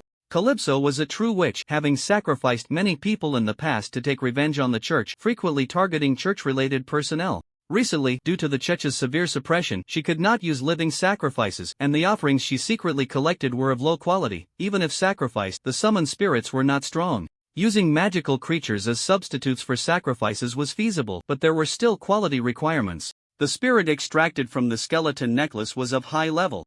The entire sealing process seemed easy but consumed most of her magic power. The seal would not last long, at most 10 days, and she needed to find a new sealing container or reinforce the seal. Thinking of the possible corpse of the demon general, Calypso had an idea, wanting to use the spirit to seize it. The corpse of the demon general? Is it still in a state of being out of commission? Goblins, put in some effort. When you're about to finish, it'll come to collect. By the way, should I lend you a hand? Calypso murmured, looking down. She had collected powerful magical creature corpses before, but unfortunately, they were not very useful. Transforming the corpse into an undead was somewhat wasteful. Collecting valuable organs from the corpse to sell or use for herself required one premise: the time of death could not exceed 5 days. Calypso had tampered with the president's secretary, having overheard the mayor's earlier words. If what the mayor said was true, the demon general had been dead for over 1,000 years. Even if the corpse had not decayed and had been preserved intact by special means, it could only serve as a combat puppet. Controlling such a massive body would be difficult. Even with external assistance, if the strength was not high enough, it would be impossible to control the puppet well. The problem arose: the goblins were struggling to gather life force, and even if they restored the corpse to its former state, awakening the demon general would be challenging. Clearly, their goal was not to resurrect the demon general but to pursue other schemes. Calypso found the situation increasingly interesting, watching from a distance as the slime army attacked the labyrinth, grinning and saying, "That little guy is quite capable. In just a few days, he's gathered a group of helpers." The Slime King, as an excellent experimental subject, was always under her remote observation. The Slime King had expended most of its magic power to strengthen its army. Each time it strengthened a member, it consumed a portion of magic power, and now, with its magic nearly depleted, it was in a state of being out of commission, hiding at the bottom of a small river and unable to come over. Calypso was very satisfied with this little guy and decided to capture it once the situation was resolved. "Hey, little guys, I just got some new goods. Want to come take a look?" Calypso called out to a few adventurers. At this time, adventurers were gradually returning, and what she wanted to recommend was the little Red Riding Hood cloak that Aichin had also purchased. To ensure a big sale, she emphasized when recommending it that Mr. Goblin Slayer had bought it and said it was good, and the cloak quickly sold out, with other items being bought one after another. Aichin ran swiftly, seeing from a distance that there were signs of battle outside the farm, but the barrier he had set up was still intact, knowing that the enemy had been repelled. As he got closer, the Earth Dragon approached him, looking at him with a charming smile. "Well done, here is something for you." Aichin tossed a large piece of meat collected from the dog-headed man's body. To stimulate the Earth Dragon's appetite, he had added some special potion. Despite the small amount, this late-night snack was quite enjoyable. The Earth Dragon ate and soon fell into a deep sleep. After settling the Earth Dragon, Aichin saw Duo waving at him and nodded to reassure her not to worry. "I'm back." It's good that you're back. From the looks of you, it seems like things haven't been resolved yet." Duo yawned as she spoke. It was just past 9 p.m., and to ensure she wouldn't be delayed for work the next day, she usually went to sleep before 9:30. Seeing someone return, she smiled slightly and lay down on the bench, falling asleep. Aichin, worried she might catch a chill, carried her back inside the house. Noticing Asuka diligently practicing swordsmanship, he thought about stopping him but heard Xuanlu calling out and walked towards the wooden house by the farm. "What's wrong? Are you hungry?" Aichin opened the door and saw Xuanlu looking pitifully at him, so he reluctantly took out half a bottle of witch's blood. He had underestimated Xuanliu's growth rate. This morning before heading out with Elusa, he had prepared 2 bottles in case it got hungry. He never expected that half a day later, the little guy had grown taller, and it wouldn't be long before it could leave the cub stage. Its level had reached 13, and according to Mount standards, it only needed to reach level 20 to be ridden. The prerequisite was sufficient food to maintain such a growth rate. Aichin could never find alternative food, and the little guy had complained multiple times about the poor taste of the magic crystal. The current points only allowed him to buy 3 more bottles, and they would run out of food the day after tomorrow. Xuanlu could clearly sense its owner's emotions and licked his hand, hoping to cheer him up. Aichin was amused by it and personally dressed it in a cloak. This was the first piece of clothing Xuanlu received, and after putting it on, it spun around several times in front of Aichin and checked itself out in the mirror. The 2 extra cloaks he bought were prepared for it. It seemed to really like it. "I'll come see you again tomorrow morning. Good night, Xuanlu." Aichin had important matters to attend to, so he returned to his room, rummaged through the treasure chest under the bed, and was about to head out. "Kid, I knew you were hiding all the good stuff. So, what? Want to make a deal with me?" Aichin had no time to deal with the treasure chest monster, but he noticed it had leveled up. He paused his actions and didn't push the chest back under the bed. "What good stuff can you offer me?" AI-chan asked curiously. He had never seen such a strange treasure chest monster. In his impression, treasure chest monsters were akin to some kind of mechanism. When someone opened them, they would jump out to scare people, and the outcome was usually twofold: either they got killed or scared the person away. If they scared someone away, they would revert to a normal chest, waiting for the next person to trigger them. According to game settings, treasure chest monsters had no levels, only HP and MP attributes, both of which were fixed. The one in front of him, however, had a level, making it hard not to be curious. "Kid, what kind of look is that? Do you think I can't offer good stuff?" The treasure chest monster prided itself on being a gentleman and didn't want to argue, but AI-chan's gaze made it anxious, thinking he really wanted to dismantle it. After hesitating several times, it spat out a small item from its mouth. AI-chan couldn't identify it but felt that items he couldn't identify were usually good, so he reluctantly accepted it. In exchange, he took out something from the chest and handed it over solemnly. After the treasure chest monster saw what it was, it coldly said, "Are you trying to send me off with a beggar's gift? I want that necklace you're wearing around your neck." AI-chan wouldn't part with the skull necklace, which he had finally equipped. The two sides faced off for a while, and he took out another item from the chest. How about this added to it? Over the past 8 years, AI-chan had collected quite a few treasures, and now he was short on money. Every few days, he had to sell a piece of treasure to maintain his daily expenses. Living off old resources was never a good idea, and he always wanted to find a way to make money. Some things were hard to buy with money, and just solving Shuang Liu's food problem was driving him crazy. By a chance discovery, AI-chan felt as if he had found a new continent. So that's how it is. Since his blood had caught the attention of Calypso, AI-chan had undergone multiple tests on his own blood, even sending samples to a professional institution for analysis. The conclusion was that there was nothing unusual about his blood. It should have been that way. After consuming the forbidden fruit obtained from Ascana, he found an opportunity to plant the leftover seed. The day before yesterday, he buried the seed in the soil. To provide nutrients for the seed, AI-chan tried watering it with his own blood. In less than half an hour, the seed sprouted, and as long as he watered it regularly with blood, it would grow steadily. This situation delighted him. Once the fruit tree matured, Shuang Liu would have a stable food source. That night, AI-chan attempted to concoct a potion called Drunken Breeze which could put small monsters into a deep sleep, and while mixing, he added a bit of blood. As expected, the effect was enhanced and it was officially included in the game store. The enhanced sleeping potion rarity could put small monsters and elite monsters up to level 30 into a sleep state, with a 60 chance of causing level 3040 small monsters to enter a state of confusion. There was a 30 chance of putting a boss no higher than 5 levels above himself to sleep, with the effect lasting 1030 seconds. If the enemy was attacked while asleep, there was a chance they would wake up. The normal version of the sleeping potion could only be used against small monsters below level 20, and it couldn't even handle elite monsters. The enhanced version AI-chan created, which he preferred to call 3 cups of drunkenness, was a mixed drink with wheat as the main ingredient. To be precise, Drunken Breeze was a high-proof blended liquor. It was harmless for humans, at least it was for him. After adding blood, he had tried it himself, and the taste was even better. If sold to nobles, it would surely be a big profit provided he could supply it consistently. Due to the goblins, the matter was temporarily set aside, and he had only concocted 7 bottles so far. AI-chan took out 2 bottles, and even though they weren't opened yet, they caught the attention of the treasure chest monster. He knew that the treasure chest monster was a drunkard. When he wasn't around, it often competed with Uncle Gil in drinking contests. Once, after not having drunk with Uncle Gil, it went on a drunken rampage that night, and thankfully, it was subdued by 2 bear cubs, preventing a bigger scene. The treasure chest monster, craving alcohol, ignored AI-chan's gaze, snatched a bottle, and drank about half of it, proudly saying, "Kid, if you have more of this liquor in the future, remember to save some for me." After saying that, the treasure chest monster immediately passed out. AI-chan confirmed it was truly drunk and shook his head slightly, saying, "You were promised 3 cups of drunkenness, but it turns out you got drunk on just 2 cups. Should I change it to 2 cups of drunkenness?"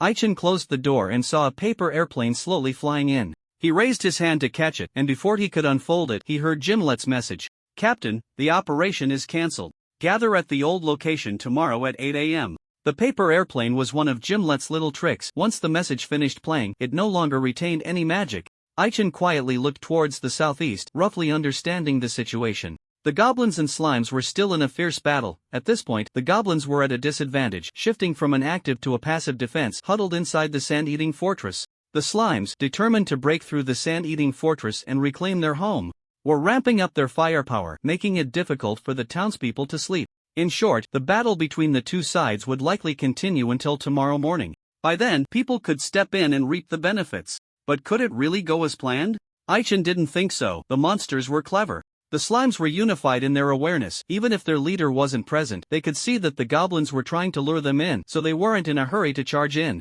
They would first destroy the turtle shell of the sand-eating fortress. To be honest, a series of attacks had depleted a significant amount of the fortress' durability. According to Aiken's analysis, around 2 in the morning, if they hadn't broken through, the slimes would retreat and fight another day. With the arrangements of the guild and the town mayor, the town should be safe tonight. To recharge his energy, he returned home to sleep. That night, Aichen had a nightmare. He saw the town being overrun by goblins, with Duo and Uncle Gil lying in the ruins, shouting for him to escape and not to seek revenge for them. The dream felt too real, and when he woke up from it, he couldn't shake off the feeling for a long time. Is it dawn yet? Aichen dragged his weary body up, hurriedly washed up in the bathroom, and didn't feel much more spirited. Once dressed, he stepped out of the room, and Asuka was already awake, busy loading goods with Uncle Gil, moving baskets of vegetables onto the truck, preparing to sell them at the market. No matter how chaotic it was outside, life had to go on. Since Aichen's return, the 2 bear cubs had stopped eating only vegetables. The crops in the garden had a short growth cycle, and in just a few days, a lot had piled up in the warehouse.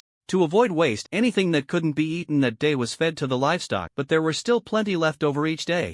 So they had to be sold.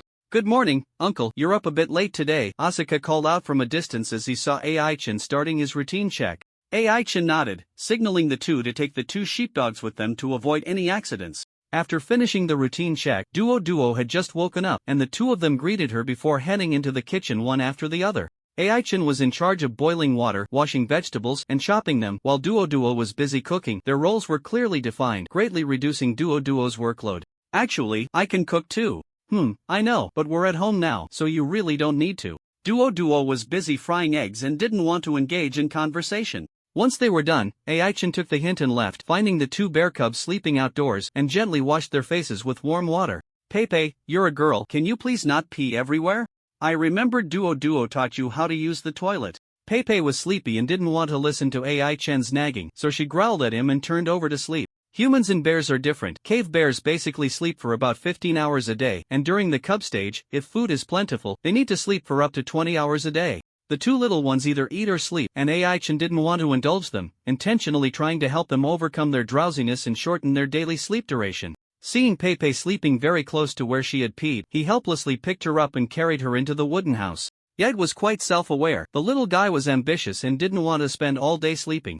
Before mealtime, he practiced morning exercises with Aichen. The 2 bear cubs had a large appetite, and even with Aichen's help, Duo still needed a long time to prepare the meals. When it was time to eat, Aichen carried the 2 bear cubs to the dining table. Duo smiled and said, "Try it, I made some new dishes." Aichen took a symbolic bite of the meat slice Duo had picked for him and asked, "You made so much food, aren't you tired?" Upon closer inspection, he noticed that Duo's level had risen to level 21, which he found quite unbelievable. When did that happen?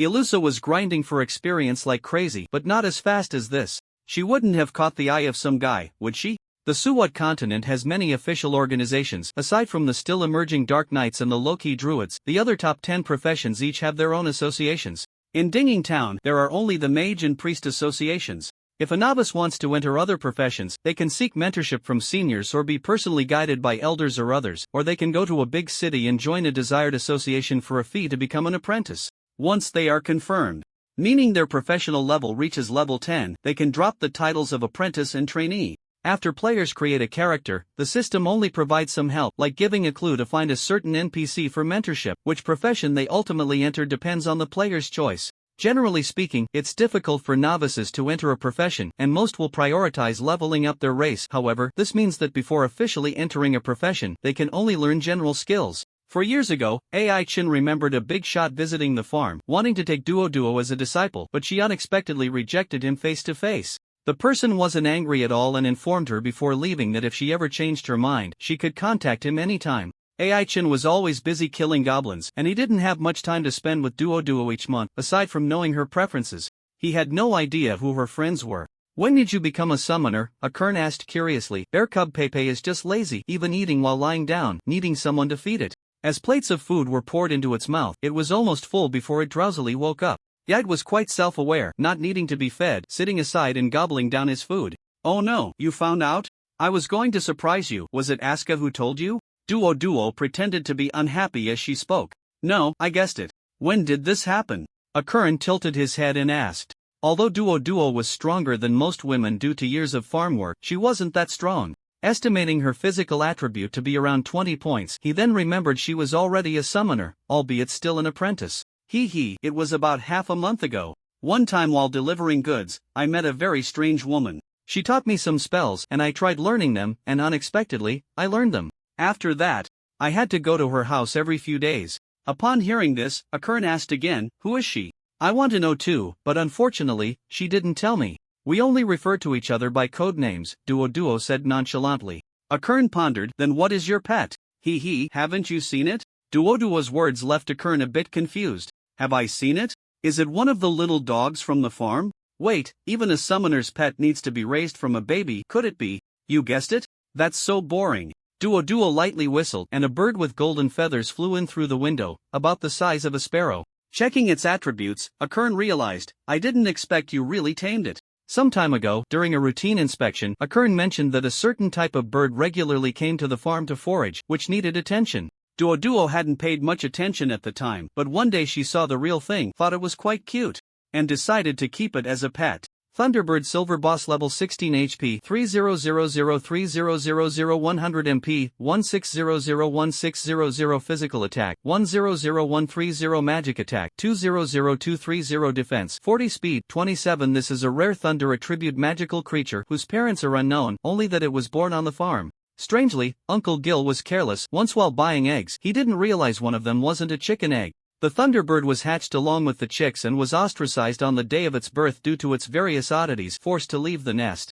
Before learning to fly, it often stole food around the farm. One time while stealing corn kernels, it was caught by Duo, and from then on, it could eat openly. Duo named it Jean, with the nickname Xiao Jean, and it loves to eat pumpkin and corn. Once it levels up, it will become a great asset.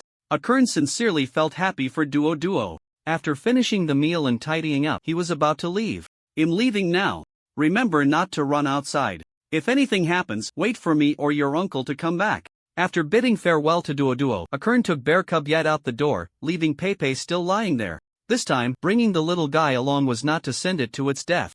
Yat craved battle, a true fight, and Akurin believed it could help a bit. The two of them hurried to the blacksmith's shop, preparing to have a set of equipment custom made for it. Kid, it's rare to see you bring a little guy over. For its sake, I won't hold the last incident against you, Uncle John said impatiently while smoking inside the blacksmith's shop. Last time, Akurin brought Gimlet to repair a bow, and they had argued over the price. In short, he didn't like Akurin bringing people over. Before long, Yat was fitted with a set of high-quality equipment, dressed in shiny black armor and wearing metal gloves. To avoid crushing the tuft on its head, it didn't choose to wear a helmet, instead donning a tall black top hat, looking a bit silly. Can you make it cheaper? At the counter, Akurin was haggling with John. The black top hat was his own, and the other parts totaled 7 gold coins to I. In the end, it was bought for 6 gold and 20 silver. After leaving the blacksmith's shop, Aichin went to the potion shop to buy some potions. When he arrived at the meeting point, a few people had already gathered. They were scattered, and no complete adventuring party had arrived yet. Captain, we're here, come sit with us. Following the voice, Aichin saw Layla and the others sitting in the shade of a tree, enjoying the coolness. The sun was quite strong at this time, and even Aichin felt a bit stifled. Of course, it would be more comfortable if he took off his helmet. Did the guild say what time we would set out? Aichin asked casually. Not yet, my father is discussing it with the guild. We should set out before 9 o'clock, Ilusa replied thoughtfully. Just as Aichin had guessed, around 2:30 a.m., the slime army retreated. The goblins, to avoid being ambushed by humans, strengthened their defenses, and under the control of a healing shaman, a large group of puppets appeared outside the maze. How to break through this obstacle was the subject of intense discussion among the guild's higher-ups. The goblins were too wicked, having killed countless beings. Nearly half of the puppets were dead humans, and a significant portion were adventurers. Some were at novice level, while others were silver level. The adventurers did not want to be desecrated like this after death, and many were having second thoughts. Not many adventurers had come today, and those who did lacked motivation. For Aichin, having fewer people was actually a good thing. He needed to adjust his state to the best, and after sitting down, he immediately entered a meditative state. In Aiken's spiritual world, there was an altar, and in the center of the altar stood a large black sword entwined with numerous chains. This was the true form of the Wailing Ghost, and until all the obstructive chains were cleared away, it was difficult to harness its power. This time, he was up against a demon general, and its power was essential. Aichin calmly looked at the black sword and slowly said, "Tell me, how can I further unlock the seal?" Since crossing over to the Suwat continent, Aichin had been clear about what his greatest reliance was. Being able to evade the goblins' pursuit and avoid the gaze of numerous monsters, escaping from the countryside to Lilac Town, all depended on a phantom black long sword. This sword resided in his spiritual world. It was the one that transformed the so-called Noviskir, and it forcibly granted Aichin the talent for bloody battles, giving him a basic ability to protect himself. Aichin speculated that his crossing into the game was closely related to this sword. And whenever he had free time, he would practice sword meditation, trying to communicate with the sword. After 3 years, he finally found the altar in his spiritual world. It took another 2 years to understand how to harness the power of the Wailing Ghost. In the last 3 years, he had continuously tried to unlock the seal on the sword, but unfortunately, the chains binding the sword were too strong to be severed in any form. Aichin speculated that it was due to his low intelligence attribute. After all, being in the spiritual world required continuous consumption of mental energy, and once his mental energy was exhausted, he would automatically exit. He was following a purely physical route, and adding intelligence was meaningless, as he had no extra free attribute points to allocate. After thinking it over, he could only collect magical items that could enhance mental power. He had never dared to step into the center of the altar before. If he approached recklessly, he would be forcibly ejected from the spiritual world. This time was different. As he got closer, he raised his hand to touch the black sword and even tried to tug at the chains. "No, I can't pull it at all. This can't be a seal set by Mother herself, can it?" Aichin pondered, knowing that he could touch the black sword thanks to the effect of the skeleton necklace. The curse song effect allowed a person to enhance the effect of a curse when casting it. Additionally, when encountering malicious curse attacks, it could reduce the curse damage received and weaken the effects of the curse. Confirming that those chains carried a strong curse power, Aichin instinctively took a step back. Still unwilling to speak, huh? Aichin knew that the black sword had consciousness and was likely sleeping at that moment, making it difficult to awaken. The earlier tugging at the chains was intended to rouse its consciousness. Sensing that his mental energy was about to be exhausted, Aichin decided not to linger any longer. Just as he was about to exit, a projection appeared before him. "What is this?" The items displayed in the projection were too small. Upon closer inspection, he realized they were the dice of the gods. "Can this really set you free?" In the mental realm, Aichin was not wearing armor, nor even clothes. He was completely bare, unsure of how to manifest the dice. Did he need to exit the mental world and then use the dice? Just as this thought crossed his mind, he saw the dice in his palm. It can really be brought in? No, wait. Upon closer inspection, Aichin noticed that the faces of the dice did not have numbers. Instead, they bore symbols of misfortune and fortune. 6 faces of misfortune, 6 faces of fortune. Was this the true form of the dice? "Can I use it now?" Aichin said, feeling quite conflicted. He wanted to throw the dice but lacked the courage. He feared the unknown. He didn't want to use it without knowing its specific effects. If he threw it and got a fortune, that would be fine, but if he got misfortune, it was highly likely that something bad would happen. Should I throw it or not? In the end, Aichin threw the dice high into the air, but unfortunately, his mental energy was depleted, and he couldn't confirm which side it landed on before exiting the mental world. "Captain, that woman is here, you should go talk to her," Gimlet said. Aichin exited his meditation and followed Gimlet's gaze, seeing Calypso approaching. He stood up and went forward to speak with her. Ilusa showed a hint of panic because her parents had always warned her to stay far away from this woman. She had known about Calypso for a long time. Just seeing her figure made it clear she was not a good person. Layla and the others also had a bad impression of her. Since the captain knew her, they decided to let him handle the negotiation. "Sorry, little brother. I'm late. I hope I didn't keep you waiting too long?" Calypso chuckled. She carried a beehive with several bees buzzing in and out, causing others to keep their distance. Bearcubbit, annoyed by the bees, approached and squished 2 of them, tasting them and finding the flavor decent, but the meat was too little. He wanted to catch more, but Aichin raised his hand to stop him. "We didn't wait too long. Since you're here, let's get moving," Aichin said, carefully keeping it behind him. Calypso was a wanted criminal, so she needed to disguise herself in public. While in the divination house, she didn't have to worry about being recognized, even if she showed her true form, thanks to the barrier set up there. After all, once the guests left, they would forget her face. She disguised herself as a beekeeper, hunchbacked, looking like an old woman.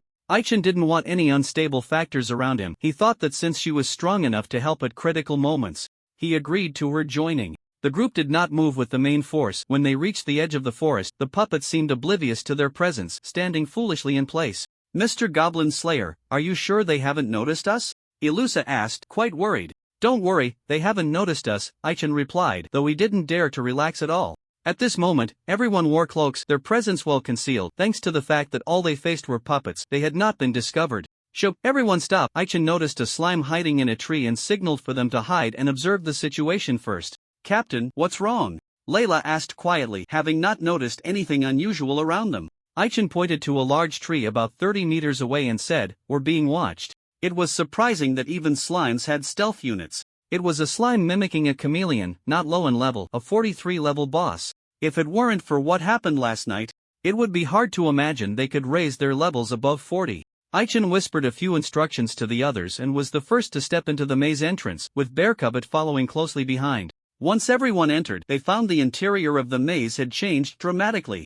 There were no towering walls, no traps to be wary of, nor monsters enslaved by goblins. All that lay before them was a vast desert. As far as the eye could see, it was nothing but sand. Where did the stone fortress go? Could it be that the goblins have set up their base underground? Layla said disinterestedly, tapping her foot on the ground. Finding no suspicious signs around, she squatted down, resting her chin on one hand. Aichin gazed into the distance, trying to locate the goblins' hiding place. He knew that as long as the sandcastle consumed energy, it could alter its internal environment. What he didn't expect was that it could transform the space to such an extent. Aichin realized the key point: the goblins had done this to deal with the slimes. In such an environment, the slimes' combat abilities would decline, and they could even die after just a few minutes, as even without the scorching sun, the temperature inside was high, requiring hydration. "Leave the search for the goblins to me, you all just watch," Calypso said, setting down the beehive. The others stepped aside, quietly watching her perform. As Calypso finished her incantation, hundreds of flying insects emerged from the beehive, scattering to search for targets. These were not bees but creatures called soundwave bugs, ranging from levels 4 to 30, resembling bees. The leaders were all bosses above level 35. They excelled in soundwave attacks and could locate prey through sound, though their search range was limited. Even if the goblins were hiding underground, they could still be found.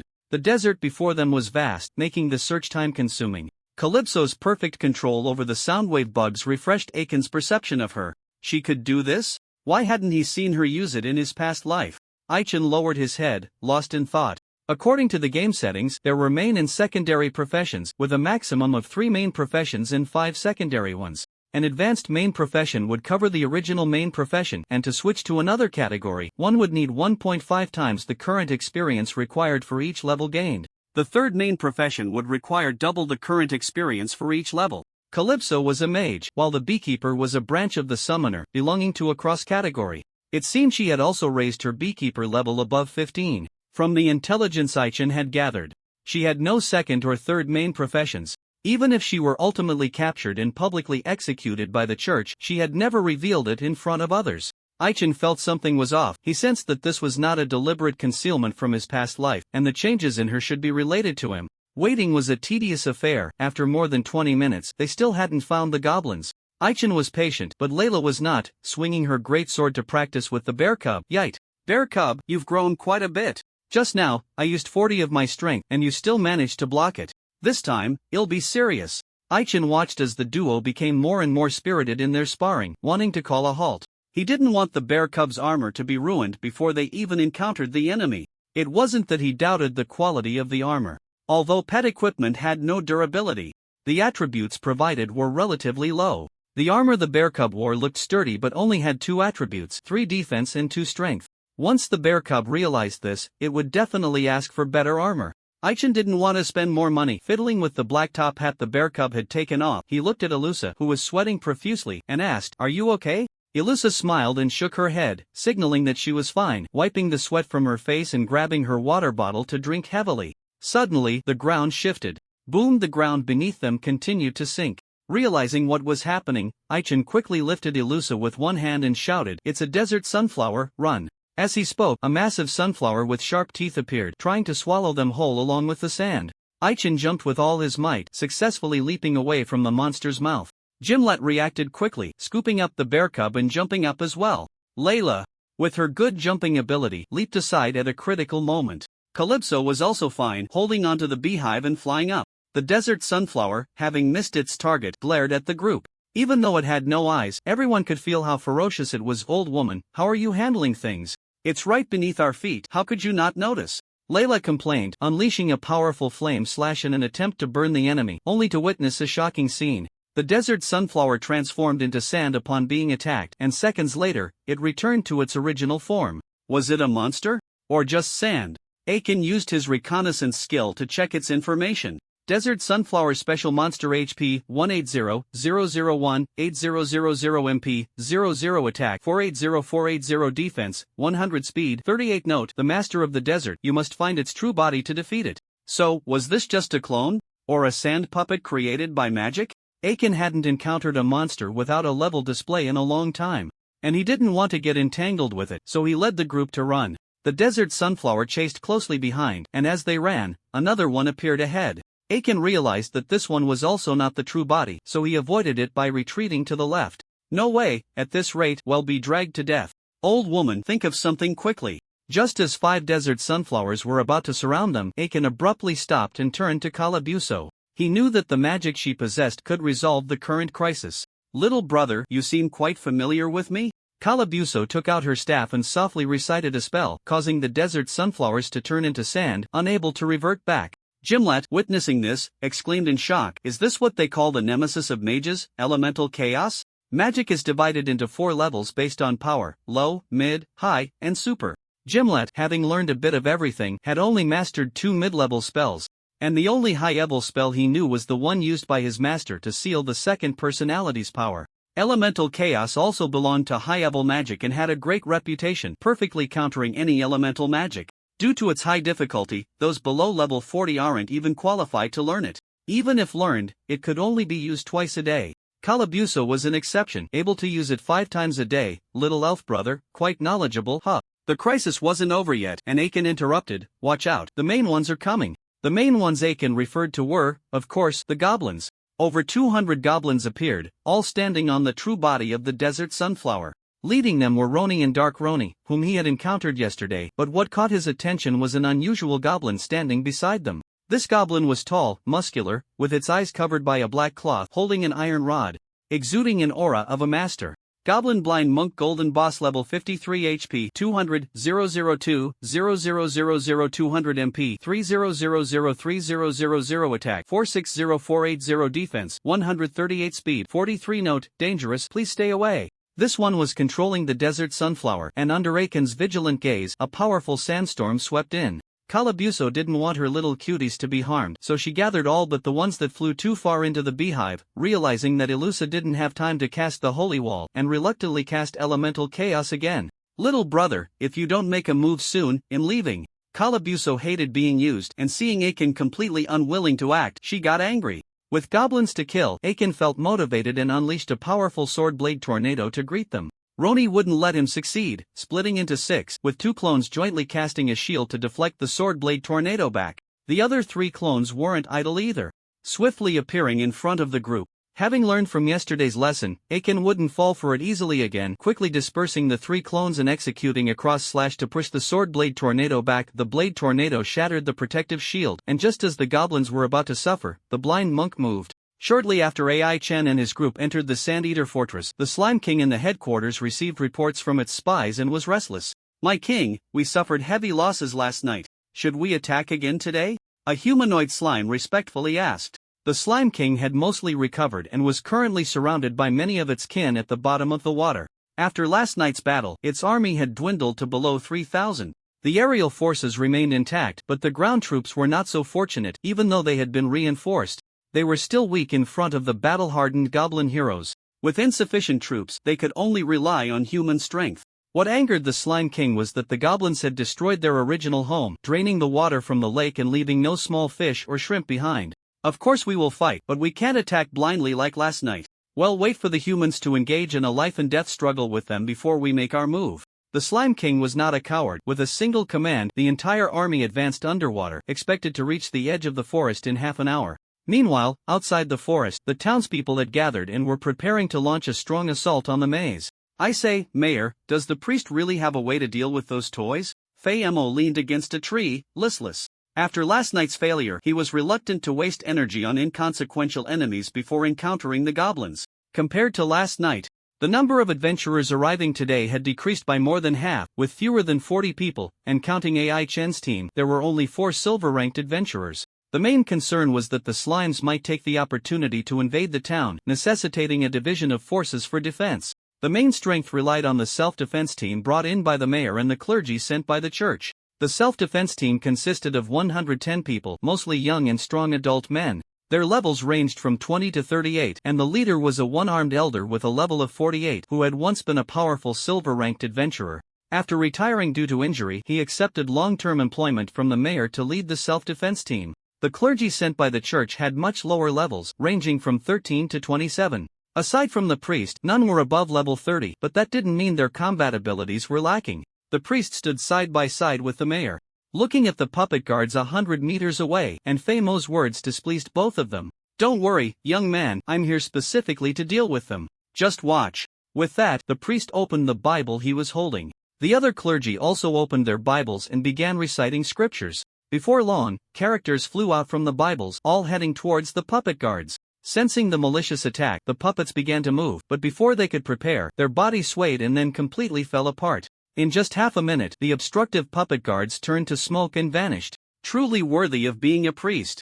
Lily Ida, it's time for us to get to work. The Feimo duo was the first to enter the Sand Eater Fortress, while the less confident adventurers watched from the sidelines. Ultimately only about 20 ventured in. It was still random teleportation, and the group did not arrive together. The Feimo duo was lucky. Upon entering, they found themselves outside the goblin stronghold. It was still that stone fortress, looking extremely out of place in the desert. The two stood outside the gate, exchanging glances with the goblins inside through the gap in the door. "Lily, step back a bit. There weren't many goblins left in the stone fortress. Roni, Dark Roni, and the blind monk had gone to deal with Ai Chen's team, and the only one who posed a threat to the two was the goblin hero Raz. The two sides were old rivals. Feimo could take him on alone yesterday, and today would be no different."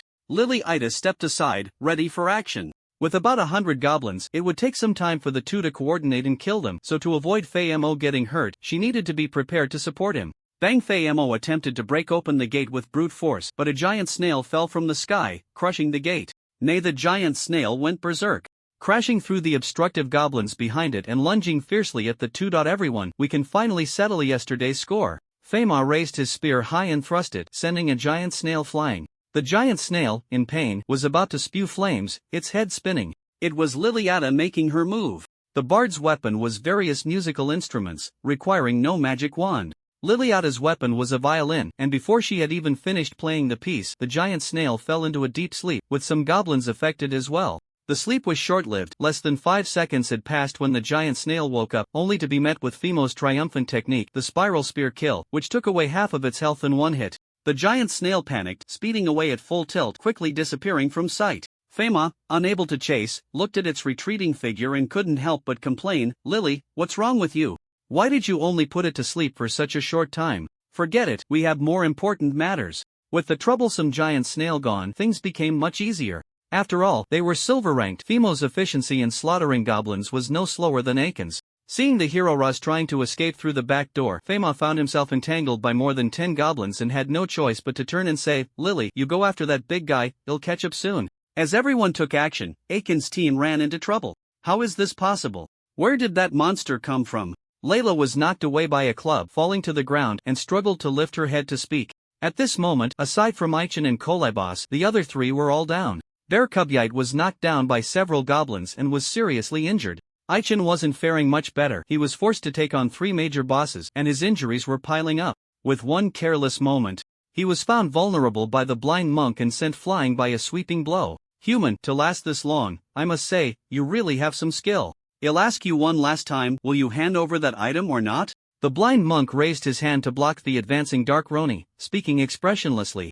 Aichen, sitting up in pain, noticed his health was dropping below 6,000 points and helplessly turned to look at Kolibos, who was watching the show. The goblins were unwilling to engage Kolibos in a death struggle, and both sides reached a tacit understanding. As long as she didn't attack first, they wouldn't target this old woman. The blind monk's strength was beyond what several had expected. Aichen truly hadn't anticipated that the greed ring would be discovered. The other side wanted to use the greed ring to achieve some goal, while Kolibos found the situation increasingly interesting, choosing to remain neutral and waiting for developments. "Little brother, what treasure are you hiding? Can't you take it out for us to see?" Kolibos asked with a carefree smile. What could it be? Kolibos thought the goblins were after the forbidden gem, and if that were the case, she would join in the snatch.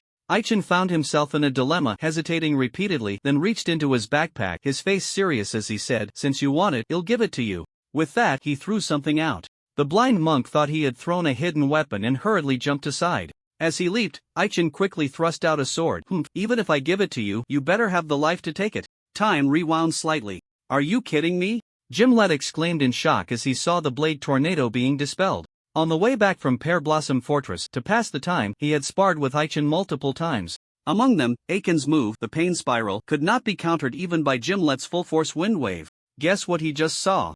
The blind monk first used the fighter's defensive technique, the Golden Bell Shield, to enhance his protection, then threw a powerful punch to neutralize the attack. Although the blade tornado was broken, many small wind blades continued to attack recklessly. The blind monk was well prepared and was fine. Roni and Dark Roni had jumped away in advance, so they were fine too. The desert sunflower, however, was not so lucky. It was too large a target, suffering unbearable pain, feeling as if its entire body was being pricked by needles. Fortunately, it managed to hold on. Aside from the two unfortunate little monsters meeting a tragic end, the rest only sustained minor injuries at most. Aichin had anticipated that his technique might be countered or dodged, but he never expected the enemy to adopt such a domineering approach. He had sparred with Gimlet multiple times, and the results were evident. He had mastered this move, although he could currently only execute it twice. The burden on his arms had significantly lessened, and he even thought of a way to extend the duration of the sword cyclone. The cross slash he had previously unleashed was absorbed the moment it touched the sword cyclone. According to Aiken's analysis, even the Dark Knight Gaia wouldn't dare to take this move hidden. Goblin Blind Monk? Was this a variant? Or a special unit? Before Aichin could devise a strategy, the three major bosses launched their attacks simultaneously. Ilusa was kicked away by Roni, her staff snatched. Gimlet was ambushed by Dark Roni using shadows, suffering a stab to his right calf, and then was knocked to the ground by a dagger, his weapon also taken. The blind monk initially aimed to deal with Aichin, but Layla stepped forward, only to be smashed away by a stick, and then engaged in a brief skirmish with Calypso for several rounds. The blind monk thought Calypso would be easy to handle, but soon realized something was off. Its attacks frequently missed. And teaming up with Dark Roni didn't yield any advantage. Instead, they both suffered some injuries due to the interference from the soundwave bugs. As both sides halted their offensive and entered a standoff, Aichin was fiercely battling Roni. "It's useless. I've cracked your move. Can't you switch to another technique?" Aichin cleanly dispersed Rona's clones and saw her turn her head, attempting to use Ilusa as a hostage, signaling to Bear Cub. Bear Cub understood, let out a roar, and lunged forward. "Just a hostage, anyone would do." Roni slashed down Bear Cub with a sword, then lifted it up, coldly huffing, "Little cutie, I won't let you die too quickly." Suddenly, a pain shot through her back. Roni thought Aichin had hurt her, but it was actually Ilusa. How is that possible? Roni collapsed to the ground, soon losing her breath. Ilusa's sneak attack was highly successful, using one kill a day to achieve a one-hit kill. Seeing the enemy dead, Bear Cub's ferocity surged, wanting to devour Roni. Before Bear Cub could start eating, Roni revived, grabbing its leg and tossing it aside. "Human girl, tell me, how did you injure me just now?" Roni stood up as if nothing had happened, leaving everyone astonished. Aichin was certain her health bar had been emptied. Could it be that she had comprehended some skill? One that could only activate after death? The questions that puzzled them soon had an answer. So that's how it is. Aichin noticed Dark Rona's health bar plummeting, approached the main body, and saw the health bar starting to recover rapidly, instantly understanding. Killing one was useless, they needed to kill them simultaneously? Taking advantage of their unprepared state, Aichin charged forward with his sword, only to be blocked by the blind monk. "Human, hand over that item." Why is there always something others are after on me? Aichin exchanged blows with the blind monk for several rounds, noticing the opponent's momentum growing stronger, forcing him back with a single strike. He kicked the discarded longbow and staff to their respective owners, and as soon as Gimlet grabbed the longbow, he quickly shot 5 arrows, coordinating with him. The blind monk, caught off guard, was hit by 2 arrows in the shoulder, mainly because Aichin had distracted him. A desperate fight, activate. This can't be real? Aichin found it hard to believe that after using desperate fight, he couldn't even touch the enemy's sleeve. The blind monk's reactions were extraordinary. Even when surrounded by 8 of them, he could still dodge effortlessly. Each strike he made cost him health, and aside from the initial few hits, all were focused on controlling his clones to unleash punches and kicks. The clones were taken down one by the blind monk, but at least they had managed to distract him. 2222222222222. A series of damage numbers appeared, but the blind monk didn't even furrow his brow. It made sense. He had a total of 60,000 health points, and losing this little bit of health was nothing. Seizing the moment when Aichen was fatigued, the blind monk delivered a punch to his abdomen, sending him flying. Alayla let out an angry roar, intimidating the goblins around. Taking advantage of the blind monk's moment of distraction, Layla quickly approached him, swinging her greatsword and unleashing a sweeping strike. I am of the dragon race, how could I be defeated by you lowly creatures? Behold my blade. 188837777 critical hit 4666 critical hit. The blind monk was caught off guard, blood gushing out wildly, losing the calm demeanor he had before, his face contorted with anger as he kicked Layla away. You are a sacrifice, still of some use to me. I won't kill you, but I'll just let you faint for a while. Thud. Layla fell unwillingly, losing consciousness. Gimlet watched this scene, his anger boiling, head lowered, feeling like he was about to explode. Whether it was his main personality or his second personality, there was an inherent pride within him. As a noble elf, how could he be so disgracefully knocked to the ground? What a shame! If the main personality found out how pathetic I am, how will I survive from now on? Buzz. Gimlet's aura surged, stunning everyone present as he launched an attack with unimaginable speed. Calypso, left on the sidelines, watched with quick-moving eyes, unable to catch his figure, quite curious about the changes in him. Aichen sat up in pain. Even with max-level insight, he couldn't capture it either, only knowing that every time Gimlet's figure flashed by, a goblin would fall. Roni and Dark Roni fared the worst, having their heads twisted off. The blind monk wasn't in a much better state, having been slashed in the front and back, his left arm severed, but despite looking disheveled, his health bar was still quite long. Seizing a small opening in Gimlet's defense, the blind monk punched him in the side, pushing him back. A little elf like you, to have such ability is indeed commendable, but unfortunately, it's still not enough. The blind monk said lightly, confirming that Gimlet could no longer rise, and stepped forward to pick up the two heads that had fallen to the ground. Goblins that grow to the strength of heroes are not so easily killed. The blind monk reattached the heads and cast a healing spell on the two corpses, and in less than half a minute, Roni and Dark Roni came back to life. Stinking elf, you are the one who absolutely must die. Roni and Dark Roni roared in fury, charging at Gimlet together. Aichen wouldn't stand by and watch, seizing the openings in their attacks to draw his sword. As long as I'm here, you won't harm anyone. Four figures tangled in combat in the desert, changing locations several times, making Calypso watch with great interest. Is it really okay for you to ignore this witch? Aichen used a method of trading injury for injury, causing the three major bosses to lose health rapidly, none of them in good condition. Calypso was convinced that as long as she intervened, at least one side would be consumed by her. Considering that Aichen might take her down with him, and the blind monk also had powerful means of survival, she had to abandon the thought. Go ahead, you better fight to a standstill, that way it won't interfere with my next actions. Just now, Calypso received feedback that the soundwave bug she sent out found a suspicious location. It was a bit far, taking over an hour to get there. Until she received concrete information, she didn't want to leave the team. Little brother, do you think I should lend you a hand? Calypso toyed with her staff, whispering softly. Until the body of the demon general was found, Aiken's team still had use. Noticing Aiken's condition severely declining, she prepared to intervene in the battle. The three major bosses did not lower their guard against her, especially the blind monk, who sensed her intention to interfere and swept Aichen away with his staff. Bang! Aichen stumbled up, realizing his shield had lost 30 durability points in one hit, looking at the blind monk with a gaze full of caution. Clearly not using any skills, yet I still lost so much health. This guy definitely has hidden strength. His level must exceed 60. Facing the blind monk, Aichen felt a sense of helplessness. This feeling of being crushed in all aspects he had only felt with Gaia. Since you want it, then I'll give it to you. Aichen didn't know what the blind monk was after, but it didn't matter. No matter what it was, he wouldn't hand it over obediently. He hadn't given up on the fight, quickly throwing out actually two items, hidden weapons. The blind monk, unable to see, could only judge by sound. One was heavy and the other light. And the heavy one was undoubtedly a hidden weapon. It had the ability to knock away hidden weapons. Considering that what you threw might be a smoke bomb, it was safer to jump aside. Roni and Dark Roni had sharp eyes and could see what Aichen had thrown. Besides a hidden weapon, there was also a die. Upon seeing the die, greed sparkled in their eyes. Not just them, Corybus also wanted to snatch that die. There's no mistake, this is the power of a divine artifact, even though the divine power makes it hard to see through. Corybus chuckled, having been hunted down by the church multiple times and having felt the power of the divine artifact, she was sure she wouldn't be mistaken. Wanting to rush forward to snatch it, she halted her movement, her eyes vigilantly watching the people. In her perception, the moment the die hit the ground, it formed a connection with Aichen. Until that connection was severed, even if she snatched it, it would be useless. And she might even face an attack from the divine artifact. Roni and Dark Roni didn't think that much. One summoned a clone to go for the snatch, while the other made a move that caused the shadow beneath her feet to stir, summoning a ghostly claw. Whoosh, a shadow flashed by, and two heads flew high into the air. After a hard-fought revival, they were dead again. The blind monk reacted well, realizing he couldn't dodge, and swung his staff to counter, but unfortunately, his weapon was sliced in half, and his left arm was severed.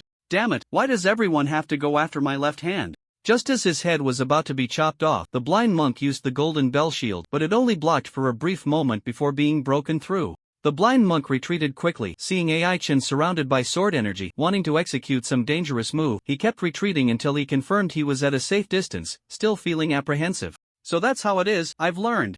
The blind monk felt a sense of retreat. Although he knew this state of yours wouldn't last long, he didn't want to risk his life, taking Ronin and Dark Rona's corpses and retreating southward. Ai-Chin had no intention of pursuing. He turned to look at Koribus. Wow, little brother, you really know how to surprise people. You're not planning to deal with me next, are you? Koribus clapped her hands, realizing that at this moment, Ai-Chin might be even stronger than her, and she reined in the hostility in her eyes to the utmost. Ai-Chin coldly stared at her, confirming she dared not have any ulterior motives, and drank a potion. He was lucky, rolling a white-faced number 4. His strength was quadruple, and his attributes were very high. The blind monk was a formidable opponent.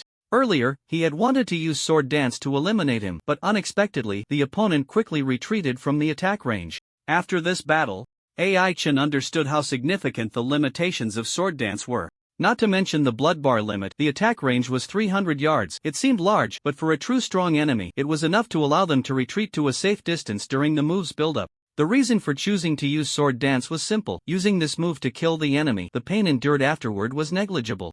At first, Ai-Chin thought about putting on the greed ring, but upon discovering that the cooldown for the god's die had passed, he used it without a second thought. This realization made him aware of one thing: after the sand castle was fully activated, the flow of time accelerated. Clearly, it had been less than an hour since entering, yet the die with a 5-hour cooldown had already cooled down. If he were to exit now, unexpectedly, it would already be afternoon. This was troublesome. He hadn't expected the sandcastle to be a time artifact. If it could speed up time, it should also be able to slow down the flow of time, right? How much longer until she wakes up? Ai-Chin asked softly, standing beside Layla. Ilusa was hastily administering aid, and judging by her worried expression, the situation didn't seem optimistic. Approaching the bear cub, he found its injuries were not severe, and he crouched down, slowly pouring life potions into it. Your performance was mediocre. Don't do such dangerous things next time, Ai-Chin commented honestly. Facing the goblin hero, as long as he didn't back down, his performance was already qualified. The bear cub wanted to retort but was pressed down by Ai-Chin, signaling it not to move around and to wait until its injuries healed before speaking. He noticed that the armor it was wearing showed no signs of damage, and he marveled inwardly when it came time to clean the battlefield. The biggest gain was undoubtedly the weapons dropped by Ronin and Dark Ronin. Heroic Greatsword Attack 133 Strength 7 Stamina 4 Special Effect 1 Heroic Effect 2 Self-Repair Effect 3 Growth Potential Attached Skill 1 Sword Weapon Specialization Attached Skill 2 Mighty Arm Attached Skill 3 Courage Above All Durability 176200 Equipment Requirement Strength Greater than 40 Title Holder. Note: holding it, you will bear the title of a hero. This is a dark gold level weapon, the first dark gold equipment obtained by Ai-Chin, but unfortunately, it cannot be used. Only Layla wields a greatsword, and she has something better, so she would surely look down on it. Such a weapon should be handed over to the right person. He plans to wait until they return and toss it into the guild's treasury. As for the dagger used by Dark Ronin, it is a piece of golden equipment with decent attributes that can be sold for money.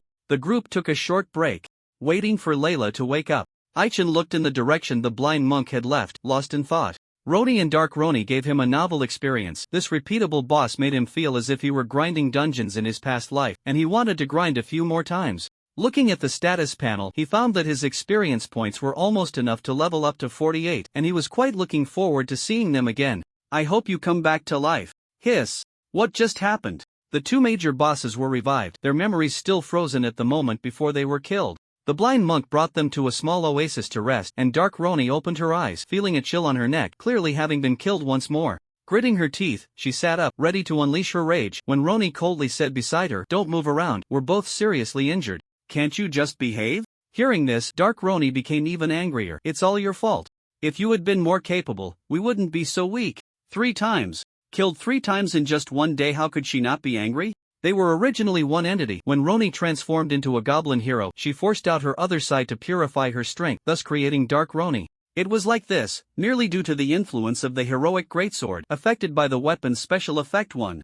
Regardless of what title the holder had before, once they officially obtained the title of hero, they had to bear it and take on the corresponding responsibilities. This special effect would grant them power. There would be a list for people to choose from. Roni was granted the power of light, which was precisely this power that forced out her dark side. As long as one of them did not die, neither would the other. In a sense, this granted them an extremely powerful survival ability. Later, influenced by the heroic greatsword, Roni went on conquests, rapidly increasing her strength. But since her brother accidentally obtained the Sand Eater Fortress, her power had stagnated. To put it bluntly, they had been let down by this magical item. Although they could use the Sand Eater Fortress normally, the potential within them had been drained. Dark Roni could not independently increase her strength. She was as strong as her main body. With such a shout, the main body felt ashamed and said with a wronged expression, "I want to get stronger too, but do we still have time? Those humans won't let us go. And those annoying bubble monsters slimes. Don't worry, as long as we awaken that master, whether human or something else, they will all die at our hands." The blind monk said solemnly. His condition was not good. He was not a professional medic, and continuously reviving Roni and Dark Roni had taken a toll on him. "Seeing that you're almost recovered, let's hurry and leave, lest we get caught by the humans." The three major bosses, led by the blind monk, arrived at their destination half an hour later. "What's going on? Why is the entrance open?" In the massive sand dune, the blind monk stood expressionless at the secret passage, noticing a bug buzzing inside. With a quick motion, he caught the bug in his palm. "Not good, this place has been discovered." The bug the blind monk had caught was the Soundwave bug released by Kolibos. Fortunately, there were no signs of humans having been there. The secret passage is a man-made square tunnel, usually covered by a stone slab, with dimly lit stairs that extend downward. The three major boss characters entered one after another, and the blind monk, sensing the lingering scent in the air, realized that the hero rods had been there and was likely already at the core location. What on earth did that guy intend to do? Despite the blind monk considering himself the guardian of the Holy Land, he had never gained the trust of the hero's siblings. Fortunately, Roni was easier to control, while Rods, despite appearing reckless, was hard to read. The blind monk always felt that he had some ulterior motive, and to prevent the demon lord's corpse from being lost, he quickened his pace. Not long after they entered the secret passage, the duo known as Fama followed the trail. "Lily, are you sure that guy really ran in this direction?" Fama, who had not stopped all the way, needed to slow down and signaled his partner to stop and hydrate first. For some reason, today in the Sand Eater Fortress, his stamina was depleting faster than yesterday. Initially, Fama thought it was due to the desert, but sensing that familiar feeling again, he realized he had been marked once more and just wanted to get out as soon as possible. But where was the exit? As Fama picked up his water bottle and drank greedily, he cast a strange glance at Lilietta. He couldn't understand how his partner, who was clearly a woman, had better stamina than him. Suddenly, a rumble caught their attention, and soon after, the slime army made its appearance again. Over 400 slimes appeared before them, all mimicking scorpions to adapt to the desert environment, their bodies covered in tough shells, eliminating concerns about losing too much moisture. Fama temporarily failed to recognize them, thinking they were native creatures of the desert, and to avoid wasting energy, he followed his partner to the side. The slimes ignored him and headed straight for the secret passage. From a distance, Fama saw them burrowing into one spot and slapped his thigh, saying, "They must be going to find some treasure, let's hurry and catch up." Fama loved treasure hunting, but as soon as he moved his left foot, Lilietta grabbed him. "Calm down, let's assess the situation first." Outside, just as Aichin had guessed, it was now 2 o'clock in the afternoon. Spending 1 hour inside the Sand Eater Fortress meant that 6 hours had passed outside. Damn it, they really came after all? Mayor Schneider hid cautiously with his people, watching as the slimes launched a frenzied attack on the Sand Eater Fortress, feeling somewhat anxious. In front of the slimes, the puppet guards arranged by the goblins were too weak. Once enveloped, they were corroded in less than half a minute. After a fierce assault, multiple cracks appeared in the Sand Eater Fortress, and slimes began to enter one after another. Out of caution, they didn't send all their forces inside, only a third to scout the situation, while the rest remained outside. "Mayor, do you think those people will be able to come out?" a female adventurer asked worriedly. More than 60 people had gone in, and after such a long time, not a single one had come out. It looked like they had all died inside. Schneider lowered his head, touching the silver bracelet, a gift from his wife, with one for him and one for Elusa. If something happened to one of them, the other would sense it. The lack of response indicated that their daughter was safe for now. "Don't worry, they'll definitely come out. We have more important things to do, everyone follow me." Just then, Schneider received urgent intelligence. Due to the slime riot, monsters around the town had become active, intending to take advantage of the situation to attack the town. "We are monsters, so what? Just because we are monsters, do we have to be slaughtered by you?" According to the intelligence, the monsters had gathered a large force and were attacking the southwest side of the town. Thanks to the well-constructed defenses, they could temporarily withstand the assault. Schneider needed to go and oversee the situation, putting the goblin matter on hold for now. Not long after he led his people back to the town, inside the Sand Eater fortress, Aiken's team, after a hurried journey, was about to arrive outside the secret passage. "Old woman, are you sure it's really this direction?" Aichen slowed his pace and turned to ask. Layla was still unconscious, and to avoid delaying their journey, Jimlet was carrying her. Aichen was responsible for carrying Ilusha, while Xiangzi desperately followed behind the group, trying not to be left behind. At first, the little priestess was very resistant, but upon realizing that this indeed saved a lot of energy, she stopped resisting and even started to enjoy it. Hearing Aiken's question, Ilusha turned to look at Calabuso. This woman was very dangerous. Could Goblin Slayer really trust her? "Little brother, even if you don't trust me, you should trust your instincts. Haven't you noticed? We're almost there," Calabuso casually said while sitting on the beehive and eating an apple. The old woman hated traveling the most, so to conserve energy, she cast a spell on the beehive to make it fly. She sat steadily on the beehive, not worried at all about falling off. "Almost there?" Aichen murmured softly. And upon seeing the silhouette of a slime in the distance, he knew they were headed in the right direction. Out of caution, he tried to keep his distance from the slimes. Noticing that the slimes were all gathering in one place, Aichen stopped and pondered. Given this situation, the entrance is under their control. "Old woman, can your bugs handle them?" "A piece of cake," Calabuso replied nonchalantly. She snapped her fingers, and a soundwave bug flew out of the beehive, instantly growing in size. Buzz buzz buzz. Under the continuous soundwave attack, the slimes fell into a deep sleep. Calabuso's methods made Aichen feel wary. He was sure that if it were them, they would also struggle to resist such an attack. What a troublesome woman, like a stubborn adhesive plaster, just wouldn't leave. No, he had to find a way to get rid of her. Aichen gently set Ilusha down and looked north. There was no sun inside the sand-eating fortress, making it hard to discern direction, even though the light was ample. He knew that to escape, they had to either destroy this magical item or find the correct exit. The secret passage controlled by the slimes, even if it wasn't the correct exit, held great secrets. What was concerning was, where had the goblins gone? The internal space of the sand-eating fortress seemed large, but in reality, it was not much bigger than half of the original eastern forest. Earlier, while traveling, he was sure he hadn't misjudged. The group had been walking straight in one direction, and aside from him and Calabuso, no one had noticed the change in their route, which had taken a big turn. It was this turn that brought them to the sand dunes before them. According to his analysis, the internal space was limited, and when they reached the edge, continuing forward would randomly teleport them to another edge. Because people's sense of direction was disrupted, it was hard to notice the problem. Since the troublesome ones are taken care of, let's go in and take a look.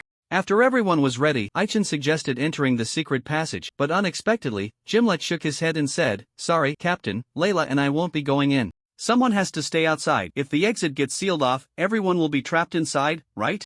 Jimlet's concerns were not unfounded, and considering Xiangzi's dwindling stamina, Aichen also let it stay outside. Shortly after the three entered the passage, Jimlet did not follow Aiken's instructions and killed all the sleeping slimes. Xiangzi sat down on the ground, looking at the people with confusion, indicating it didn't understand. With its head drooping and feeling frustrated, it thought its master didn't bring it along because of its poor performance. Why was that? Not being able to help at all made Xiangzi feel stifled. It looked at Jimlet, who was resting with his eyes closed beside Layla, and saw an opportunity. It wanted to sneak away while no one was paying attention. And before long, it walked into the passage alone. Jimlet noticed but pretended not to see. Someone's coming? Jimlet, feeling irritated, heard the chaotic footsteps and thought it was goblins trying to send troops to reclaim the passage entrance. Peeking out, he discovered that others had found their way here. It wasn't the Spittle duo. They should have arrived earlier than Aichen, but due to the slime's interference, they had strategically retreated. A group of mysterious individuals dressed in white suits arrived, numbering over 40, all wearing masks. Their skills were impressive, and it was easy to guess that they were the assassin organization that had previously clashed with Aichen. "Lord Ares, this is Goblin territory. Why should we take risks for unverified information?" asked a rookie assassin with a monkey mask, tilting his head. Beside him stood a tall woman, codenamed Ares, wearing an Ares mask and holding a locator. "Why? Because even if the information is false, the magical item held by the goblins is still worth recovering." The woman named Ares didn't want to elaborate, casually offering a flimsy excuse. The white-suited organization was powerful, having even infiltrated the Adventurers Guild. Few knew about the topic of the Demon Lord, yet they had managed to gather intel. Once reported, it received high attention from the organization's upper echelons. AI-chan probably had no idea that someone was tampering with him. The locator in Aria's hand was specifically used to track him. As the group reached the entrance to a secret passage, they all stopped. They sensed a powerful aura and entered a state of readiness. Lord Ares, should we take out that guy? A car-level assassin asked coldly. What made them wary was Gimlet. Aware that he would be discovered, Gimlet intended to scare them off. Ares knew his type and, prioritizing the mission, shook her head. No need to pay attention, leave two here to guard. The rest follow me. Shortly after Ares led her team inside, Gimlet cautiously peeked out, realizing that these assassins had no intention of attacking but were lingering, creating a dilemma. This was troublesome. Xiongzai couldn't possibly handle that group. Should he go save them? Gimlet quietly watched the unconscious Layla, his feelings complicated. If AI-chan hadn't stepped up earlier, he would have resorted to using his trump card and fought the blind monk. The immense power AI-chan displayed left him feeling defeated. I've lived for over 100 years, yet I'm outdone by someone not even 20? His main persona felt utterly pathetic.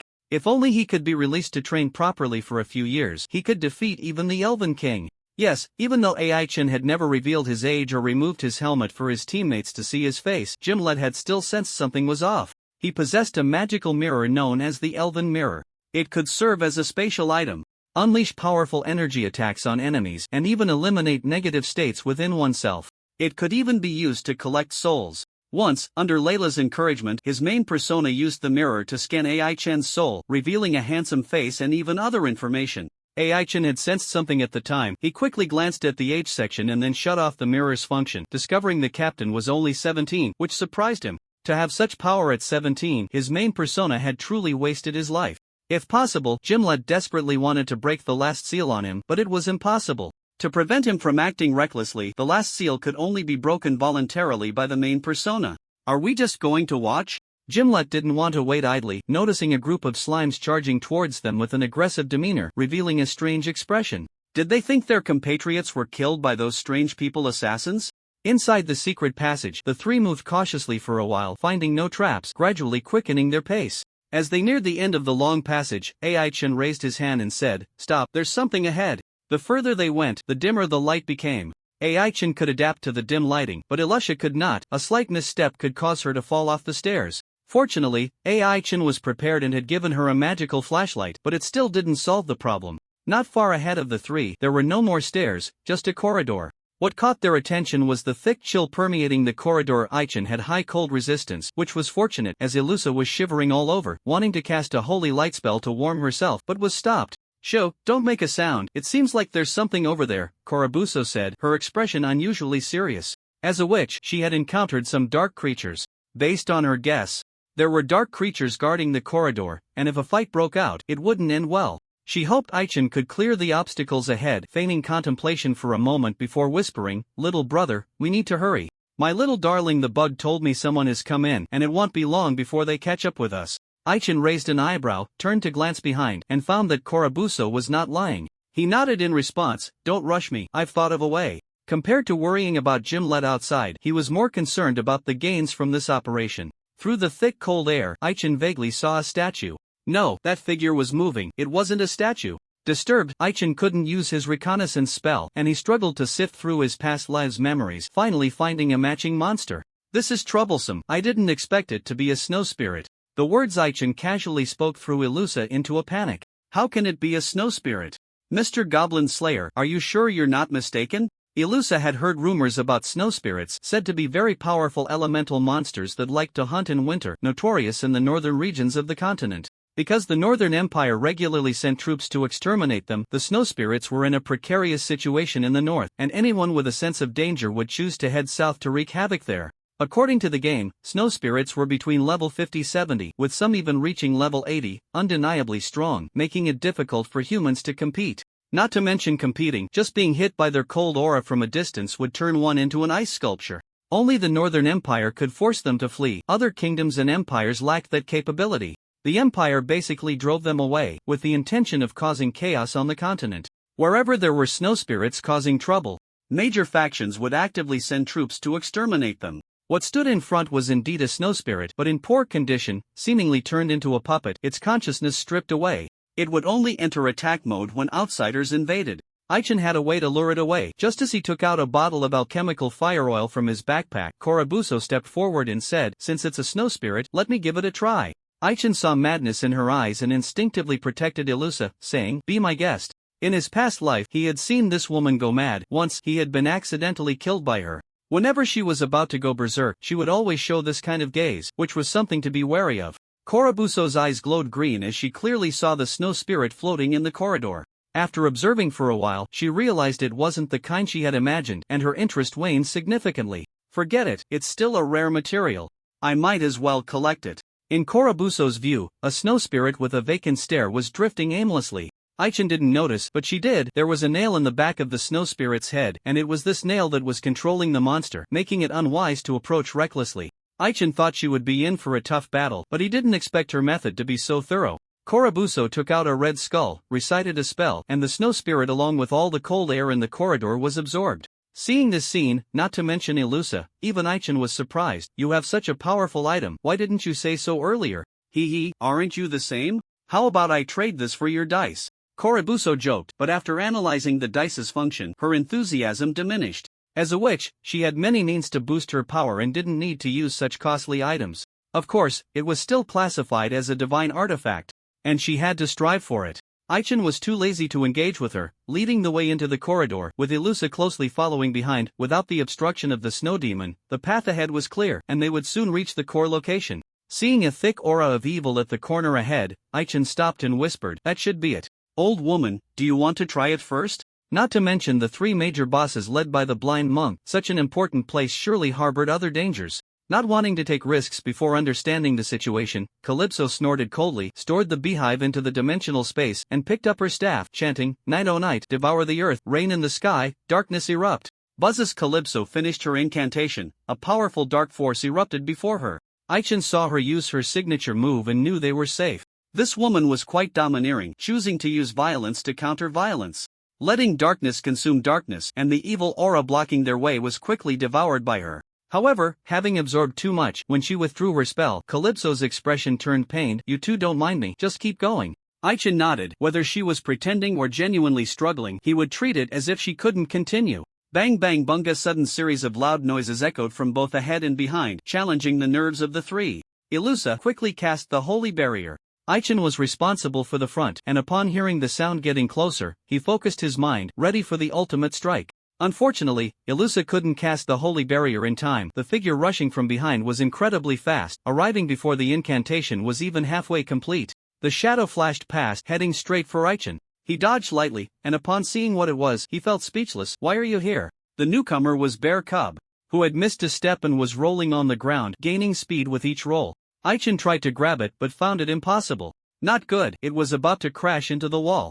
A wall of light suddenly lit up, and Bearcub bounced back after the collision. Aichin thought it was Ilusa who had cast the holy barrier, but quickly realized it wasn't, and hurriedly shielded Bearcub behind him. "Human, we meet again. Where's that damned male elf?" Roni approached slowly, wielding a spiked club, surprised to see Aichin and the others. How did the blind monk manage this? Roni couldn't understand how the three had broken through the snow demon's barrier, thinking that at the altar, during the final critical moment, she would call upon Dark Roni to deal with the humans. Bang bang bang, it sounded as if heavy objects were continuously striking the ground, and with each sound, the entire passage shook slightly. Aichin didn't know what the goblins were up to, but he understood he had to go stop them. Seeing Dark Roni's shadow emerge, he felt both excited and troubled. "Come on!" Aichin took the initiative to attack, but after just a few steps, he felt a strange movement beneath his feet, and then his body froze, unable to move. "Idiot, why aren't you attacking quickly?" Dark Roni turned to the main body and said, "Freezing a person came at a cost, and if they didn't take this opportunity to eliminate the humans, they would all die if the humans exploded again." Roni wouldn't waste such a good opportunity, launching 2 energy beams to attack Aichin, but found the damage minimal, striding forward. Just as Aichin was about to be struck by the spiked club, Bearcub stood up and charged at Roni.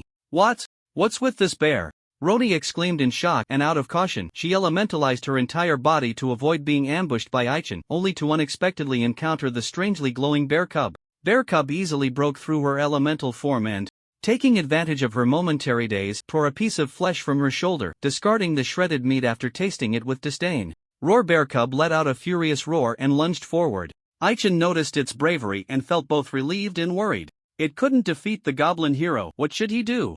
Aichin checked his own status and found the binding effect still had 16 seconds left, feeling anxious. He couldn't wait that long. His gaze shifted and found Ilusa was about to use her instant kill ace again, feeling utterly exhausted. Don't use it. Ilusa couldn't care less about that. Seeing the bear cub trapped by a ball of light, she focused her mind and tried to summon the blue demon within her.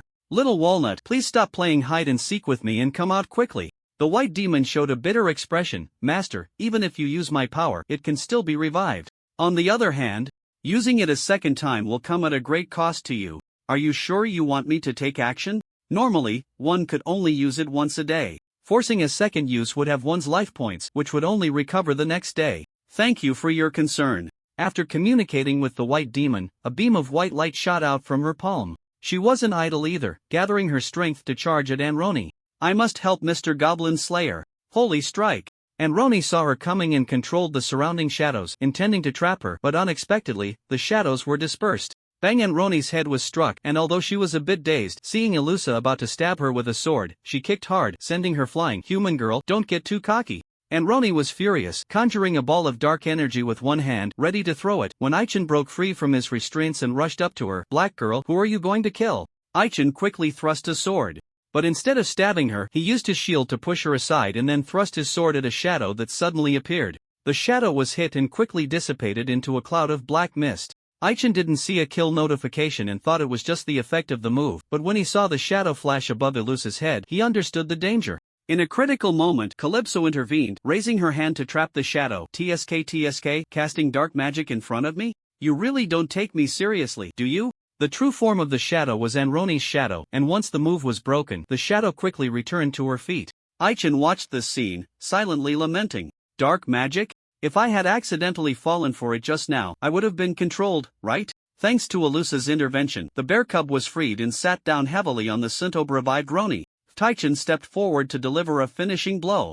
And the recently revived Roni lost her breath again, but unfortunately, there was no experience to gain. At the moment of the kill, Aichin noticed Anroni's health bar plummeting. So you share a life? If I just catch her and kill her, you'll become weaker and weaker, right? Damn it, I knew that fool was unreliable. But even if you figured it out, so what? Anroni said fiercely, more wary of Calypso than of Aichin. The blind monk had warned them that if this witch took action, they should not linger and just retreat. With her own means restrained, she no longer considered other options, reaching out to grab the main body from a distance. Aichin didn't intend to let them go. Seeing his anger points accumulate to 40, he wanted to activate the judgment mode to forcefully kill the two bosses. Just as he took a couple of steps, his body froze. Not good, little brother, we should retreat, Calypso said with a bitter expression, sensing the malice ahead. A thick grey evil energy surged in, taking Roni and Anroni, and it wasn't enough. It wanted to completely keep the three of them. She had just used dark magic once and hadn't recovered yet, unable to do anything, so she decisively retreated. Aichin was stunned by the evil energy, glancing back at the bear cub and Ilusa, quickly overcoming his fear. At that moment, his anger points shot up to a full 100, and without a second thought, he unleashed the special move Blade of Judgment, swinging his sword fiercely in front of him, unleashing a red slash wrapped in black flames. Whoosh! The evil energy seemed to possess consciousness, like an evil ghost's arm reaching out. Feeling the intense pain, it quickly retracted, but still got partially dispelled. Aichin watched nervously ahead, confirming the evil energy had retreated, and when he looked down, he found his arms trembling violently. This was his first time using the special move Blade of Judgment, and the effect was even better than expected. But the burden was too heavy. Mr. Goblin Slayer, are we really sure we want to move forward? Ilusha asked while drinking a potion. Aichin nodded. Now that they were here, there was no reason to retreat. Not to mention there were unknown enemies behind them. Going back was unwise. After consuming the stamina potion, he found his hands still lacked strength and was considering whether to exchange for a full potion from the game shop when, with a hum, a green light enveloped his body. What is this, old woman? Are you really that kind-hearted? It was Calypso using a skill to alleviate Aiken's pain, chuckling, little brother, we are on the same front now, so please do your best. Confirming that no tricks were being played, Aichin got up, and the group continued to explore forward. Bear cub, eager to show off, walked ahead and, seeing a wave of evil energy approaching, opened his mouth wide and sucked it all in. Are you sure you want to upset your stomach like that? Aichin scrutinized Bear cub and found nothing wrong, clicking his tongue in amazement. Although he had heard Layla mention it, it was the first time he saw Bear cub devour evil energy. Realizing that bringing Bear cub along was the right decision, Aichin kept him protected behind him while he took the lead. When they arrived at a spacious hall, the three saw the blind monk, the resurrected Roni, and the hero rods. Compared to them, the tall figure standing in the center of the altar was the most daunting. Is this the corpse of the demon general? Or a statue? Ah, my eyes. Sir, we have been planning for so long, and logically, we should have collected everything we need. Why can't we awaken this lord yet? In front of the altar, Hero Rods looked at the increasingly weak giant snail, growing angrier as he thought, and coldly asked the blind monk nearby. The giant snail was born from the Sand Eater, and if this item were damaged, it would die as well. Because it was uncontrollable. It had caused some trouble for the goblins. To resurrect the demon god, Rods couldn't care less about the risks of damaging the Sand Eater and sacrificed this monster. The blind monk didn't know how to respond. Like the giant snail, he was also a being born within the Sand Eater and had never been to the outside world. Oh, it worked! Just as the giant snail's life force was about to be drained, the magic circle inscribed on the altar lit up with red light. Soon, a statue was summoned from the magic circle. Upon seeing the true form of the statue, the blind monk and Rods knelt down. My lord, you finally deigned to respond to us. The statue had 3 heads and 6 arms, wielding 6 long swords, with a fierce visage, standing about 7 meters tall, resembling a malevolent spirit. Even with its eyes closed, no one dared to meet its gaze. After a full half-minute, the blind monk and Rods dared to lift their heads, only to find that although the statue had returned to flesh, its pulse had not yet resumed. Is it still not enough? Rods clenched his fists, unwilling to accept. What had he created all this slaughter and chaos for? Was it not to awaken the demon god, hoping this lord would grant him powerful strength? Seeing his sister Roni dragged back like a dead dog, Rods coldly scolded, useless, did you lose again? If you weren't my sister, I would really want to crush you. Roni knew her brother was in a bad mood and stepped aside, remaining silent. Although she had been revived, her condition was terrible and not suitable for battle. Dark Roni, braver, pointed at her brother and said, muscle-bound idiot, you can scold that fool, but can you not drag me into it? Do you believe I won't chop off your head later? The blind monk, seeing they were really about to fight, intervened. Let's all say less, those humans are almost here. You all need to work together to fend them off while I figure out how to awaken the Lord. Sir, are you sure you can do it?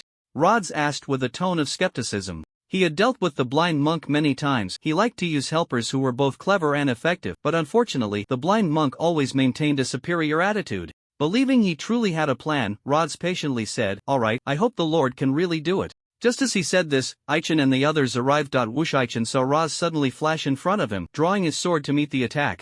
The two exchanged blows for several rounds, stepping back a few paces each, realizing they couldn't inflict any significant damage. With a glare, he activated the skill from the skeleton necklace. Armor break weakened a single enemy's defense by 20 for 2 minutes, with a 2-hour cooldown. It was a practical skill that normally consumed only 300 mana, but for Aichen, it required 600 health points. He had used this move on the blind monk before, and now that the cooldown was over, there was no reason not to use it. Human. What have you done to me? Roz suddenly felt weak, and although it was just for a moment, he understood he had been hit. No longer underestimating humans, he realized that Ilusa was the easiest to deal with, snorted coldly, and unleashed a powerful destructive punch. Bang! Aichen quickly defended, shielding Ilusa behind him, but the next second, both were sent flying. He was fine, using his shield to absorb some damage, but it cost the shield 18 durability points. Ilusa's situation was dire, painfully collapsed on the ground. Aichen couldn't afford to check on her. Roz's attack was coming. Another powerful destructive punch, and he couldn't dodge it. Even before being hit, he was already bleeding profusely. Seeing the fist the size of a sandbag coming at him, he leaped and thrust his sword quickly. Thud! Wounded by Aichen, Roz clearly felt something was off and turned his head, looking at the human with a hint of wariness. So that's it? No wonder those two fools fell to you. Roz was a diamond goblin, with outstanding defense. Even with a 20 reduction, his defense remained formidable. Despite not using any skills, he was still injured, realizing Aichen was under some kind of enhancement. With a cold snort, he unleashed a series of heavy punches. Diamond Rain. Roz was malicious, directing every punch at Ilusa. Aichen scooped Ilusa up in one arm, managing to dodge, but those punches curved around and came for him. He had no good options, dodging again and again. Suddenly, a sharp pain shot through his chest, and he coughed up blood alongside Ilusa. Mr. Goblin Slayer, maybe you should put me down? Ilusa said, her face pale. She was poisoned and couldn't help. Rather than both of them being dragged to death, it was better to abandon her. Relying on Calabuso for help? No, during their targeted assault, Calabuso was also in trouble. The old woman faced off against Roni, initially calm, but as the fight progressed, she sensed something was off.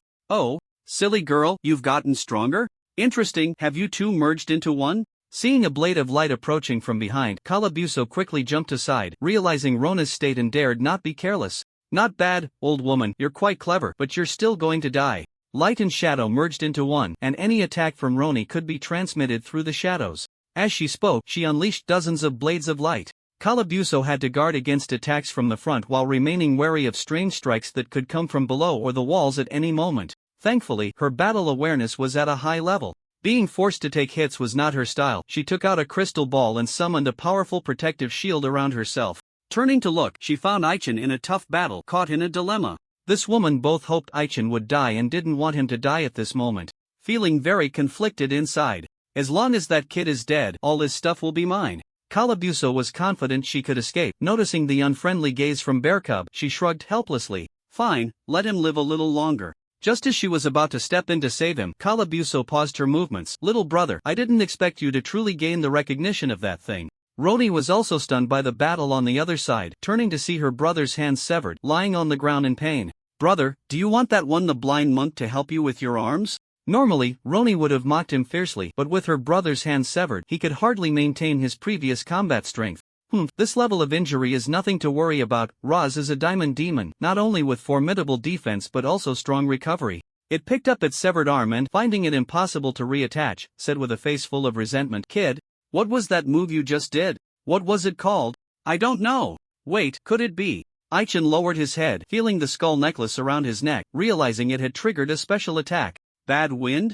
No wonder a regular slash could produce such an exaggerated cut. Kid, I admit you have some skill, but how long can you hold out? Roz said fiercely, continuously throwing punches while Aichin struggled to block with his sword, unable to withstand its relentless assault. The drop in his health bar was secondary. His limbs were on the verge of giving out. With each blocked attack, his arms bore the brunt of immense force, and his left hand, holding the shield, had already fractured. Swinging his sword with one hand, he could barely fend off the onslaught. No, if this continues, I will die. Aichin had no hope for Calypso, steadied himself, and swung his sword with all his might. Whoosh! Two severed arms flew high into the air. Not only shocking Roz but also surprising Aichin. To compensate for the gap in strength, he had used a strong attack skill without combining it with other skills. In Aiken's view, he saw a massive black skull, which was the source of the attack. As it passed through Roz's body, the latter was sent flying. To outsiders, a gust of black wind swept up. Aichin unleashed several strange black wind blades, severing Roz's arms and heavily injuring its head, nearly erasing the power mark in its forehead. Roz, still shaken, raised a hand to touch its forehead, discovering cracks in the power mark, and instantly flew into a rage. This human is strange, he must be killed quickly. Kid, you're still far from defeating me. Diamond break. Roz roared, its entire body transforming into blue diamond, its severed arms replaced with diamond, and as it clapped its hands together, the surrounding ground and walls turned into diamond. Seeing this, Aichin hoisted a lucette and desperately retreated. The bear cub didn't need saving, it ran faster than any human. Aichin noticed the bear cub was scared and nodded. This was how a cub should behave. Calypso was even more ruthless, abandoning Roni and flying ahead in an instant. Once Roz's attack stopped, a thick diamond wall blocked the passage ahead. They're forcing us back this way, they must be trying to buy time. Old woman, did you see anything clearly earlier?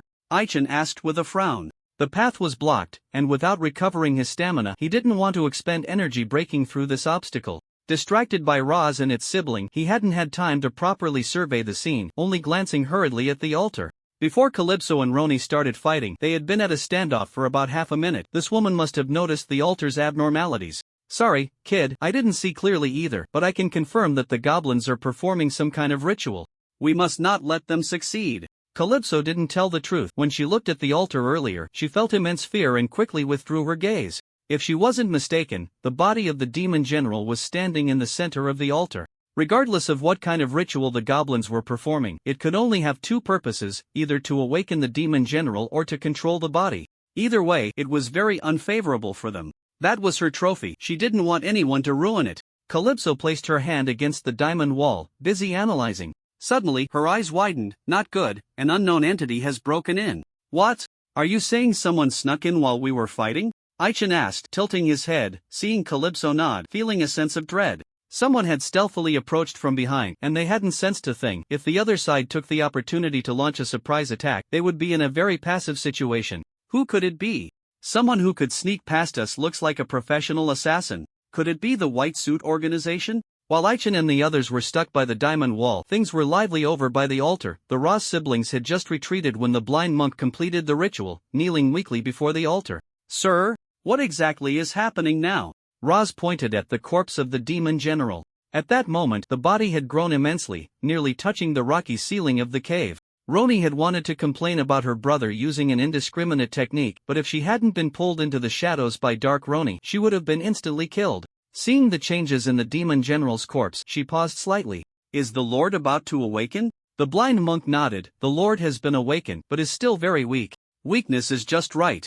Roz kicked the blind monk aside and snorted coldly, Sister, it seems this Lord has indeed been awakened, but in poor condition. This is just the opportunity we need to steal his power. Do you want to cooperate with me? Roz dropped the pretense, revealing his true nature, his gaze filled with greed as he scrutinized the immobile demon general. How do we cooperate? Roni asked. To protect their lives, they had separated from their combined form. The main body stood in the open, while the other hid in the shadows. They were also interested in the demon general. With the blind monk out of the picture, the biggest obstacle left was her brother. She had known her brother's true nature from the start, and if they were to cooperate, they needed to discuss everything properly first. It's simple. When we steal the power, the Lord will definitely resist, and we will subdue him one after the other, Roz said with a light laugh, seeing through his foolish sister's thoughts. Roni nodded, and they tacitly avoided discussing how to divide the spoils afterward. It would depend on who was more capable at that time. The siblings positioned themselves one in front and one behind, ready to jointly unleash a certain skill when a sudden scream caught their attention. Ah, my eyes. A low-level assassin was forced out of stealth, clutching his eyes and collapsing to the ground, his body gradually petrifying until he became a stone statue. The assassins no longer hid, splitting into two groups, one to deal with Roni and the other to confront Roz. The leading ram girl kept her head down in silence, her expression behind the mask quite intriguing. In front of them was the cave with the altar, where they had almost arrived simultaneously with Ai Chen and the others. The ram girl sensed a strong sense of crisis and, not wanting to be discovered, ordered everyone to hide in the shadows of the corners. After waiting for a while and sending someone to investigate, they were shocked to find that person had turned to stone. I see.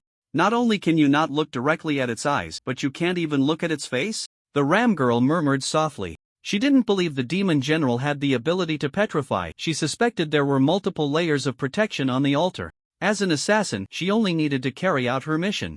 Regardless of whether it was true or not, they would take it back first. The ram girl took out a white handkerchief, recited a spell, and the handkerchief continued to enlarge until it could cover the demon general. No need to say more, this was a magical item. Go, my little darling. Just as the ram girl threw the handkerchief, a powerful gust of wind from a punch struck. It was the blind monk making a move, but unfortunately, it couldn't harm anyone and didn't damage the handkerchief at all. Humans, you desecrate our holy ground and you shall face divine punishment, the blind monk said weakly, leaning against the wall. Seeing the ram girl ignoring him and focusing on controlling the magical item, he grew anxious. If the demon general was truly covered, he might really be taken away. The blind monk wouldn't let that happen. Expending the little strength he had left, he summoned a model of the Sand Eater fortress out of thin air. Since we're all going to die anyway, why not die together? Damn it, where are the reinforcements? Under the arrow tower, Chino had just slain several monsters and turned to look behind, finding no one there. He complained and continued to cast wind blades to kill the monsters. Unbeknownst to him, evening had already arrived. The monsters launched a massive attack on the town, numbering nearly 10,000. Even with fortified defenses, without sufficient troops to defend, they couldn't hold out. Just from what Chino knew, 2 defensive lines had already been breached. He stood alone at the northeast edge of the town. As for Uncle Fu, he was summoned by Mayor Schneider and his whereabouts are unknown. Young master, I'm here to help you, Chino said, thinking it was Uncle Fu who had arrived. Turning around, he found it was Bart, who had a stern expression and said, just you. Where are the others? An hour ago, the mayor said he would send a group over for support, but now there's still no one. Stop complaining. The town is severely understaffed. We should focus on how to fend off this horde of rampaging monsters. Bart waved his hand dismissively, walking past Chino and charging into the pile of monsters. Although the two formed a small team, their synergy had yet to develop, so they fought independently to avoid hindering each other's performance. Chino watched as Bart plunged into the mixed group of monsters, wanting to say something but hesitating. Forget it, I never expected much from you. Melee professions are prone to injury, and without any medical personnel in the team, charging ahead alone was unwise. Bart didn't want to die, he only dealt with the easier foes, leaving the tougher ones for Chino to handle. Chino looked at the swarm of monsters about to charge towards the arrow tower, wiped the sweat from his forehead, and raised his hand to cast a massive wind blade, wiping out over 100 monsters in one go. Ugh, my magic power is running low again. Shino felt bitter. He had killed several waves of monsters, and instead of retreating, the monsters were attacking even more fiercely. If it weren't for the arrow tower clearing out the monsters, he wouldn't have been able to hold on this long. Aside from a few powerful moves, he had exhausted his usage. He was relying entirely on the convenience of his weapon to reap the monsters. It must be mentioned that the techniques he learned had usage limits, while the conventional skills that came with powerful weapons and equipment had no such limits. As long as his condition was good, his magic power sufficient, and his weapon and equipment undamaged, he could use them continuously. Of course, the more powerful the move, the longer the cooldown time, while conventional skills had shorter cooldowns but generally weaker effects, often not even as strong as a basic attack for some stronger opponents. Shino was a spellcaster, and his main means were magic. When his magic was on cooldown, he used the blade of the celestial god as a sword, charging forward to slash at the monsters. Even so, it was tough. His magic consumption was too high, and his stamina was running low. His condition was severely declining. By now, he had no idea how many potions he had drunk. Shino forced down the nausea and drank a potion. Seeing a big guy approaching, he perked up. Finally, a heavyweight. I hope this one can let me have some fun. Shino adjusted his breathing, focused on chanting the spell, and kept his hands moving. The newcomer was a ferocious canine monster, with dark red skin covered in sharp spikes and a hideous head. This was a rare demon hound, classified as a 4-star bounty target by the guild. Killing it would earn him 1,000 contribution points. According to the rules, completing a 1-star commission could earn between 130 points of contribution, a 2-star commission 30,100 points, a 3-star commission 100,500 points, a 4-star commission 500,1000 points, and a 5-star commission over 1,000 points, with no upper limit. If completed as a team, the contribution points would be distributed among all members. The threshold for promotion to silver rank was 3,000 contribution points, and with enough effort, it could be achieved. Killing the demon hound would be equivalent to 5 3-star tasks. How could he not be tempted? Shino felt invigorated and wanted to use the weapon's built-in skill, Dance of the North Wind, to create a powerful storm. Looking up, he was stunned. The ferocious monster from before was now in a state of panic. The demon hound growled twice, wanting to pounce on him, but then hesitated and retreated 100 meters away. What's wrong?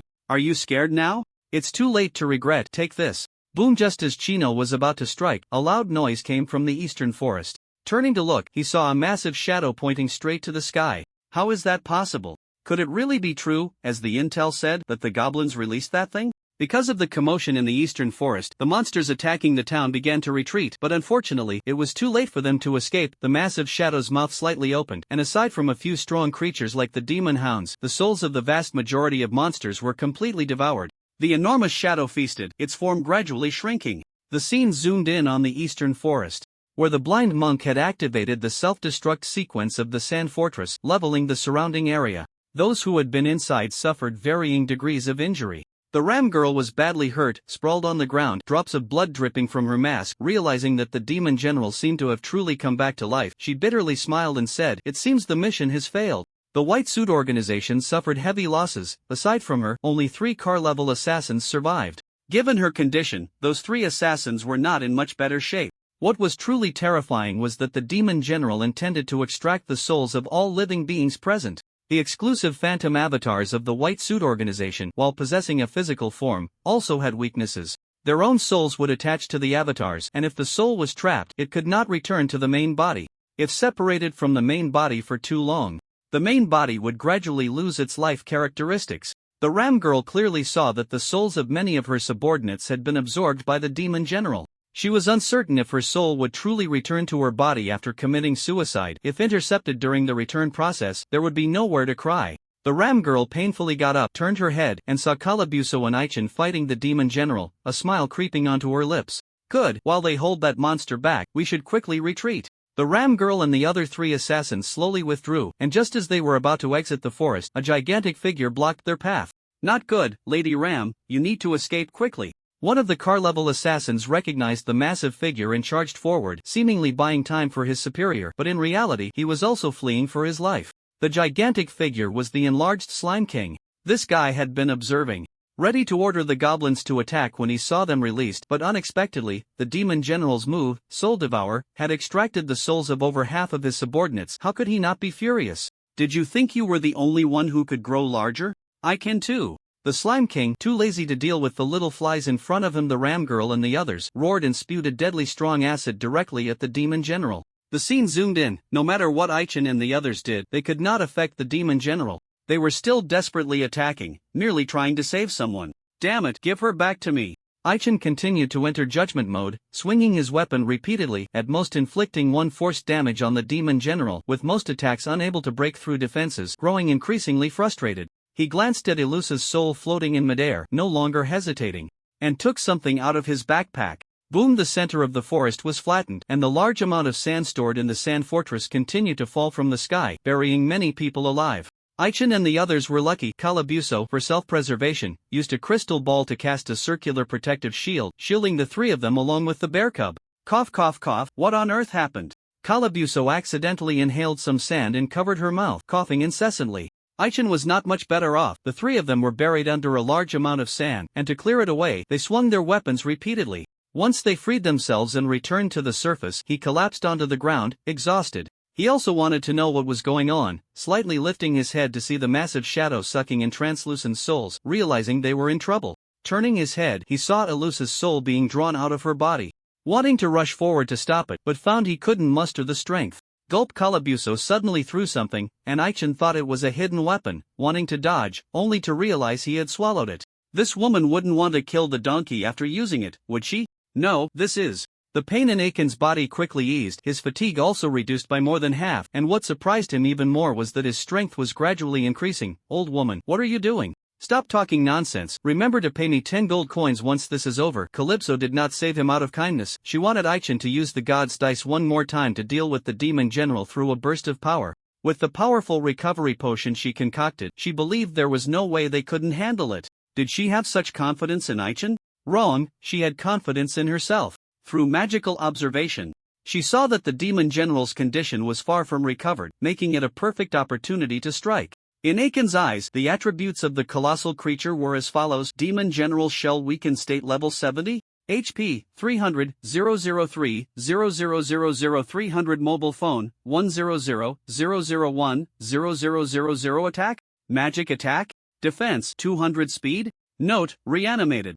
Was it really just a shell? The pill Calypso tossed to Aichen was very effective, quickly restoring him to full status, and even granting a 30 boost to all attributes, though it only lasted a mere half a minute. Seeing his rage meter full, Aichen decisively activated his special skill, Blade of Judgment, unleashing an exaggerated arc of red slashing attack. Boom! Aichen was lucky. At the moment he used his special skill, the cursed necklace triggered a bad wind attack, a gust of black wind swirling up. The wind fueled the flames, and the Blade of Judgment, wrapped in black fire, struck at the knee, causing the black flames to rapidly engulf the entire body.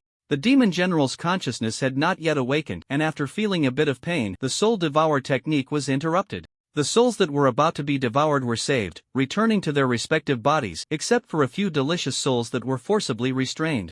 Ilusa was one of them. Unfortunately, the enemy was too powerful. Even with her precious treasure, Ilusa could not be saved. After her soul was pulled from her body, she floated in the air with a dazed expression.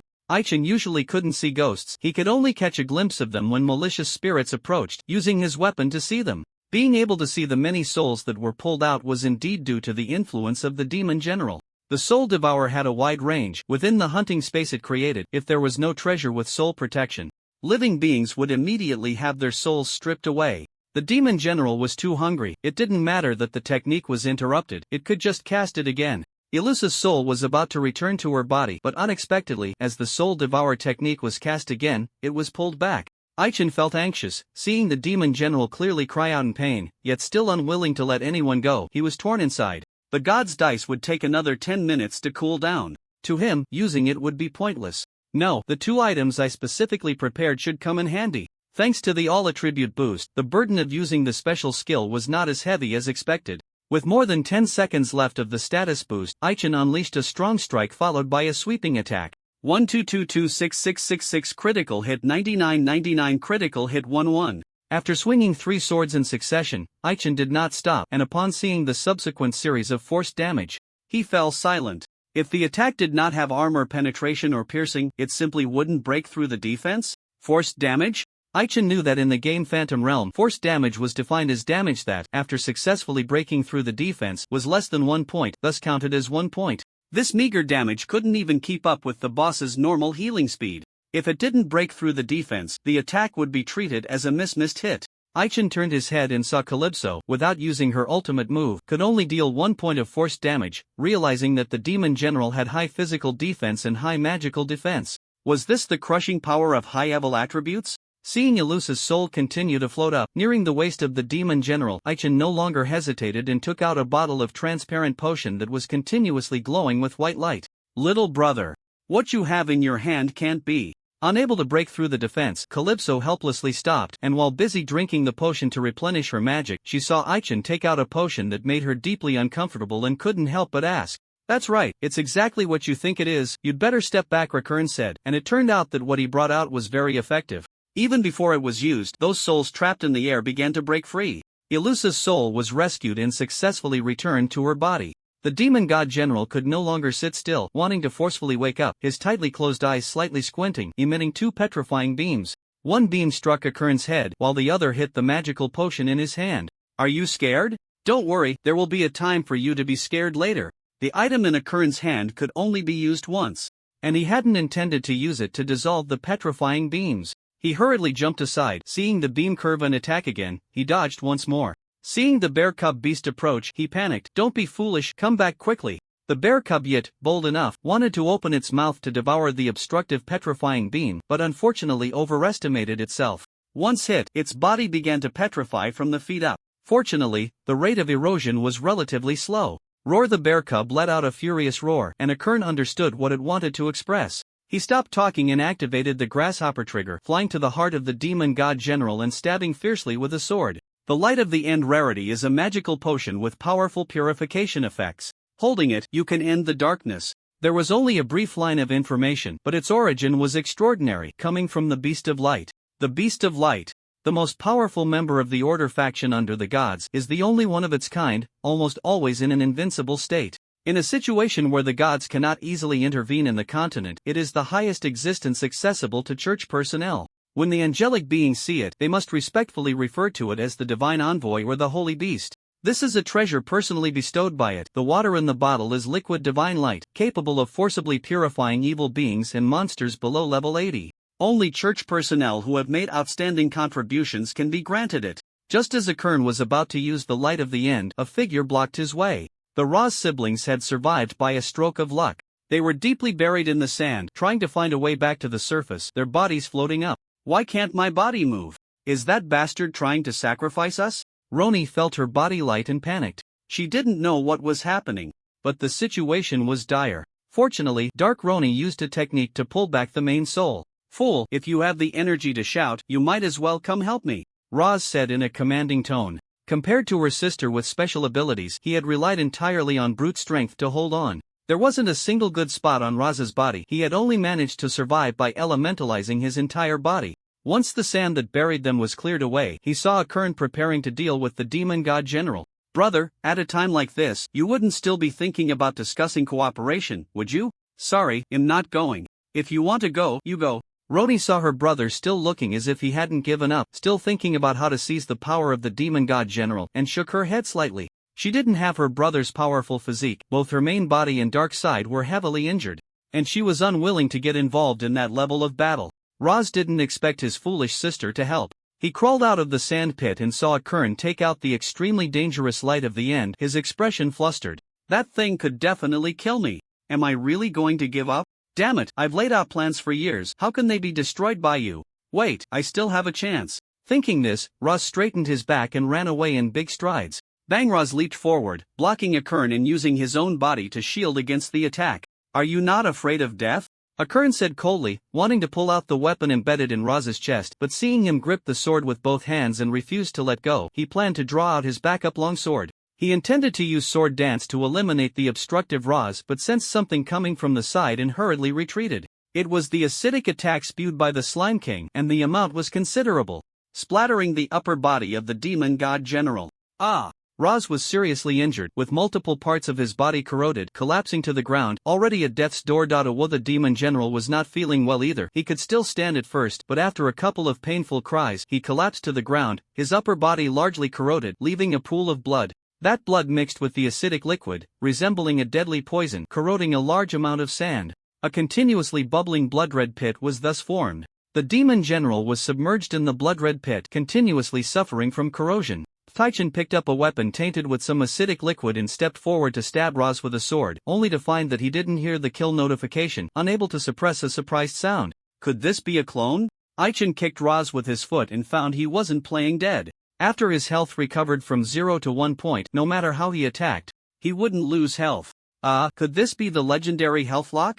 It wasn't that Aichin was reluctant to use the light of the end, it was simply difficult to approach the blood-red pit. An ambiguous third party had appeared. Seeing the Slime King leading an army approaching, Aichin found himself in a dilemma. The demon general's health had dropped to half. He wanted to use sword dance to finish him off, but unfortunately he couldn't use it, as this guy was deemed a corpse with no so-called health line. What he feared was that if he devoured more souls he would fully awaken, and things would get troublesome. To Aichin, the slimes coming over were just running to their deaths. He hadn't figured out how to stop them yet. Whoosh, 2 arrows came flying. Aichin turned his head and found that they weren't shot by Gimlet but by a middle-aged man dressed as a hunter. He had a bit of an impression of this person, he couldn't remember the name.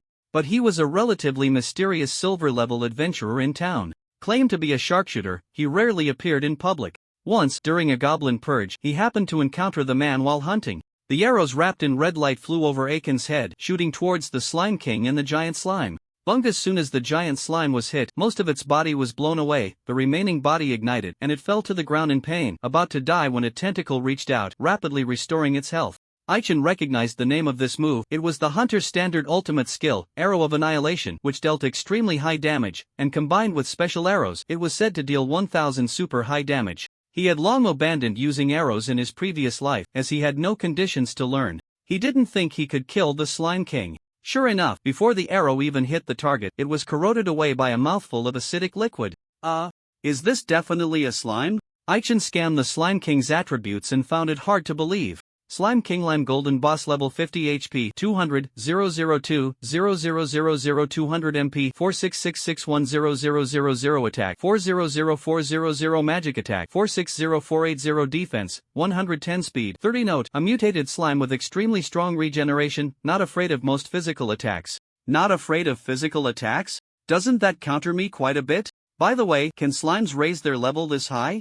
Aichin was slightly stunned when the giant slime was revived, roaring in anger, its gaze locking onto the middle-aged man who had nearly shot it. Noticing the commotion behind him, Aichin turned around and saw a bizarre scene. The blood-red pit was stirring, with monsters crawling out one by one. Upon seeing what those monsters were, he sighed inwardly. They were goblins, the blind monk who had once caused him trouble, crawling out of the pit and heading straight for him. He didn't die? No, they had all died once. They had just been revived using the blood of the demon general. Without giving Aichin much time to think, the blind monk charged at him. He barely dodged the swinging fist but suddenly got hit in the side, and looking down, he realized the severity of the situation. You've gotten stronger? No. Is this your true form and strength? Aichin gritted his teeth in pain as he spoke.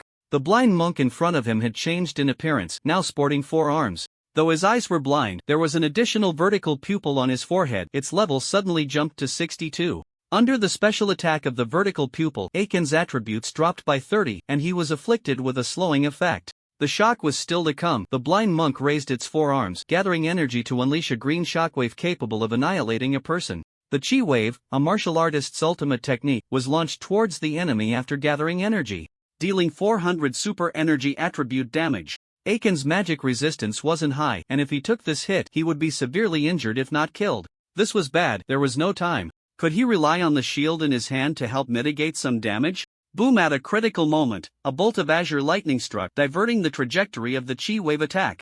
Aichin managed to escape, turning to see Fema approaching with a smile. Goblin Slayer, can you let us handle it? The Fema duo hadn't died, they had been deeply buried in the sand and had just crawled out. Aichin needed to finish off the demon god and didn't want to be held back, nodding in response. It's very strong, remember to be careful. As he stepped aside, Fema and Liliata officially engaged, flanking the blind monk from both sides. The blind monk's consciousness was chaotic, and their attacks brought it back to some clarity. It clapped its hands, summoning a clone, and said, "Come on. Seriously, why do we have to do this? The higher-ups really know how to make us work, can't we get a break?" Under the moonlight, the heavily armored Shilio complained as he ran. He and his partner were rushing to the battlefield in the eastern forest. Previously, they had exerted themselves to defend the town. After finally repelling the monsters, they thought they could rest, but Aichin had stirred up a commotion. The mayor was worried that the monsters would invade the town again tonight and couldn't spare too many troops for support. After some discussion, they finally dispatched a chariot squad. Stop complaining. As long as we complete the mission, the higher-ups will give us whatever we want. Didn't you want a better greatsword? This is just the opportunity. The voluptuous female mage, Lena, said slowly while holding a smoking pipe. She was 24 years old, a noble woman who, not wanting to be used as a marriage tool by her family, became an adventurer right after graduating from the magic school. The two had been teamed up for 6 years, developing feelings for each other, yet they had never managed to break through that barrier to take their relationship further. She excelled in fire magic, mastering several high-level spells with strong output capabilities. In that case, we need to run faster. As they were nearing the edge of the forest, they spotted someone lying by the roadside. Ha! Isn't she the president's secretary? What was her name again? How did she end up here? In front of them lay a blonde beauty on the ground. Shilio leaned in closer and recognized her as the guild secretary. In his impression, she was just an ordinary person with no strength at all. He thought she might have been kidnapped by monsters due to her decent looks, prepared to be used as a tool for venting, but was saved only because the monsters had suddenly retreated. Bang bang bang, sounds of fighting echoed from within the forest. Shilio hesitated for a moment and said, "You'll go check it out first. You take your time to rescue her. No matter what, people had to be saved." Lena nodded, signaling him to be careful. When they finally reached the fierce battlefield, Shilio saw the Fema duo being pressured by the blind monk. Is that really a goblin? The scene was chaotic, with goblins continuously crawling out of a blood-red pit, engaging in battle with slimes. Aichin was swimming through the mass of monsters, temporarily unnoticed. Shilio forcefully intervened in the fight, pushing back the blind monk with a sword, and saw a giant slime charging at him, smirking. "The gunwielder, leave it to me." As soon as he finished speaking, a mass of red flames, resembling a phoenix, crashed down heavily. Falling Phoenix Slash, a powerful move that only paladins could learn, carried immense holy attribute damage. The giant slime was high level at 48, with a thick health bar, nearly being one-shot, with most of its body purified away before it could slow down. The core of power was shattered by a sword strike from Shirlu. Fema, seeing him use his ultimate move as soon as he arrived, coldly snorted, "Lily, we can't be outdone. Step back a bit so you don't get in my way." With that, Fema was enveloped in blue lightning, his figure flashing as he appeared behind the blind monk. The blind monk was momentarily stunned, his 2 extra arms severed, and upon seeing the blood hole in his chest, he found it hard to believe. Such speed! By now, the blind monk's consciousness had mostly returned. He had died once and didn't want to die again. Seeing the wound healing rapidly, he felt a sense of relief. Receiving the master's blessing felt really good. The blind monk attempted to strike back, but his body suddenly stiffened. It was Lilietta using her skill, playing the violin. Under the beautiful melody, notes flew up, continuously swirling around the blind monk. "Sleep now, undead." "Undead? Is that woman talking about me?" "No, I am not undead." The blind monk's limbs trembled slightly as he tried to struggle, only to find his consciousness growing fainter, his body gradually collapsing. With a helpless sigh, he ultimately transformed into blue smoke and dissipated. Yes, any goblin that crawls out of the blood-red pit is undead. The blood pool that creates them is somewhat special, making them appear alive. Before the two could catch their breath, dozens of goblins charged in. Fema unleashed a torrent of lightning, annihilating a wave of goblins and simultaneously taking out some slimes. Why didn't he explode earlier?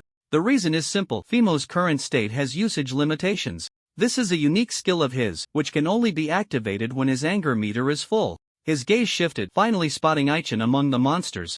Feeling displeased, "What is the goblin slayer doing? Still not done?" Fema was irritated. The blind monk, who could be considered a rival, had been dealt with by his partner in such a manner, leaving him feeling uneasy. He needed to find another opponent to play with. Spotting a humanoid slime mimicking him approaching, he chuckled, "Interesting, a counterfeit. Let me see just how much of my true skill you possess." Lilietta was not idle. As soon as Fema moved away, she kept playing the violin. Any monster that heard the tune would lose health. In less than half a minute, a wave of monsters would perish. Huosha ball of light came flying. Lilietta hurriedly dodged. She wasn't good at direct combat, and seeing the hero Roni approaching, unaffected by her skills, she decisively retreated. Roni had finally caught someone easy to deal with and had no intention of letting her go. With a wave of her staff, the person was instantly trapped in a barrier of light. Fema saw this from a distance and wanted to rush over to help, but the humanoid slime was too troublesome, and having exited annihilation mode, his state was declining, leaving him unable to break free, only able to feel anxious.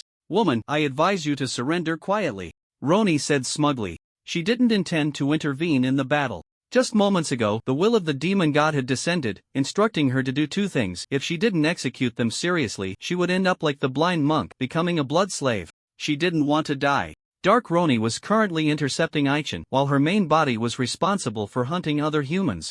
Lilietta had no intention of surrendering. Her gaze shifted, realizing the barrier trapping her wasn't very strong, and suddenly had an idea. Bung! The loud explosion sounded.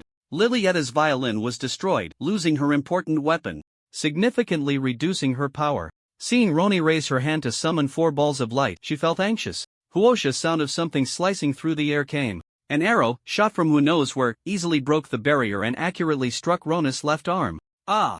Roni cried out in pain, the light balls she had conjured quickly disappearing. When she looked up, Lilietta was gone, clearly rescued by someone. Damn it, it's that bastard. I must not let you find me. Roni gritted her teeth, pulling out the arrowhead, knowing it was Gimlet's arrow, but unable to find him, she stomped her foot in frustration. She hadn't forgotten her main task. The person had been rescued, so that was that. She coldly glanced at Shirley, who was being besieged by goblins. Shilia's strength was extraordinary, and he was steady and methodical. Mere minions were not enough to defeat him. After treating her wounds a bit, Roni was about to charge in, but unexpectedly, a person suddenly appeared halfway, nearly getting hit by a large fireball. Sorry, Goblin Hero, this road is blocked, Lena said with a smile as she walked slowly from a distance. Not good. Have they seen through our intentions? Aichin, having slain the 2 goblins blocking the way, frowned tightly upon seeing hundreds of goblins surrounding them, with more than 10 bosses among them. The closer he got to the blood pool, the stronger the resistance he faced. In the past, he would have leisurely hunted, but the situation was special now. Nearly 2,000 goblins crawled out of the blood pool, and even after killing over 300, there were still plenty left. He really couldn't let them escape the forest. Aichin had to get close to the blood pool for a simple reason. The light of the inn seemed powerful, but it had significant usage restrictions. Speaking of which, it was necessary to mention how he obtained it. Whenever someone was promoted to silver rank, the guild would reward them for their outstanding contributions by allowing them to select a treasure from the vault. When Aichin was promoted to silver rank, he initially chose a piece of jewelry but unexpectedly found a bottle of the light of the Ind in the vault and changed his mind. The vault keeper had clearly told him to use it cautiously. If misused, its effect would be worse than holy water. Aichin acknowledged this and, to confirm whether it was still within its shelf life, made a special trip to the church to have the priest take a look. According to the priest, this item must be inserted into the enemy's vital points, otherwise, it can only suppress part of the evil's power, which is 30 to all attributes. It cannot suppress for too long, at most 5 minutes, and the effect cannot be applied to a single enemy more than twice. Its effectiveness against monsters is limited. If it can penetrate the enemy's vital points, it can basically kill the enemy directly, making its use somewhat pointless unless the enemy is too strong, in which case it could turn the tide. The bottle Aichin obtained had been produced for over 300 years and was still within its shelf life, but whether it could guarantee a kill against a demon lord was uncertain. He had already placed it in his backpack. The current dilemma was how to break through the goblins' blockade. Whoosh! A dagger came flying from behind, and Aichin hurriedly dodged, seeing a large hand emerge from the shadow beneath him, instantly grabbing his arm and throwing him out without warning. Why bother? Dark Roni, ordered to block him, darkened her expression upon hearing Aiken's words. What does that mean? Is he warning me? If I hinder him again, he will kill me? I can't kill him now that I'm separated from that fool the main body. Dark Roni would never admit that she was frightened by Aiken's aura. She steadied herself, exchanged glances with a few nearby goblins, and quickly merged into the shadows. Darting between them, Aiken's left hand was accidentally scratched, receiving a debuff. He was marked, and the attacks he would face next would be quite tricky. There was no time for him to think. 2 large goblins charged at him. Aichin was surrounded with no way to retreat. As he tried to jump aside, he sensed a malicious intent behind him, realizing that no matter where he hid, he couldn't escape. Then let's go. Whoosh! With various enhancements, Aichin first struck down the large goblin's health bar in one hit, severely wounding 2 other elite monsters. He quickly turned around and saw 5 Dark Roni appearing around him, each gathering energy to cast shadow balls, realizing he was in trouble. He wanted to use the same trick to dispel Rona's light clones and resolve the crisis before him. Suddenly, his body became immobile and he realized he had fallen into a trap. Aichin was immobilized and hit repeatedly by shadow balls, causing his health to drop below 4,000 points. Whoosh, whoosh, whoosh! At a critical moment, 5 arrows glowing with green light flew in. Aichin was struck by one of the arrows and found he could move again, realizing Gimlet was helping him out. Dark Roni was pierced by an arrow, only to find she was unharmed, and the other 4 clones were fine too. It was just a false alarm. It didn't matter that she couldn't find him, forcing him to reveal himself was enough. And Roni saw Aichin thrusting his sword, completely unfazed, and met the attack heat-en, grabbing the person's hand and saying, "Got you, detestable human. Did you ever think that I might have let you catch me on purpose?" Aichin replied, though he certainly hadn't intended to be caught. And Roni's eyes widened, and when it tried to let go, it found it couldn't. Seeing the person disappear from view, it panicked. Turning its head, it finally understood where Aiken's confidence came from. Boom! A powerful wave of red heat surged forth, destroying everything in its path. And Roni was blasted away in a single encounter. Its 4 clones forcefully shattered, thudding to the ground, and upon seeing a massive sword right in front of it, it hurriedly transformed into a shadow to escape. "TCH, did it get away?" Layla said, her attack missing, noticing Roni had fled 30 meters away, and she pouted in boredom. Aichin exchanged a few glances with her, neither said anything as they each set about their tasks. Taking advantage of the goblin's attention being drawn away by Layla, he quickened his pace towards the blood pool. He was momentarily stunned to see a figure crawling out of the blood pool. "No way? Even this kind of creature can be summoned?" Aiken's eyes grew serious as he looked ahead, feeling his hands and feet involuntarily tremble, silently lamenting how honest his body was. Guess what he saw? So far, everything that had crawled out of the blood pool, despite being inherently evil, had appeared as goblins. This time, however, a chaos beast emerged. Unlike the primitive chaos beasts he had encountered before, this one resembled a worm, with a grotesque head at both ends. He couldn't detect any information about it, everything was a question mark. Aichin felt a chill emanating from it as he watched it swallow a goblin that had just been birthed from the blood pit, forcing himself to regain his composure. He attempted to unleash a cross slash but found he couldn't. Not good. Had he exhausted even the usage of the cross slash? One of the chaos beast's heads suddenly elongated and lunged at him. Aichin hurriedly jumped aside, only to see another head coming at him, and he struck out with a slash, severing its head. Before he could feel pleased, the head regrew. What was concerning was that the severed head sprouted a body part, giving birth to a new chaos beast. Was this considered splitting? The chaos beast, aware that Aichin was not easy to deal with, turned its split body to attack the nearest goblin, eating anything that was alive. Aichin didn't want to drag this out. Seeing a humanoid slime intervene, he realized it was an opportunity. He tried to avoid conflict with the slime, but it still sought him out. This one was quite high level 48, with the position of royal attendant, and it could think normally like a human. Aichin didn't know its intentions, but seeing it engage with the chaos beast was just what he wanted, so he strode over to the blood pool.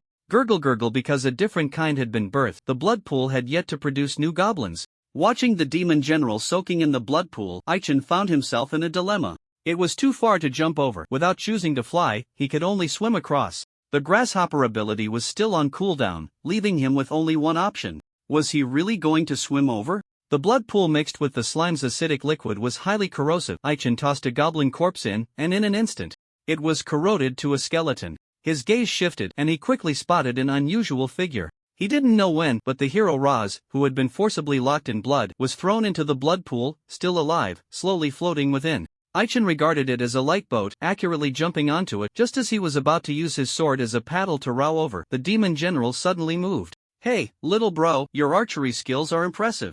Make sure to visit my shop someday, I guarantee you'll be satisfied." Calypso watched Gimlet, who was shooting arrows like crazy, growing more excited the more she looked. If it were a quieter place, she would have rushed over without hesitation. A handsome guy, who wouldn't like that?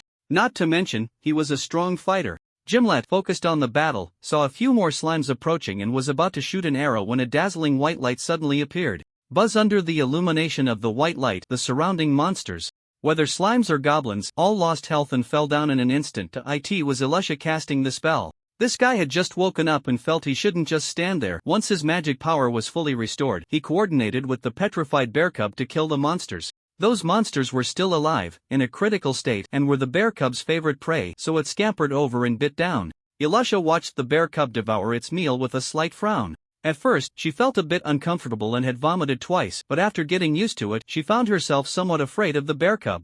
After all, they were monsters. No matter how cute they were as children, they inevitably had to go through this stage as they grew up. Sigh, I hope the bear cub Pepe doesn't turn out like this. When Elisha woke up, the people had been moved to the edge of the battlefield. Calypso was decent enough, while Aichin executed the beheading operation without caring for anything else. Before Elisha woke up, she had been diligently protecting the people. This old woman still hadn't forgotten her main business and always wanted to obtain the demon god's vessel. What she wanted was a corpse, not a living one. Once Aichin dealt with the situation, she would go collect the spoils. Turning her head, she saw the mage Lena fighting fiercely with Roni from a distance, lost in thought. Sigh, it's been years since we last met. That little girl from back then has grown up so much. The more Calypso looked, the more entranced she became. To evade the bounty, she had sought the protection of the nobility and had taught Lena magic for half a year. During her time as a private tutor, she believed she had been very responsible, yet she had caused a major incident. Lena had recklessly learned a dangerous high-level spell, destroying a mountain and killing many lives. As a result, she, the teacher, had to take the blame. Lena felt guilty and wanted to find an opportunity to apologize, but someone was deliberately avoiding her. Choosing to come to a remote place like Daffodil Town was simply because she had heard rumors that someone had seen a woman resembling the Witch of the Black Forest in town. The Witch of the Black Forest was Calypso's nickname. Anyone who had heard of her was terrified of her. Seeing Lena gradually shifting the battlefield towards her, she realized she was about to be discovered. Of course, I had just cast dark magic several times. She must have seen through it. No, I have to run. Calypso held Lena in high regard. She was a rational female lunatic. Upon learning that she was a witch, not only was she not afraid, but she also wanted to play at being a witch herself. Desperately searching for her was not just to apologize properly, but also because she wanted to join her faction. With that thought, Calypso no longer hesitated, smiled slightly at Gimlet, and vanished in a flash. Gimlet was momentarily stunned. Seeing her leave, he wanted to call the bear cub back and prepare to withdraw from the battlefield when a fireball suddenly fell from the sky, thinking it was Calypso trying to kill them. Damn it, I knew that old woman was trouble, Gimlet said in exasperation. To protect Ilusha, he didn't have time to cast Windwave and hurriedly pulled the people away, leaving a large crater where he had been standing. The bear cub was lucky. It was only slightly grazed by the fireball and yelped in pain, then pounced on the attacker. TCH, did that woman escape? Lena approached leisurely, her expression unchanged. She didn't care at all about the bear cub charging at her. She simply raised her hand and lightly pointed, freezing the bear cub in place. Whoosh! Seeing an arrow coming, Lena released a small flame that easily burned the arrow in half. Hey, handsome over there, do you know where that old woman went? Never mind. You probably don't. Lena didn't forget her main business and turned to look at Roni, who was lying on the ground, barely alive. At that moment, Rona's eyes were filled with fear, knowing she wouldn't be killed but would be used as a tool by Lena. This woman was off, super off. No, I have to escape. It didn't matter that her magic power was running low. As the goblin hero, Roni was physically strong and quickly stood up. Seeing Lena slowly approaching, she steadied herself and said, "Human, thank you for letting me experience what it means to wish for death. As a token of gratitude, let me show you something good."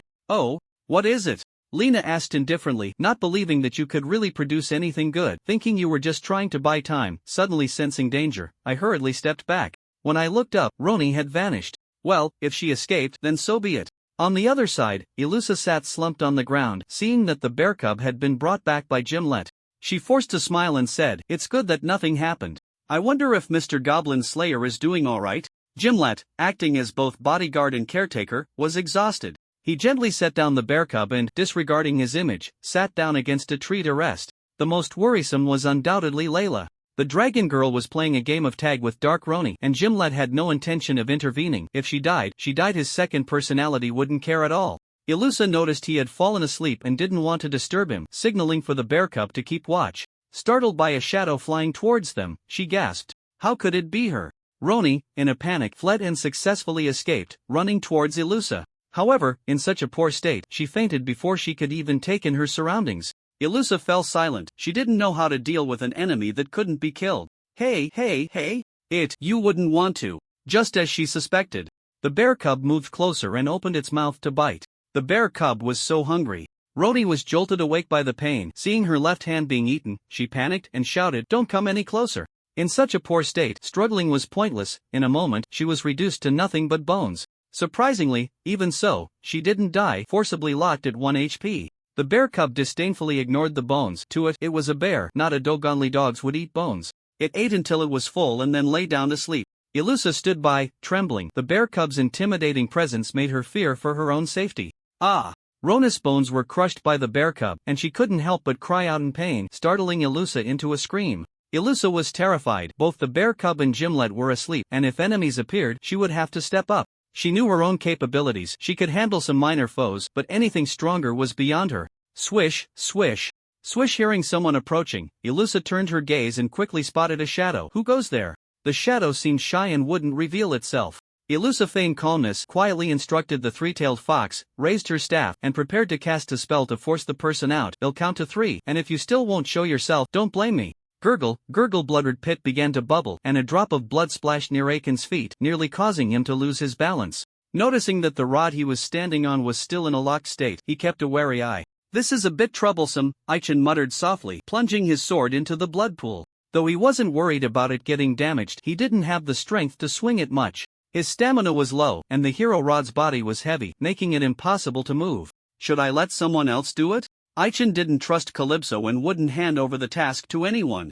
Of course, even if he wanted to, the other party wouldn't dare accept. The Light of the End was the witch's nemesis. Holding it would not only lower all attributes but also weaken magical power over time, permanently. Handing it to someone trustworthy? Not to mention finding someone. Just breaking through the Demon General's defenses was a feat few could accomplish. The Demon General stirred slightly, making Aichen alert. Has it come back to life? He didn't have much time left. Aichen opted for a more cautious approach, taking out a few shields he had picked up, tossing one shield, jumping over, then tossing another, repeating this until he successfully landed on the Demon General. Turning around, he saw that all those shields had been corroded away. Aichen didn't dare act recklessly. He felt an immense sense of pressure. The Demon General, having been soaked in blood for a long time and with its power divided too much, was in a terrible state, its health bar dropping below 10,000 points. Even so, Aichen found it difficult to inflict damage. Demon General weakened state fusion state level 70, HP 8643300000 MP 288810000 attack, magic attack, defense 200-100 speed. Note, it's really about to resurrect. Once again, information was scouted, and Aichen realized the situation had become more severe. No longer just a shell? Fusion? What is it fusing with? Could it be? Aichen had some guesses and, without further delay, quickened his pace to the heart's location. Bang! Just as Aichen was about to start, slicing through the flesh of the Demon General with his sword, a strong acid spray came at him. The Slime King would stay at a distance every few minutes to spray strong acid. This guy isn't too stupid. Not wanting the Demon General to truly awaken, it kept its distance and continuously attacked. It had tried every skill, and only the strong acid could inflict some damage, so it decided to wear down the opponent.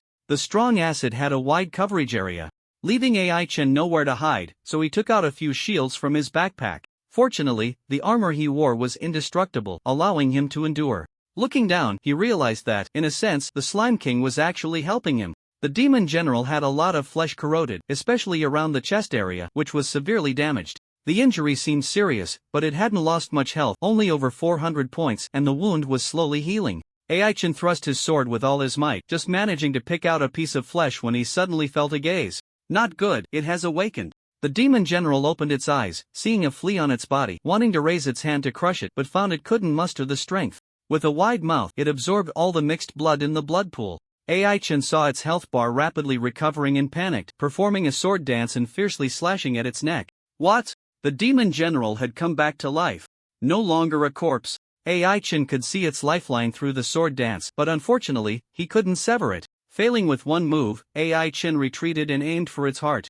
2222 little flea, are you done with your performance? The power disparity between the two was so great that one move couldn't turn the tide. Aichen hadn't mastered the sword dance yet. It could only be used against opponents with a smaller power gap, wasting a chance. He knew it was his own issue. Seeing the opponent's chest healing rapidly, he jumped right in. Not yet, there's still one more encore, so watch closely. Aichen said lightly, continuously swinging his sword while pulling up the game shop, wanting to exchange for a troublesome poison to suppress the Demon General's regenerative ability. No, that won't work. This guy's level is too high. The shop hasn't opened further, and it wouldn't have much effect on it. Wait. When he left this morning, Aichen took 2 items from the treasure chest. Aside from the Light of the End, there was also a future pot intended for destroying the Sand Eater Fortress. This was a very mysterious special item. No one knew how it was made, and it was known alongside the time machine as one of the 2 great products from the future. It looked like a superb metal craft with a silver-white body. Inside was an incomprehensible swirling black hole. With a rarity of 4.5 stars, it had 2 functions: to destroy magical items with a rarity of no more than 4 stars, and to synthesize 2 magical items with a rarity of no more than 4 stars into a more powerful item. Whether used for synthesis or destruction, it could only be used 3 times. Such high-end items were not sold on the market. It was an unexpected gain for Aichen during a Goblin Den cleanup. Although it could be used to destroy magical items, the usage conditions were strict. He had to see the physical item and be within 10 meters of it for the effect to activate. The item model of the Sand Eater Fortress was self-destructed by the blind monk, so theoretically, the future pot had no place to be used. Aichin made a bold attempt, taking out the future pot and placing the two items inside. Buzz! After a flash of black light, an item was spat out by the future pot. Myth of Light rarity, a gift from the god of light to the world. Possessing it means you will embrace the light. Note, if an evil person touches it, all power will be lost. This was a silver crown glowing with white light, not a headpiece. It could be used by holding it in hand, and it was a one-time item. Its only function is to enhance any magic or item with holy attribute damage, up to a maximum of 100 times. To fuse it, Aichin used up 2 treasures, but it was worth it. The light of the final curtain and the Myth of Light resonated in his hands, and in an instant, brilliant white light erupted. What is this? Not good. The demon god general panicked. After the effect of the light of the final curtain was enhanced, its power continued to diminish, dropping in level repeatedly until it finally stopped at level 40. Collapsing in the large pit, it looked utterly exhausted, almost purified into a dry corpse. Even so, killing it was not an easy task. Aichin summoned all his strength and struck fiercely through its chest, faintly seeing the heart still beating within. Before the light of the final curtain could be unleashed, it shone with dazzling white light. Wait! The demon god general's eyes widened in terror. It sensed a deadly threat from Aiken's weapon and wanted to plead for mercy, but its voice was abruptly cut off. In that moment of drawing the sword, the entire blade of the ghost cry lit up with black light. The weapon activated without Aiken's knowledge, though it only lasted for a brief 2 seconds. Congratulations!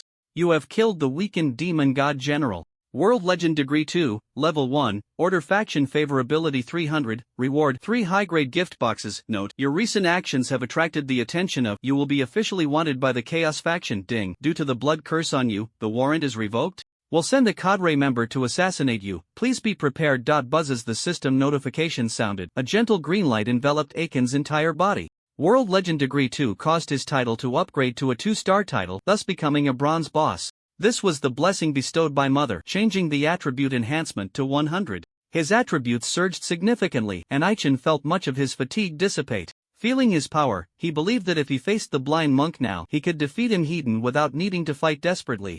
A series of notifications went unnoticed by Aichin. He had other matters to attend to and turned to the fallen hero. Roz, stop playing dead. How did you see through it? Hero Roz opened his eyes, seeing Aichin slowly approaching, his eyes filled with terror.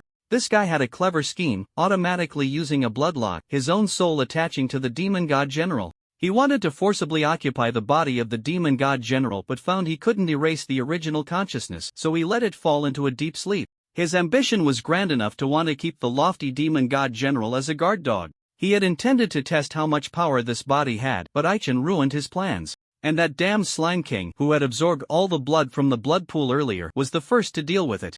Aichin stayed at the bottom of the pit, unaware of the specifics. Layla had seen it clearly. A flash of black light passed, and then the Slime King was struck hard, fainting on the spot. Dark Roni was quite unfortunate, unable to dodge in time. Her body was pinned down by the Slime King and also fainted. Layla stood by, wanting to deal with both of them, but found that whether it was the slime or the goblins, they all rushed towards her, wanting to protect their leader, which left her in a bit of a dilemma. As for the ones above, let others worry about them. Aichin had only one thing to do: kill Hero Roz. At this moment, Roz was no longer in a bloodlock state. His health bar had recovered to nearly half, and his magic was nearly depleted, making it difficult to use any skills. He was just a bit tougher to deal with, not hard to take down. Roz was frightened by the weapon in Aiken's hand, realizing he couldn't escape, and could only call for help. Don't come near me! Roz shouted loudly, using 2 special skills as he spoke. The goblins crawling out of the blood pool wouldn't heed his commands. The only one he could control was his sister. Reinforcements is a common skill for low-level monsters that can summon a friendly unit from the area to their side. Unfortunately, even if Roni wasn't in a coma, she didn't want to face Aichin, so she called out in vain. The power of the earth. Roz is a variant of the mountain goblin, naturally adept at absorbing the power of the earth. Unfortunately, whether it was trying to heal its wounds or regain its strength, it was unable to do so. The sand from the Sand Eater Fortress had poured into the forest, isolated from the outside world for a long time, and there was no power of the earth to absorb. If it wanted to draw from it, it would need to explore deeper underground. Its condition was poor, and its skill casting was interrupted halfway. Wait, you can kill me, but can I say a few words first? Roz said helplessly as it saw Aichin wildly hacking at its body. Could you not slash my face? Can you give me a bit of dignity? Well, go ahead. Aichin replied, though he did not stop his movements. Roz's physical defense was formidable. Killing it would require considerable effort. Aichen first cast a Shatter Armor spell and began to swing his weapon slowly. 707, 8166 critical hit 71188 critical hit. A series of attacks resulted in only this much damage, clearly indicating that Aiken's condition was also poor, and the strength of his sword swings was diminishing. The increase in anger points did not appear out of thin air, whether from injury or emotional rage, it consumed mental energy. Aiken's vision began to blur, and he missed a few swings. Thus, one was forced to endure the sword, while the other kept swinging, waiting to see who would collapse first. Whoosh! The bad wind attack from the skeleton necklace triggered, and a gust of black wind arose, forcibly separating the two. Aichen looked up and saw Roz being torn apart, its health bar plummeting. It would die in less than half a minute. I must have swung my sword over 100 times, right? A 20 chance to trigger, and after swinging so many times, it only triggered once? You can say your last words, like where you hid the treasure? Aichen said while drinking a potion. He had been careless. The bad wind attack did not distinguish between friend and foe, and this type of attack was cursed. Thanks to the curse song effect of the skeleton necklace, he was unharmed. He had inadvertently been struck by 2 black wind blades, and after drinking 2 whole bottles of life potions, only then was the wound on his abdomen healed. Unfortunately, he did not wait for a response. Roz had already breathed its last. Ding! Congratulations on killing the goblin hero Roz. Experience 2000, level up achieved. Sigh, what a pity, Aichen muttered as he looked up at the sky, his level rising to 49 without a hint of joy. He knew that goblins were greedy, more fond of collecting treasures than even dragons. To prevent their treasures from being stolen by outsiders, they would carefully hide them away. Aichen did not believe that Roz and its sibling had hidden their treasure in the Sand Eater Fortress. This unnatural patch of sand before him was unlikely to contain anything. So, where could the treasure be hidden? It couldn't be. The cooldown for the grasshopper triggered, and as Aichen collected Roz's body, the moment he took out the items, he was lifted into the air, soaring out of the pit in an instant. His gaze turned eastward. The lake that had once been occupied by slimes had become an abandoned pit due to the water being drained. Aichen believed the goblins had made arrangements there, otherwise they wouldn't have gone to such lengths to drain the lake. Ignoring the battle on the ground, he zipped away, and Layla noticed but had no intention of pursuing. Once he landed, he saw white smoke continuously rising from the center of the lake. Cautiously approaching, he discovered it was a spring blocked by the goblins, preventing the water from gushing forth. Even though Aiken's perception of magic was weak, he could sense a massive amount of magical energy within. Not good, it was about to erupt. He hurriedly retreated and spotted a treasure chest in a patch of mud. Without time to inspect it, he hoisted it up, just as a loud noise erupted behind him. Bang! The spring erupted, dark clouds gathered in the sky, and in an instant, heavy rain began to pour, washing away the blood on the battlefield and diluting the metallic scent in the air. Aichen ran under a tree to avoid the rain, opened the chest, and found it filled with slime goo. No wonder it was so heavy, a total of 336 portions? After counting, Aichen stored the chest away. Thinking he needed to help Layla, he took large strides back to the battlefield. The game Phantom Realm differs from traditional online games. After leveling up, your status does not recover, and your health and mana bars do not refill. However, during the leveling process, you enter a 3-second invincibility state, allowing you to drink potions, fight monsters, or flee, depending on your choice. In the battle against Roz, Aichen realized that his power was still not strong enough. The 4 newly acquired free attribute points were all allocated to strength, bringing his strength attribute to a total of 60 points, 6 of which were from equipment bonuses. Lowering his head, Aichen felt his strength but remained unsatisfied. Not enough, I need to find a way to get more strength-enhancing equipment. As he ran, he heard sounds of fighting and cries for help nearby. Turning his head, he saw Elusha being knocked away. Aiken's figure flashed, and he caught her steadily. Sorry, I'm late.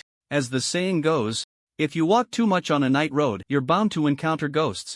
Although Aichen had adapted to the darkness, he understood its terrors. How could one walk alone at night without some precautions? Over the past 8 years, he had encountered many evil entities, and when venturing out, he always carried several bottles of holy water. Some powerful evil entities were not afraid of holy water, nor of the ghost cry in his hand. To deal with such situations, he spent a fortune to buy a holy relic from the church. The Book of Sages Rarity, a sacred relic, could generate 2 pages of scripture each month. While this effect could not be directly used against evil entities, the automatically generated scriptures had a strong purifying effect, with a rarity of 3 stars. It could forcibly purify a single evil entity below level 40, have the power of evil entities between levels 4150, and imprison evil entities between levels 5169 for 310 seconds. This was a money tree, and the church would not easily sell it to an outsider.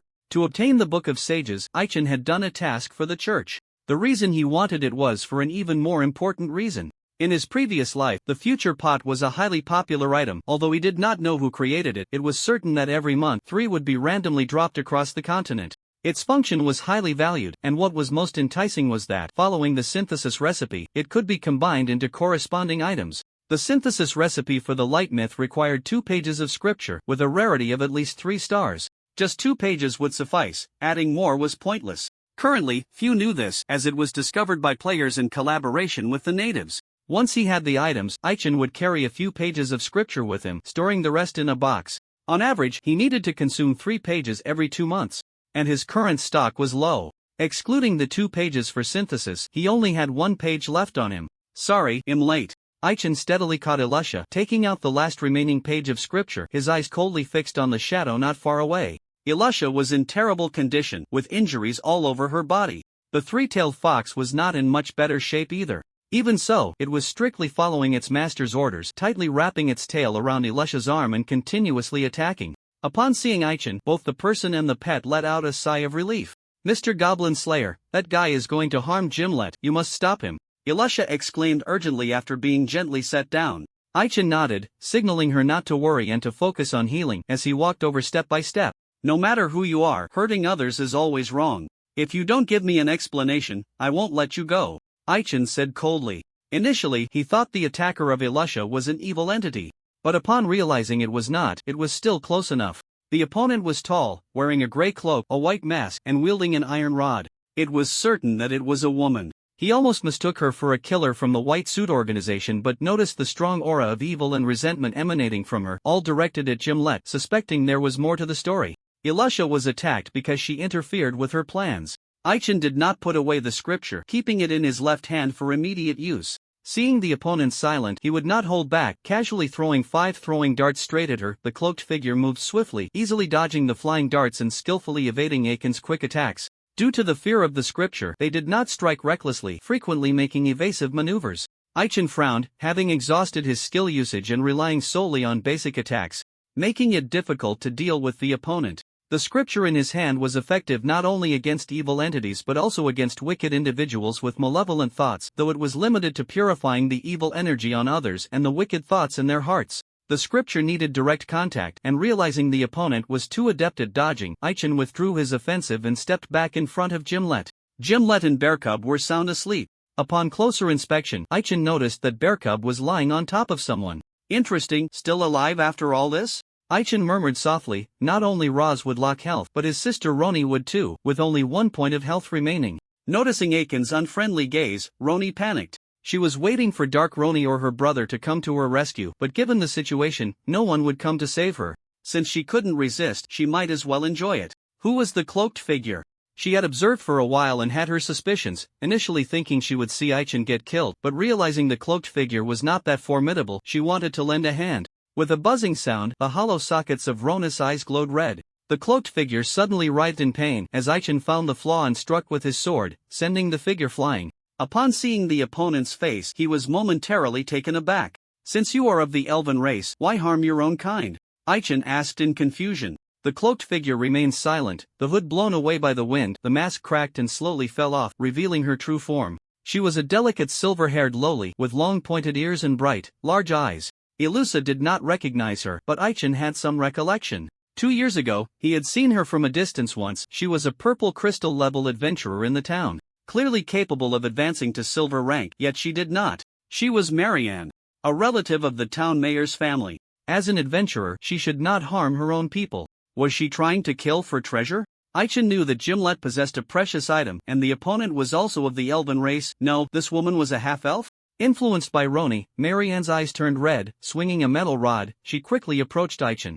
Unable to dodge, he raised his shield to protect himself. Feeling the immense force transmitted from the shield, he could not withstand it and was sent flying. Marianne had no interest in Aichen. After knocking him away, she looked down at the sleeping Gimlet. Seeing this, Aichen wanted to step forward to stop her but found himself unable to move, realizing he was in trouble. Just as Marianne was about to strike him dead, the scripture that had slipped from Aiken's hand slowly floated up and ultimately stuck to her face. She let out a painful cry and retreated weakly to the edge of a tree. The evil energy on Marianne was purified. She glanced at Gimlet, then at Aichin, who was regaining his ability to move, hesitated for a moment and turned to leave. Wait, you were the one spying on the farm the other night, right? Tell me, what is your true purpose? Aichin asked coldly, remembering that Marianne was the cloaked figure in the projection who had lingered outside the farm. It was her. This matter had to be clarified. Just as he was about to intercept her, Marianne vanished with a whoosh. So fast? No, she used space magic. Aichin analyzed calmly. Although his perception ability was not as strong as Gimlet's, it was not weak either. The fact that she could escape his perception range in an instant led him to think only of space magic. Seeing Layla approach with a serious expression, Aichin wanted to check on Alyssa's condition, but as he turned around, he heard Layla ask, "Who was that guy?" Layla was very angry. She had noticed when Aichin fought the opponent earlier and had quickly left the battlefield to come here. Unfortunately, she was still too late. "I want to know too," Aichin replied, shaking his head, not wanting to discuss the matter, handing Layla 2 gift boxes as he slowly walked towards the unconscious Alyssa. "TCH, not even a scrap left? I should have stopped that kid earlier." Korabuso stood by the large puddle, biting her finger, looking distressed. The battle was not over yet. Scattered goblins and slimes were still being chased by several silver-ranked adventurers. Calypso was only concerned about the loot, but Aichin was too reckless, completely purifying the body of the demon general. She didn't believe that the light of the finale alone could achieve such a feat. Aichin must have some secret.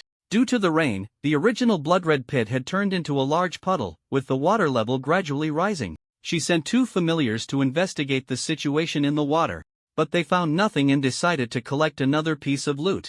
The Slime King, heavily injured, had reverted to its mini form. Half an hour ago, it had retreated from the battlefield under the protection of several humanoid slimes.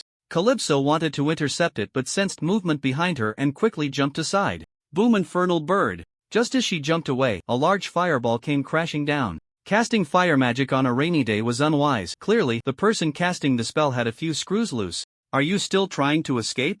Seeing Lena approach, Calypso felt a headache coming on. "Little Lena, you've grown quite a bit. After all these years, you still won't give up? What's so good about being a witch?" "I really don't understand you," Calypso said earnestly, trying to persuade her, but unexpectedly, Lena raised her hand to cast a high-level spell, intending to keep her there. Calypso was not one to back down. The 2 exchanged blows, and Lena was forced back a few steps. Looking up, she found that Calypso had vanished. "Damn it, am I still no match for you? It seems I've been slacking off in my training lately." Lena wiped the rainwater from her face, and as her expression returned to normal, the battle on her partner Shaluna's side just ended. "Is it all over?" Lena, who disliked rainy days, threw a red light orb high into the air, and in an instant, the rain stopped, and the dark clouds in the sky dispersed. However, the clouds quickly gathered again, and the rain began to fall once more. From the lake, magical energy surged forth, mixed with rich water elements. Lena, being purely fire attribute, felt a bit uncomfortable with the large amount of water elements, letting out a bored snort as she held up her small umbrella and slowly walked away. Drip, drip. This rain had been falling for a long time, and by 10 o'clock at night, it was still pouring. At this rate, it seemed it would rain all night. She, drenched in rainwater and looking exhausted, stood guard in front of the Arrow Tower, hearing footsteps behind her and thinking reinforcements had arrived. Turning around, she saw Aichin. "You've worked hard, you all take a good rest. Just leave the next part to me." Aichin gently set down the still unconscious bear cub, drew his sword, and strode toward the pile of monsters. Just as Chino had feared, the monsters were returning. Shortly after the demon general's death, the monsters launched a fierce assault, and the people fought desperately to defend, barely holding off the onslaught with various defensive structures. As the battle on the forest side ended, the silver-ranked warriors, regaining some stamina, rushed back to provide support. Aichin was responsible for this side, and he was impressed that Bart and Chino had managed to hold on until now. Bart leaned against the wall, watching Aichin slaughter the monsters as if he were chopping vegetables. Rubbing his eyes and shaking his head, sighing, truly worthy of being a teacher, as strong as ever. Strange, why do I feel like the teacher is much stronger than before? This was not an illusion. Chino shared the same sentiment. Thinking of a certain unpleasant memory, Chino couldn't help but clench his fist. He had been underestimated. It turned out he hadn't shown his true abilities back then. Had he fought me with a mindset of sparring just because of Uncle Fuss' favor? Chino watched Aichin wielding his sword and couldn't help but recall that night. The night before returning from Pear Blossom Fortress, he had seen Aichin sparring with Gimlet and felt an itch to propose a real duel. Aichin had outright refused him. Chino wanted to emulate Bart, take out a treasure, and instigate a duel, but was still rejected. In the end, it was only because of Uncle Fuss' favor that Aichin reluctantly agreed. It wasn't that he was truly afraid of hurting someone. Aichin had little experience in dueling with spellcasters in this life. The spellcasters among the goblins were too weak. As soon as he caught a flaw, he would take care of them. Lacking that exhilarating feeling of meeting a worthy opponent, Kolibos is just too strong. Fighting him is pointless. Kino can be considered a decent opponent, but he would refuse, merely afraid of losing face.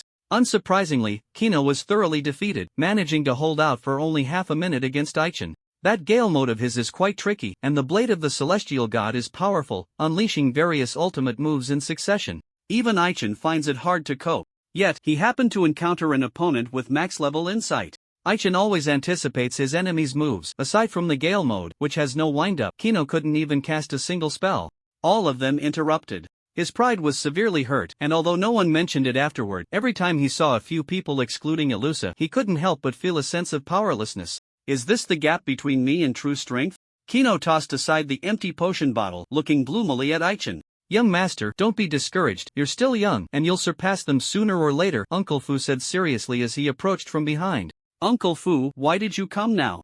Uncle Fu smiled without speaking. In fact, he had been secretly protecting him all along. He was controlling the arrow tower, and whenever the young master was in danger, he would timely shoot out electric crossbow bolts to help. What Kino cared about, he also cared about. He knew what level Aichin was at. Nowadays, he gave off an unfathomable feeling, making him lament that he was getting old and couldn't keep up with the times. Not to mention the elf brother and dragon girl.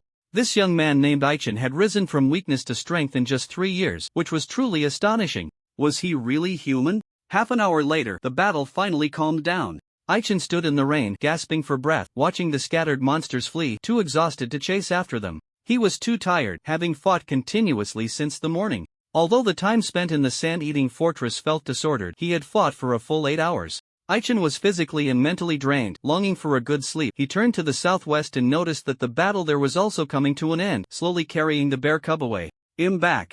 He vaguely saw Duo waiting at the farm gate and said weakly, "Yes, it's good that you're back. I've prepared hot water for you, you should go wash up now." Duo waved and called out. She and Asuka hadn't slept as the monsters continued to attack the town, making it impossible to rest. Finally, with someone back, she couldn't help but breathe a sigh of relief. Thud, seeing Aichin collapse into the mud, Duo panicked and hurried over, wanting to take off his helmet, but her hand was pushed away. "I'm fine, just a bit tired. Can you help me into the bathroom?" Aichin said, struggling against drowsiness, his vision growing increasingly blurry. With Duo's support, he entered the bathroom. As for the bear cub, he was carried back into the house by Asuka. What Asuka didn't know was that while she was busy drying Yit with a towel, a vertical pupil appeared on Yit's forehead, one that she couldn't see. In the pitch-black chaotic space, white lights suddenly flickered. When all the white lights converged in one place, a conscious white light orb was formed. The white light orb attempted to break through this space but found it impossible, muttering to itself, "This is the 4th time I've awakened. The first 3 times were because someone called me. This time, it's because of that guy. It seems I no longer need to sleep. What secret does that guy hold?" The voice of the white light orb was soft, indistinguishable in gender. The white light orb didn't know who it was or how long it had existed. The first time it was awakened dated back over 100,000 years. So long ago, it couldn't remember who had awakened it, only that it had once left the chaotic space and signed some agreement with the gods. The second time it was awakened was over 8,000 years ago, by a woman named Lilith. It granted her a new life, allowing her to become the progenitor of vampires. This was to help it escape, but Lilith became obsessed with the game of empires and forgot about it. The third time it was awakened was over 50 years ago, by a group of people from another world who called themselves Earthlings. Those Earthlings wanted to descend upon the Suwat continent but had no way to do so. Seeking its help, the White Light Group was unsure if it had that capability. After all, it didn't even know where the Earth star was. Without spatial coordinates, it couldn't bring anyone down. Eventually, a compromise was found, attempting to let the people from the Earth star descend in soul form. At that time, the White Light Group was drowsy and only provided a little help. The specific plan needed to be slowly implemented by the Earth star people. When it woke up again, it was startled by the weapon held by Aichin. The origin of the ghost cry was extremely mysterious, and the White Light Group always felt a sense of familiarity with this sword. The ghost cry was reluctant to reveal its true form, leaving it with no way to approach. Because of this sword, the White Light Group became interested in Aichin. Indeed, the White Light Group was the so-called game server mother, an artificial intelligence that patiently answered players' questions. Of course, its true identity was not as simple as it appeared. Through the arrangements made on the 2 bear cubs, it could observe people at any time. This time it was no longer sleepy. Unable to go out or sleep, it decided to carefully observe Aichin, treating it as a way to pass the time. In the bathroom, Ai-chan was soaking in the tub and had fallen asleep when he suddenly felt a strange gaze and woke up with a start. "Who?" Ai-chan exclaimed, standing up in surprise, scanning the area but finding nothing suspicious. Just as he was about to step out of the tub, the bathroom door opened. "Is something wrong?" Duo, waiting outside the door, heard the noise and thought he had finished his bath. Yawning, she pushed the door open, intending to take him to eat something. Upon seeing Ai-chan completely naked, she froze for a moment, then covered her face with her hands and retreated with a scream. I didn't see anything. I really didn't see anything," Duo said, her face flushed, shaking her head frantically. "No, I wanted to ask, how long have I been washing?" Ai-chan asked calmly after finishing his bath. Although the earlier scene was awkward, it wasn't too bad. He remembered 3 years ago, when he returned from a serious injury, Duo had personally taken care of him for an entire week, and there had been even more embarrassing situations then. He vaguely remembered a kiss, but he had no impression of anything more excessive. "Not long, it's not even 40 minutes. By the way, you haven't eaten anything since this morning, right? I heated up some dishes for you, come on, let's go eat." After saying this, Duo turned and ran away. At this time, it was still raining, and the rain had lessened a bit. Seeing her about to get soaked, Ai-chan hurriedly grabbed the umbrella standing nearby and chased after her. The two shared an umbrella as they walked through the rain. Once they sat down at the dining table, Ai-chan realized something was off. He had forgotten to put on his helmet. To be precise, he hadn't found the helmet in the bathroom. He remembered placing it aside before falling asleep, and it must have been taken by Duo for cleaning. "Is something wrong? Is the food not good? Or is it spoiled?"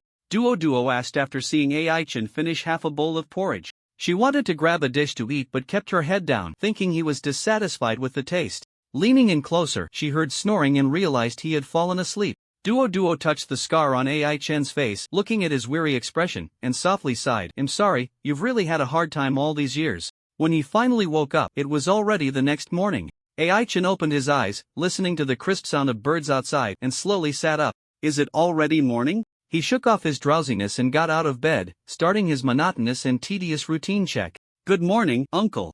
You're still as early as ever. Why don't you sleep a little longer?"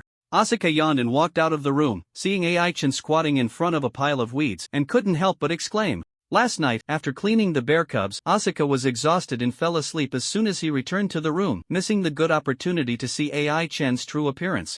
Ai-chan ignored him. The routine check this morning was slow and took a full half hour. Finally finished, he leaned against the outside of the house, petting the head of the double six, and dozed off for a while. He was too tired. Yesterday's battle had drained him mentally, and one night was not enough to recover. Xuangliu really enjoyed being patted on the head. The two bear cubs gradually woke up, saw this scene, and came over, expressing their desire to be rewarded as well, especially bear cub Pepe. Pepe couldn't participate in the action yesterday, and after its brother returned, he vividly described how exciting the battle was, making it eager to show off. The three little ones kept rubbing against him, and Ai-chan thought they were hungry, instinctively opening the game store to feed Xuangliu first. When he saw the changes in the attribute panel, he was stunned. Character, Ai-chan X surname hidden level, 49 200 9800 HP, 137 101 3710 100 MP, 00 VP anger value, 0100 AP attack, 377396 DP defense, 78 SP speed, 38 FP fatigue value, 13100 strength, 6100 stamina, 42100 agility, 32100 intelligence, 11100 talent, night battle, bloodbath, trap expert, strong shared, exorcism shared title, goblin slayer 2-star title, all attributes 100 skills, stab LVMX etc. Click to expand, sweep the army LV4, fight to the death LV4, wailing of ghosts and wolves cannot be upgraded, strong strike LV2 cannot be upgraded, shared equipment, wailing ghost, avenger armor, hero's shield, death-like wind, shattered ring. Heroes chapter. What caught Aiken's attention was that besides sharing strength with him, the bear cubs had also leveled up cross/to max level. It made sense, he used that move too frequently. Once maxed out, its damage increased by 30 on top of the original, with a chance to trigger a bleeding effect continuous damage over time, greatly enhancing his output capability. The bear cubs surprised him. After yesterday's battle, the strong strike skill had leveled up to level 2, and the strong talent had also been discovered, increasing the additional health by 1000 points. What was truly satisfying was that after the all-attribute enhancement, Aiken's attributes looked much better. He was stronger than Layla and Gimlet when they first appeared. Of course, he had grown, and so had others. After eating, Ai-chan thought he should go see Ilusa, taking the two bear cubs with him as he left. "Sorry, mother, Ilusa woke up, finding herself in the hospital and seeing her mother by her side. She stammered, You don't need to say anything, it's just good that you're back. Sophia, who had been dozing off, perked up upon seeing her daughter awake, telling her to lie down properly while she went to call the nurse. In fact, Ilusa didn't need to be hospitalized. Her injuries weren't severe. Even alone against Marion, with the three-tailed fox's assistance, she wouldn't have been defeated so easily. Last night, while she was unconscious, Aichen carried her back because he still needed to defend, handing her over to a priest to treat her injuries. Sophia and Schneider were both powerful clergy, and theoretically, they alone could have healed their daughter's wounds. However, they discovered a curse on her, and not just one. Setting aside the curse from the prayer ring to obtain the white demon, Ilusa had come into contact with something unclean in the Sand Eater Fortress and had once been possessed by an evil entity. Although the evil entity was eliminated by Layla at that time, it left traces on her. Evil Spirit's curse is a very strange curse. Whenever magic power is consumed, it flares up, slowly devouring a person's soul. Once the soul is completely consumed, the evil spirit can be resurrected. Less than 2 days had passed since the incident, and because it was discovered early through the efforts of several clergy, the curse was finally dispelled, along with the curse from the prayer ring. The curse was lifted more than 10 days ahead of schedule, which should have been a good thing, but Ilusa couldn't feel any joy at all. Her body was weak, and she was told she needed to stay in the hospital for a week before she could be discharged. After all, it was an evil curse that required observation. During this time, she couldn't do anything and could only lie down properly. "I've come to see you. Are you feeling any better?" Aichen walked into the ward and saw her lying on the bed, pale-faced, with a hint of worry in his tone. Was her injury that severe? At that moment, Sophia was not there, saying she had to go home to cook and would return by noon. The two bear cubs, seeing Ilusa looking so weak, were also a bit concerned. They had been told they couldn't enter the ward, and even entering the hospital required proper disinfection, so they could only stand outside the door, watching helplessly. "Fortunately, thank you for your concern, Mr. Goblin Slayer. How is Gimlet doing now?" Ilusa said weakly, making one's heart ache. Aichen shook his head slightly. He had returned to the town earlier than Layla and didn't know their situation, thinking it necessary to find someone to ask. To avoid Ilusa getting bored, he took out several books for her to look at. They were all poems and romantic stories that Duo loved to read. Ilusa casually picked one up, glanced at the beginning, and was soon captivated by the content. Aichen didn't disturb her again and quickly left the hospital. The next stop was the blacksmith shop. "Welcome. Why is it you again? What do you want this time?" John stood at the front desk with his hands on his hips, bored. When he saw someone enter the shop, he thought it was a customer he had an appointment with yesterday, only to find it was Aichen, and he lost interest in greeting him.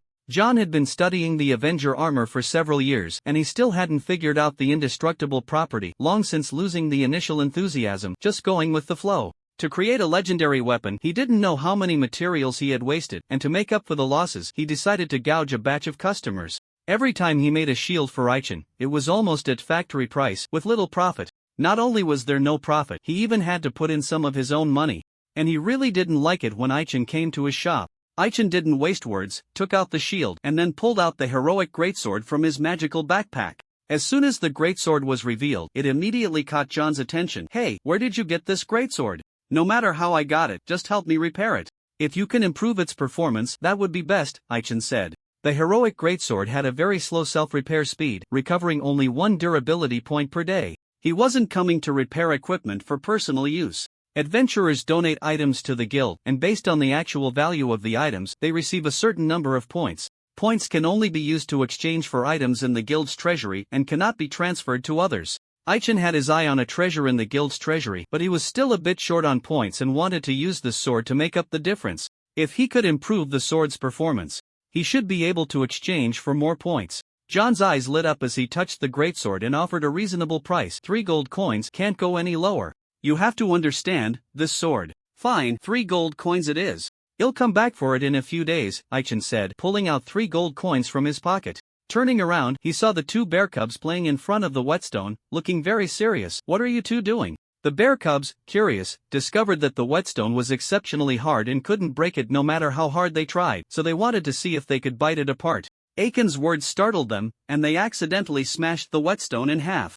The bear cubite nonchalantly put the whetstone back together, but his sister accidentally bumped it, shattering it into more than 10 pieces. 1 gold coin, please. John was about to take the greatsword back to the forge when he saw this scene and said with a stern face. Aichen reluctantly handed over the compensation, his face dark as he left with the 2 bear cubs. "Today, you won't have extra meals for lunch or dinner, and your training will be doubled. No complaints, let's go." Before long, Aichen returned to the farm. The two bear cubs were sent into the training room, and to prevent them from slacking off, he stood by to keep an eye on them. "Ha! Pepe, come here." Aichen raised his hand to signal. He hadn't fully recovered from yesterday, so he didn't do his usual training and was responsible for supervising the three little ones' training in the morning. Xuanliu was quite self-disciplined. After a good nap, he was running on the magical treadmill. Pepe had gotten a bit lazy since being fed more, and to give her some energy, Aichen thought of a trick. It was a hula hoop that, when used, would increase the user's joy by 2 as long as it was below the waist, making it more fun the longer it was played with. It was an item exchanged from the game store, named the Joyful Hula Hoop. Pepe was initially reluctant, but as she played, she became more and more excited, leaving Ike, who was training with a heavy load nearby, puzzled. Wasn't it agreed that they would slack off together? When called to stop, Pepe was still eager for more. After the excitement wore off, she walked unsteadily and eventually collapsed against the wall, resting for several minutes before recovering. "It seems you're about to outgrow your cub phase." "Very good," Aichen said, patting Peep's head, increasingly satisfied. This little one had awakened a particularly special talent, but unfortunately, she wasn't a summoner and couldn't share abilities with multiple pets. Checking the time, it was almost time to cook. Aichen left the wooden house, letting the three little ones train on their own, and went to the kitchen, where he saw a stranger. Noticing a skull icon under their health bar, he hurried forward, shielding Duo behind him. "Who are you? What is your purpose in approaching Duo?" Aichen asked coldly. The other party was a red-haired woman wearing a black veil, giving off an extremely dangerous vibe. The large exclamation mark indicated that she was full of hostility. "When did she arrive?" "Don't be nervous, she's my teacher," Duo quickly said as she saw the two about to clash. The red-haired woman was very mysterious. Her information was just a string of question marks. She wore a thin black veil, her gaze sharp, dressed entirely in black. Before Aichen entered the kitchen, she had been busy scraping fish scales at the cutting board. She scraped very cleanly and was quite focused, not stopping her actions due to Aiken's shout. If it weren't for the sword pointed at her, making her feel offended, she wouldn't have bothered to look at him. "Don't be nervous. She's my teacher." Duo tugged at Aiken's hand, signaling him to put away the sword. Seeing that he refused to lower his weapon, she helplessly said, "Teacher, he means no harm. I'll go talk to him for a bit, you keep busy." After saying this, Duo pulled Aichen out of the kitchen. "So, what's her deal?" Aichen sat on a bench, looking all ears. Duo didn't know how to explain. After all, that person was too mysterious, and she only knew her name. After stammering for a while, Aichen finally understood the situation. It turned out to be her. The Black Widow, Scarlet, a rather mysterious woman. In the past life, players often harassed her, either being hanged to death or thrown into a pile of monsters to be eaten. It wasn't until 5 years after the game's public beta that her identity was uncovered. It turned out she was a powerful spider spirit of the ancient spider race. Just in her human form, she was level 70, and upon returning to her true form, her level would soar to 79. It was said that she had even more powerful forms. This was a big shot, someone Aichen couldn't afford to offend. "Since it's a misunderstanding, I'll go apologize to her." Just as Aichen stepped into the kitchen, a light voice floated over. "No need to apologize, young man. The bottle of fine wine you have hidden on you is just what I need, so hand it over." Rather than asking, it was more like demanding. Scarlet reached out, and a bottle of enhanced sleeping potion flew out of her backpack, landing steadily in her hand. She opened the bottle cap, took a gentle whiff, and revealed a look of ecstasy. "Good wine. It's decided, Duo. Your monthly tuition will be paid with this. Not much, just 2 bottles a month will do." Scarlet took a small sip, nodded lightly, very satisfied with the taste of the enhanced sleeping potion, though it was a bit too little and needed to be sipped sparingly. "For Duo's sake." Aichen nodded in agreement and promptly took out another bottle. "You all take your time, remember to call me when it's mealtime." Aichen instinctively resisted Scarlet, unwilling to have too much contact with her, nor did he want Duo to get too close to her. As he left the kitchen, he secretly set up a protective measure on Duo. "I didn't expect him to care about you so much." Scarlet squinted her eyes, noticing that Duo had been given a protective spell, growing even more curious about Aichen. Clearly, there were no traces of magic, so why was he able to do such things? "Yes, he cares about me, but that's all there is to it." Dodo tied her apron, speaking in a daze, her tone tinged with disappointment. Clearly, they could take a step further, so why always keep others at arm's length? After returning to the house, Aichen lay in bed, his face filled with anxiety. The farm was his stronghold. If he couldn't even feel safe there, how could he play? Scarlet's methods were too sophisticated. All the arrangements he made on the farm were in vain, not even sending out a warning signal. "No, I have to keep an eye on that woman." Seeing Aichen mumbling as he walked out of the house, the treasure chest monster slowly moved to the corner, feeling unsafe, and then crawled under the bed, finally finding some sense of security. It was also frightened by Scarlet's arrival. The so-called invincible state was only relative. It was sure that Scarlet could easily dismantle it, at least in its current state. Once it leveled up, it would be hard to be threatened again, that was what it believed. With a buzz, a person suddenly appeared in the room, startling the treasure chest monster so much that it couldn't even pretend to be dead. Oh no, it's that woman. Scarlet had come looking for the smell of alcohol. What Ai-chan was watching outside the kitchen was just an illusion she created. Seeing Scarlet walk to the bedside, the treasure chest monster broke out in a cold sweat. Damn, I won't be discovered, will I? Scarlet beckoned, and the box Ai-chan used to store treasures slowly moved out from under the bed. Oh, this lock is interesting. Click Aiken's heavy security on the treasure chest was only slightly challenging for her. Scarlet took out a master key and easily opened the lock. Opening the box and seeing what was inside, she felt a surge of excitement. She had good composure and only took 3 bottles of enhanced sleeping potion, leaving the rest untouched. Once the box was back in place, she immediately vanished from the room, leaving no trace or breath behind. Confirming that she was gone, the treasure chest monster did not relax, still trembling. What should I do? That woman must have discovered me. As night fell, in the mountains and fields, a plump figure dragged a cart slowly forward, and upon seeing 2 monsters jump out ahead, it impatiently said, "I'm in a bad mood, don't provoke me." The plump figure had a fierce enough gaze to scare the 2 monsters into a panicked retreat. Soon, it arrived at the edge of a small river.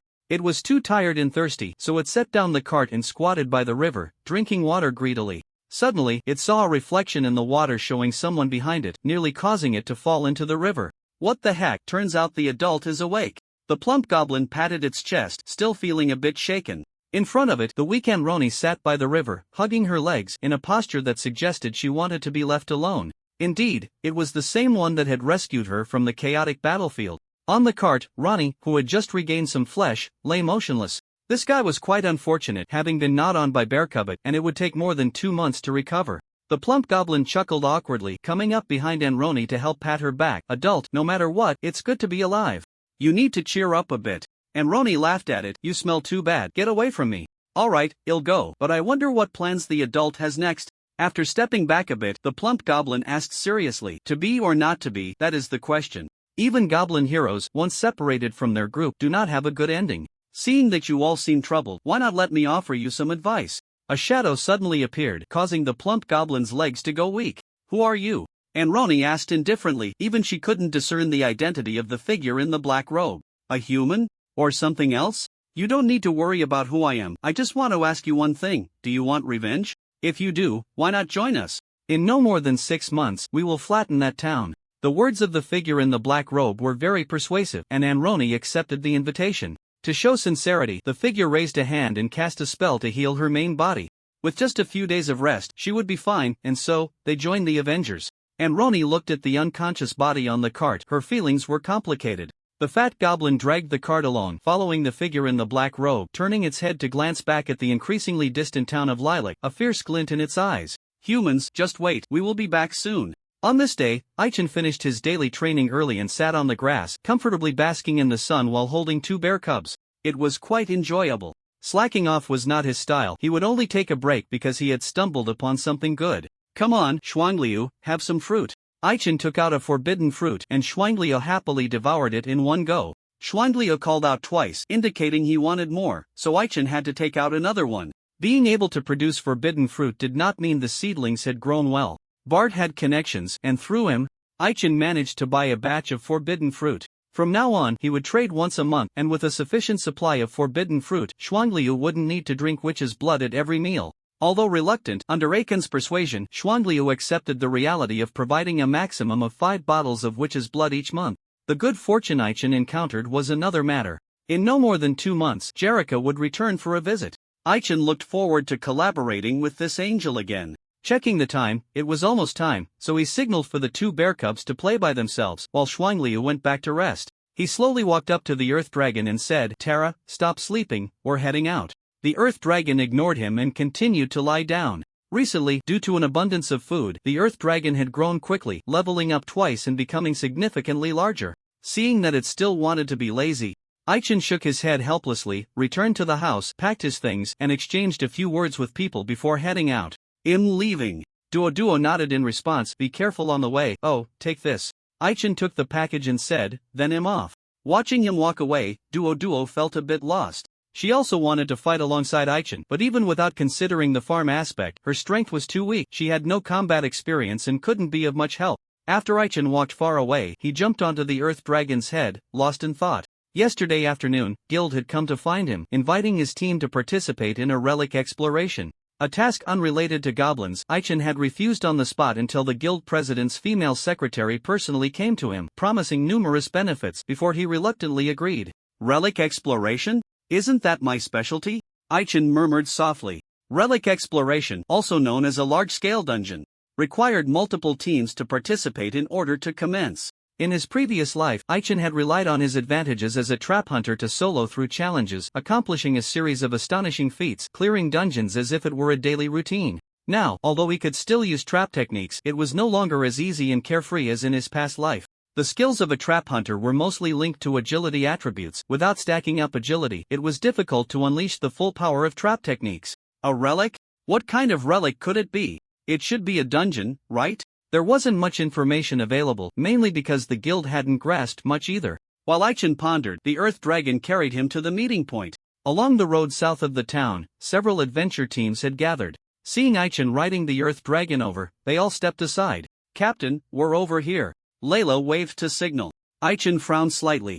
He didn't like such a flashy entrance, mainly because Layla was showing off in front of others, and the Earth Dragon would often be brought out for a stroll in the future. Before long, she and Gimlet jumped onto the Earth Dragon's back. Ilusa arrived last, almost missing the assembly time. Seeing the Earth Dragon had grown much larger and more imposing, she was momentarily stunned. She thought it was someone else's Earth Dragon, and only after confirming she wasn't mistaken did she carefully climb up the ladder, saying, "Sorry, I'm late." "It's fine, the sun is strong outside, come in and sit down," Gimlet said with a smile while munching on an apple. "This guy has recovered quite well." After a few days of not seeing him, Aichin noticed that his level had dropped back to level 47, which was puzzling. You can't transform, so what's the fun in having your level go up and down? Not only was he confused, but Ilusha was also taken aback when she saw Gimlet. "You? What? Is there something on my face?" Gimlet didn't want to discuss it further. After finishing his apple, he sat down nearby and closed his eyes to rest. Clearly, it was his main personality that was in control of the body now. Seeing that he didn't want to talk, Aichin also lost interest in digging into others' secrets. Do you mind if we come in and sit for a bit?" Two figures jumped onto the dragon's back in unison. Aichin recognized the newcomers and nodded, saying, "Welcome." Fema and Liliata were also part of this operation. For some reason, when the two stood together, each felt they were a perfect match. The carriage had enough space, and the two found a good spot to sit down. Fema sat to Aichin's left and noticed he was equipped with quite a few good items. She chuckled, "I really don't understand you, Goblin Slayer. Why won't you just change out of that armor? Our captain likes it, it's none of your business." Layla came to Aichin's defense, glaring and snorting. The dragon girl had a grudge against Fema. Their agreed-upon sparring match had taken place 4 days ago, resulting in a draw. Although it was a draw, Layla was not satisfied. She believed that if the sparring had lasted 2 more minutes, she would have won. What truly angered her was that Femo's weapon had caused some of her dragon scales to fall off. Because of this, Layla hadn't dared to wear any revealing clothes until her scales had regrown. Women love beauty, and she certainly held a grudge. Fema was peeling a banana when Layla shot her a glare, and she couldn't help but grumble inwardly. "It's just a little scrape, right? What's the point of sparring if you don't get hurt? Look at my arm, I almost fractured it because of your dangerous great sword, and it still hurts a bit." Thinking this, Fema realized that hitching a ride was a bad decision. "Lily, someone here doesn't welcome us, we should just get off." Fema was about to stand up when Liliata pressed her back down. "If you want to leave, go ahead. I don't want to be crammed in with your big brutes." Before long, the team officially set off. Over 70 adventurers had been summoned. The number wasn't large, but the quality was high, with the lowest being Black Obsidian level and all above level 26. Ilusha was an exception. The journey was long, expected to take about 10 days, and even now, the guild hadn't announced the destination. In any case, they just had to follow the leader.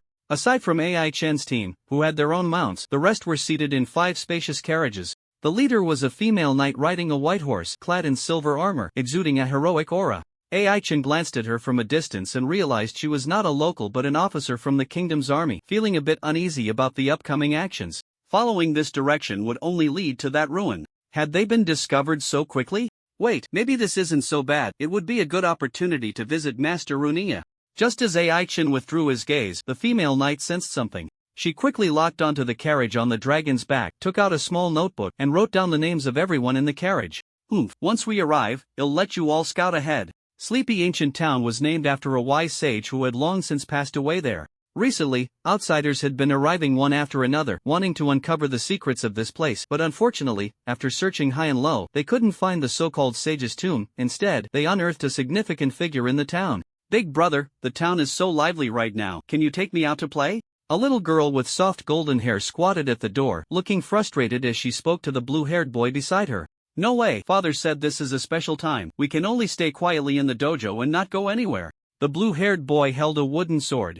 His gaze cold as he sensed the vague stares from the street. Shaking his head in response to in front of the gate where they stood, there was a sign, Paka's Sword Dojo. A miraculous dojo that had spread within a small circle. It had a history of over 20 years, having moved several times, with its relocation to Sleepy Valley Town occurring just 3 years ago. The dojo's master is the father of the boy and girl, the semi-retired 4th-generation sword saint, Runiya. The sword saint's full name is Runiya Paka, and very few know his complete name. Those lacking insight might assume that the dojo's standards are low, but the fact that it has remained operational for so many years without collapsing is certainly no small feat currently. The dojo is not actively recruiting students. Those who come seeking to join must undergo a test, and only those who pass can become disciples of the dojo. The two children are the sword saint's offspring, and many people come to curry favor with them. The boy generally declines, while the little girl, who has a sweet tooth, welcomes everyone. Just moments ago, a suspicious individual attempted to approach the gate, claiming to have a matter to discuss with the master, but was scared off by a single glance from the boy.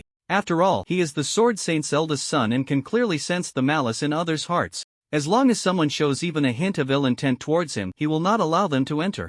The dignified sword saint's eldest son still has to stand guard at the gate? The reason is simple. The boy wants to make a show of himself and take on the task personally, but no matter how well he performs, he cannot earn his father's approval. The boy frowned slightly and turned to look towards the west side of the town, noticing another large group of people entering. He pulled his sister back inside the gate. Sister, go find father and tell him we have trouble. After 8 days of travel, Aichin and his group arrived outside Sleepy Ancient Town. Considering that everyone's condition was not great, the leading female knight suggested that they all rest in the town and take formal action the next morning. The Earth Dragon, being quite large, stopped at the edge of a small grove outside the town. One by one, they dismounted from the dragon's back. Upon hearing that the town housed the renowned sword saint, Layla dragged Jim Led off to seek him out, eager to witness the sword saint's prowess.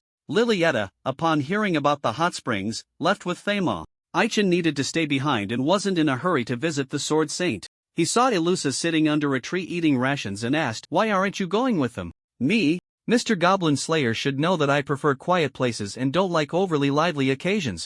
Ilusa replied with a smile and a shake of her head. The group decided to leave the Earth Dragon at the edge of the grove, not wanting to draw too much attention, and also because the town was crowded with people, making the streets congested. There were simply too many people. If Aichin guessed correctly, most of these individuals were also here for the ruins. With so many people mixed together, the bustling noise brought about significant security issues. Ilusa was no longer the naive girl she once was. If she were to walk alone on the streets without anyone accompanying her, she might quickly encounter robbery or abduction. Walking with Layla and the others? She would like that, but unfortunately, those two were quick on their feet and vanished in a flash. When Layla and the others return, they'll take you into town for something to eat. Noticing Ilusa's concern, Aichin spoke softly. He shifted his gaze, vigilantly watching several directions, until the ruins were fully explored. Sleepy Ancient Town was unlikely to regain its former tranquility.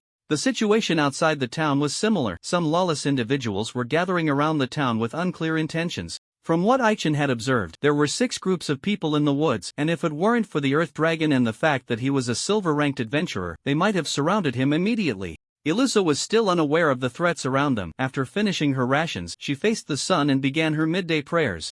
After feeding the Earth Dragon, Aichin stood by, his thoughts in disarray. It had been a few days since they left, and he was somewhat worried about the 3 little ones. He was also concerned about Duo. The girl showed no signs of caution, thinking he was being overly worried, and had not taken his instructions seriously, getting too close to Scarlet. Just having arrived at Sleepy Ancient Town, he already wanted to go back. As Aichin waited monotonously for Layla and the others to return, on the other side, Layla entered the town but did not rush to the sword dojo. The dojo was right there, accessible at any time. After all, he was the sword saint. It was best to be in optimal condition before approaching. The two found a nearby restaurant to eat, and dish after dish was served. The owner felt immense pressure as he watched Layla devour the food at an astonishing speed. "Hey, boss, I've heard that the Sword Saint is incredibly powerful. Have you ever seen him?" Layla swallowed the food in her mouth, still wanting more, wiped the grease from the corner of her mouth with a napkin, and turned to ask towards the kitchen. She had eaten too much all at once and needed to take a break before continuing the second half.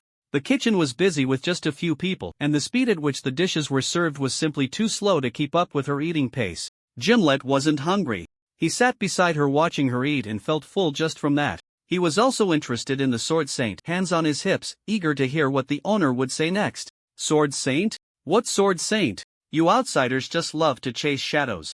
That's just an ordinary dojo, and the master is just an ordinary person," the owner said, wiping the sweat from his face, and suddenly remembered something. "Wait, I remember last year, the Sword Saint you speak of took his disciples into the mountains to hunt, and ended up provoking the Mountain Lord. I heard that to drive away the powerful Mountain Lord, he only used one sword, which is terrifying to think about." "The Mountain Lord?" In the Suwat continent, the definition of a Mountain Lord is not just a mountain deity, but the ruler of a range of mountains, blessed by the tree god, and recognized as a neutral faction member responsible for maintaining order in a small area. Only with the tree god's recognition can one hold the title of Mountain Lord. It is not a self-proclaimed title, and only those strong enough can earn the tree god's favor.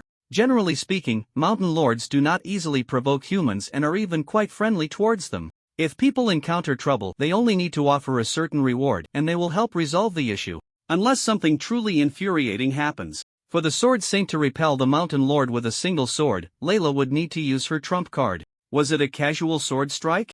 Or a full-powered one? Layla became intrigued and patiently finished the subsequent dishes before heading straight to the Sword Dojo with Gimlet. The location of the Sword Dojo was not hard to find, but the streets were too congested, so the two decided to take a shortcut and jumped onto the rooftops, moving quickly between them. Before long, they arrived outside the Sword Dojo. They arrived just in time to see a man being thrown out of the door. The Pa family Sword Dojo had a reputation, and there were often challengers. The master was busy and couldn't personally attend to everyone, so some rules were established. To challenge the dojo, one must make an appointment in advance. Those without an appointment would not be seen. If one insisted on challenging, they must first defeat a few of his favored disciples. Only after consecutively defeating 3 of his favored disciples would they be qualified to challenge him. "Damn it, I was so close to winning. No, I have to challenge again." A man, after being thrown out the door, sat up in pain, wanting to challenge again, but was stopped by a barrier at the entrance. "Sorry, sir, you have lost your qualification to challenge. Please do not cause a disturbance. If you wish to challenge again, please come back in half a month." The man left unwillingly, and the people on the street shook their heads upon seeing him. "How many challengers have failed today? This is the 36th. TSK. Has no one succeeded in the past half month?" Layla had initially wanted to directly challenge, but upon hearing the discussions of the passers-by, she restrained her impulse. After all, the other party was the Sword Saint and had the right to act aloof. She needed to be more courteous. "Excuse me, young brother, I would like to challenge your dojo. Please help me with the registration." Inside, a sleepy little monk sat at the registration desk. He glanced at Layla and, noticing the peculiarities about the two, his eyes widened. The little monk had never seen an elf before. He ran up to Gimlet, asked him to squat down, and eagerly touched his ears, realizing they were real. After satisfying his curiosity, he clapped his hands and said, "Is it this sister who wants to challenge? Take this token and go inside." Layla flipped the sign and saw the number 39 written on it. She touched the little monk's bald head and smiled. "Little brother, you speak so sweetly. Just for calling me sister, I'll give you this." Layla took out an item from between her cleavage, making the little monk blush. Opening the gift box involved an element of luck, and it wasn't guaranteed to yield good things every time. What she pulled out was a ribbon, exactly the same as the one that the treasure box monster had given to Asuka.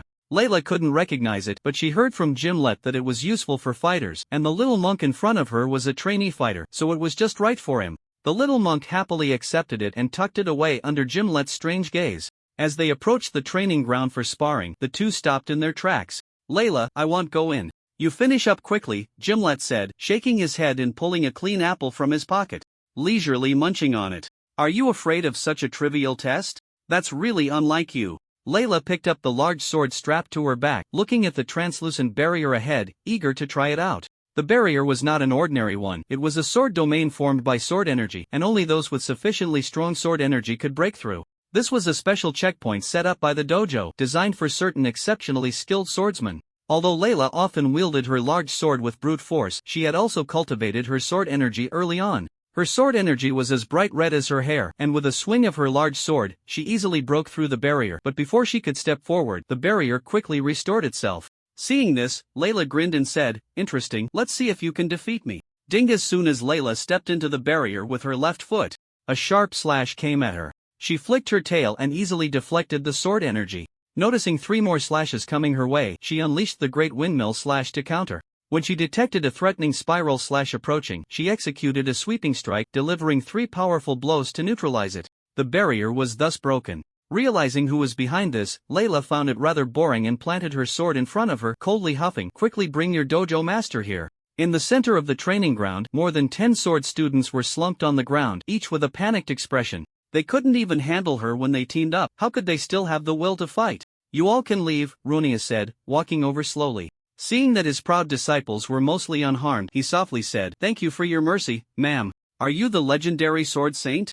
Layla squinted her eyes, carefully examining the man before her. She couldn't understand. Runia looked weak, yet he gave off an extremely dangerous aura that made her hesitant to meet his gaze. If it weren't for the fear of losing face, she would have wanted to turn and leave immediately. "It's just a false name. Nowadays, I'm just an ordinary dojo master. Please, teach me," Runia said, picking up a wooden sword from the ground. The moment he gripped the sword, Layla felt a genuine sense of deadly threat. "No, I have to escape." Bang! Layla's expression twisted in pain as she overcame her instinctive fear. Just as she was about to swing her large sword, her body was sent flying backward. So fast. When did he draw his sword? Is this the gap between me and the strongest in swordsmanship? When Gimlet caught Layla, she had already fainted. "Thank you for your mercy, senior." "Not at all, not at all. By seniority, I should be calling you senior," Runia said, shaking his head slightly before turning to leave. Gimlet pondered over his words, feeling a bitter taste in his heart. This was not their first meeting. Over 20 years ago, shortly after Runia had just earned the title of Sword Saint, he had saved Gimlet while he was fleeing during a mission. At that time, Gimlet had just escaped from slavery less than half a year ago, having fled from under the noses of the nobles. To recapture him, the nobles had issued a bounty, sending a large number of people to hunt him down. The elf race, so what? Slaves had no human rights, they were the private property of their masters. During the time of his escape, Gimlet was physically and mentally exhausted, never having a peaceful night's sleep, fearing that he would be stuffed into a sack if he fell asleep. He forgot the way back and ultimately returned to the elven territory with the help of Lunia. It was also at that time that Lunia married a beautiful elven girl, whom Gimlet had helped introduce. Gimlet was a high elf and a noble, with a prestigious status. While staying in the elven territory, the two sparred multiple times, each having their victories. Lunia often praised him for his swordsmanship talent, yet this guy refused to practice, wasting his good potential. Carrying Layla on his back, Gimlet sensed a gaze and turned to see Lunia's wife looking at him from a distance. She was a standard high elf named Tefania Prashaz, with golden hair and blue eyes, tall and slender. Hard to imagine she was already the mother of 7 children. The two nodded gently and exchanged a few pleasantries in Elvish before striding away. Not long after leaving the sword dojo, trouble found him. Gimlet looked at the dozen or so men in front of him with ill intentions, gripping the hilt of his sword, and said coldly, "I'll say this once, if you know what's good for you, step aside." The warning was useless. These men seemed to have made up their minds about him. As there were rules in town against causing trouble on the street where the dojo was located, which was why they hadn't attacked directly. Once they retreated to a less populated area, they all drew their weapons. "Hey, elf brother, I won't make it hard for you. Just hand over the woman on your back and we'll let you go," said a one-eyed man, playing with a dagger and grinning. "Long time no see," Gimlet greeted in his hometown's Elvish. "Yes, it has been a long time. Is the woman you carry someone you care about?" Tefania asked, giving a symbolic bow. "I suppose so. You found yourself a good man." "Ah, I really envy you," Gimlet said sincerely. The elven race had a low reproductive capacity. During his years as a slave, he had been toyed with by many noble women, but very few had managed to conceive. Looking at Tefania, who had given birth to 7 children in over 20 years, how could one not be envious? Although aside from the eldest, the other children had some issues. It was still quite a prolific output. "My lord, I actually envy you too. The life you lead is something I deeply long for, but unfortunately, I can never go back," Tefania sighed softly. Over the years, she had worried endlessly for her children and had a simpleton who only knew how to wield a sword to take care of. If she weren't an elf and didn't know how to maintain herself, her delicate beauty would be hard to preserve. Elves yearn for freedom and nature. Tefania had initially been willing to be with Lunia, likely drawn to the life outside, but after marrying, she rarely lived for herself, always busy with matters of what was called family. Yes, we can't go back, but we must look forward. I need to take my companions to rest. We can chat more when I have time, Gimlet said, and then slowly left with the person on his back. He still didn't know that the children of the Sword Saint had health issues. If he had known, he would have used the elven mirror to help them. Frustratingly, just as he stepped out the door, he sensed a lot of malice. I see, is it aimed at Layla? Gimlet said darkly, looking at the more than 10 men lying on the ground. These were mere bounty hunters of no significance, not worth him getting his hands dirty. Releasing 3 rolling stone beasts took them all down. Having figured out the key, Gimlet no longer delayed. He had initially planned to arrange for Layla to stay at an inn but felt it wasn't safe enough, so he headed straight out of town, wanting to meet up with Aichin as soon as possible. Lily, see, I told you we didn't need to help at all, Fema chuckled, standing by the window on the second floor of the inn, watching the people leave. Gimlet was targeted, and he had been paying attention the whole time. Currently, he and Lily Ida had checked into the inn, but due to a lack of rooms, they had to share one, agreeing on 3 rules. At night, they would each sleep separately, hearing his partner say they were going to help. He was reluctant to go and felt it unnecessary. There had never been any counterfeit silver ranks, except for the newly promoted ones from the royal capital. If they couldn't handle even those, it would be better to just crash into a wall and die. You can't be sure about that. The town is crowded and mixed, and it's chaotic outside the town. They might get blocked again, so we need to help them. Lilietta pushed her glasses up and asked with a worried expression. After spending a few days together on the road, she had a good impression of Layla.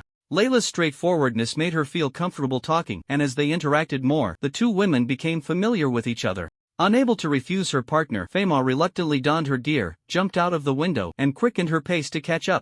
Time passed quickly, and before long, it was evening. Aichin stayed by the edge of the woods, waiting for Layla and the others to return, but when they didn't show up for a long time, he felt it was time to go look for them and signaled Elusa to return to the carriage. Mr. Goblin Slayer, are you saying something happened to the 2 of them? Elusa asked seriously. She didn't want to stay in the carriage, she just wanted to take a walk, but upon hearing Aiken's speculation that the other 2 might be in trouble, she put away her casual thoughts. It's very likely, after all, Layla has always been a troublemaker. After a pause, Aichin raised his hand to signal everyone to stop and said, "There are enemies, you stay behind me and wait for the right moment to cast the holy barrier." After saying that, he raised his hand and unleashed a blood-red cross slash. Whoosh! Unfortunately, the attack missed, and the slash was easily dodged by the enemy. Oh, quite alert. The famous Goblin Slayer, I humbly ask for your guidance. There were more than 30 enemies, and the leader was a middle-aged martial artist with a buzz cut, who squinted his eyes upon seeing Elusa behind Aichin preparing to attack. What was going on? Elusa had been quietly chanting a spell, but suddenly sensed a blockage in her internal magic, unable to mobilize it, realizing she had been hit. Aichin was also affected. Due to the binding spell cast by the enchanter, he couldn't mobilize his magic for 1015 seconds. This was a forbidden spell, usable only once a day, and the target could only be affected once a day as well. Multiple enchanters couldn't take turns casting it, otherwise, others wouldn't be able to play at all. Aichin had no magic in him and was not affected at all. The debuffs he later received still had some impact, limiting his mobility. The 2 were entangled by thorns. He was fine, but Elusa, frightened, used her sword to cut through 2 vines, only to find that even with the help of the 3-tailed fox, they couldn't escape. She forced herself to calm down and stared at the enemies behind them. Mr. Goblin Slayer, leave those few to me. This statement drew laughter from several men. Little girl, looking at your delicate skin, I didn't expect you to be so cocky. Come on, I want to see how you deal with me. Aichin frowned, turning to look at the man who spoke, suspecting something. These people were coming for him. Elusa was just collateral. Being targeted for no reason should be due to faction relations. Bounty hunters were both righteous and wicked, a group even crazier than adventurers. Some would even kill their employers for bounties or money, harming the innocent. Their reputation was very poor, and they were not well liked. Aichin wouldn't let Elusa act recklessly, seeing the martial artist launch a swift steel fist attack aimed at his lower body, accurately striking his knee. The moment the middle-aged martial artist fell to the ground in pain, Aichin moved again, his movements ghostly as he quickly navigated through the crowd. One enemy after another fell. He didn't kill anyone. Aside from the leading martial artist, all fell into a coma. The victor had the right to deal with the defeated, and under the furious gaze of the martial artist, Aichin took all the valuable items from them. This kind of behavior he had previously looked down upon, but to support the 3 little ones, he didn't mind making a change. Get lost, I don't want to see a second time. Aichin pointed his sword at them, saying that if they didn't hurry up and leave, he wouldn't mind helping them alone. His strong demeanor made Elusa feel a bit strange. "Mr. Goblin Slayer, isn't what we're doing a bit wrong?" Aichen was too lazy to respond. After the fist fighter ran off alone, feeling embarrassed about leaving his subordinates behind, he made a harsh remark. "Just wait, Goblin Slayer, the next time we meet will be your death day." Aichen didn't take it seriously. In fact, if the Earth Dragon had shown up from the start, it could have been easily dealt with. But the Earth Dragon had been hypnotized. Waking the Earth Dragon, he saw its dazed eyes and felt deeply that the creature was regressing. The treasure chest monster was right, it was just a fool, so don't have too high expectations. The Earth Dragon expressed its grievance, eager to prove its worth and, not wanting to be called useless again, shook the ground with every step it took. There's something going on over there, let's go take a look." Just as Aichen was about to enter the town, he noticed a street in chaos and quickened his pace. Ding ding ding. In the dim corner of the wall, Famo was continuously attacked by strange forces, with darts flying around him. Each time he was hit, his defense weakened a little. He hadn't felt this kind of frustration in a long time. His weapon had a small attack range, making it difficult to deal with such annoying attacks. Impatient, he knocked away a dart and turned around, realizing Gimlet was still trapped, feeling helpless. "Hey, elf brother. What's going on? Can you hurry up please?" Famo said patiently. He had thought helping someone out of a jam would be easy, but he underestimated people's madness. The news about Layla being wanted had spread, making it inevitable for her to be targeted. He never expected Gimlet would also be in the crosshairs. Who exactly was behind it was unknown. Famo always felt there was someone familiar involved, like those darts that were troubling him. This was the Blade Strike, a high-level skill of assassins that required a throwing skill level of 5 to cast. It allowed hidden weapons to attack enemies autonomously, with each attack carrying a 10 penetration effect and temporarily reducing the enemy's defense by 1 for half a minute. Few assassins specialized in throwing skills. It was enough to just throw hidden weapons, and not many could use this technique. From what Famo understood, only 3 people in Dingxiang Town could do it. One was his friend, and the other 2 had mysterious identities, with only their names known. Famo shook his head, feeling it was unlikely his friend was messing with him. After knocking away several darts, he finally noticed some issues. "Looks similar, but it's not? No, this is a more powerful technique. Damn it, who is messing with me?" Frustrated, Famo activated his annihilation mode, lightning wrapping around his body, destroying all the flying darts with his electricity. Sensing someone approaching from behind, Famo was about to stab with his spear, but upon seeing who it was, he immediately exited annihilation mode and caught the person steadily. "Elf brother, what do you mean?" Famo asked coldly. The person he caught was Layla. He didn't want to take on this hot potato, and seeing more annoying darts coming, he helplessly jumped away while holding her. "Just keep an eye on the person for a moment." Gimlet's light words floated over, making Famo want to curse. Noticing the surroundings had become much quieter, he turned to see the battle had ended. Bodies lay on the ground, all killed with a single blow, each with a small blood hole in their foreheads, their eyes still reflecting the terror from before death. Gimlet was panting heavily, casting a cold glance over each body, then looking at the crowd watching from a distance, he said, "Who else wants to die? Come at me." With lives lost, the crowd of onlookers grew larger. When Gimlet got serious, even he felt scared. Seeing no one dared to step forward, he turned and walked towards Famo. "Elf brother, I didn't expect you to be so good at pretending. With such powerful techniques, why didn't you use them earlier?" Famo asked curiously. Seeing Gimlet unwilling to answer, he no longer lingered and strode away. "Thank you," Gimlet said softly, finishing with those 2 words as he picked up Layla. It wasn't that he didn't want to speak. For a moment there, he thought his second personality had come out. In a very short time, he was able to kill hundreds of people, and he was certain that without the Elven Mirror, it would have been impossible. Clearly, he had just grasped some powerful skill. Could it be that move? The extraordinary archery, which is the inherent impression people have of the Elven race. Gimlet considered himself an excellent archer, with few rivals among his kin, yet he had learned too many styles and could not specialize in archery. There was a unique and powerful archery technique of the Elven race that he had always wanted to master but could never quite learn. Unexpectedly, by a stroke of luck, he managed to use it. The secret of the 100 Winds flash arrow, which mobilizes the wind elements around him to rapidly shoot out hundreds of magical energy arrows, causing tremendous penetrating damage to enemies, is a powerful area attack method. After using it just once, Gimlet felt extremely fatigued. Previously, he had only been bluffing. If someone truly approached, he would find it hard to cope. "Captain, sorry, we were delayed by something," Gimlet said expressionlessly as he saw Aichen and the others approaching, clearly unwilling to elaborate. He was too tired and leaned against the wall to rest. The onlookers lost interest when they saw Aichen leading the Earth Dragon and quickly dispersed. After tending to Gimlet's injuries, Aichen didn't even think about finding an inn to stay. He carried Layla to the back of the carriage and hurriedly led the Earth Dragon away. Ilusa, how is Layla doing? Aichin asked quietly as he sat by the river, watching the water flow, hearing Ilusa come down from the dragon's back and ask with concern. They had searched for a quiet place for almost an hour. Hearing that there was a mountain with a mountain lord, they decided to spend the night by the small river near that forest. It's okay, she should wake up in half a day. Mr. Goblin Slayer, should we go back? Ilusa said with a troubled expression as she sat beside him. The little priestess was having second thoughts. She hated dealing with matters unrelated to their mission. They hadn't even officially started their action when they encountered a bunch of troublesome issues. Who knows if anything else would happen? This was her third time traveling far, and she wanted to return quickly to avoid worrying her parents. Seeing her frown, Aichin whispered, "Now that we are here, how can we leave without doing anything? Don't worry, with me here, and everyone else too, we will definitely make it back safely." Though he said this, he felt uncertain inside. The reason they had arrived late was simply that they had been obstructed along the way. They had been stopped by Marion. Although she hadn't shown herself, he was sure it was her who had blocked them. Aichin had been injured. He raised his hand to touch his left arm and found that the wound had healed.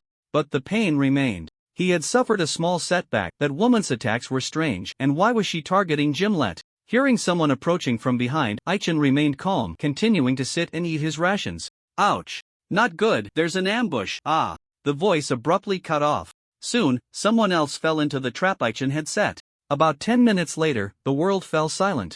Aichin felt drowsy and found a good spot to lie down. Ilusa didn't dare to relax like that. She kept her eyes alert, watching the back to confirm that no more enemies appeared, sitting beside and feeding the three-tailed fox. What she didn't know was that a figure was watching them from 100 meters away. Marion was only interested in Gimlet, her eyes fixed on the carriage on the back of the Earth Dragon, and when she found no good opportunity to strike, she wisely left. Just wait, ungrateful man, you will eventually die at our hands. Marion was also hungry. Her figure flickered.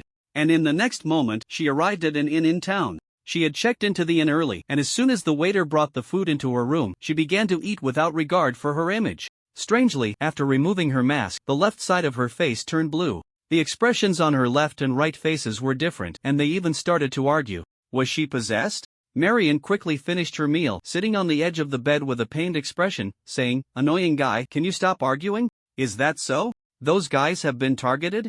That's not a good thing." Sarah sat on the sofa, leisurely sipping red wine, feeling displeased after hearing her subordinate report on Aiken's team's movements. Sarah Viviamio, belonging to the 6th Army of the Kingdom, joined the ranks of officers at the tender age of 11 and is now 19, commanding over 500 soldiers of the Kingdom's army. She has been appointed as one of the leaders for this operation, responsible for escorting the adventurers from the town of Lilac. 6 months ago, she led a team to the ancient town of Sleep to search for the sage's tomb, and 3 months ago, they pinpointed its location, only to encounter a massive obstacle.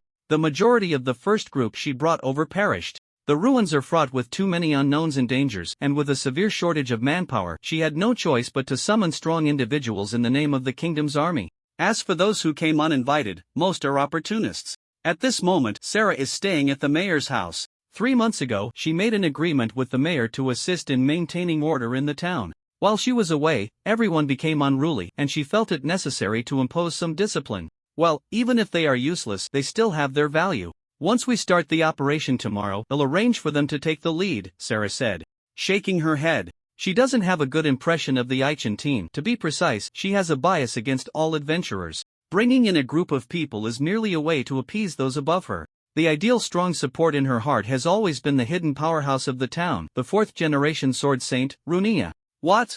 Is that person still unwilling to agree? Sarah raised an eyebrow as she saw her attendant come in with a troubled expression. "I'm sorry, my lady, that person still refuses us with the same reason and said not to disturb them again," the attendant replied, bowing. "This isn't the first time they have sought Runia's help. Over the past 3 months, they have asked more than 10 times, increasing the rewards each time, but unfortunately, the other party remains unmoved. They claim they cannot disturb the sage's tranquility, warning that if these people insist on digging up graves, they will face retribution." Sarah scoffed, "What a stubborn guy.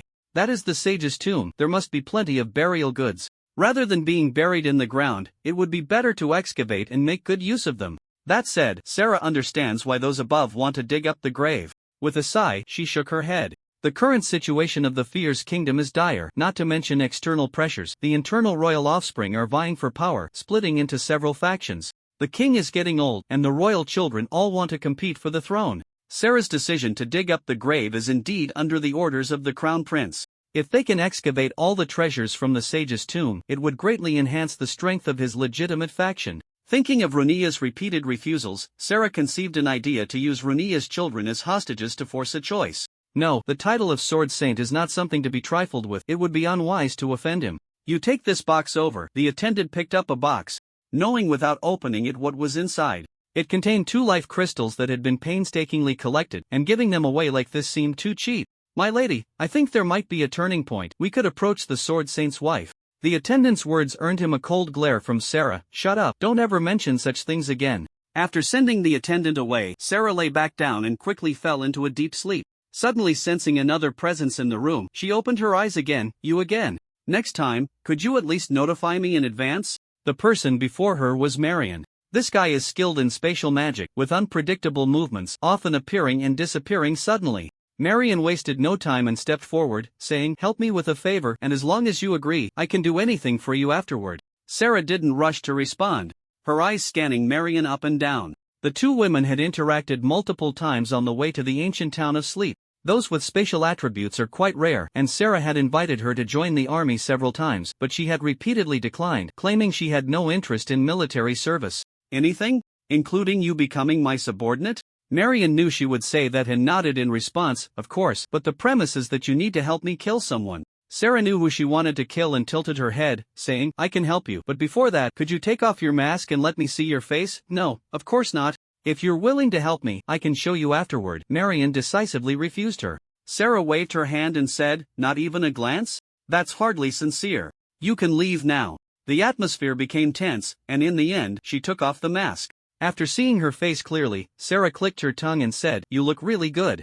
Why do you have to wear a mask? Time passed quickly, and soon it was the next morning. Aichin woke up leisurely. It was worth all the traps he had set. They hadn't been attacked again last night. He hurriedly washed his face, fed the earth dragon some pet food, and sat on the grass, quietly having breakfast. He didn't eat much, just a piece of cheese, a box of compressed biscuits, and a cup of honey water. Whenever he was out, breakfast was usually like this. Aichin saw Layla wake up, jump down from the dragon's back, and look for a place to relieve herself, signaling her to head into the woods. Good morning, Captain. You're as early as ever. Why not sleep a little longer? Layla returned from her bathroom break, washed her face by the small river, sat down beside him, and picked up the breakfast Aichin had prepared. Her memory was hazy. She had almost forgotten what happened yesterday. She only knew she had to meet someone after entering the town. But she couldn't remember who. I always wake up early. What about you? Is your head still hurting? Do you want a piece of chocolate? Aichin saw Layla lean closer and couldn't understand her meaning. He, Captain, I smell a delicious wine. Since you're not drinking, let me help you finish it. Layla, craving alcohol, took a bottle of enhanced sleeping potion from Aichin's backpack and started gulping it down. Aichin wanted to stop her, but seeing her fall asleep, he was filled with questions. What had she done yesterday? Did she meet the master? Before long, Ilusa and Gimlet woke up one after the other. Compared to Gimlet, who woke up naturally, Ilusa was startled awake by a nightmare. The little priestess had a tendency to overthink. Upon waking, she noticed her faint dark circles and took a long time to put on her makeup before coming down for breakfast. Mr. Goblin Slayer, it's almost time to gather. Is it really okay for us to dawdle like this? Ilusa asked weakly, thinking she was slow enough, only to realize Aichin was even slower. There was no choice. He needed time to dismantle all the traps he had set. After clearing everything, it was nearly 8 o'clock, with half an hour left until gathering time. Aichin looked at Layla, who was lying still on the ground, and signaled Gimlet to carry her back into the carriage. Before they set off, he took a few more glances at the nearby mountains and forests by the river. From last night until now, they had been watched by monsters. Finally seeing the humans leave, the monsters let out a sigh of relief. Quick, report to the master. Just say those humans have left.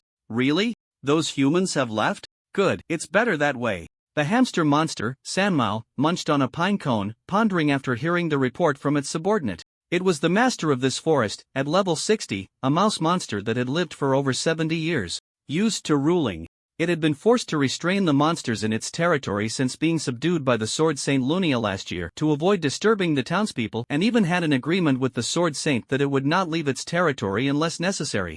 Due to the Sword Saint's reputation, it had always remained hidden in the deep mountains. Recently, the incident at the sage's tomb had stirred its interest, and it expressed a desire to participate. Long ago, the hamster monster had discovered the location of the sage's tomb, but due to the restrictions inside and outside the tomb, it couldn't break them and had to wait quietly for the power of the restrictions to weaken. Unexpectedly, it first encountered humans. In the hamster monster's view, since it was the ruler of this area, everything inside the sage's tomb should belong to it. Even the Sword Saint couldn't change that. Send the order down, once the humans break the restrictions there, we will act. With the hamster monster's command given, the monsters in the forest began to mobilize. Currently, only the reconnaissance troops are keeping an eye on things, while the rest remain inactive. Far away at the swordsmanship hall, Lunia sensed something and looked up towards the southern forest. So it really can't hold back any longer? Sitting on a cushion, Lunia held her two young children. She had intended to continue playing with them, but feeling the need to stop the hamster monster, she decided to hand the children over to the servants and prepare to leave. Are you really going? I just don't understand you. Those people come by every few days and you refuse all their invitations, yet now for the small matter, you're going out. What are you hoping to achieve? Tiffany, sitting not far away sipping tea, remarked expressionlessly as she saw Lunia change into a different outfit. After all these years of marriage, she knew what was on his mind. She didn't want Lunia to take risks. And after a pause, she added, "Can you not go? If something happens to you, what will I and the children do?"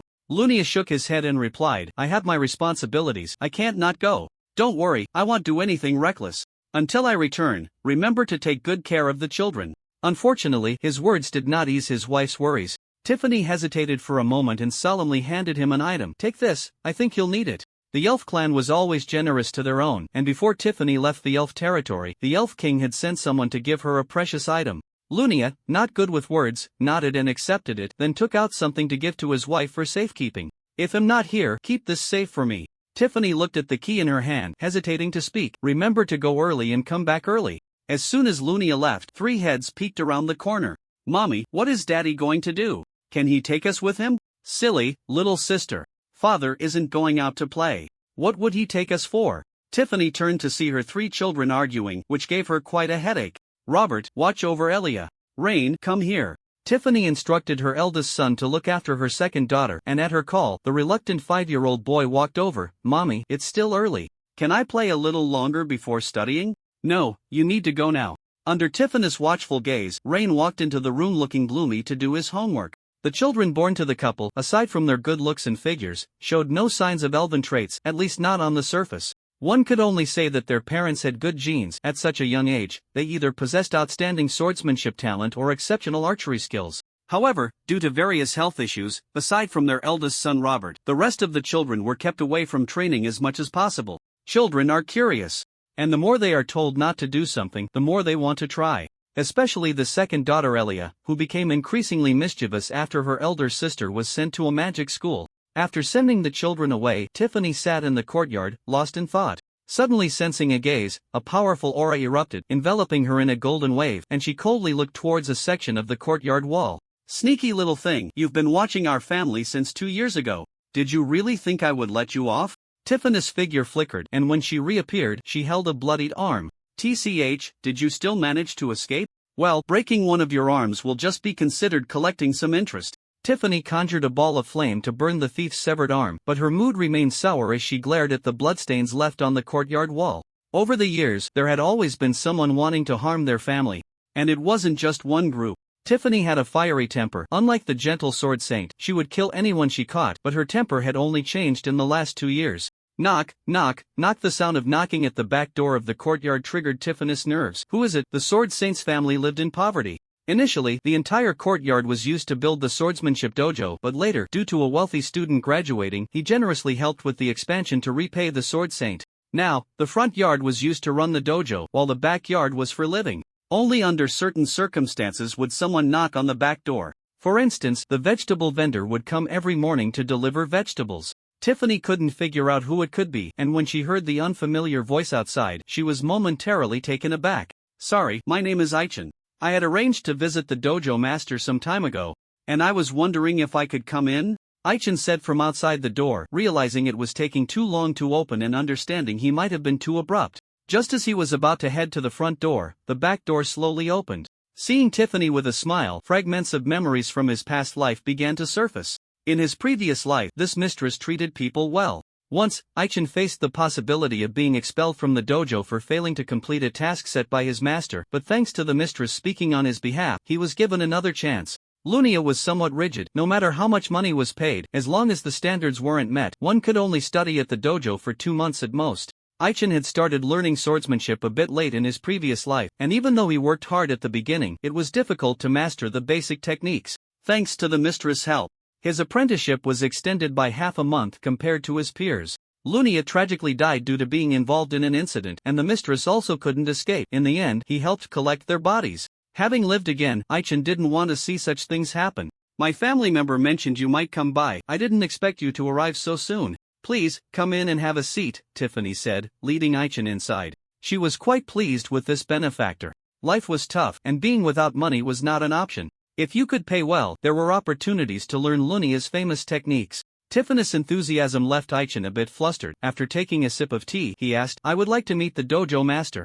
Do you know where he is now? With the action about to unfold, Aichin wouldn't leave without reason. Just moments ago, they had been informed that the operation was delayed, supposedly because the tomb's restrictions had strengthened, and it would take some time to break them. Taking advantage of this time, Aichin came to visit alone. Fortunately, the tomb had drawn the attention of many, and most of the people who had been in town had left. He didn't take long to arrive outside the dojo. Unfortunately, the dojo was closed today. Aichin initially thought about climbing over the wall to enter but felt it was too rude. He knocked on the front door for quite a while, but no one came to open it, so he had to try the back door. Thank you. Aichin took a cup of hot tea, symbolically sipped it twice, and said, I would like to meet the dojo master. Do you know where he is now?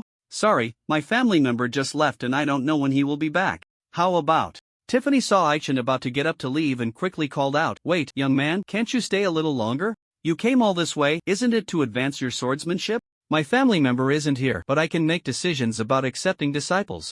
It just depends on which package you want. Aichin was slightly taken aback by her words. What packages are there? Hearing this, he could be sure that the mistress hadn't read the letter he sent. In the letter, he clearly stated that he would visit the dojo solely to receive the dojo master's personal guidance. Not much, just 3 days of guidance would suffice. He wasn't a novice in swordsmanship, there was no need to become a disciple of the dojo. To persuade Lunia to agree, he had offered 3 life crystals and left a scratch on the letter, embedding a sword energy within it.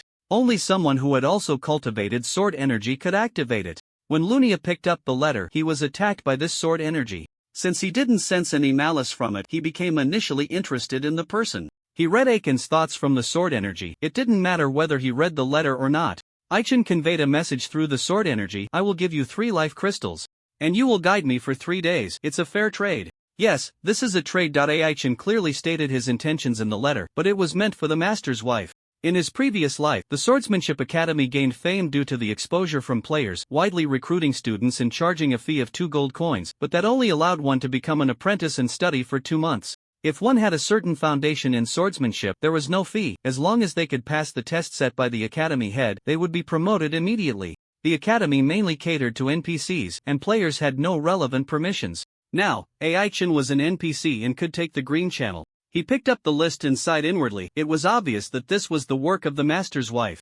The package provided by Tiffany had 3 options. Package A was the best. Not only would it receive focused training, but one could also have unknown guidance from the academy head every day, lasting up to 2 years for a fee of 100 gold coins. As long as the payment was made, one would be promoted immediately, and if they had a good foundation in swordsmanship, they would truly be a promising talent and be taken in as a disciple by the academy head. Package B was slightly less favorable, requiring a payment of 70 gold coins for immediate promotion, with the opportunity to learn the academy head's famous techniques, but whether one would be taken as a disciple was uncertain. Package C, although the lowest tier, was still decent. With a payment of 10 gold coins, one would be promoted after 2 months and receive an exclusive badge issued by the academy. The badge was recognized in the industry, and possessing it would allow one to pursue further studies in other major places. When employed, holding the badge issued by the academy would improve related benefits. Packages A and B were also available, considered basic welfare, but only applicable in such special circumstances. Under normal circumstances, for swordsmanship professions, one needed to level up 48 levels within the time limit and meet the graduation conditions to obtain it. Aichin had received it in his previous life and knew the benefits of such a badge, so without further thought, he made his choice. What? Are you sure you want to choose Package C? Packages A and B are quite good, don't you want to reconsider? Tiffany was not giving up, wanting to introduce the advantages of the 2 packages more. Aichin couldn't resist and took out 20 gold coins, saying, This is all I have. Tiffany happily accepted it, her attitude changing quickly. You're quite generous, little brother. Today happens to be a day when the academy is closed, so in light of your sincerity, they'll have our academy's top disciple come teach you. The top disciple? AI Chen remembered that a female disciple often accompanied Lunia, who had successfully graduated and become the chief guard of the neighboring country when he first joined the Swordsmanship Academy in his previous life. The master's wife often praised this female disciple, and now he was eager to meet her in person. Who could it be? There was still time, so AI Chen planned to stay a little longer. Just as he was led to the hall to wait, a head poked out from outside the door. "Uncle, your armor is a bit dirty, why don't you clean it up? Or should I help you?" Elia said with a smile, the little girl sneaking out of the room while her brother was momentarily distracted, seeing another person in the yard and her mommy chatting with them, curious to see what was going on. Upon getting closer, she found AI Chen wearing outdated armor and was stunned. AI Chen looked down and noticed that there were indeed some dirty spots. After taking out a white cloth to clean it, he nodded and said, "It should be clean now, right?" "No. What I meant to say is that your entire set of armor is dirty, not just your arms." Elia pouted, feeling that AI Chen was a bit strange. She had heard that adults liked to tease little girls like her, and for a moment, she felt scared. Seeing her run away, AI Chen was left with a dark expression. Did I do something wrong? AI Chen didn't have much of an impression of Elia. When they first met in his previous life, she was already a graceful 12-year-old girl sent to a magic school, and opportunities to see her were rare. Now she was just a 5-year-old little kid. Thinking about how she would die in the future, with only the young twin siblings surviving, AI Chen felt a heavy pressure. By the way, what exactly did the master do in his previous life to offend someone? AI Chen intended to sit a little longer, but unexpectedly, the communication crystal reacted. Layla was trying to contact him and needed him to return quickly before the master's wife could call for the eldest disciple. He left through the back door. As he departed, he exchanged a distant glance with his master's eldest son, Robert. It's best not to go out during this time. AI Chen noticed that Robert had been marked by someone and kindly reminded him. "Thank you for the reminder, please take care," Robert replied politely. This kid knew he had been hit. His mother failed to catch the observer, and he later chased them down and successfully killed them, which is why he was marked. Because he left unexpectedly, his younger sister, Elia, took the opportunity to sneak out of the room. His sister was a master at hiddency, and to avoid being scolded by their mother, he needed to find her quickly. Once AI Chen left, he anxiously searched for her in the courtyard. Meanwhile, not long after AI Chen walked away, he spotted a blood bag next to a pile of garbage. Detecting that the living creature inside the blood bag was not completely dead, he stepped forward and delivered a finishing blow. Ding! Congratulations on killing the heavily injured fake dead mysterious assassin. Skill point 1 gained hostility from the Night Raid Team 100. Hearing the notification, AI Chen's expression darkened. The gameplay of the game Phantom Realm was rich. Since skill points could not be fully refunded when skills were washed or forcibly forgotten, there must be ways to increase skill points. Aside from killing special monsters, which had a chance to yield points, there was a more efficient method: killing members of the opposing faction who were elite or above. Killing humanoid bosses above level 40 had a higher chance of yielding points, and correspondingly, one would gain hostility from that faction. With enough lice, one need not fear the bites. A mere 100 in faction friendliness was nothing to AI Chen. Seeing the notification that the target belonged to the Night Raid team, his mood soured. He hadn't just wandered over to the garbage pile randomly. He had followed the scent from Robert. Robert was too careless. Without confirming that the person was truly dead, he stuffed them into a bag. AI Chen helped clean up and discovered that the mark originally on Robert had transferred to him, leading to his suspicions. He didn't want to seek trouble, and with the help of the Ghost Cry, he erased the mark on him. The Night Raid team? If I remember correctly, that's an extreme assassin organization. Was he hired by someone? Or does he really want to harm the Sword Saint? He still hadn't figured it out by the time he met up with the others. "Captain, you're really slow. What have you been doing? You weren't just squatting in the bathroom the whole time, were you?" Layla said with a stern face. Seeing that AI Chen ignored her, she huffed and turned her head, signaling Gimlet to speak to the captain. "Captain, those people are very efficient. In a few minutes, we'll need to act. Are you sure you're okay?" Gimlet asked with a light cough. He had caught the scent of blood on AI Chen and thought he had gone to help them deal with trouble, which made him quite worried. The conflict in town yesterday had been tough for Gimlet mainly because those bounty hunters were exceptionally annoying. As long as one of them was killed, a layer of debuff would stack on the killer. Unless they could take them all out at once. AI Chen shook his head to indicate he was fine, his gaze fixed on the densely populated entrance of the ruins. "We'll be able to enter soon. Let's go ahead to avoid displeasing that person." The team received a notification that, given there were 3 silver-level members in the squad with solid strength, they would take the lead in the exploration. The Splash Duo also received a task to protect several weaker archaeologists. Any squad with silver-level members had received a task. AI Chen's earlier departure had caused dissatisfaction from the team leader, Sarah, and upon returning, he noticed some unfriendly gazes. He chose to ignore those people, his eyes firmly locked on the entrance of the ruins. The tomb of the ancient sage, the resting place of the ancient sage, was specially arranged during his lifetime out of concern that his tomb would be excavated. He feared that intruders would have a 10 out of 10 chance of dying. Challenge difficulty, recommended challenge level, level 40, a team of more than 5. This was a well-known large dungeon from his past life. Even if the entire kingdom fell, goblins dared not delve deep into this tomb. The internal space of the tomb was vast, consisting of 5 levels. In the first underground level, there exists a large number of undead, with levels ranging from 3 to 40. Due to the repulsive nature of the undead, it is impossible to clear all the monsters in this level without an army of over 1,000.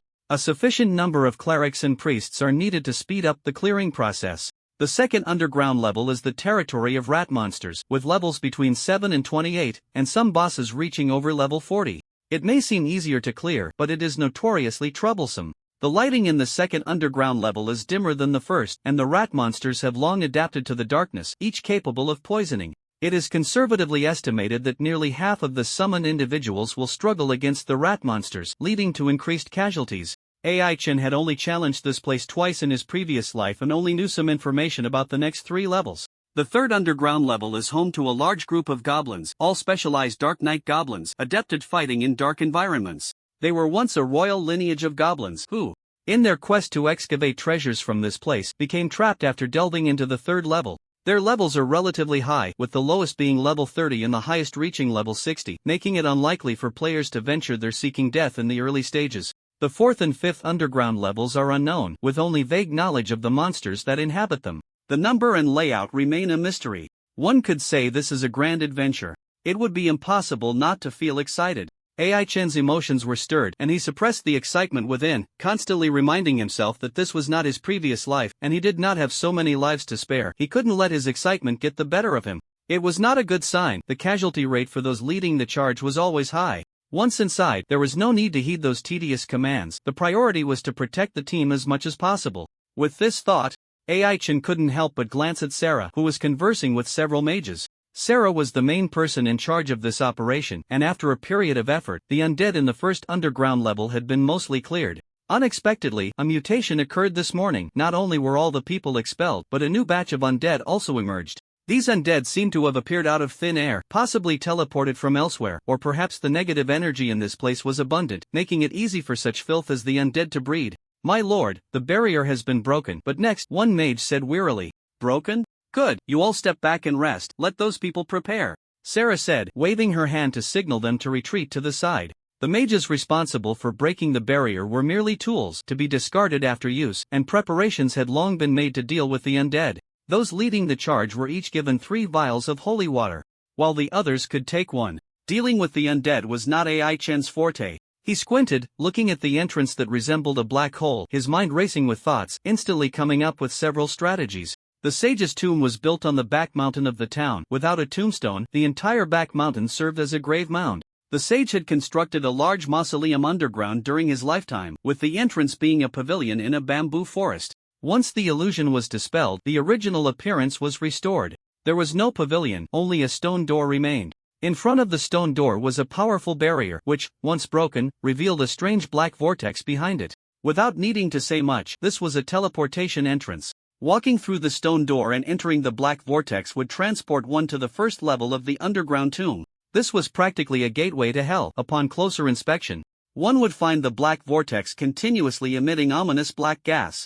AI Chen was worried that not only could people use it to enter the tomb, but the monsters below could also escape through it. Just then, someone was about to step in when a skeletal arm reached out from the black vortex. With a thud, there were so many people present that the undead would not be allowed to run rampant. The skeleton monster's head was shot through by Gimlet. One skeleton monster after another emerged. The crowd was not afraid. Lying in wait to fight monsters was the most comfortable mode of combat. Undead continued to fall at the entrance, when suddenly, a powerful surge of black evil energy erupted from the entrance, causing many to be struck and fall to the ground. AI Chen sensed danger beside him and quickly thrust out a sword. Upon seeing the true form of the monster, he shouted, "Watch out, it's a wraith!"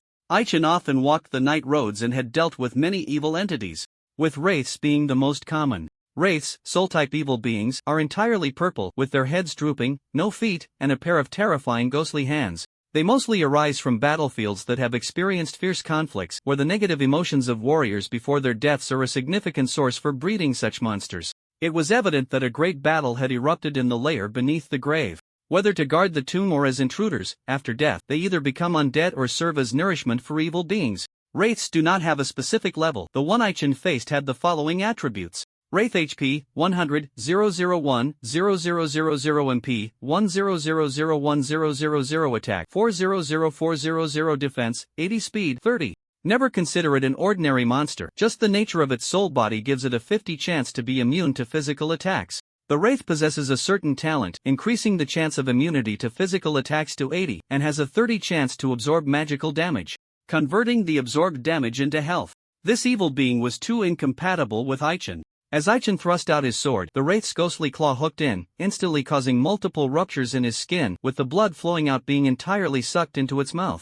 Discovering that Aichen's blood was exceptionally delicious, it became even more greedy, and judging by its posture, it wouldn't stop until it drained all of his blood. 300300300300300. Aichen's blood was thick now, and his health bar dropped 5 times, but thankfully, holy water was ineffective against such evil beings. He withdrew, intending to take out a page of scripture, but seeing the Wraith pressing in, he quickly thrust out more than 10 swords. Miss 888 miss. With a flurry of sword strikes, he successfully killed the Wraith. The moment he killed the Wraith, the weapon's special ability activated. Ding! Your weapon has absorbed the evil spirit and met the activation conditions. Would you like to activate it? No. Aichen did not want to showcase the special nature of the ghost cry in front of others. Turning his head, he found Gimlet caught in a tough battle. Following the same method, he used quick attacks to increase the number of strikes, hoping to hit the Wraith a few times. Compared to him, Layla was much more composed. After activating the effect of the Red Dragon Sword, no evil being dared to approach her. Thanks to prior preparations, to deal with the undead, Sayla had called in a group of clergy. As the clergy exerted their power, the Wraiths were killed one by one, with a few retreating. After this encounter, no one dared to recklessly approach the teleportation entrance. Our people were lying in wait outside, and it was highly likely that the undead were also lying in wait inside. Going in alone could lead to quick annihilation. Sayla glanced around at everyone, noticing that they were all hesitant, and coldly said, "Don't worry, as long as you take this inside, even if surrounded, you won't be afraid." Things were gradually developing in an uncontrollable direction. Sayla had already devised countermeasures for various possible emergencies. Under her instructions, each person was given a badge. Iron Guard badge rarity one-time item. A badge that significantly enhances defense. Once activated, within half an hour, physical defense and magical defense are increased by 200, and attack power is increased by 10. If there are 5 activated Iron Guard badges nearby, they can automatically form a shield with a durability of 8000 and an armor value of 80. Multiple badges gathered in one place can only increase the durability of the shield. This was a good item, better than the Guardian Vanguard flag. Such good stuff was given to everyone who had been officially summoned. The military had bled heavily this time, clearly aiming for success in this mission. Aichen was looking forward to the upcoming actions. His team had only 4 members, so they needed to pull someone in to make up the numbers. He scanned the crowd and finally chose Marion. When selected, Marion was slightly taken aback. Realizing it was an opportunity, she feigned calmness and stepped forward. After swiftly taking down the few skeleton monsters that followed, Aichen led the team into the teleportation entrance. With him leading the way, others gradually followed. The teleportation process went smoothly, and before the 5 could take in their surroundings, a series of attacks came rushing in. Aichen stood at the front, his health bar dropping repeatedly. Seeing the protective shield finally spread out, he retreated behind Layla, drinking a potion while sizing up Marion. There was no other reason to keep someone close. Rather than worry about the enemy sneaking an attack from anywhere, it was better to keep her nearby for supervision. Marion's profession was assassin, and since she couldn't leave the protective shield, she pretended to be relaxed, standing aside. The other 3 also took a look at her. Aside from Layla, they were all uneasy about her. Because they all had silver hair, Ilusa kept staring at Marion's hair. She felt it was somewhat familiar, as if she had seen it somewhere before. Compared to that day's assault, Marion seemed less sinister, her aura different, and Ilusa couldn't recognize her. Gimlet sensed a vague gaze and turned to look, not thinking much of it. He thought it was his good looks that had captivated the girl. Long years? She's an elf. Wait, is she a half-blood? Is she trying to see how strong I am as a pureblood? Wanting to show off, Gimlet kept drawing his bow and shooting arrows. Ilusa was also busy. Any skeleton monster illuminated by holy light would continuously lose health. Layla was not to be outdone, continuously unleashing her windmill slash, blowing down swaths of undead, occasionally delivering powerful flame slashes to slay the boss. Aichin was even busier. With his health bar full, he sprinkled half a bottle of holy water on his weapon and began slashing at the edge of the protective shield. Marion thought she couldn't just stand by and watch, so she moved, summoning 2 clones to hold the breach in the shield. Half a minute later, the durability of the shield dropped to half. Aichin felt they couldn't just stay in one place, so he led the group to retreat to one side. Hearing screams not far away, he pretended not to hear and continued pushing forward. Mr. Goblin Slayer, those people are being surrounded by undead. Why don't we go save them?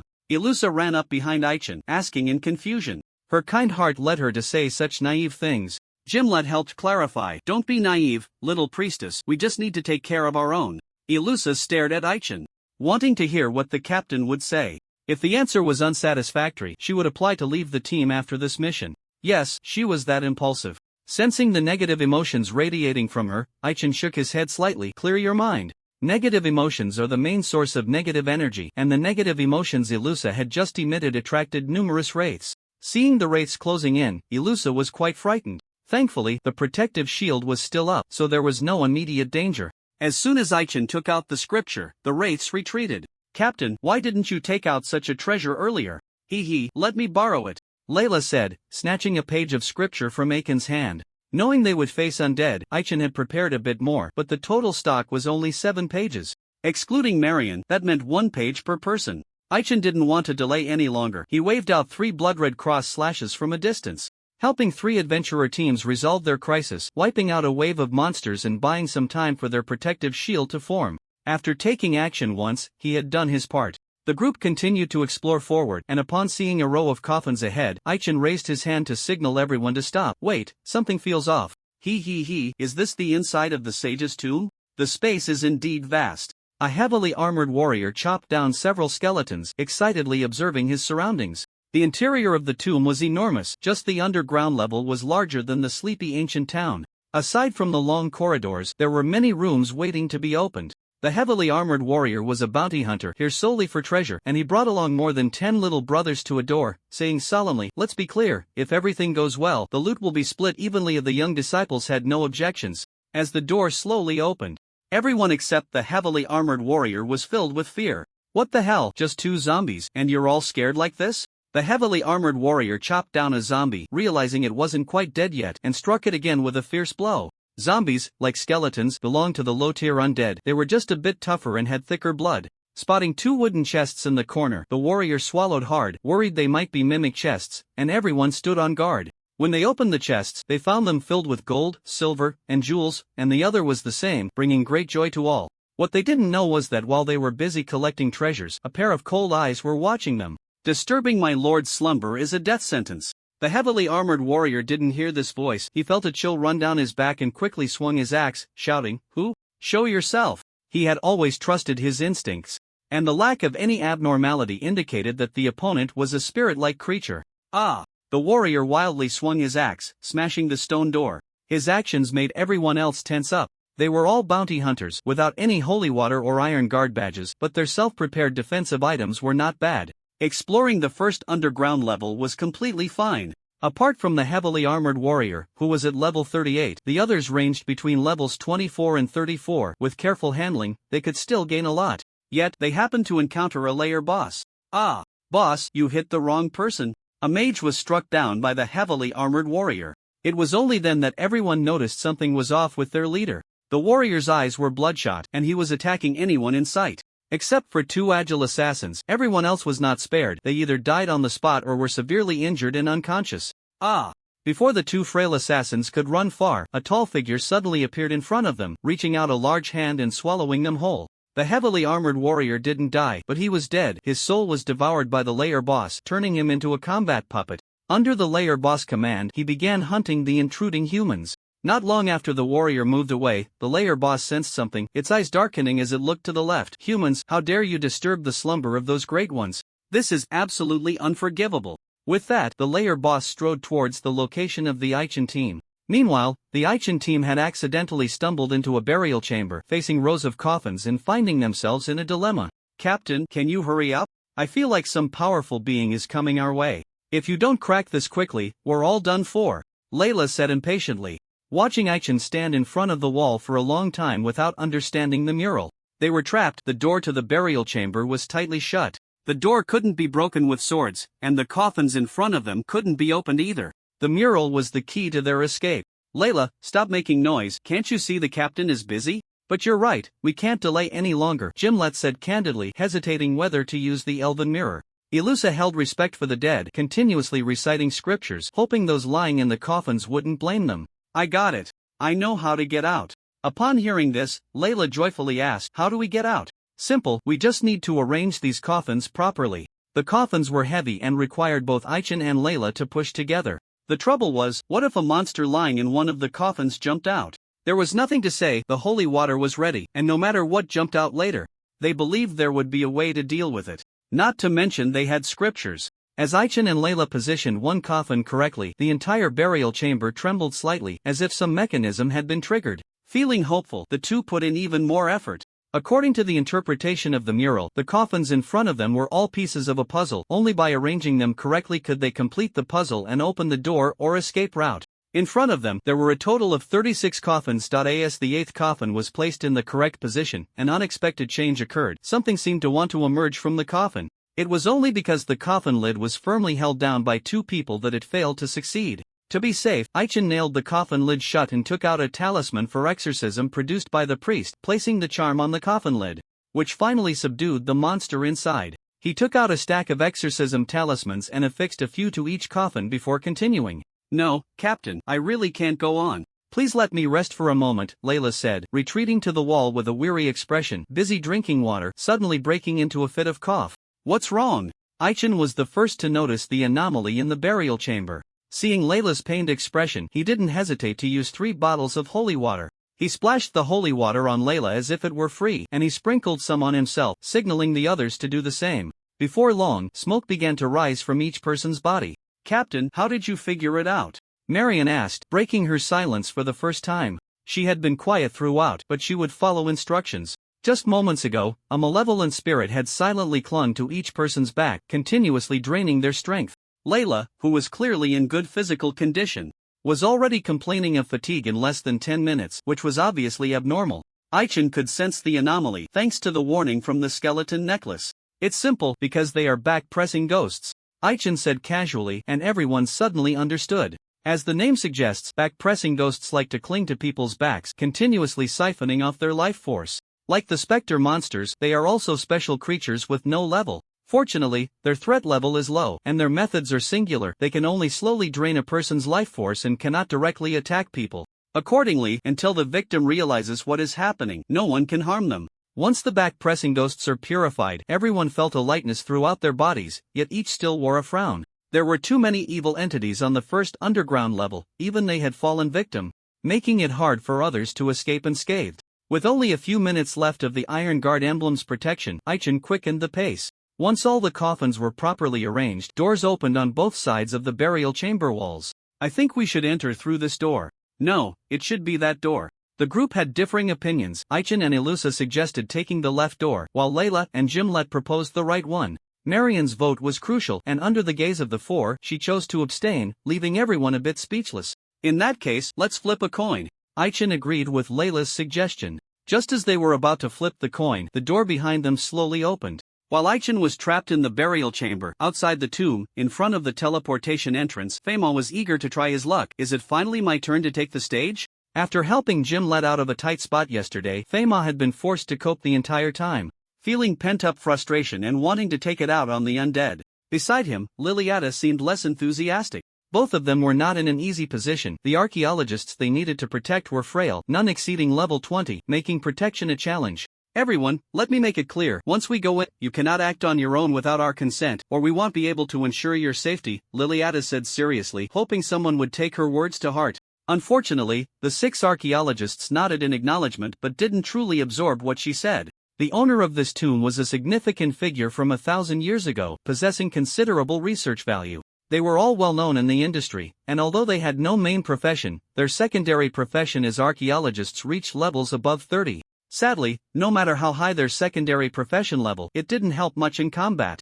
Seeing their expressions, Liliana knew it was like talking to a wall. Well, if it came to that, they could always abandon the mission. To avoid disruption, their group entered simultaneously. They were fortunate. When Feimal regained his senses, there were only scattered skeleton monsters around. It wasn't that the previous entrants had cleared out most of the monsters on this level. The undead were too disgusting and numerous. Without effective countermeasures, they would eventually be worn down. The bounty hunters who came in earlier were not focused on clearing out monsters, they were only after treasure. Their series of actions had drawn away quite a few small creatures, providing some convenience for those who followed. Feimal and his companion moved forward, one in front and the other behind, and just as they were about to turn the corner, Liliana suddenly called for a stop, signaling everyone to be quiet.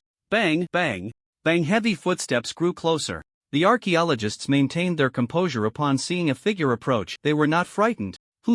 There were clearly people here just now. Where did they go? Did they go invisible? Or are they hiding? The massive figure muttered to itself, and upon hearing sounds of a struggle nearby, it strode away. What this layer boss did not know was that the few people were right in front of it, yet it could not see them. Did that big guy leave?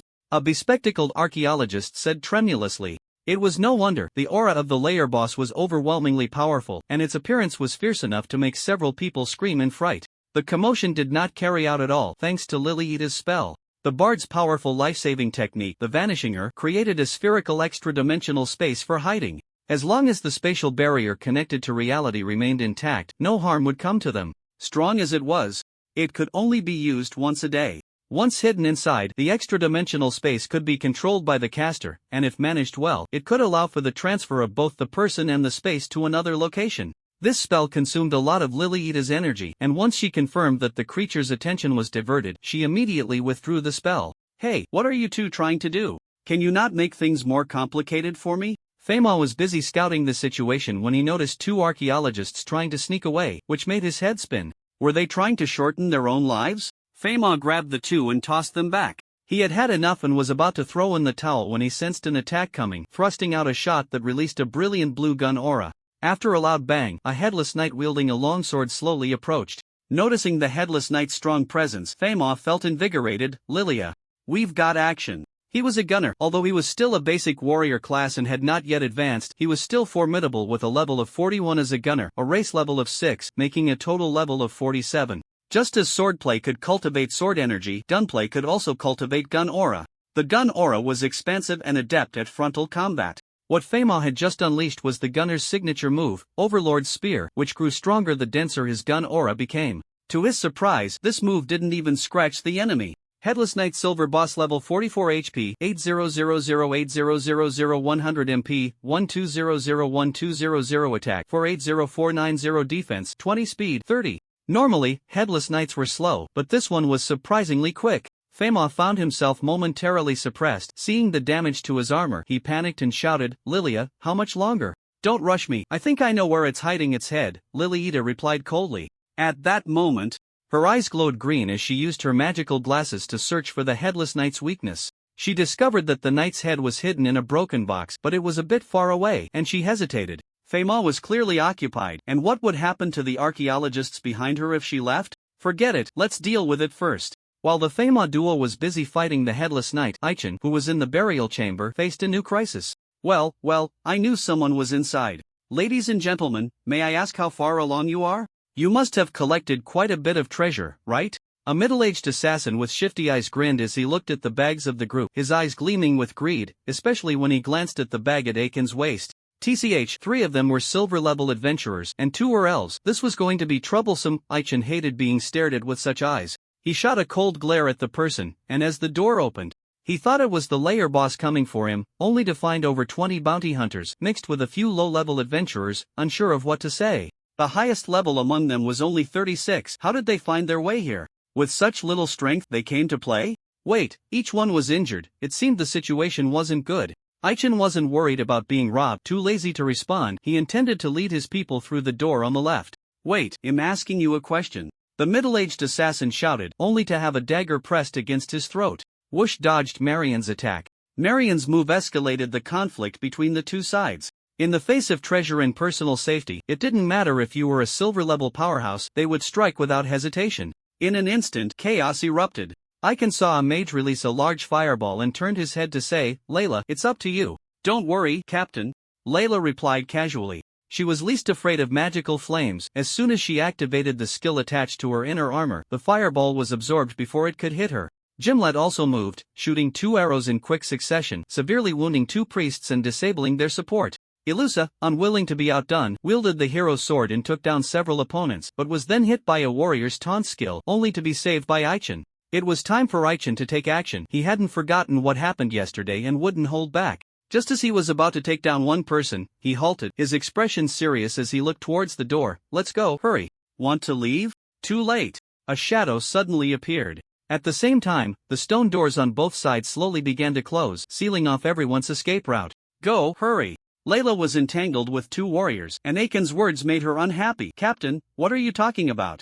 These weaklings. Her voice cut off abruptly. She wanted to say that she could handle them all by herself, but sensing a deadly threat behind her, she quickly retreated. In her haste, she grabbed Ilusa's hand, but it was too late. Bang! Layla was struck hard, collapsing in pain against the wall. Ilusa wasn't faring any better. She was caught in the blast, and even with the 3-tailed fox helping to mitigate some damage, she still lost half her health. The bounty hunters reacted, seeing a monster in the burial chamber, thrown into disarray. Not good, it's that big guy from the intel. Run. The lair boss saw someone trying to escape and reached out, grabbing a few of them in his palm. Run? With me here, where do you think you're going? Taking advantage of the distraction, Aichin helped Ilusa up, and Gimlet carried Layla. One went left, the other right, splitting up, and hurriedly entered before the stone doors closed. Marion hardly made a choice. Heading towards the right door where Gimlet had gone. Whoosh! Marion was held back, a powerful suction pulling her from behind. Seeing the lair boss open his mouth wide, ready to swallow her, she snorted coldly and threw out 2 throwing knives. The lair boss initially didn't care, but suddenly felt a hint of threat, tilting his head to dodge the attack. Seeing the knives embedded deep in the wall, he realized they had significant penetrating power. Turning around, he found Marion had vanished. Did someone escape? Whatever, no matter which door they go through, it's a dead end. With that, the lair boss began a frenzied harvest, and in a moment, the burial chamber fell silent again. On the other side, Aichin was sprinting with Ilusa, feeling it wasn't safe enough, and after running a distance, he began to calmly observe his surroundings. Mr. Goblin Slayer, what exactly was that monster? Ilusa, leaning against the wall, asked tremulously.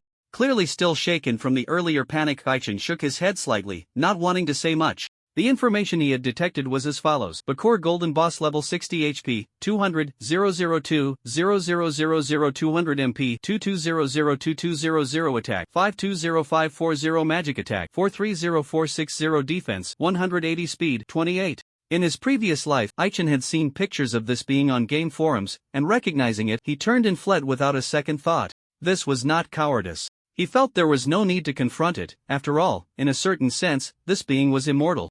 Bakor belonged to the Holy Spirit race with blue skin, a magical creature very close to an angel, essentially a hybrid of angels and giants. It possessed the robust physique of a giant and the holy power comparable to that of an angel. It made sense, after all, the master of the tomb was a sage who would disdain to use the undead to guard the grave. As long as the tomb was not completely destroyed, Bakor would not die, even if killed. It would fully resurrect in a few days. There were 2 layer guardians in the first underground level, one visible and one hidden, with Bakor being the hidden boss. The visible guardian was a level 50 vampire baron who would only awaken when someone entered the boss room and disturbed it from its slumber in the coffin. Bakor could only move if someone progressed to the 3rd layer. Normally, it would just guard a secret passage next to the main chamber. Of course, this situation would only occur during a dungeon run. Aichin was not currently in a dungeon, so his actions were not constrained. This is troublesome. Where does this passage lead? Aichin looked at the long passage ahead, lost in thought. He continued walking forward with a torch, while Ilusa cautiously followed behind. It was certain that they remained on the 1st layer, not delving into other areas. From his judgment, this should be an escape route for fleeing the tomb. He did not want to leave just like that when he suddenly sensed movement ahead and raised his hand to signal Ilusa to stop. Someone. No, wait, this is bad. Aiken's eyelids twitched, his instincts told him there was an unknown powerful enemy ahead, and he saw a beam of black light rushing towards him. He raised his right arm, intending to block the attack with his shield. 1111 Aichin was stunned, he was knocked back, and while the injury was secondary, what puzzled him was that the enemy looked exactly like him. Ilusa encountered the same situation. She was also targeted by her own duplicate, trapped by a strange black holy wall and continuously being squeezed. Ah! Ilusa cried out in pain, her frail body could not withstand the torment. What she couldn't accept was that the 3-tailed fox was seriously injured, its body covered in blood. Pocky, don't scare me. Ilusa gritted her teeth, pouring potion bit by bit into the three-tailed fox's hands. She glared at her duplicate and then looked at Aichin, who was caught in a fierce battle, feeling an indescribable helplessness. Am I still too weak after all? Pocky, you rest well, just leave the rest to me. Ilusa tightened her grip on her staff, seeing her duplicate mimic the same action, a smirk appearing at the corner of her mouth. Imposters are still imposters, you can't pull off my move. As soon as she finished speaking, Ilusa threw a punch with one hand, unleashing a powerful energy shockwave. Indeed, she had successfully learned Jerika's Heaven's Fist. Before leaving Lilac Town, the little priest had raised her level to 15. The magic scroll Jerika had given her contained the learning essentials for Heaven's Fist. She had been unable to learn it for a long time, thinking it was due to a lack of talent, but that was not the case. She lacked the necessary anger. Even though she had the justice in her heart, without enough anger, she couldn't unleash it. Boom! Though the energy shockwave shattered the holy wall, it did not inflict significant damage on the duplicate, which simply dodged lightly. Interestingly, the shockwave hit Aiken's side. Aichin hurriedly dodged, seeing the duplicate being attacked, yet it still looked unfazed, slightly frowning. I see. It seems that Sage is not a good person after all, probably engaging in some unspeakable dealings behind the scenes. Aichin adjusted his breathing and resumed his struggle with the clone. This time, he had the upper hand, firmly suppressing the clone. This was only possible because he recognized the origin of the monster. It was called a phantom demon, a type of evil creature that could temporarily transform into the appearance of others and enhance the basic attributes of its replication template. The greater the disparity in strength between the two sides, the less perfect the replication could be. He didn't believe it could perfectly replicate the ghost cry. After all, under a fierce assault, the fake weapon in the clone's hand shattered, ultimately pierced through the throat by a single sword strike. Ding! Your weapon has absorbed the evil spirit and meets the activation conditions. Would you like to activate it? No. With his support, Ilusa was saved, but another phantom demon managed to escape, fleeing very decisively. Don't worry, it will be fine, it will recover in a few days, Aichin said lightly. Ilusa, aware of the situation with the three-tailed fox, nodded gently and placed the little fox into her backpack as the two continued their exploration. Without the obstruction of the phantom demon, the subsequent exploration went relatively smoothly. When they arrived at a secret chamber, the two were stunned. Are you human or a ghost? While Aichin and the others encountered the phantom demon, Layla was also facing a situation. Damn it! Why are there so many bats? I hate bats the most. Hey, you over there, why aren't you coming to help? Layla was entangled by more than a dozen bats and saw Marion looking unconcerned, hiding in the distance, and shouted unhappily. The bats that could trouble the dragon lady were no ordinary bats. These were vampire bats, a type of familiar between levels 20-30, yet surprisingly difficult to deal with. These bats were not afraid of physical attacks, nor did they fear flames. Holy water and such were ineffective, and their weaknesses had not yet been discovered. Marion was skilled, her body merging with the shadows, her presence extremely low. She was nearly overlooked by Layla, who was almost oblivious to her. This guy completely ignored people, turning her head to look at Gimlet, who was gradually finding his footing. Compared to Layla, Gimlet was much more composed, wielding a curved blade and wildly slashing, creating a wall of wind to protect himself while also observing the bats. Layla had dragon scale protection. As long as she safeguarded a few important areas, she didn't worry about being drained, but he was different. He could only hide behind the wind wall and calmly observe. Found it, their weakness is their fangs, Gimlet said coldly, not wasting the effort to create the wind wall. Once he analyzed the weakness of the vampire bats, he immediately switched his weapon to a bow. The waves of wind surged. Activate. Buzzwaves quickly spread out, and soon, the bodies of bats began to fall to the ground. Gimlet was thorough. All the vampire bats' fangs were shattered. Seeing him do this, Layla thought of a countermeasure, swinging her great sword and fully unleashing the great windmill slash. The bats attacking her were all drawn in. If it were the normal version of the great windmill slash, it wouldn't be enough to take down the bats. Layla added some fuel to the fire, igniting her great sword and creating a powerful fire whirlwind. It turned out that vampire bats were also afraid of high temperatures. Layla was even more thorough, burning all the bats into dried corpses. So you're not actually afraid of flames, it's just that my magic power isn't strong at normal times, Layla said, slightly out of breath. She had been too reckless, and before she could catch her breath, those dried corpses moved, lunging at her face. In a critical moment, Marion acted, throwing out golden needles that pinned those corpses to the wall. Don't think that just because you helped me out, you'll be grateful, Layla turned her head, saying proudly. She would never admit to being intimidated by your earlier momentum. The more she observed, the more she could see the strength of this temporary teammate. Marion rarely took action, but every time she did, her timing was impeccable. Always able to help effectively. Marion still ignored Layla. Confirming that Gimlet had also dealt with his side, she focused on the corpses on the ground, deep in thought. This woman is quite skilled. She can wield a staff and understands swordplay, with her primary weapon being a dagger. However, her greatest expertise lies in hidden weapons. Like Ai Chen, she has maxed out her throwing skills and is a master of using concealed weapons. She possesses spatial attributes that allow her to launch silent attacks with hidden weapons. With just a golden needle, she can take down an enemy. When she strikes, she does so with great ferocity. Not wanting to reveal too much of her strength, she only occasionally throws darts. The mask she wears can block others from peering in. The original mask was damaged by Ai Chen, and the one she wears now is even more formidable. Just seeing the mask can cause one's memory to momentarily lapse, making them forget any information related to her. This has led to Layla failing to recognize her several times, and it's fortunate that Gimlet was there to remind her. Knowing that the mask you wear is sinister, the two of them try not to look at your face. After a short rest, the three continue their exploration. Before long, they arrive at the end of the passage. At the end, there is a small door about half a person high, blocked by a heavy panel. This panel is quite heavy and sturdy, immovable and indestructible. After some observation, they find a way to open it. On one wall, there is a red button, cleverly concealed and easily overlooked. Layla presses the button with force, and the panel slowly opens. Do you think we'll run into the captain after going through this small door? Hard to say, the chances are slim. Given the situation, we can only crouch or crawl through. Who goes in first? Gimlet pondered, his gaze shifting back and forth between Layla and Marion. I'll go first. I'm in good shape, so even if we encounter some danger, I should be fine, Layla said, taking a few sips of water and volunteering. The air in the underground level is stagnant and oppressive. Just moving around a bit makes one sweat. She has already replenished her water 6 times, and the other 2 are about the same, needing to manage their stamina carefully. Layla crouches and enters the small passage, with Marion closely following. Gimlet brings up the rear, his eyes fixed seriously on the two. What does she really mean? Gimlet has a nagging feeling that Marion is hiding something, so he stays at the back to observe closely. Since he can't look at her face, he'll look at her back. Wait.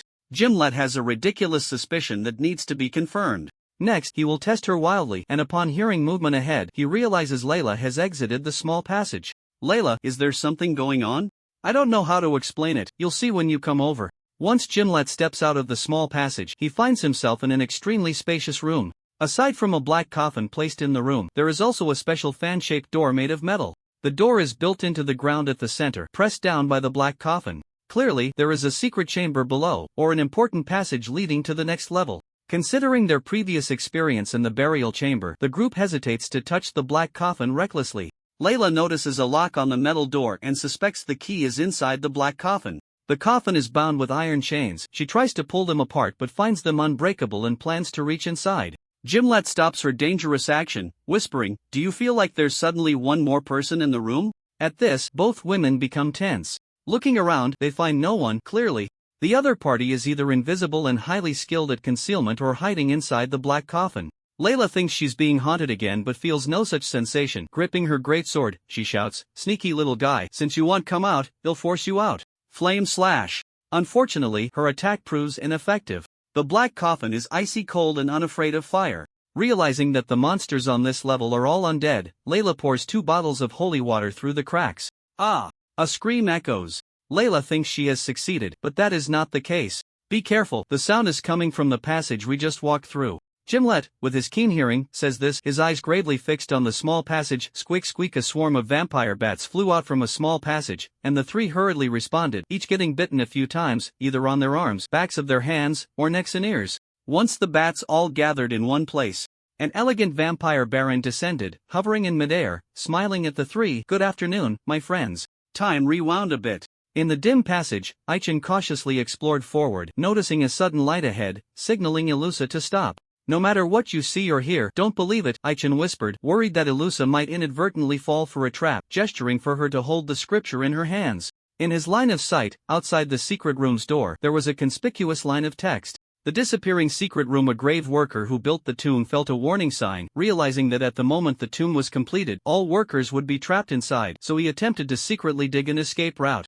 Unfortunately, all his actions were under the watchful eye of the sage. The sage personally intervened and killed him, but was subsequently cursed, his soul imprisoned in this secret room. If one could allow the sage's soul to rest, they would receive a gift of power from him. Friendly reminder, you only have one attempt. If you fail, the secret room will disappear and the sage's soul will be exiled to hell, never to be reborn. This is a hidden plot in the dungeon. In the previous life, no one had ever unlocked it, or rather, those who did not disclose the matter. Aichen stood outside the secret room, peering through the gap, and saw a stooped old man sitting lifelessly on the ground. The old man suddenly lifted his head, locking eyes with him, startling Aichen into quickly averting his gaze. How could this be? Not even a hint of information could be detected? Was it because of his current special state? Aichen, filled with curiosity, pushed the door open with force. Ilusa froze upon seeing the old man. How could there still be someone in such a ghostly place? Was he an immortal from a higher realm? Old sir, how is it that you are here all alone? How long have you been here? Ilusa wanted to step forward to help the old man up, but Aichen raised his hand to stop her. The old man, upon hearing this, raised his head and said, "How long? Perhaps a month? A year? Or 10 years? Wait, since I'm still alive, it means it hasn't been 5 years yet. Young man, what year is it now?" Ilusa replied, "It is now August of the year 2333 in the solar calendar." The old man showed a puzzled expression. Solar calendar? Such an old calendar, how could it still be in use? Shouldn't it be the crimson calendar?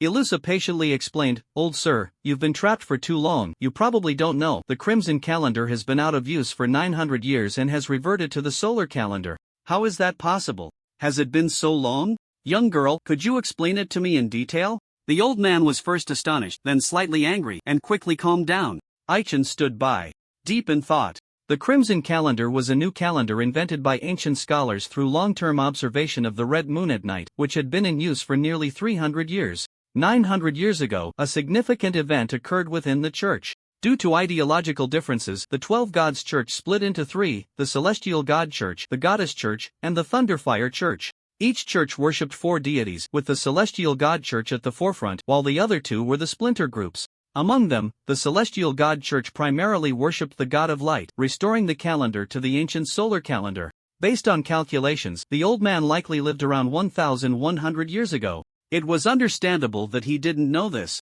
After Ilusa's explanation, he understood. "Young girl, so the 12 Gods Church has been split for 900 years? The old man had been a high-ranking member of the church, and hearing that it had divided into 3 seemed absurd to him. "Yes, old sir, but why are you still alive?"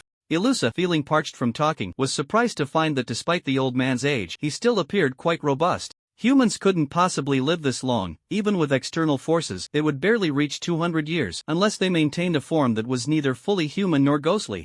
The old man shook his head slightly and said, "Young girl, do you think this state of mine counts as being alive? If I'm not mistaken, the moment I entered this room, I died. What you see should be a remnant left behind at the time of my death." "You see." The old man stretched out his arms, and in a moment his vibrant flesh gradually became transparent. "How can this be?" Ilusa gasped, covering her mouth. Despite her earlier suspicions, seeing this scene still left her somewhat incredulous. Aichen noticed that the old man had no intention of pretending anymore and stepped forward, saying, "Sir, is there anything I can do for you? Feel free to speak." The old man raised his head, scrutinizing Aichen seriously, and pointed at the backpack, saying, "I sense the gods are calling for me. If possible, please take out that divine gift so I can have a good look at it." With such a straightforward request, how could one not guess that you want the god's dice? At least it's a trump card. Aichen wouldn't hand it over, no matter who came.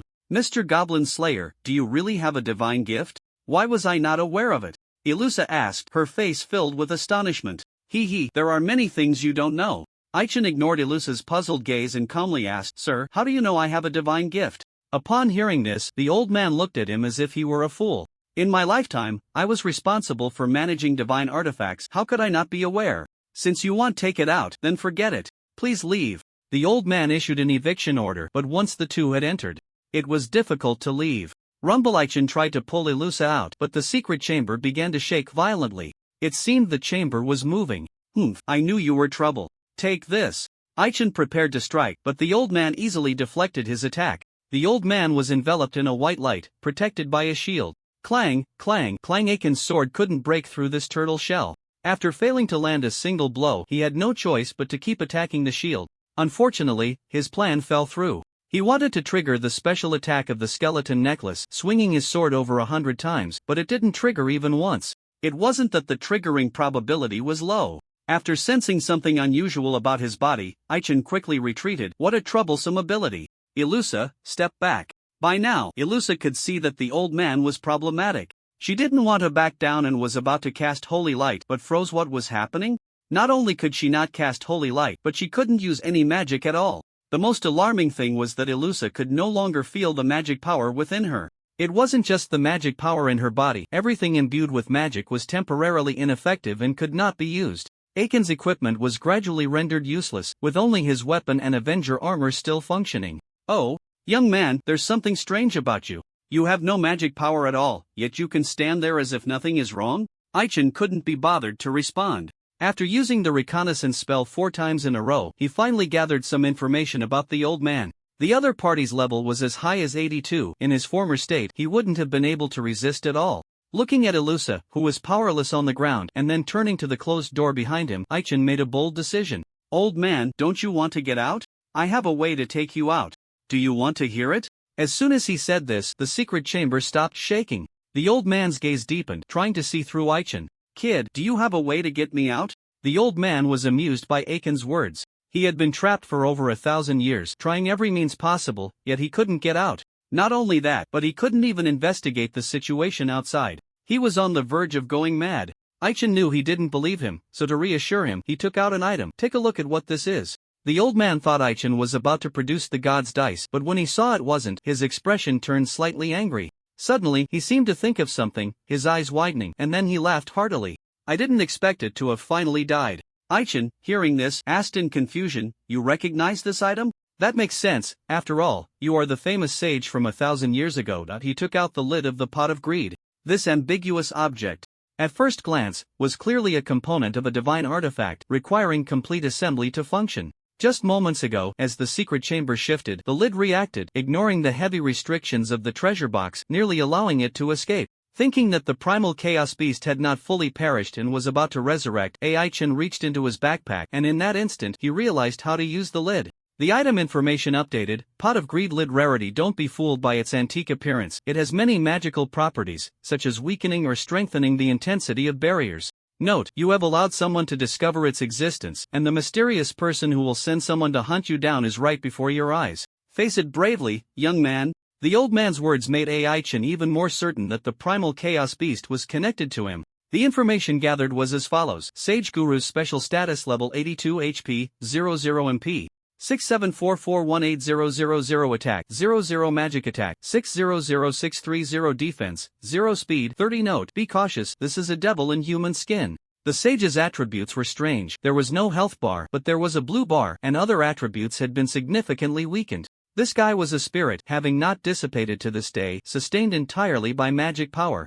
Aichen speculated that as long as he could deplete its magic power, it would die completely. The trouble was that the old fellow's magical prowess was extremely high, capable of forcibly imprisoning the magic power within his body. He could even render conventional equipment and items ineffective. What puzzled Aichen was that the opponent was in a special state, making it difficult to inflict any harm under normal circumstances. So why was he still using a shield to protect himself?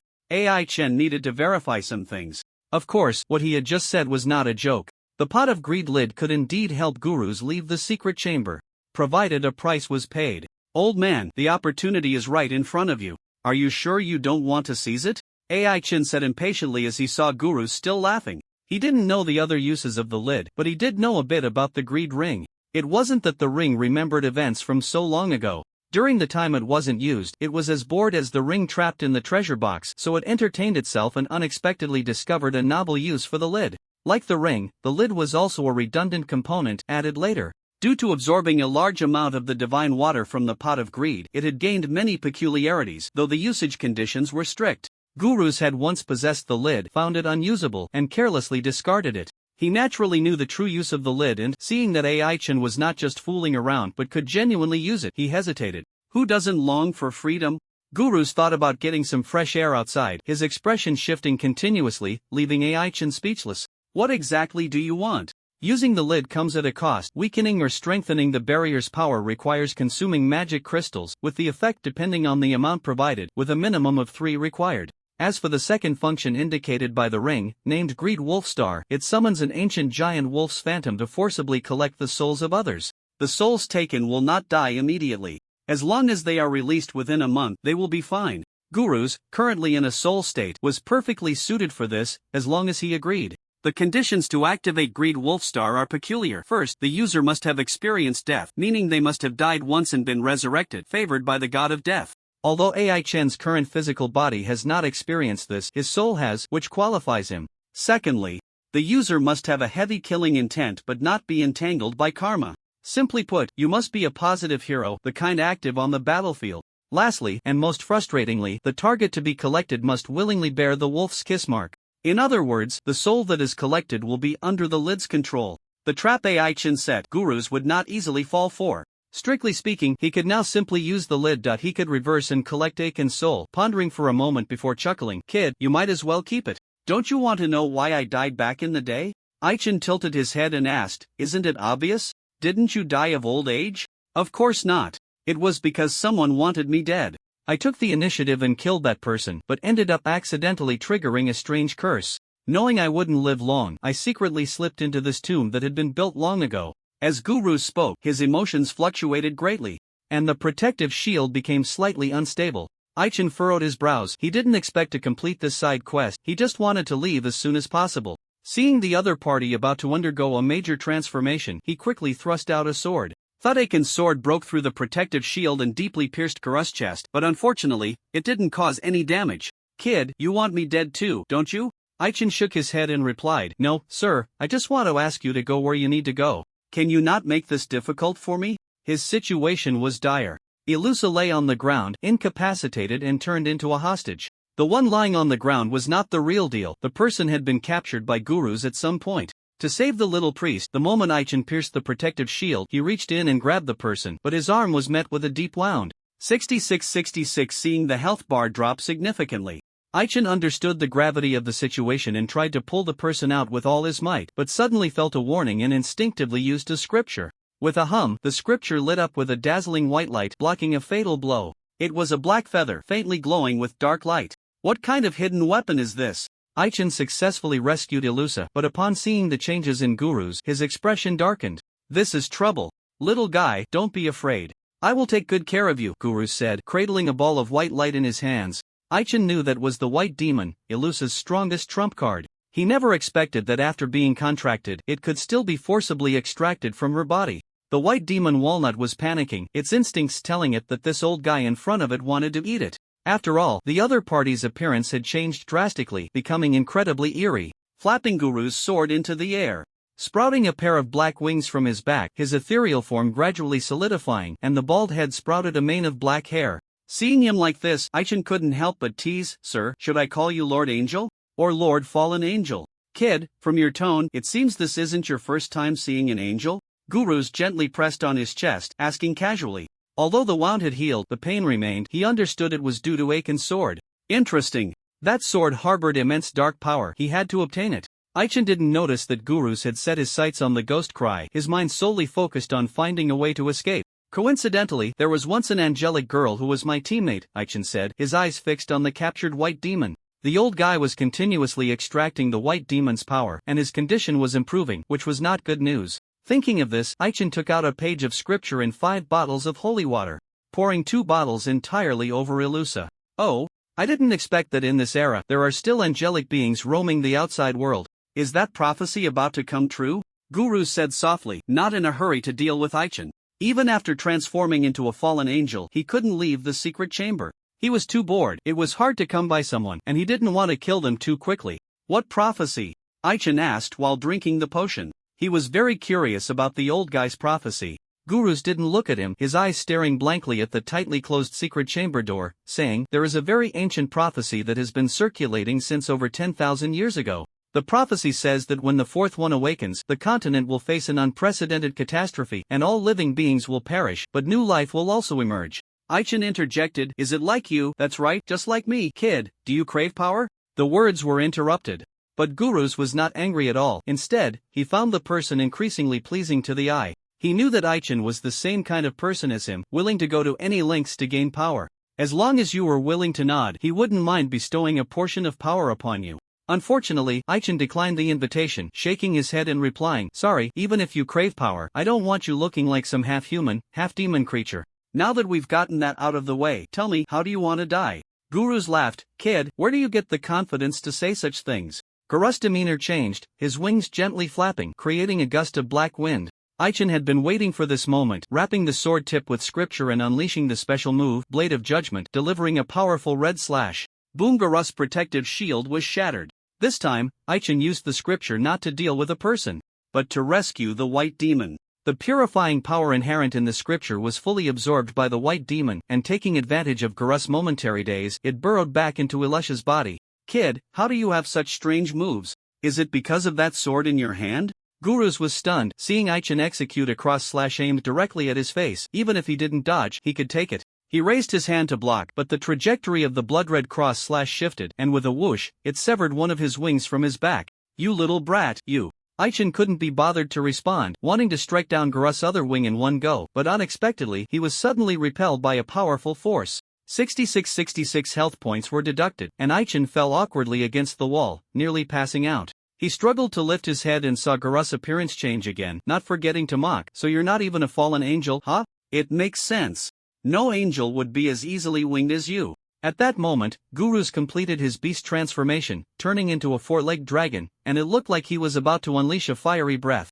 Interestingly, just as the fiery breath was about to be expelled, he reverted back to human form, landing on the ground, looking tired as he said, I see, you look down on me, don't you? Aichen shook his head and replied, no, I don't look down on you. Who doesn't crave power? Having fought to this point, he understood why Guruz, despite being a spirit, still possessed a physical body. This guy was arrogant enough to steal the powers of various beings in his old age to avoid death. Guruz was a high-ranking member of the church, not difficult to deceive a naive angel into descending, then take the opportunity to ambush and steal their body. He had also attempted to steal the powers of the elf race. Any long-lived species had been targeted by him. The dragon race was too rare and hard to find, so he used the four-legged dragon as a substitute. He was indeed cursed, but it wasn't as he claimed, due to killing someone and accidentally triggering a curse. He had touched the taboos of the Suat continent and was punished by the gods. Only a few high-ranking members of the church from that year knew about this. He became a disgrace to the church, which had secretly sent people to assassinate him, and they successfully awaited his death news. He died, but not completely. Under various torments, his soul after death couldn't go to heaven, and unwilling to go to hell, he had to survive in this form. Yeah, who doesn't crave power? Kid, you really want this power of mine, don't you? Guruz, having calmed down, sat cross-legged on the ground, looking at Aichen with a calm gaze. Aichen honestly replied, I want it very much, but I want you dead even more. Sigh, young man, can't you take care of an old man? Guruz saw Aichen slowly stand up, looking like he was ready to fight desperately, and chuckled lightly. Aichen was once again troubled by the damned protective shield. He kept swinging his sword, noticing Garus' magic power was slowly decreasing, and his heart settled. It was estimated that it would take half an hour to deplete the opponent's magic power, provided the opponent didn't use recovery items. Thinking of this, Aichen glanced at his own rage value, which had only accumulated to 23 points, still far from full. Of the skill Blade of Judgment can plunge a person into a state of soul loss, rendering them unable to use recovery items, which is just what he needs for the current situation. He decided to wait for the right moment to strike. While busy breaking through Garus' turtle shell, on the other side, Layla and the others were being toyed with by the vampire baron. Ladies, it's quite rude to disturb others while they're dining. Can't you just go away? The vampire baron said with displeasure, holding a wine glass. Layla had already been subdued, lying on the ground, barely alive, with the wine glass in the baron's hand filled with her blood. He fought while savoring the blood, quite at ease. Gimlet and Marion, with their extraordinary skills, could hold their own against him. To save their companion, Gimlet frequently unleashed powerful moves, but unfortunately, they were all easily countered. Seeing that you two are finally tired, the vampire baron raised his hand and pointed, injuring the two from a distance. Don't worry, ladies, take your time. Once I finish tasting this lattice blood, they'll come to savor yours. The vampire man chuckled. Seeing that there was only a little blood left in the glass, he drank it in one gulp and approached Layla. If looks could kill, the baron would have been dead many times over. Layla had already lost blood 3 times, and with each loss, she grew weaker. This time, the baron stopped pretending to be a gentleman and intended to bite her neck, wanting to drain her blood in one go. At this point, Gimlet had no intention of hiding his strength any longer. Just as he was about to take out the elven mirror, the tightly closed door was suddenly opened. Good afternoon, ladies, the vampire baron said politely after sizing up Layla and the others. In the past 3 months, the baron's sleep quality had been poor, with people frequently barging into his room. For the people of Selra to explore the tomb deeply, they must pass through him, as the passage to the next level was right in his room. One after another, people were sent to deal with the baron. Having food delivered to the door should have been a happy thing, but unfortunately, each was a thorny issue. To deal with him, Selra had prepared a pile of things, each time trying to disgust him, making him quite annoyed. The Baron became interested, lightly flicking his cloak to summon hundreds of blood-sucking bats. Layla and the others had suffered from the bats before and had ways to deal with them, but it was only a temporary measure to avoid defeat. Hey, whoever you are, stop dawdling. Let's take him down together. Layla struggled to slay more than 10 bats and charged at the Baron, engaging in a brief exchange of blows, only to find that the Baron was not easy to handle, urging Marion with a tilt of her head. Marion responded with action, summoning 2 clones to attack alongside her main body, now filled with determination, mainly because she had promised Selra yesterday to help deal with the Baron. Whoosh! The dagger lightly grazed the Baron's neck, causing minimal damage. The vampire's greatest strength lies in its regenerative ability. Even if it suffers a fatal injury, as long as there is still a breath left, it can always recover. As an elite among vampires, the Baron's regenerative power was formidable, and he had resistance to holy damage. Holy water was ineffective against him. Noticing that the wound on his neck wouldn't stop bleeding, he glanced at the dagger that had injured him and then looked up at the 3 Marions in front of him. The assassin's clone technique had many flaws, and the Baron quickly recognized that the one in the middle was the main body, summoning a blood whip and lightly flicking it to send her flying. Cough, cough, I was careless. Marion fell against the wall, coughing up blood, realizing she had been poisoned, and hurriedly took an antidote. The injury she sustained was worth it, as it bought time for Layla. Bat monster, take this sword. Layla's body partially transformed into a dragon, swinging her greatsword to unleash a golden dragon-shaped slash. Roar! The Baron was hit, stunned by the deafening dragon's roar. His body split in 2, lying on the ground with a shocked expression. Dragon's Fury Slash is a powerful sword technique that requires entering dragon transformation or partial dragon transformation to execute. This move is guaranteed to hit and carries a significant dragon's might. Even if it cannot kill the enemy on the spot, it can force them into a weakened state for half a minute. Strong as it is, the preparation work must be thorough, and the wind-up action is long. Layla had not yet mastered this move, making it easy to accidentally injure others. She couldn't care less about that. Fortunately, with one sword, she had incapacitated the Baron. The Baron's body could not be pieced together, and Marianne would not give it a chance to turn the tables. She stepped forward, dismembering it and nailing each part to the ground. Pujimlet, unwilling to back down, shot a wholly damage-infused magic arrow, hitting the Baron's heart with precision. Ah! The Baron screamed in agony before his body quickly dried up. Was this death? Gimlet frowned slightly, his intuition telling him that the enemy was not dead yet. Squeak squeak! Another swarm of bats flew in from the small passage, and the Baron used the bats to complete his resurrection. This time, he did not underestimate the humans. He unleashed his ultimate move, staining the entire room with blood. Crimson Dawn was the signature move of the vampire elite. Vampires were accustomed to the night, their combat abilities enhanced in darkness, while their strength weakened during the day. Dawn was a source of panic for them. To release the anxiety and fear within, they often did something crazy just before dawn. This move was a support skill that could enhance control over blood. If mastered properly, it could summon a blood moon. As long as one was within the influence of the blood moon, even during the day, their strength would not be diminished. On the contrary, it would be multiplied several times, and they would not fear being exposed to sunlight. The blood that stained the room did not come from the Baron's efforts, it was all from Layla and the others. After the massive blood loss, everyone turned pale, especially Marianne, who collapsed directly to the ground.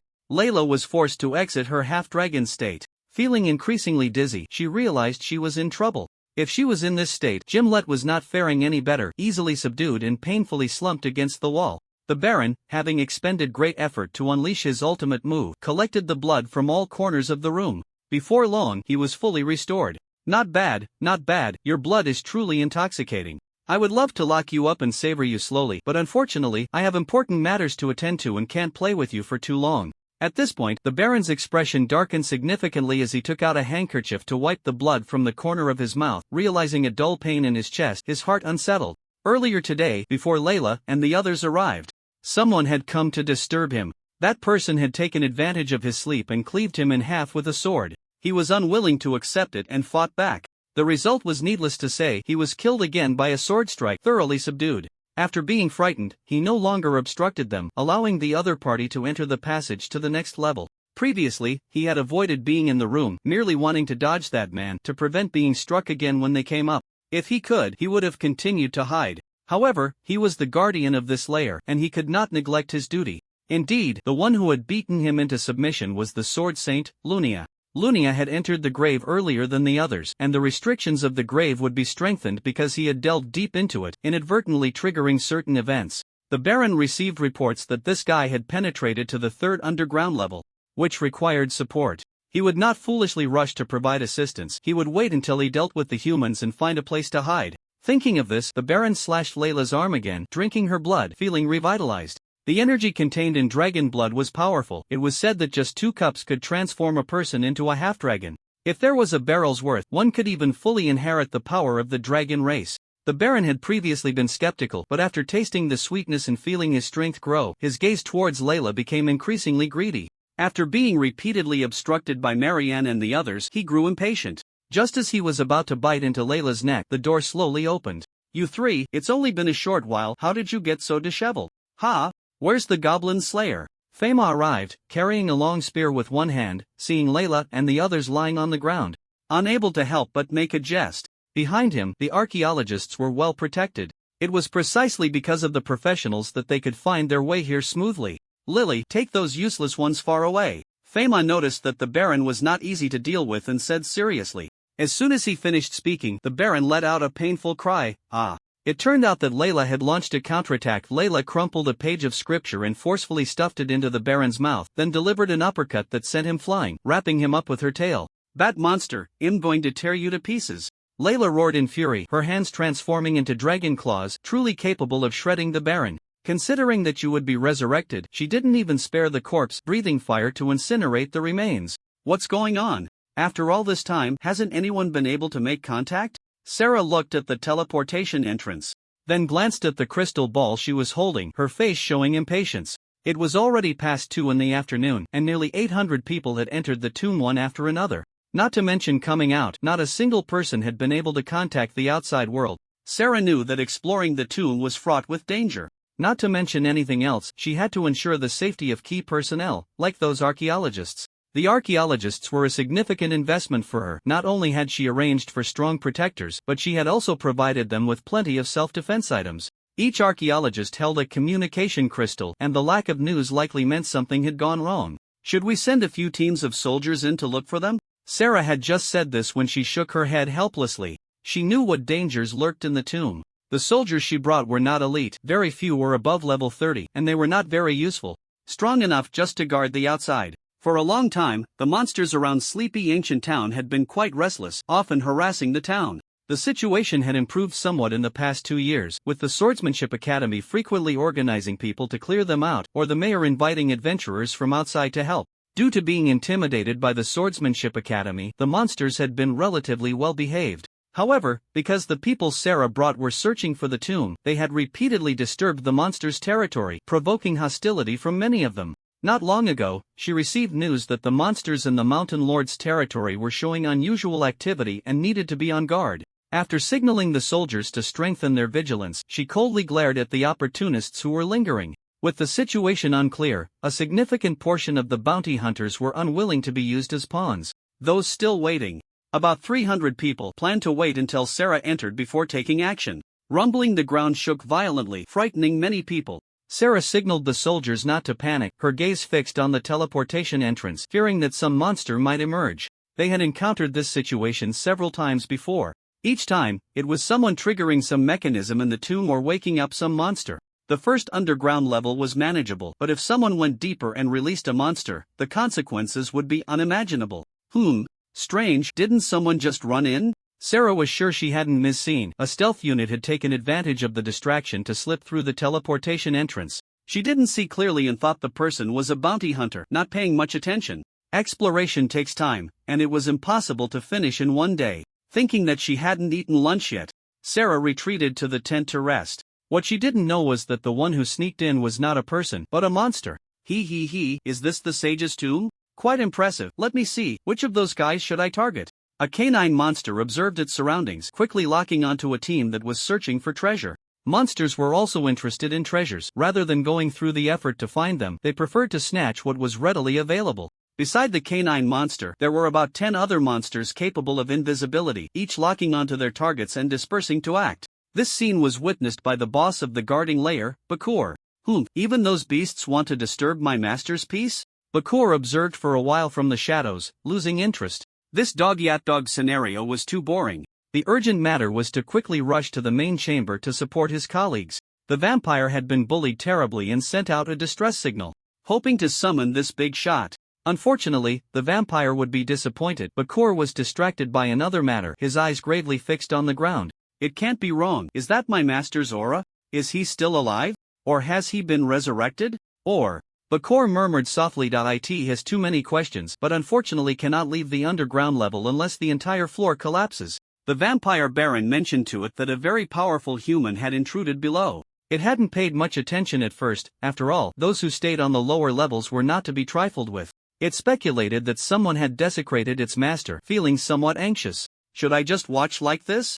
No, I must quickly restore my power to its peak state. At that time, no matter who it is, they won't be able to leave. With this thought, Bakur turned and strode away. When it reappears, it will surely give the humans an unforgettable lesson. The vampire baron was quite unfortunate. No one came to rescue it, and after being killed by Layla, it was soon subdued again despite being resurrected. Humans, I advise you to let me go, otherwise you will all die. The baron no longer had its previous elegance, bound hand and foot. It lay against the wall cursing loudly. Before it could finish its words, a gunshot pierced its chest. Listen well, I'm not interested in your rambling. If you want to live, there's only one choice, hand over the key. Fema threatened with a serious face. The baron was already in poor condition, and this blow was excruciating. It also wanted to know where the key was. Logically, after Sword Saint Lunia entered through the passage, she shouldn't have locked the door again, yet she did. Clearly, someone else had locked it. It could be certain that, aside from Lunia, no one had entered the room before Layla and the others barged in. The question arose, who could it be? The baron stammered, refusing to say, which made Fema quite impatient.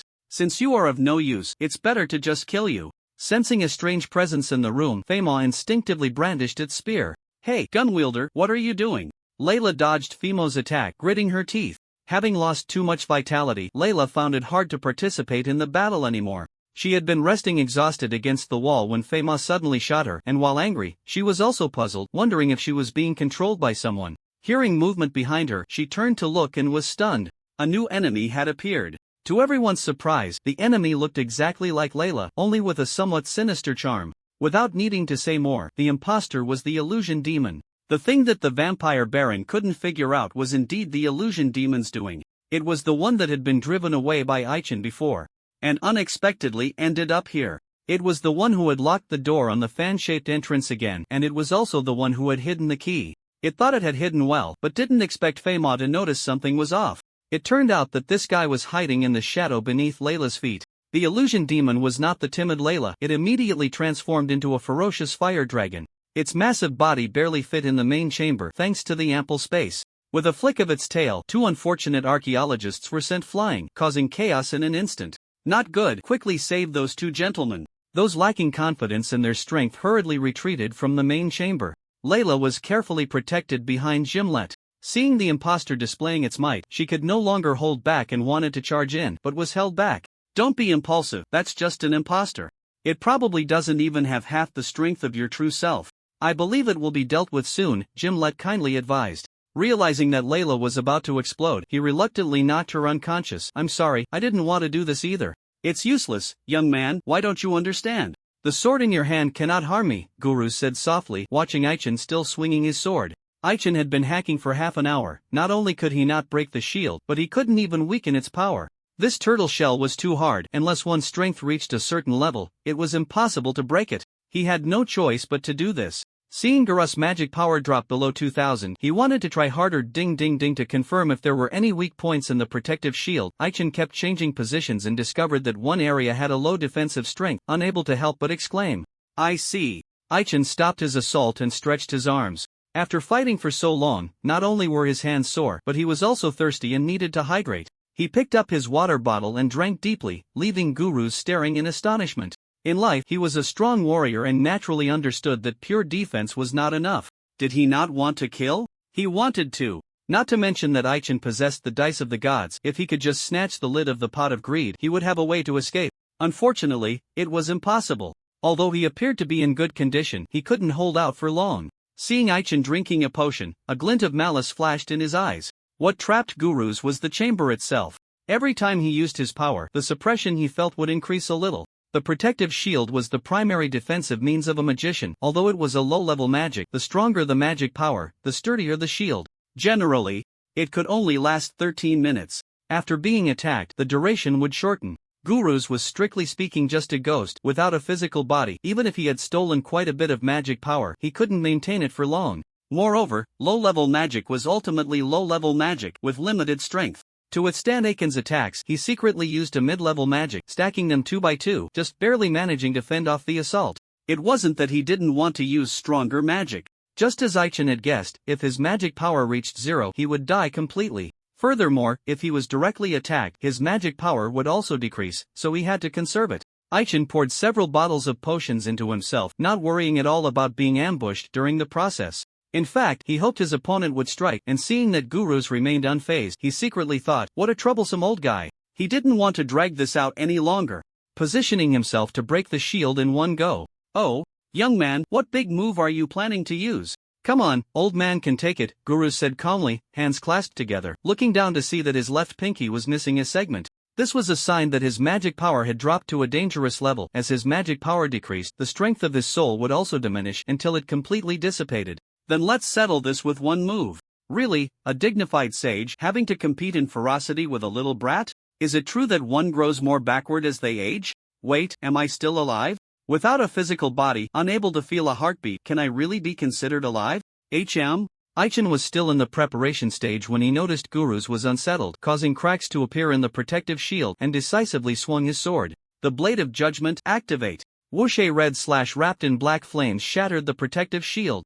Guru's, caught off guard, couldn't completely evade it. Thuda's severed arm flew up. Guru's looked at his empty left arm, enraged, and transformed again into a fallen angel, unleashing more than 10 spheres of black light in one breath. Aichen, exhausted, couldn't dodge at all. His health bar was nearly full, and he planned to take it. Hedon, feeling a deadly threat, hurriedly using Grasshopper to trigger, leaping into the air just in time to avoid 2 incoming black light spheres. He could have dodged the subsequent attacks, but Guru's turned to attack Ilusa. Bang bang bang! After a series of sounds, Aichen fell to the ground in pain, his body injured in multiple places, blood flowing incessantly. To protect Ilusa, he risked his life. Seeing his health drop below 1,000 points, he wanted to take a potion from his backpack but found he couldn't. Garus attacks were too powerful. No matter how magical the backpack was, it would eventually break. Fortunately, he had protected the backpack in advance, so it hadn't suffered much damage. Aichen shook his head, trying to get up, but found he couldn't. He lifted his head to look at Guru's, who smiled. Young man, what are you laughing at? Well, it makes sense. To force me into this state, you really have some skills. Guru's returned to his human form, sitting on the ground, looking exhausted, and at this point he also smiled. What was he holding in his hand? It is indeed the dice of the gods, the lid of the pot of greed. The previous attack was merely a ruse. The true purpose was to seize the treasure. Young man, I need your help to escape. Guru's clasped his hands together, and the dice of the gods changed, with each face now inscribed with the words auspicious and inauspicious. To avoid any loopholes, he slowly walked in front of Alusha, placed the dice in her hand, and then grasped her arm, throwing the dice on her behalf. He was lucky, rolling an auspicious result. And then the door to the secret chamber slowly opened. Guru's thought he would be greeted by a beautiful day, but instead, a Terminator appeared. Upon seeing the newcomer, he was momentarily stunned, looked down, and realized his lower half was gone, and his upper half was also slowly disappearing. He wanted to say something, but the words just wouldn't come out. And just like that, he vanished. Upon seeing the newcomer, Aichen was also surprised. I didn't expect to meet you in a place like this. The sword Saint Runia noticed that Aichen was seriously injured and didn't rush to treat him, instead turning to Alusha. Not good. What kind of injury has this little girl sustained? Runia shook his head gently, glancing at the dice on the ground that had returned to their original state, deep in thought. Whether rolling an auspicious or inauspicious result, there would be a price to pay afterward, though the costs would differ.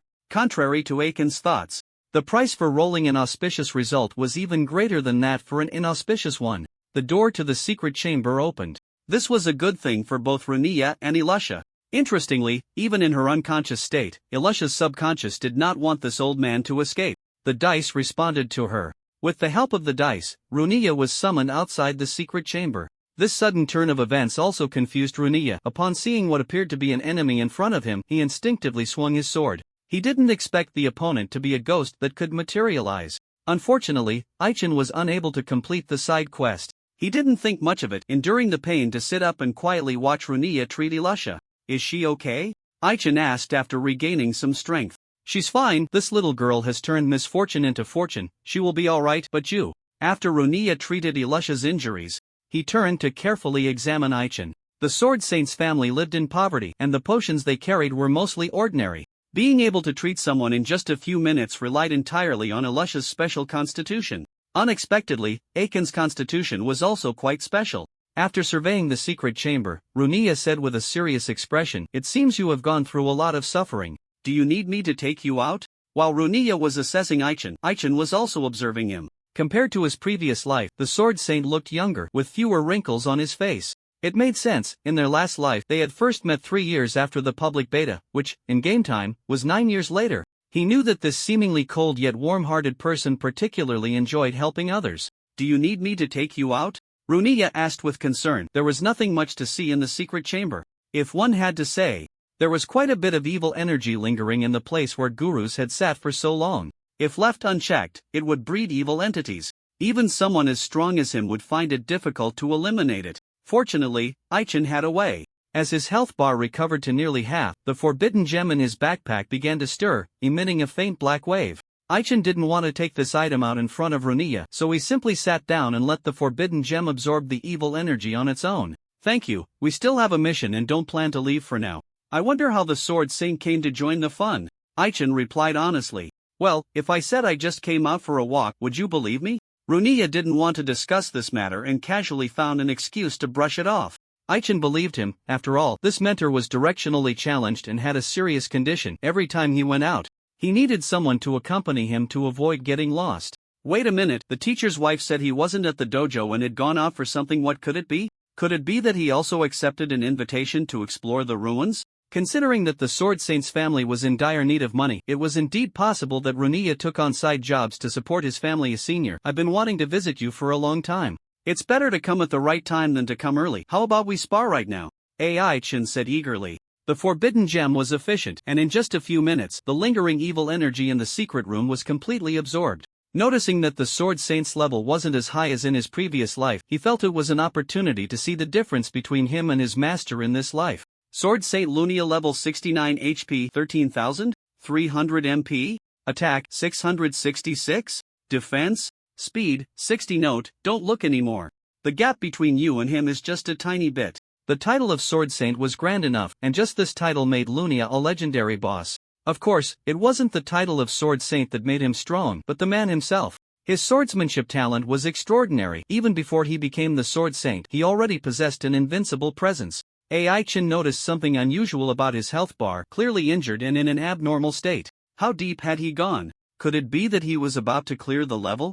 Had he completed the solo achievement? "Your Excellency, although I would love to have a match with you right away, you're not at your strongest right now, and I don't want to take advantage of you. Let's set a time to meet after we get out," Lunia replied, shaking his head. He didn't want to discourage the young man. If he knocked him out in one hit, Aichin would probably find it hard to recover. It was rare to encounter a good seedling, and although he wanted to offer some guidance, time did not permit. Boom! The secret room slowly moved, and after stabilizing, it arrived at the second underground level, where a faint purple poisonous gas spread into the room. Lunia kindly put a gas mask on Ilusa, and upon hearing that others had arrived at the second underground level, he no longer delayed, exchanging a quick glance with Aichin before leaving swiftly. Aichin didn't have his strong perception and was temporarily unaware of the situation outside. Only when he saw the poisonous gas quickly spreading towards him did he realize he was already in the second underground level. He had no time to think about it. Noticing the secret room was slowly disappearing, he picked up Ilusa and strode out. Puff! Just as he stepped out of the secret room, a monster swung its tail and attacked him. With a pile of things in his hands, Aichin couldn't free a hand, so he lightly jumped aside, leaving a large hole where he had been standing. Realizing it was a giant rat attacking him, he didn't want to get entangled and retreated while carrying Ilusa. "This is troublesome. The situation on this level is more severe than expected. We can't just hide, we must find a way to return to the previous level." With no way to retreat, Aichin set Ilusa down, ready to fight, only to discover they were both poisoned. He forced the annoying giant rat back with a sword and calmly observed the surrounding poisonous gas. This shouldn't be poison released by the giant rat. Was it already present on this level? Aichin easily dealt with the giant rat, cured Ilusa of the poison, and sensed a large group of monsters about to surround them, so he ran while carrying her. Strong giant rat level 20 HP, 4800-4800 40 MP, 800800 Swift giant rat level 30 HP, 4000-4000 40 MP, 1200-1200 Swift flying rat level 32 HP, 4400-4400 40 MP, 1400-1400 Death hamster silver boss level 42 HP, 8000-8000 120 MP. 3000-3000 attack, 288298 magic attack, 333366 defense, 98 speed, 38 note. Be worried, it's covered in poison. Out of curiosity, Aichin cast 4 reconnaissance spells in a row. What he discovered were all anomalies among the giant rats. Giant rats belong to a large species, and due to racial limitations, their strength wouldn't be too high, and they had few attack methods, making them relatively easy to deal with. Once they reached adulthood, they would be over 3 meters tall, but with their large size came a large appetite. Monsters in the graveyard were not allowed to leave their respective territory. On the second level, there were only rat monsters. The food they could obtain, needless to say, was their own kind. The infighting among their own kind made them extremely ferocious, with some even eating their own young, their nature twisted long ago in just a short while. Several unfortunate creatures among the rat monsters chasing from behind were ambushed and killed by their own kind. The 4 unusual beings that Aichin focused on all had prefixes. Compared to ordinary giant rats, the robust giant rats were larger in size, which correspondingly reduced their mobility, causing them to always lag behind. In the elite monster category, their physique and strength had been enhanced. The swift giant rats, on the other hand, had shrunk to half a human's height in pursuit of speed, with thinner health bars.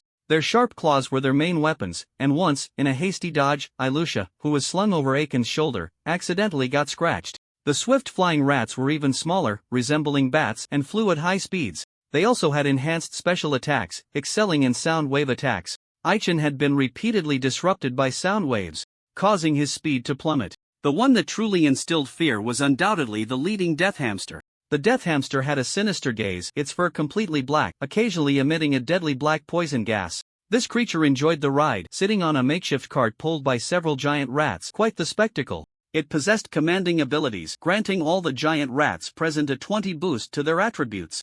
Before Aichin could catch his breath, the death hamster moved, spewing out a cloud of black poison gas. Ding, warning, you are being eroded by death gas. If you do not detoxify within 3 minutes, you will undoubtedly die. What? Seeing the prompt, Aichin panicked. He hadn't expected the death hamster to wield forbidden powers. A monster with such rule-defying abilities was incredibly troublesome, the last enemy he wanted to face. The antidote he had prepared was ineffective.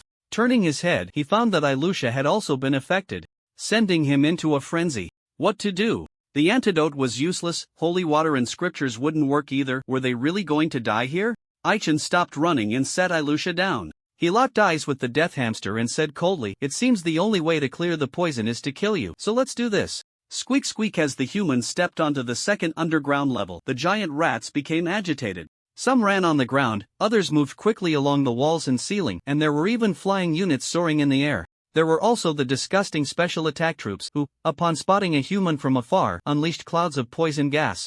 Aichin was the primary target, facing all the aforementioned types coming at him. Whoosh! The swift giant rats excelled in quick attacks, wildly swinging their claws, forcing him to retreat step by step. The swift flying rats were not to be outdone, hiding in the distance to unleash sound wave attacks. 300-300-300. A series of injury prompts left Aichin exasperated, and he activated Pain Spiral, unleashing a blade tornado to clear away the pesky little monsters. After one strike, more than 10 giant rats still survived. They were at least elite monsters. Aside from the death flying rat, there was also a baby rat that was a boss. Baby rat silver boss level 7 HP, 1600-1600, 120 MP, 800800 attack, magic attack, defense, speed? Note, if you catch it, you're impressive. This was a giant rat that had just been born, looking like a small white mouse. It was a variant, lively and bouncy, untouched by the blade tornado. Upon noticing Aichin approaching, it shyly hid behind a robust giant rat. This was a baby that could be tamed, making it hard not to take a second glance. Although specific information couldn't be checked, it was clear that it had excellent potential. A good candidate for a meat shield pet. Aichin wanted to catch it and give it to Duo for training. The premise was that he had to survive to return. Aichin didn't forget the main issue. There were only 90 seconds left until the poison took effect, and time was running out.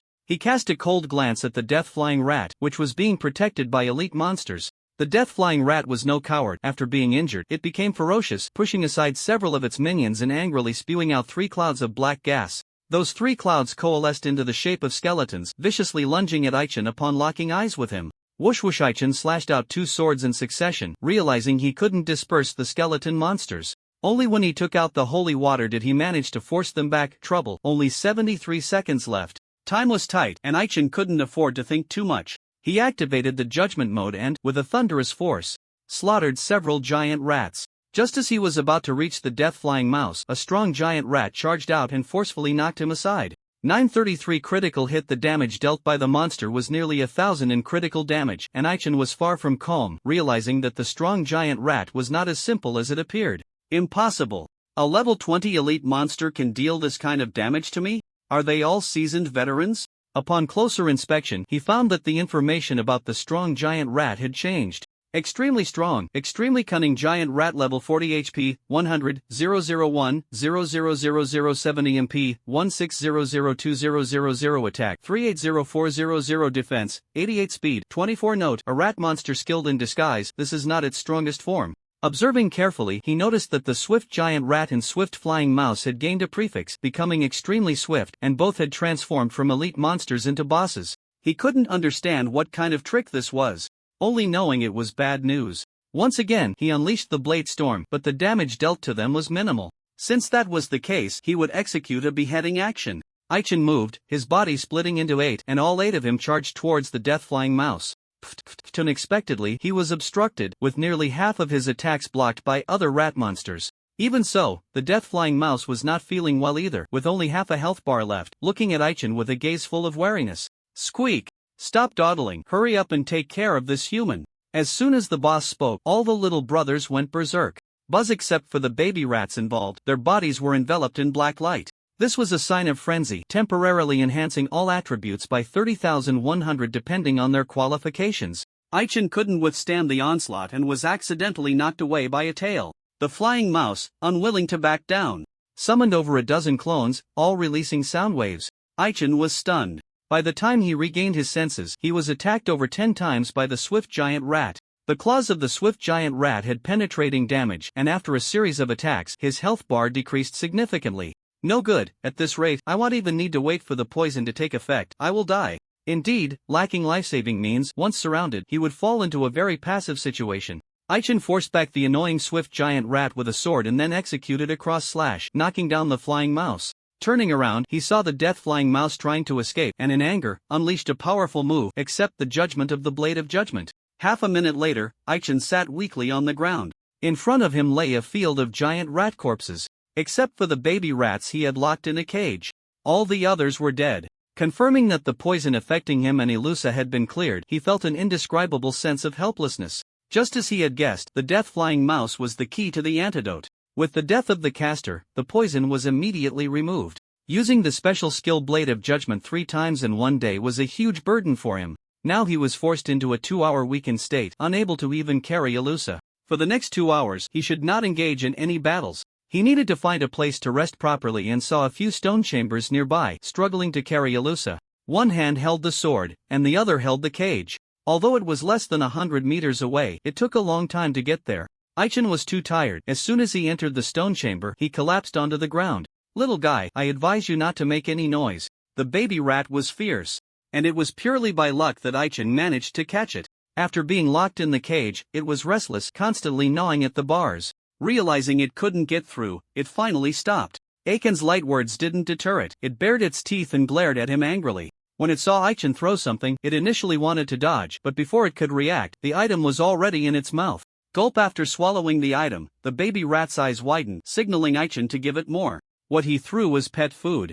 In such a dark place, what good things could the baby rat eat? It was rare to enjoy something good, and it expressed a strong desire to taste more. After feeding the baby mouse, it quickly fell into a deep sleep. Aichen couldn't hold on either. He looked up at the stone door and noticed it wasn't tightly closed. He intended to get up and shut it, but his eyes rolled back and he fainted. Just as he feared, a giant rat had noticed this side. Interestingly, the giant rat had no intention of making a fuss. Even more interestingly, it was the cunning old 6 giant rat. Old Six played dead to deceive AI Chen and managed to survive by luck. While lying on the ground pretending to be dead, it repeatedly thought about launching a sneak attack. Realizing that AI Chen wasn't as relaxed as he appeared, it restrained its impulse. After observing from a distance for a while, it felt it should sneak over, only to discover a trap ahead and unwillingly retreated. Boss, that's basically what happened. That detestable human should have escaped. Old Six Giant Rat respectfully said in front of the boss. The boss of the guard layer on the second underground level was a ratman as tall as a person, with strength that couldn't be underestimated and a prominent wound on its chest. No need to say more, it was a gift from the sword Saint Lunia. Hearing that the human had left, the ratman sighed in relief. Well, if it ran away, it ran away. Answer me.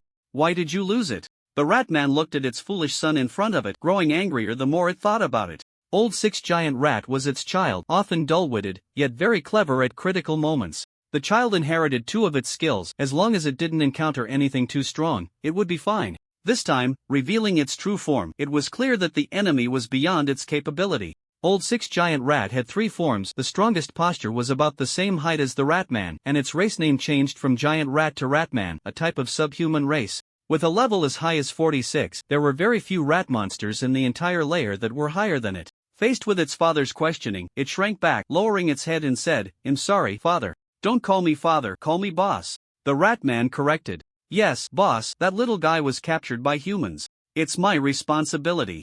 Please let me bring it back myself," Old Six Giant Rat said with neither humility nor arrogance. The Ratman coldly replied, "You have other tasks. If you mess this up again, just die out there." Meanwhile, in the main chamber of the first underground level, over 100 people had gathered. Outside, a group was waiting, all queuing to enter the next level. Gimlet leaned against the corner of the wall, watching a bunch of fools trying to seek death, with no intention of getting involved. "Hey, elf brother, we're going down. Aren't you coming with us?"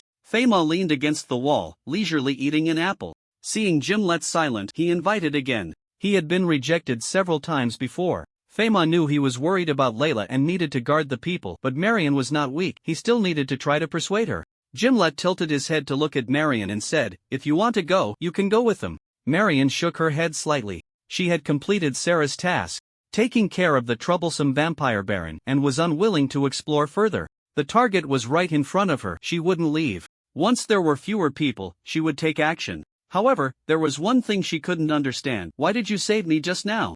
Earlier, when everyone was struggling to deal with the dragon-turned illusion demon, the vampire baron took the opportunity to launch a sneak attack, resulting in many casualties on the spot. Marion almost didn't escape a disaster. It was only when Gimlet had to use the elf mirror that the vampire baron was blasted to death. No reason. "Even if you don't consider us teammates, you barely count as one of the elf race. I can't just stand by and watch you die," Gimlet said. Marion didn't believe this statement. She noticed that the poison gas in the passage to the second level had all been dispelled. And she knew the opportunity was coming. The archaeologists wouldn't recklessly go down before most of the dangers were eliminated in the second underground level. This task fell on Femo's shoulders. He needed to go down to clear the monsters, taking more than 30 people with him. Liliata needed to protect the archaeologists and didn't go down with them, feeling Marion's almost explosive anger, puzzled. "This guy has a problem. No, I have to move the people out." After some persuasion, the archaeologists slowly exited the main chamber with Liliata accompanying them. Once they reached an area with less signal interference, they used the communication crystal to contact the outside world. Marion did this on purpose to prevent anyone from ruining her plans. Liliata, understanding the situation, led the others away to avoid any trouble. Gimlet sat nearby, sensing her unusual behavior. He didn't think much of it. After all, they had just experienced a life-and-death crisis.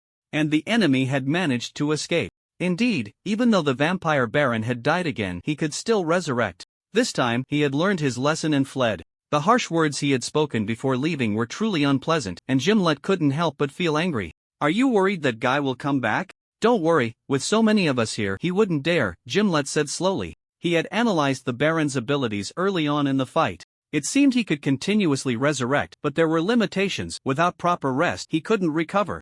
Aichen wasn't there, and Gimlet didn't plan to wait idly. After resting for a while, he picked up Layla and headed towards the exit. The exit to the outside world on the first underground level had already been discovered. It was also a teleportation entrance, not far from the main chamber, reachable in just over 10 minutes. After walking a short distance, Gimlet noticed Marion following him and asked, "What are you doing with me?" "I'm going out. Do you want to come too?" Marion didn't respond. Once there were no other people around, she quickly threw out 10 golden needles. Gimlet was stunned by the scene, and in a rush to react, his arm was accidentally pierced by 2 golden needles, causing him to sweat profusely from the pain. "Hey, what do you mean by that?" In response, he was met with more than a dozen golden needles. After dodging, Gimlet took out the spirit flute to speed himself up. Seeing him vanish in a flash, Marion coldly snorted, "It's useless, you can't escape." Time passed quickly.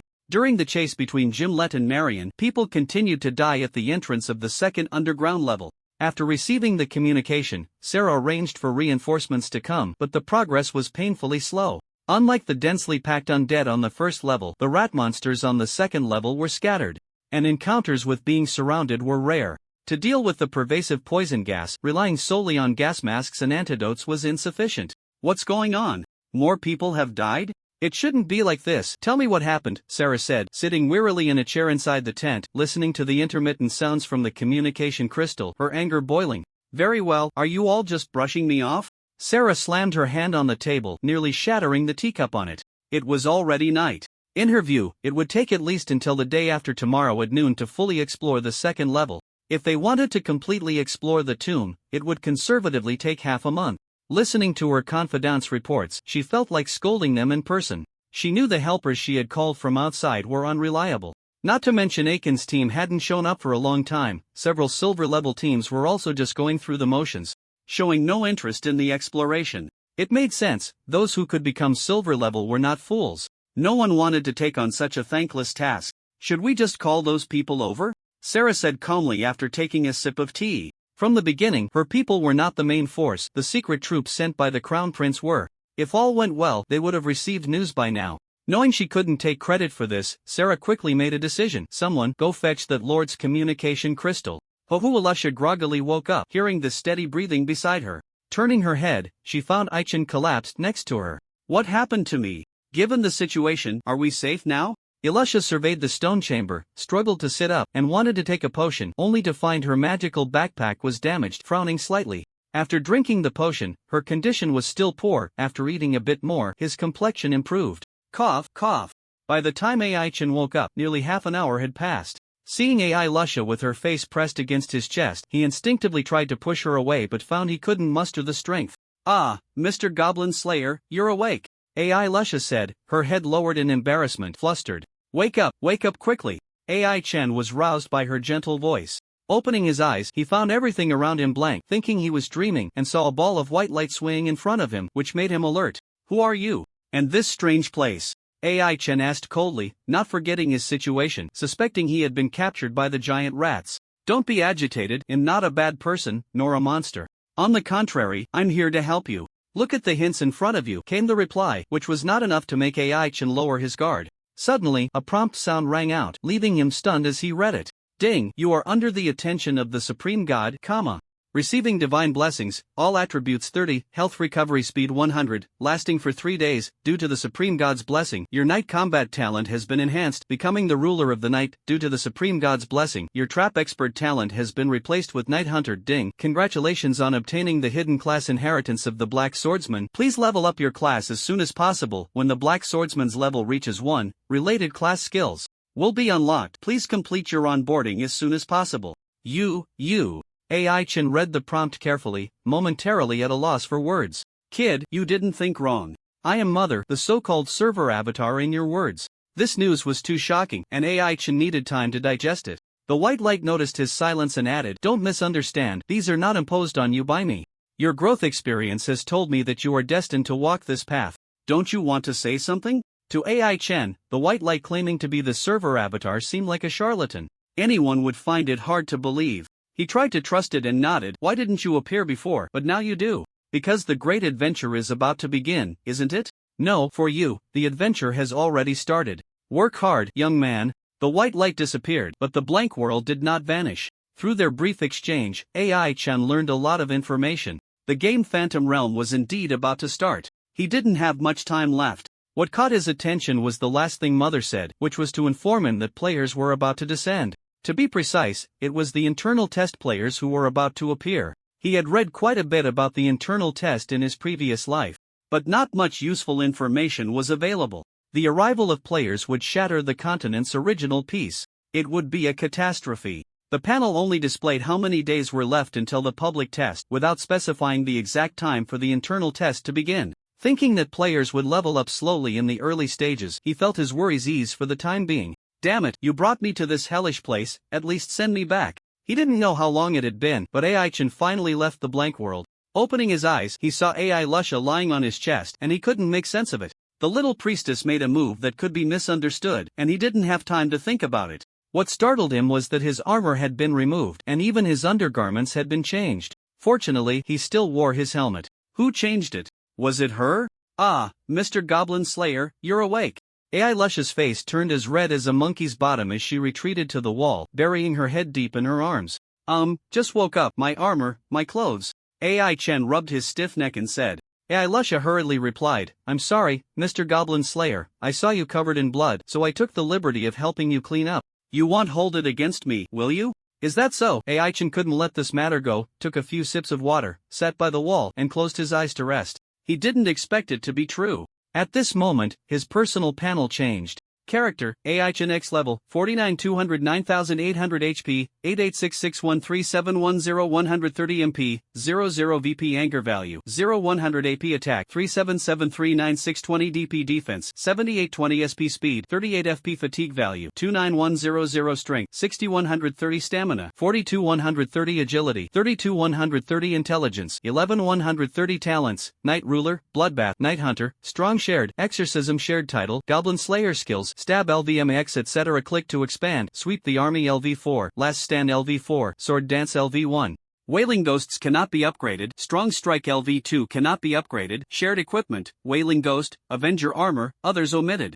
The two newly acquired talents can only exert their true power in the night. The Night Ruler talent is somewhat exaggerated. Starting from sunset, every hour, attack and defense increase by 5 points, with the maximum increase at midnight, adding 60 to both attack and defense. In the latter half of the night, the increase in attack and defense decreases by 5 every hour until dawn, when the increase resets to 0. Additionally, any damage taken at night is reduced by 20-30, with a 10 chance to nullify the attack and a 5 chance to convert absorbed damage into health. From midnight to 1 a.m., the percentage of damage reduction doubles, and the chances of attack nullification and damage absorption also double. During the day, there is only one effect, a 10 damage reduction. According to the panel's description, this is still the first stage. After reaching level 70, the talent will automatically upgrade to the second stage. The Night Hunter is an enhanced version of the Trap Expert, a rare talent that hunters aspire to obtain. It increases physical evasion by 10, movement speed by 20, and attack accuracy by 30. Furthermore, at night, combat ability is unaffected, vision expands by 60, attack speed increases by 20, and the skill Dodge Assault is acquired, a technique used for advancing. The two talents greatly enhance combat and survival abilities, and AI-chan had no complaints. If he had to say something, it was that he hadn't fully possessed them yet. At the bottom of both talents there was a red warning, attention, only through trials can one officially possess them. In the next 3 days, the examiner may appear at any time. If unable to pass the trial, the talents will be revoked, so be prepared to fight at any moment. No wonder they needed to strengthen my attributes. They felt that without enhancing my basic attributes, I wouldn't be able to pass the trial, right? Squeak AI-chan's thoughts were interrupted by the sound of a mouse. Looking through the crack in the door, he didn't notice a rat monster approaching. He realized it was coming from his feet. The baby mouse had woken up from hunger, growled at AI Lusha, and then looked at AI-chan, immediately changing to a flattering expression. The baby mouse had a good attitude. Falling into human hands didn't seem like a bad thing. As long as it was fed and housed, it would even call you dad. The pet food AI-chan prepared was mainly for the Earth Dragon. Thinking the baby mouse wouldn't eat much, he took some out. While feeding, he discovered a serious problem. Why does your appetite exceed that of a bear cub? No, I can't give you any more. Seeing the baby mouse comfortably asleep, AI-chan couldn't help but breathe a sigh of relief. At this moment, AI-chan noticed something unusual about AI Lusha. What's wrong? Could it be poisoned? Time rewound a bit. AI Lusha woke up, saw AI-chan lying beside her, and was extremely frightened. She was afraid that if a monster attacked later, she wouldn't know if she could protect him. What to do? Mr. Goblin Slayer must be poisoned. What can I do to save him? Thanks to the giant rat, AI-chan's entire body was turning blue. He was poisoned, although it wasn't fatal. If it wasn't cleared quickly and he didn't rest properly for half a month, it would be hard for him to recover. Ilusa initially wanted to take off AI-chan's helmet to check on him properly. Realizing that wasn't the right approach, she first cast a holy light spell to purify the toxins from his equipment and clothes. Flipping Ai-chan over, she saw a black claw mark on his back and she fell silent. It was this claw mark that prevented him from waking up. Ilusa couldn't remove it, and the scripture couldn't purify it either. Is this really poison? Or has he been cursed? Ilusa thought the possibility of a curse was greater and blushed at the thought of a certain skill from the priesthood. Do I really have to do that? The priest had a miraculous skill that could be mastered upon employment, though the conditions for use were strict. The embrace of light was considered a welfare skill that every priest would have. The difference was that the male and female priests had different versions of it. When a person's life was in danger, the male priest's version could pull someone back from the brink of death, restoring their health to half. It could only be used once a month. The female priest's version could dispel common abnormal states, including some less troublesome curses. The condition for use was to hold the target tightly for 310 minutes, with a cooldown of 1 month. Thanks to the timely rescue, Ai-chan quickly recovered, but she inadvertently fell victim as well.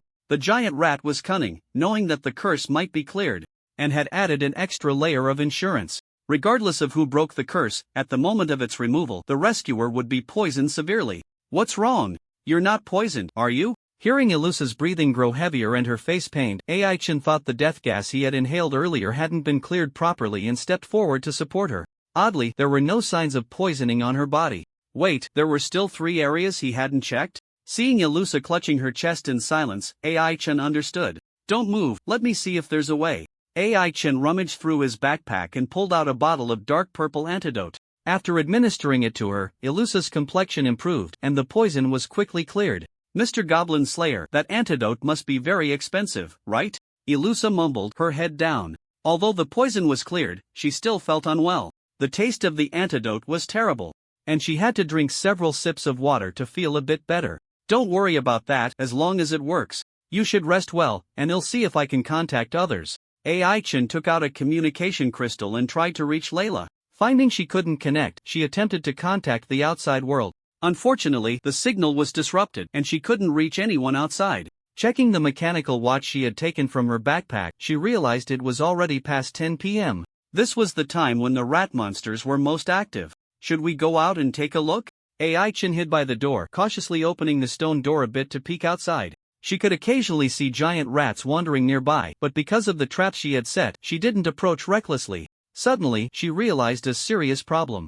Because her trap expert talent had been replaced, her list of trap techniques had been cleared. Although the trap techniques in her skill bar were still at max level and hadn't been wiped according to the prompts, she could no longer exploit loopholes and could only master one type of trap technique. It was only now that she understood that her ability to learn multiple trap techniques and exploit the system's loopholes relied entirely on the trap expert talent. In her past life, she had deeply explored the trap expert talent to achieve this. Generally, it wasn't possible. Was this a sign that she had to say goodbye to her past life? Well, one must look forward. Since she could only master one trap technique, she naturally needed to master the strongest one. Ai-chan immediately thought of the detonating clay, which she had no way to start working on. Although she had obtained the method for making detonating clay, she still lacked the necessary materials. This was something to think about later when she returned. The urgent matter now was how to break through the encirclement of the rat monsters. The traps set by Ai-chan weren't particularly clever and couldn't deter the rat monsters for long. Sure enough, a swift flying squirrel swooped in, ignoring the traps on the ground and walls, easily reaching the outside of several stone chambers. The flying squirrel didn't know which chamber the humans were hiding in, but it didn't matter. It released waves of sound capable of shattering stone. Before long, all the stone doors of the chambers were shattered. Ah! A scream echoed from the first stone chamber on the left. The flying squirrel thought it had succeeded and was about to fly in to check, but suddenly a large hand attacked from behind, gripping it tightly. It was just an elite monster. Ai-chan squeezed hard and then smashed it down, killing it instantly. Good teamwork, Ai-chan said as he stepped out from another stone chamber, his gaze fixed on the rat monsters that were on high alert. Thank you for the compliment, Mr. Goblin Slayer. There are too many monsters. Can you really handle them? Ilusa, donning her gas mask, also emerged from the stone chamber and noticed nearly 200 rat monsters, her worry evident in her voice. Previously, she and Ai-chan had hidden in separate rooms. Before parting, he had given her a life-saving item. Ai-chan had already guessed that a flying squirrel would come to investigate, so he exchanged 2 items from the game shop to counter the sound wave attack. The sound wave absorber rarity absorbs sound wave attacks with damage not exceeding 600, usable for 2 minutes with a cooldown of half an hour. It looked like a red horn, lacking amplification features and serving a single purpose. Illusa didn't doubt the captain's abilities, but the second underground level was the territory of the rat monsters, and they were very familiar with the surrounding terrain. Even if they could temporarily escape, they would eventually be entangled and dragged down. Aichin responded with action, avoiding the trap area and charging into the crowd of rat monsters. Thud, thud, thud. Seeing Aichin slay one rat monster after another, Illusa gradually became numb. Is this still the Goblin Slayer I know? With all attributes enhanced and 2 new talents acquired, Aiken's strength had significantly increased. As long as it wasn't a boss, he could handle it within 3 strikes. Bang! Finally, a tough opponent appeared. Aichin was knocked back hard. Upon seeing the enemy before him, he put away his playful demeanor. Having just gained new power, he wanted to test his level. He felt a bit overconfident and, before he could prepare, was knocked away again. In Aiken's view, an extremely unusual rat monster appeared. It was a kangaroo wearing red boxing gloves. Over 3 meters tall. Aichin thought it was the one that had knocked him back, but in fact, the attack came from the small kangaroo inside its pouch. It turned out he was facing 2 boss monsters. Aichin steadied his mind. The moment the kangaroo jumped, he moved, coming to its side and stabbing its chest, sending it flying. The small kangaroo seized the opportunity to attack, jumping out of the pouch and aiming for his side. Aichin saw he was about to be knocked away, but he twisted his body and cleverly dodged the attack. Before dodging, Aichin was sure he wouldn't be able to escape. To injure the kangaroo, he had struck with great force, unable to retract his movement. However, he wasn't too worried. It was nighttime, and damage reduction could be 20-30, so he decided to endure it. Suddenly, his body twisted uncontrollably, skillfully avoiding the small kangaroo's attack. Did I just trigger a dodge? Aichin retreated to the edge of the trap, watching the rat monsters that were waiting for an opportunity to strike. According to game mechanics, damage reduction, dodge rate, and luck were the 3 hardest attributes to obtain. Next were critical hit rate, lifesteal, penetration, and other effects. The dodge rate was somewhat unresolvable but could perfectly avoid damage. In his previous life, Aichin had stacked his dodge rate to nearly 20, laying the foundation for him to become a high-level hunter. Back then, as a player, when triggered, it would only display a miss prompt above the health bar with no corresponding physical action.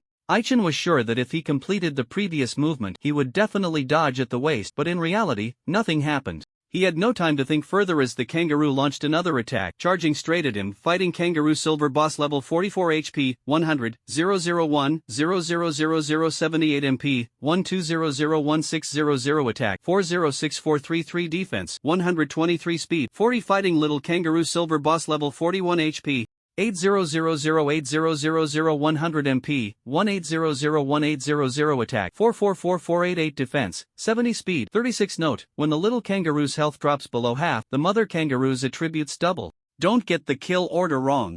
Detecting the attributes of the 2 bosses, Aichin fell silent. Kangaroos are not technically monsters. Since they can survive on the second underground level, they must be extraordinary. Even if he killed them, there would be no experience to gain, and Aichin was unwilling to engage in a protracted battle. He just needed to drive them back. Swish, swish. 2 sword lights flashed. The fighting kangaroo returned the way it came, crashing into several unfortunate giant rats. It turned out that there was also conflict among the giant rats. The kangaroos did not fit in with the rat monsters and often faced exclusion, even being surrounded and killed multiple times. Recently, they had been recruited by the layer's boss, the Ratman, becoming a captain leading 100,200 rat monsters. Seeing the mother and child injured, the others were restless. In the blink of an eye, they surrounded them, and a few giant rats couldn't help but pounce forward to bite. Aichin watched from a distance, noticing the situation was favorable, and signaled Illusa to come closer. Let's go, well follow them. Aichin had no desire to fight, protecting Illusa while retreating. No matter how many small fry there were, so what? The mother and child kangaroos were both silver bosses and wouldn't die easily, punching the rat monsters away one after another. Except for the flying units that retreated in time, all were taken down by them. After the battle, both the mother and child kangaroos were injured and poisoned. They were also unwilling to fight, hopping away to quickly clear the poison. Aichin and Illusa followed closely behind. After more than 10 minutes, they arrived at a very magical place. There was a small area glowing with fluorescence on the second underground level. It was all because of a big tree. This big tree continuously emitted a green fluorescence. In the area illuminated by the fluorescence, grass grew abundantly, with several precious detoxification herbs. This was the territory of the mother and child kangaroos. They casually nibbled on a few detoxification herbs, and the poison was cleared, along with their injuries healing almost completely. So warm, just being illuminated for a while has eliminated my fatigue. Mr. Goblin Slayer, that tree. The two looked from a distance, and Elisha boldly stepped forward, discovering that being illuminated felt very comfortable, quickly taking out the three-tailed fox from her backpack.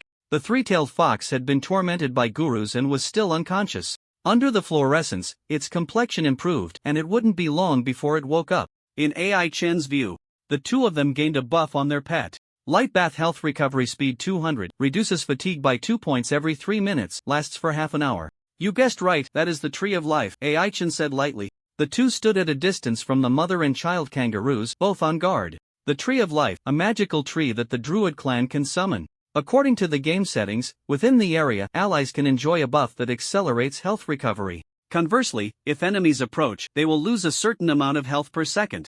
AI Chen and Elisha could also enjoy the bonus, indicating that this was a masterless Tree of Life. What was concerning was that the tree summoned by the Druid clan had a time limit. Once the time was up, the tree would be summoned back. This one clearly had been transplanted. The rat monsters were assumed to be enemies and would not approach recklessly. With grass to eat, it undoubtedly became an excellent refuge for the mother and child kangaroos. Before long, both sides had recovered to full health.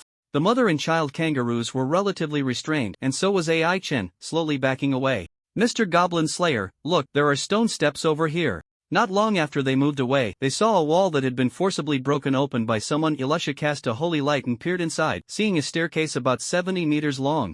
Clearly, this was a secret passage. Sensing the lingering aura in this place, Aichen knew that Lunia had been here. This should be the passage to the next level. It's just the two of us, so let's not go down. Let's leave, Aichen said, squinting slightly, quickly noticing a door at the bottom of the staircase. On the other side of the door was an extremely powerful aura. Even though it was mostly blocked by the door, he could still feel it. He deeply suspected that this operation was a complete trap. The second underground level was already the limit for everyone to explore. To delve deeper, more manpower would need to be invested.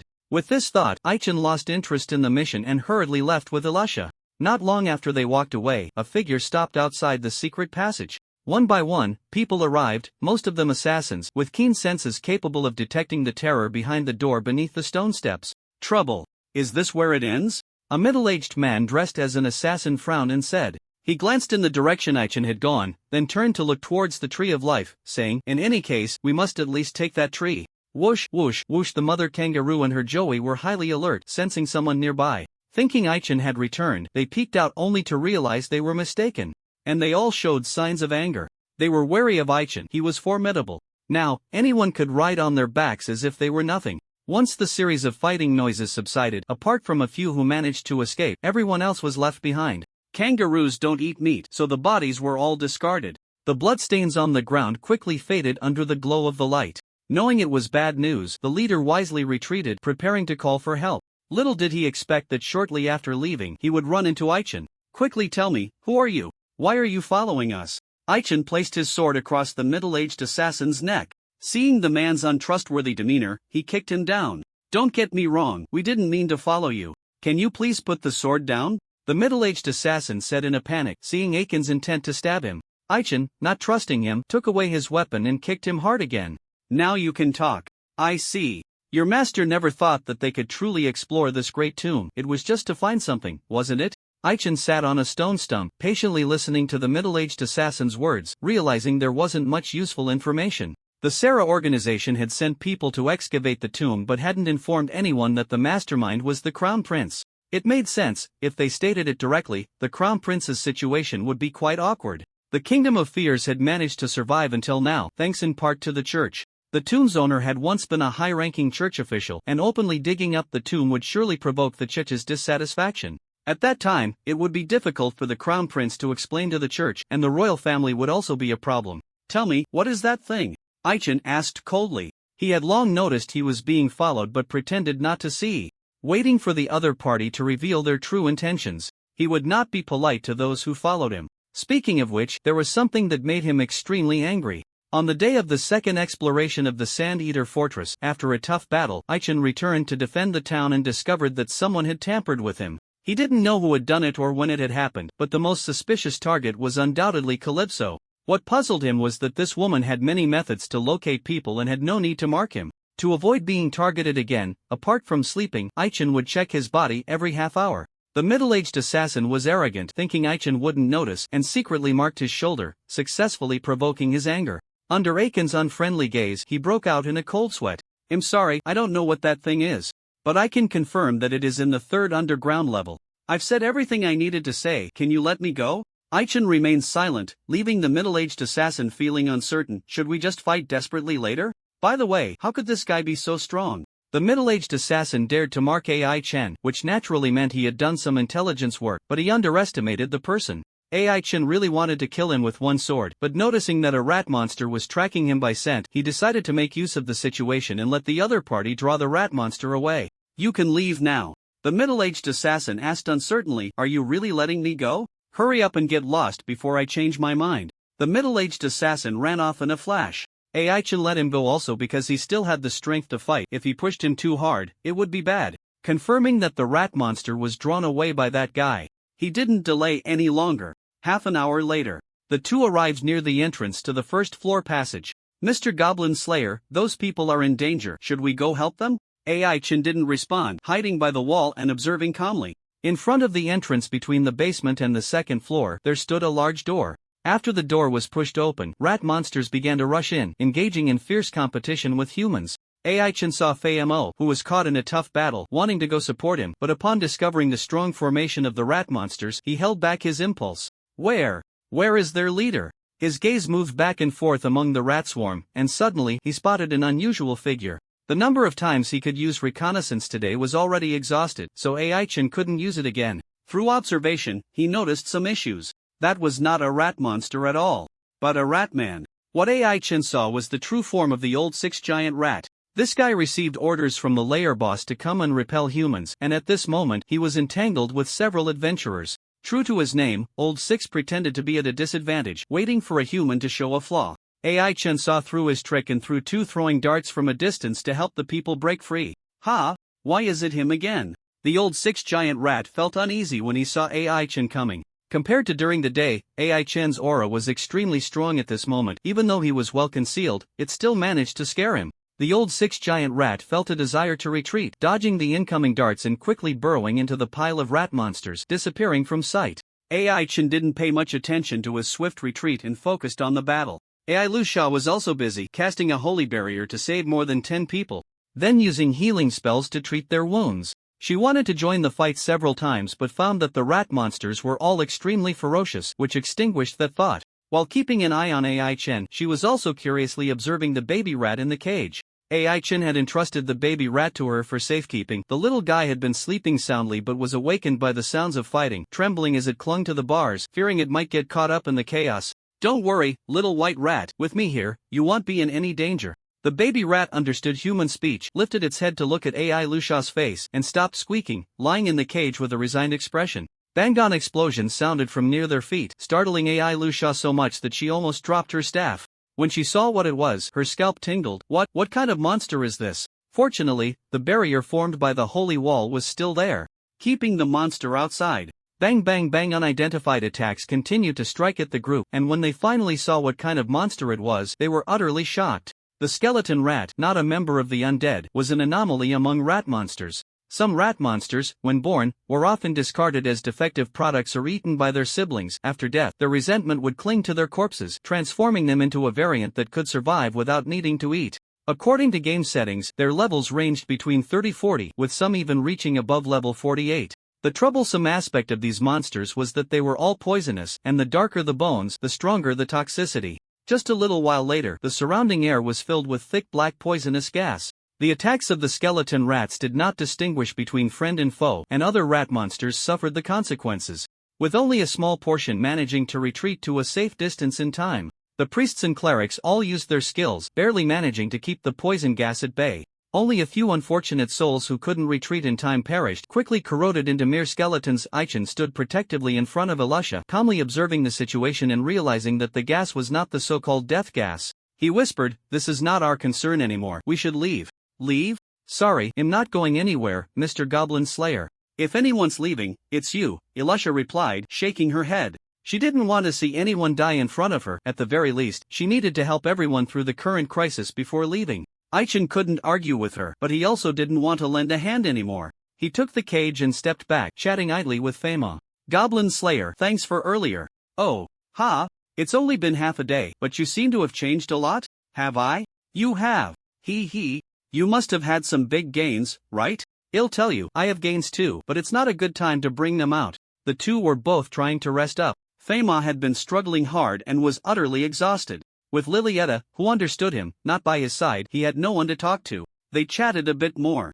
A few minutes later, chaotic footsteps echoed from the passage behind them, and at the same time, the boss of the B-layer, a Ratman, arrived with a horde of rats, looking fierce. Reinforcements from both sides appeared almost simultaneously. Aichen leaned against the wall, seeing this scene, felt that he didn't need to intervene anymore. Tap tap tap on elite squad entered the tomb, heading straight for the passage to the next level. Upon reaching the main chamber, all the soldiers lined up to the sides, making way for their commander. Lord Masrel, the next level is filled with poison gas. Can't I finish my candy first before going down?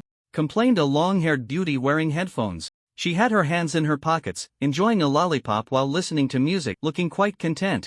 Beside her stood a tall, red-haired man. He was clad in golden steel armor, with a tiger claw, a common weapon for martial artists, on his hand, his gaze cold and indifferent. The passage was narrow, allowing only 2 people to enter at a time. Seeing his aide's reluctance, Masrel said lightly, "Chelsea, don't say such things. Who goes in first, you or me?" "I'm afraid of the dark." "You go in first, my lord," Chelsea replied casually. Noticing her commander looking at her with a stern face, she reluctantly bit down on her candy, put on a gas mask, and unwillingly stepped into the passage. TCH, always bossing people around. "When we get back, I must report to the Crown Prince, saying you don't know how to take care of girls." "Yes, just like that."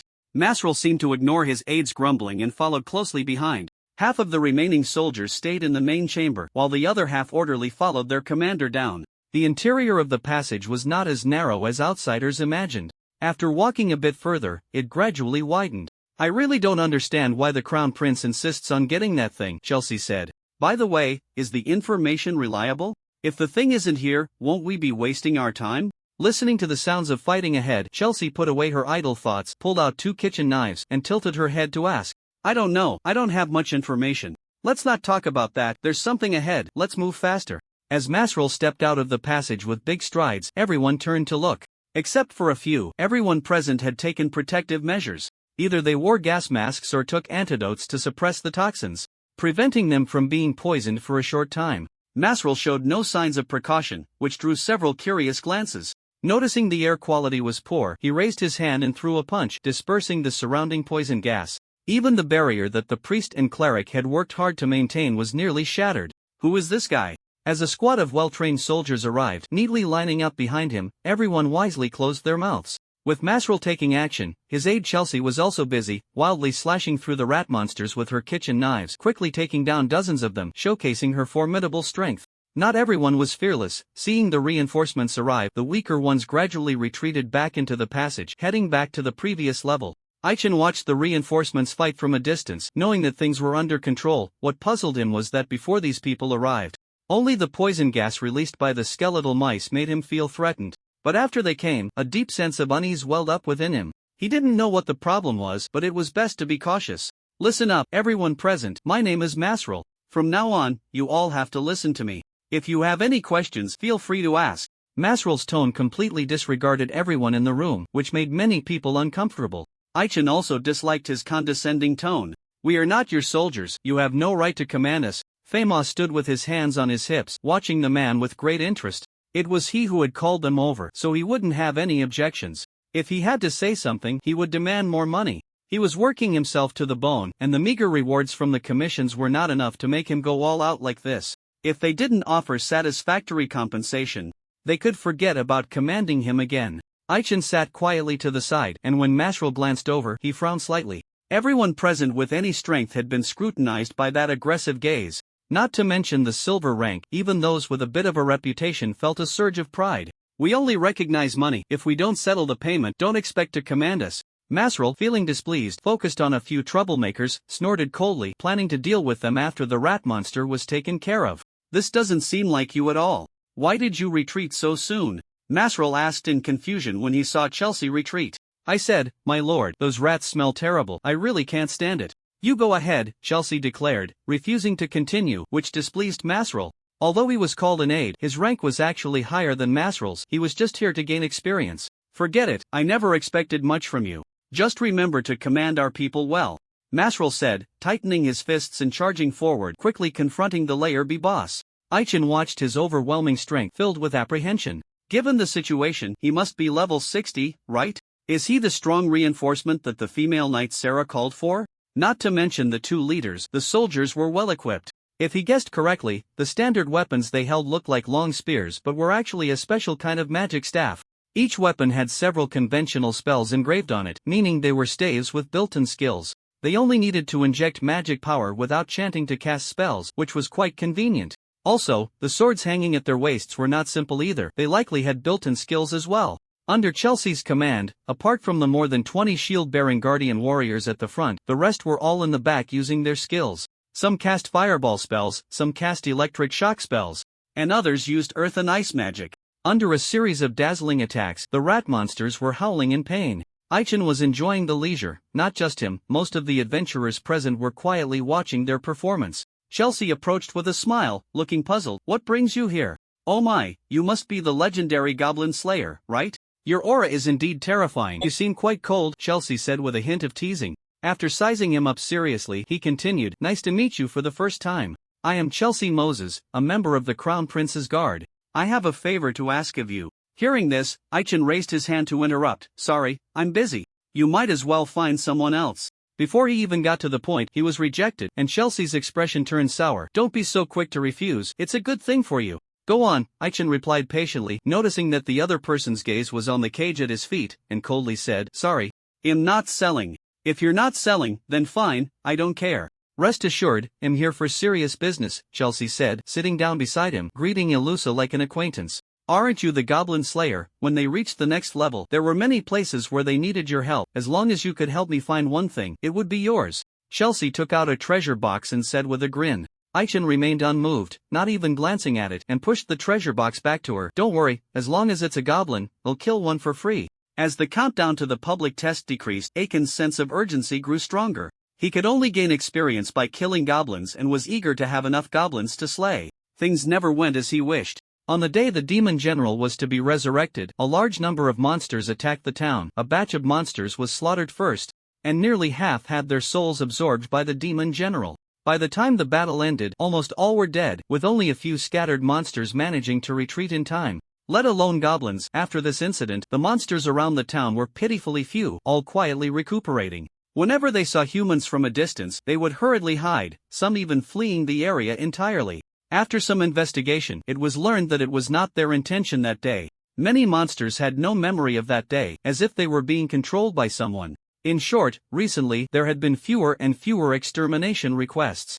Aichen agreed to the guild's invitation precisely because there were no requests to exterminate goblins available. He had no choice but to come and try his luck. The third level underground was the territory of the night goblins, and he couldn't wait to go down. Just thinking about the terrifying aura he had felt in the dark passage before, he suppressed the impulse in his heart. Even if Chelsea didn't say it, Aichen could tell what they were thinking. Gurus had been a high-ranking member of the church in life, possessing many powerful treasures. He remembered that in his previous life, a famous assassin had accidentally discovered a treasure on the third underground level while using stealth, although he couldn't get his hands on it. The War Valkyrie set, a powerful legendary set. Each piece was dark gold level, and once the entire set was collected, each piece would be upgraded to legendary quality. Among legendary sets, only the Thunder Emperor, Flame Emperor, and Sea King sets could compare to it. The specific attributes were unknown. In any case, the introduction of the equipment was like this. The night goblins had come to dig graves back then for the treasures, but unfortunately, they found nothing and instead discovered some things they didn't need. There was a sword in the royal treasury.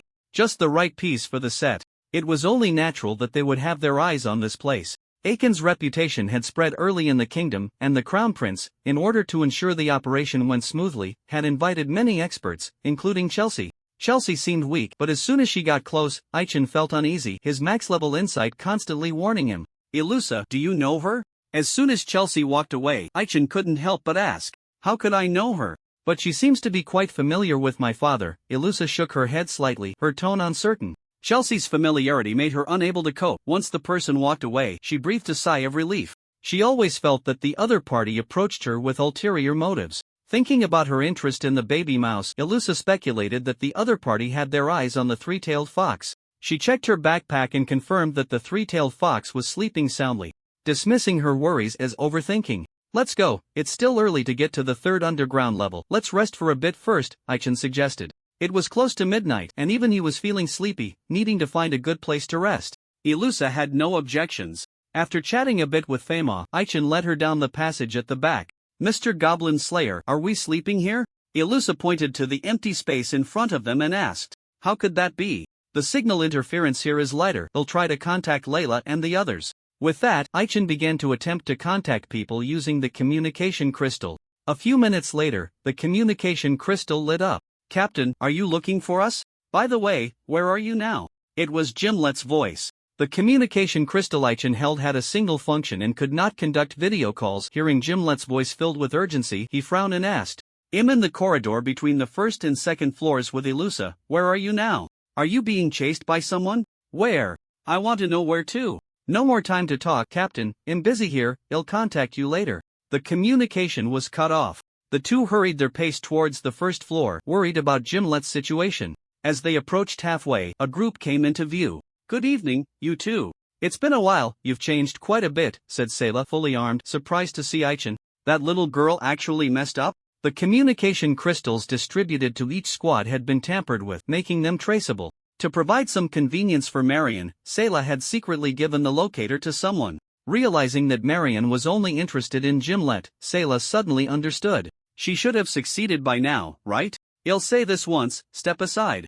Aichin said, slightly displeased, seeing the path blocked. Sayla's group was not large, only about 30 people. All her direct subordinates. Although each was well equipped, their quality was significantly lower than that of Masrel's men. If Aichin wanted, he could take them all down in 10 seconds. Seeing Aichin about to take action, Ilusa quickly tugged at his arm, shaking her head to signal him not to act impulsively. Mr. Goblin Slayer, we need your strength. If all goes well, by morning, we will reach the third underground level. I advise you both to rest up so as not to delay the daytime operations. By the way, regarding your other 3 team members, I will send someone to find them. I believe that once you get some sleep, you will see them. Sayla initially wanted to take a tough stance but found Aichin difficult to deal with, so her tone became more conciliatory. Logically, she should have been outside to assist those coming out. Because of one person, she was able to step away. Sword Saint Lunia had scared off the restless monsters, and the monsters sneaking into the grave had mostly been dealt with by him. Before Sayla entered, she had received a clear promise from Lunia.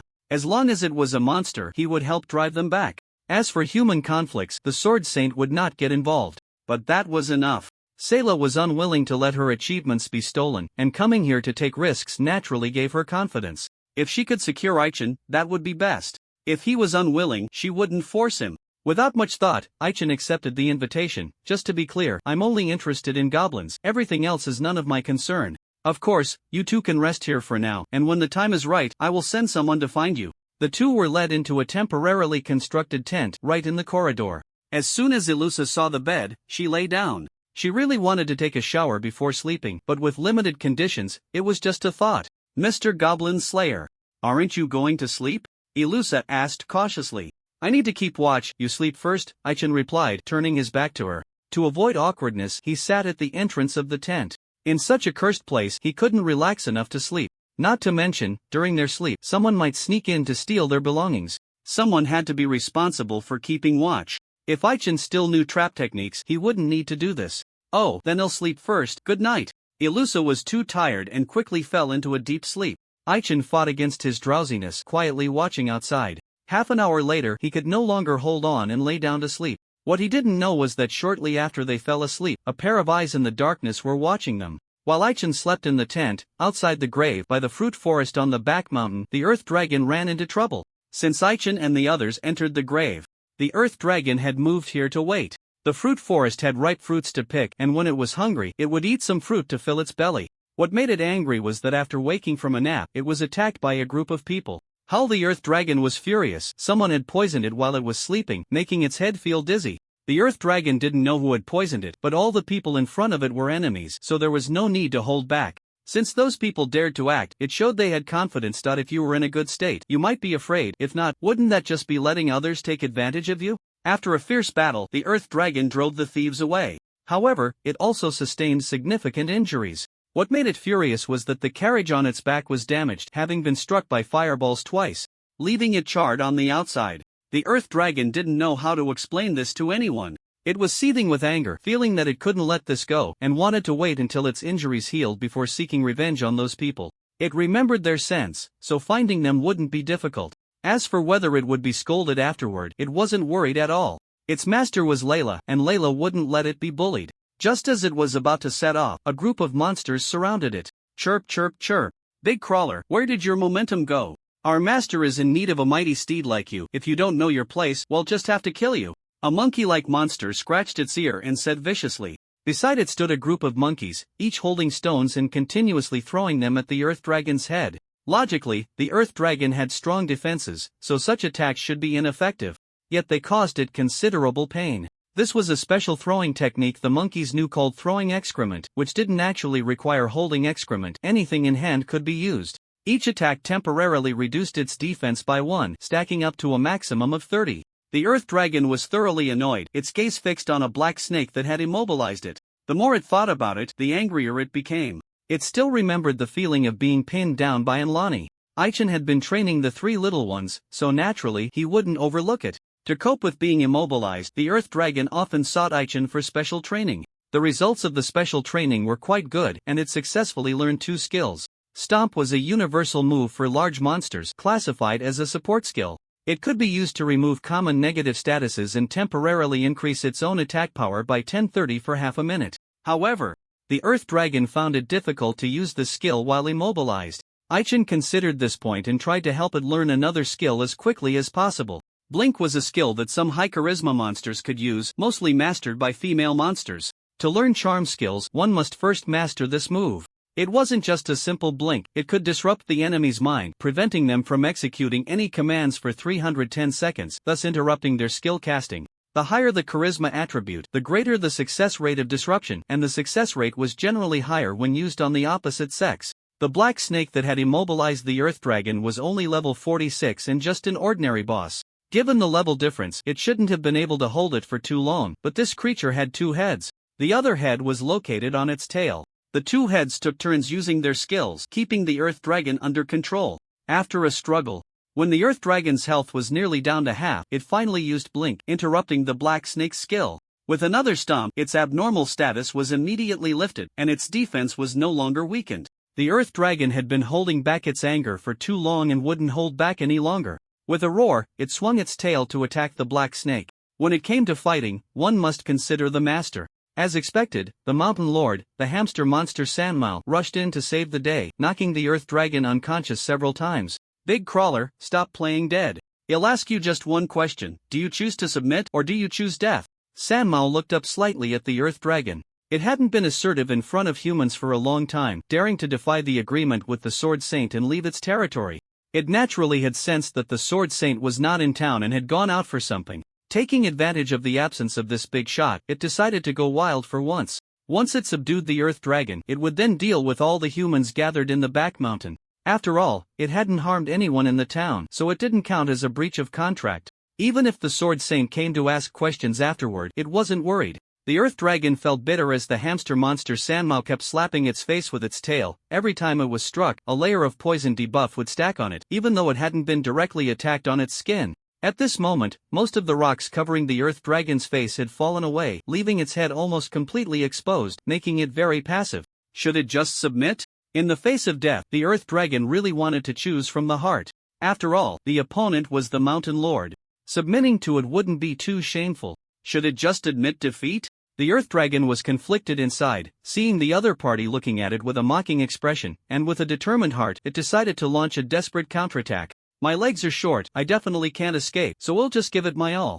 Just as it was about to fight desperately, a person appeared not far behind the Earth Dragon. The hamster monster, upon seeing the newcomer, was stunned and instinctively took a step back. The other monsters, seeing their leader like this, were also a bit scared. You've crossed the line, little Sanmao.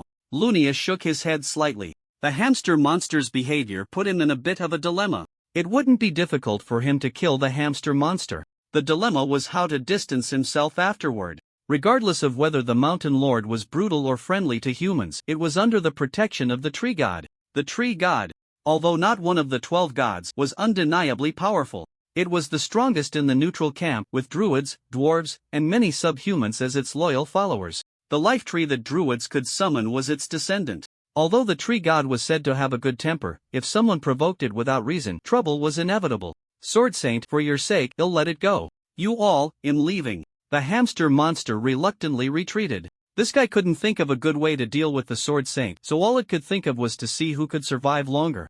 I don't believe you can protect the town forever. Once I outlast you, no one will stop my ambition. As the monsters retreated, Lunia saw no need to continue guarding the mountain. To avoid worrying his wife and child too much, he strode down from the back mountain. Big guy, just stay here for now. Don't worry, when your companions come out, they will come to find you. Following Lunia into the town, the Earth Dragon had no objections. It was already late at night, and to avoid disturbing people's rest, the Sword Saint carried it with one hand, leaving it somewhat at a loss. It was hard to imagine someone could carry the Earth Dragon so easily, and their steps were not heavy at all. Thus, they gently arrived outside the Sword Dojo. Just as Lunia was about to open the back door of the courtyard, he suddenly felt a sense of foreboding and looked seriously towards the back mountain. How did that guy get out? Lunia's face showed concern, wanting to return to the back mountain to take a look, when the back door of the courtyard opened. His wife, Tiffany, looked at him expressionlessly and said, "Dear, it's so late. Where do you think you're going? What's going on? Why do I feel like someone is watching me?" Aichin had only been asleep for half an hour when he was awakened by a strange gaze. He pretended to continue sleeping, observing for a while, and seeing nothing unusual, turned to look at the sleeping Ilusa. Ilusa was talking in her sleep, seemingly having a nightmare, with a lot of sweat on her forehead. Aichin stepped forward, wiped the sweat off her forehead with a towel, and was about to get up and step out of the tent to check the situation when his hand was suddenly grabbed. "Don't leave me, Mr. Goblin Slayer. I'm trying really hard. Believe me, I won't be a burden for long." She thought he was awake. Realizing her hand was holding his, Aichin decided to sit by the bed, knowing it would help Ilusa sleep more soundly. Once her breathing calmed down, he gently removed his hand. "Sorry, I put too much pressure on you," Aichin said, feeling reflective. He could somewhat guess how hard Ilusa was working privately. During this time, even though the little priestess had been tagging along with him to complete tasks, rising from wood rank to iron rank, she still felt like a rookie in her heart. There were many areas where she needed to improve. She had to complete the assignments given by her parents, practice swordsmanship diligently, find time to train the three-tailed fox, and cultivate the magic provided by Jellica. Adding in her daily foundational classes, there was almost no free time left in a day. A person who remains tense for too long will eventually break. Aichin really didn't want to put too much pressure on anyone. He felt he should care more about this teammate and wanted to see if there was anything in his backpack that Ilusha could use. Yes, he was just a straightforward guy. His way of caring for girls was either to give them things, or money, or equipment, without knowing what they truly wanted. Speaking of which, she's already level 15, not far from level 20, just about half a year away. Should I wait until we get back and give her those charm earrings? Just as he thought of this, Aichin shook his head. Priests didn't need equipment that added charm attributes. Instead, it was the summoners who needed it. The higher a summoner's charm attribute, the better they could gain favor with their pets and mounts, allowing them to increase intimacy faster. Moreover, many skills depended on the level of charm attributes to determine whether they would take effect. The charm earrings should be saved for, wait, he almost forgot, Duodua's level was high enough to equip those earrings. When they got back, he would give them to her. As for Ilusha, Aichin planned to give her a gift box later. It was decided just like that. Soon, morning arrived. Aichin went back to sleep for a while, and the quality of his sleep was good, so it wouldn't affect his actions during the day. Not long after he woke up, Ilusha also woke up. "Good morning, Mr. Goblin Slayer," Ilusha said, yawning as she sat up. Realizing she was only wearing a thin nightgown, she let out a scream and dove back under the blanket. She couldn't remember if she had changed into her nightgown before sleeping last night. She thought she hadn't. Who could have helped her change? Aichin was sitting at the tent entrance eating breakfast when he noticed her looking at him with a strange expression and explained, "Don't look at me like that. It was that little fox who helped you change." "Mr. Goblin Slayer, are you saying Prashi has woken up?" She opened her backpack to take a look, and indeed, it was true. The three-tailed fox had benefited from misfortune, leveling up to 29 and successfully awakening a talent, its body occasionally glowing with white light. It was in the transformation stage, with a tuft of fur on its head turning orangered. If it could complete the transformation, it would become a beautiful six-tailed fox. At that point, it would advance from an elite monster to a boss. And it wasn't impossible for it to jump straight to a silver boss. The three-tailed fox only needed to use its ability to instantly change Ilusha's outfit. Aichin found it quite curious that the clothes he had put on her were not an illusion. This should be spatial magic, right? Did the three-tailed fox have spatial abilities? It couldn't be, could it? After Elisha finished her breakfast, the two of them immediately set off for the meeting point. Sarah had sent someone to inform them that Layla and the others had already arrived. Ai-Chin was worried about Jimlet's situation. Upon hearing that the three were fine, he initially thought he had misheard. This should be the place, right? Ai-Chin arrived near the entrance of the passage, looking at the dense crowd ahead, not wanting to push his way through. The normal passage to the next level was a spiral stone staircase, with two statues flanking the entrance. On the left was an angel, and on the right was a demon. Whether one walked to the left or the right, they would ultimately end up trapped inside. There was no way to reach the third underground level, nor to retreat. With the situation unclear, Masrel did not rashly enter. He arranged for nearly 60 people to go in one after another, but not a single piece of news came out, which gradually made him more and more irritable. Troublesome, it seems we really need to let the professionals handle this? Masrel frowned and said. He was worried that breaking through with brute force would damage the passage, signaling everyone to wait patiently. At the back of the crowd, Ai-Chen's gaze moved back and forth, searching but not finding anyone. If it weren't for the communication crystal lighting up, he would have really thought he was being played. Captain, we're over here, if you walk a bit to the left, you'll see us. It was Layla's voice. When Ai-Chen found them, Layla was lounging with her legs crossed, listlessly nibbling on bread. Beside her, Jimlet also looked unenergetic, appearing drowsy. Marian struck a cool pose, leaning against the wall.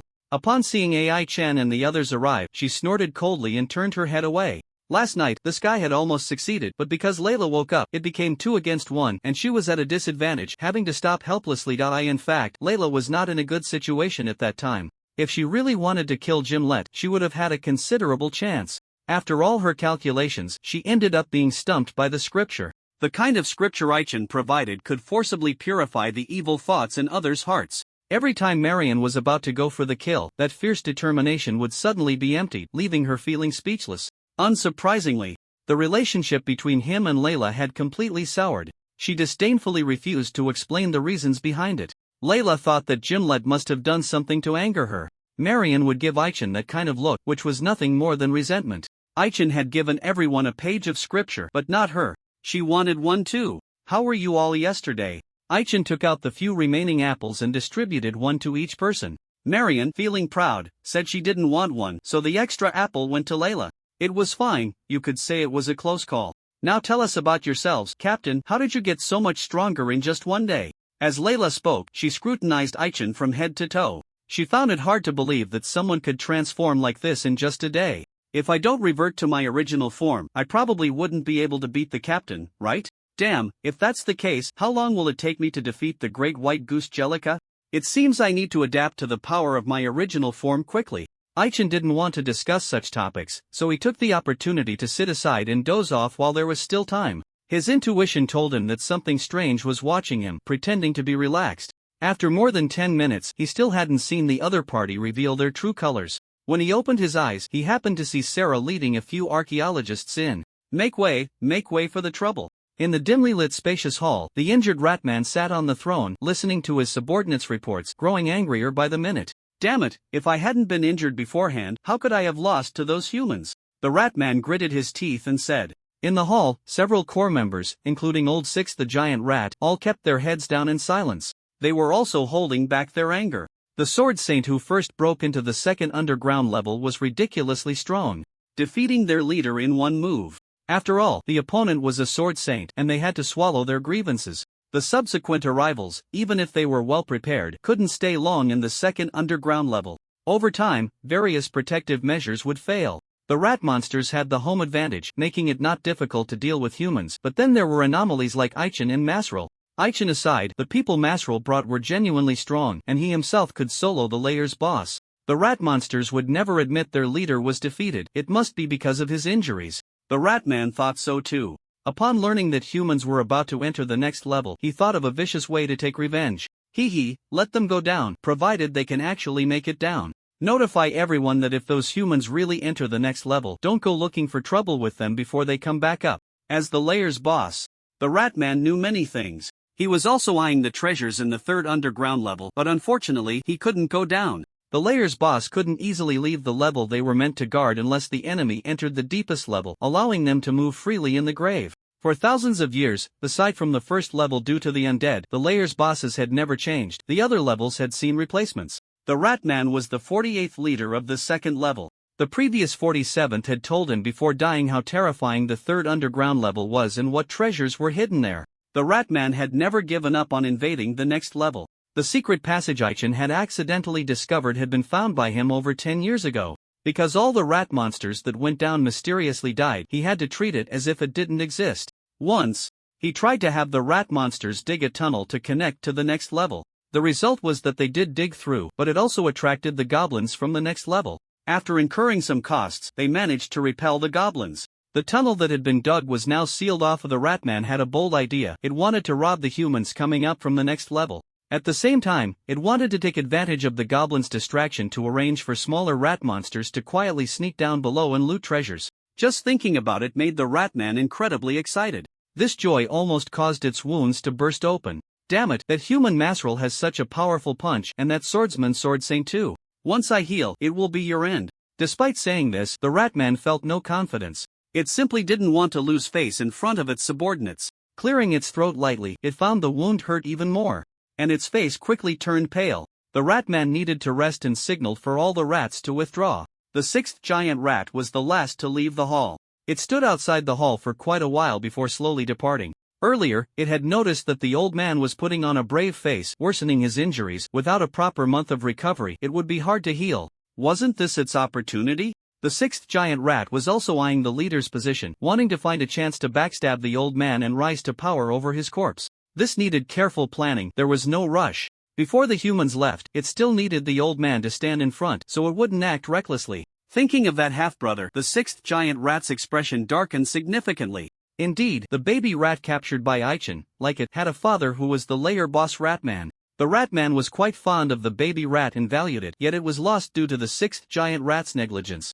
How could it not be furious? Before the baby rat was born, the Ratman had cared for the sixth giant rat, but after the little one was born, it was merely a superior subordinate relationship. Forget it. Anyway, it's in the hands of humans now. I don't need to deal with it. With that thought, the sixth giant rat quickened its pace and returned to its nest to rest. After nearly 2 hours, the secrets of the passage were finally unraveled. Relying solely on the archaeologist called by Sarah was not enough to crack it. They needed a master skilled in magical barriers to assist. Watching an exhausted old man being carried away from a distance, Aichin pondered. Sarah was quite capable, having invited the president of a nearby magicians' association. An old bone like him couldn't withstand much commotion, so heavy guards were arranged to escort him away from the tomb. Captain, someone has gone down. We should hurry over too, Layla yawned as she spoke. After a good sleep, Layla looked much better. She had called it a day early yesterday and didn't want to miss anything today, so she slung her great sword over her shoulder and strode toward the passage. Aichin was not in a hurry.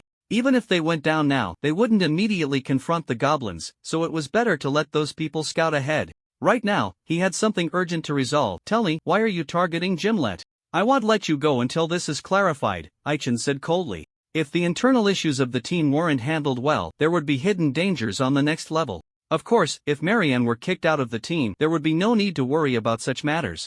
Aichin believed the other party could help a bit and tried to see if he could persuade them. Layla walked away, which was just right. Gimlet hesitated to question anyone, so Aichin helped him ask. What do you mean why?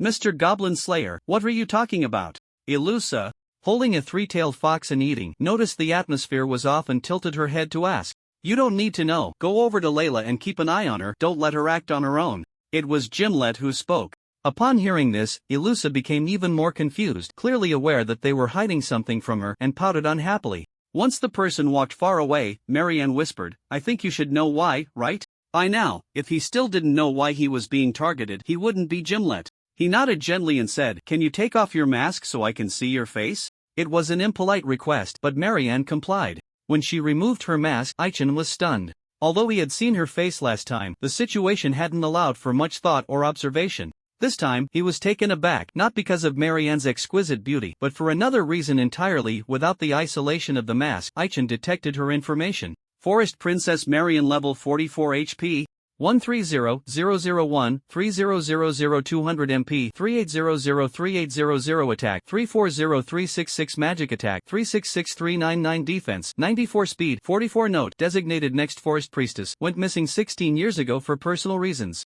Seeing the words forest princess and priestess, Aichen understood that Marian's identity was not simple. NPCs with the forest prefix are either special talents of the elf race or important figures of the druid clan. Calypso is an exception. Wait, silver hair? Could she possibly possess both traits? Not only Aichen, but Gimlet also fell silent after seeing her face. Gimlet hesitated, then finally sighed, "Is she alright?" After hearing their question and answer dialogue, Aichen fell silent. He didn't expect to uncover such a significant secret. So that's how it is. He never imagined that Marian would be Gimlet's daughter. The story dates back over 60 years. Gimlet deceived the daughter of the Druid clan leader, disappearing during her pregnancy. After giving birth to Marian and her twin sister, the mother soon passed away. To avenge her mother, she left the clan after achieving some level of skill. Rather than asking why he abandoned them, she was more inclined to kill out of anger. During their conversation, Marian forgot to mention something. When Gimlet fell into slavery and escaped from under the nobles' noses, he was heavily pursued, and she played a part in that. At the time, she didn't know how to face him, so she offered a hefty bounty, hoping someone else would eliminate him. After all, her mother had told her before she died to not hate that heartless man and to live happily with her sister. Contrary to her wishes, Marian's hatred for Gimlet grew year by year, a pain far beyond what a little girl could bear. In the years she spent away, she strayed from the right path. With outsiders present, neither of them wanted to elaborate. Aichen had no interest in prying into personal secrets, clapped his hands, and said, "Now that everything's out in the open, I hope you two won't bicker anymore before we head out." With that, he picked up the cage and strode away, intentionally leaving some private space for the father and daughter.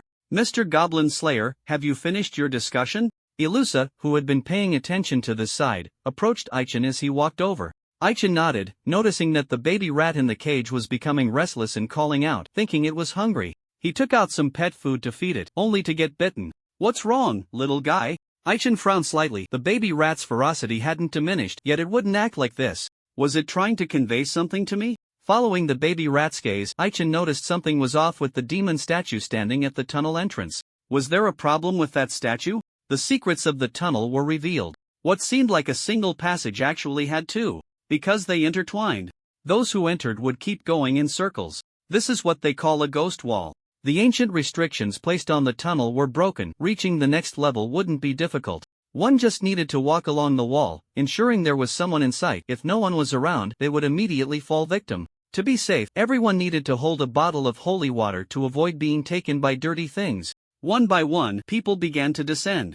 Layla, impatient, saw Aichen staring at the demon statue while Gimlet remained seated and didn't come over, feeling frustrated. "Captain, what are those two doing? Can we stop dragging this out?" Aichen snapped back to reality, noticing that Masrel's people hadn't gone in yet and felt no urgency, continuing to observe the demon statue.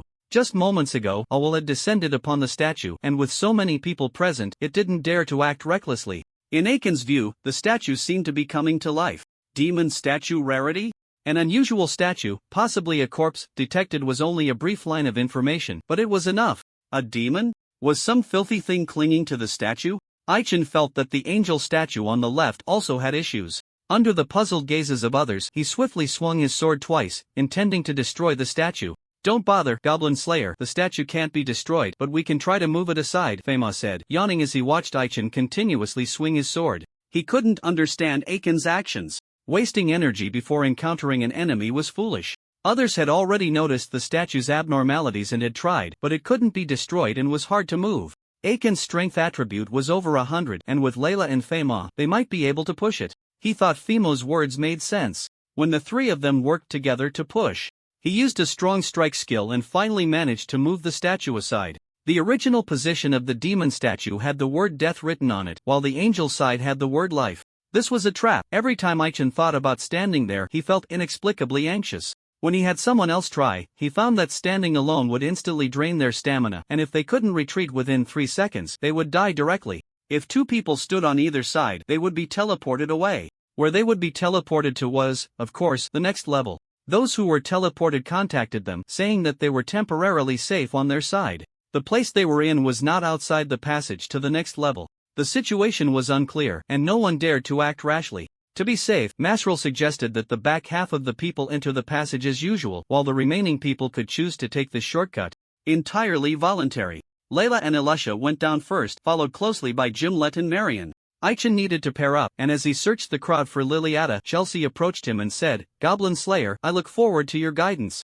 At first, he was a bit resistant when he saw Chelsea coming over. Noticing Masrel's gaze, he realized someone had to keep an eye on this side. After all, if the people here found something first and someone hid it, wanting to keep it for themselves, wouldn't they have worked in vain? Aichen understood what Masrel meant. He hoped he could assist Chelsea in finding treasure. He was worried about the situation of the other four and didn't delay any longer. Before long, the two arrived at the next level. When Aichen came to his senses, he found himself in a long corridor. On both sides of the corridor were stone chambers, and those who had entered earlier had all been teleported into the stone chambers. Because it was full, the people behind were teleported into the corridor. Those people didn't rush out, either something had happened, or they were scavenging for items. Aichen searched each room and found the two women, with Layla rummaging through boxes. Captain, you're here. Since we can't find anything in the room, let's go out and take a look. Judging by Layla's expression, it seemed she had found something substantial. Aichen wouldn't compete with her for items. As soon as the two women came out, they wanted to find Gimlet. Unfortunately, after searching for a while, they couldn't find him. Strange, where did they go? Aichen wasn't in a hurry to find people, but Layla was a bit anxious. Layla always felt there was something off between Gimlet and Marion. Noticing the absence of their presence nearby felt very unusual. Aichen stayed alert beside her. This secret passage had never been explored in his previous life. In his memory, the visibility on the third underground level was dimmer than on the second level. The floor and walls of this corridor continued to shine with white light, clearly in a special area. Could it be that a hidden plot was triggered again? Aichen didn't see any system prompts and cautiously walked for a while, seeing two doors standing at the end of the corridor, falling into deep thought. Which way to go? Or should someone still go in at the same time? Aichen turned to ask the others, particularly Chelsea. Noticing Baby Mouse chirping again, he understood that no matter which door they entered, it was dangerous. Look, it's Goblin Slayer in them, and that one. A crowd had gathered in front of the two doors, all waiting for someone to clear the way, and upon seeing Aichen, they all stepped aside. Silver level status is well regarded everywhere, and since you are strong, let's have you take the lead. Compared to Aichen, people are more focused on Chelsea. Chelsea has a background, is powerful, but has a peculiar temper. Last night, someone approached her to strike up a conversation, only to be knocked down to the ground by her blade. Although the person didn't die, it was terrifying enough. Everyone was afraid she might suddenly stab someone. There's another reason to be wary of her. Masrel has made it clear that regardless of who it is, 20 of the loot from the third underground level must be handed over, or else 50 will be forcibly taken. Chelsea is in charge of collecting it here. The rooms on both sides of the corridor hide quite a few good things, and everyone has some loot, more or less. At this moment, everyone is clutching their backpacks tightly. No one is willing to actually hand over their loot. A significant portion feels they have enough and sees no need to take further risks, thinking about leaving the grave. Unfortunately, everyone was transported here unidirectionally and must return to the original entrance to go back to the previous level. Seeing Chelsea's smiling face, everyone became fearful. They were afraid that they would be subjected to forced measures. With many eyes on him, Aichen thought people were looking at him, only to realize they were seriously assessing others. He missed the latter half of last night's battle and was unaware of Chelsea's true terror. This woman, when she goes mad, even attacks her own people. Only Masrel can keep her in check. Noticing the odd aura surrounding Chelsea, Aichen kept his guard up. This person was definitely not as simple as she appeared. He needed to keep his distance. Above the two doors ahead, one had the word life and the other death. No one wanted to die, and most would choose the door of life as the passage inside was pitch black. And no one dared to try it lightly. Aichen wanted to encounter the goblins quickly and was willing to clear the path. He chose the door of death and was about to step in when an invisible wall blocked him. Clearly, he needed to enter at the same time as someone else. Goblin Slayer, I don't want to split up, let's switch him out instead. Chelsea pushed forward a generic-looking bounty hunter who was terrified of being incapacitated and complied eagerly. Before long, Aichen stepped through the door of death. With the Night Hunter talent, his vision was unaffected in the dark environment and he could see everything clearly in the passage. So that's how it is. Inside the door of death, monsters were lurking, some floating in midair, some pretending to be statues ready to ambush, and others transformed into portraits hanging on the walls. Aside from the ghostly portraits, none were evil entities. Realizing there was nothing to worry about, Aichen couldn't be bothered to use his reconnaissance skill. He simply swung his sword. In a moment, all obstacles were cleared. While he was fine, the bounty hunter who entered through the door of life met a tragic fate, dying in less than half a minute. Hearing the miserable screams, those outside couldn't help but shiver. Wasn't it supposed to be the door of life? How could he die so quickly? The commotion on the other side has also quieted down. Could he have died too? People were discussing among themselves, making Elusa quite worried about her captain. No, we need to go check it out. Perhaps before there were some who dared to try, but now no one was willing. Layla, being quite barbaric, grabbed 2 bounty hunters at random, and after Elusa went in, she followed closely behind. Seeing that everyone was going through the door of death, Chelsea didn't hesitate any longer and pressed a kitchen knife against a middle-aged warrior's side. Under her coercion, the warrior, crying, walked into the door of life. The middle-aged warrior was bound to die. He cautiously walked for a while and found no danger, growing bolder. He didn't see any corpses on the ground, nor were there any signs of fighting around. Where did the person who came in earlier go? Could he have fallen into a trap and been transported elsewhere? Calm down, my daughter is still waiting for me to come back. I can't die here. The middle-aged warrior walked a bit further and saw an indistinct shadow around the corner, not daring to move recklessly. He held his breath, realizing the shadow had noticed him, causing him to break out in a cold sweat. In the dim light, he recognized the shadow. It was indeed the person who had come in earlier. Strangely enough, that person was completely